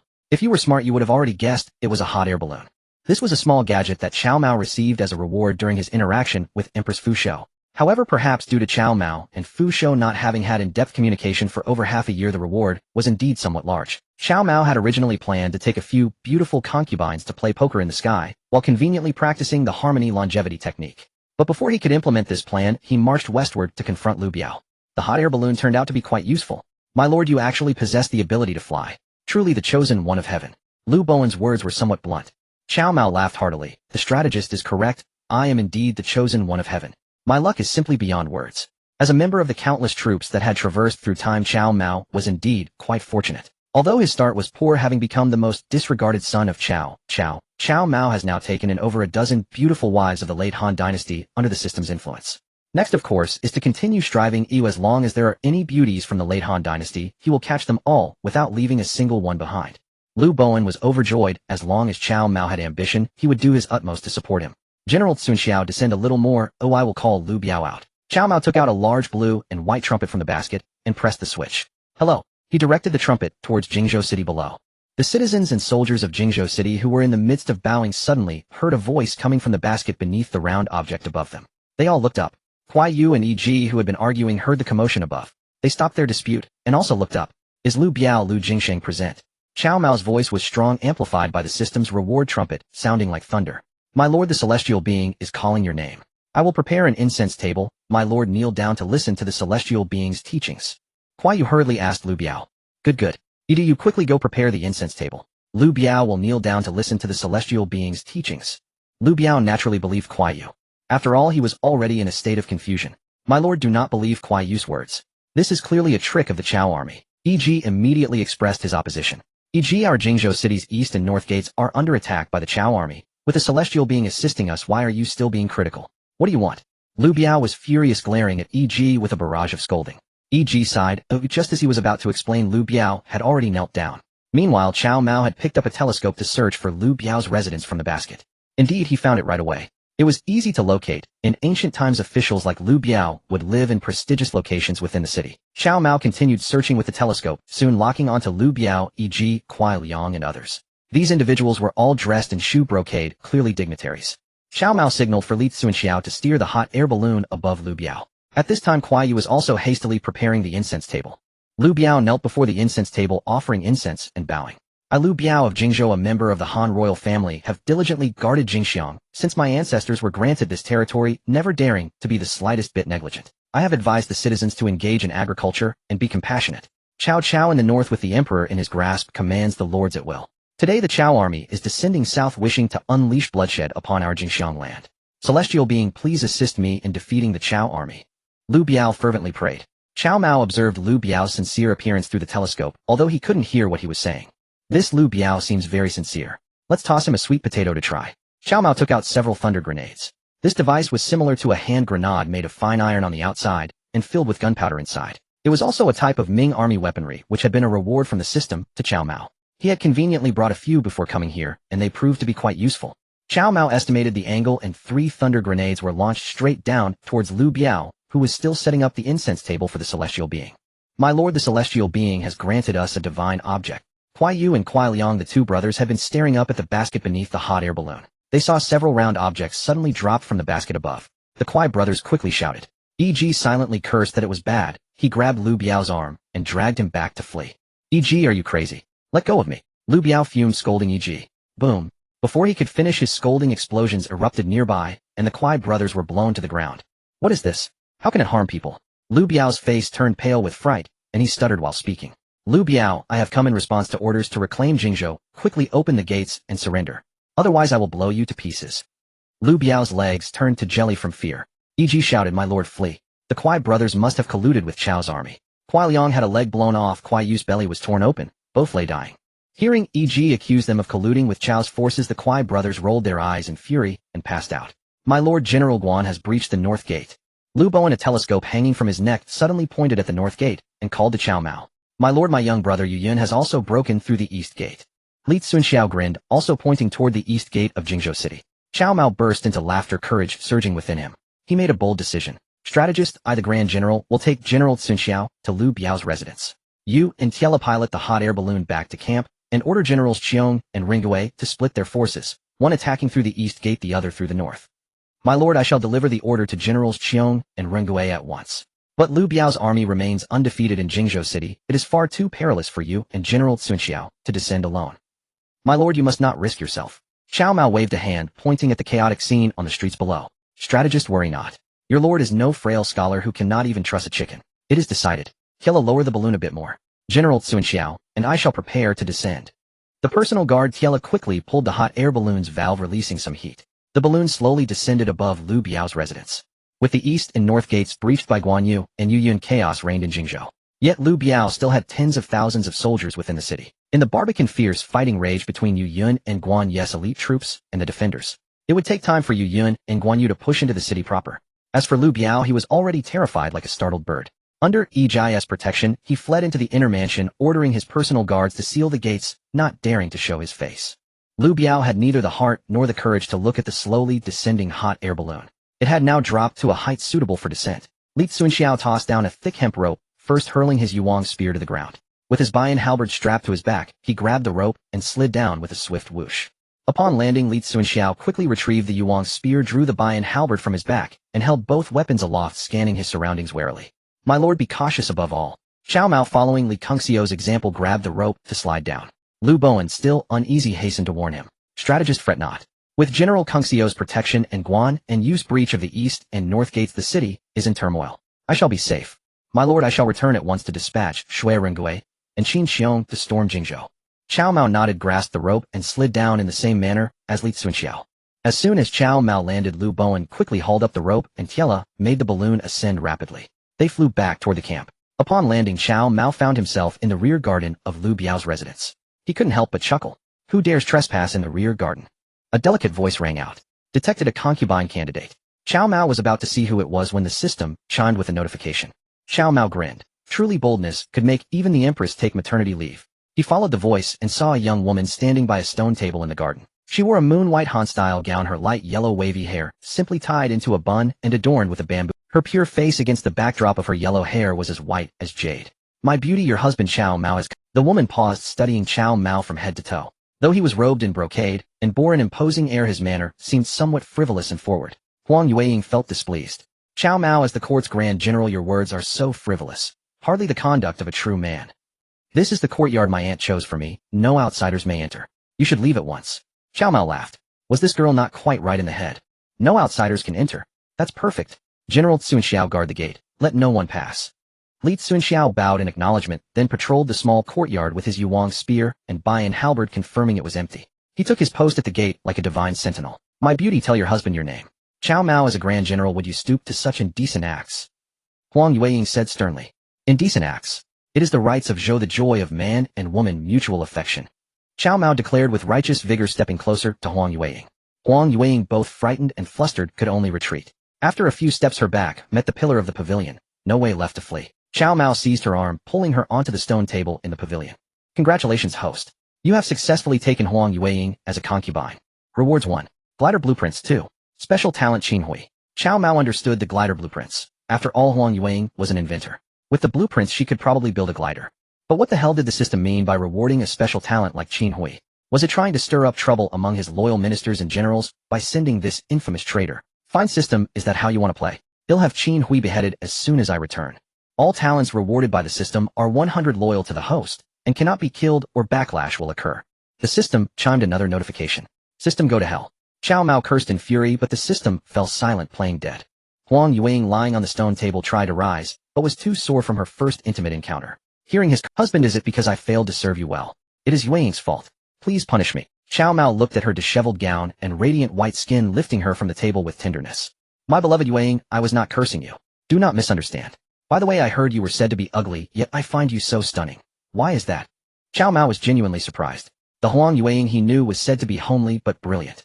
Legend had it that even Zhuge Liang's wooden oxen and gliding horses were actually her inventions. Huang Yueying's pretty face flushed with shame. Husband, I am indeed plain-featured, and this head of yellow hair only invites more scorn. Cao Mao understood. The ancients believed that yellow hair and blue pupils were signs of a malevolent spirit. Huang Yueying had yellow hair, and her eyes were also different from the ordinary black irises. Through the spread of misinformation, it was believed that Huang Yueying was hideously ugly. But upon reflection, it was utterly impossible. Huang Yueying was the niece of Lady Kai. Her mother and Lady Kai were biological sisters. Lady Kai was a beauty, and even if her elder sister was slightly less attractive, she could not have been too far off. My beautiful Yueying, what does yellow hair matter? There are plenty of people with golden hair, white hair, chestnut hair, and with blue eyes, purple eyes, green eyes. Husband, you're just trying to comfort me. There are no such people. Huang Yueying was somewhat incredulous. Cao Mao did not explain further. At worst, when Zhang He returned from the little island nation and next sailed the western seas, he would bring back some golden-haired, exotic-eyed beauties. Anyone who dares to step inside shall die. Suddenly, Li Cunxiao's thunderous voice rang out in the courtyard. Yueying. A woman's voice screamed Huang Yueying's name in shock. It's my aunt. Huang Yueying was in Cao Mao's embrace, still feeling unwell after her first intimate encounter. Is it Lady Kai? Yes, it's Lady Kai, my maternal aunt. Sister Yin, your lips are so sweet. In the eyes of our husband, I should call you elder sister. Sister Ding, among ourselves we'll address each other as we please. Before our husband, we can follow his rules. Of course he would not harm Lady Kai. General Cunxiao, hold your hand. Seeing Huang Yueying walking with difficulty, Cao Mao simply picked her up and in a few steps arrived at the entrance of the small garden. The small garden gate had already been opened. Li Cunxiao held a yuan spear in one hand and a bayan halberd in the other. At his feet lay over a dozen corpses of Jingzhou soldiers. Outside there were still more than 20 Jingzhou soldiers. These soldiers looked at each other in dismay, their hands gripping their swords and trembling. Li Cunxiao's martial prowess was too terrifying. Anyone who approached was simply coming to die. Lady Kai had sharp eyes. She immediately spotted her niece Huang Yueying being held in the arms of a brocade-robed young master. Lady Kai's expression changed in terror. Her sister had sent her daughter here. If something happened, how could she explain it to her? Scoundrel, who are you? Why do you harm my niece Yueying? Aunt, he is Yueying's husband. Huang Yueying's pretty face flushed crimson as she shyly explained to Lady Kai. Husband? Yueying, you are not yet betrothed. Where did this husband come from? Lady Kai was stunned. Cao Mao grinned and said, Lady Kai, I am Cao Mao. I have long admired Miss Yueying. Today I came unbidden. Just moments ago Yueying and I became husband and wife. Lady Kai looked closely, using her experienced eye to judge. Indeed, her niece Huang Yueying had already consummated the union. Without a matchmaker's word or your parents' command, you dared to commit this shameful act. Truly a disgrace to the family. Yueying, your aunt never thought you would act this way. If your father knew, he would be furious. Lady Kai's hands trembled with rage. Lady Kai, what is there to be angry about in romantic love? Besides, it's just a matter of getting the cart before the horse. Later I'll have old Chow send the betrothal gifts, the 6 rights, the sedan share, the 12 invitations, and the dowry of a mile of red. Won't that suffice? Easier said than done. Lady Kai, it truly is easy. You'll know after Lord Mao has done it. Cao Mao grinned. My lady, the Chow army has broken into the city and is nearing the inner city. The Lord has abandoned the city and fled through the south gate. You must flee too. A servant rushed over and shouted at Lady Kai. My husband fled. How could he abandon me? Lady Kai was dumbfounded. Lu Biao had actually left her behind and run away alone. Lady Kai, husband and wife are like birds in the same forest. When disaster strikes, each flies separately. There's nothing to be surprised about. From now on you will follow me.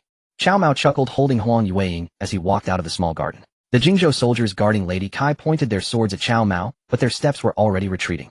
After all, if even Lu Biao had fled, why would they stay and wait for death in Jingzhou City?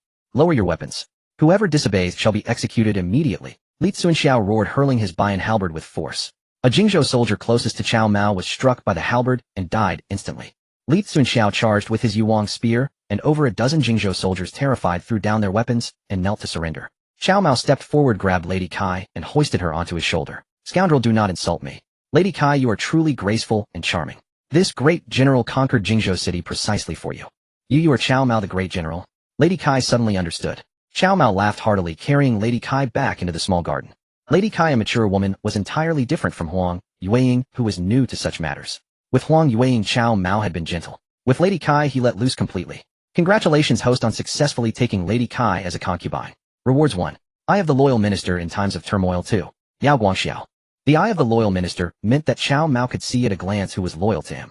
The general strategists and as for the beautiful concubines Cao Mao had taken, his captivating physique had already immersed them, unable to extricate themselves. The Eye of the Loyal Minister was meant to inspect those surrendered generals and strategists. A single glance would reveal who was feigning surrender. Old Chow had suffered greatly from this. Huang Gai of Jiangdong, one willing to strike, the other willing to endure. He had deceived Old Chow most bitterly. A million-strong army was utterly defeated by a single fire. If not for that fire at Red Cliffs, Old Chow would have crushed Jiangdong and truly locked the 2 Qiaos in the Bronze Sparrow Terrace. Cao Mao certainly wished to follow in Old Chow's footsteps. With this Eye of the Loyal Minister, no one could play the feigned surrender trick before him. Husband, you are too formidable. Your concubine has not experienced such exhilaration in over a decade. An hour earlier, Lady Kai had been crying and cursing. Now she lay limp in Cao Mao's arms like mud, a profound sense of fulfillment, making her feel like a woman again. It was a joy she had never known before. My lady, such days will come every day from now on. Husband is lying. Your concubine knows you have already taken over a dozen beautiful concubines. Your concubine is older. Once your husband's novelty wears off, you will surely cast me aside. Lady Kai pouted coquettishly and charmingly. Cao Mao laughed heartily. My Lady Kai, just put your heart at ease. Your husband fears you will be the one begging for mercy. Lady Kai did not believe him. When had she ever heard that Cao Mao was greedy and lustful, having taken over a dozen concubines? No matter how powerful Cao Mao was, how could one man satisfy so many wives and concubines? A team of 18 knights dressed in dark cold attire, wielding crescent moon sabers and carrying great bows and arrows on their backs, swept like a whirlwind to the outside of Lu Biao's residence. These knights possessed exceptional equestrian skills, and Lu Bowen was protected among them. He jumped off his warhorse, followed closely by the Yan 18 knights. General Li Cunxiao, is the Lord safe? Lu Bowen saw Li Cunxiao standing at the entrance of the small garden, holding the Qingye staff in one hand and tightly gripping the Baiyin hammer in the other. He hurriedly stepped forward to inquire. Li Cunxiao pointed to the small garden. Military advisor, the Lord is currently in conversation with the two newly accepted concubines. Lu Bowen opened his mouth, secretly thinking how swift the Lord's actions were. He had just left the city to summon Generals Qin Xiong and Shui Ringwei, and yet in that short time the Lord Cao Mao had already taken two concubines. Military advisor, you are in charge of all military and political affairs in Jingzhou from now on. Cao Mao, accompanied by his new concubines Huang Yueying and Lady Kai, walked out of the small garden of Lu Biao's residence with a satisfied expression. Despite Lady Kai being Huang Yueying's aunt in Cao Mao's eyes, Lady Kai had entered the household later than her niece Huang Yueying. Logically, Lady Kai ought to call her niece sister. Seeing that Cao Mao was unharmed, Lu Bowen finally breathed a sigh of relief. My lord, I will head to the Jingzhou government office to gather the officials and handle military and political affairs. Gather the officials. This general will accompany you. Cao Mao suddenly remembered that when he took in Lady Kai, the system rewarded him with an eye of loyalty that discerns loyal ministers. Does the Lord also wish to manage the military and political affairs of Jingzhou? Lu Bowen exclaimed in joy, for he knew that the Lord Cao Mao did not like dealing with such trivial matters. Cao Mao chuckled. Military advisor, you will still be responsible for the specifics. I am just going to see the excitement. See the excitement. Lu Bowen was confused. He did not know that Cao Mao simply wanted to test the eye of loyalty that discerns loyal ministers. It was like a child with a new toy eager to play with it. Just moments ago, Cao Mao had already used the eye of loyalty that discerns loyal ministers to check on Li Cunxiao, Lu Bowen, and the Yan 18 Knights. Indeed, these system-rewarded general strategists and loyalists all had loyalty ratings of 100. In the Jingzhou government office, the officials stood gossiping among themselves. I heard that the one who breached our Jingzhou is Cao Cao's son Cao Mao. This man is lecherous and extremely brutal, viewing human life as mere grass. It's over. Just now a team of Cao's soldiers stormed into my residence like wolves and tigers, pinning my entire family in the courtyard. Now they have summoned me to the government office. It seems my life is in jeopardy. Cao Mao the madman, it is said he has entered the Lord's residence and violated Lady Kai.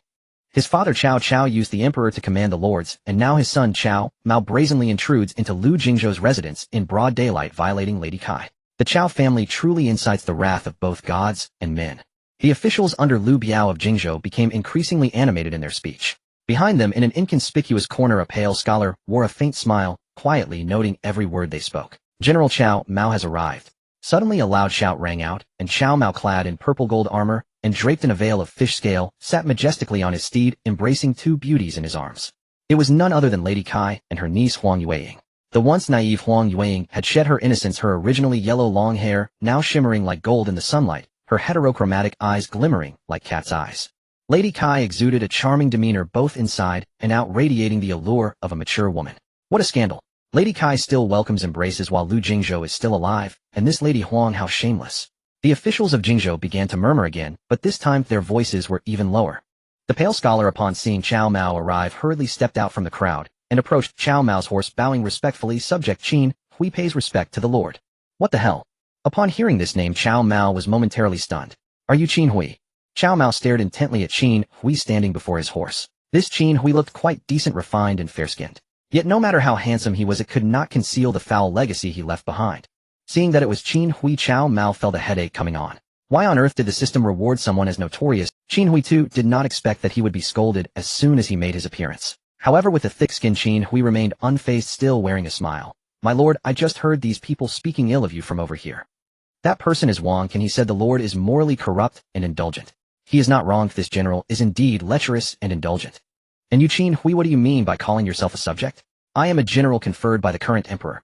Cao Mao berated Qin Hui fiercely. True, he would eventually replace Lu Xie to unify this chaotic world, but not now. Yuan Shu was a living example. Yuan Shu had just been taken down by Cao Mao. Oh, he could not become the next Yuan Shu. If Cao Mao were to proclaim himself emperor today, without even mentioning Yuan Shao, Zhang Yonggang sons on Liu Bei, or Ma Teng, even his cheap old father old Chao would lead troops against him. Cao Mao's current strength was not yet sufficient to confront all these forces heated. The officials of Jingzhou, hearing Qin Hui refer to Cao Mao as a subject, felt a surge of righteous indignation. Cao Mao's scolding of Qin Hui did ease the officials' hearts somewhat. Qin Hui hurriedly explained, My lord, the current emperor is confused. Those who deserve the world should occupy it. My lord, you are brilliant, both civil and martial, with exceptional wisdom. Qin Hui spoke passionately, his saliva flying. Cao Mao chuckled and called out, Come, strip Qin Hui of his pants and give him 20 lashes. Be careful not to kill him. My lord, I am loyal to you. Qin Hui panicked, kneeling before Cao Mao to plead for mercy. Cao Mao ignored him. Tai Lu, along with several personal guards, charged in, pinning Qin Hui to the ground and pulling down his pants, revealing his pale backside. Strike. The stick came down, and Qin Hui immediately cried out in pain. My lord, I was wrong. Please, Qin Hui cried out in agony. The loyalty ratings of these Jingzhou officials. Wang Can loyalty 45. Lu Pan loyalty 39. E.g. loyalty 59. Li Yan loyalty 61. Other unnamed Jingzhou officials had loyalty ratings peaking at 70. This was normal as they had just occupied Jingzhou, and these officials only felt fear towards Cao Mao. However, with Qin Hui being punished, the loyalty of these individuals significantly improved. Cao Mao laughed heartily, realizing that this was how the system rewarded Qin Hui. Qin Hui, it seems you will have some better days ahead. For the past month, Cao Cao had been indulging in wine and women at the Shuzhou courier station. Gazing into the mirror, he saw his face, bloated eyes, sunken and dark circles as deep as a giant panda's. Cao Cao snapped awake, realizing, this treacherous son, Cao Mao, means to kill me with debauchery. How vile his schemes are. I must return to Xuchang at once. If I linger any longer, this Shuzhou paradise of comfort will truly become a hero's tomb. Cao Cao hastily called for Su Chu, but instead of Su Chu, Cao Ren appeared. Zixiao, pack our belongings. Summon Su Chu, Wenruo, and Feng Xiao. Elder brother. Cao Ren's face showed reluctance. Zixiao, do you defy even my command? Cao Cao's voice rose sharply as he eyed his younger cousin. Brother, it's not that I disobey, but Su Chu and Sun Yu cannot come. Oh. Cao Cao looked at Cao Ren in surprise. Cao Ren sighed. Elder brother, it's a long story. Father, uncle, Zixiao hesitates to speak. Let me report. Cao Pai rushed into the room with a sharp voice. Ziheng, you tell me. The haggard Cao Cao gestured to his son. Yes, father. Sun Yu lost money gambling in Shuzhou, couldn't repay his debt, and was taken to work as an accountant. Su Chu fought with casino staff, and was arrested by the patrol. Rumor has it he faces a fine. Su Chu spent all his money on drink in Shuzhou, so he had to become a guard for the Jinfeng escort agency, and has now left on a mission. Clatter. Cao Cao's eyes nearly popped out in shock. He roared, such grave matters, and you only tell me now. Ziheng, have you too, like that scoundrel, lost all respect for me? Cao Pai trembled in fear. Father, I came to report long ago, but your chambers were never without women, or you were too drunk and asleep. Cao Cao's face flushed with embarrassment, caught red-handed by his own son. Even with his thick hide, he couldn't bear such a blunt rebuke. Cao Cao coughed, and waved dismissively. Enough, Ziheng. I don't blame you. Quickly prepare for me, we must go. Though Emperor Lucia was a puppet, this trip was under the guise of an imperial tour. Even to return to Xuchang, Cao had to bring Lucia along. Father, that feeble emperor is not at the courier station. Cao Pai sneered, never having held Lucia in any regard. He looked down on Lucia. Not at the station. Where is he then? At the Grand General's mansion. Mao, your son, took his Empress Fu, and Lucia, knowing Mao is away, goes daily to the mansion, hoping to see her. But that woman Empress Fu is hard-hearted. Even when Lucia kneels before the mansion, she refuses to meet him. Cao Pi's words dripped with mockery. Cao Cao Mids-have with a servant leaped up at these words. The razor nearly slit his face. Quickly, go to the Grand General's mansion and bring the Emperor back. Cao Pai and Cao Ren looked puzzled. Master, why such alarm? You? Zixiao, Lucia may be inept, but he is still the son of heaven. A true emperor kneeling to my scoundrel son. Is that not an overthrow of heaven's order? Cao Pai shrugged dismissively. Father, it is Mao who harbors treason, not you. How does this concern you? Fool. If your brother Mao becomes emperor, what does that make me? Cao Cao glared at Cao Pai, finding his son once so scheming now growing duller since his castration. As dull as an idiot. Ah, master, then you'd be the emperor's father, the old emperor. Cao Ren blurted out. Cao Cao sighed wearily. If Cao Mao truly became emperor, he would be chained to his rebel son's chariot, and the first target of the realm's warlords wouldn't be Cao Mao, but him. After all, old Cao was too famous. Cao Cao with his cousin Cao Ren and son Cao Pai rushed from the Shuzhou courier station toward the Grand General's mansion. On the streets of Shuzhou, a swift horse galloped through the bustling crowds. The rider, a master horseman, shouted loudly, great news. The Grand General led his army and breached Jingzhou city in mere days. The rebel Liu Biao fled in panic to the west. Cao Ren quickly turned to Cao Cao. When did that scoundrel take Jingzhou? Cao Cao was stunned. Brother, I heard of it on the street 3 days ago. I meant to report it, but your chambers were. Cao Cao shot a glare at Cao Ren and Cao Pai. You, a brother and a son, won't let go of my wenching, will you? Enough. It's pointless now. Hurry to the Grand General's mansion, bring the Emperor back to the station, and we leave for Xuchang at dawn. Cao Cao waved his hand, signaling them to drop the subject. Cao Ren quickly fell silent. But Cao Pai began poisoning Cao Cao's mind against Cao Mao. Father Mao grows bolder by the day, showing no respect for you. Launching a campaign against Jingzhou without your leave. This is rebellion. Cao Pai droned on. Cao Cao was annoyed, but Cao Mao taking Jingzhou was indeed beneficial to him. Yet Cao Pai called it rebellion, though the madman still held the official post of Grand General of Han. That rank was equal to the 3 dukes, putting Cao Mao on par with Cao Cao himself. Seeing Cao Cao's face darken, Cao Ren signaled Cao Pai to stop. But Cao Pai in full flow ignored his uncle's hints, even if he noticed. Cao Ren sighed and gave up. Cao Pai buzzed like a fly in Cao Cao's ear, driving him mad. He lashed his horse, and it bolted forward. Cao Cao's riding skills were poor. On the way to the Grand General's mansion, he knocked down 7 or 8 pedestrians. The patrolling officers, seeing him hit people and flee, gave chase. Whistles rang out, "Stop that man with the long beard and the red robe. He's knocked people down with his horse." Cao Cao turned to see a dozen officers with redanned white clubs converging from all directions. "I am Prime Minister Cao. In our Shuzhou, the Grand General has established a rule: even the Son of Heaven is subject to the same laws as the common people. We care not if you are a Prime Minister or a General."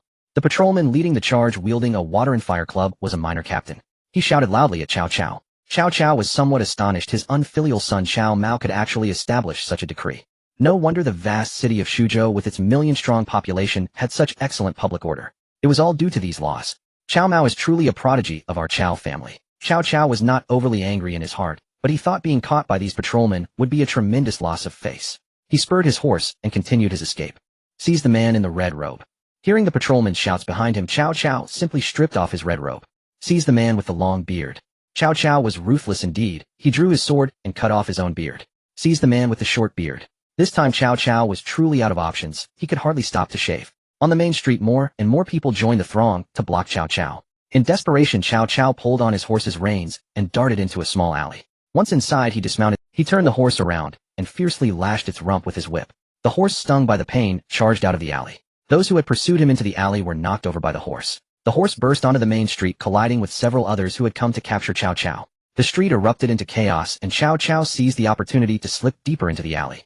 Deep in the alley were some shops selling women's goods. Several matrons were selecting items. Cao Cao's gaze was immediately drawn to these women. It was evident they were all married. Under their Han-style robes, the allure of mature womanhood was undeniable. "Elder sister, this earring is perfect.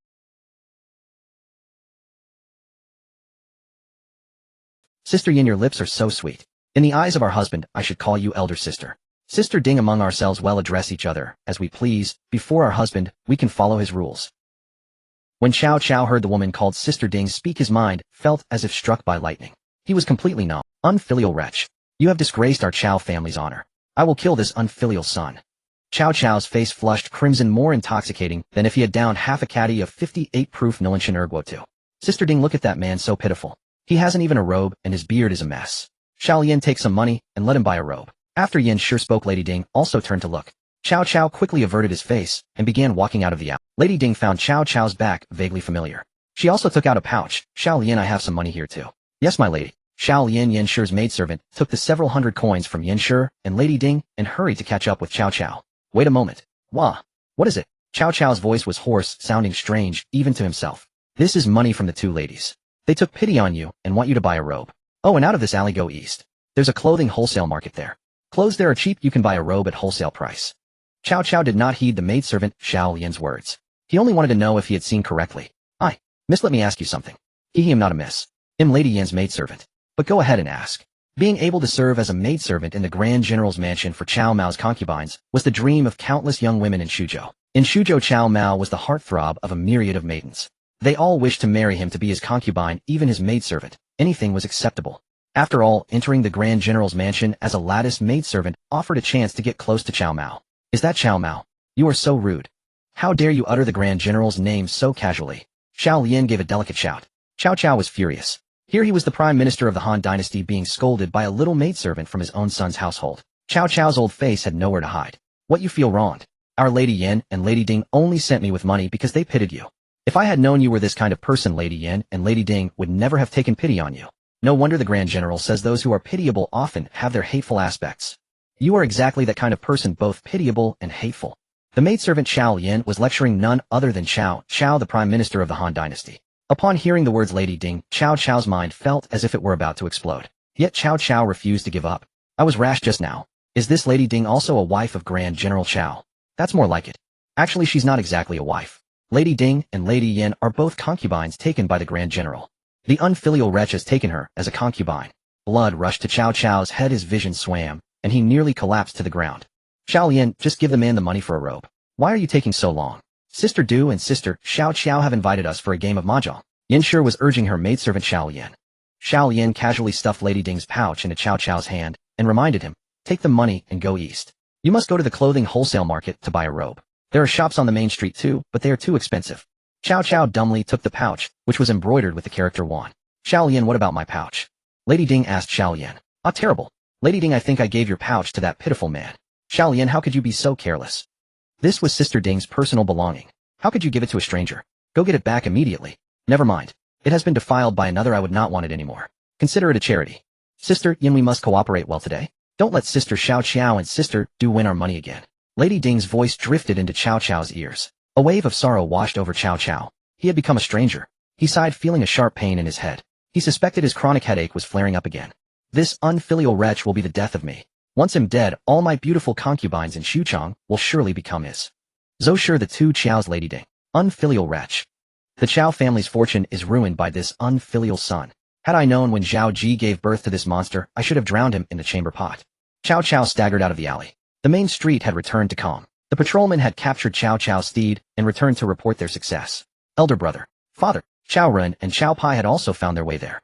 The two noticed that Cao Cao's robe was gone. His once majestic beard was hacked like a cow had grazed on it.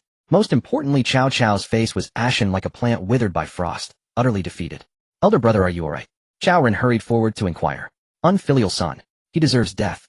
A phrase burst from Cao Cao's trembling lips. Elder brother, which unfilial son do you speak of? Cao Mao? That unfilial wretch Cao Mao has disgraced the honor of the Cao family and deserves death. Zishao returned to Xuchang at once. I will expel this unfilial son Cao Mao from the Cao family and erase his name from the family genealogy. Cao Cao gnashed his teeth, his eyes bloodshot. Elder brother, just moments ago you called young Master Cao Mao the family's unicorn. How did this come about? Cao Ren asked in confusion. Father, though Mao has erred, is it truly necessary to expel him from the family register?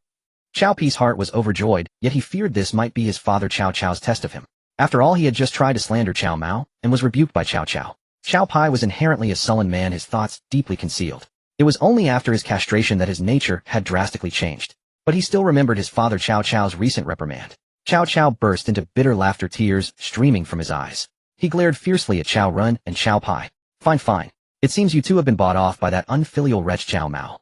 Enough. Let him have Xuchang, let him have the chancellor's seat. Ha. Cao Cao laughed uproariously, his demeanor reminiscent of his defeat at Red Cliffs on Huarong Road. Cao Ren and Cao Pai exchanged bewildered glances. Neither could fathom what had so agitated Cao Cao. My lord, great news. Guo Jia arrived beaming, having rushed over in a trot. Good news. Feng Xiao, what good fortune could possibly befall me now? Cao Cao's tone was desolate and indignant. Guo Jia glanced at the flustered Cao Ren and Cao Pai, who were equally perplexed. Chancellor Young Master Mao has personally led a great army and breached Jingzhou. Lu Biao of Jingzhou fled in panic to Nan Commandery all the way to Jiangling. Tens of thousands of Lu Biao's troops have surrendered to young Master Mao. Guo Jia joyfully reported the news to Cao Cao. Cao Cao looked askance at Guo Jia. Guo Feng Xiao, you can tell that unfilial son to send someone to capture me and cut off my head to send to Jingzhou for his amusement. Guo Jia was stunned. My lord, what has come over you? How could young Master Mao harm you? You are his father. Father? Has that unfilial son ever treated me as his father? He even dared to. Enough. It is my family's misfortune to have sired such a degenerate. Feng Xiao, take the emperor and return to Xuchang. Cao Cao refused to say more. Instead, he staggered towards the Shuzhou courier station. Cao Ren and Cao Pai exchanged glances, both filled with regret. Clearly Cao Cao had not been testing them earlier. His hatred for Cao Mao was genuine. In Wu Commandery Jiangdong, Sun Quan, having finished handling the funeral of his elder brother Sun Su, sat dully before his desk. His father had been slain by Huangzu, a general under Lu Biao. Now his elder brother was dead too. His mother, Lady Wu, had been taken as a concubine by Cao Mao. Not yet of age, Sun Quan had to bear this immense pressure, unsure of the path before him. My lord, an opportunity has arisen. Zhou Yu rushed in with a broad smile. Grand Commander, what opportunity? Sun Quan's greatest reliance was now Zhou Yu. Before his death, Sun Su had entrusted his younger brother Sun Quan to Zhou Yu. My lord Cao Mao personally led a great army to attack Lu Biao of Jingzhou. Lu Biao could not withstand him and fled the city. Grand Commander, do you mean we should take advantage of Cao Mao's expedition to raise all of Jiangdong's forces, attack Xuchang, and rescue my... And shook his head. My lord, even with all of Jiangdong's troops, we cannot breach Xuchang. Xuchang is not what it used to be. Moreover, even if we took the city, the national mother might not be willing to return to Jiangdong. Sun Quan was greatly puzzled. Grand Commander, why is that? Why would my mother not wish to return to Jiangdong? Zhou Yu shook his head. I do not know the details, but rumor has it that Cao Mao. He is exceptionally gifted. Some say he is the reincarnation of the Marquis of Chongqing. Zhou Yu was too embarrassed to continue. Though young Sun Quan was well read in history, he naturally knew of the talents of Lao Ai, the Marquis of Chongqing, the wheel-turning king. Slap. Sun Quan slammed his hand on the table. Cao Mao, you villain, has insulted my mother. I, Sun Quan, swear vengeance. Grand Commander, is the opportunity you speak of the chance to overthrow Cao Mao. This opportunity may not topple him immediately, but if Cao Mao falls for the trap, his downfall will not be far off. Grand Commander, teach me quickly. Sun Quan stood up straight and bowed deeply to Zhou Yu. My lord, you must not do. When your elder brother Bofu was alive, Zhou Yu was as close to him as a brother. Now that Jiangdong is weak, I would give my life without hesitation. Zhou Yu hurriedly rose and returned the bow. My lord Cao Mao is extremely arrogant, greedy, and lecherous. He has just breached Jingzhou and defeated Lu Biao. I hear he also forcibly took Lu Biao's wife Lady Kai as his concubine. Damnable Cao Mao. Sun Quan thought again of his mother Lady Wu and wondered what she must be suffering under the depraved modern-day Marquis of Chongqing. Sun Quan's heart bled with pain for the humiliation his mother endured. Zhou Yu understood Sun Quan's feelings. He paused and continued, My lord Cao Mao is young, impetuous, and craves glory. If you personally go to Jingzhou to thank Cao Mao for defeating Lu Biao and ask him to kill your father's murderer Huang Zu and Lu Biao, Cao Mao will surely become complacent and agree. Once Cao Mao agrees and leads his army to pursue Lu Biao, who has fled to Nan Commandery, I can secretly contact Lu Biao and inform him of Cao Mao's route. If Lu Biao is not a fool, he will know to set an ambush in a dangerous place to kill Cao Mao. An excellent plan, Grand Commander. Regardless of whether Lu Biao succeeds, Cao Mao and Lu Biao will surely have a fierce battle. My lord, we should not watch from the mountaintop, but help Cao Mao destroy Lu Biao. This will earn Cao Mao's trust. Then you will advise Cao Mao to proclaim himself emperor. Sun Quan pondered for a moment and clapped his hands in approval. This way Cao Mao will follow the same disastrous path as Yuan Shu. All the heroes of the realm will then unite to destroy Cao Mao. My lord is brilliant, Zhou Yu praised. However, my lord, you will have to endure some humiliation when you meet Cao Mao. Cao Mao has taken the national mother as his concubine and often calls you his son. Zhou Yu deliberately paused here to observe Sun Quan's reaction. Sun Quan's lips trembled slightly. He clenched his fists so tightly that his nails dug into the flesh of his palms. He was struggling to contain his shame and rage. Having composed himself, Sun Quan said in a deep voice, In the past, Han Xian endured the humiliation of crawling between a man's legs. For the sake of avenging my parents and revitalizing Jiangdong, I, Sun Quan, will bear this disgrace. My lord, you are a young hero. Why should we worry about Jiangdong's hegemony not being achieved? Zhou Yu swears to follow you to the death. Zhou Yu knelt heavily and bowed 3 times to Sun Quan. Within Lu Biao's mansion in Jingzhou, Cao Mao rested his head on Lady Kai's jade-like thigh as she fed him peeled grapes. Husband, I have succeeded. Yueying, lower your voice, do not startle your husband. Lady Kai quickly gestured to her niece, Huang Yueying, who had just rushed in. Lady Kai, my husband is not so timid. Lady Yueying, what have you accomplished? Cao Mao's head still rested on Lady Kai's plump snow-white thigh, but he turned his face toward Huang Yueying. Seeing Huang Yueying, Cao Mao was startled. The bow-tie's disheveled yellow hair was messily piled atop her head, her face was smudged with dust, and her dress was torn in several places. Cao Mao almost thought his concubine Huang Yueying had been violated. Lady Yueying, who dares to show you disrespect? Your husband will kill him. Cao Mao leaped up from Lady Kai's thigh and pulled Huang Yueying into his arms. He had specifically assigned 20 female soldiers to protect Huang Yueying. Husband, you misunderstand. I have built the glider according to the blueprints you gave me. What? My beloved concubine, you truly managed to create the glider. Quick, take your husband to see it. When Cao Mao took Huang Yueying as his concubine, the system had rewarded him with a blueprint for a glider. Later, Cao Mao handed the glider blueprint to Huang Yueying. Huang Yueying was a genius in this field. She had created wooden oxen and flowing horses, water-reversing wheels, paper kites, wooden figures that could cook, and wooden donkeys that could grind grain. She was a master of technological invention. The glider blueprint from Cao Mao made Huang Yueying devote herself to research, even forgetting to eat and sleep. Even when Cao Mao engaged in deep intimacy with her, Huang Yueying's mind was elsewhere. This left Cao Mao feeling disheartened, so he focused his energy on Lady Kai. Lady Kai was initially excited, but Cao Mao's 3-part combination was too overwhelming for her to endure. With her endless schemes, Lady Kai could only recruit noble daughters and gentle young wives from the aristocratic families of Jingzhou City to bear the brunt of Cao Mao's intensity. Cao Mao could not return to Xuzhou for the time being, so he had to make do with what he had. However, although interacting with these women did not yield system rewards, he had slept with all the female relatives of the aristocratic families in Jingzhou City. Making do was not a loss. Sometimes he even found treasures among the dregs. At this moment in Lu Biao's mansion, a pair of sisters-in-law greatly satisfied Cao Mao. Unfortunately, they did not meet the standards for taking his concubines. Jingzhou drill ground. A glider made of wood stood there. Cao Mao walked around the glider twice. This glider was built exactly according to the blueprint. Husband, I intend to test the glider myself. Huang Yueying, your husband will test it with you. Husband, you must not. The glider has just been made, but stability is unknown. If it falls and injures you, I would be guilty of a crime deserving death. Yueying, why did you have to tinker with this thing? Husband, you cannot go mad with Yueying. The pair of sisters-in-law I found for you are still waiting in the mansion. Lady Kai certainly did not want Cao Mao to get hurt. Compared to Lu Biao, Cao Mao brought her far more pleasure. Since giving birth to her son, Lu Tsong, Lu Biao's energy had waned day by day. There were times when Lady Kai could not bear it, and even thought of taking a lover. Cao Mao's arrival made her understand what a true strong man was. Lady Kai, rest assured. Your husband has not yet lived his fill. Ooh, I will not gamble with my life. Lady Yuang, once we put on the parachutes we can pilot the glider. Even if the glider crashes, the parachutes will ensure neither of us comes to harm. Cao Mao produced 2 backpacks, as if these 2 backpacks were parachutes, a small gadget the system had rewarded Cao Mao during his interactions with Huang Yuang a few days earlier. Today, with Huang Yuang having built the glider, the parachutes came in handy. Parachutes. Such things exist. Husband, you are truly a man like a god. Huang Yuang's eyes were full of admiration. Cao Mao laughed heartily. Having a system was truly wonderful. Lady Kai's palms were sweaty with anxiety. But she could not persuade Cao Mao, so she could only watch him and Huang Yuang test fly the glider. This was a glider that flew purely by pedaling and wind power. Above was a triangular wing, and below the cockpit was equipped with pedals. The 2 sat one behind the other, pedaling hard, and the glider would lift off driven by wind and human effort. Cao Mao with his great strength sat in front, while Huang Yuang with less strength assisted from behind. It really is flying.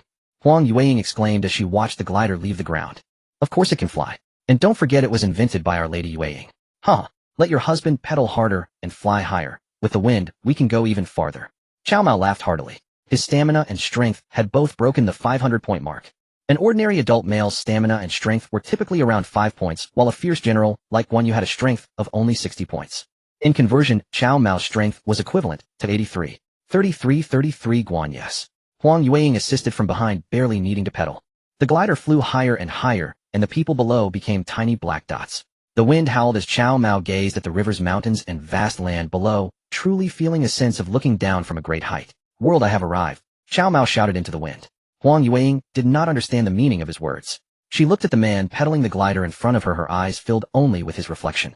Husband, I once made a paper kite, but it was too light to carry a person.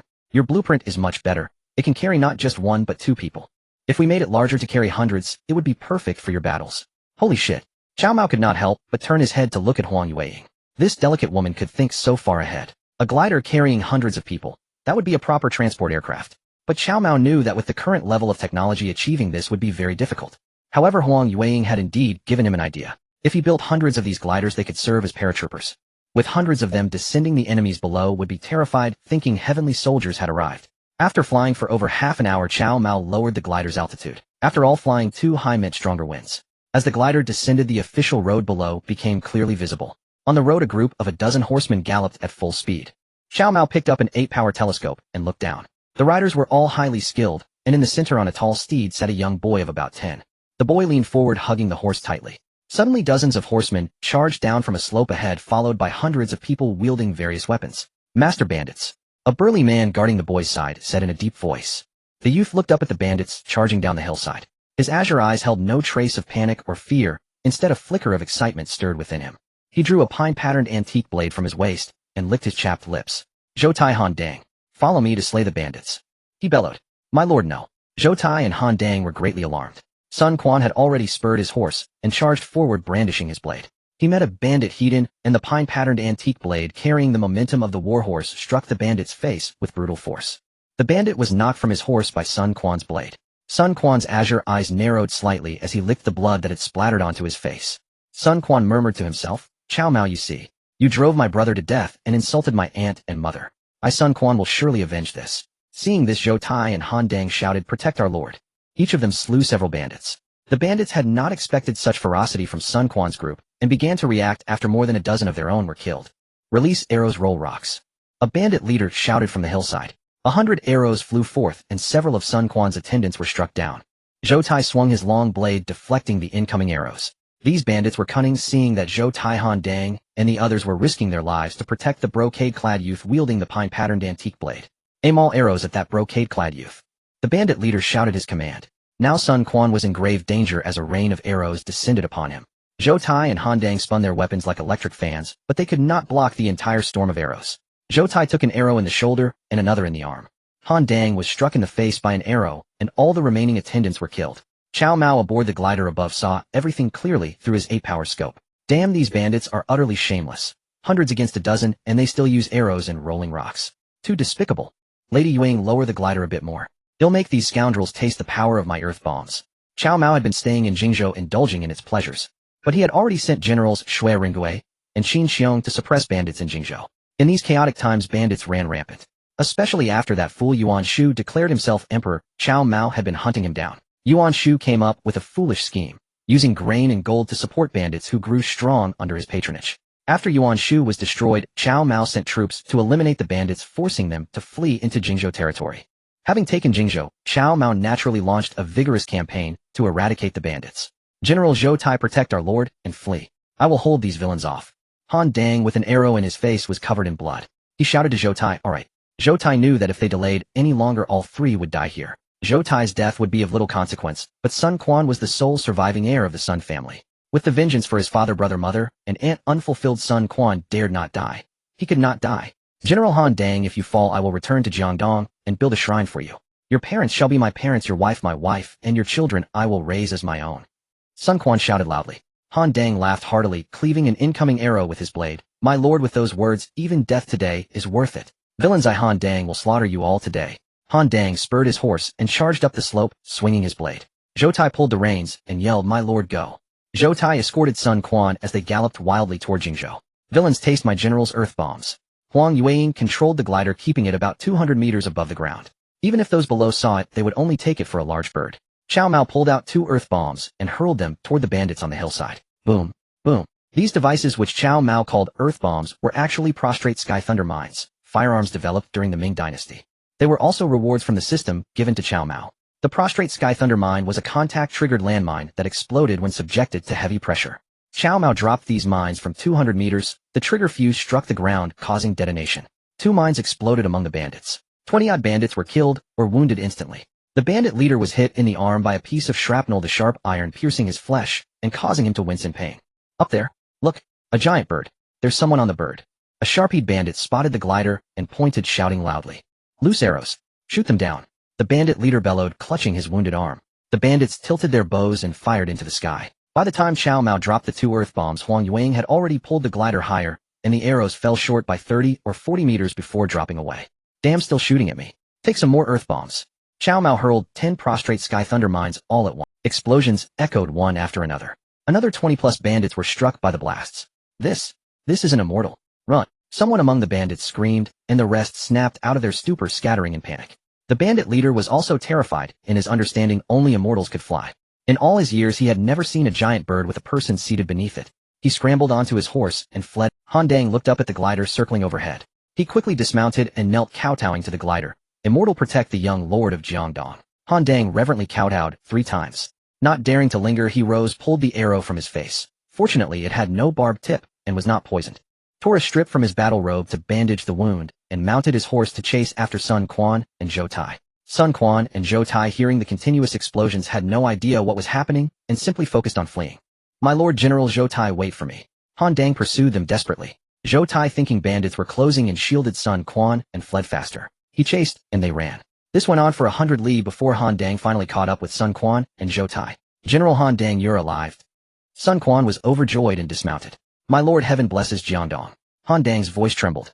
General Han Dang, it is not heaven that blesses Jiangdong, but you and General Zhou Tai, who risked your lives to protect me. You are the ones who safeguard our land. Sun Quan's eyes glistened with tears. He grasped Han Dang's hand, openly acknowledging the debt of gratitude for saving his life. Han Dang shook his head. My lord, truly heaven blesses Jiangdong. Just now an immortal riding a divine bird used the magic of heavenly thunder to slay dozens of bandits, and thus I escaped. An immortal, a divine bird, heavenly thunder magic. General Han Dang, you have me thoroughly confused. Han Dang was too excited, at a loss for how to describe the great bird that could wield the power of heavenly thunder. He lifted his head, scanning around, when suddenly he spotted the glider soaring overhead. Han Dang was too excited, at a loss for how to describe the great bird that could wield the power of heavenly thunder. He lifted his head, scanning around, when suddenly he spotted the glider soaring overhead. 2 people sat inside the cockpit. Sun Quan and Zhou Tai stared in astonishment, their mouths agape, unable to speak. Cao Mao did not notice the trio of Sun Quan, Zhou Tai, and Han Dang below. He and Huang Yueying controlled the glider, planning to land at the military drill ground in Jingzhou City. Lady Kai stood on the drill ground, her gaze fixed on the sky. When she saw the glider returning, Lady Kai finally breathed a sigh of relief. Lady Yueying recruit more skilled artisans in the city to mass-produce these gliders. Throwing crouching, sky-shattering thunderbolts from the glider was simply exhilarating. Imagine during a siege hundreds of gliders flying over the enemy's city walls. Even if they only dropped stones, the defenders' morale would shatter. Husband, I cannot accompany you for the next few days. My aunt has worked so hard. Lady Kai's face flushed with shyness as she spat at Huang Yueying. Yueying, are you trying to exhaust your aunt? Don't you know your husband is more vigorous than a donkey? And don't forget, in my husband's eyes you must call me elder. Huang Yueying giggled as she ran off. Cao Mao laughed heartily, scooping up Lady Kai. Are you tired, my lady? Let me clear your meridians when we return to the mansion. Lady Kai smiled bitterly, her charm evident. Husband, I hope you truly intend to clear my meridians, not. Cao Mao found her even more intriguing. Lady Kai was indeed sharp-witted, seeing through his true intentions at a glance. Just as they exited the drill ground, Cao Mao, holding Lady Kai, was about to mount his blood-sweating steed, when a monk in a black robe bowed his head respectfully before him. My lord Sun Quan of Jiangdong has arrived. Cao Mao looked closely and recognized the monk as Yao Guangxiao, known as the demonic monk Daoyan. Master, can you guess Sun Quan's purpose in coming from Jiangdong to Jingzhou? Yao Guangxiao pressed his palms together and smiled faintly. My lord, it is simple. Sun Quan's visit is surely to lull you into complacency. Do not fall for his scheme. Your reminder is well taken. Since my good son Sun Quan has come as his father, I must meet him. Husband, I shall return to the mansion first. No, Lady Kai. Sun Quan is my good son, and you are my consort. By that reckoning, he is your son as well. Since our son has arrived, it is only proper for us as parents to see him. Cao Mao spoke with mock solemnity, and even Lady Kai thick-skinned as she was felt a flush of embarrassment. Yet Cao Mao insisted on dragging her along, and Lady Kai could not refuse. Sun Quan's mind was still occupied with the great bird in the sky, which Han Dang claimed could summon heavenly thunder. But Sun Quan had his own thoughts. He had clearly seen that the so-called divine bird was man-made, and the two people beneath it were certainly controlling it. The bird had landed within Jingzhou City. Sun Quan felt both shaken and intrigued. Being young, his curiosity, Zhou Tai suddenly spoke. My lord, could this be Cao Mao's creation? Cao Mao's divine bird. General Zhou Tai, how is that possible? If Cao Mao possessed such a bird, wouldn't the entire realm be his? Han Dang, having witnessed the bird's power, blurted out his words, and Sun Quan's mind exploded with realization. He felt Han Dang was right. If they could obtain such a bird, it would be a devastating weapon for sieges. If this is truly Cao Mao's creation, I must acquire it no matter the cost. Sun Quan clenched his fists. The vengeance for his father and brother, the humiliation of his mother and aunt being taken as concubines, all weighed heavily on the shoulders of the 15-year-old Sun Quan. What a cruel fate. And the rise or fall of Jiangdong constantly reminded Sun Quan that he must grow strong. A son should be like Sun Zhoumo. Let your father see, my good son.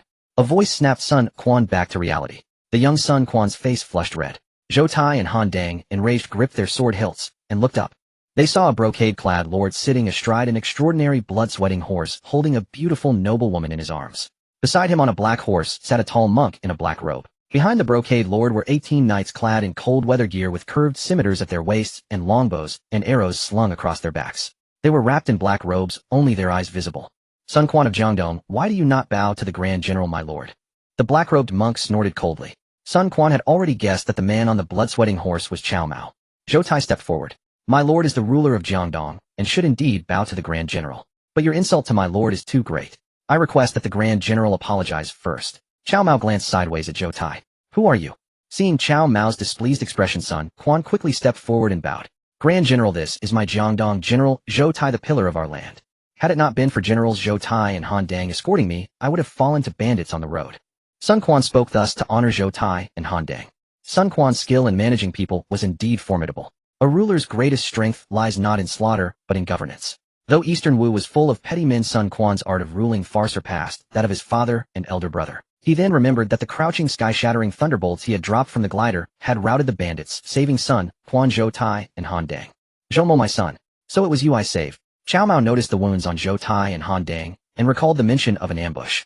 He then remembered that the crouching sky-shattering thunderbolts he had dropped from the glider had routed the bandits, saving Sun Quan, Zhou Tai, and Han Dang. Save me. Sun Quan's heart pounded. He felt his suspicions were about to be confirmed. Indeed, my son. Your father and your mother Yuang were riding the glider for fun when we passed a slope and saw hundreds attacking a few. Your father hates such bullying, so I controlled the glider and dropped a few crouching sky-shattering thunderbolts. Cao Mao spoke with vivid detail. What, you don't believe me? Son, a father would never deceive his own child. Master Daoyan, this is my son's first visit. He seems a bit reserved. Let's take him to see this little toy. Yao Guangxiao understood Cao Mao's intent to show Sun Quan the flying. Zhou Tai and Han Dang were furious as they heard Cao Mao repeatedly shout about Sun Quan's son. Their anger was palpable, their hands gripping their swords tightly.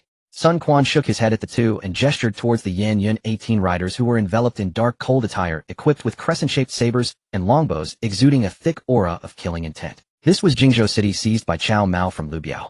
Sun Quan suspected that Cao Mao had hidden reinforcements lurking in the shadows. He estimated that the moment Zhou Tai and Han Dang drew their swords, all three of them would be slain on the spot. The enmity towards his father and brother, and the shame of his mother and aunt being taken as concubines weighed heavily on Sun Quan's mind. He dared not forget, nor could he allow himself to die just yet. He recalled how Han Xian had suffered humiliation, and now he too was enduring the same fate. With faces full of rage, Zhou Tai and Han Dang followed Sun Quan to the military drill ground in Jingzhou. In one corner of the ground, there was a triangular winged glider on display. Sun Quan, Zhou Tai, and Han Dang focused on it. And indeed, it was the object they had mistaken for a divine bird flying overhead. Cao Mao chuckled. Zhang Mao, do you recognize this object? I bow and thank you for saving my life, my lord. Sun Quan shall forever remember this kindness. Haha. Lady Kai remarked, look at how good Zhang Mao's son is. No wonder my old man Chao said that a son should be like son Zhang Mao. By the way, my old man is currently in Shuzhou. When you return to Jiangdong, make sure to visit him and pay your respects. I will certainly do so as you remind me, my lord. Sun Quan replied with a smile. This is Lady Kai, your father's concubine, who is also a sister to your mother Wu Guotai.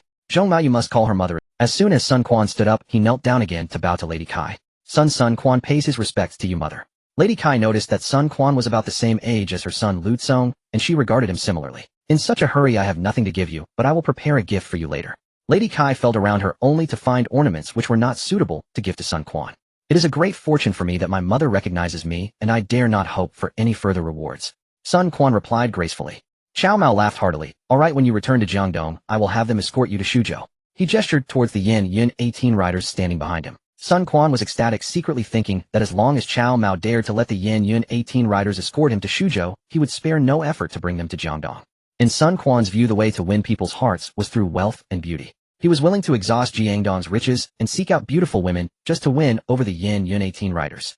What Sun Quan did not know was that the Yin 18 riders were a reward given to Cao Mao by the system with a loyalty rating of 100%. Let alone being bought with money or beauty, even if a knife was held to their throats, they would not betray Cao Mao. And Sun Quan thanks you for your concern, my lord. Just as Sun Quan climbed to his feet in his ecstatic state, he didn't even have time to brush off the dust from his clothes and continued to bow to Cao Mao. Zhou Mao, I have a question for you.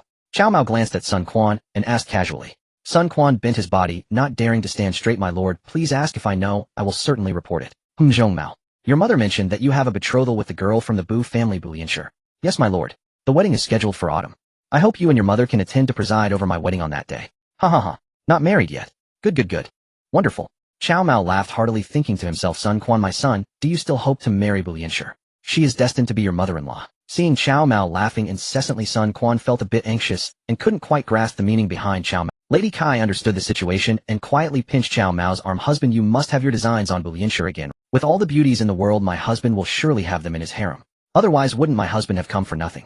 Cao Mao and Lady Kai were whispering to each other, and though Sun Quan was close, he couldn't hear clearly. He wanted to ask, but was afraid of angering Cao Mao, so he could only stand there nervously. Zhang Mao, I am discussing with your mother what good gift to send for your wedding. Your mother reminded me, so I will send you a cap. My lord wants to send me a cap. Thank you, my lord. Until the world is settled, I shall wear your cap and guard Jiangdong for you. Sun Quan responded quickly, immediately continuing with Cao Mao's words. Good. You are a filial son. My lord, I will marry Boucher this autumn, and I hope my lord can come to Jiangdong to preside over my wedding. Sun Quan was thinking that as long as Cao Mao dared to come to Jiangdong, he would imprison him. The humiliation of today, Sun Quan vowed to return to Cao Mao 100-fold, 1,000-fold. He was indeed capable of enduring humiliation for the sake of his ambitions. Zhou Tai and Han Dang understood Sun Quan's intentions at this point. The two of them felt a sense of urgency, fearing that Cao Mao might see through Sun Quan's thoughts. Their palms were sweating. Cao Mao, in a jovial mood, said, Zhang Mao is my son, and on your wedding day we parents will certainly be there. Sun Quan was overjoyed, thinking that Cao Mao had fallen into his trap. In his heart, he secretly mused, Cao Mao, as long as you go to Jiangdong, you will be forced to stay there for the rest of your life. Zhou Tai and Han Dang also showed excitement on their faces. Zhang Mao, you have had a long journey. Someone take Zhang Mao to the inn to rest. Tomorrow we will hold a banquet to entertain Zhang Mao. Sun Quan bowed in gratitude, and along with Zhou Tai and Han Dang followed the attendants to the Jingzhou inn. The black-clad demon monk, Yao Guangxiao, hurried forward. My lord, do not be deceived by that little Sun Quan. His willingness to endure humiliation today is merely to deceive you into going to Jiangdong. Once you go to Jiangdong, my lord will lose his freedom. Cao Mao watched Sun Quan's departing figure and chuckled ominously. What the master said is very true. Now the entire Danyang district is already under my control. Master, please make a trip to Danyang to meet Generals Luo Cheng and Yang Zixing and instruct them to march directly towards Wujuan. Sun Quan thinks he can take me hostage when I attend his wedding rite. Very well, let him see who truly holds the power in Jiangdong. Yao Guangxiao was overjoyed. So my lord has long. This humble monk will make sure that the various counties in Jiangdong bear the surname Cao. When the time is right, my lord can have the emperor confer upon you the title of king, and I will present you with a white hat. Cao Mao made the decision on the spot. Lady Wu and Sun Ru stared at him in shock. Would Cao Mao dare go to Wu Commandery in Jiangdong to host Sun Quan's wedding? Would Father, I wish to go to Shuzhou to pay respects to my mother and grandfather. Zhang Mo is truly filial. Since that's the case, it would be unreasonable for me to keep you any longer. General Li Cunxiao, have the 18 riders of Yan Yun escort my son Zhang Mo on his journey. Sun Quan had worried that Cao Mao's earlier words were empty promises. Now he heard with his own ears Cao Mao ordering Li Cunxiao to dispatch the 18 riders of Yan Yun. Those 18 fierce warriors clad in dark cold armor, with crescent moon sabers at their waists and longbows and arrows on their backs. Overjoyed Sun Quan knelt again. Rise. Zhang Mo is indeed a filial child. My lord great news. Just as Sun Quan was about to depart, Lu Bowen dressed in a blue robe rushed in excitedly, holding a letter to report to Cao Mao. Strategist, what brings such joy? My lord generals Zheng He and Sheng Yaojin have annihilated the Hua nation in one fell swoop. Following your orders, General Zhang, Liao has executed all Hua slaves except for young women between the ages of 15 and 25. According to General Zhang Liao's letter, there are virtually no living souls left on the isolated Hua island. A few Hua remnants have fled into the mountains, and General Zhang Liao has sent men in pursuit. General Zhang Liao stated that he will carry out your command to the letter, ensuring not a single living soul remains on that isolated Hua island. Cao Mao was also overjoyed. With Zhang Liao's relentless slaughter, the Hua nation would surely be wiped out. Wen Yuan has done brilliantly. Strategist dispatched General Chang Yuchen with 1,000 soldiers to deliver wine, meat, and provisions to General Wen Yuan. That Washington place is a godforsaken land with nothing decent to eat. We mustn't let our General Wen Yuan suffer. I shall see to it at once. Lu Bowen agreed, bowed with clasped hands, and withdrew. Sun Quan, standing below, listened with a trembling heart. Cao Mao had casually annihilated the entire Hua nation while laughing and talking. How terrifying. Sun Quan dared not think further, fearing he might reveal his true intentions, and that Cao Mao would send troops south to destroy his Jiangdong. Zhang Mo, my son, you may go now. Your father must go enjoy a heart-to-heart with Lady Kai. Cao Mao stretched lazily and departed first. Yet Sun Quan's fear of Cao Mao lessened somewhat. He sneered inwardly. Cao Mao is ultimately a lecherous glutton who will never amount to much. When my wedding comes, if he dares to come, I'll detain him in Jiangdong and ply him with beauties and fine wine. Let him indulge in wine and lust until he dies from excess. A cruel glint flashed in Sun Quan's eyes. After leaving, he quickly summoned Zhou Tai and Han Dang from the official inn, and under the protection of the 18 riders of Yan Yun swiftly departed Jingzhou City. 18 generals, who among you is the leader? After traveling about 40 or 50 li outside the city, Sun Quan reined in his horse and asked with a smile to the 18 riders guarding him. After Sun Quan's words, not a single rider responded. Sun Quan found this odd. Zhou Tai, impatient, shouted loudly, "Gentlemen, my lord wishes to recruit you all. If you are willing to serve my lord, name your price. Gold, women, anything." Still the 18 riders remained silent. Their hands rested on their crescent moon sabers, and their exposed eyes carried not a trace of emotion. Even their warhorses made no sound. The silence was terrifying. Sun Quan wondered what he had said wrong, or if his offer was insufficient. He thought the 18 riders were simply unimpressed by his terms. Gritting his teeth, he was about to raise the offer and promise them official positions. Suddenly a whistle sounded. Hundreds of men burst from the roadside forest. This road was opened by me, these trees were planted by me. If you wish to pass, leave your toll. The leader, a yellow-faced man wielding a large cleaver, shouted at Sun Quan and his party. Bandits. Sun Quan's green pupils contracted. He had encountered bandits on his way here. Of his dozen attendants, only Zhou Tai and Han Dang survived, the rest were killed by the outlaws. Even Zhou Tai and Han Dang had suffered arrow wounds protecting Sun Quan. Now on the return journey, they faced bandits again. Sun Quan's palm, gripping his antique patterned steel blade, was slick with sweat. Zhou Tai and Han Dang quickly drew their weapons from their saddle hooks and reined their horses to flank Sun Quan. The 18 riders, as if receiving a silent command, simultaneously drew their crescent moon sabers. The gleaming blades flashed coldly in the sunlight. The 18 dark-armored knights, gripping their sabers, charged without hesitation at the bandits blocking the road. Sun Quan tried to call them back, but before the words left his lips, the 18 riders swept through the bandits like a black cloud. The burly man who had just shouted the bandit slogan had his throat slit by a crescent moon saber. Blood gushed from his neck before his body even fell. The 18 riders moved with fluid precision. In one seamless sequence, over half of the 100 bandits lay dead. The 18 riders of Yan Yun left no survivors. The surviving bandits fled in panic. The riders sheathed their sabers, unslung their longbows from their backs, and knocked arrows. As if calling roll, a single volley felled every fleeing bandit. The 18 riders pursued, retrieved arrows from the corpses, and replaced them in their quivers. Sun Quan, Zhou Tai, and Han Dang watched in stunned amazement. My lord, no matter the cost, we must bring these 18 men to Jiangdong. Zhou Tai licked his lips and urged Sun Quan. Sun Quan nodded, even more impatient than Zhou Tai. Gentlemen, you have labored hard.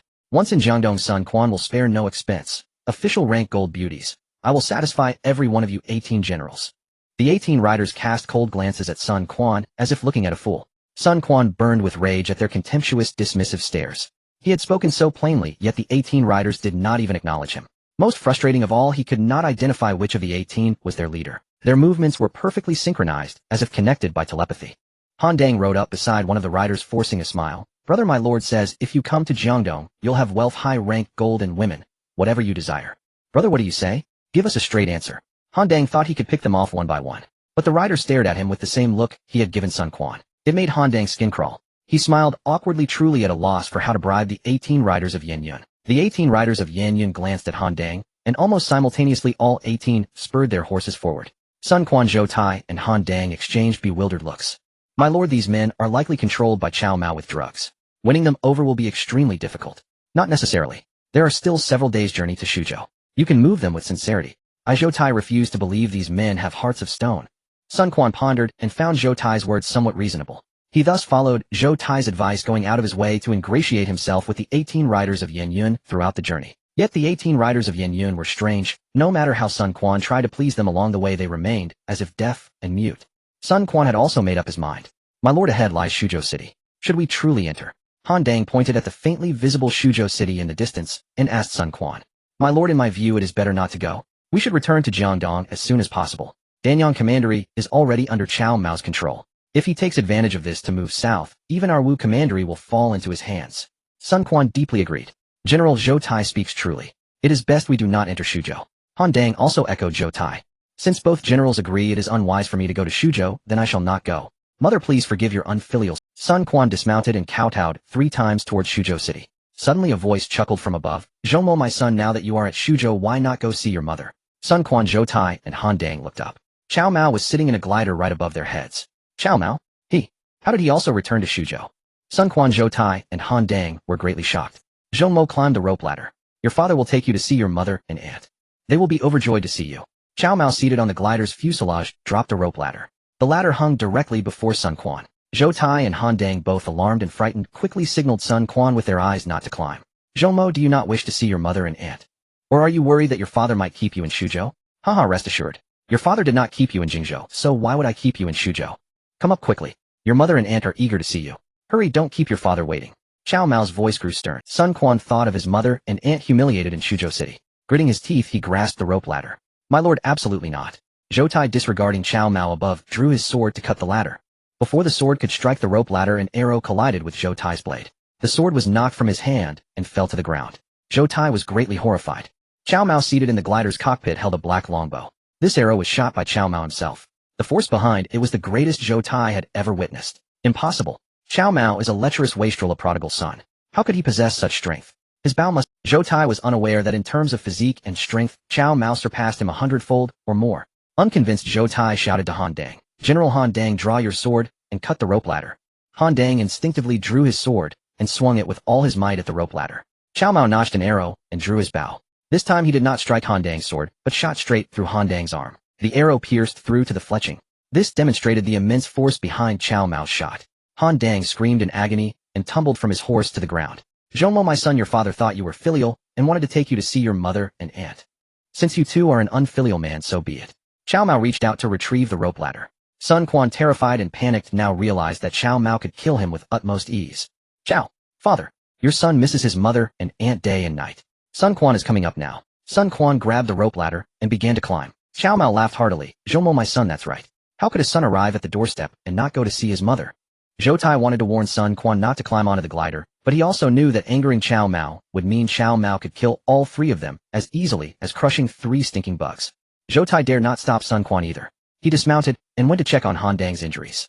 Cao Mao pulled Sun Quan onto the glider. Zhou Mo, look. This is the glider made by your mother Yue Ying. With this device, besieging cities and storming fortresses is like having divine aid. Now let your father take you for a spin around Shuzhou City. Once Sun Quan was seated securely, Cao Mao began to pedal the stirrups vigorously. The glider's nose lifted, and it quickly ascended from over 20 meters to a height of 200 or 300 meters. Sun Quan saw the people below looking like ants, and the vast Shuzhou City appeared like a model on a sand table. Sun Quan was utterly astounded. Cao Mao was right. If there were hundreds or thousands of these things with men riding and attacking from above, besieging cities and storming fortresses would be unstoppable. If Cao Mao uses this to attack our Wu Commandery in Jiangdong, it will surely fall into his hands. No, I must pretend to be very obedient. Sun Quan was very clever. After witnessing the power of the glider, he decided to feign submission to Cao Mao. Cao Mao turned his head and glanced at Sun Quan. He activated the eye of the loyal minister in turbulent times. Sun Quan Loyalty 5. Damn you Sun Quan. I treat you like a son yet your loyalty is still in the negative. Fine Sun Quan, you think you're tough, do you? Then this matter can only be shouldered by your mother and aunt. Cao Mao did not lose his temper, but instead curled his lips into a sinister smile. He began to descend the glider. The glider landed right in the courtyard of the Grand General's mansion in Suzhou. Cao Mao had been practicing piloting the glider for several days and had honed his skills to perfection. He could accurately maneuver the glider to land within a designated spot. Not only did Cao Mao pilot the glider himself, but while in Jingzhou, he had also selected intelligent soldiers with good coordination and great strength from the army to become glider pilots. Teaching them to pilot the glider formed Cao Mao's first batch of airborne troops. The number was not large, only 500 men. Divine Bird. Look, the Divine Bird has flown to the Grand General's mansion. Don't you see people riding on the Divine Bird? They must be immortals. Even immortals have come to aid the Grand General. The realm will surely be his. Su Chu and Sun Yu had finally finished their menial labor paying off their gambling debts and the cost of the items they had destroyed in the casino. After they emerged, they learned that Cao Cao had already taken Emperor Lu Xie back to Xuchang. They intended to seek an explanation from Cao Mao when they saw a large bird with a person beneath it fly into Cao Mao's Grand General's mansion. Su Zhu and Sun Yu exchanged bewildered glances. Within the Grand General's mansion, Cao Mao helped Sun Quan dismount the glider. Summon Lady Wu and Lady Sun here. Cao Mao, of course, would not bring Sun Quan to the inner quarters. He instructed a maidservant to fetch Lady Wu and Sun Ru. Soon Sun Ru and her sister-in-law Lady Wu, lifting their skirts, hurried over in a light trot. My lord, you have finally returned from Jingzhou. These past days I have dreamed of you every night. Little Ru even spoke of going to Jingzhou to find you. A soft, alluring voice spoke before its owner even appeared, as if unable to contain her eagerness. Sister-in-law, don't shift the blame to me. Wasn't it you who wished to go to Jingzhou to see your husband? Hearing these words, Sun Quan felt as if he were about to explode. Was this his dignified and composed mother, Lady Wu of Jiangdong? Why did she sound like a newlywed young bride yearning for her husband's early return? And his aunt Sun Ru. In Sun Quan's memory, she was a resourceful heroine. But what had become of her now? After becoming Cao Mao's concubine, had she transformed into a petty woman vying for favor? Sun Quan's mind reeled. He would rather believe this was a nightmare. Yet at that very moment someone reminded him. Cao Mao tugged at Sun Quan's robe. Zhongmo, your mother and aunt have arrived. Why not go and greet them? They. Sun Quan opened his mouth. On the glider, just moments ago, he had been eager and excited at the prospect of seeing his mother and aunt. But now he no longer wished to see them. If there were a crack in the earth, he would gladly crawl into it. Child, are you shy about meeting your mother and aunt? Cao Mao, slightly displeased, released Sun Quan's sleeve and went to greet Lady Wu and Sun Ru himself. My lord. As Cao Mao appeared before them, both beautiful concubines threw themselves into his arms. Cao Mao embraced them, planting a kiss on each. My ladies, I have brought someone for you. Come and see. My lord, I care not for seeing anyone. You have been in Jingzhou for over 2 months. I have missed you dearly. I learned a dance from Sister Diao Chan. Let me perform it for you, all right? Lady Wu coquettishly nestled in Cao Mao's arms. The voice pierced Sun Quan's ears, his whole body trembled, and his fists clenched with audible cracks. Cao Mao must have used drugs to make my mother so lewd. Cao Mao, I Sun Quan swear to the heavens, if I do not kill you in this life, may I be reborn as a beast in the next. Alert Sun Quan's loyalty 180. Cao Mao had previously checked Sun Quan's loyalty with the eye of loyal subjects in turbulent times, and it was only 10. Unexpectedly, it had now plummeted to 180. Even the system alerted Cao Mao, warning him to be wary of Sun Quan. A negative loyalty value signified that the other party harbored murderous intent. Instead of anger, Cao Mao laughed. This child Sun Quan had quite a temper. Since that was the case, let Sun Quan fume a little longer. Cao Mao laughed heartily, pinching Lady Wu's delicate nose. My Lady Wu, why go to the back courtyard to dance? Dance right here. Dance here, my lord. Is that not too convenient? What inconvenience is there? Unless my Lady Wu intends to perform an erotic dance. If so, the back courtyard would indeed be more suitable. Lady Wu cast a charming, reproachful glance at Cao Mao. What are you thinking, my lord? I am no wanton woman. Of course I wouldn't dance that kind of dance. But Sister Zou and Sister Du, I hear they are choreographing an erotic dance. Oh, Lady Zou and Lady Du are choreographing an erotic dance. I must feast my eyes on that. Cao Mao pretended to go inside to find them. Sun Ru quickly grabbed his arm, rolling her eyes at her sister-in-law. Sister-in-law, why bring up those vixens? Just dance for our lord. My lord, let us sit and watch. Good. Tiela, bring the glass screen. The personal guard Tiela acknowledged and went to fetch the glass screen. This screen was one way, placed in front one could see out, but those outside could not see in. However, Cao Mao instructed Tiela to place it in reverse. Though Tiela did not understand Cao Mao's intent, he followed the order precisely. Cao Mao then gestured for Tiela to position Sun Quan outside the one-way glass. Sun Quan could see through the glass, but Lady Wu and Sun Ru inside could not see him. Watching his mother and aunt behave like courtesans flattering a patron before Cao Mao, Sun Quan was furious. When his mother Lady Wu began to dance for Cao Mao, the veins on Sun Quan's forehead bulged. He could no longer contain himself and burst out from behind the glass screen. Lady Wu, who had been dancing to please Cao Mao, turned her head and saw her son Sun Quan standing before her, his face ashen and fists clenched tightly. She froze for a moment before coming to her senses. "Quain, are you? How did you come?" Lady Wu felt somewhat embarrassed and stammered. "If I hadn't come, how could I have witnessed such a captivating dance?" Sun Quan's voice was icy, so cold it sounded foreign even to himself. "Quainer, it's not what you think. Zhang Mo, how dare you speak to your mother like that? Your mother and I live happily here. This is all the blessing of the Grand General. You should come forward and pay your respects to him." Sun Ru, who had been sitting in Cao Mao's lap, stood up awkwardly upon seeing her nephew. However, she was displeased by the coldness in his tone. "Huh, you are all happy. But I wonder if my father, my brother, and my cousin Su Shun are happy in the underworld." Sun Quan shouted these bitter words and then bolted out of the Grand General's mansion. Lady Wu and Sun Ru's faces froze simultaneously at his words. The words struck them like two heavy slaps. Their fair cheeks flushed red and then paled. Lady Wu Zhongmo is still too immature. He needs a woman to keep him in check. Cao Mao pulled the dazed Lady Wu into his arms, comforting her. Lady Wu forced a smile. "My lord speaks wisely. When Wen Tai was alive, he arranged a betrothal for Quainer to the daughter of the Bu family of Lin Huaiyang. She has been well educated since childhood. We had planned for them to consummate the marriage last year, but it was delayed. Indeed, my lord is right. Let Quainer marry that Bu girl. With a woman by his side to counsel him, he won't be so rash in his words and actions." Sun Ru echoed Cao Mao's sentiment. "Very well. Next month I shall accompany both ladies to Wu Commandery in Jiangdong to preside over Zhong's wedding." Cao Mao made the decision on the spot. Lady Wu and Sun Ru stared at him in shock. Would Cao Mao dare go to Wu Commandery in Jiangdong to host Sun Quan's wedding? Would he ever return? Lady Wu and Sun Ru quickly urged Cao Mao. "Husband, forget about going to Eastern Wu to host the wedding. How can that be? Zhong Mo is Lady Wu's son and your own nephew Lady's son. My brother-in-law Wen Tai passed away early.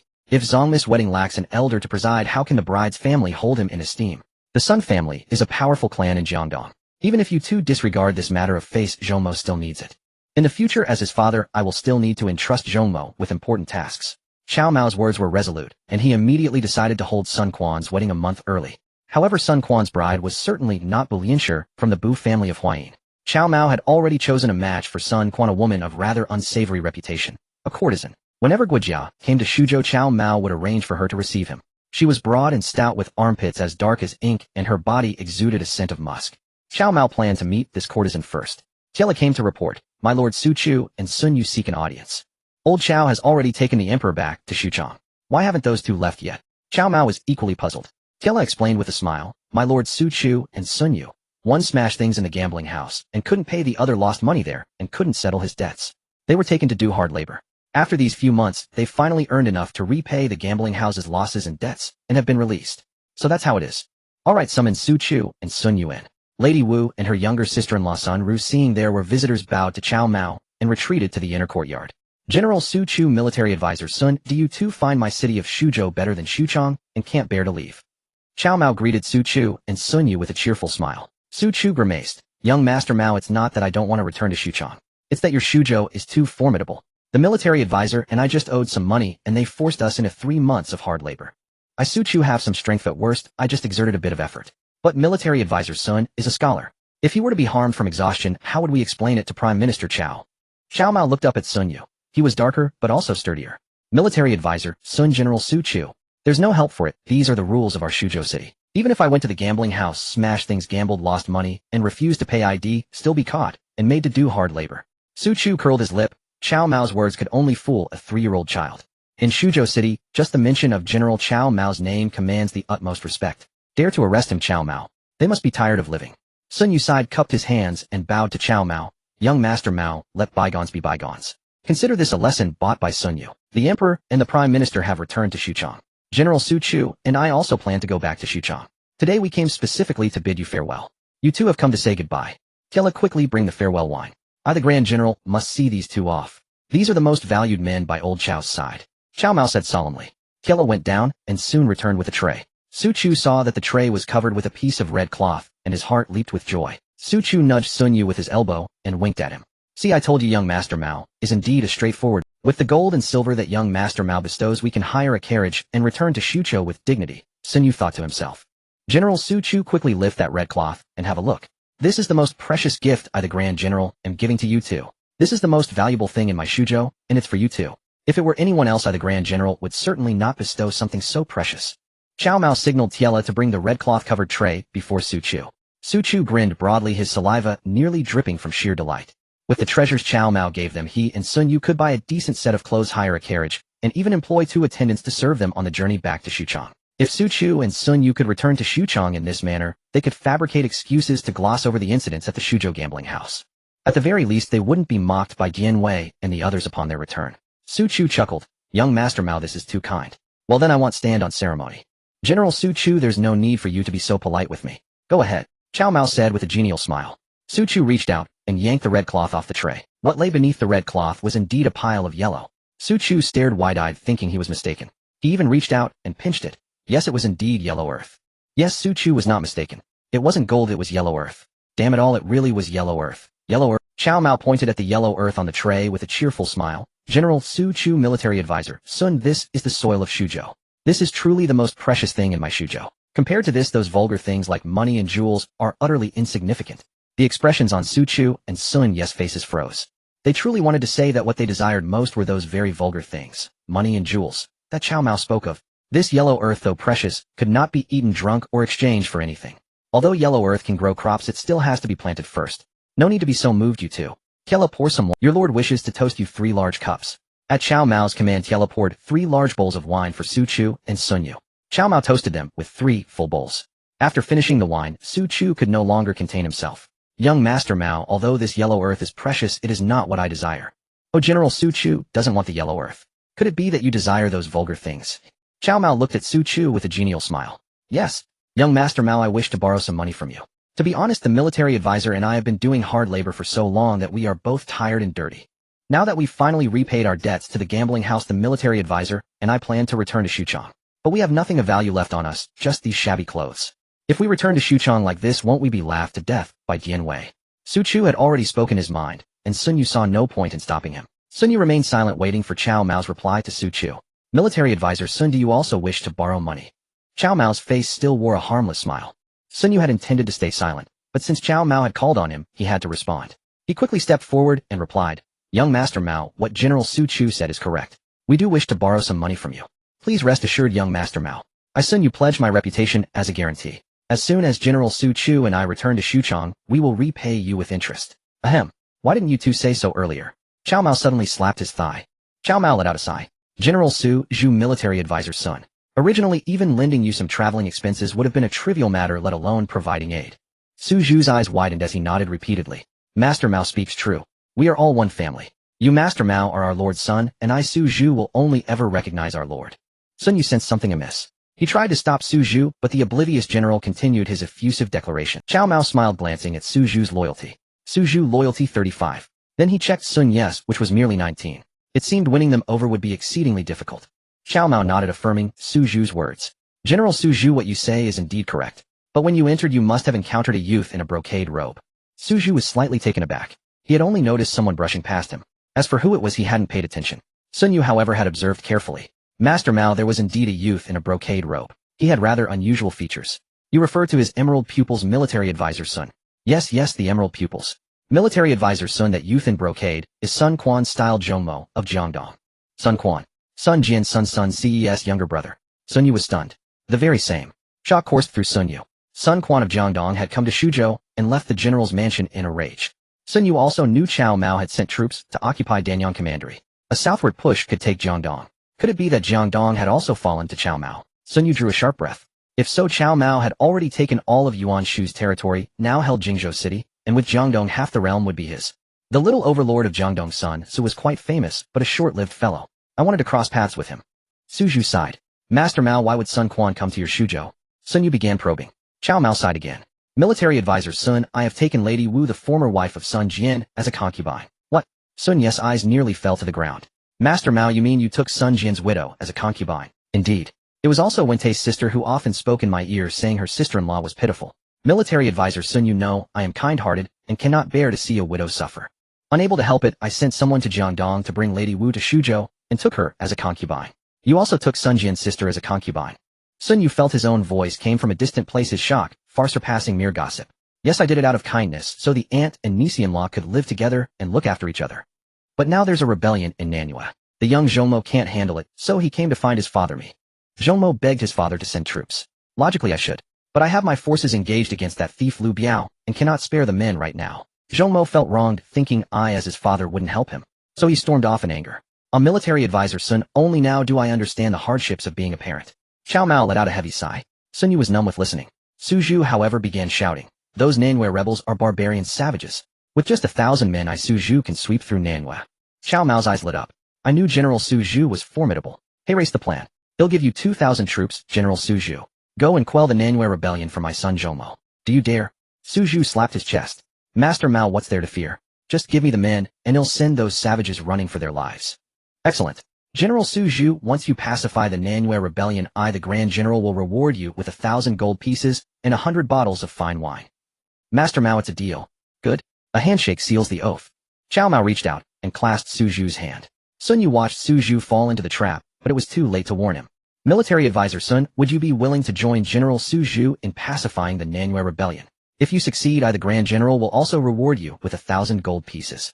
Furthermore, you may gamble for 3 consecutive days in my Shuzhou casino. Any losses are mine to bear, and any winnings are yours to keep. Sun Yu had no other vices. He didn't drink or chase women. His sole passion was gambling. 1,000 gold pieces plus 3 days of gambling in Shuzhou with the risk covered by Cao Mao and the rewards his own. The offer was immensely tempting to Sun Yu. Military advisor Sun, with the two of us working together, well, turn those Nanwei savages into mincemeat in no time. Su Zhu blustered from the side. Sun Yu considered his situation. He had no travel money. If Su Zhu led troops to quell the rebellion in Nanyue, he himself would have no way back to Xuchang. He might as well go with Su Zhu. As a last resort, he could take the 2,000 men Cao Mao provided along with the supplies back to Xuchang and present them to Cao Cao as a justification. Sun Yu made up his mind and agreed. General Su Zhu, military advisor Sun, I must trouble you both to consume these pills. Like a magician, Cao Mao produced 2 black pills, each the size of a pigeon's egg. What are these? Sun Yu and Su Zhu stared at the black pills. They clearly weren't anything good. Poison. Cao Mao uttered. Sun Yu and Su Zhu's faces changed. Su Zhu cried out, Master Mao, you're sending us to help your son Sun Quan pacify Nanyue, so why give us poison to eat? Ahem, General Su Zhu, I know you're anxious, but don't be. First let me the Grand General finish what I have to say. Cao Mao coughed twice and continued. General Su Zhu, military advisor Sun, I have no other choice. Consider this, if you two were to take these 2,000 men and all the supplies back to Xuchang, my loss would be immense. Master Mao doesn't trust me, Su Zhu. Su Zhu's eyes bulged. The feeling of being doubted and distrusted was bitter. Sun Yu, however, blinked in shock. His own recent thought had occurred to Cao Mao as well. When had this arrogant Master Mao become so shrewd? General Su Zhu, it's not that I, the Grand General, don't trust you. I dare not gamble with human nature. Although the leopard fetus sinew transforming pill is poisonous, its effects won't manifest for half a year. Once you two have pacified the Nanyue rebellion and returned to Shuzhou to return the troops, I will give you the antidote. Then all will be well, won't it? Su Zhu and Sun Yu exchanged bewildered glances. Since neither of you is willing, then please take your leave. Cao Mao pretended to retrieve the leopard catheter sinew transforming pill side lightly and walked toward the rear courtyard. Young Master Mao, please wait. Su Zhu thought about his own ragged appearance. Could he really beg his way back to Shuzhou? If he did, wouldn't Dian Wei, that brute, laugh his head off? Besides, leading troops into battle was something Su Zhu had long desired. Under Cao Cao, he had merely served as a security captain. Su Zhu had not had many opportunities to fight on the front lines. General Su Zhu, have you agreed? But let me lay down the rules first. If you wish to lead troops to pacify the rebellion in Nanyue, you must first swallow this leopard catheter sinew transforming pill. Young Master Mao, poison. I, Su Zhu, have eaten all sorts of things, but never poison. Give it here. Su Zhu reached out his hand to Cao Mao. Cao Mao opened his palm, and Su Zhu grabbed a leopard catheter sinew transforming pill and stuffed it into his mouth. Excellent. General Su Zhu truly has courage. Someone escort General Su Zhu to rest. Provide fine wine, good food, and a few beauties to keep him company. In 3 days, General Su Zhu can lead the troops south to quell the rebellion. After speaking, Cao Mao did not look at Sun Yu, but turned to leave. Young Master Mao, I will take one too. Sun Yu, discerning Cao Mao's intention, sighed, and proactively asked for the leopard catheter sinew transforming pill. Cao Mao beamed as he watched Sun Yu also swallow a leopard catheter sinew transforming pill. Military advisor Sun, with you advising General Su Zhu, the rebellion in Nanyue will surely be pacified with ease. In Jizhou Hebei, Liu Bei had obtained Dongsheng's secret edict. One day Liu Bei took out the emperor's secret edict and wept silently. Elder brother, what use is crying? Yuan Shao gave you 500 soldiers, elder brother.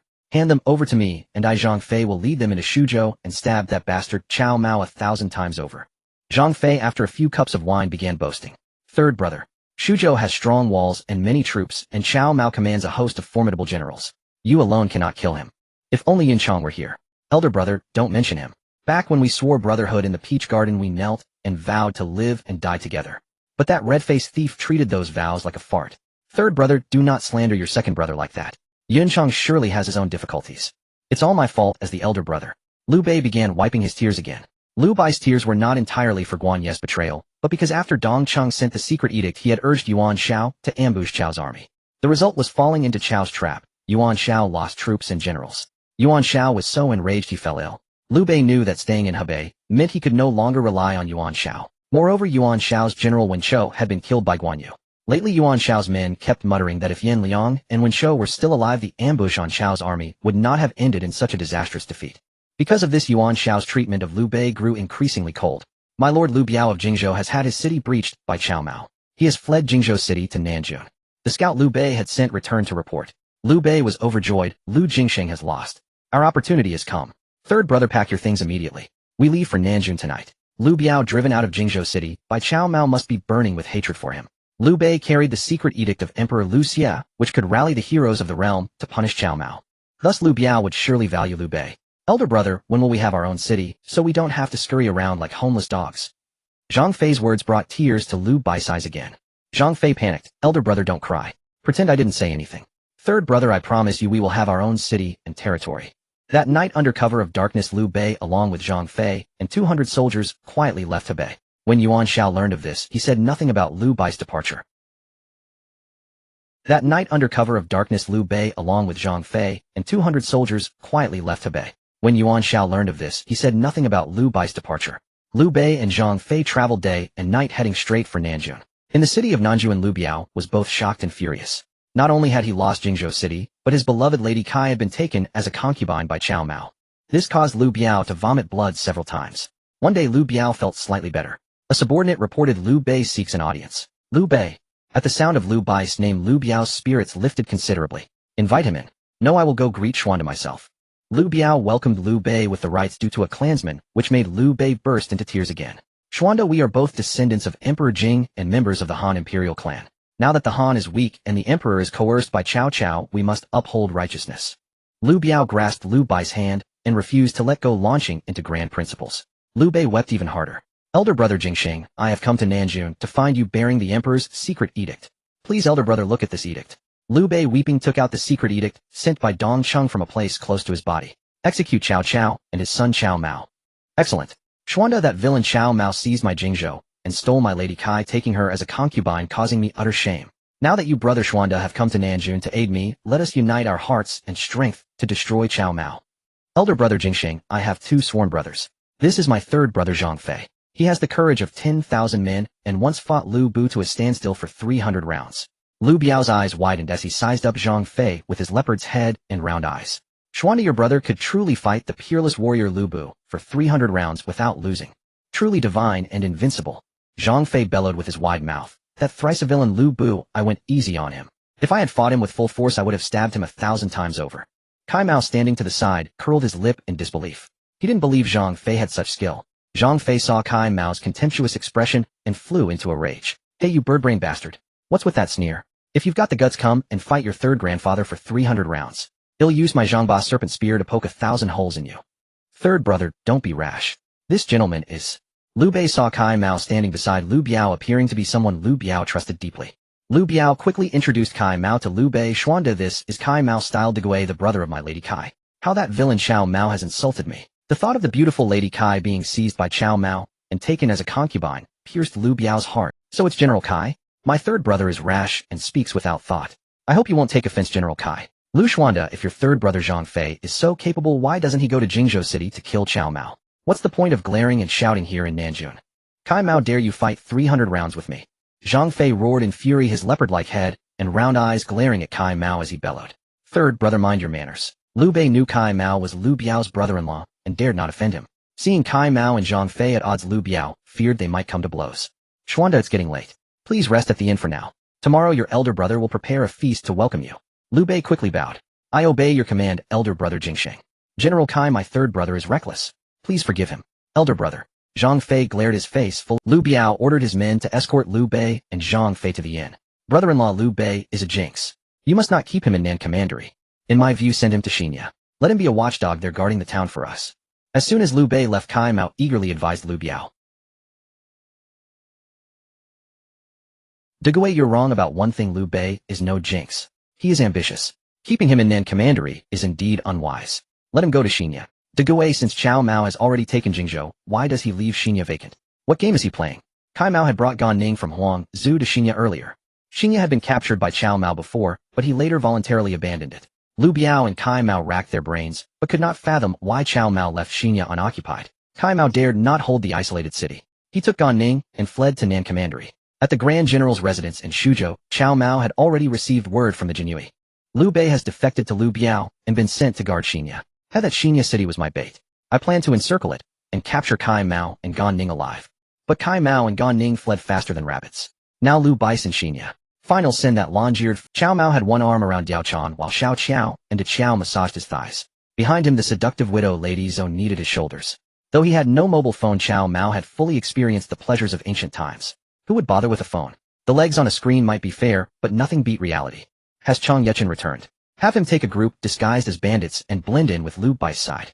Cao Mao issued the order to his personal guard Tiela. After killing Yin Liang, Chang Yechen enjoyed fine food and drink in Chao's camp. Xiahou Dun often invited him for drinks to strengthen their bond. When drunk, Xiahou Dun would drag him to brothels and entertainment houses in Xuchang. Chang Yechen never refused, but when it came to crucial matters he feigned drunkenness or played dumb. Xiahou Dun was utterly frustrated. He had spent much money on Chang Yechen gaining nothing but a bigger belly for the man. Upon receiving Cao Mao's secret order, Chang Yechen fled back to Shuzhou overnight. Xiahou Dun had no idea that Chang Yechen was a system reward to Cao Mao utterly loyal to him. Even if Xiahou Dun offered Chang Yechen his own wife, the man would never betray his lord Cao Mao. These system-rewarded general strategists and technicians were loyal only to their host Cao Mao. Liu Bei was sent to Xingye by Liu Biao. When he opened the map, he broke out in a cold sweat. To the north was Cao Mao, to the south, Cao Mao's Jingzhou. He was completely surrounded by Cao Mao. Xingye was an isolated city. Elder brother, that old scoundrel Liu Biao gave us this ruined city to guard. With such a force you want to attack Jingzhou? Are you dreaming? Third brother, I heard your second brother Yunchang is also. He had brought over 200 men from Hebei, and Liu Biao gave him 500 foot soldiers for Xingye. In total barely 700 men. With such a force you want to attack Jingzhou? Are you dreaming? Third brother, I heard your second brother Yunchang is also in Jingxiang. I plan to find him. When we three swore brotherhood in your peach orchard, we knelt and vowed to live and die together. Elder brother, don't mention that red-faced traitor. He's been bought by Cao Mao with wine, women, and gold. If I ever see that red-faced scoundrel, I'll stab him 1,000 holes. Zhang Fei fumed at the mention of Guan Yu. Third brother, how can you say that? Yinchang was only deceived by Cao Mao's sweet words. He would never betray his elder brother. Don't speak such words that harm brotherhood. The next day Liu Bei ordered Zhang Fei to guard the city while he ventured outside Xingye with dozens of personal guards. He still couldn't. Elder brother. Zhang Fei was moved to tears. Third brother. As Liu Bai's emotions swelled, the two brothers wept in each other's arms. The next day Liu Bei ordered Zhang Fei to guard the city while he ventured outside Xingye with dozens of personal guards. He still couldn't give up on Guan Yu. He hoped to get lucky and find Guan Yu. With his talent for weeping, he might cry Guan Yu into changing his mind. After wandering for half a day, scouts reported spotting Cao Mao's advance guards ahead. Liu Bei dared not proceed, fearing capture by Cao Mao's men. Master, there's a red pine forest ahead. The weather is hot. Let's take shelter in the shade. Liu Bei, ever considerate to his men, heeded the advice. After all, Liu Bei feared being discovered by Cao Mao's scouts and captured. Thinking of Cao Mao, he ground his teeth, and his fair-skinned lady Gan, as beautiful as a Guanyin, and Lady Mi from a wealthy family, had both been taken by Cao Mao as his concubines. With Lady Mi becoming Cao Mao's concubine, her brothers Mi Zhu and Mi Feng also defected to Cao Mao. Liu Bei lost the Mi family's support, facing dire shortages of money and grain. Hey, who dares trespass on my territory? A burly man, bare-chested, wielding a long spear, led 100 similarly dressed men with sabers and spears. The 100 men burst from the red pine forest, staring at Liu Bei. Good sir, I am a descendant of Emperor Jing of Han from the Zhongshan Jing King's line. The emperor's uncle Liu Bei styled Xuanda. Liu Bei quickly bowed and introduced himself to the black-clad leader. Damn it, grandson, or whatever, I don't care who. Trespassing on my land means you pay a toll. Big Ears, stop the nonsense, hand over the money. The dark man raised his spear at Liu Bei. What uses money in this chaotic world? If you desire it, Liu Bei can offer it with both hands. Liu Bei unfastened the money pouch from his waist and tossed it to the dark man. Trespassing on my land means you pay a toll. Big Ears, stop the nonsense, hand. Gazing at the money pouch in his hand, then at Liu Bei standing before him with a smile, he opened his mouth, but ultimately waved at his men. This man's a fool. Brothers, retreat. Brave warrior, wait. Liu Bei quickly stopped him. The dark man turned his head with a sneer. I knew you big-eared one weren't some generous lord. Now that the pouch is in my hands, if you want it back, ask my spear here if it agrees. The dark man tossed the iron pouch to a burly man beside him and raised his spear at Liu Bei. Liu Bei waved his hands hastily. Brave warrior, you misunderstand. Liu Bei isn't asking for the pouch back. I have a word to share with you. The dark man frowned, initially not wanting to engage, but reconsidered for the money. Sake, big ears, speak quickly. Once you're done, I still need to scout around Shinya City to see if I can find a fat sheep. Liu Bei sighed, his eyes brimming with concern for the nation. Brave warrior, I am a descendant of the Han imperial clan, originally living in seclusion in the countryside. But when the yellow turbans ran rampant, Liu Bei exhausted my family fortune to recruit brave villagers to defeat those bandits. Later the yellow turbans were barely quelled when Dong Zhuo plunged the court into chaos. Liu Bei along with Yuan Shao Cao Cao and others formed a coalition of 19 forces at Xuanzhou. At that alliance my sworn brother Guan Yu warmed wine to behead Hua Xiong, crushing Dong Zhuo. We achieved great feats. Yet now warlords rise everywhere coveting the Han throne. I wish to turn the tide for the emperor, but alas, a single thread cannot make a cord, nor a single tree a forest. Brave warrior, would you become sworn brothers with me? Let us unite our hearts and strength to fight for the Han and the common people. The dark man stared at Liu Bei, who was now in tears. The dark man curled his lip. I ain't fighting for the Han or the people. Just give me wine and meat, and I'm content. A flicker of joy passed through Liu Bei's eyes. This dark man still hadn't transcended base desires, his needs were the most primal, eating, drinking, and pleasure. Brave warrior. Liu Bei holds a secret imperial edict. Once the realm is pacified, you'll receive ranks, titles, and blessings for your wife and children, let alone wine and meat. Liu Bei argued with great fervor. A man beside the dark man seemed swayed as well. He whispered to him, brother, what big ears says has some merit. That General Chao in Jingzhou is sending men to suppress bandits everywhere. Our stronghold was burned down by that General Chao. We've been hiding in this Chisong forest for days, plagued by venomous snakes and mosquitoes. Several brothers couldn't take it and slipped away down the mountain. If this continues, our group will disband. Might as well follow Big Ears for a meal. Though the man tried to lower his voice, he was naturally loud. Liu Bei, standing a few meters away, heard every word clear. A smile spread across Liu Bei's face. Brave warrior, I am currently staying in Shinya City. Though small, it offers shelter from wind and rain. Far better than this Chisong forest. Brave warrior, hesitate no more. Return to Shinya with me. Brother, we can't wait any longer. If General Chao's troops arrive, this forest will be our grave. The dark man glared at his companion. Enough noise. Don't I know that? That Liu Big Ears. I am Liu Bei. Of course, if you prefer to call me Liu Big Ears, that's acceptable. Liu Bei was solely focused on recruiting the dark man. He took no offense at being called Liu Big Ears. Ahem, Liu Bei is it? Your name's a bit hard to remember. Head back to Shinya first. I still have brothers on the mountain. They'll go discuss it with them. If they agree, I'll lead them to Shinya to join you. Brother, we have no brothers left. General Chao's troops burned them all away. Enough noise. Are you the big brother, or am I it? The dark man bellowed at his companion. The burly man looked aggrieved, but dared not speak further. Liu Bei observed this joy in his heart. It seemed the dark man and his followers had also been ravaged by Cao Mao. Liu Bei no longer worried about failing to He smiled and clasped his hands at the dark man. Brave warrior, I'll prepare wine and meat in Shinya City, awaiting your arrival with your brothers. With that, Liu Bei departed, leading his dozen or so personal guards back to Shinya. General, our plan worked. But why didn't you follow Liu Bei to Shinya City just now, eh? What do you know? This is called if Liu Big Ears sees us joining him too easily, even if he doesn't suspect us, he'll think little of our band. Truly, General, you are resourceful. Enough with the flattery. Return and report to our lord that we've met Liu Bei and everything proceeds according to the Grand General's plan. A carrier pigeon delivered the message to Cao Mao. Reading it, he smiled faintly. Chang Shiwu seems rough, but he's as meticulous as thread. Well done. Cao Mao had sent Chang Yuchen to infiltrate Liu Bei's side, not to scheme against Liu Bei himself, but to target Liu Biao's 9 commandery of Jingzhou. Currently, Cao Mao held only 2 commandery, with 7 remaining under Liu Biao. Attacking city by city would drain resources and consume time. When cunning would suffice, Cao Mao saw no need for brute force. Better to expend that vigor on his many concubines than on a withered old coffin like Liu Biao. So he would first incite Liu Bei to attack Liu Biao, while Cao Mao reaped the spoils from behind. My lord, news from the southern Yu region. Su Chu and Sun Yu have quelled the rebellion and are preparing to return to Shuzhou with their... How can I let them return? Quickly issue an imperial decree ordering them to push further south. Further south. Those lands are inhabited by savages. Even savage lands must be conquered. Cao Mao commanded decisively, dispatch Ho Cheng and Wei Su with 2,000 men to assist Su Chu and Sun Yu. Cao Mao's intelligence network was vast, relying heavily on the brocade guard system. Within only half a month, his orders reached Su Chu and Sun Yu. Young Master Mao still wants us to go south. What does he mean? Didn't he promise we could return to Xuchang after quelling the Southern Yu rebellion with rewards of gold and treasure? What's his game now? Su Chu's eyes bulged with fury. Su Zhui fell into young Master Mao's carefully laid trap the moment we agreed to pacify the rebellion in the Southern Yu. Sun Yu sighed. We have money and soldiers now. Let's just return to Xuchang and ignore young Master Mao. Su Zhu clenched his fists. Sun Yu gave a bitter smile. Su Zhu, don't forget that before we came, young Master Mao made each of us swallow a poison pill. If the half-year deadline passes without the antidote, the poison will take effect. Even if we return to Xuchang, what difference would it make? Su Zhu felt as if a basin of ice water had been poured over his head. He pondered, scratching his head. Advisor, what if we return to Xuchang and have our lord write a letter ordering young Master Mao to give us the antidote? Sun Yu glanced at Su Zhu. Su Zhu, do you really think young Master Mao would listen to his father? Don't forget he even snatched the woman his father had his eye on. Su Zhu was speechless. Su Zhu, there is a way to make young Master Mao give us the antidote early. Seeing Su Zhu's stunned expression, Sun Yu slowly added another sentence. Advisor, I knew you had a plan. Tell me quickly, and he'll do it right away. This godforsaken place gets hotter by the day, and I can't stand it any longer. Su Zhu truly longed to return to Xuchang and be by Lord Chao's side. Young Master Mao is fond of women. I hear the queen of the Lini kingdom is incomparably beautiful. If we present her to him, he might be pleased enough to give us the antidote. Advisor, you're right.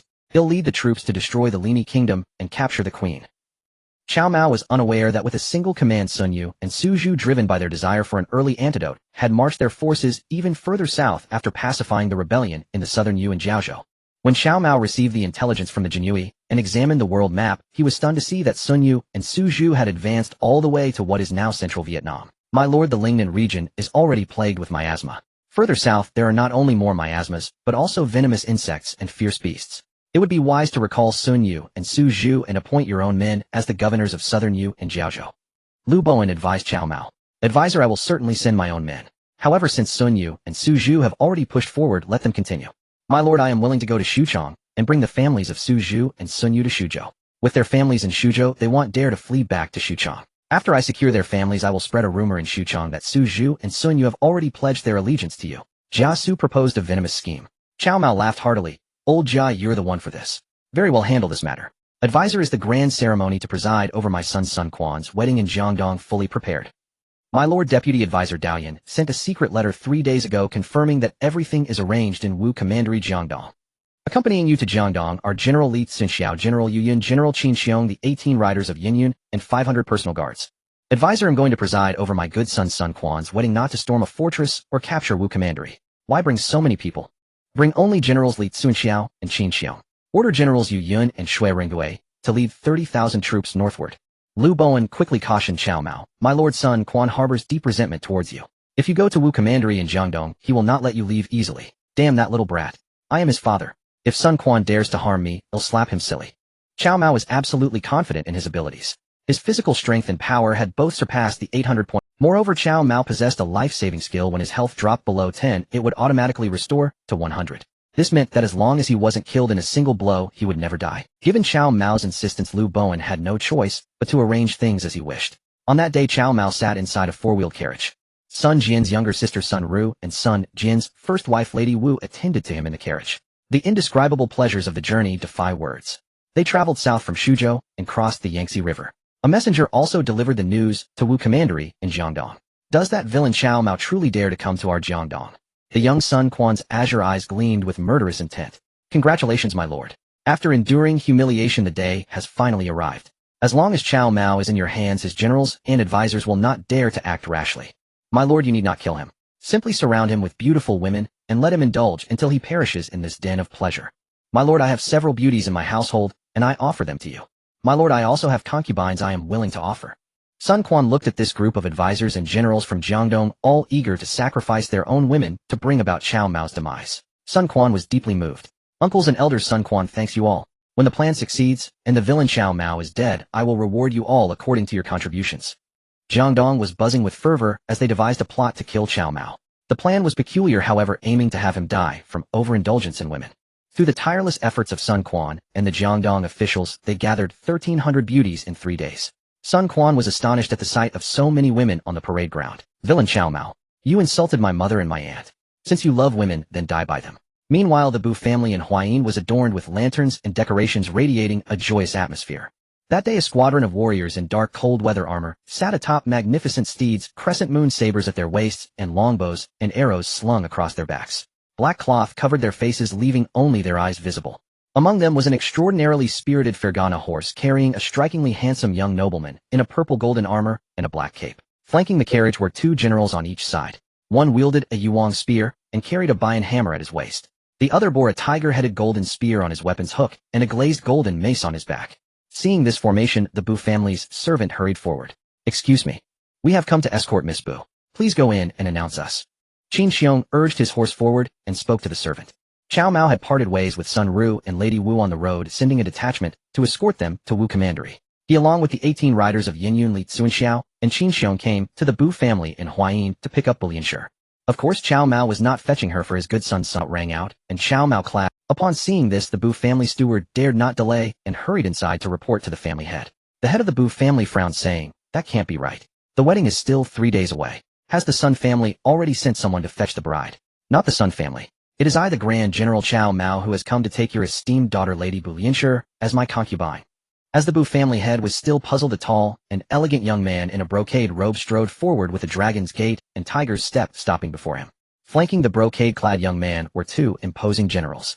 Behind him stood 18 warriors clad in dark cold armor, their faces hidden beneath black hoods revealing only their eyes. They carried curved sabers at their waists and long bows and arrows on their backs. The Bu family head was taken aback. He had heard of Cao Mao's reputation. In recent days, men had been scouring the lands of Jiangdong for beautiful women, and even the Bu family had been forced to hand over 2 concubines. These 2 concubines were among those the Bu family had cherished most, but he had no choice. The Bu family was about to form a marriage alliance with the Sun family, and some gesture of goodwill was necessary. Moreover, Cao Mao possessed a life-saving skill. When his health dropped below 10, it would automatically restore to 100. This meant that as long as he in Jiangdong, Sun Quan had painted Cao Mao as a lecherous, cruel, and violent madman. Upon hearing Cao Mao's name, the women of Jiangdong would smear soot on their faces in terror. When the Bu family head heard Cao Mao announce himself, he was stunned. The moment he regained his senses, his expression drastically changed. You are Cao Mao, the son of Prime Minister Cao, who seized Shuzhou. Mind your words. My position as Grand General ranks among the 3 dukes, putting me on equal footing with old Cao. I have long heard that your esteemed daughter Bulianshi is incomparably beautiful. I have come in person to take her as my bride. Men present the betrothal gifts. These knights possessed exceptional equestrian skills, and Liu Bowen was protected among them. He jumped off his warhorse, followed closely by the Yinyun 18 knights. General Li Cunxiao is the Lord's safe. The soldiers casually opened the 20 chests, revealing gold, silver, jewels, shoe brocade, and silk, all of immense value.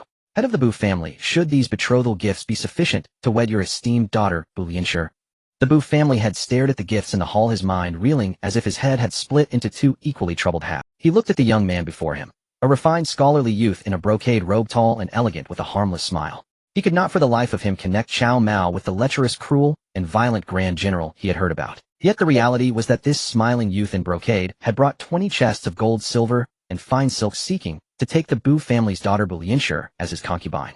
Yet the reality was that this smiling youth in brocade had brought 20 chests of gold, silver, and fine silk, seeking to take the Bu family's daughter Bulianshi. But a daughter cannot be married to 2 men. My daughter Bulianshi is already betrothed to the Sun family. In 3 days they will send someone to fetch her to Wu Commandery for the wedding. You mean Sun Quan? He is my son. My son Sun Quan is very filial. Knowing his father loves beautiful women, he has graciously given your daughter Bulianshi to me, his father. Cao Mao pointed at his own nose. These words caused the Bu family head to stumble, nearly falling to the ground. This. Enough, no need to trouble yourself, head of the family. I, the Grand General, will personally fetch Bulianshi. Cao Mao strode boldly toward the rear courtyard of the Bu residence. Several stewards stood by at a loss. One burly steward loyal to a fault stepped forward like a door plank to block Cao Mao's path. Li Cunxiao snorted coldly, ready to strike with his Bianjian. Cao Mao waved him off, then reached out and grabbed the burly steward by the chest. Effortlessly lifting him over his head, Cao Mao tossed him upward. The steward, weighing over 200 jin, was flung lightly by Cao Mao, his body shooting up like an arrow to land on the rooftop. Due to his weight, the steward crushed the roof tiles and fell back down. Cao Mao darted forward like a flash of lightning, charging into the house and catching the steward steadily as he descended. Cao Mao patted him on the shoulder. Today is a day of great joy, and I do not wish to kill. Be more astute in the future, or you may die without knowing how. The steward stared at Cao Mao, his eyes filled with shock and terror. The Bu family head, witnessing all this, was also he had only thought Cao Mao relied on his fierce generals to be violent and cruel, never imagining that Cao Mao himself possessed such formidable skill. As Cao Mao walked, he called out loudly, Bulianshi, I, the Grand General Cao Mao, have come to take my lady back to the mansion. Bulianshi was still immersed in joy, waiting for Sun Quan to come for her. Mistress, something terrible has happened. That lecher Cao Mao. He's here. Cao Mao. Bulianshi was, though secluded in her boudoir, she had heard of Cao Mao's name. But Cao Mao was far away in Shuzhou, separated by hundreds of li and the natural barrier of the Yangtze River. Bulianshi heard him clearly, her face turning pale. This lecherous madman is truly vicious and ruthless. Her face was ashen. Bulianshi, my lady, where are you? Come out at once. Otherwise your husband will have to start killing. Cao Mao raised his voice in a thunderous shout. Bulianshi heard him clearly, her face turning pale. This lecherous madman is truly vicious and ruthless. Her face was ashen. She had still been dreaming of marrying Sun Quan in 3 days to bear children for the Sun family of Jiangdong. But now this lecher Cao Mao had barged into her home, forcing her out. If she refused, he would slaughter her entire family. Bu Lianshi grabbed a silver pair of scissors and concealed it on her person. "Daughter, what are you doing?" Her mother saw this and cried out in alarm. Bu Lianshi smiled bitterly. "Mother, I can no longer fulfill my filial duties by your side." With that, Bu Lianshi rushed out. Cao Mao continued walking, shouting her name loudly. As he reached the rear courtyard of the Bu residence, a young woman ran out from within. "I am Bu Lianshi. You seek me, so take me, but do not harm my family." Bu Lianshi shouted at Cao Mao. Cao Mao fixed his gaze on her. Even for him, accustomed to seeing beauties, his eyes lit up. The Bu Lianshi before him was elegant as jade, with a charming face, fair and delicate skin, and lustrous black hair. She was stunning even to Cao Mao. "My beloved concubine, your husband has come to take you back to the mansion for our wedding," Cao Mao said with a smile, approaching Bu Lianshi and reaching out to embrace her. Bu Lianshi did not dodge. As Cao Mao drew near, she suddenly swung her right hand from behind her back, the silver scissors in her grip aimed straight for Cao Mao's heart. The silver scissors thrust straight toward Cao Mao's heart. A surge of exhilaration coursed through Bu Lianshi. "Even if I, Bu Lianshi, am slain by the guards of this debauched and brutal Grand General, my death would be worth it." "Bu Lianshi, are you trying to murder your husband?" Cao Mao's physical strength and power were extraordinary. He caught the silver scissors in his grasp as she lunged. Panic seized Bu Lianshi as she struggled with all her might. Cao Mao chuckled darkly, hoisting her onto his shoulder while keeping the silver scissors in hand. With a slight squeeze, he crumpled the scissors into a ball. Without even a glance, Cao Mao tossed the crumpled silver scissors to the ground. "Villain! Lecher! Release me! I am already betrothed to the Sun family. As the Grand General of the court, how can you act so outrageously?"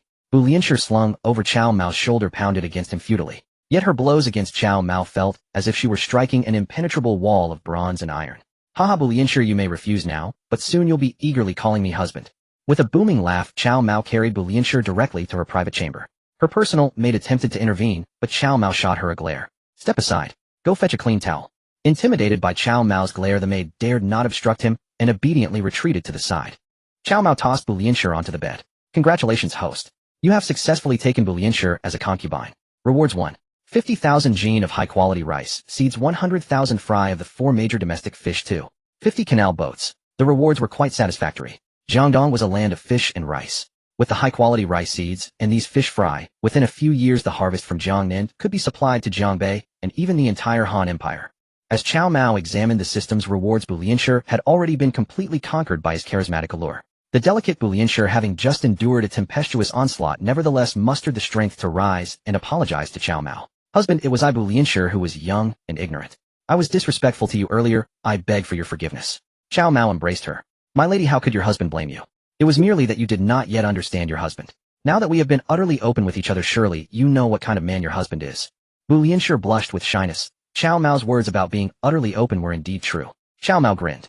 "My lady, I was also somewhat rude to your parents earlier. Would you be willing to accompany your husband to apologize to them?" "Husband, your wife will get ready immediately." Bu Lianshi winced slightly. Her first intimate experience was indeed quite painful. Cao Mao called out to the maid, "Come quickly. Help your mistress change clothes and do her hair." The maid approached timidly. "Yin Hong, don't be afraid. This is your master's husband." "Husband, this is my personal maid. She grew up with me. May she also come with us to Shuzhou?"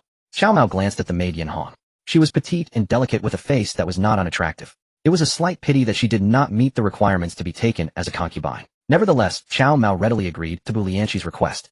"My lady, it is essential to bring Yin Hong to attend. Once we reach Shuzhou, your husband will assign you 2 more diligent maidservants." "Husband, your wife is not a fragile woman. I can manage ordinary matters myself.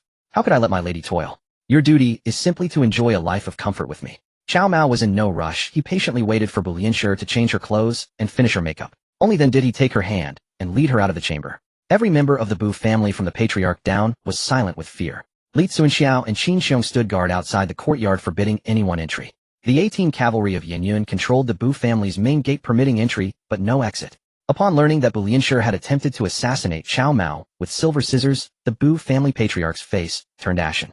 Sun Quan had spread word that Cao Mao was a merciless demon who killed without blinking. In the patriarch's view, Cao Mao would surely defile Bu Lianshi and then slaughter the entire Bu family of over 20 members. "Patriarch Bu." A voice jolted the Bu family patriarch from his terror. Turning his head, he saw Cao Mao emerging from the rear courtyard, holding his granddaughter Bu Lianshi's hand. "Ji Grand General. This insignificant one deserves death 1,000 times." The patriarch's legs gave way as he began to kneel. Cao Mao was quick. He caught the patriarch's hand and pulled him upright. Patriarch Bu, why offer such a grand salute to a junior like me? Li Cunxiao, tell the patriarch that we are already wed. From now on I, Cao Mao, and the Bu family are bound by marriage. I will send men to protect your family. Bu Lianshi also bowed to the patriarch. Grandfather, I have performed the rites of Zhou with my husband. He is my lord. As for the betrothal gifts from the Sun family, please return them. Bu Lianshi also bowed to the patriarch. Grandfather, I have performed the rites of Zhou with my husband. He is my lord. As for the betrothal gifts from the Sun family, consider these gifts as congratulations from that filial son Quan on our nuptials. Cao Mao's words left the Bu patriarch at a loss for how to respond. Bu Lianshi was also stunned. Cao Mao explained with a smile, my lady, to be honest, besides taking you as my concubine, I have also taken Lady Wu and Sun Ru's Sun Quan's and as concubines. The Bu patriarch listened in astonishment. He had indeed heard that Cao Mao had seized Lady Wu and Sun Quan's aunt Sun Ru, but hearing it directly from Cao Mao's mouth still shocked him deeply. Bu Lianshi was not surprised that during their intimate moment, Cao Mao had already told her about his other concubines. She had also realized that if she were his only concubine, she would likely be exhausted to death by his vigor. For her, these concubines were not rivals, but good sisters who could share her burden. Patriarch Bu, there is another matter I wish to entrust to the Bu family. I am at the Grand General's command. The Bu patriarch felt somewhat reassured. Seeing Cao Mao's demeanor, it seemed he would not massacre the Bu family. It is like this. I see that Jiangnan is a land of fish and rice, but your fish fry and rice seeds are far from adequate. I have brought some high-quality rice seeds and fish fry from Shuzhou. I am entrusting this task to your Bu family. Are you willing to take it on, Patriarch Bu? High-quality rice seeds and fish fry. Grand General, my Bu family has been farmers for generations. We have long suffered from a lack of good seeds. If there truly are good rice seeds, my Bu family is willing to undertake this task. The Bu patriarch was overjoyed, fully aware of the immense value of superior rice seeds and excellent fish fry. Cao Mao laughed heartily. Excellent. Patriarch, Bu, this matter is yours. I will soon have the rice seeds and fish fry delivered to your residence. But this task cannot be taken lightly. It concerns the very sustenance of our Han Empire. The Bu family patriarch was shrewd and immediately grasped Cao Mao's intention. He knew that by accepting this deal, the Bu family's days of prosperity had arrived. The Bu family was not wealthy in Huayin, having slowly built their fortune through a few meager plots of farmland. The patriarch was well aware of the hardships involved. Cao Mao advised the Bu family patriarch not to focus too much on immediate gains. If this matter was handled well, wealth would come inevitably. General, my family will surely remember your words and dare not act recklessly. The Bu family patriarch gave his assurance to Cao Mao. After offering a few words of encouragement, Cao Mao had high-quality rice seeds and fish fry delivered to the Bu family by afternoon. Cao Mao stayed at the Bu residence for 3 days. The wedding procession sent by Sun Quan also arrived, but was detained at the Bu estate. Cao Mao ordered the Bu family to keep all of Sun Quan's envoys to help manage the rice and fish cultivation. The wedding procession was led by Zhang Xiu. Upon arriving at the Bu residence, Zhang Xiu was detained and informed that Bu Lianshi, the daughter of the Bu family, had already been taken by Cao Mao as a concubine. Zhang Xiu erupted in furious curses. Zhang Ziba, whom are you cursing? Cao Mao asked with a smile as he looked at Zhang Xiu. It was Zhang Xiu's first time seeing Cao Mao. Gazing at the elegant young man in brocade robes before him, Zhang Xiu found it momentarily impossible to connect him with the lecherous, arrogant, bloodthirsty tyrant Cao Mao he had heard of. I am cursing that treacherous villain Cao Mao, who knows no lord or father and plagues the world. Ha, Zhang Zibu, you call me lordless and fatherless. I accept that label. But as for plaguing the world, that I do not admit. Enough, Zhang Zibu, you will stay at the Bu estate and do what you can. Cao Mao waved his hand, ordering the Bu family servants to lead Zhang Xiu away. Zhang Xiu's curses continued unabated. Even the Bu family patriarch found them unbearable. General Zhang Xiu is a man of great talent. Please do not hold it against him. If I held a grudge, I would have already cut. Patriarch Bu Zhang Xiu has some reputation. Keep him here to help promote the rice and fish fry. After giving these instructions, Cao Mao took his leave from the Bu residence. Cao Mao rode the sweat-blood steed with Bu Lianshi. Generals Li Cunxiao and Qin Xiong flanked them, while the 18 cavalry of Yanmen surrounded them like stars around the moon, escorting Cao Mao straight to Wu Commandery. Sun Quan had also donned a red robe. His mother Lady Wu and his aunt Sun Ru had already returned to Wu Commandery from Shuzhou. Yet Cao Mao was not with them. When Sun Quan asked his mother and aunt, they replied that they did not know where Cao Mao had gone. Sun Quan hastily Zhou Yu frowned, pondering for a moment. My lord, I believe Cao Mao must have crossed the river and headed to Danyang Commandery. The entire commandery is now under his control. Once he reaches Danyang, we will have no way to deal with him. What a cunning Cao Mao. I had set an inescapable trap, yet he refused to walk into it. Sun Quan slammed his fist onto the table in frustration. My lord, although Cao Mao did not take the bait, fortunately the Lady Dowager and your aunt have safely returned to Jiangdong. Zhou Yu tried to console Sun Quan, but there was no joy on Sun Quan's face. Instead, there was disgust. Gongjin, I intend to send my mother and aunt to live in a nunnery after I marry the Bu lady. Why is that? Zhou Yu looked at Sun Quan in shock. Sun Quan snorted coldly, spitting out the words, because they are unworthy to reside in the Sun residence. Enough, Gongjin, devise another plan. Say that my mother is gravely ill and ask Cao Mao for the sake of having once served her to come to Wu Commandery without fail. Say that my mother wishes to see Cao Mao one last time before she dies. Sun Quan ground his teeth. Zhou Yu was deeply shocked Sun Quan would stoop to such despicable tactics to kill Cao Mao. It was truly unprecedented. My lord, this scheme is somewhat dishonorable. Zhou Yu still had some sense of decency. Sun Quan's face darkened. Gongjin, since Cao Mao could forcibly take my mother, and any scheme against him is honorable. This? Yes. I shall immediately send a message to Danyang for Cao Mao. Just as Zhou Yu withdrew, a city guard general hurried in to report to Sun Quan. Cao Mao has entered the city. He actually dares to come. Are you certain? The general quickly pulled a portrait from his... This portrait was drawn by Sun Quan himself, and it must be said it made Cao Mao look quite handsome. Sun Quan had deployed 100 spies throughout Wu Commandery, each carrying a copy of Cao Mao's portrait. Some disguised themselves as city guards, others mingled among the small-time vendors. Each had only one task: to watch the city gates and wait for Cao Mao's arrival. Once Cao Mao appeared, they were to report immediately to Sun Quan. These 100 spies were under Sun Quan's direct command beyond even Zhou Yu's interference. My lord, this man, escorted by a squad of black-armored warriors and 2 great generals, has entered the city. He appears even more spirited than in the portrait. He rides a horse with a young, beautiful woman. They were chatting and laughing, deeply affectionate. Sun Quan stopped listening to the spy's further words. He confirmed that Cao Mao had entered Wu Commandery. Now he had to capture him. Cao Mao, you villain. When you dishonored my widowed mother and aunt, did you ever imagine this day would come? Now that you are in my hands, you shall suffer every humiliation. Sun Quan furiously grabbed his sword, drew it, and slashed at the table. A corner of the table was severed by Sun Quan's blow. My lord, Cao Mao seeks an audience outside the residence. What?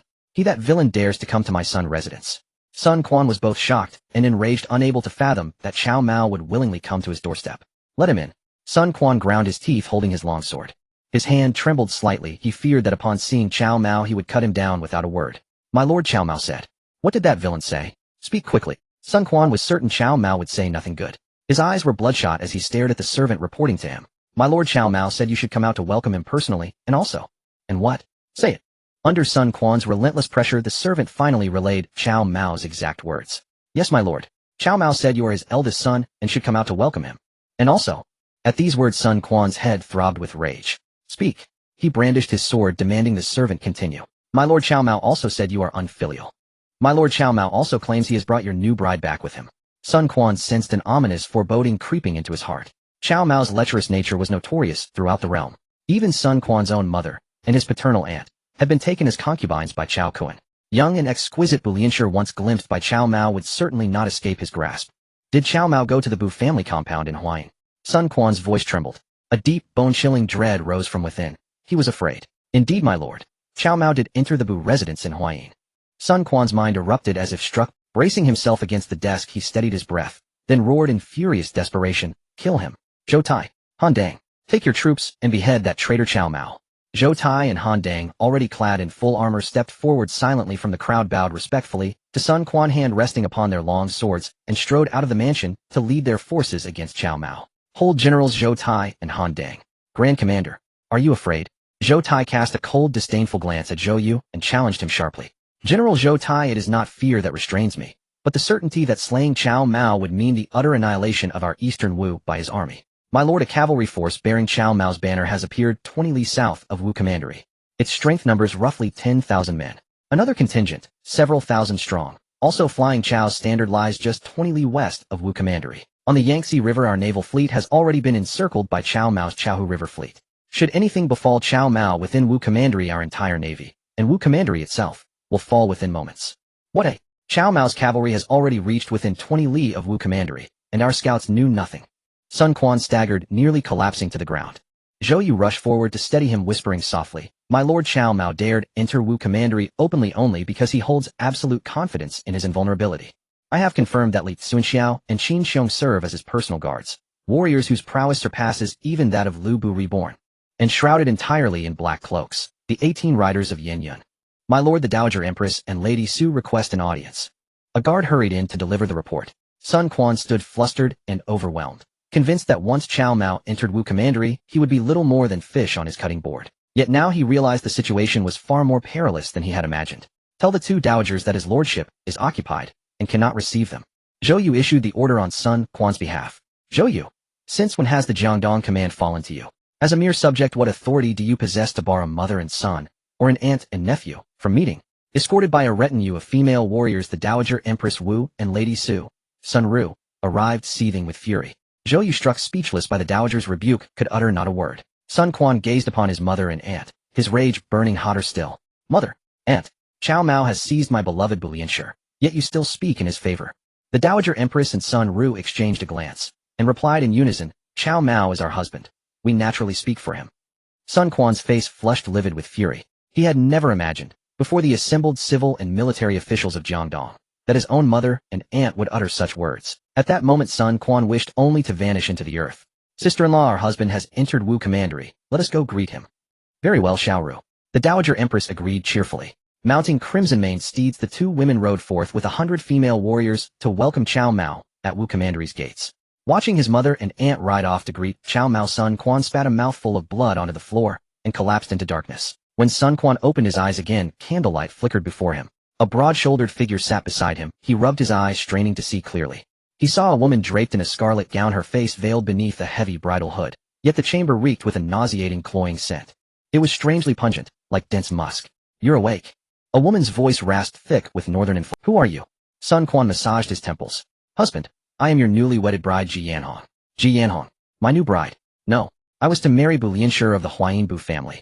What manner of creature are you? Get out. Sun Quan erupted in fury. Ji Yanhong showed him no quarter. She tore away her crimson bridal veil, revealing a grotesquely wide face, lips painted blood red like a gaping maw. The young Sun Quan recoiled in terror. Husband, tonight is our wedding night. Each fleeting moment worth 1,000 gold pieces. Let us not squander this blessed hour. Ji Yanhong rose from the bed. Sun Quan, sensing danger, bolted, only to have his arm seized and yanked backward with brutal force. He was dragged onto the bed. Amid his furious curses, Ji Yanhong stripped him bare, like a pig being readied for slaughter. As Sun Quan continued his furious tirade, Ji Yanhong seized his open mouth and thrust a pill deep inside. Shocked and enraged, Sun Quan gagged, desperate to expel the pill, but it dissolved instantly on his tongue. He retched violently, yet expelled nothing. Yet heat surged through his body. Ji Yanhong, who moments before had seemed repulsive, now glowed before his eyes like a celestial goddess. A guttural bestial growl rumbled from his throat. With a savage lunge he threw her down upon the bed. Ji Yanhong, Sun Yu's most cherished consort, shed silent tears, whispering inwardly, Master Sun, forgive me. My lord's reward is too generous. I must become Sun Quan's wife. We shall never meet again. Outside the chamber, the Dowager Empress Wu and Sun Ru exhaled deeply in relief. Quaner, do not hate your mother or your aunt. We act only for your sake. Should you raise a hand against our husband, it will not be he who dies, but you and the entire Sun clan of Jiangdong shall perish with you. Cao Mao approached, laughing heartily, and swept both the Dowager Empress and Sun Ru into his arms. My ladies, may you now rest easy. Come, let us drink. Embracing them, Cao Mao carried the two women back to the residence Sun Quan had specially prepared for him, a sprawling estate housing 1,356 beauties gathered from across southern Jiangnan. His intent was simple, to exhaust Cao Mao utterly. Wine is poison that burns the bowels, a lust is a blade that scrapes the bones. His intent was simple, to exhaust Cao Mao utterly. Wine is poison that burns the bowels, a lust is a blade that scrapes the bones. Quainer is trying to harm your husband. Lady Wu and Sun Ru, the sister-in-law, were filled with anxiety. Husband, it's best to send these beauties away. Sun Ru, being outspoken, immediately suggested to Cao Mao. What are you two saying, my ladies? It's rare that Zhong Mo shows such filial piety. How could I let his good intentions go to waste? These 1356 beauties to others were like 1356 blades scraping bone, but to Cao Mao they were his nerve. His union of joy and longevity, art was sorely lacking in top-tier beauties. Although none of these 1356 women met the conditions for becoming a concubine. Failing to meet the concubine criteria didn't necessarily mean they were less beautiful than those who did. The system judged eligibility for concubinage from multiple dimensions, not solely based on physical allure. For instance, fame. If a beauty appeared in official or unofficial histories and had decent looks, she could meet this. Conversely, mere beauty alone wasn't enough. This was why Cao Mao was surprised to find that among the 1356 beauties, over a dozen exquisite ones still didn't qualify as concubines. After verifying with the system again, Cao Mao understood the mystery. This was fine. Husband wants to keep them all, but with so many beauties plus us concubines, can you handle it, my lord? Don't worry, my lady. When it comes to beauties, like Han Xin commanding troops, the more the merrier. Go inside and keep Lady Bu company. Your husband needs to step out for a moment. In truth, Cao Mao had spotted a particularly graceful beauty. Lady Wu and Sun Ru had nothing more to say and followed Cao Mao's instructions to find Bulianshire. Cao Mao approached the beauty, who turned her head at the sound of footsteps. This woman had ample breasts and a curvaceous rear. Her thin silk dress, blown by the wind, perfectly revealed her graceful, delicate figure before Cao Mao's eyes. At that moment, Cao Mao realized that even the wind had shape. Elegant, truly elegant. So this is what old Cao meant by may your sons be like Sun Zhongmo. Upon seeing Cao Mao, the beauty hurriedly knelt to pay her respects. No need for formalities, my beauty. Cao Mao lifted her and took her to the backyard pavilion to delve into the profound and simple truths of life. Cao Mao stayed in Wu Commandery for a full 3 months. During this time he hardly left the estate. Sun Quan received this intelligence and was overjoyed. My lord Cao Mao hasn't shown himself for days. In my view, those 1356 blades must have scraped him down to it. You could take Lady Ji to visit him on the pretext of Zhou Yu was about to suggest visiting on the grounds of a son paying respects to his father. But he dared not utter those words, nor was it appropriate to do so. Sun Quan sneered. Gongjin, you mean I should visit that scoundrel Cao Mao as his son? If I can see him on the verge of death, I wouldn't mind kowtowing to him a few times. All Sun Quan wanted was Cao Mao dead. My lord's ability to endure humiliation is a blessing for Jiangdong. Zhou Yu quickly flattered Sun Quan. Sun Quan waved his hand to silence him. He ordered gifts to be prepared, and pinching his nose summoned Ji Yanhong. It couldn't be helped. Sun Quan would not have called Ji Yanhong otherwise. But since she was the wife Cao Mao had chosen for him, Sun Quan had no choice but to bring her to see his cheap father. Zhou Mo has arrived. Cao Mao, who was playing a 4-person card game with Lady Wu Sun Ru and Bu Lianshi, heard the maid's report and told his 3 wives to finish the round. Standing outside, Sun Quan heard slapping sounds from within and frowned. The Grand General orders you to wait until he finishes this round before calling you in. Standing outside, Sun Quan heard slapping sounds from within and frowned. The Grand General orders you to wait. Sun Quan snorted coldly. In his view, after over 3 months, the 1356 blades must have drained Cao Mao of his essence, leaving him a shadow of his former self. This was something Sun Quan could never accept. Once Cao Mao died, Sun Quan would divorce Ji Yanhong with a letter of repudiation. He had been plotting. As for Ji Yanhong, she was stout, had no looks to speak of, and worst of all, had a strong body odor. This was something Sun Quan could never accept. Once Cao Mao died, Sun Quan would divorce Ji Yanhong with a letter of repudiation. He had been plotting this for a long time. Every night, he dwelled on it. But Ji Yanhong was domineering. She had somehow obtained a drug that when administered to Sun Quan made him see her as a celestial being. Zhou Mo has arrived. Let him in. An hour later, Cao Mao's voice rang out from the room. Hearing its fullness and strength, Sun Quan was both shocked and fearful. How can this be? Shouldn't Cao Mao have been drained dry by so many beauties? Yet his voice shows no sign of. Could it be that Cao Mao didn't fancy any of the 1356 beauties I sent? That's impossible. It doesn't match that scoundrel's nature. Sun Quan's mind raced with wild thoughts. He simply couldn't believe that Cao Mao was indifferent to the 135. Husband, what are you thinking? Father-in-law has summoned us inside. Ji Yanhong reminded Sun Quan.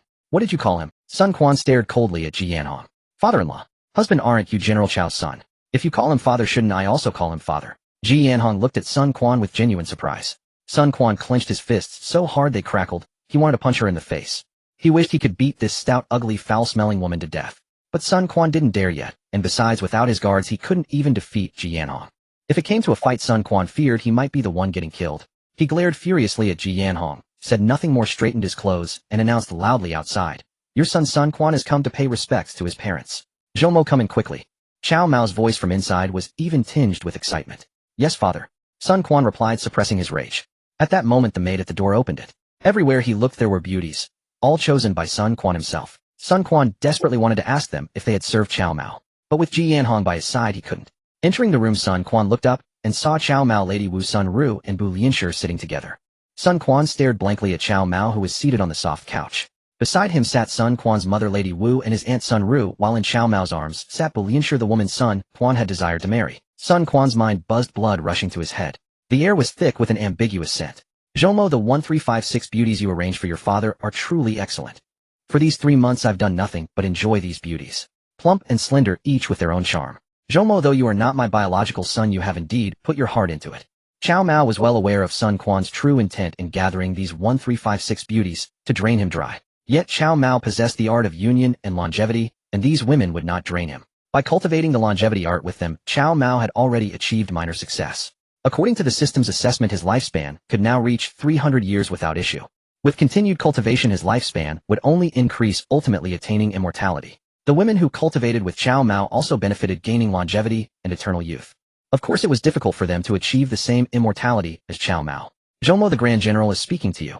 Why are you standing there like a fool? Sun Ru, blunt and outspoken, grew displeased as she saw her nephew Sun Quan standing there dumbly, his face pale and body trembling. Startled by his aunt's words, Sun Quan turned to see several female soldiers behind him, their hands resting on the long swords at their waists, murderous intent clear on their faces. It seemed that with a single command from Cao Mao these soldiers would charge forward and hack Sun Quan to pieces. Fear gripped Sun Quan's heart, and he understood the principle of preserving one's life to seek revenge. Cao Mao had insulted his mother and aunt and stolen his betrothed Bu Lianshi. These grievances he would avenge. I cannot die. In ancient times Han Xian endured the humiliation of crawling between someone's legs, and King Gojian of you slept on brushwood, and tasted gall. I too shall emulate them, feigning loyalty to this villain Cao Mao, and strike him down when he least expects it. Sun Quan silently warned himself. Father above your son. Sun Quan pays respects. Having resolved this, he fell to his knees and kowtowed 3 times before Cao Mao. Ha! Zhong Mo is truly filial. Rise. This is my reward for you. Cao Mao casually grabbed a colorful glass bead and tossed it to Sun Quan. This trinket was a system reward from Cao Mao's deep interaction with Li Cunxiao. Sun Quan caught the bead and was astonished by its beauty. It was the size of an egg, smooth and translucent, shimmering with iridescent light, a rare treasure. Sun Quan never expected Cao Mao to gift him something so valuable. Daughter-in-law, this is for you. Ace and magic oil useful when Zhong Mo struggles in the marital bed. The effect should. Ji Yanhong was overjoyed and quickly knelt to take the large 5-gene bottle of Ace and magic oil from Cao Mao's hand. This item was a system reward from Cao Mao's interaction with Lady Zou. Lady Zou was the wife of Qin Yi, a general under Lu Bu. Legend had it that when Cao Cao defeated Lu Bu, Guan Yu repeatedly and urgently begged Cao Cao for Lady Zou. Initially, Cao Cao agreed without a second thought. But Guan Yu's persistence piqued his curiosity, and after defeating Lu Bu, Cao Cao summoned Lady Zou to see her. Upon seeing her figure and beauty, Cao Cao immediately reneged. He took Lady Zou for himself that very night, and made her his concubine. Guan Yu was furious, believing Cao Cao had broken his word. In a fit of rage, he sealed his official seal, left his gold, and fled to join Liu Bei. Of course, this is an unofficial account, and cannot be taken as fact. Zhong Mo, tomorrow your father will leave Jiangdong. Father, are you leaving Jiangdong so soon? Have I not served you well? Sun Quan feigned panic. Cao Mao waved his hand with a smile. Zhong Mo, my son, you have served me well. These 1356 beauties are a testament to your thoughtfulness. I have seen your sincerity, and my heart is greatly comforted. When I leave Jiangdong, I will take all 1356 beauties back to Xuzhou. You have no objections, do you? No, these beauties were prepared for you, father. They should naturally accompany you to Xuzhou. Haha, my good son is indeed considerate. Excellent.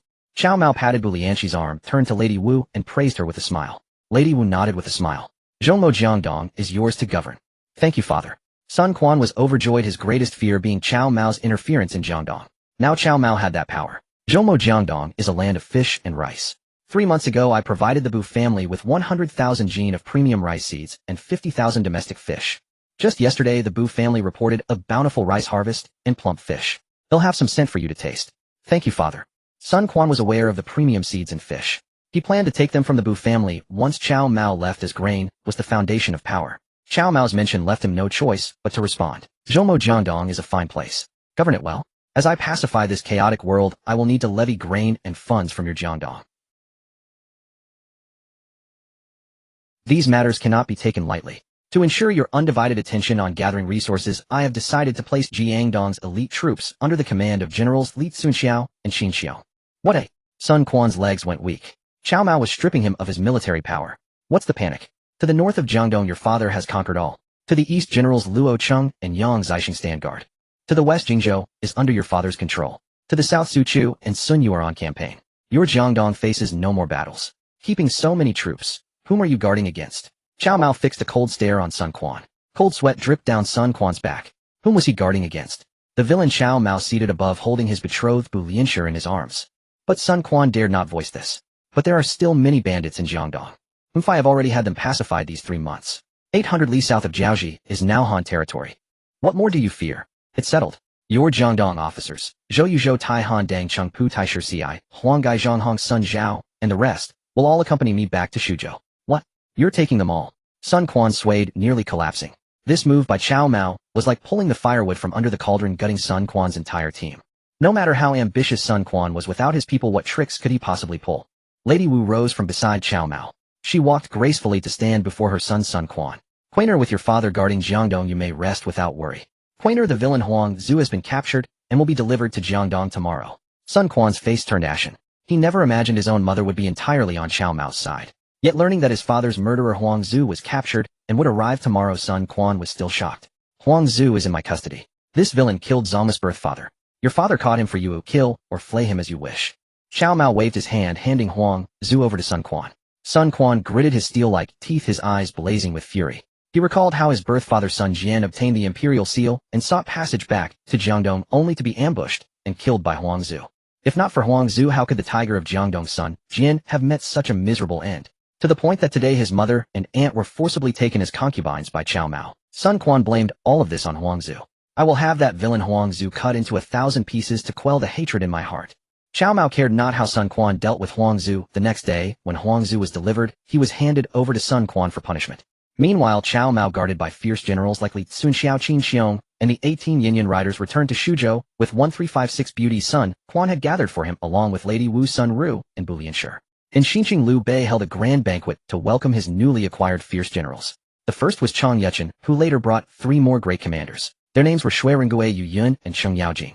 Liu Bei gains these for like a fish finding water. Liu Bei raised his wine bowl, grinning broadly as he toasted Chang Yuchen, Shui Ringgui Yu Yun, and Cheng Yaojing. Zhang Fei, watching from the side, grew jealous. Elder brother out with the new, forget the old. He remained silent, drinking bowl after bowl of wine in sullen solitude. If you 4 generals think well of me, Liu Bei, how about we become sworn brothers? Liu Bei, with a brazen face, proposed a pact of brotherhood to Chang Yuchen and the others. Before Chang Yuchen could respond, Zhang Fei could no longer contain himself. He grabbed his wine bowl and smashed it to the ground with a crash. The wine bowl shattered into pieces. Elder brother, these are but bandits and ruffians. You are a scion of the Han imperial house, the emperor's uncle.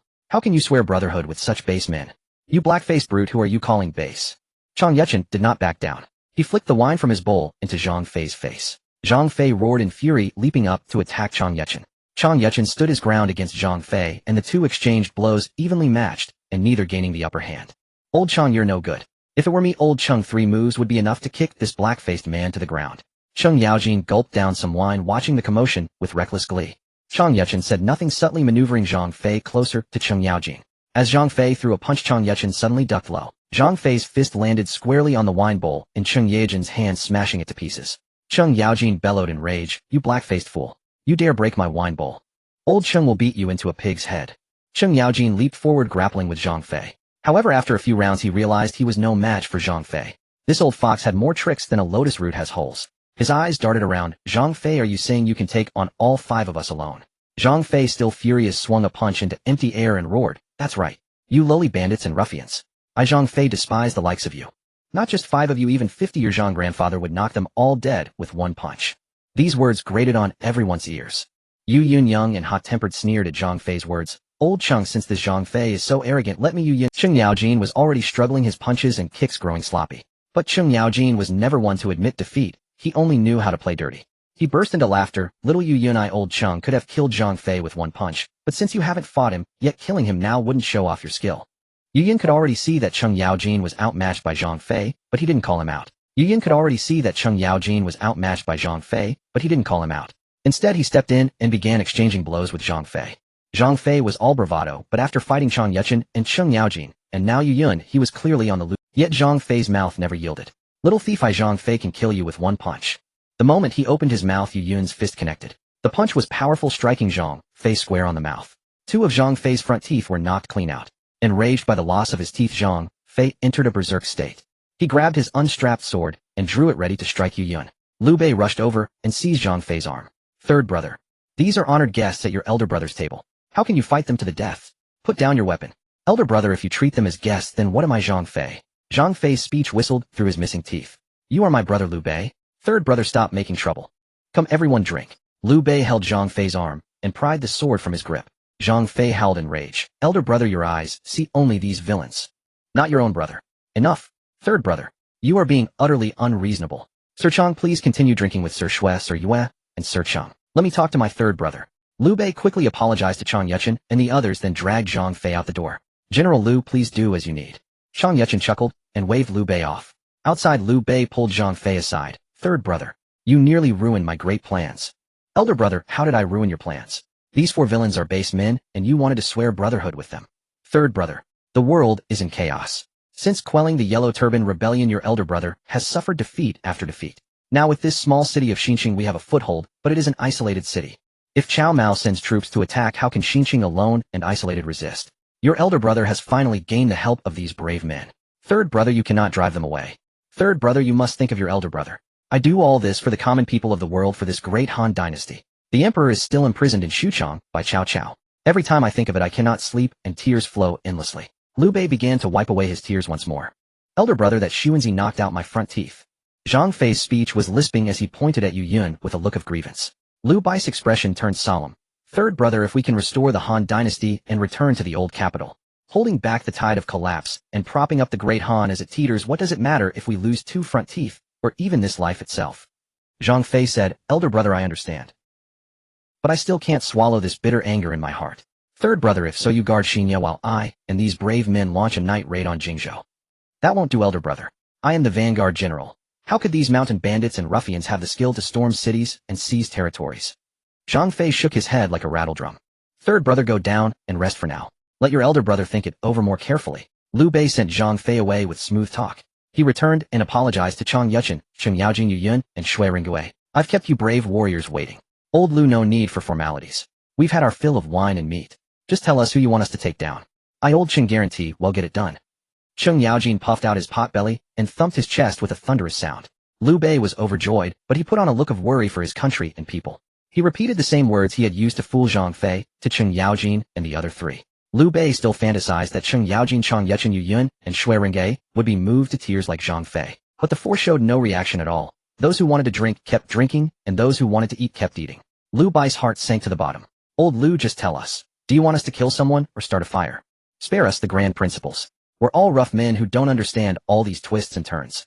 Well, it was like casting pearls before swine. Liu Bei had no choice but to grit his teeth and bow to Cheng Yaojing and the others with clasped hands. To be honest with you 4 brave men, since the Yellow Turban Rebellion, I have exhausted myself for the common people of the world and fought fiercely for the Han. But fate has been unkind, and in the end, I haven't even a place to call my own. In this tiny city of Xinye, to the north is Cao Cao, and to the south is Jingzhou, held by Cao Cao's son Cao Mao. Old Liu, you mean you want us to help you take Jingzhou?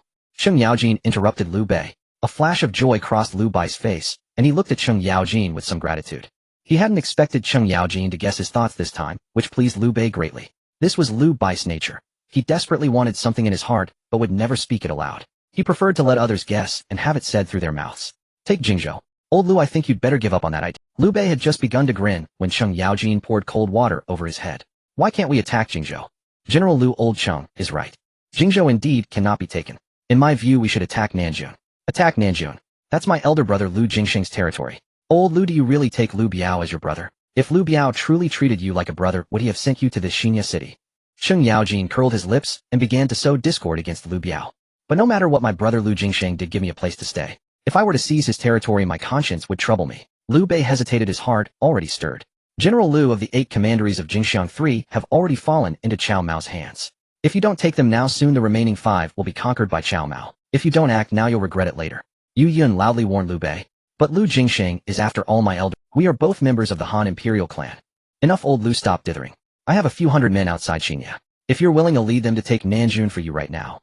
I have 300 more. I have 500. I also have 3 or 500. Yu Yun, Chang Yuchen, and Shui Ringgui all chimed in. But, Old Liu, if you keep hesitating, we're leaving. Chang Yuchen slammed the table and stood up. Brave Chang, then, as you say, let's march on Nanjun. But you must not harm my elder brother Liu Jingxing. Truly a whore. Chang Yuchen muttered a curse under his breath. Liu Bei didn't catch it, his heart was pounding. Taking Nanjun meant he had gathered a group of capable generals under his command. Master Wulong. That Master Wulong should have returned from his travels by now. Once I take Nanjun, he'll go to Nanyang to invite him back to assist me. The more Liu Bei thought, the happier he became. The next day at dawn, Liu Bei ordered everyone to eat their fill of Liu Bei had over 300 men, and together with the forces brought by Chang Yuchen, Shui Ringgui, Cheng Yaojing, and Yu Yun, they totaled over 1,800. Liu Bei publicly claimed to have 5,000 elite troops. On the march, Liu Bei used Liu Jingxing's banner to smoothly pass through checkpoints along the way and arrived at the gates of Nanjun without trouble. Huang Zhong, the defending general of Nanjun, stood atop the city, while his white beard flowing. Who is below the city? I am Liu Bei. I have urgent business to see my elder brother Liu Jingxing. I asked General Huang to report on my behalf. Liu Bei, seated on a white horse, looked up and shouted to the old General Huang Zhong on the Nanjun Tower. Liu Bei, aren't you stationed at Xinye? Why have you come to Nanjun? Wait. Old General Huang Zhong had no idea why Liu Bei had suddenly arrived. He descended the tower and went personally to report to Liu Biao. Liu Bei has brought troops to Nanjun. How is it that I know nothing of this? Liu Biao, having lost Lady Kai, had recently lost his appetite for tea and rice. Hearing Huang Zhong's report, he was startled for a moment before coming to his senses. My lord, Liu Bei has brought several thousand men claiming to have urgent matters to report. Should we open the city gates or not? Wait, summon Degui. Liu Biao had entrusted all affairs of Nanjun to Cao Mao. Brother-in-law Liu Bei is surely here to covet our Nanjun. Do not let him into the city. Let me go and confront him. Cao Mao knew that Liu Bei only had his sworn brother Zhang Fei under his command, and he took advantage of Liu Bai's lack of men. He volunteered to go out, and meet Liu Bei. De Gui, take General Huang with you out of the city. Speak kindly to Liu Bei and persuade him to leave Nanjun and return to guard Xinya. Avoid conflict if possible. Liu Biao was in no mood for trouble. He believed Liu Bei was honest and would not covet his Nanjun. Brother-in-law, that big-eared thief doesn't think that way. In my view, he's taking advantage of this moment to seize our Nanjun. Huang Zhong sneered. Then let's see if my great blade and longbow agree. The veteran General Huang Zhong indeed retained his undiminished prowess. The southern gate of Nanjun slowly opened and the drawbridge descended. Cao Mao charged out at the forefront with Huang Zhong trailing several paces behind him. Cao Mao's audacity stemmed from his explicit instructions to Huang Zhong to ready his bow and arrow aiming at Liu Bai's camp. Should Zhang Fei charge forth from Liu Bai's ranks, Huang Zhong was to loose an arrow at him. Cao Mao's only fear was Zhang Fei. However, Liu Bai's camp remained still. Zhang Fei did not emerge from Liu Bei, my lord ordered you to garrison Xinya.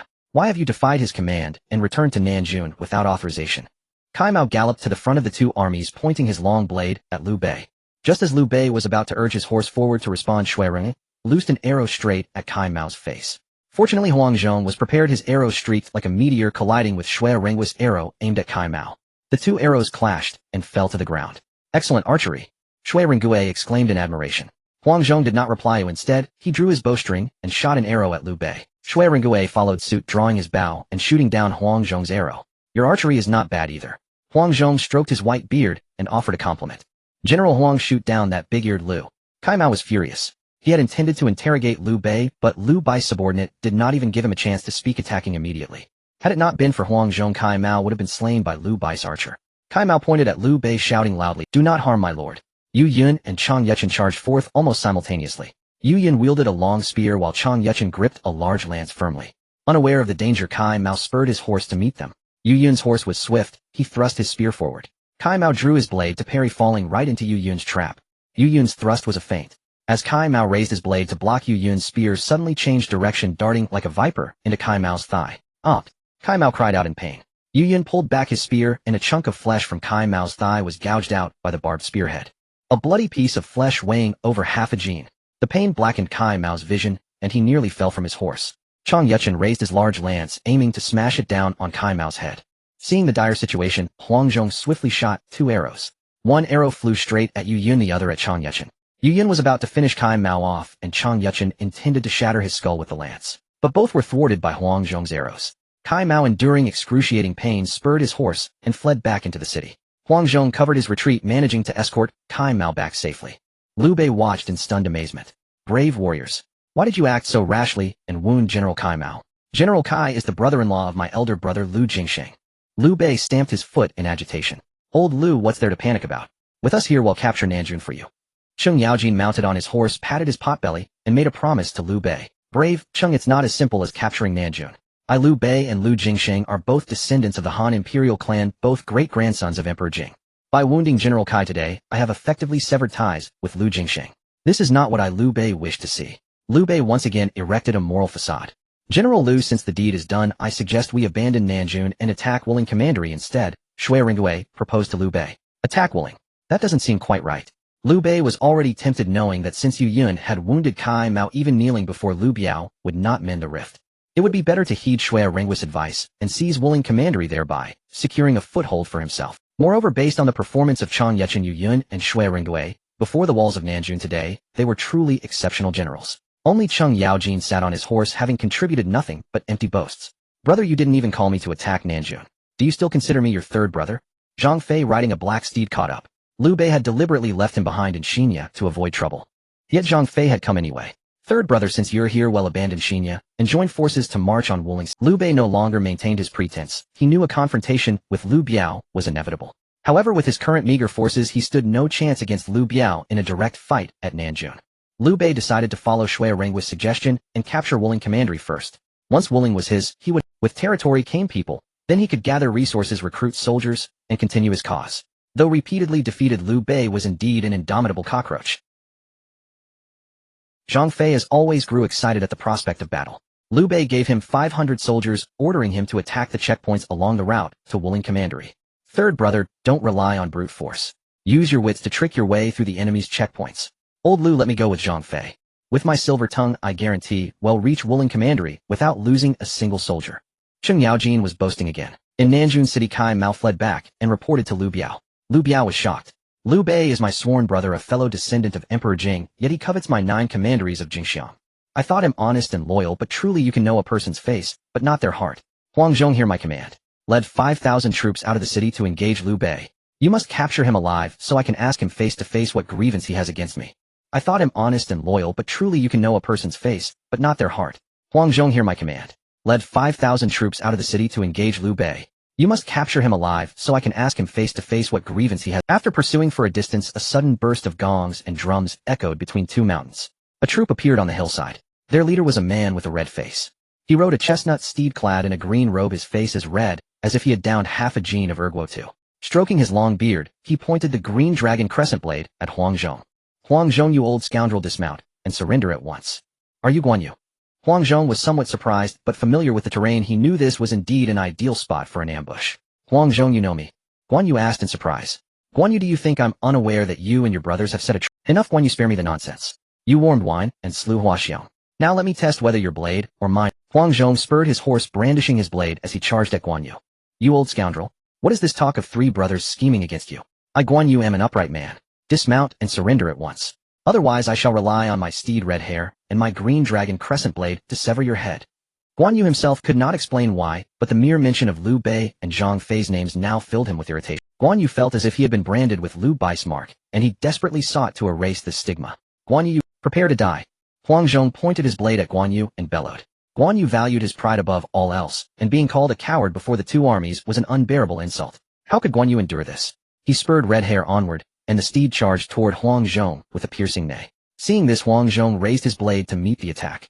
The 2 clashed in battle. After 50 rounds with no clear victor, Guan Yu grew somewhat impatient. Huang Zhong was even more alarmed, knowing that within 20 more rounds he would surely lose. Huang Zhong's eyes flickered with cunning, and he feigned a retreat. Guan Yu, you are indeed formidable. Yet the 3 of you are nothing but cowards. Though I, Huang Zhong, am defeated, I still refuse to yield. Just as Guan Yu was contemplating a lethal strike, Huang Zhong conceded defeat. Guan Yu understood that Huang Zhong was surely laying a trap, but given his arrogant nature, he would charge ahead even if he knew danger awaited. Huang Zhong, you old scoundrel. Since you refuse to submit, leave your head behind. Guan Yu spurred his horse and pursued Huang Zhong, brandishing his blade. As Huang Zhong fled, he glanced back and saw Guan Yu giving chase, filling him with glee. Huang Zhong stealthily unshouldered his bow and nocked an arrow. General Yunchang, do not pursue a retreating foe. A voice suddenly rang out from the sky. Huang Zhong was startled. He looked up to see hundreds of giant birds that had appeared in the sky without warning. Beneath each bird hung a cockpit, and inside sat 2 people. My lord. Guan Yu recognized the voice as Cao Mao's. General Yunchang, who is that you are fighting? Cao Mao ordered Lu Lingxi to lower the glider. The glider hovered only 30 or 40 meters above Guan Yu's head. Reporting to my lord, it is Huang Zhong. Then do not pursue him. Huang Zhong's archery is on par with yours, general. He is deliberately luring you into a chase to ambush you with an arrow. Cao Mao's words pleased Guan Yu. Huang Zhong's archery was superior to Guan Yu's, but Cao Mao could not state that outright, as Guan Yu would surely refuse to accept it. Guan Yu would have pursued relentlessly. By saying Huang Zhong's archery was comparable, Cao Mao delighted Guan Yu. Old scoundrel. Truly full of tricks. My lord, I am willing to lead troops to capture Nan Commandery and take Liu Biao alive. No rush. Someone else will deal with Liu Biao. Yunchang, take the route to western Sichuan. Our target is to defeat Liu Yan. Defeat Liu Yan. Guan Yu could not keep up with Cao Mao's plans. Exactly. Someone else will help us fight Liu Biao, and we will simply reap the benefits. Cao Mao, along with Chang Yuchen, Shui Ringue Yu Yun, and Cheng Yaojin, stayed by Liu Bai's side to assist him against Liu Biao. They would let Liu Bei draw the attention of Yuan Shao and Cao Cao, while Cao Mao secretly led troops to directly strike Liu Yan in western Sichuan. I obey your command. Guan Yu looked up from his horse to speak, with Cao Mao hovering above. Huang Zhong overheard every word clearly. Huang Zhong was astounded. At the same time, he found it hard to believe that Cao Mao could bypass the 9 commanderies of Jing and Xiang to attack Liu Yan in western Sichuan. This Cao Mao is indeed young and ignorant of military strategy. Utter nonsense. His defeat of Yuan Shu was surely all thanks to his father Cao Cao. Huang Zhong began to look down on Cao Mao. After settling matters with Guan Yu, Cao Mao instructed Lu Lingxi to steer the glider above Huang Zhong. General Huang, I Cao Mao have long known of your loyalty. But Liu Biao is not worthy of your service. Join me. Cao Mao used a loudspeaker to urge Huang Zhong to surrender. Huang Zhong snorted coldly and aimed the arrow he had intended for Guan Yu at Cao Mao above. Cao Mao, you brat. Brutal, lecherous, and ignorant. How could I, Huang Zhong, ever surrender to you? General Huang, what would it take for you to submit? Cao Mao genuinely valued talent. Huang Zhong was one of the 5 tiger generals of Shu Han. Though advanced in years, he had fought Guan Yu to a stalemate for over 50 rounds, proving his martial prowess was not. Cao Mao was determined to recruit him. Cao Mao, if you can dodge 3 of my arrows, I Huang Zhong will surrender to you. Huang Zhong snorted again. At a mere 50 meters above his head, hitting the giant bird was child's play for his archery. Huh. 3 arrows. Very well, General Huang. Let us agree, if you can hit me with 3 arrows, I Cao Mao will immediately order General Yunchang to withdraw his troops to Jingzhou. Cao Mao laughed heartily. Huang Zhong only knew that proximity ensured a hit, but he did not realize this was a glider. Even if struck, it would not fall. Huang Zhong believed that if he hit the giant bird Cao Mao rode, it would be killed and crash, sending Cao Mao plummeting. Even if he survived the fall, Huang Zhong would finish him with another arrow. Fine, Cao Mao. I shall begin. Fearing Cao Mao might change his mind, Huang Zhong immediately shot an arrow straight at the bird's eye. Cao Mao had commissioned painters to make the glider look exactly like a real bird. No wonder Huang Zhong mistook it for one. The arrow struck the bird's eye squarely. Huang Zhong felt a surge of pride. But to his shock, the bird did not even flinch, as if the arrow had struck nothing at all. It was as though its eye had not been hit. This? Huang Zhong's scalp tingled. In the cockpit, Cao Mao chuckled, knowing Huang Zhong had mistaken the glider for a real bird. General Huang, that was 1 arrow. 2 remain. Shoot quickly, I am eager for your surrender. Cao Mao's words spurred Huang Zhong to raise his bow again. This time he aimed not at the other eye, but at the bird's head. Whoosh! Another arrow flew, striking the bird's head. Yet to Huang Zhong's astonishment, the bird remained utterly motionless, just as before. General Huang, this is a divine bird. Ordinary arrows cannot harm it in the slightest. But if you anger it, it will lay an iron egg that will decimate your troops. Nonsense. Huang Zhong cursed inwardly. He grew anxious, for the bird was indeed impervious to arrows. Nonsense. Head General Huang still doesn't believe it. Fine, let me show you the divine bird laying eggs. Cao Mao chuckled, pulling out a crouching thunderbolt. He casually tossed it into the Jingzhou troops, led by Huang Zhong. The crouching thunderbolt struck the ground with a thunderous explosion. The iron shards within it shattered into fragments, striking dozens of Jingzhou soldiers. Since Cao Mao had thrown it into the midst of the Jingzhou soldiers, the lethality was immense. The blast killed 7 or 8 Jingzhou soldiers, severely wounded over a dozen, and lightly injured more than 20. Panic-stricken, the Jingzhou soldiers stared at the great birds circling overhead, terrified they might lay more iron eggs. Huang Zhong was utterly dumbfounded. His hands holding the bow trembled. How is this possible? General Huang, you still have 1 arrow left. Will you shoot it? Cao Mao asked Huang Zhong through the loudspeaker installed in the gondola. What exactly is this thing? Impervious to arrows, yet capable of birthing iron eggs that take lives. General Huang, once you pledge allegiance to me, I shall tell you. Huang Zhong pondered for a moment, then put away his bow and arrow. He clasped his hands towards Cao Mao from atop his horse. General Cao, my family is still in Jingzhou City. May I ask how they fare? Rest assured, General Huang. Everything in Jingzhou City remains as before. I have done no harm to your families, on the contrary, I have regularly supplied them with provisions. Cao Mao spoke the truth, and Huang Zhong had heard as much. With nothing more to consider, Huang Zhong dismounted and knelt before Cao Mao on the glider, offering his salute. General Yunchang, escort General Huang back to Jingzhou. General Huang, I shall take my leave first and await you in Jingzhou City. Cao Mao signaled Lu Lingqi to ascend the glider, then steered it towards Jingzhou City. Seeing Cao Mao fly towards Jingzhou, the 100+ gliders circling in the sky did not follow. Instead, they formed groups of 20 and headed towards Western Sichuan. Cao Mao had decided to capture Western Sichuan in the shortest possible time. These 100+ gliders gave him the confidence to do so. Cao Mao had already fully seized Yuan Shu's territory, and 3 of Liu Biao's 8 Jingshan commanderies had fallen into his hands. Although Jiangdong was nominally under Sun Quan's control, the Jiangdong army had been completely redeployed by Cao Mao. Under the escort of Yu Tonghai's Chaohu Navy, they traveled upstream by water, heading towards Jiangzhou Chongqing. On the land route, Cao Mao had ordered Zhang Liao Yuqigong Luo Cheng and Qin Liangyu to advance westward from Jingzhou. This effectively meant a coordinated assault by sea, land, and air. Cao Mao's plan was to take Western Sichuan as quickly as possible and then continue westward. The contemporary Parthian Empire in West Asia was powerful, and it was currently at war with Rome. Cao Mao intended to launch a surprise attack on the Parthian Empire while it was engaged with Rome, catching it in a pincer.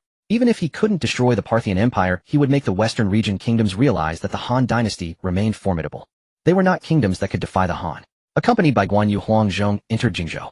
Cao Mao had arrived earlier with Lu Lingqi and arranged for Huang Zhong's family to wait at the west city gate. As Huang Zhong entered the west gate of Jingzhou, he saw his family. Tears streamed down the old general's face. He noticed a young man in brocade robes standing smiling at the gate, vaguely recognizing him as the man from the Great Bird. This is General Cao, Guan Yu reminded Huang Zhong. Huang Zhong quickly stepped forward, and before Cao Mao he parted his war robe, preparing to kneel in a grand salute. Cao Mao firmly grasped Huang Zhong's arm. General Huang, no need for such formalities. The immense strength prevented Huang Zhong from kneeling.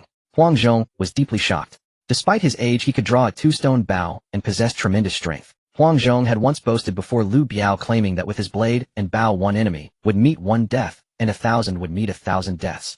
But now Huang Zhong realized that the strength of this young man in brocade, Cao Mao, far exceeded his own. The Cao Mao he had heard of was said to be greedy, lustful, cruel, and violent. It was said he killed people for pleasure at the slightest displeasure. Yet Huang Zhong found reality different from the rumors. Cao Mao said cheerfully, "General Huang, you haven't seen your family for some time. You must have much to discuss. I won't keep you here." Smiling, Cao Mao prevented Huang Zhong from performing the kneeling bow. After speaking, he entered Jingzhou City with Huang Zhong to find Lady Kai. Lady Kai and Huang Yueying had remained in Jingzhou City and had not gone to Shuzhou. Lady Kai still had affection for Jingzhou City. Huang Yueying, staying there, had recruited many skilled artisans who worked day and night building wooden oxen, flowing horses, and gliders. Following Cao Mao's suggestions, these items were manufactured to standard dimensions. This was assembly line work. Divided labor saw one group of workers making glider wings, another making cockpits. If a part broke, it could be directly replaced. This greatly improved efficiency. Huang Yueying was amazed. She had never imagined such a method was possible. Cao Mao hadn't seen Lady Kai for over 3 months. After becoming Cao Mao's concubine, she had begun eating well. Not seeing Cao Mao for these 3 months had made her long for him intensely. Learning of Cao Mao's return to Jingzhou City, she cast aside her reserve and actively went to the gate to welcome him. Husband. Seeing Lady Kai, who looked like a neglected wife, Cao Mao laughed heartily, leaped off his Fergana horse, scooped her up, and rushed into the inner quarters. The inner quarters were naturally a scene of intense passion. Lady Kai found it difficult even to get out of bed. "My Lord General Huang Zhong requests an audience." "General Huang has arrived. Please come in." Cao Mao straightened his brocade robe and strode out from the inner quarters with a commanding presence. "My Lord Huang Zhong requests to go into battle." The first words out of Huang Zhong's mouth upon seeing Cao Mao were a plea for battle. "General Huang, you are advanced in years. It would be better for you to enjoy your retirement here in Jingzhou City." Cao Mao knew well that Huang Zhong would not accept being old. His words were intended to provoke the old general. As expected, Huang Zhong's expression changed drastically, his voice trembling. "My lord, do you think Huang Zhong is too old? But I can still wield my great blade and draw a 2-stone strong bow. I dare not boast about how many enemies I can kill, but I am still capable of charging into battle, attacking cities, and seizing territories. If my lord scorns me for my age, Huang Zhong is willing to commit suicide before you." Huang Zhong reached for his sword to draw it, but grasped only air. His sword had been voluntarily surrendered and left with the gatekeeper before entering the mansion. "General Huang, what is this about? Since you are eager to volunteer for battle, I grant your request." Cao Mao wanted precisely this effect. "I thank my lord for his trust. Your subordinate is willing to lead the Jingzhou soldiers under my command into the campaign in Shu." Huang Zhong declared loudly to Cao Mao, volunteering for battle. Nearly all the soldiers under his command were from Jingzhou. These Jingzhou soldiers still believed that their loved ones had long been slaughtered and their wives and daughters surely violated. After all, Cao Mao's reputation preceded him. Lustful and lecherous, extremely brutal and violent. Yet when these Jingzhou soldiers returned to Jingzhou City, they found their families thriving, and the city had gained many new factories. Those with skills had been recruited into factories working on assembly lines to produce wooden oxen and gliding machines. In Jingzhou City, there also appeared a team wearing red vests emblazoned with the conspicuous words volunteer. They traversed the streets and alleys distributing supplies to households facing hardships, ensuring they had food to eat. When these Jingzhou soldiers returned to the city, their hearts were set at ease. Their families, too, could not stop praising Cao Mao.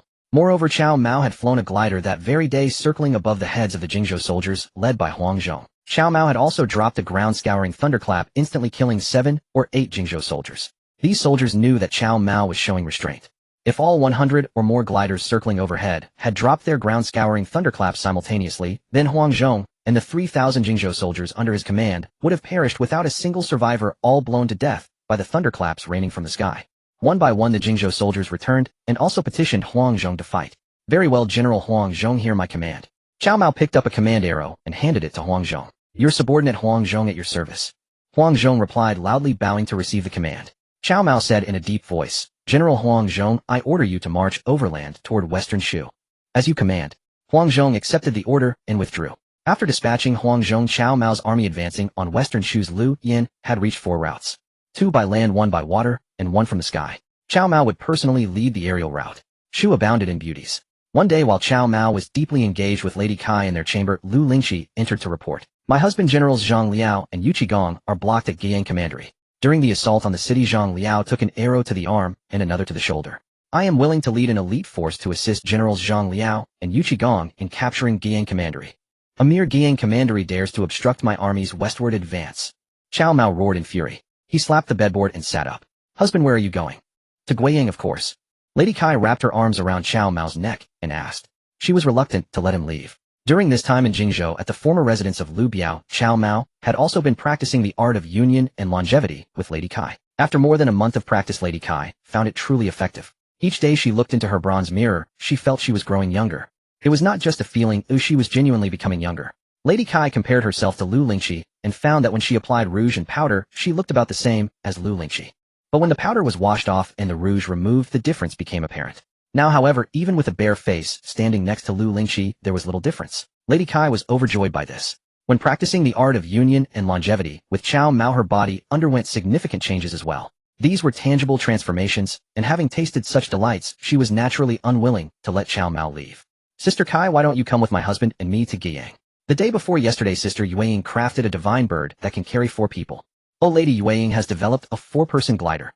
Cao Mao was also astonished, he hadn't even known about it. Lu Lingqi pursed her lips, of course you wouldn't know. You've been holed up in bed with Sister Kai these past few days with servants even bringing your meals. How could you possibly know? How dare you? Is this how you speak to your husband? Come here and accept your punishment. Cao Mao's face darkened. Seeing the situation was dire, Lu Lingqi turned and fled. Look at that Lu Lingqi getting more unruly by the day. Cao Mao feigned great anger. Husband, please don't be angry. Let's go see the divine bird that Yueying has created for 4 people. Lady Kai's heart had been stirred by Lu Lingqi's words.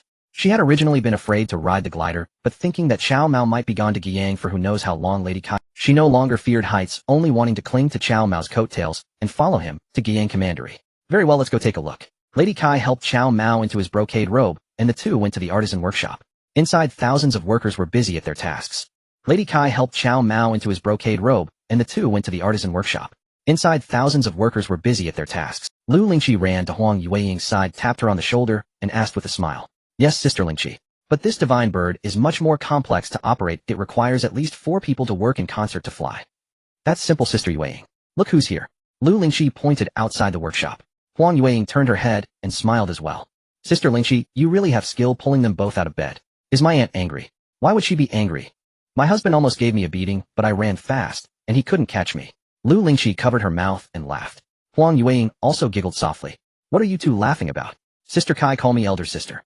Lu Lingqi put on a stern face and called out to Lady. Although Lady Kai was older than Lu Lingqi according to the principle of first come first senior, she indeed had to call Lu Lingqi elder sister. This was Cao Mao's rule, and Lady Kai dared not defy it. Sister Lingqi, I offer my respects. Rise. And Sister Yueying, she is also your elder sister. This time Lady Kai's face truly showed some embarrassment. Calling Lu Lingqi elder sister was one thing, but she also had to call her own niece Huang Yueying elder sister. Where was the justice in that? Lady Kai cast a glance at Cao Mao, but he had already jumped into the glider's cockpit. The cockpit of this glider was far more complex than previous ones. Seeing Cao Mao's keen interest in the 4-person glider, Huang Yueying hurried over to explain. Husband, I combined the hot air balloon and the glider, these two marvels, fusing them together. This way the glider is propelled not only by wind, but also by thermal power. Huang Yueying explained the principles with great eloquence. Cao Mao listened utterly astonished. No wonder Huang Yueying could invent such brilliant things as the wooden ox and flowing horse. She was truly a genius.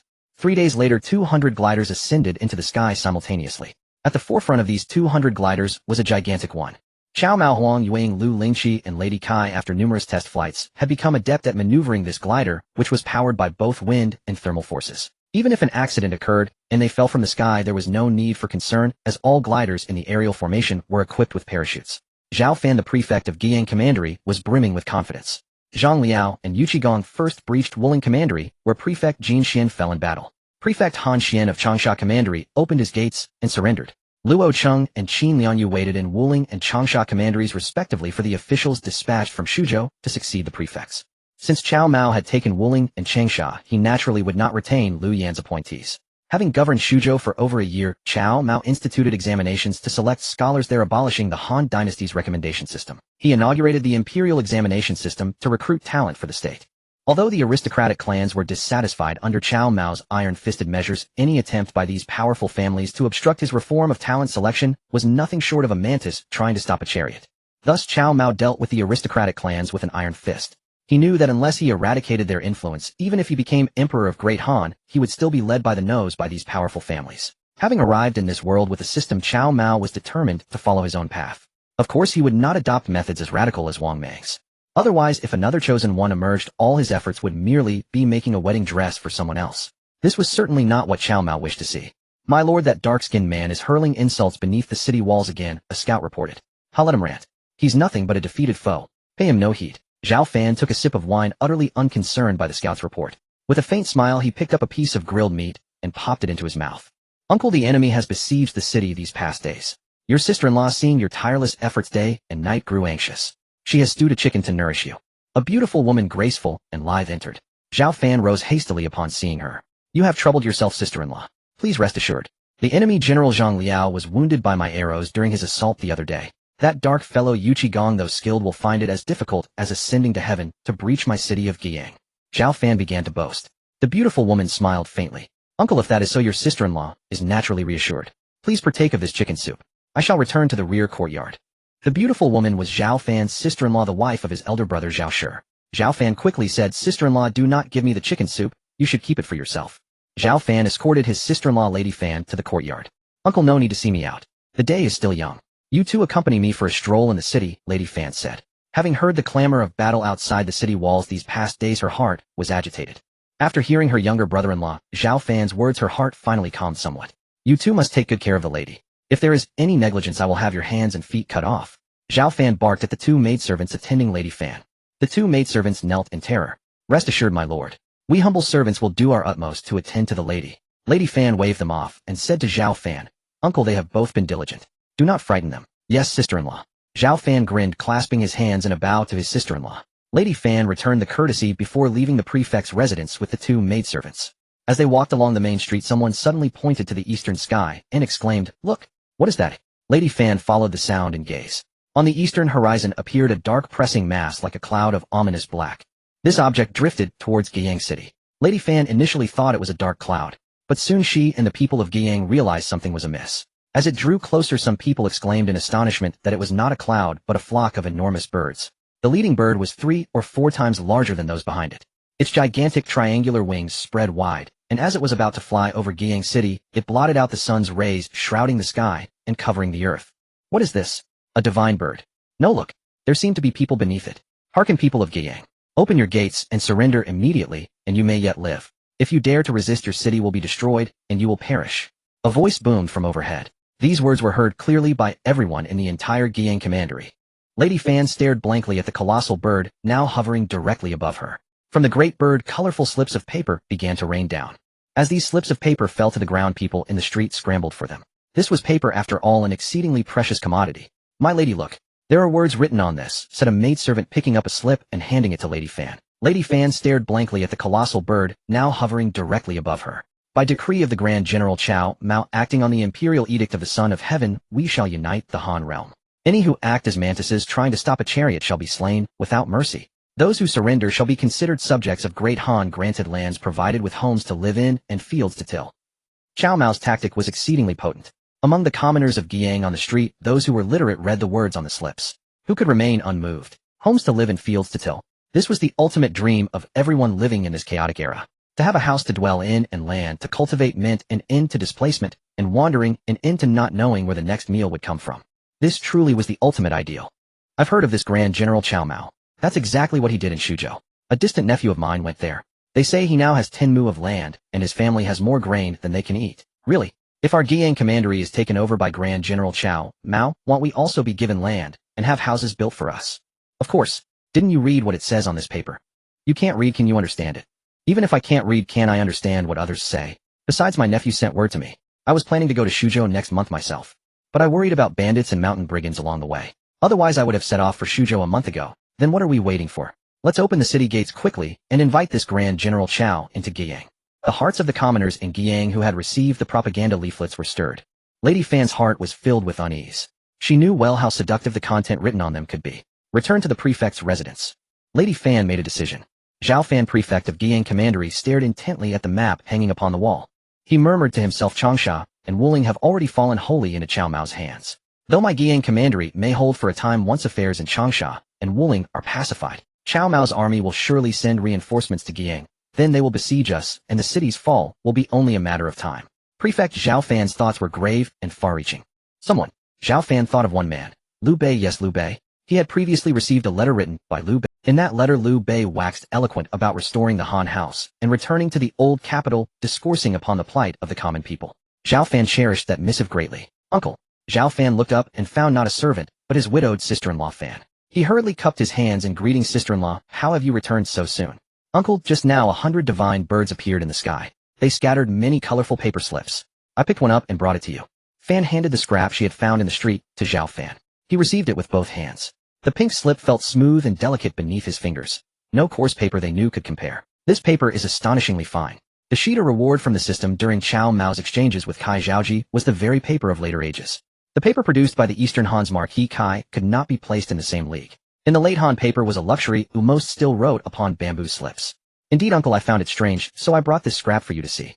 Fan bowed her head and nodded. Zhao Fan examined the writing on the scrap more closely. He snorted coldly. Cao Mao truly imagines himself a towering pillar of the Han. How could the great Han survive without him and his sons? Fan began, but uncle, people were even riding those divine birds. If they, before her words finished, a subordinate officer came tumbling into the prefect's residence. Prefect, a grave matter. The enemy has descended from the sky. They have already slaughtered those outside the prefectural gate. What? Why did you not shoot them down with arrows? Zhao Fan was aghast. We did fire our arrows, prefect, the officer replied, but those villains drop iron eggs that explode on impact. The iron eggs struck the ground and obliterated our archers. Zhao Fan heard explosions within the compound, and at first took them for thunder. Prefect Zhao, your Guiyang city is defended like an iron drum, someone observed. A figure appeared in the doorway, a handsome youth clad in crimson gold armor with a dark cloak, not even bearing a side sword, strode in from the gate. At his side walked a striking and resolute female general. Who are you, daring to barge into the prefect's residence? Zhao Fan was alarmed and fearful. The young man was unfamiliar to him. I am Cao Mao. Prefect Zhao, tell me, have I successfully broken into your residence? Cao Mao smiled at Zhao Fan. Cao Mao. So you are Cao Mao? Ha, very well. Cao Mao, you have come courting death. Zhao Fan cried out loudly to General Wang Pian, who had reported to him. Wang Pian hurriedly drew his side sword to strike Cao Mao, but before he could fully wield it, Lu Lingqi swept forward and struck his arm with a single blow. Wang Pian's right hand, still gripping the sword's hilt, was severed along with his arm. The limb fell to the ground and Fan was struck pale with terror. Is this the prefect's wife? The system had already hinted the answer to Cao Mao, and he looked at Zhao Fan with a faint smile. Cao Mao, do not speak nonsense. This is my widowed sister-in-law Fan. Zhao Fan snapped, indignant. Cao Mao altered his tone. Ah, Lady Fan. Madam, my lord pays his respects. Cao Mao now knew who the beautiful woman before him was.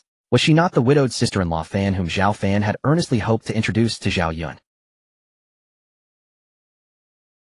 Truly she possessed a peerless beauty. Zhao Yun might surrender his pride, but Cao Mao would not be so easily denied. Young sir, you are mistaken. I am by no means your wife, she replied with modest embarrassment. Fan's cheeks flushed with a mix of shyness and pique at being made sport of by this young man. Cao Mao assumed a serious air. Lady Fan, my lord was not wrong. I have resolved to take you as my concubine. Cao Mao, you besmirch my sister-in-law. I, Zhao Fan, as prefect, will not permit such humiliation. Zhao Fan looked to the sword hanging on the wall and reached to take it down. Prefect, Zhao, do not be rash. Do you not see your general's hand lying on the ground? If you would keep your right arm, I advise you not to touch the sword. Cao Mao chuckled. Cao Mao, if you mean to slay me, then slay me. Why resort to threats? Though Zhao Fan spoke bravely, he did not in truth dare remove the sword from the wall.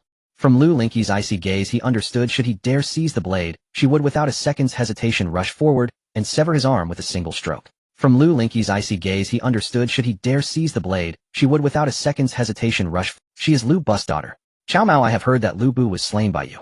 Zhao Fan, ever cunning, spoke thus before Lu Lingqi to provoke her.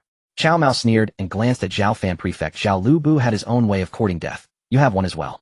Zhao Fan dared not continue. Lu Lingqi closed the distance step by step. Cheer, do not bother with him. You will stand guard at the prefect's residence and admit no one. My lord will speak with your sister Fan. Cao Mao issued the order. Lu Lingqi, without hesitation, agreed. Having finished, Cao Mao moved toward Zhao Fan's widowed sister Lady Fan. Cao Mao, you would dishonor my sister-in-law. Zhao Fan glared, his knuckles cracking with fury. Lady Fan sighed. Beauty in chaotic times often bears a fragile fate. Uncle, if my life can save the people of the city, it will have been well worth it, Fan said. Cao Mao replied lightly. Lady Fan, spare the theatrics. You do not possess such power. If I take you as my concubine, you should feel honored. Cao Mao chuckled as he approached Lady Fan. General Cao, I only beg that you do not harm my uncle nor any of the people and soldiers of Guiyang City. If you promise, I will serve. If you cannot keep that promise, even if I die and become a vengeful spirit, I will not let you be rid of me. Cao Mao laughed loudly. Lady Fan, under my governance, Guiyang Commandery will be better off than under Lu Biao. I can guarantee the people of the city will have enough to eat. As for other matters, those can be settled when my lord and the lady are joined in matrimony. Cao Mao finished, stepped forward, and seized Lady Fan's hand. General Cao, what are you doing? Lady Fan cried out in alarm. Of course, to bring the lady to the bridal chamber and perform the rites of union, Cao Mao declared. Red candles flickered gently, the gauze bed curtains shimmered with gold, delicate arms and ruby lips. Congratulations, host, for successfully taking Lady Fan as your concubine. Reward 3000 Great Snow Dragon Cavalry. The reward was simple, only one item. But Cao Mao's mind buzzed when he saw it. It turned out to be the Great Snow Dragon. Did such a cavalry truly exist? Even Cao Mao himself wasn't sure. He sat up from the golden gauze bed curtains. Though exhausted, Lady Fan quickly scrambled up when she saw him rise. My lord, was your humble concubine's service unsatisfactory? Lady Fan parted her crimson lips. Cao Mao turned back, lifted her chin, and smiled. My lattice jade-like body is warm and soft, making your husband reluctant to leave. But there are military matters to attend to. Please rest first, my lady. Your husband will return to cherish you once affairs are settled. My lord, Guiyang City has just been pacified, and many uncertainties remain. Please be careful, my lord. Lady Fan's concern was evident. Cao Mao embraced her, naturally indulging in a... Lady Fan had been conquered by Cao Mao's charismatic allure. To her, his flirtations were a mark of his affection. People are strange that way. When they love you, they accept everything. If they despise you, even your breath beside them is a mistake. Lady Fan was like this now. Half an hour later, Cao Mao finally emerged from her chamber. Outside, the sky was already pitch black. Husband, you've been with this newly taken Lady Fan for 4 whole hours. Lu Lingqi greeted him with playful petulance as he came out. Cao Mao pinched her delicate nose. What, jealous already? If you're jealous, why didn't you come to your husband earlier? I'm not jealous. If I wouldn't go. Lu Lingqi pouted. This girl was interesting. She didn't particularly enjoy matters of the bedchamber. Of course, when she was with Cao Mao, she was quite open, but afterward she preferred to practice with spear and staff. Lu Lingqi's greatest wish was to become a female general commanding thousands of troops. In this she resembled her father Lu Bu. General Lu, how goes the city? Oh, Generals Zhang Liao and Yu Qigong have entered the city, and it has been secured. Prefect Zhao Fan has been thrown into prison. Lu Lingqi reported the situation in Guiyang to Cao Mao. Excellent. With Guiyang taken, and this tough bone gnawed, the path to Sichuan is open. Lu Lingqi, hear my command. Cao Mao suddenly raised his voice. Your subordinate Lu Lingqi is here. She quickly saluted with clasped hands. Take my command and lead the 300 Great Snow Dragon Cavalry at Shirley Slope outside the city. March to Sichuan through the night. Great Snow Dragon Cavalry. Husband, do you mean to let me command this 300 strong cavalry? Lu Lingqi looked at Cao Mao in disbelief. Cao Mao smiled. General Lu, do you lack the confidence to lead this cavalry? His words ignited her fighting spirit. Husband, who says I dare not? I, this general, dare to command not just 3,000, but even 30,000 cavalry. Lu Lingqi thrust out her chest. Otherwise she could not. Cao Mao summoned Zhang Liao and Yu Qigong. He had originally planned to transfer scholars from Suzhou, but then thought it unwise. Otherwise she could not. Cao Mao summoned Zhang Liao and Yu Qigong. He had originally planned to transfer scholars from Suzhou, but then thought it unwise. Doing so would only intensify local conflicts. It was possible to strike at the aristocratic families and powerful clans of Jingxiang's 9 commanderies, but blocking the common people's path to advancement would be suicidal. If everyone rebelled, even with 3 heads and 6 arms, Cao Mao would be helpless. Someone invite Prefect Zhao out. Zhao Fan had been imprisoned awaiting Cao Mao's final judgment. Let out of the prison, Zhao Fan looked up at the gloomy night sky, a chill running down his neck. He suspected the blade was... Is it time for the execution? Cao Mao, you villain who commits all kinds of evil, you will surely face divine retribution. Shut up. Aren't you afraid the general will have your head? The soldiers escorting Zhao Fan barked harshly. Take my head. Fine, I don't want this head anyway. Let that thief Zhao Fan showed no fear. In his eyes, his widowed sister-in-law Fan had been defiled by the villain Cao Mao, and now he was being led to his beheading. What more did he have to fear? At most, Cao Mao would beat him physically or torture him. That was all. Zhao Fan still had the bearing of a scholar. Seeing that Zhao Fan continued to curse, the soldier had no choice but to cut a piece of Zhao Fan's robe and stuff it into his mouth. With his mouth gagged, Zhao Fan finally quieted down. What are you doing? Why gag Prefect Zhao? When Cao Mao saw the soldiers push Zhao Fan in, he noticed the cloth stuffed in his mouth. Cao Mao quickly went over and removed the cloth from Zhao Fan's mouth. Cao Mao, you villain. Do as you please. Kill me or cut me into pieces. You can even slice off my flesh piece by piece. Zhao Fan glared at Cao Mao with eyes wide with rage. Prefect Zhao, you misunderstand. I have invited you here to continue serving as the prefect of Guiyang. Oomph. Zhao Fan snorted dismissively. In his view, Cao Mao, unable to control the city's populace, was hypocritically releasing him from prison. Once the people calmed down, Cao Mao would likely kill the donkey after it had done its work. Zhao Fan silently warned himself not to fall for Cao Mao's trap. Brother-in-law. At that moment, a charming voice came. Zhao Fan shuddered. Turning his head, he saw his widowed sister-in-law Lady Fan gracefully approaching from the rear garden. Sister-in-law, I failed to protect you. You were defiled by that villain Cao Mao, and I will have no face to see my elder brother in the underworld. Zhao Fan covered his face and wept. Brother-in-law, what are you saying? I have already married the general as his concubine. The general sincerely wishes to appoint you to an official post. Brother-in-law, please agree. The general follows the emperor's decrees and upholds the legitimate Han dynasty, while Lu Biao merely divides the land and claims kingship. Lady Fan was no mere ornament. Cao Mao couldn't help but marvel. Sister-in-law, why do you say that? Lady Fan was no mere ornament. Cao Mao couldn't help but marvel. Sister-in-law, why do you say that? Has Cao Mao threatened you? Zhao Fan stared wide-eyed in disbelief. Brother-in-law, you are being foolish. Lady Fan grew anxious. Lady Fan, this is men's business. Please return and rest. If Prefect Zhao is unwilling, he may take a few trusted followers and leave Guiyang City tomorrow morning. Seeing that Zhao Fan still refused to believe him, Cao Mao lost his patience. Leave Guiyang. Why should I leave Guiyang? Zhao Fan still refused to depart from Guiyang City. Prefect Zhao, since you are unwilling to leave Guiyang, why not hear my plan? What do you think? Cao Mao cast a sidelong glance at Zhao Fan. Though Zhao Fan felt a trace of disdain, he was also curious to see what Cao Mao would do. Zhao Fan snorted, but said nothing. General, when UN post the proclamation, all registered residents of Guiyang Commandery are eligible to take the imperial examination. The best shall be selected for office. As you command. Zhang Liao acknowledged, bowing respectfully before withdrawing. Zhao Fan was stunned. Cao Mao, what do you mean by this? Everyone can participate in the selection. In the Han Dynasty, official selection relied on the recommendation system. Only with recommendations from aristocratic clans and powerful families could one enter the selection process. Otherwise, no matter how great one's talent, without the endorsement of the noble houses, there was no way to be considered. Such was the harsh reality. When Zhao Fan heard Cao Mao's implication that everyone was eligible for selection, he sensed something amiss. Indeed, Prefect Zhao, but my selection system does not rely on recommendations from aristocratic clans. It depends on one's own merit by taking the imperial examination. The best are chosen. Of course, one must at least be literate. If someone cannot even write their own name and wishes to take the exam, they naturally cannot participate. Zhao Fan stared at Cao Mao in astonishment. He never imagined Cao Mao would resort to such measures. It completely overturned Zhao Fan's understanding. This seems unprecedented. But by doing this, aren't you offending the aristocratic clans? Zhao Fan was well aware of the influence of the noble houses. None of those aristocratic clans dared to oppose it. Cao Mao smiled faintly. When you and it's not that they dared not oppose, it's that this method of selection is the fairest and most reasonable. Will stagnate. It's time for a change. Seeing Zhao Fan still doubting Cao Mao's resolve to confront the noble houses, Zhang Liao smiled and explained, Prefect Zhao, my lord speaks the truth. This has already been implemented in Shuzhou and Jingzhou. None of those aristocratic clans dared to oppose it. Cao Mao smiled faintly. When you and it's not that they dared not oppose, it's that this method of selection is the fairest and most reasonable. Far better than the recommendation system of the noble houses. Zhang Liao quickly bowed with clasped hands. My lord speaks wisely. Prefect Zhao, this is a matter that will offend all the aristocratic clans under heaven. I know you dare not do it. So take your travel expenses and return home to retire. Someone bring the parting gift. Cao Mao raised his voice. Two attendants stepped forward with trays in hand. On the trays lay gleaming gold ingots. Zhao Fan looked at the gold ingots on the tray, but felt too ashamed to oppose Cao Mao further. General Cao, I Zhao Fan will see if you truly dare to defy the world and carry this out. Cao Mao chuckled and looked at Zhao Fan. Prefect Zhao, do you mean you wish to stay? I Zhao Fan am willing. But General Cao, if you grovel before the powerful and cling to the aristocratic clans, I will despise you. Zhao Fan declared sternly. Huh. Prefect Zhao, then it's settled. Let me show you my resolve. Cao Mao laughed heartily. He had already made up his mind to pursue reform to the very end. He wasn't doing this just to impress Zhao Fan.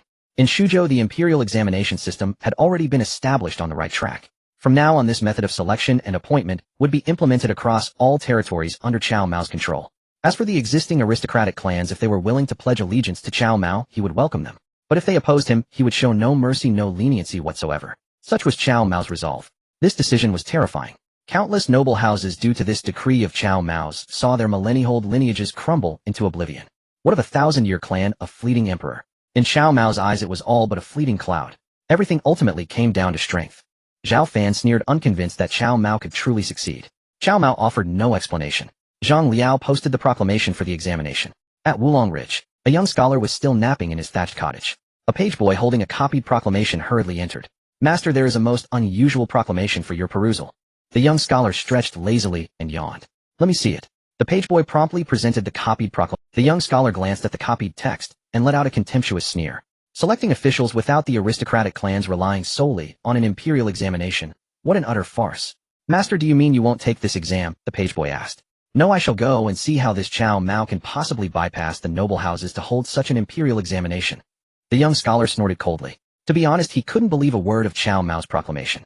After all, in this era, it was nearly impossible to accomplish anything significant while bypassing the aristocratic clans. Selecting and appointing officials. Even more so, the young scholar decided to go and witness Cao Mao's inevitable failure. Since the imperial examination was to be held in Guiyang Commandery in 7 days, he packed a simple bag and set off. Less than 3 days after the young scholar left, Liu Bei, accompanied by Zhang Fei Shuirenggui and Chang Yuchen, arrived at Wulong Ridge. Young lad, I am a descendant of Emperor Jing of Han of the Zhongshan Jing King's lineage. Enough, spare me your titles. I can't remember them all. Just tell me your name. The page boy waved his hand, cutting Liu Bei off. Zhang Fei flew into a rage, his bulbous eyes bulging as he bellowed at the page boy.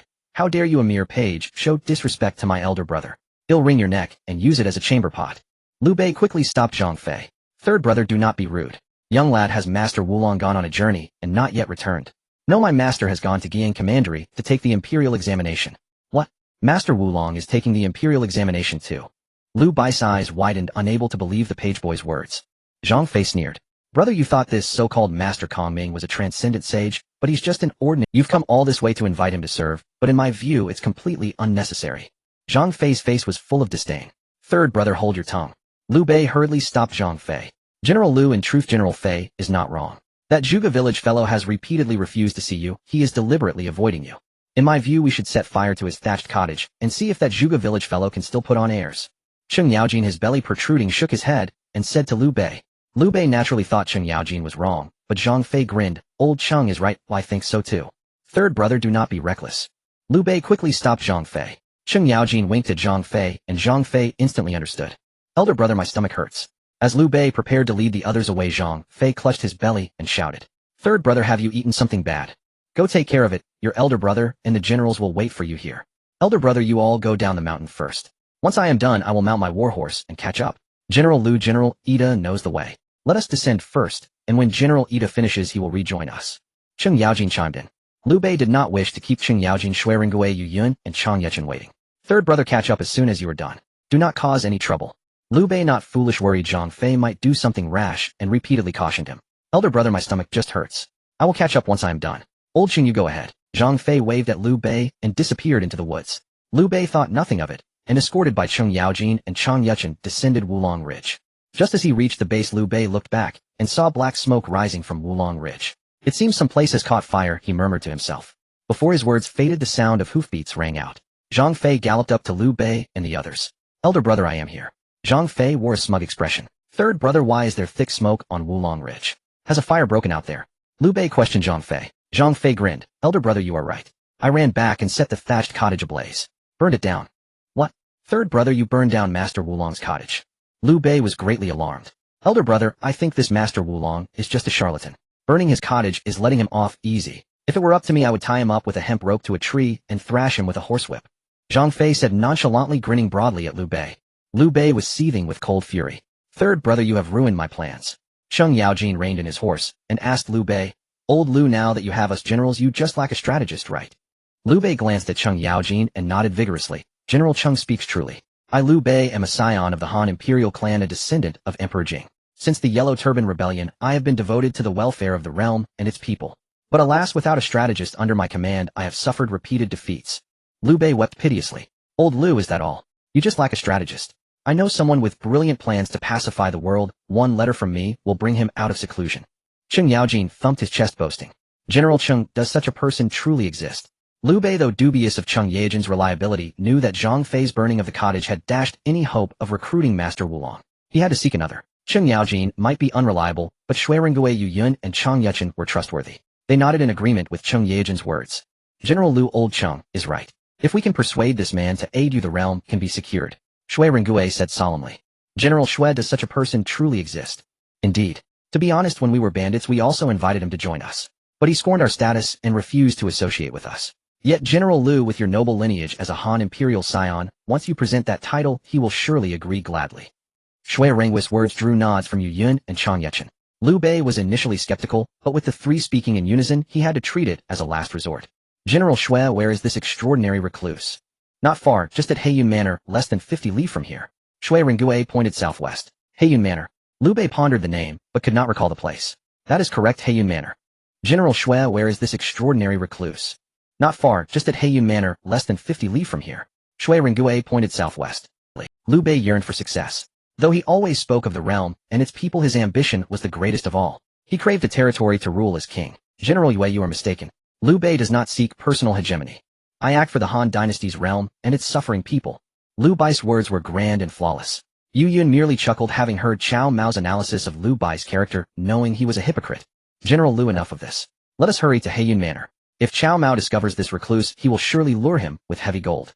Chang Yechen urged urgently. Liu Bai's heart raced with anxiety. He spurred his horse and led the group galloping straight toward Heiyun Manor. At Heiyun Manor, a short, stout old man leaned back in a rocking chair. The time is almost right. Old Chung and the others should be arriving soon. Strategist Jia, why must we go to such lengths using Liu Bai's banner to fight Liu Biao? A general beside Jia, Su asked in confusion. Head General Yang Zixing, you do not understand. This is about having a just cause. Liu Bei claims to be a Han imperial scion. Since he wants to restore the Han, we support him in battle. All conquered territories go to our lord. This is standing on moral high ground. Liu Bei is nothing but a fool working for our master. Jia Su spoke with spittle flying brimming with self-satisfaction. Just then a scout rushed in to report. Deputy Manor, Lord, someone outside claims to be a Han imperial scion, a descendant of Emperor Jing, and the imperial uncle seeking an audience. Oh, Liu Bei has arrived. Say I am unwell and cannot receive visitors. Jia Su waved dismissively, deliberately putting on airs. So Liu Bei has finally arrived. Tell him that I am not here. Jia Su waved his sleeve at the servant. Master Jia, did we not wait for Liu Bei here at Heiyun Manor on the orders of our lord? Why is it that when he arrives the master does not meet him? Yang Zixing looked puzzled. Jia Su chuckled, appearing inscrutable. General Zixing, the more easily one can obtain something the less one cherishes it. We must make Liu Bei run a few more errands. Oh, if Liu Bei runs a few more errands, he will cherish Master Jia. No, it is about what we are about to do next. Liu Bei will not suspect anything. Jia Su smiled slyly. At the entrance of Heiyun Manor, Liu Bei had already dismounted. Elder brother, we've just reached the entrance of Heiyun Manor. Why have you dismounted? Zhang Fei looked confused, staring wide-eyed at Liu Bei. Third brother, as an elder brother, I am eager for talents. Dismounting and walking into Heiyun Manor is a sign of respect for this recluse. Old Liu is right, one should not strike those who come with a smile. Old Liu, if you were to bow and kneel as you entered Heiyun Manor, I, Old Chung, guarantee that this recluse would immediately come forth to help you conquer the world. Chung Yaojin grinned widely, his face displaying a mischievous smile. Zhang Fei shouted angrily, Chung Yaojin, you damn fool, always coming up with bad ideas. If you want to kneel, then kneel. My elder brother is of the Han royal family, a prince of the emperor. How could he kneel in such a noble position? Zhang Fei, why are you making a fuss? I, Old Chung, am only considering your elder brother's interests. Since Old Liu started his journey during the Yellow Turban Rebellion, has he not always been pursued? He has yet to secure a territory. Old Liu, you must have sent those two wives away by now, right? They were such good wives. If I were Old Chung, I would keep them by my side, even if I had to beg for food. Chung Yaojin was indeed stirring trouble. He publicly reopened Liu Bai's wounds, pouring salt into them. Recalling Lady Gan's skin as white as jade, and even more delicate than that of the jade guanyin now in Cao Mao's bed, Liu Bei felt his heart bleed. And then there was Lady Mi. After Cao Mao took her as a concubine, Mi Zhu Mi Fong, and the entire Mi family turned to Cao Mao. Liu Bai's loss of the Mi family's support made money and grain the most pressing issues. In the chaotic end of the Han dynasty, having money and grain could recruit the displaced. Without these, one could not raise an army. Chung Yaojin, you keep poking at my elder brother's wounds.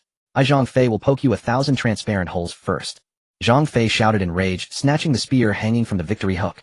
Chung Yaojin was unfazed. He grabbed his axe. Zhang Fei, do you think I, Old Chung, fear you? Come on, if you can last 3 moves in my hands, I will kneel and bow 3 times to you. Zhang Fei was furious. He raised his spear to stab Chung Yaojin. Third brother, do not be reckless. Liu Bei quickly grasped the tip of Zhang Fei's spear. Elder brother, Chung Yaojin is deliberately provoking you. Third brother, General Chung is not wrong. If one seeks help, one must have the demeanor of seeking help. I, Liu Bei, for the sake of the common people, am willing to kneel with every step I take into the manor. After saying this, Liu Bei released the tip of Zhang Fei's spear, truly kneeling down, bowing his head to Heiyun Manor, then taking another step and bowing again. Zhang Fei's dark face was so angry that his features were unrecognizable. Shui Rengue Yu Yun and Chang Yuchen exchanged glances. Old Shui, Liu Bei truly is a remarkable person. He can endure such humiliation. No wonder our lord asked us to stay around him, using him to hold back Yuan Shao and Xiao Cao. Yu Yun could not help but whisper in Shui Rengue's ear. General, Yue, do not disclose the plan. Our lord has commanded us to support Liu Bei to help him grow strong enough to restrain Yuan Shao, Cao Cao, and other northern forces. Only then can our lord unleash his strength to conquer Sichuan. Yes, General Shui, your reminder is noted. Yu Yun dared not speak further and quietly observed with Shui Rengue. Liu Bei knelt, with each step taking half an hour to enter Heiyun Manor. I am a royal relative of the Han, a descendant of Emperor Jing and a descendant of the Prince of Zhongshan. I am the current emperor's royal uncle. Stop, my memory is poor. I cannot remember such a long list of titles. Just tell me who you are and what you want at our Heiyun Manor. No need to ramble on with useless details. The housekeeper of Heiyun Manor interrupted Liu Bei as soon as he heard such a long title. Zhang Fei was already furious, seeing such a lowly housekeeper dare to be rude to his elder brother Liu Bei. He directed all his anger at the housekeeper. You lowly thief, dare to speak to my elder brother like that. I will smash your mouth. Zhang Fei jumped forward, ready to grab the housekeeper's collar. But Zhang Fei did not expect that the housekeeper reacted with lightning speed. Before Zhang Fei's hand could grab his collar, the housekeeper punched Zhang Fei in the chest. Zhang Fei winced from the punch, feeling as if his chest was about to explode. You daring thief, how dare you lay hands on me, Zhang Fei? I will kill you. Zhang Fei was furious and reached for the sword hanging at his waist. Cheng Yaojin recognized that the housekeeper was Yang Zixing in disguise, and he grinned as he mocked Zhang Fei. I said, butcher, you don't even dare to compete with a mere servant from Heiyun Manor, yet you want to use weapons. You truly are bringing shame to butchers. Zhang Fei shouted in frustration, half drawing his sword, and then putting it back. Cheng Yaojin, I was just careless with this thief. Zhang Fei can handle 10. Thief, come again. Zhang Fei tore open his shirt, revealing his coarse protective fur, and charged at Yang Zixing. Do not be reckless. Liu Bei shouted at Zhang Fei as he entered Heiyun Manor, kneeling step by step. Although Liu Bei was performing, he indeed entered while kneeling, which was exhausting. Seeing his painstaking efforts about to be ruined by Zhang Fei, Liu Bei felt frustrated that Zhang Fei did not understand, and also resented that Zhang Fei could not comprehend his feelings as the elder brother. Elder brother, Zhang Fei always protect you, yet you treat these outsiders better than your own brother. Zhang Fei felt a deep sense of grievance. Enough. Who are the outsiders? Who are the brothers? Zhang Fei, let me tell you, they are all my brothers, my comrades. Each of these brothers is as important to me as you, Zhang Fei. Liu Bei pointed at Cheng Yaojin, Shuiringui Yu Yun, and Cheng Yuchen starting to act. Zhang Fei did not realize Liu Bei was acting. Seeing Liu Bei treating Cheng Yaojin, Shuiringui Yu Yun, and Cheng Yuchen as equals, Zhang Fei instantly exploded with fury. Zhang Fei's face turned as black as the bottom of a pot. Elder brother, if you don't drive these rogues away today, Zhang Fei will leave. Zhang Fei assumed a stance indicating that unless Liu Bei expelled Cheng Yaojin, Shuiringui Yu Yun, and Cheng Yuchen, rage surged within Liu Bei. What angered him was that Zhang Fei, his sworn brother, neither understood nor supported him, but instead tried to coerce him at such a critical juncture. Liu Bei was the kind of man who would even throw his own son to the ground to win people's hearts. To win over Cheng Yaojin, Shuiringui Yu Yun, and Cheng Yuchen, he might well be using Zhang Fei as a pawn in his act. Zhang Fei, now that your second brother Yun Chang has left, do you intend to follow his example? Fine, if that's the case, then you may leave as well. These 4 brothers are willing to live and die with me, Liu Bei, and help me restore the Han dynasty to save it from its impending collapse. Yet you, Zhang Fei, utter words that sow discord and betrayal. A brother like you is not worth keeping. Though Liu Bai's words were fierce, he secretly shot a meaningful glance at Zhang Fei. Cheng Yaojin was shrewd. He had long seen through Liu Bai's words, which were deliberately spoken for the benefit of the 4 of them. He noticed that while Liu Bai's words were harsh, his eyes were signaling. Cheng Yaojin waddled over with his potbelly, blocking Zhang Fei's line of sight. Liu Bai's signals were wasted as Zhang Fei, obstructed by Cheng Yaojin's corpulent frame, failed to see the hints his elder brother was giving him. Cheng Yaojin fanned the flames from the middle. Old Liu, you're absolutely right. Someone like Zhang Fei is no brother. If you want true brothers, it's us 4. Cheng Yaojin will stab you with 10,000 holes. Zhang Fei rushed off again to retrieve his serpent spear from his hole. Seeing Zhang Fei still acting so impulsively, ruining his plans, Liu Bei grew even angrier. Zhang Fei, from this moment on we are cut off. Leave. Cheng Yaojin immediately drew his sword, grabbed a piece of Liu Bai's sleeve, cut it off, and threw the cloth at Zhang Fei's feet. Zhang Fei, see that. Your elder brother old Liu has severed ties with you. Why are you still standing here with a thick face? If it were me, old Cheng, I'd find a crooked tree and hang myself from it. Cheng Yaojin, Zhang Fei will kill you. Zhang Fei pulled out his serpent spear and lunged at Cheng Yaojin. Shuiringui, prepared, had already drawn his bow and knocked an arrow. Just as Zhang Fei thrust his spear forward, Shuiringui released the bowstring. Swish! The string twanged, and an arrow streaked toward Zhang Fei like a shooting star. Had Zhang Fei continued his reckless charge, the arrow would have pierced his heart. He had no choice but to dodge sideways. Zhang Fei, if you want to kill someone, kill me, Liu Bei. Come on, stab me right here. Liu Bei, enraged, shielded Cheng Yaojin, patting his own chest and daring Zhang Fei to strike. Zhang Fei's eyes bulged so wide they seemed to bleed. Elder brother, these rogues are no good. Fine, since you trust them, Zhang Fei will take my leave. Grief-stricken and furious, Zhang Fei grabbed his horse, leaped onto its back, and smacked its rump with the shaft of his spear. The steed neighed and bolted out of Heiyun Manor. Liu Bei, unwilling to see Zhang Fei leave, opened his mouth to call him back, but Cheng Yuchen grabbed his arm. Old Liu, they say that if the master of Heiyun Manor can be persuaded to help, the world will be within your grasp. Let's go and pay our respects to this master. Liu Bei nodded secretly. He wasn't overly worried about Zhang Fei storming off, as he knew he could always handle Zhang Fei. Once the master of Heiyun Manor was recruited, he would find Zhang Fei later and soothe him with a few kind words. General Chang is right. Let's hurry in and pay our respects to the master. Surrounded by Cheng Yuchen, Shuiringui, Cheng Yaojin, and Yu Yun, Liu Bei entered Heiyun Manor. You seek our master, the Lord of Heiyun. Unfortunately, the Lord of Heiyun has gone to visit a friend and hasn't returned. Please come back tomorrow, honored guests. Yang Zixing, disguised as a servant, responded to the smiling Liu Bei. Young man, this is General Liu Bei, the imperial uncle. He has come to invite the Lord of Heiyun to save the people from their suffering. Shuiringui explained on Liu Bai's behalf. Yang Zixing shook his head with a smile. I know nothing of such matters. Our master has said the world is none of his concern. He only cares about eating his fill, drinking his share, and enjoying all the riches and pleasures of this world. Liu Bei was enraged. So this is the kind of man the Lord of Heiyun is. Such a master is not worth inviting. General Shui, I Liu Bei have no need for such a person. Liu Bei turned to leave. Haha. Imperial Uncle Liu truly cares for the world. I Heiyun have hidden myself here originally intending to never meddle in worldly affairs. But seeing that Imperial Uncle Liu's heart is filled with the Han dynasty and the common people, I Heiyun will help you become a great lord. Liu Bei looked toward the voice and saw a short, fat old man in a silk headband and feather fan sitting on a small four-wheeled cart that was pushed before him. Sheng Yaojin pinched his thigh, nearly laughing out loud when he saw that the lord of Heiyun was none other than Jia Su. Shuirengue Chang Yuchen and Yu Yin also knew Jia Su was the lord of Heiyun, the so-called master. Seeing Jia Su putting on airs in front of Liu Bei, they could barely contain themselves. Yang Zixing glared at Jia Su. This poison-tongued strategist had just said he would make Liu Bei beg him 3 times before appearing. But this damn Jia Su had run out of Heiyun Manor himself to meet Liu Bei.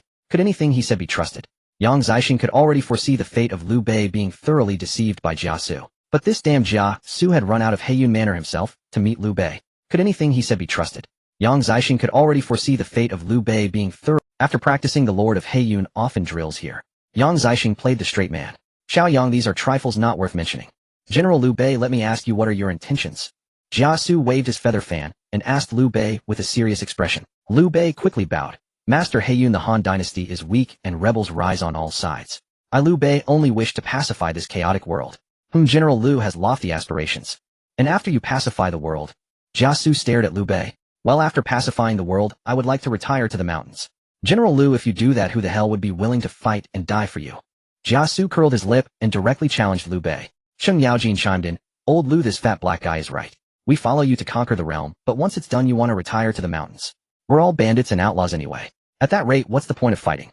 Aren't we already living in the mountains? Sheng Yaojin's words were spot on. Risking your head struggling for years, even a decade, only to end up back where you started. Only a fool would take on such. Old Liu, we followed you through life and death simply because we hope you'll ascend the throne, allowing us to become Old Liu, we followed you through life and death simply because we hope you'll ascend the throne, allowing us to become generals and lords. Become the emperor. That's utterly improper. I Liu Bei strive to restore the Han dynasty. How could I claim the throne myself?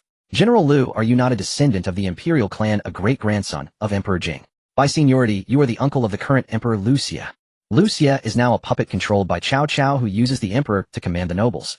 If you, General Liu, raise your banner, all the heroes under heaven will flock to you. Jia Su cast a glance. Shui Ringue nodded as well. General Liu, we are rough men who turn to banditry out of necessity. If we can follow you to earn military merits and share in the glory of establishing a new dynasty, we will spare no effort to help you seize the realm. Chang Yuchen and Yu Yin also clamored, eagerly urging Liu Bei to become emperor. Liu Bei's blood boiled at their words. Gentlemen, allow me to think it over. General Liu, time waits for no one. If you refuse, well, go to Su province and pledge our allegiance to General Cao Mao. Chang Yuchen shouted loudly, even making a move as if to leave. Liu Bei was greatly alarmed. Recently, they had barely captured a few cities in the 9 commanderies of Jing and Xiang, only to have them all seized by Cao Mao. Now Liu Bei's sworn brothers Guan Yu and Zhang Fei had both left him. He could only rely on the 4 generals Shui Ringue, Chang Yuchen, Yu Yun, and Sheng Yaojin. Shui Ringue suggested that the master of Black Cloud Manor, a man of great wisdom, be invited to assist in stabilizing the realm. Having finally met the Black Cloud Master, how could Liu Bei let Chang Yuchen and the others leave to join Cao Mao? Liu Bei knew that if these men departed, his life would amount to nothing. General Chang, wait. Gentlemen, I Liu Bei am willing to proclaim myself emperor. However, the time is not yet ripe. Yuan Shu's fate serves as a warning. Sheng Yaojin chuckled. Old Liu, that's more like it. Even I once sat on the throne for a few days. As the emperor's uncle, if you dare not, how can the realm find peace? General Liu, we are willing to help you conquer Yuan Shao of Hebei. Once you seize his 4 provinces, Qing Ji Bing and you can declare yourself emperor. Jia Su stood up from his small cart and lightly waved his feathered fan. Seize Yuan Shao's 4 provinces. Is that even possible? This was something Liu Bei dared not even imagine. Yet Jia Su spoke of it so casually. Liu Bei's face flushed crimson, his eyes burning with fervor. He truly could not believe it. Hell, with the Black Cloud strategist in action, what are a mere 4 provinces? Sheng Yaojin shrugged dismissively. Strategist, please accept my deepest bow. Liu Bei was ready to kneel and kiss Jia Zu's feet. He believed that once Yuan Shao's territory was taken, his time to claim the throne would come. Yuan Shao commanded nearly 1,000,000 armored soldiers, 1,000 generals, and 100 advisors. Liu Bei thought that even if he could take Yuan Shao's lands, it would take at least a decade. By then, having secured the 4 provinces, the moment for his coronation would arrive. My lord, please rise. Jia Su helped Liu Bei to his feet. My lord, follow me into the manor for a private discussion. Jia Su took Liu Bei's hand and led him into black. Inside, Jia Su ordered a banquet to be prepared for Liu Bei, Shui Ringue, Chang Yuchen, Yu Yun, and Sheng Yaojin. After the feast the generals retired to rest. Jia Su then led Liu Bei into a secret chamber. There he produced a map. Pointing at it Jia Su said, "My lord, behold this map." Liu Bei stared intently at the map stunned. It was divided into 2 sections by the Yellow River. Above a large character Liu was written in red ink. Below a Cao was inscribed in black. "Strategist, what does this mean?" Liu Bei asked, pointing at the map. Jia Su chuckled. "My lord, the red Liu represents your territory. This is called dividing the realm in 2. Dividing the realm in 2. What does that entail? You and Cao Mao will split the realm. South of the Yellow River belongs to Cao Mao, north of it is Liu Bei could actually divide the realm." Liu Bai's mouth gaped wide in disbelief. Jia Su analyzed the situation so meticulously that Liu Bai's blood surged, already envisioning himself ruling the northern lands. "My lord, as the legitimate heir of Han, once this division is complete you can issue a decree to the world. Under public pressure Cao Mao will surely surrender his territory." Jia Su waved his fan, speaking with effortless ease. But Liu Bei found his reasoning compelling. "Black Cloud strategist, I will never forget your great kindness." Upon receiving it Yuan Shu was stunned. After a long pause he slammed his hand on the table. "That big-eared thief dares to covet my territory." Liu Bei then took up residence in Black Cloud Manor. Jia Su helped him compose a letter to Yuan Shao. This was both a letter and a declaration of war. Upon receiving it Yuan Shu was stunned. After a long pause he slammed his hand on the table. "That big-eared thief dares to covet my territory. He claims he'll take my Ji province in 10 days. Fine Liu Bei, you big-eared scoundrel. I Yuan Shao will see how you storm my city of Ji." Shen Pei, seeing Yuan Shao's fury, hurried forward to inquire. "Shen Pei, look at this letter from that big-eared thief Liu. In it he brazenly declares he'll capture my Ji province in 10 days. Shen Pei laughed heartily. "My lord, Liu Bei must have lost his mind." Just then Zhang He rushed and his face bloodied. "My lord, disaster strikes." "Zhang He, what alarms you so?" "Yu province is under attack." "Yu province? Is it the barbarians?" Yuan Shao demanded, coldly unconcerned about such invaders. He knew how to deal with them, bribe them with money, grain, and women, and they would retreat. This tactic had never failed him. "My lord, it's not barbarians. It's the Celestial Tribe." "The Celestial Tribe? What does that mean?" Yuan Shao frowned, staring at Zhang He. Zhang He quickly explained, "My lord, it's true. These people ride divine birds and drop iron eggs from the sky. When they fall they explode, killing hundreds of our soldiers." "How can such a thing exist?" "Zhang He, you dare spout nonsense after defeat.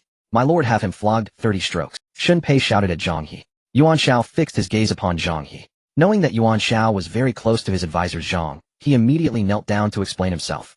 "I swear it, my lord." Zhang He would not dare to lie. Yuan Shao stared at Zhang He. "Zhang He, you claim there is a divine bird in the sky and the iron eggs it lays explode, killing our Yuzhou soldiers. Do you mean to say that even heaven is punishing me?" Yuan Shao. This. Zhang He truly did not know how to respond. "My lord, Zhang He is cursing you. You are of a lineage that has served as high officials for 4 generations, commanding Qing and Yu provinces with over 1 million armored soldiers, thousands of generals and countless strategists, yet you Zhang He dare to say that heaven is punishing our lord.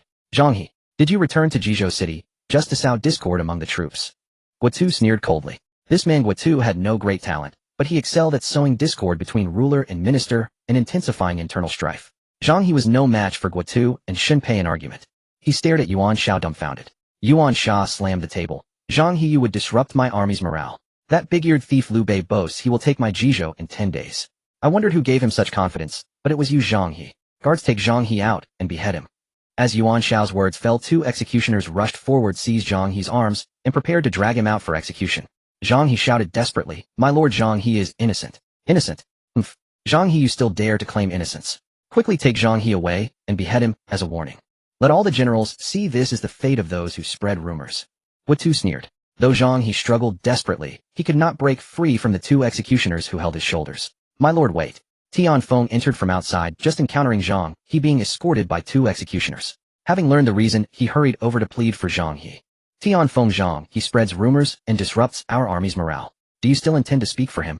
Yuan Shao looked up at Tianfeng. He still afforded Tianfeng some courtesy.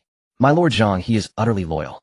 How could he do such a thing? How about this? I am willing to go to Yuzhou with Zhang. I will verify it with my own eyes. If things are truly as Zhang He says, you can pay homage to heaven and communicate with the immortals. You, my lord, are of a lineage that has served as high officials for 4 generations. You must be a chosen one. I believe the immortals may even help you." Tianfeng knew Yuan Shao's character well. He spoke only what Yuan Shao. After hearing Tianfeng's plan, Yuan Shao was overjoyed. "You truly understand me, Tianfeng. Tianfeng, I order you to go to Yuzhou immediately with Zhang He. If things are as Zhang He says, and there is a divine bird that lays iron eggs, you will communicate with the immortals on my behalf. If Zhang He's words prove false, you will execute him on the spot." Yuan Shao issued the command. Zhang He's life was temporarily spared. Tianfeng bowed respectfully to Yuan Shao before leaving Jizhou. Military advisor Tian, thank you for saving my life. Zhang Xiu and I must flee. Tian Feng sighed. Flee, eh? Military advisor Tian, did the Lord not order us to go to Yuzhou? Why must we flee as soon as we leave Jizhou? Tian Feng looked at Zhang He. General Zhang He, the Lord has already set his mind on killing you. Even if everything you said truly happened, he will still hold you responsible. Whether the Lord wins or loses you Zhang, he will not escape death. As for me Tian Feng, I am at odds with Shun Pei Guotu and the others. They are surely attacking me now. Before we even reach Yuzhou, the Lord's order for our execution will arrive. Tian Feng was not wrong. No sooner had Tian Feng and Zhang He left than Shun Pei and Guotu began to persuade Yuan Shao. My lord Tian Feng has always had a close relationship with Zhang He. Their departure is like a fish returning to the sea or a bird freed from its cage. They will surely rebel. My lord, you can send Jiang Qi and Zhang Nan with a crack cavalry unit to pursue them and bring them back for thorough interrogation. Initially Yuan Shao did not believe Tian Feng would do such a thing. But he could not withstand Guotu and Shun Pei's relentless persuasion, insisting that Tian Feng and Zhang He would rebel. Yuan Shao was easily swayed. After Guotu and Shun Pei's words, he was 70 to 80% convinced. Then Xian Ping and Xian Pai entered. Yuan Shao explained the situation, and they, like Shun Pei and Guotu, said that Tian Feng and Zhang He would surely rebel. Seeing that all four held this opinion, Yuan Shao was 99% convinced. Guards send orders to Generals Zhang Nan and Jiang Qi, commanding them to take 200 elite cavalry to retrieve Tian Feng and Zhang He. If they surrender without resistance, spare their lives and bring them back to Jizhou City for me to judge. If they dare to resist, execute them on the spot. Zhang Nan and Jiang Qi received the order and hastily mustered 200 elite cavalry to pursue Tian Feng and Zhang He. As soon as the troops were assembled, Guotu came to find Jiang Qi. General Jiang Qi, if Tian Feng and Zhang He willingly return to Jizhou with you, what do you intend to do? Guotu asked Jiang Qi bluntly. Without much thought, Jiang Qi replied frankly, Mr. Guo, I will follow the Lord's orders. If Tian Feng and Zhang He return with me to Jizhou, I will bring them back. If they resist, I will execute them on the spot. Jiang Xiang and Wen Chou died that Gaolan. By senior. General Jiang Qi, no wonder after Generals Yan Liang and Wen Chou died that Gaolan. By seniority, the position of Grand General should have been yours, General Jiang Qi. What is your opinion, Mr. Guo? Sensing that Guotu had an ulterior motive, Jiang Qi asked. It's simple. Regardless of whether Tian Feng and Zhang He are willing to return to Jizhou with you, execute them on the spot. Guotu made a chopping motion with his hand, offering Jiang Qi a venomous plan. That wouldn't be appropriate. If the Lord finds out, he will surely punish me. Haha, General Jiang Qi, you are too honest. Once Tian Feng and Zhang He are dead, how will the Lord know? But one cannot wrap fire in paper. I fear that if this is exposed, the Lord will still not spare me. Rest assured, General Jiang Qi. I Shun Pei, Xian Pai, and Xian Ping will cover for you. What is there to worry? Furthermore, if you let Tian Feng and Zhang He return to Jizhou City alive, many people may be dissatisfied with your methods. General Jiang Qi, if you accomplish this, I, along with Shun Pei, Xian Pai, and Xian Ping, will ensure you become Grand General. Jiang Qi's eyes darted as he calculated whether this deal was worthwhile. General Jiang Qi, opportunity knocks but once. Make your decision quickly. Guotu did not give Jiang Qi time to think, urging him incessantly. After much deliberation, Jiang Qi found Guotu's reasoning not entirely without merit. With reason and profit to be gained, what was Jiang Qi waiting for? Tian Feng and Zhang He did not flee toward Yuzhou. Instead, they headed south. The two intended to defect to Cao Cao in the south. Jiang Qi departed from Jizhou City and split his forces with Zhang Nan. One route led toward Yuzhou, while the other went south to the banks of the Yellow River. This was the strategy Guotu had devised for Jiang Qi. Initially, Jiang Qi did not believe it, but as he neared the Yellow River's edge, he spotted Tian Feng and Zhang He, who were leading their horses along the riverbank. Guotu was right. You two are betraying our lord to join Cao Cao. Jiang Qi sneered, riding his horse before Tian Feng and Zhang He. General Jiang Qi, Yuan Shao is suspicious by nature. He will not last long. You should come with us to serve Chancellor Cao. Tian Feng bowed respectfully before Jiang Qi's horse. Jiang Qi burst into laughter. Tian Feng, I am not foolish enough to follow you. Cao Cao's territory is no bigger than a palm. Compared to our lord, he is nothing. You wish to serve him? How utterly ridiculous. Tian Feng, our lord has ordered me to execute you. Prepare to die. Jiang Qi drew his sword, its cold gleam flashing as he prepared to strike Tian Feng. Zhang He, standing behind Tian Feng, grabbed his arm and pulled him aside. Run, Master Tian. I will hold off. Zhang He dragged Tian Feng into a frantic escape. Jiang Qi sneered, drew his bow, and aimed an arrow at Zhang He's back, intending to slay him with a single shot. Suddenly a brick fell from the sky, striking Jiang Qi's arm. He winced in pain, dropping his bow as the brick shattered. Jiang Qi looked up to see a dozen strange large birds circling overhead. Well, what are these? He forgot the pain of his broken arm, staring dumbfounded at the birds hovering above him. The 100 or so Yuan soldiers under Jiang Qi's command were terrified, as well, some even dropped their weapons, kneeling and kowtowing, begging the gods for protection. Zhang He, still pulling Tian Feng to safety, heard no pursuit behind him and turned to look. He saw that a large portion of the Yuan soldiers chasing them had knelt on the ground bowing to the heavens. Zhang he looked up and saw the great birds circling above. Master Tian, these are the divine birds. They have all come. Tian Feng gasping for breath followed Zhang, his pointing finger, and looked up stunned. These truly are divine. Zhang he Tian Feng. Yuan Shao is unjust. Go swiftly to serve Liu Bei, imperial uncle. He is the true son of destiny. A voice rang out from the great bird. Liu Bei, that big-eared fellow who once sought refuge with Yuan Shao. Zhang he had met Liu Bei once, and General Zhang he Liu Bei bears extraordinary features. His ears touch his shoulders, and he is a scion of the Han imperial house. Since the immortals declare him the son of destiny, let us go to him. Tian Feng and Zhang he conferred and decided to defect to Liu Bei. By the time Jiang Qi came to his senses, the two had mounted their horses and galloped east along the Yellow River. Jiang Qi could no longer give chase. Moreover, the great birds overhead continued to circle, monitoring his movements. He feared the dozen strange birds might attack him. Jiang Qi dared not pursue further. He berated the kneeling Yuan soldiers, ordered them to rise, and led them back to Jizhou. Meanwhile, Liu Bei had already crossed the Yellow River. By now he had gathered a force of over 2,000 soldiers with Jia Su as his strategist, and Shuirengue Chang Yechen Yu Yun and Cheng Yaojin as his generals. Of course, Jia Su had changed his name to Mr. Black Cloud. Liu Bei easily captured the small city by the Yellow River. Black strategist Yuan Shao commands 1,000,000 armored warriors, 1,000 generals, and countless advisors. Yet Liu Bei have few soldiers and scarce generals. How can I defeat him? Jia Su chuckled softly, waving his feather fan. My lord, the art of war teaches that quality matters more than quantity. Though our numbers are small and Yuan Shao's are vast, taking Jizhou will be a simple task. My lord, prepare to enter Jizhou city as its master. Jia Zu's confident demeanor eased Liu Bei's anxiety. Late that night, nearly 100 gliders hovered above Yuan Shao's residence in Jizhou city. Though our numbers are small and Yuan Shao's are vast, taking Jizhou will be a simple task. My lord, prepare to enter Jizhou city as its master. Their uniforms. 3 days later, Liu Bei's Tuthisan strong force finally arrived at the gates of Jizhou city. Yuan Shao laughed in disbelief upon learning that Liu Bei intended to attack him with only 2,000 men. What an audacious big-eared thief. He truly holds me in contempt. I still recall vividly how he came begging for refuge when he had nowhere else to go. Now he overestimates himself, daring to attack my Jizhou with a mere 2,000 troops. Generals, follow me out of the city. I shall cut off his big ears and drink to it. Yuan Shao's generals burst into laughter. Leading 10,000 elite soldiers out of Jizhou, Yuan Shao glared at Liu Bei from across the battlefield, his anger flaring. Big-eared thief, step forward and speak. Yuan Shao bellowed, pointing at Liu Bei. Liu Bei felt deeply embarrassed and utterly lacking in confidence.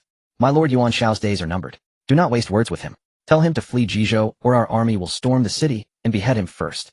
Jia Su glanced sidelong at Liu Bei. Liu Bei smiled bitterly. Jia Zu's words were arrogant. Yet Liu Bei knew all too well his own true strength. But now on the battlefield before Jizhou city, there was no turning back. Liu Bei decided to gamble. He spurred his horse, and with a neigh the steed carried him before Yuan Shao. Cheng Yaojin stared at Liu Bei's back and grinned slyly. Old Jia, is everything arranged in the city? Old Cheng, have I ever let you down? Our lord gave me 100 divine birds. Over the past few days I have secretly sent 1,000 men into Jizhou city. When the battle begins I will signal them to strike from within. With a pincer attack from inside and out, Yuan Shao will have no heart for battle. But the fierce fight outside the city will require all you generals to give your utmost. My great axe has been thirsting for blood. And my great spear Chang Shiwu. Yu Yin also unsheathed his long spear from the saddle hook. Though it could not compare to his father's legendary weapon, the Li Shui divine spear, it was forged from fine steel and razor sharp. Wielding the Yu family spear technique, he was a veritable god of the spear amidst the vast army. Shuirengue remained the calmest, a faint smile gracing his face as he gazed at Jizhou city ahead. Liu Bei, you long-eared thief. When you were cornered it was I, Yuan Shao, who took you in. Yet you dare to covet my Yuan Shao atop his horse pointed his whip at Liu Bei. Liu Bei felt helpless, knowing he was already on this treacherous path, with no way back. Liu Bei said solemnly, Yuan Shao, your Yuan clan has held the highest offices for 4 generations. When Dongzhuo wreaked havoc in Chang'an, you once drew your sword and denounced him, declaring your blade was not dull. But now you have become a second Dongzhuo. I, Liu Bei, am a descendant of the Han imperial clan, a scion of Prince Zhongshan of Jing, a great-grandson of Emperor Jing, and an uncle to the current son of heaven. I seek to restore the Han dynasty. Liu Bei, long-eared thief, spare me your nonsense. There are more of your Liu clan than pigs. How dare you prattle about being imperial kin and an uncle to the emperor? Leave your head behind. Yuan Shao, tired of Liu Bei's words, waved his hand. Behind him Chun Yuqiong charged with his broadsword. Liu Bei prepared, reined his horse, and retreated. Yu Yin, ready for action, spurred his warhorse and brandished his spear to meet Chun Yuqiong. State your name. I, Chun Yuqiong, slay no nameless foe. Chun Yuqiong shouted with his mouth wide open. Yu Yin charged before him and thrust his spear into Chun Yuqiong's mouth. Is that all you can do with your bluster? Yu Yin sneered with contempt as he withdrew his spear, and Chun Yuqiong fell backward from his horse. Yuan Shao was greatly shocked, for although Chun Yuqiang's martial skills were inferior to Yan Liang when Chou Zhang, he and Gao Lan, he was still a notable general under Yuan Shao. Yet Chun Yuqiang was struck in the mouth by the young General Yu Yun and died beneath his spear. Rebel General, do not be arrogant. Watch how I Jiang Qi will slay you. Jiang Qi shouted as he charged at Yu Yun with his spear. Yu Yun was about to engage when Chang Yuchen came forward with his trident. Brother Yue, you've already killed one. Let me have this one. My hands are itching for a fight. Chang Yuchen with a shameless grin begged Yu Yun to yield Jiang Qi. Alright old Chang, he's yours. Thanks. Chang Yuchen grinned broadly, readying his trident to face Jiang Qi, when Sheng Yaojin suddenly charged from the side, swinging his axe at Jiang Qi's head. Chop the head. Jiang Qi was startled and quickly dodged aside. But Sheng Yaojin's second strike came. Jiang Qi ducked, and the great axe grazed his ear, slicing it off. A chill ran through his ear, but he did. As he tried to flee, Sheng Yaojin's third strike came, gouged the eyes. The axe struck Jiang Qi square in the face, and his corpse tumbled from the horse. Though this account seems lengthy, it all happened in less than 3 seconds. Sheng Yaojin's martial skills were mediocre, but his 3 axe strikes were truly formidable. Those unfamiliar with his tactics with slightly lesser skill could not survive these 3 blows. Before Chang Yuchen could even raise his trident, Jiang Qi was already slain by Cheng Yaojin. Chang Yuchen was so furious he rolled his eyes, but he could not argue with Cheng Yaojin.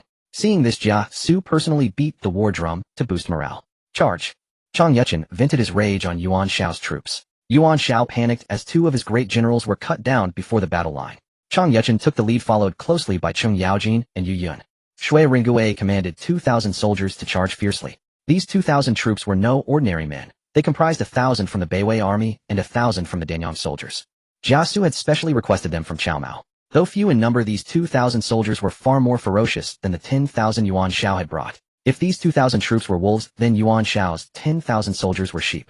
Soon Chang Yuchen, Yu Yun, Sheng Yaojin, and Shui Ringgui led the 2,000 soldiers into Yuan Shao's ranks. Yuan Shao's 10,000 soldiers shattered like ice under an icebreaker. In moments, the 10,000 men were routed and scattered. Yuan Shao was both shocked and terrified. Open the city gates quickly, Yuan Shao shouted as he fled toward the city. General Qian Zhao led 100 guards to escort Yuan Shao back, but the city gates remained tightly shut. Someone stood atop the wall laughing at Yuan Shao's troops below. Yuan Shao, I am Guan Yu. Ji province has already been taken by my elder brother. Dismount and surrender, and your life may be spared. A great general appeared on the city wall with a face as red as a date, stroking his long beard, clad in a green robe and leaning on a green dragon crescent blade. At the sight of this man, Yuan Shao was so enraged that he spat blood. Guan Yu, you scoundrel. You killed my Wen Shou. If Wen Shou were alive, he would not allow you to act so insolently. Qian Zhao sighed. My lord general, Wen Shou has already been slain by Guan Yu.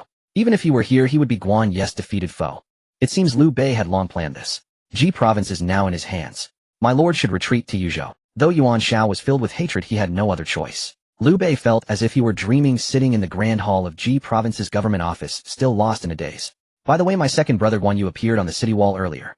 Summon him quickly for an audience. Liu Bei recalled Guan Yu's appearance on the city wall and hastily ordered someone to fetch him.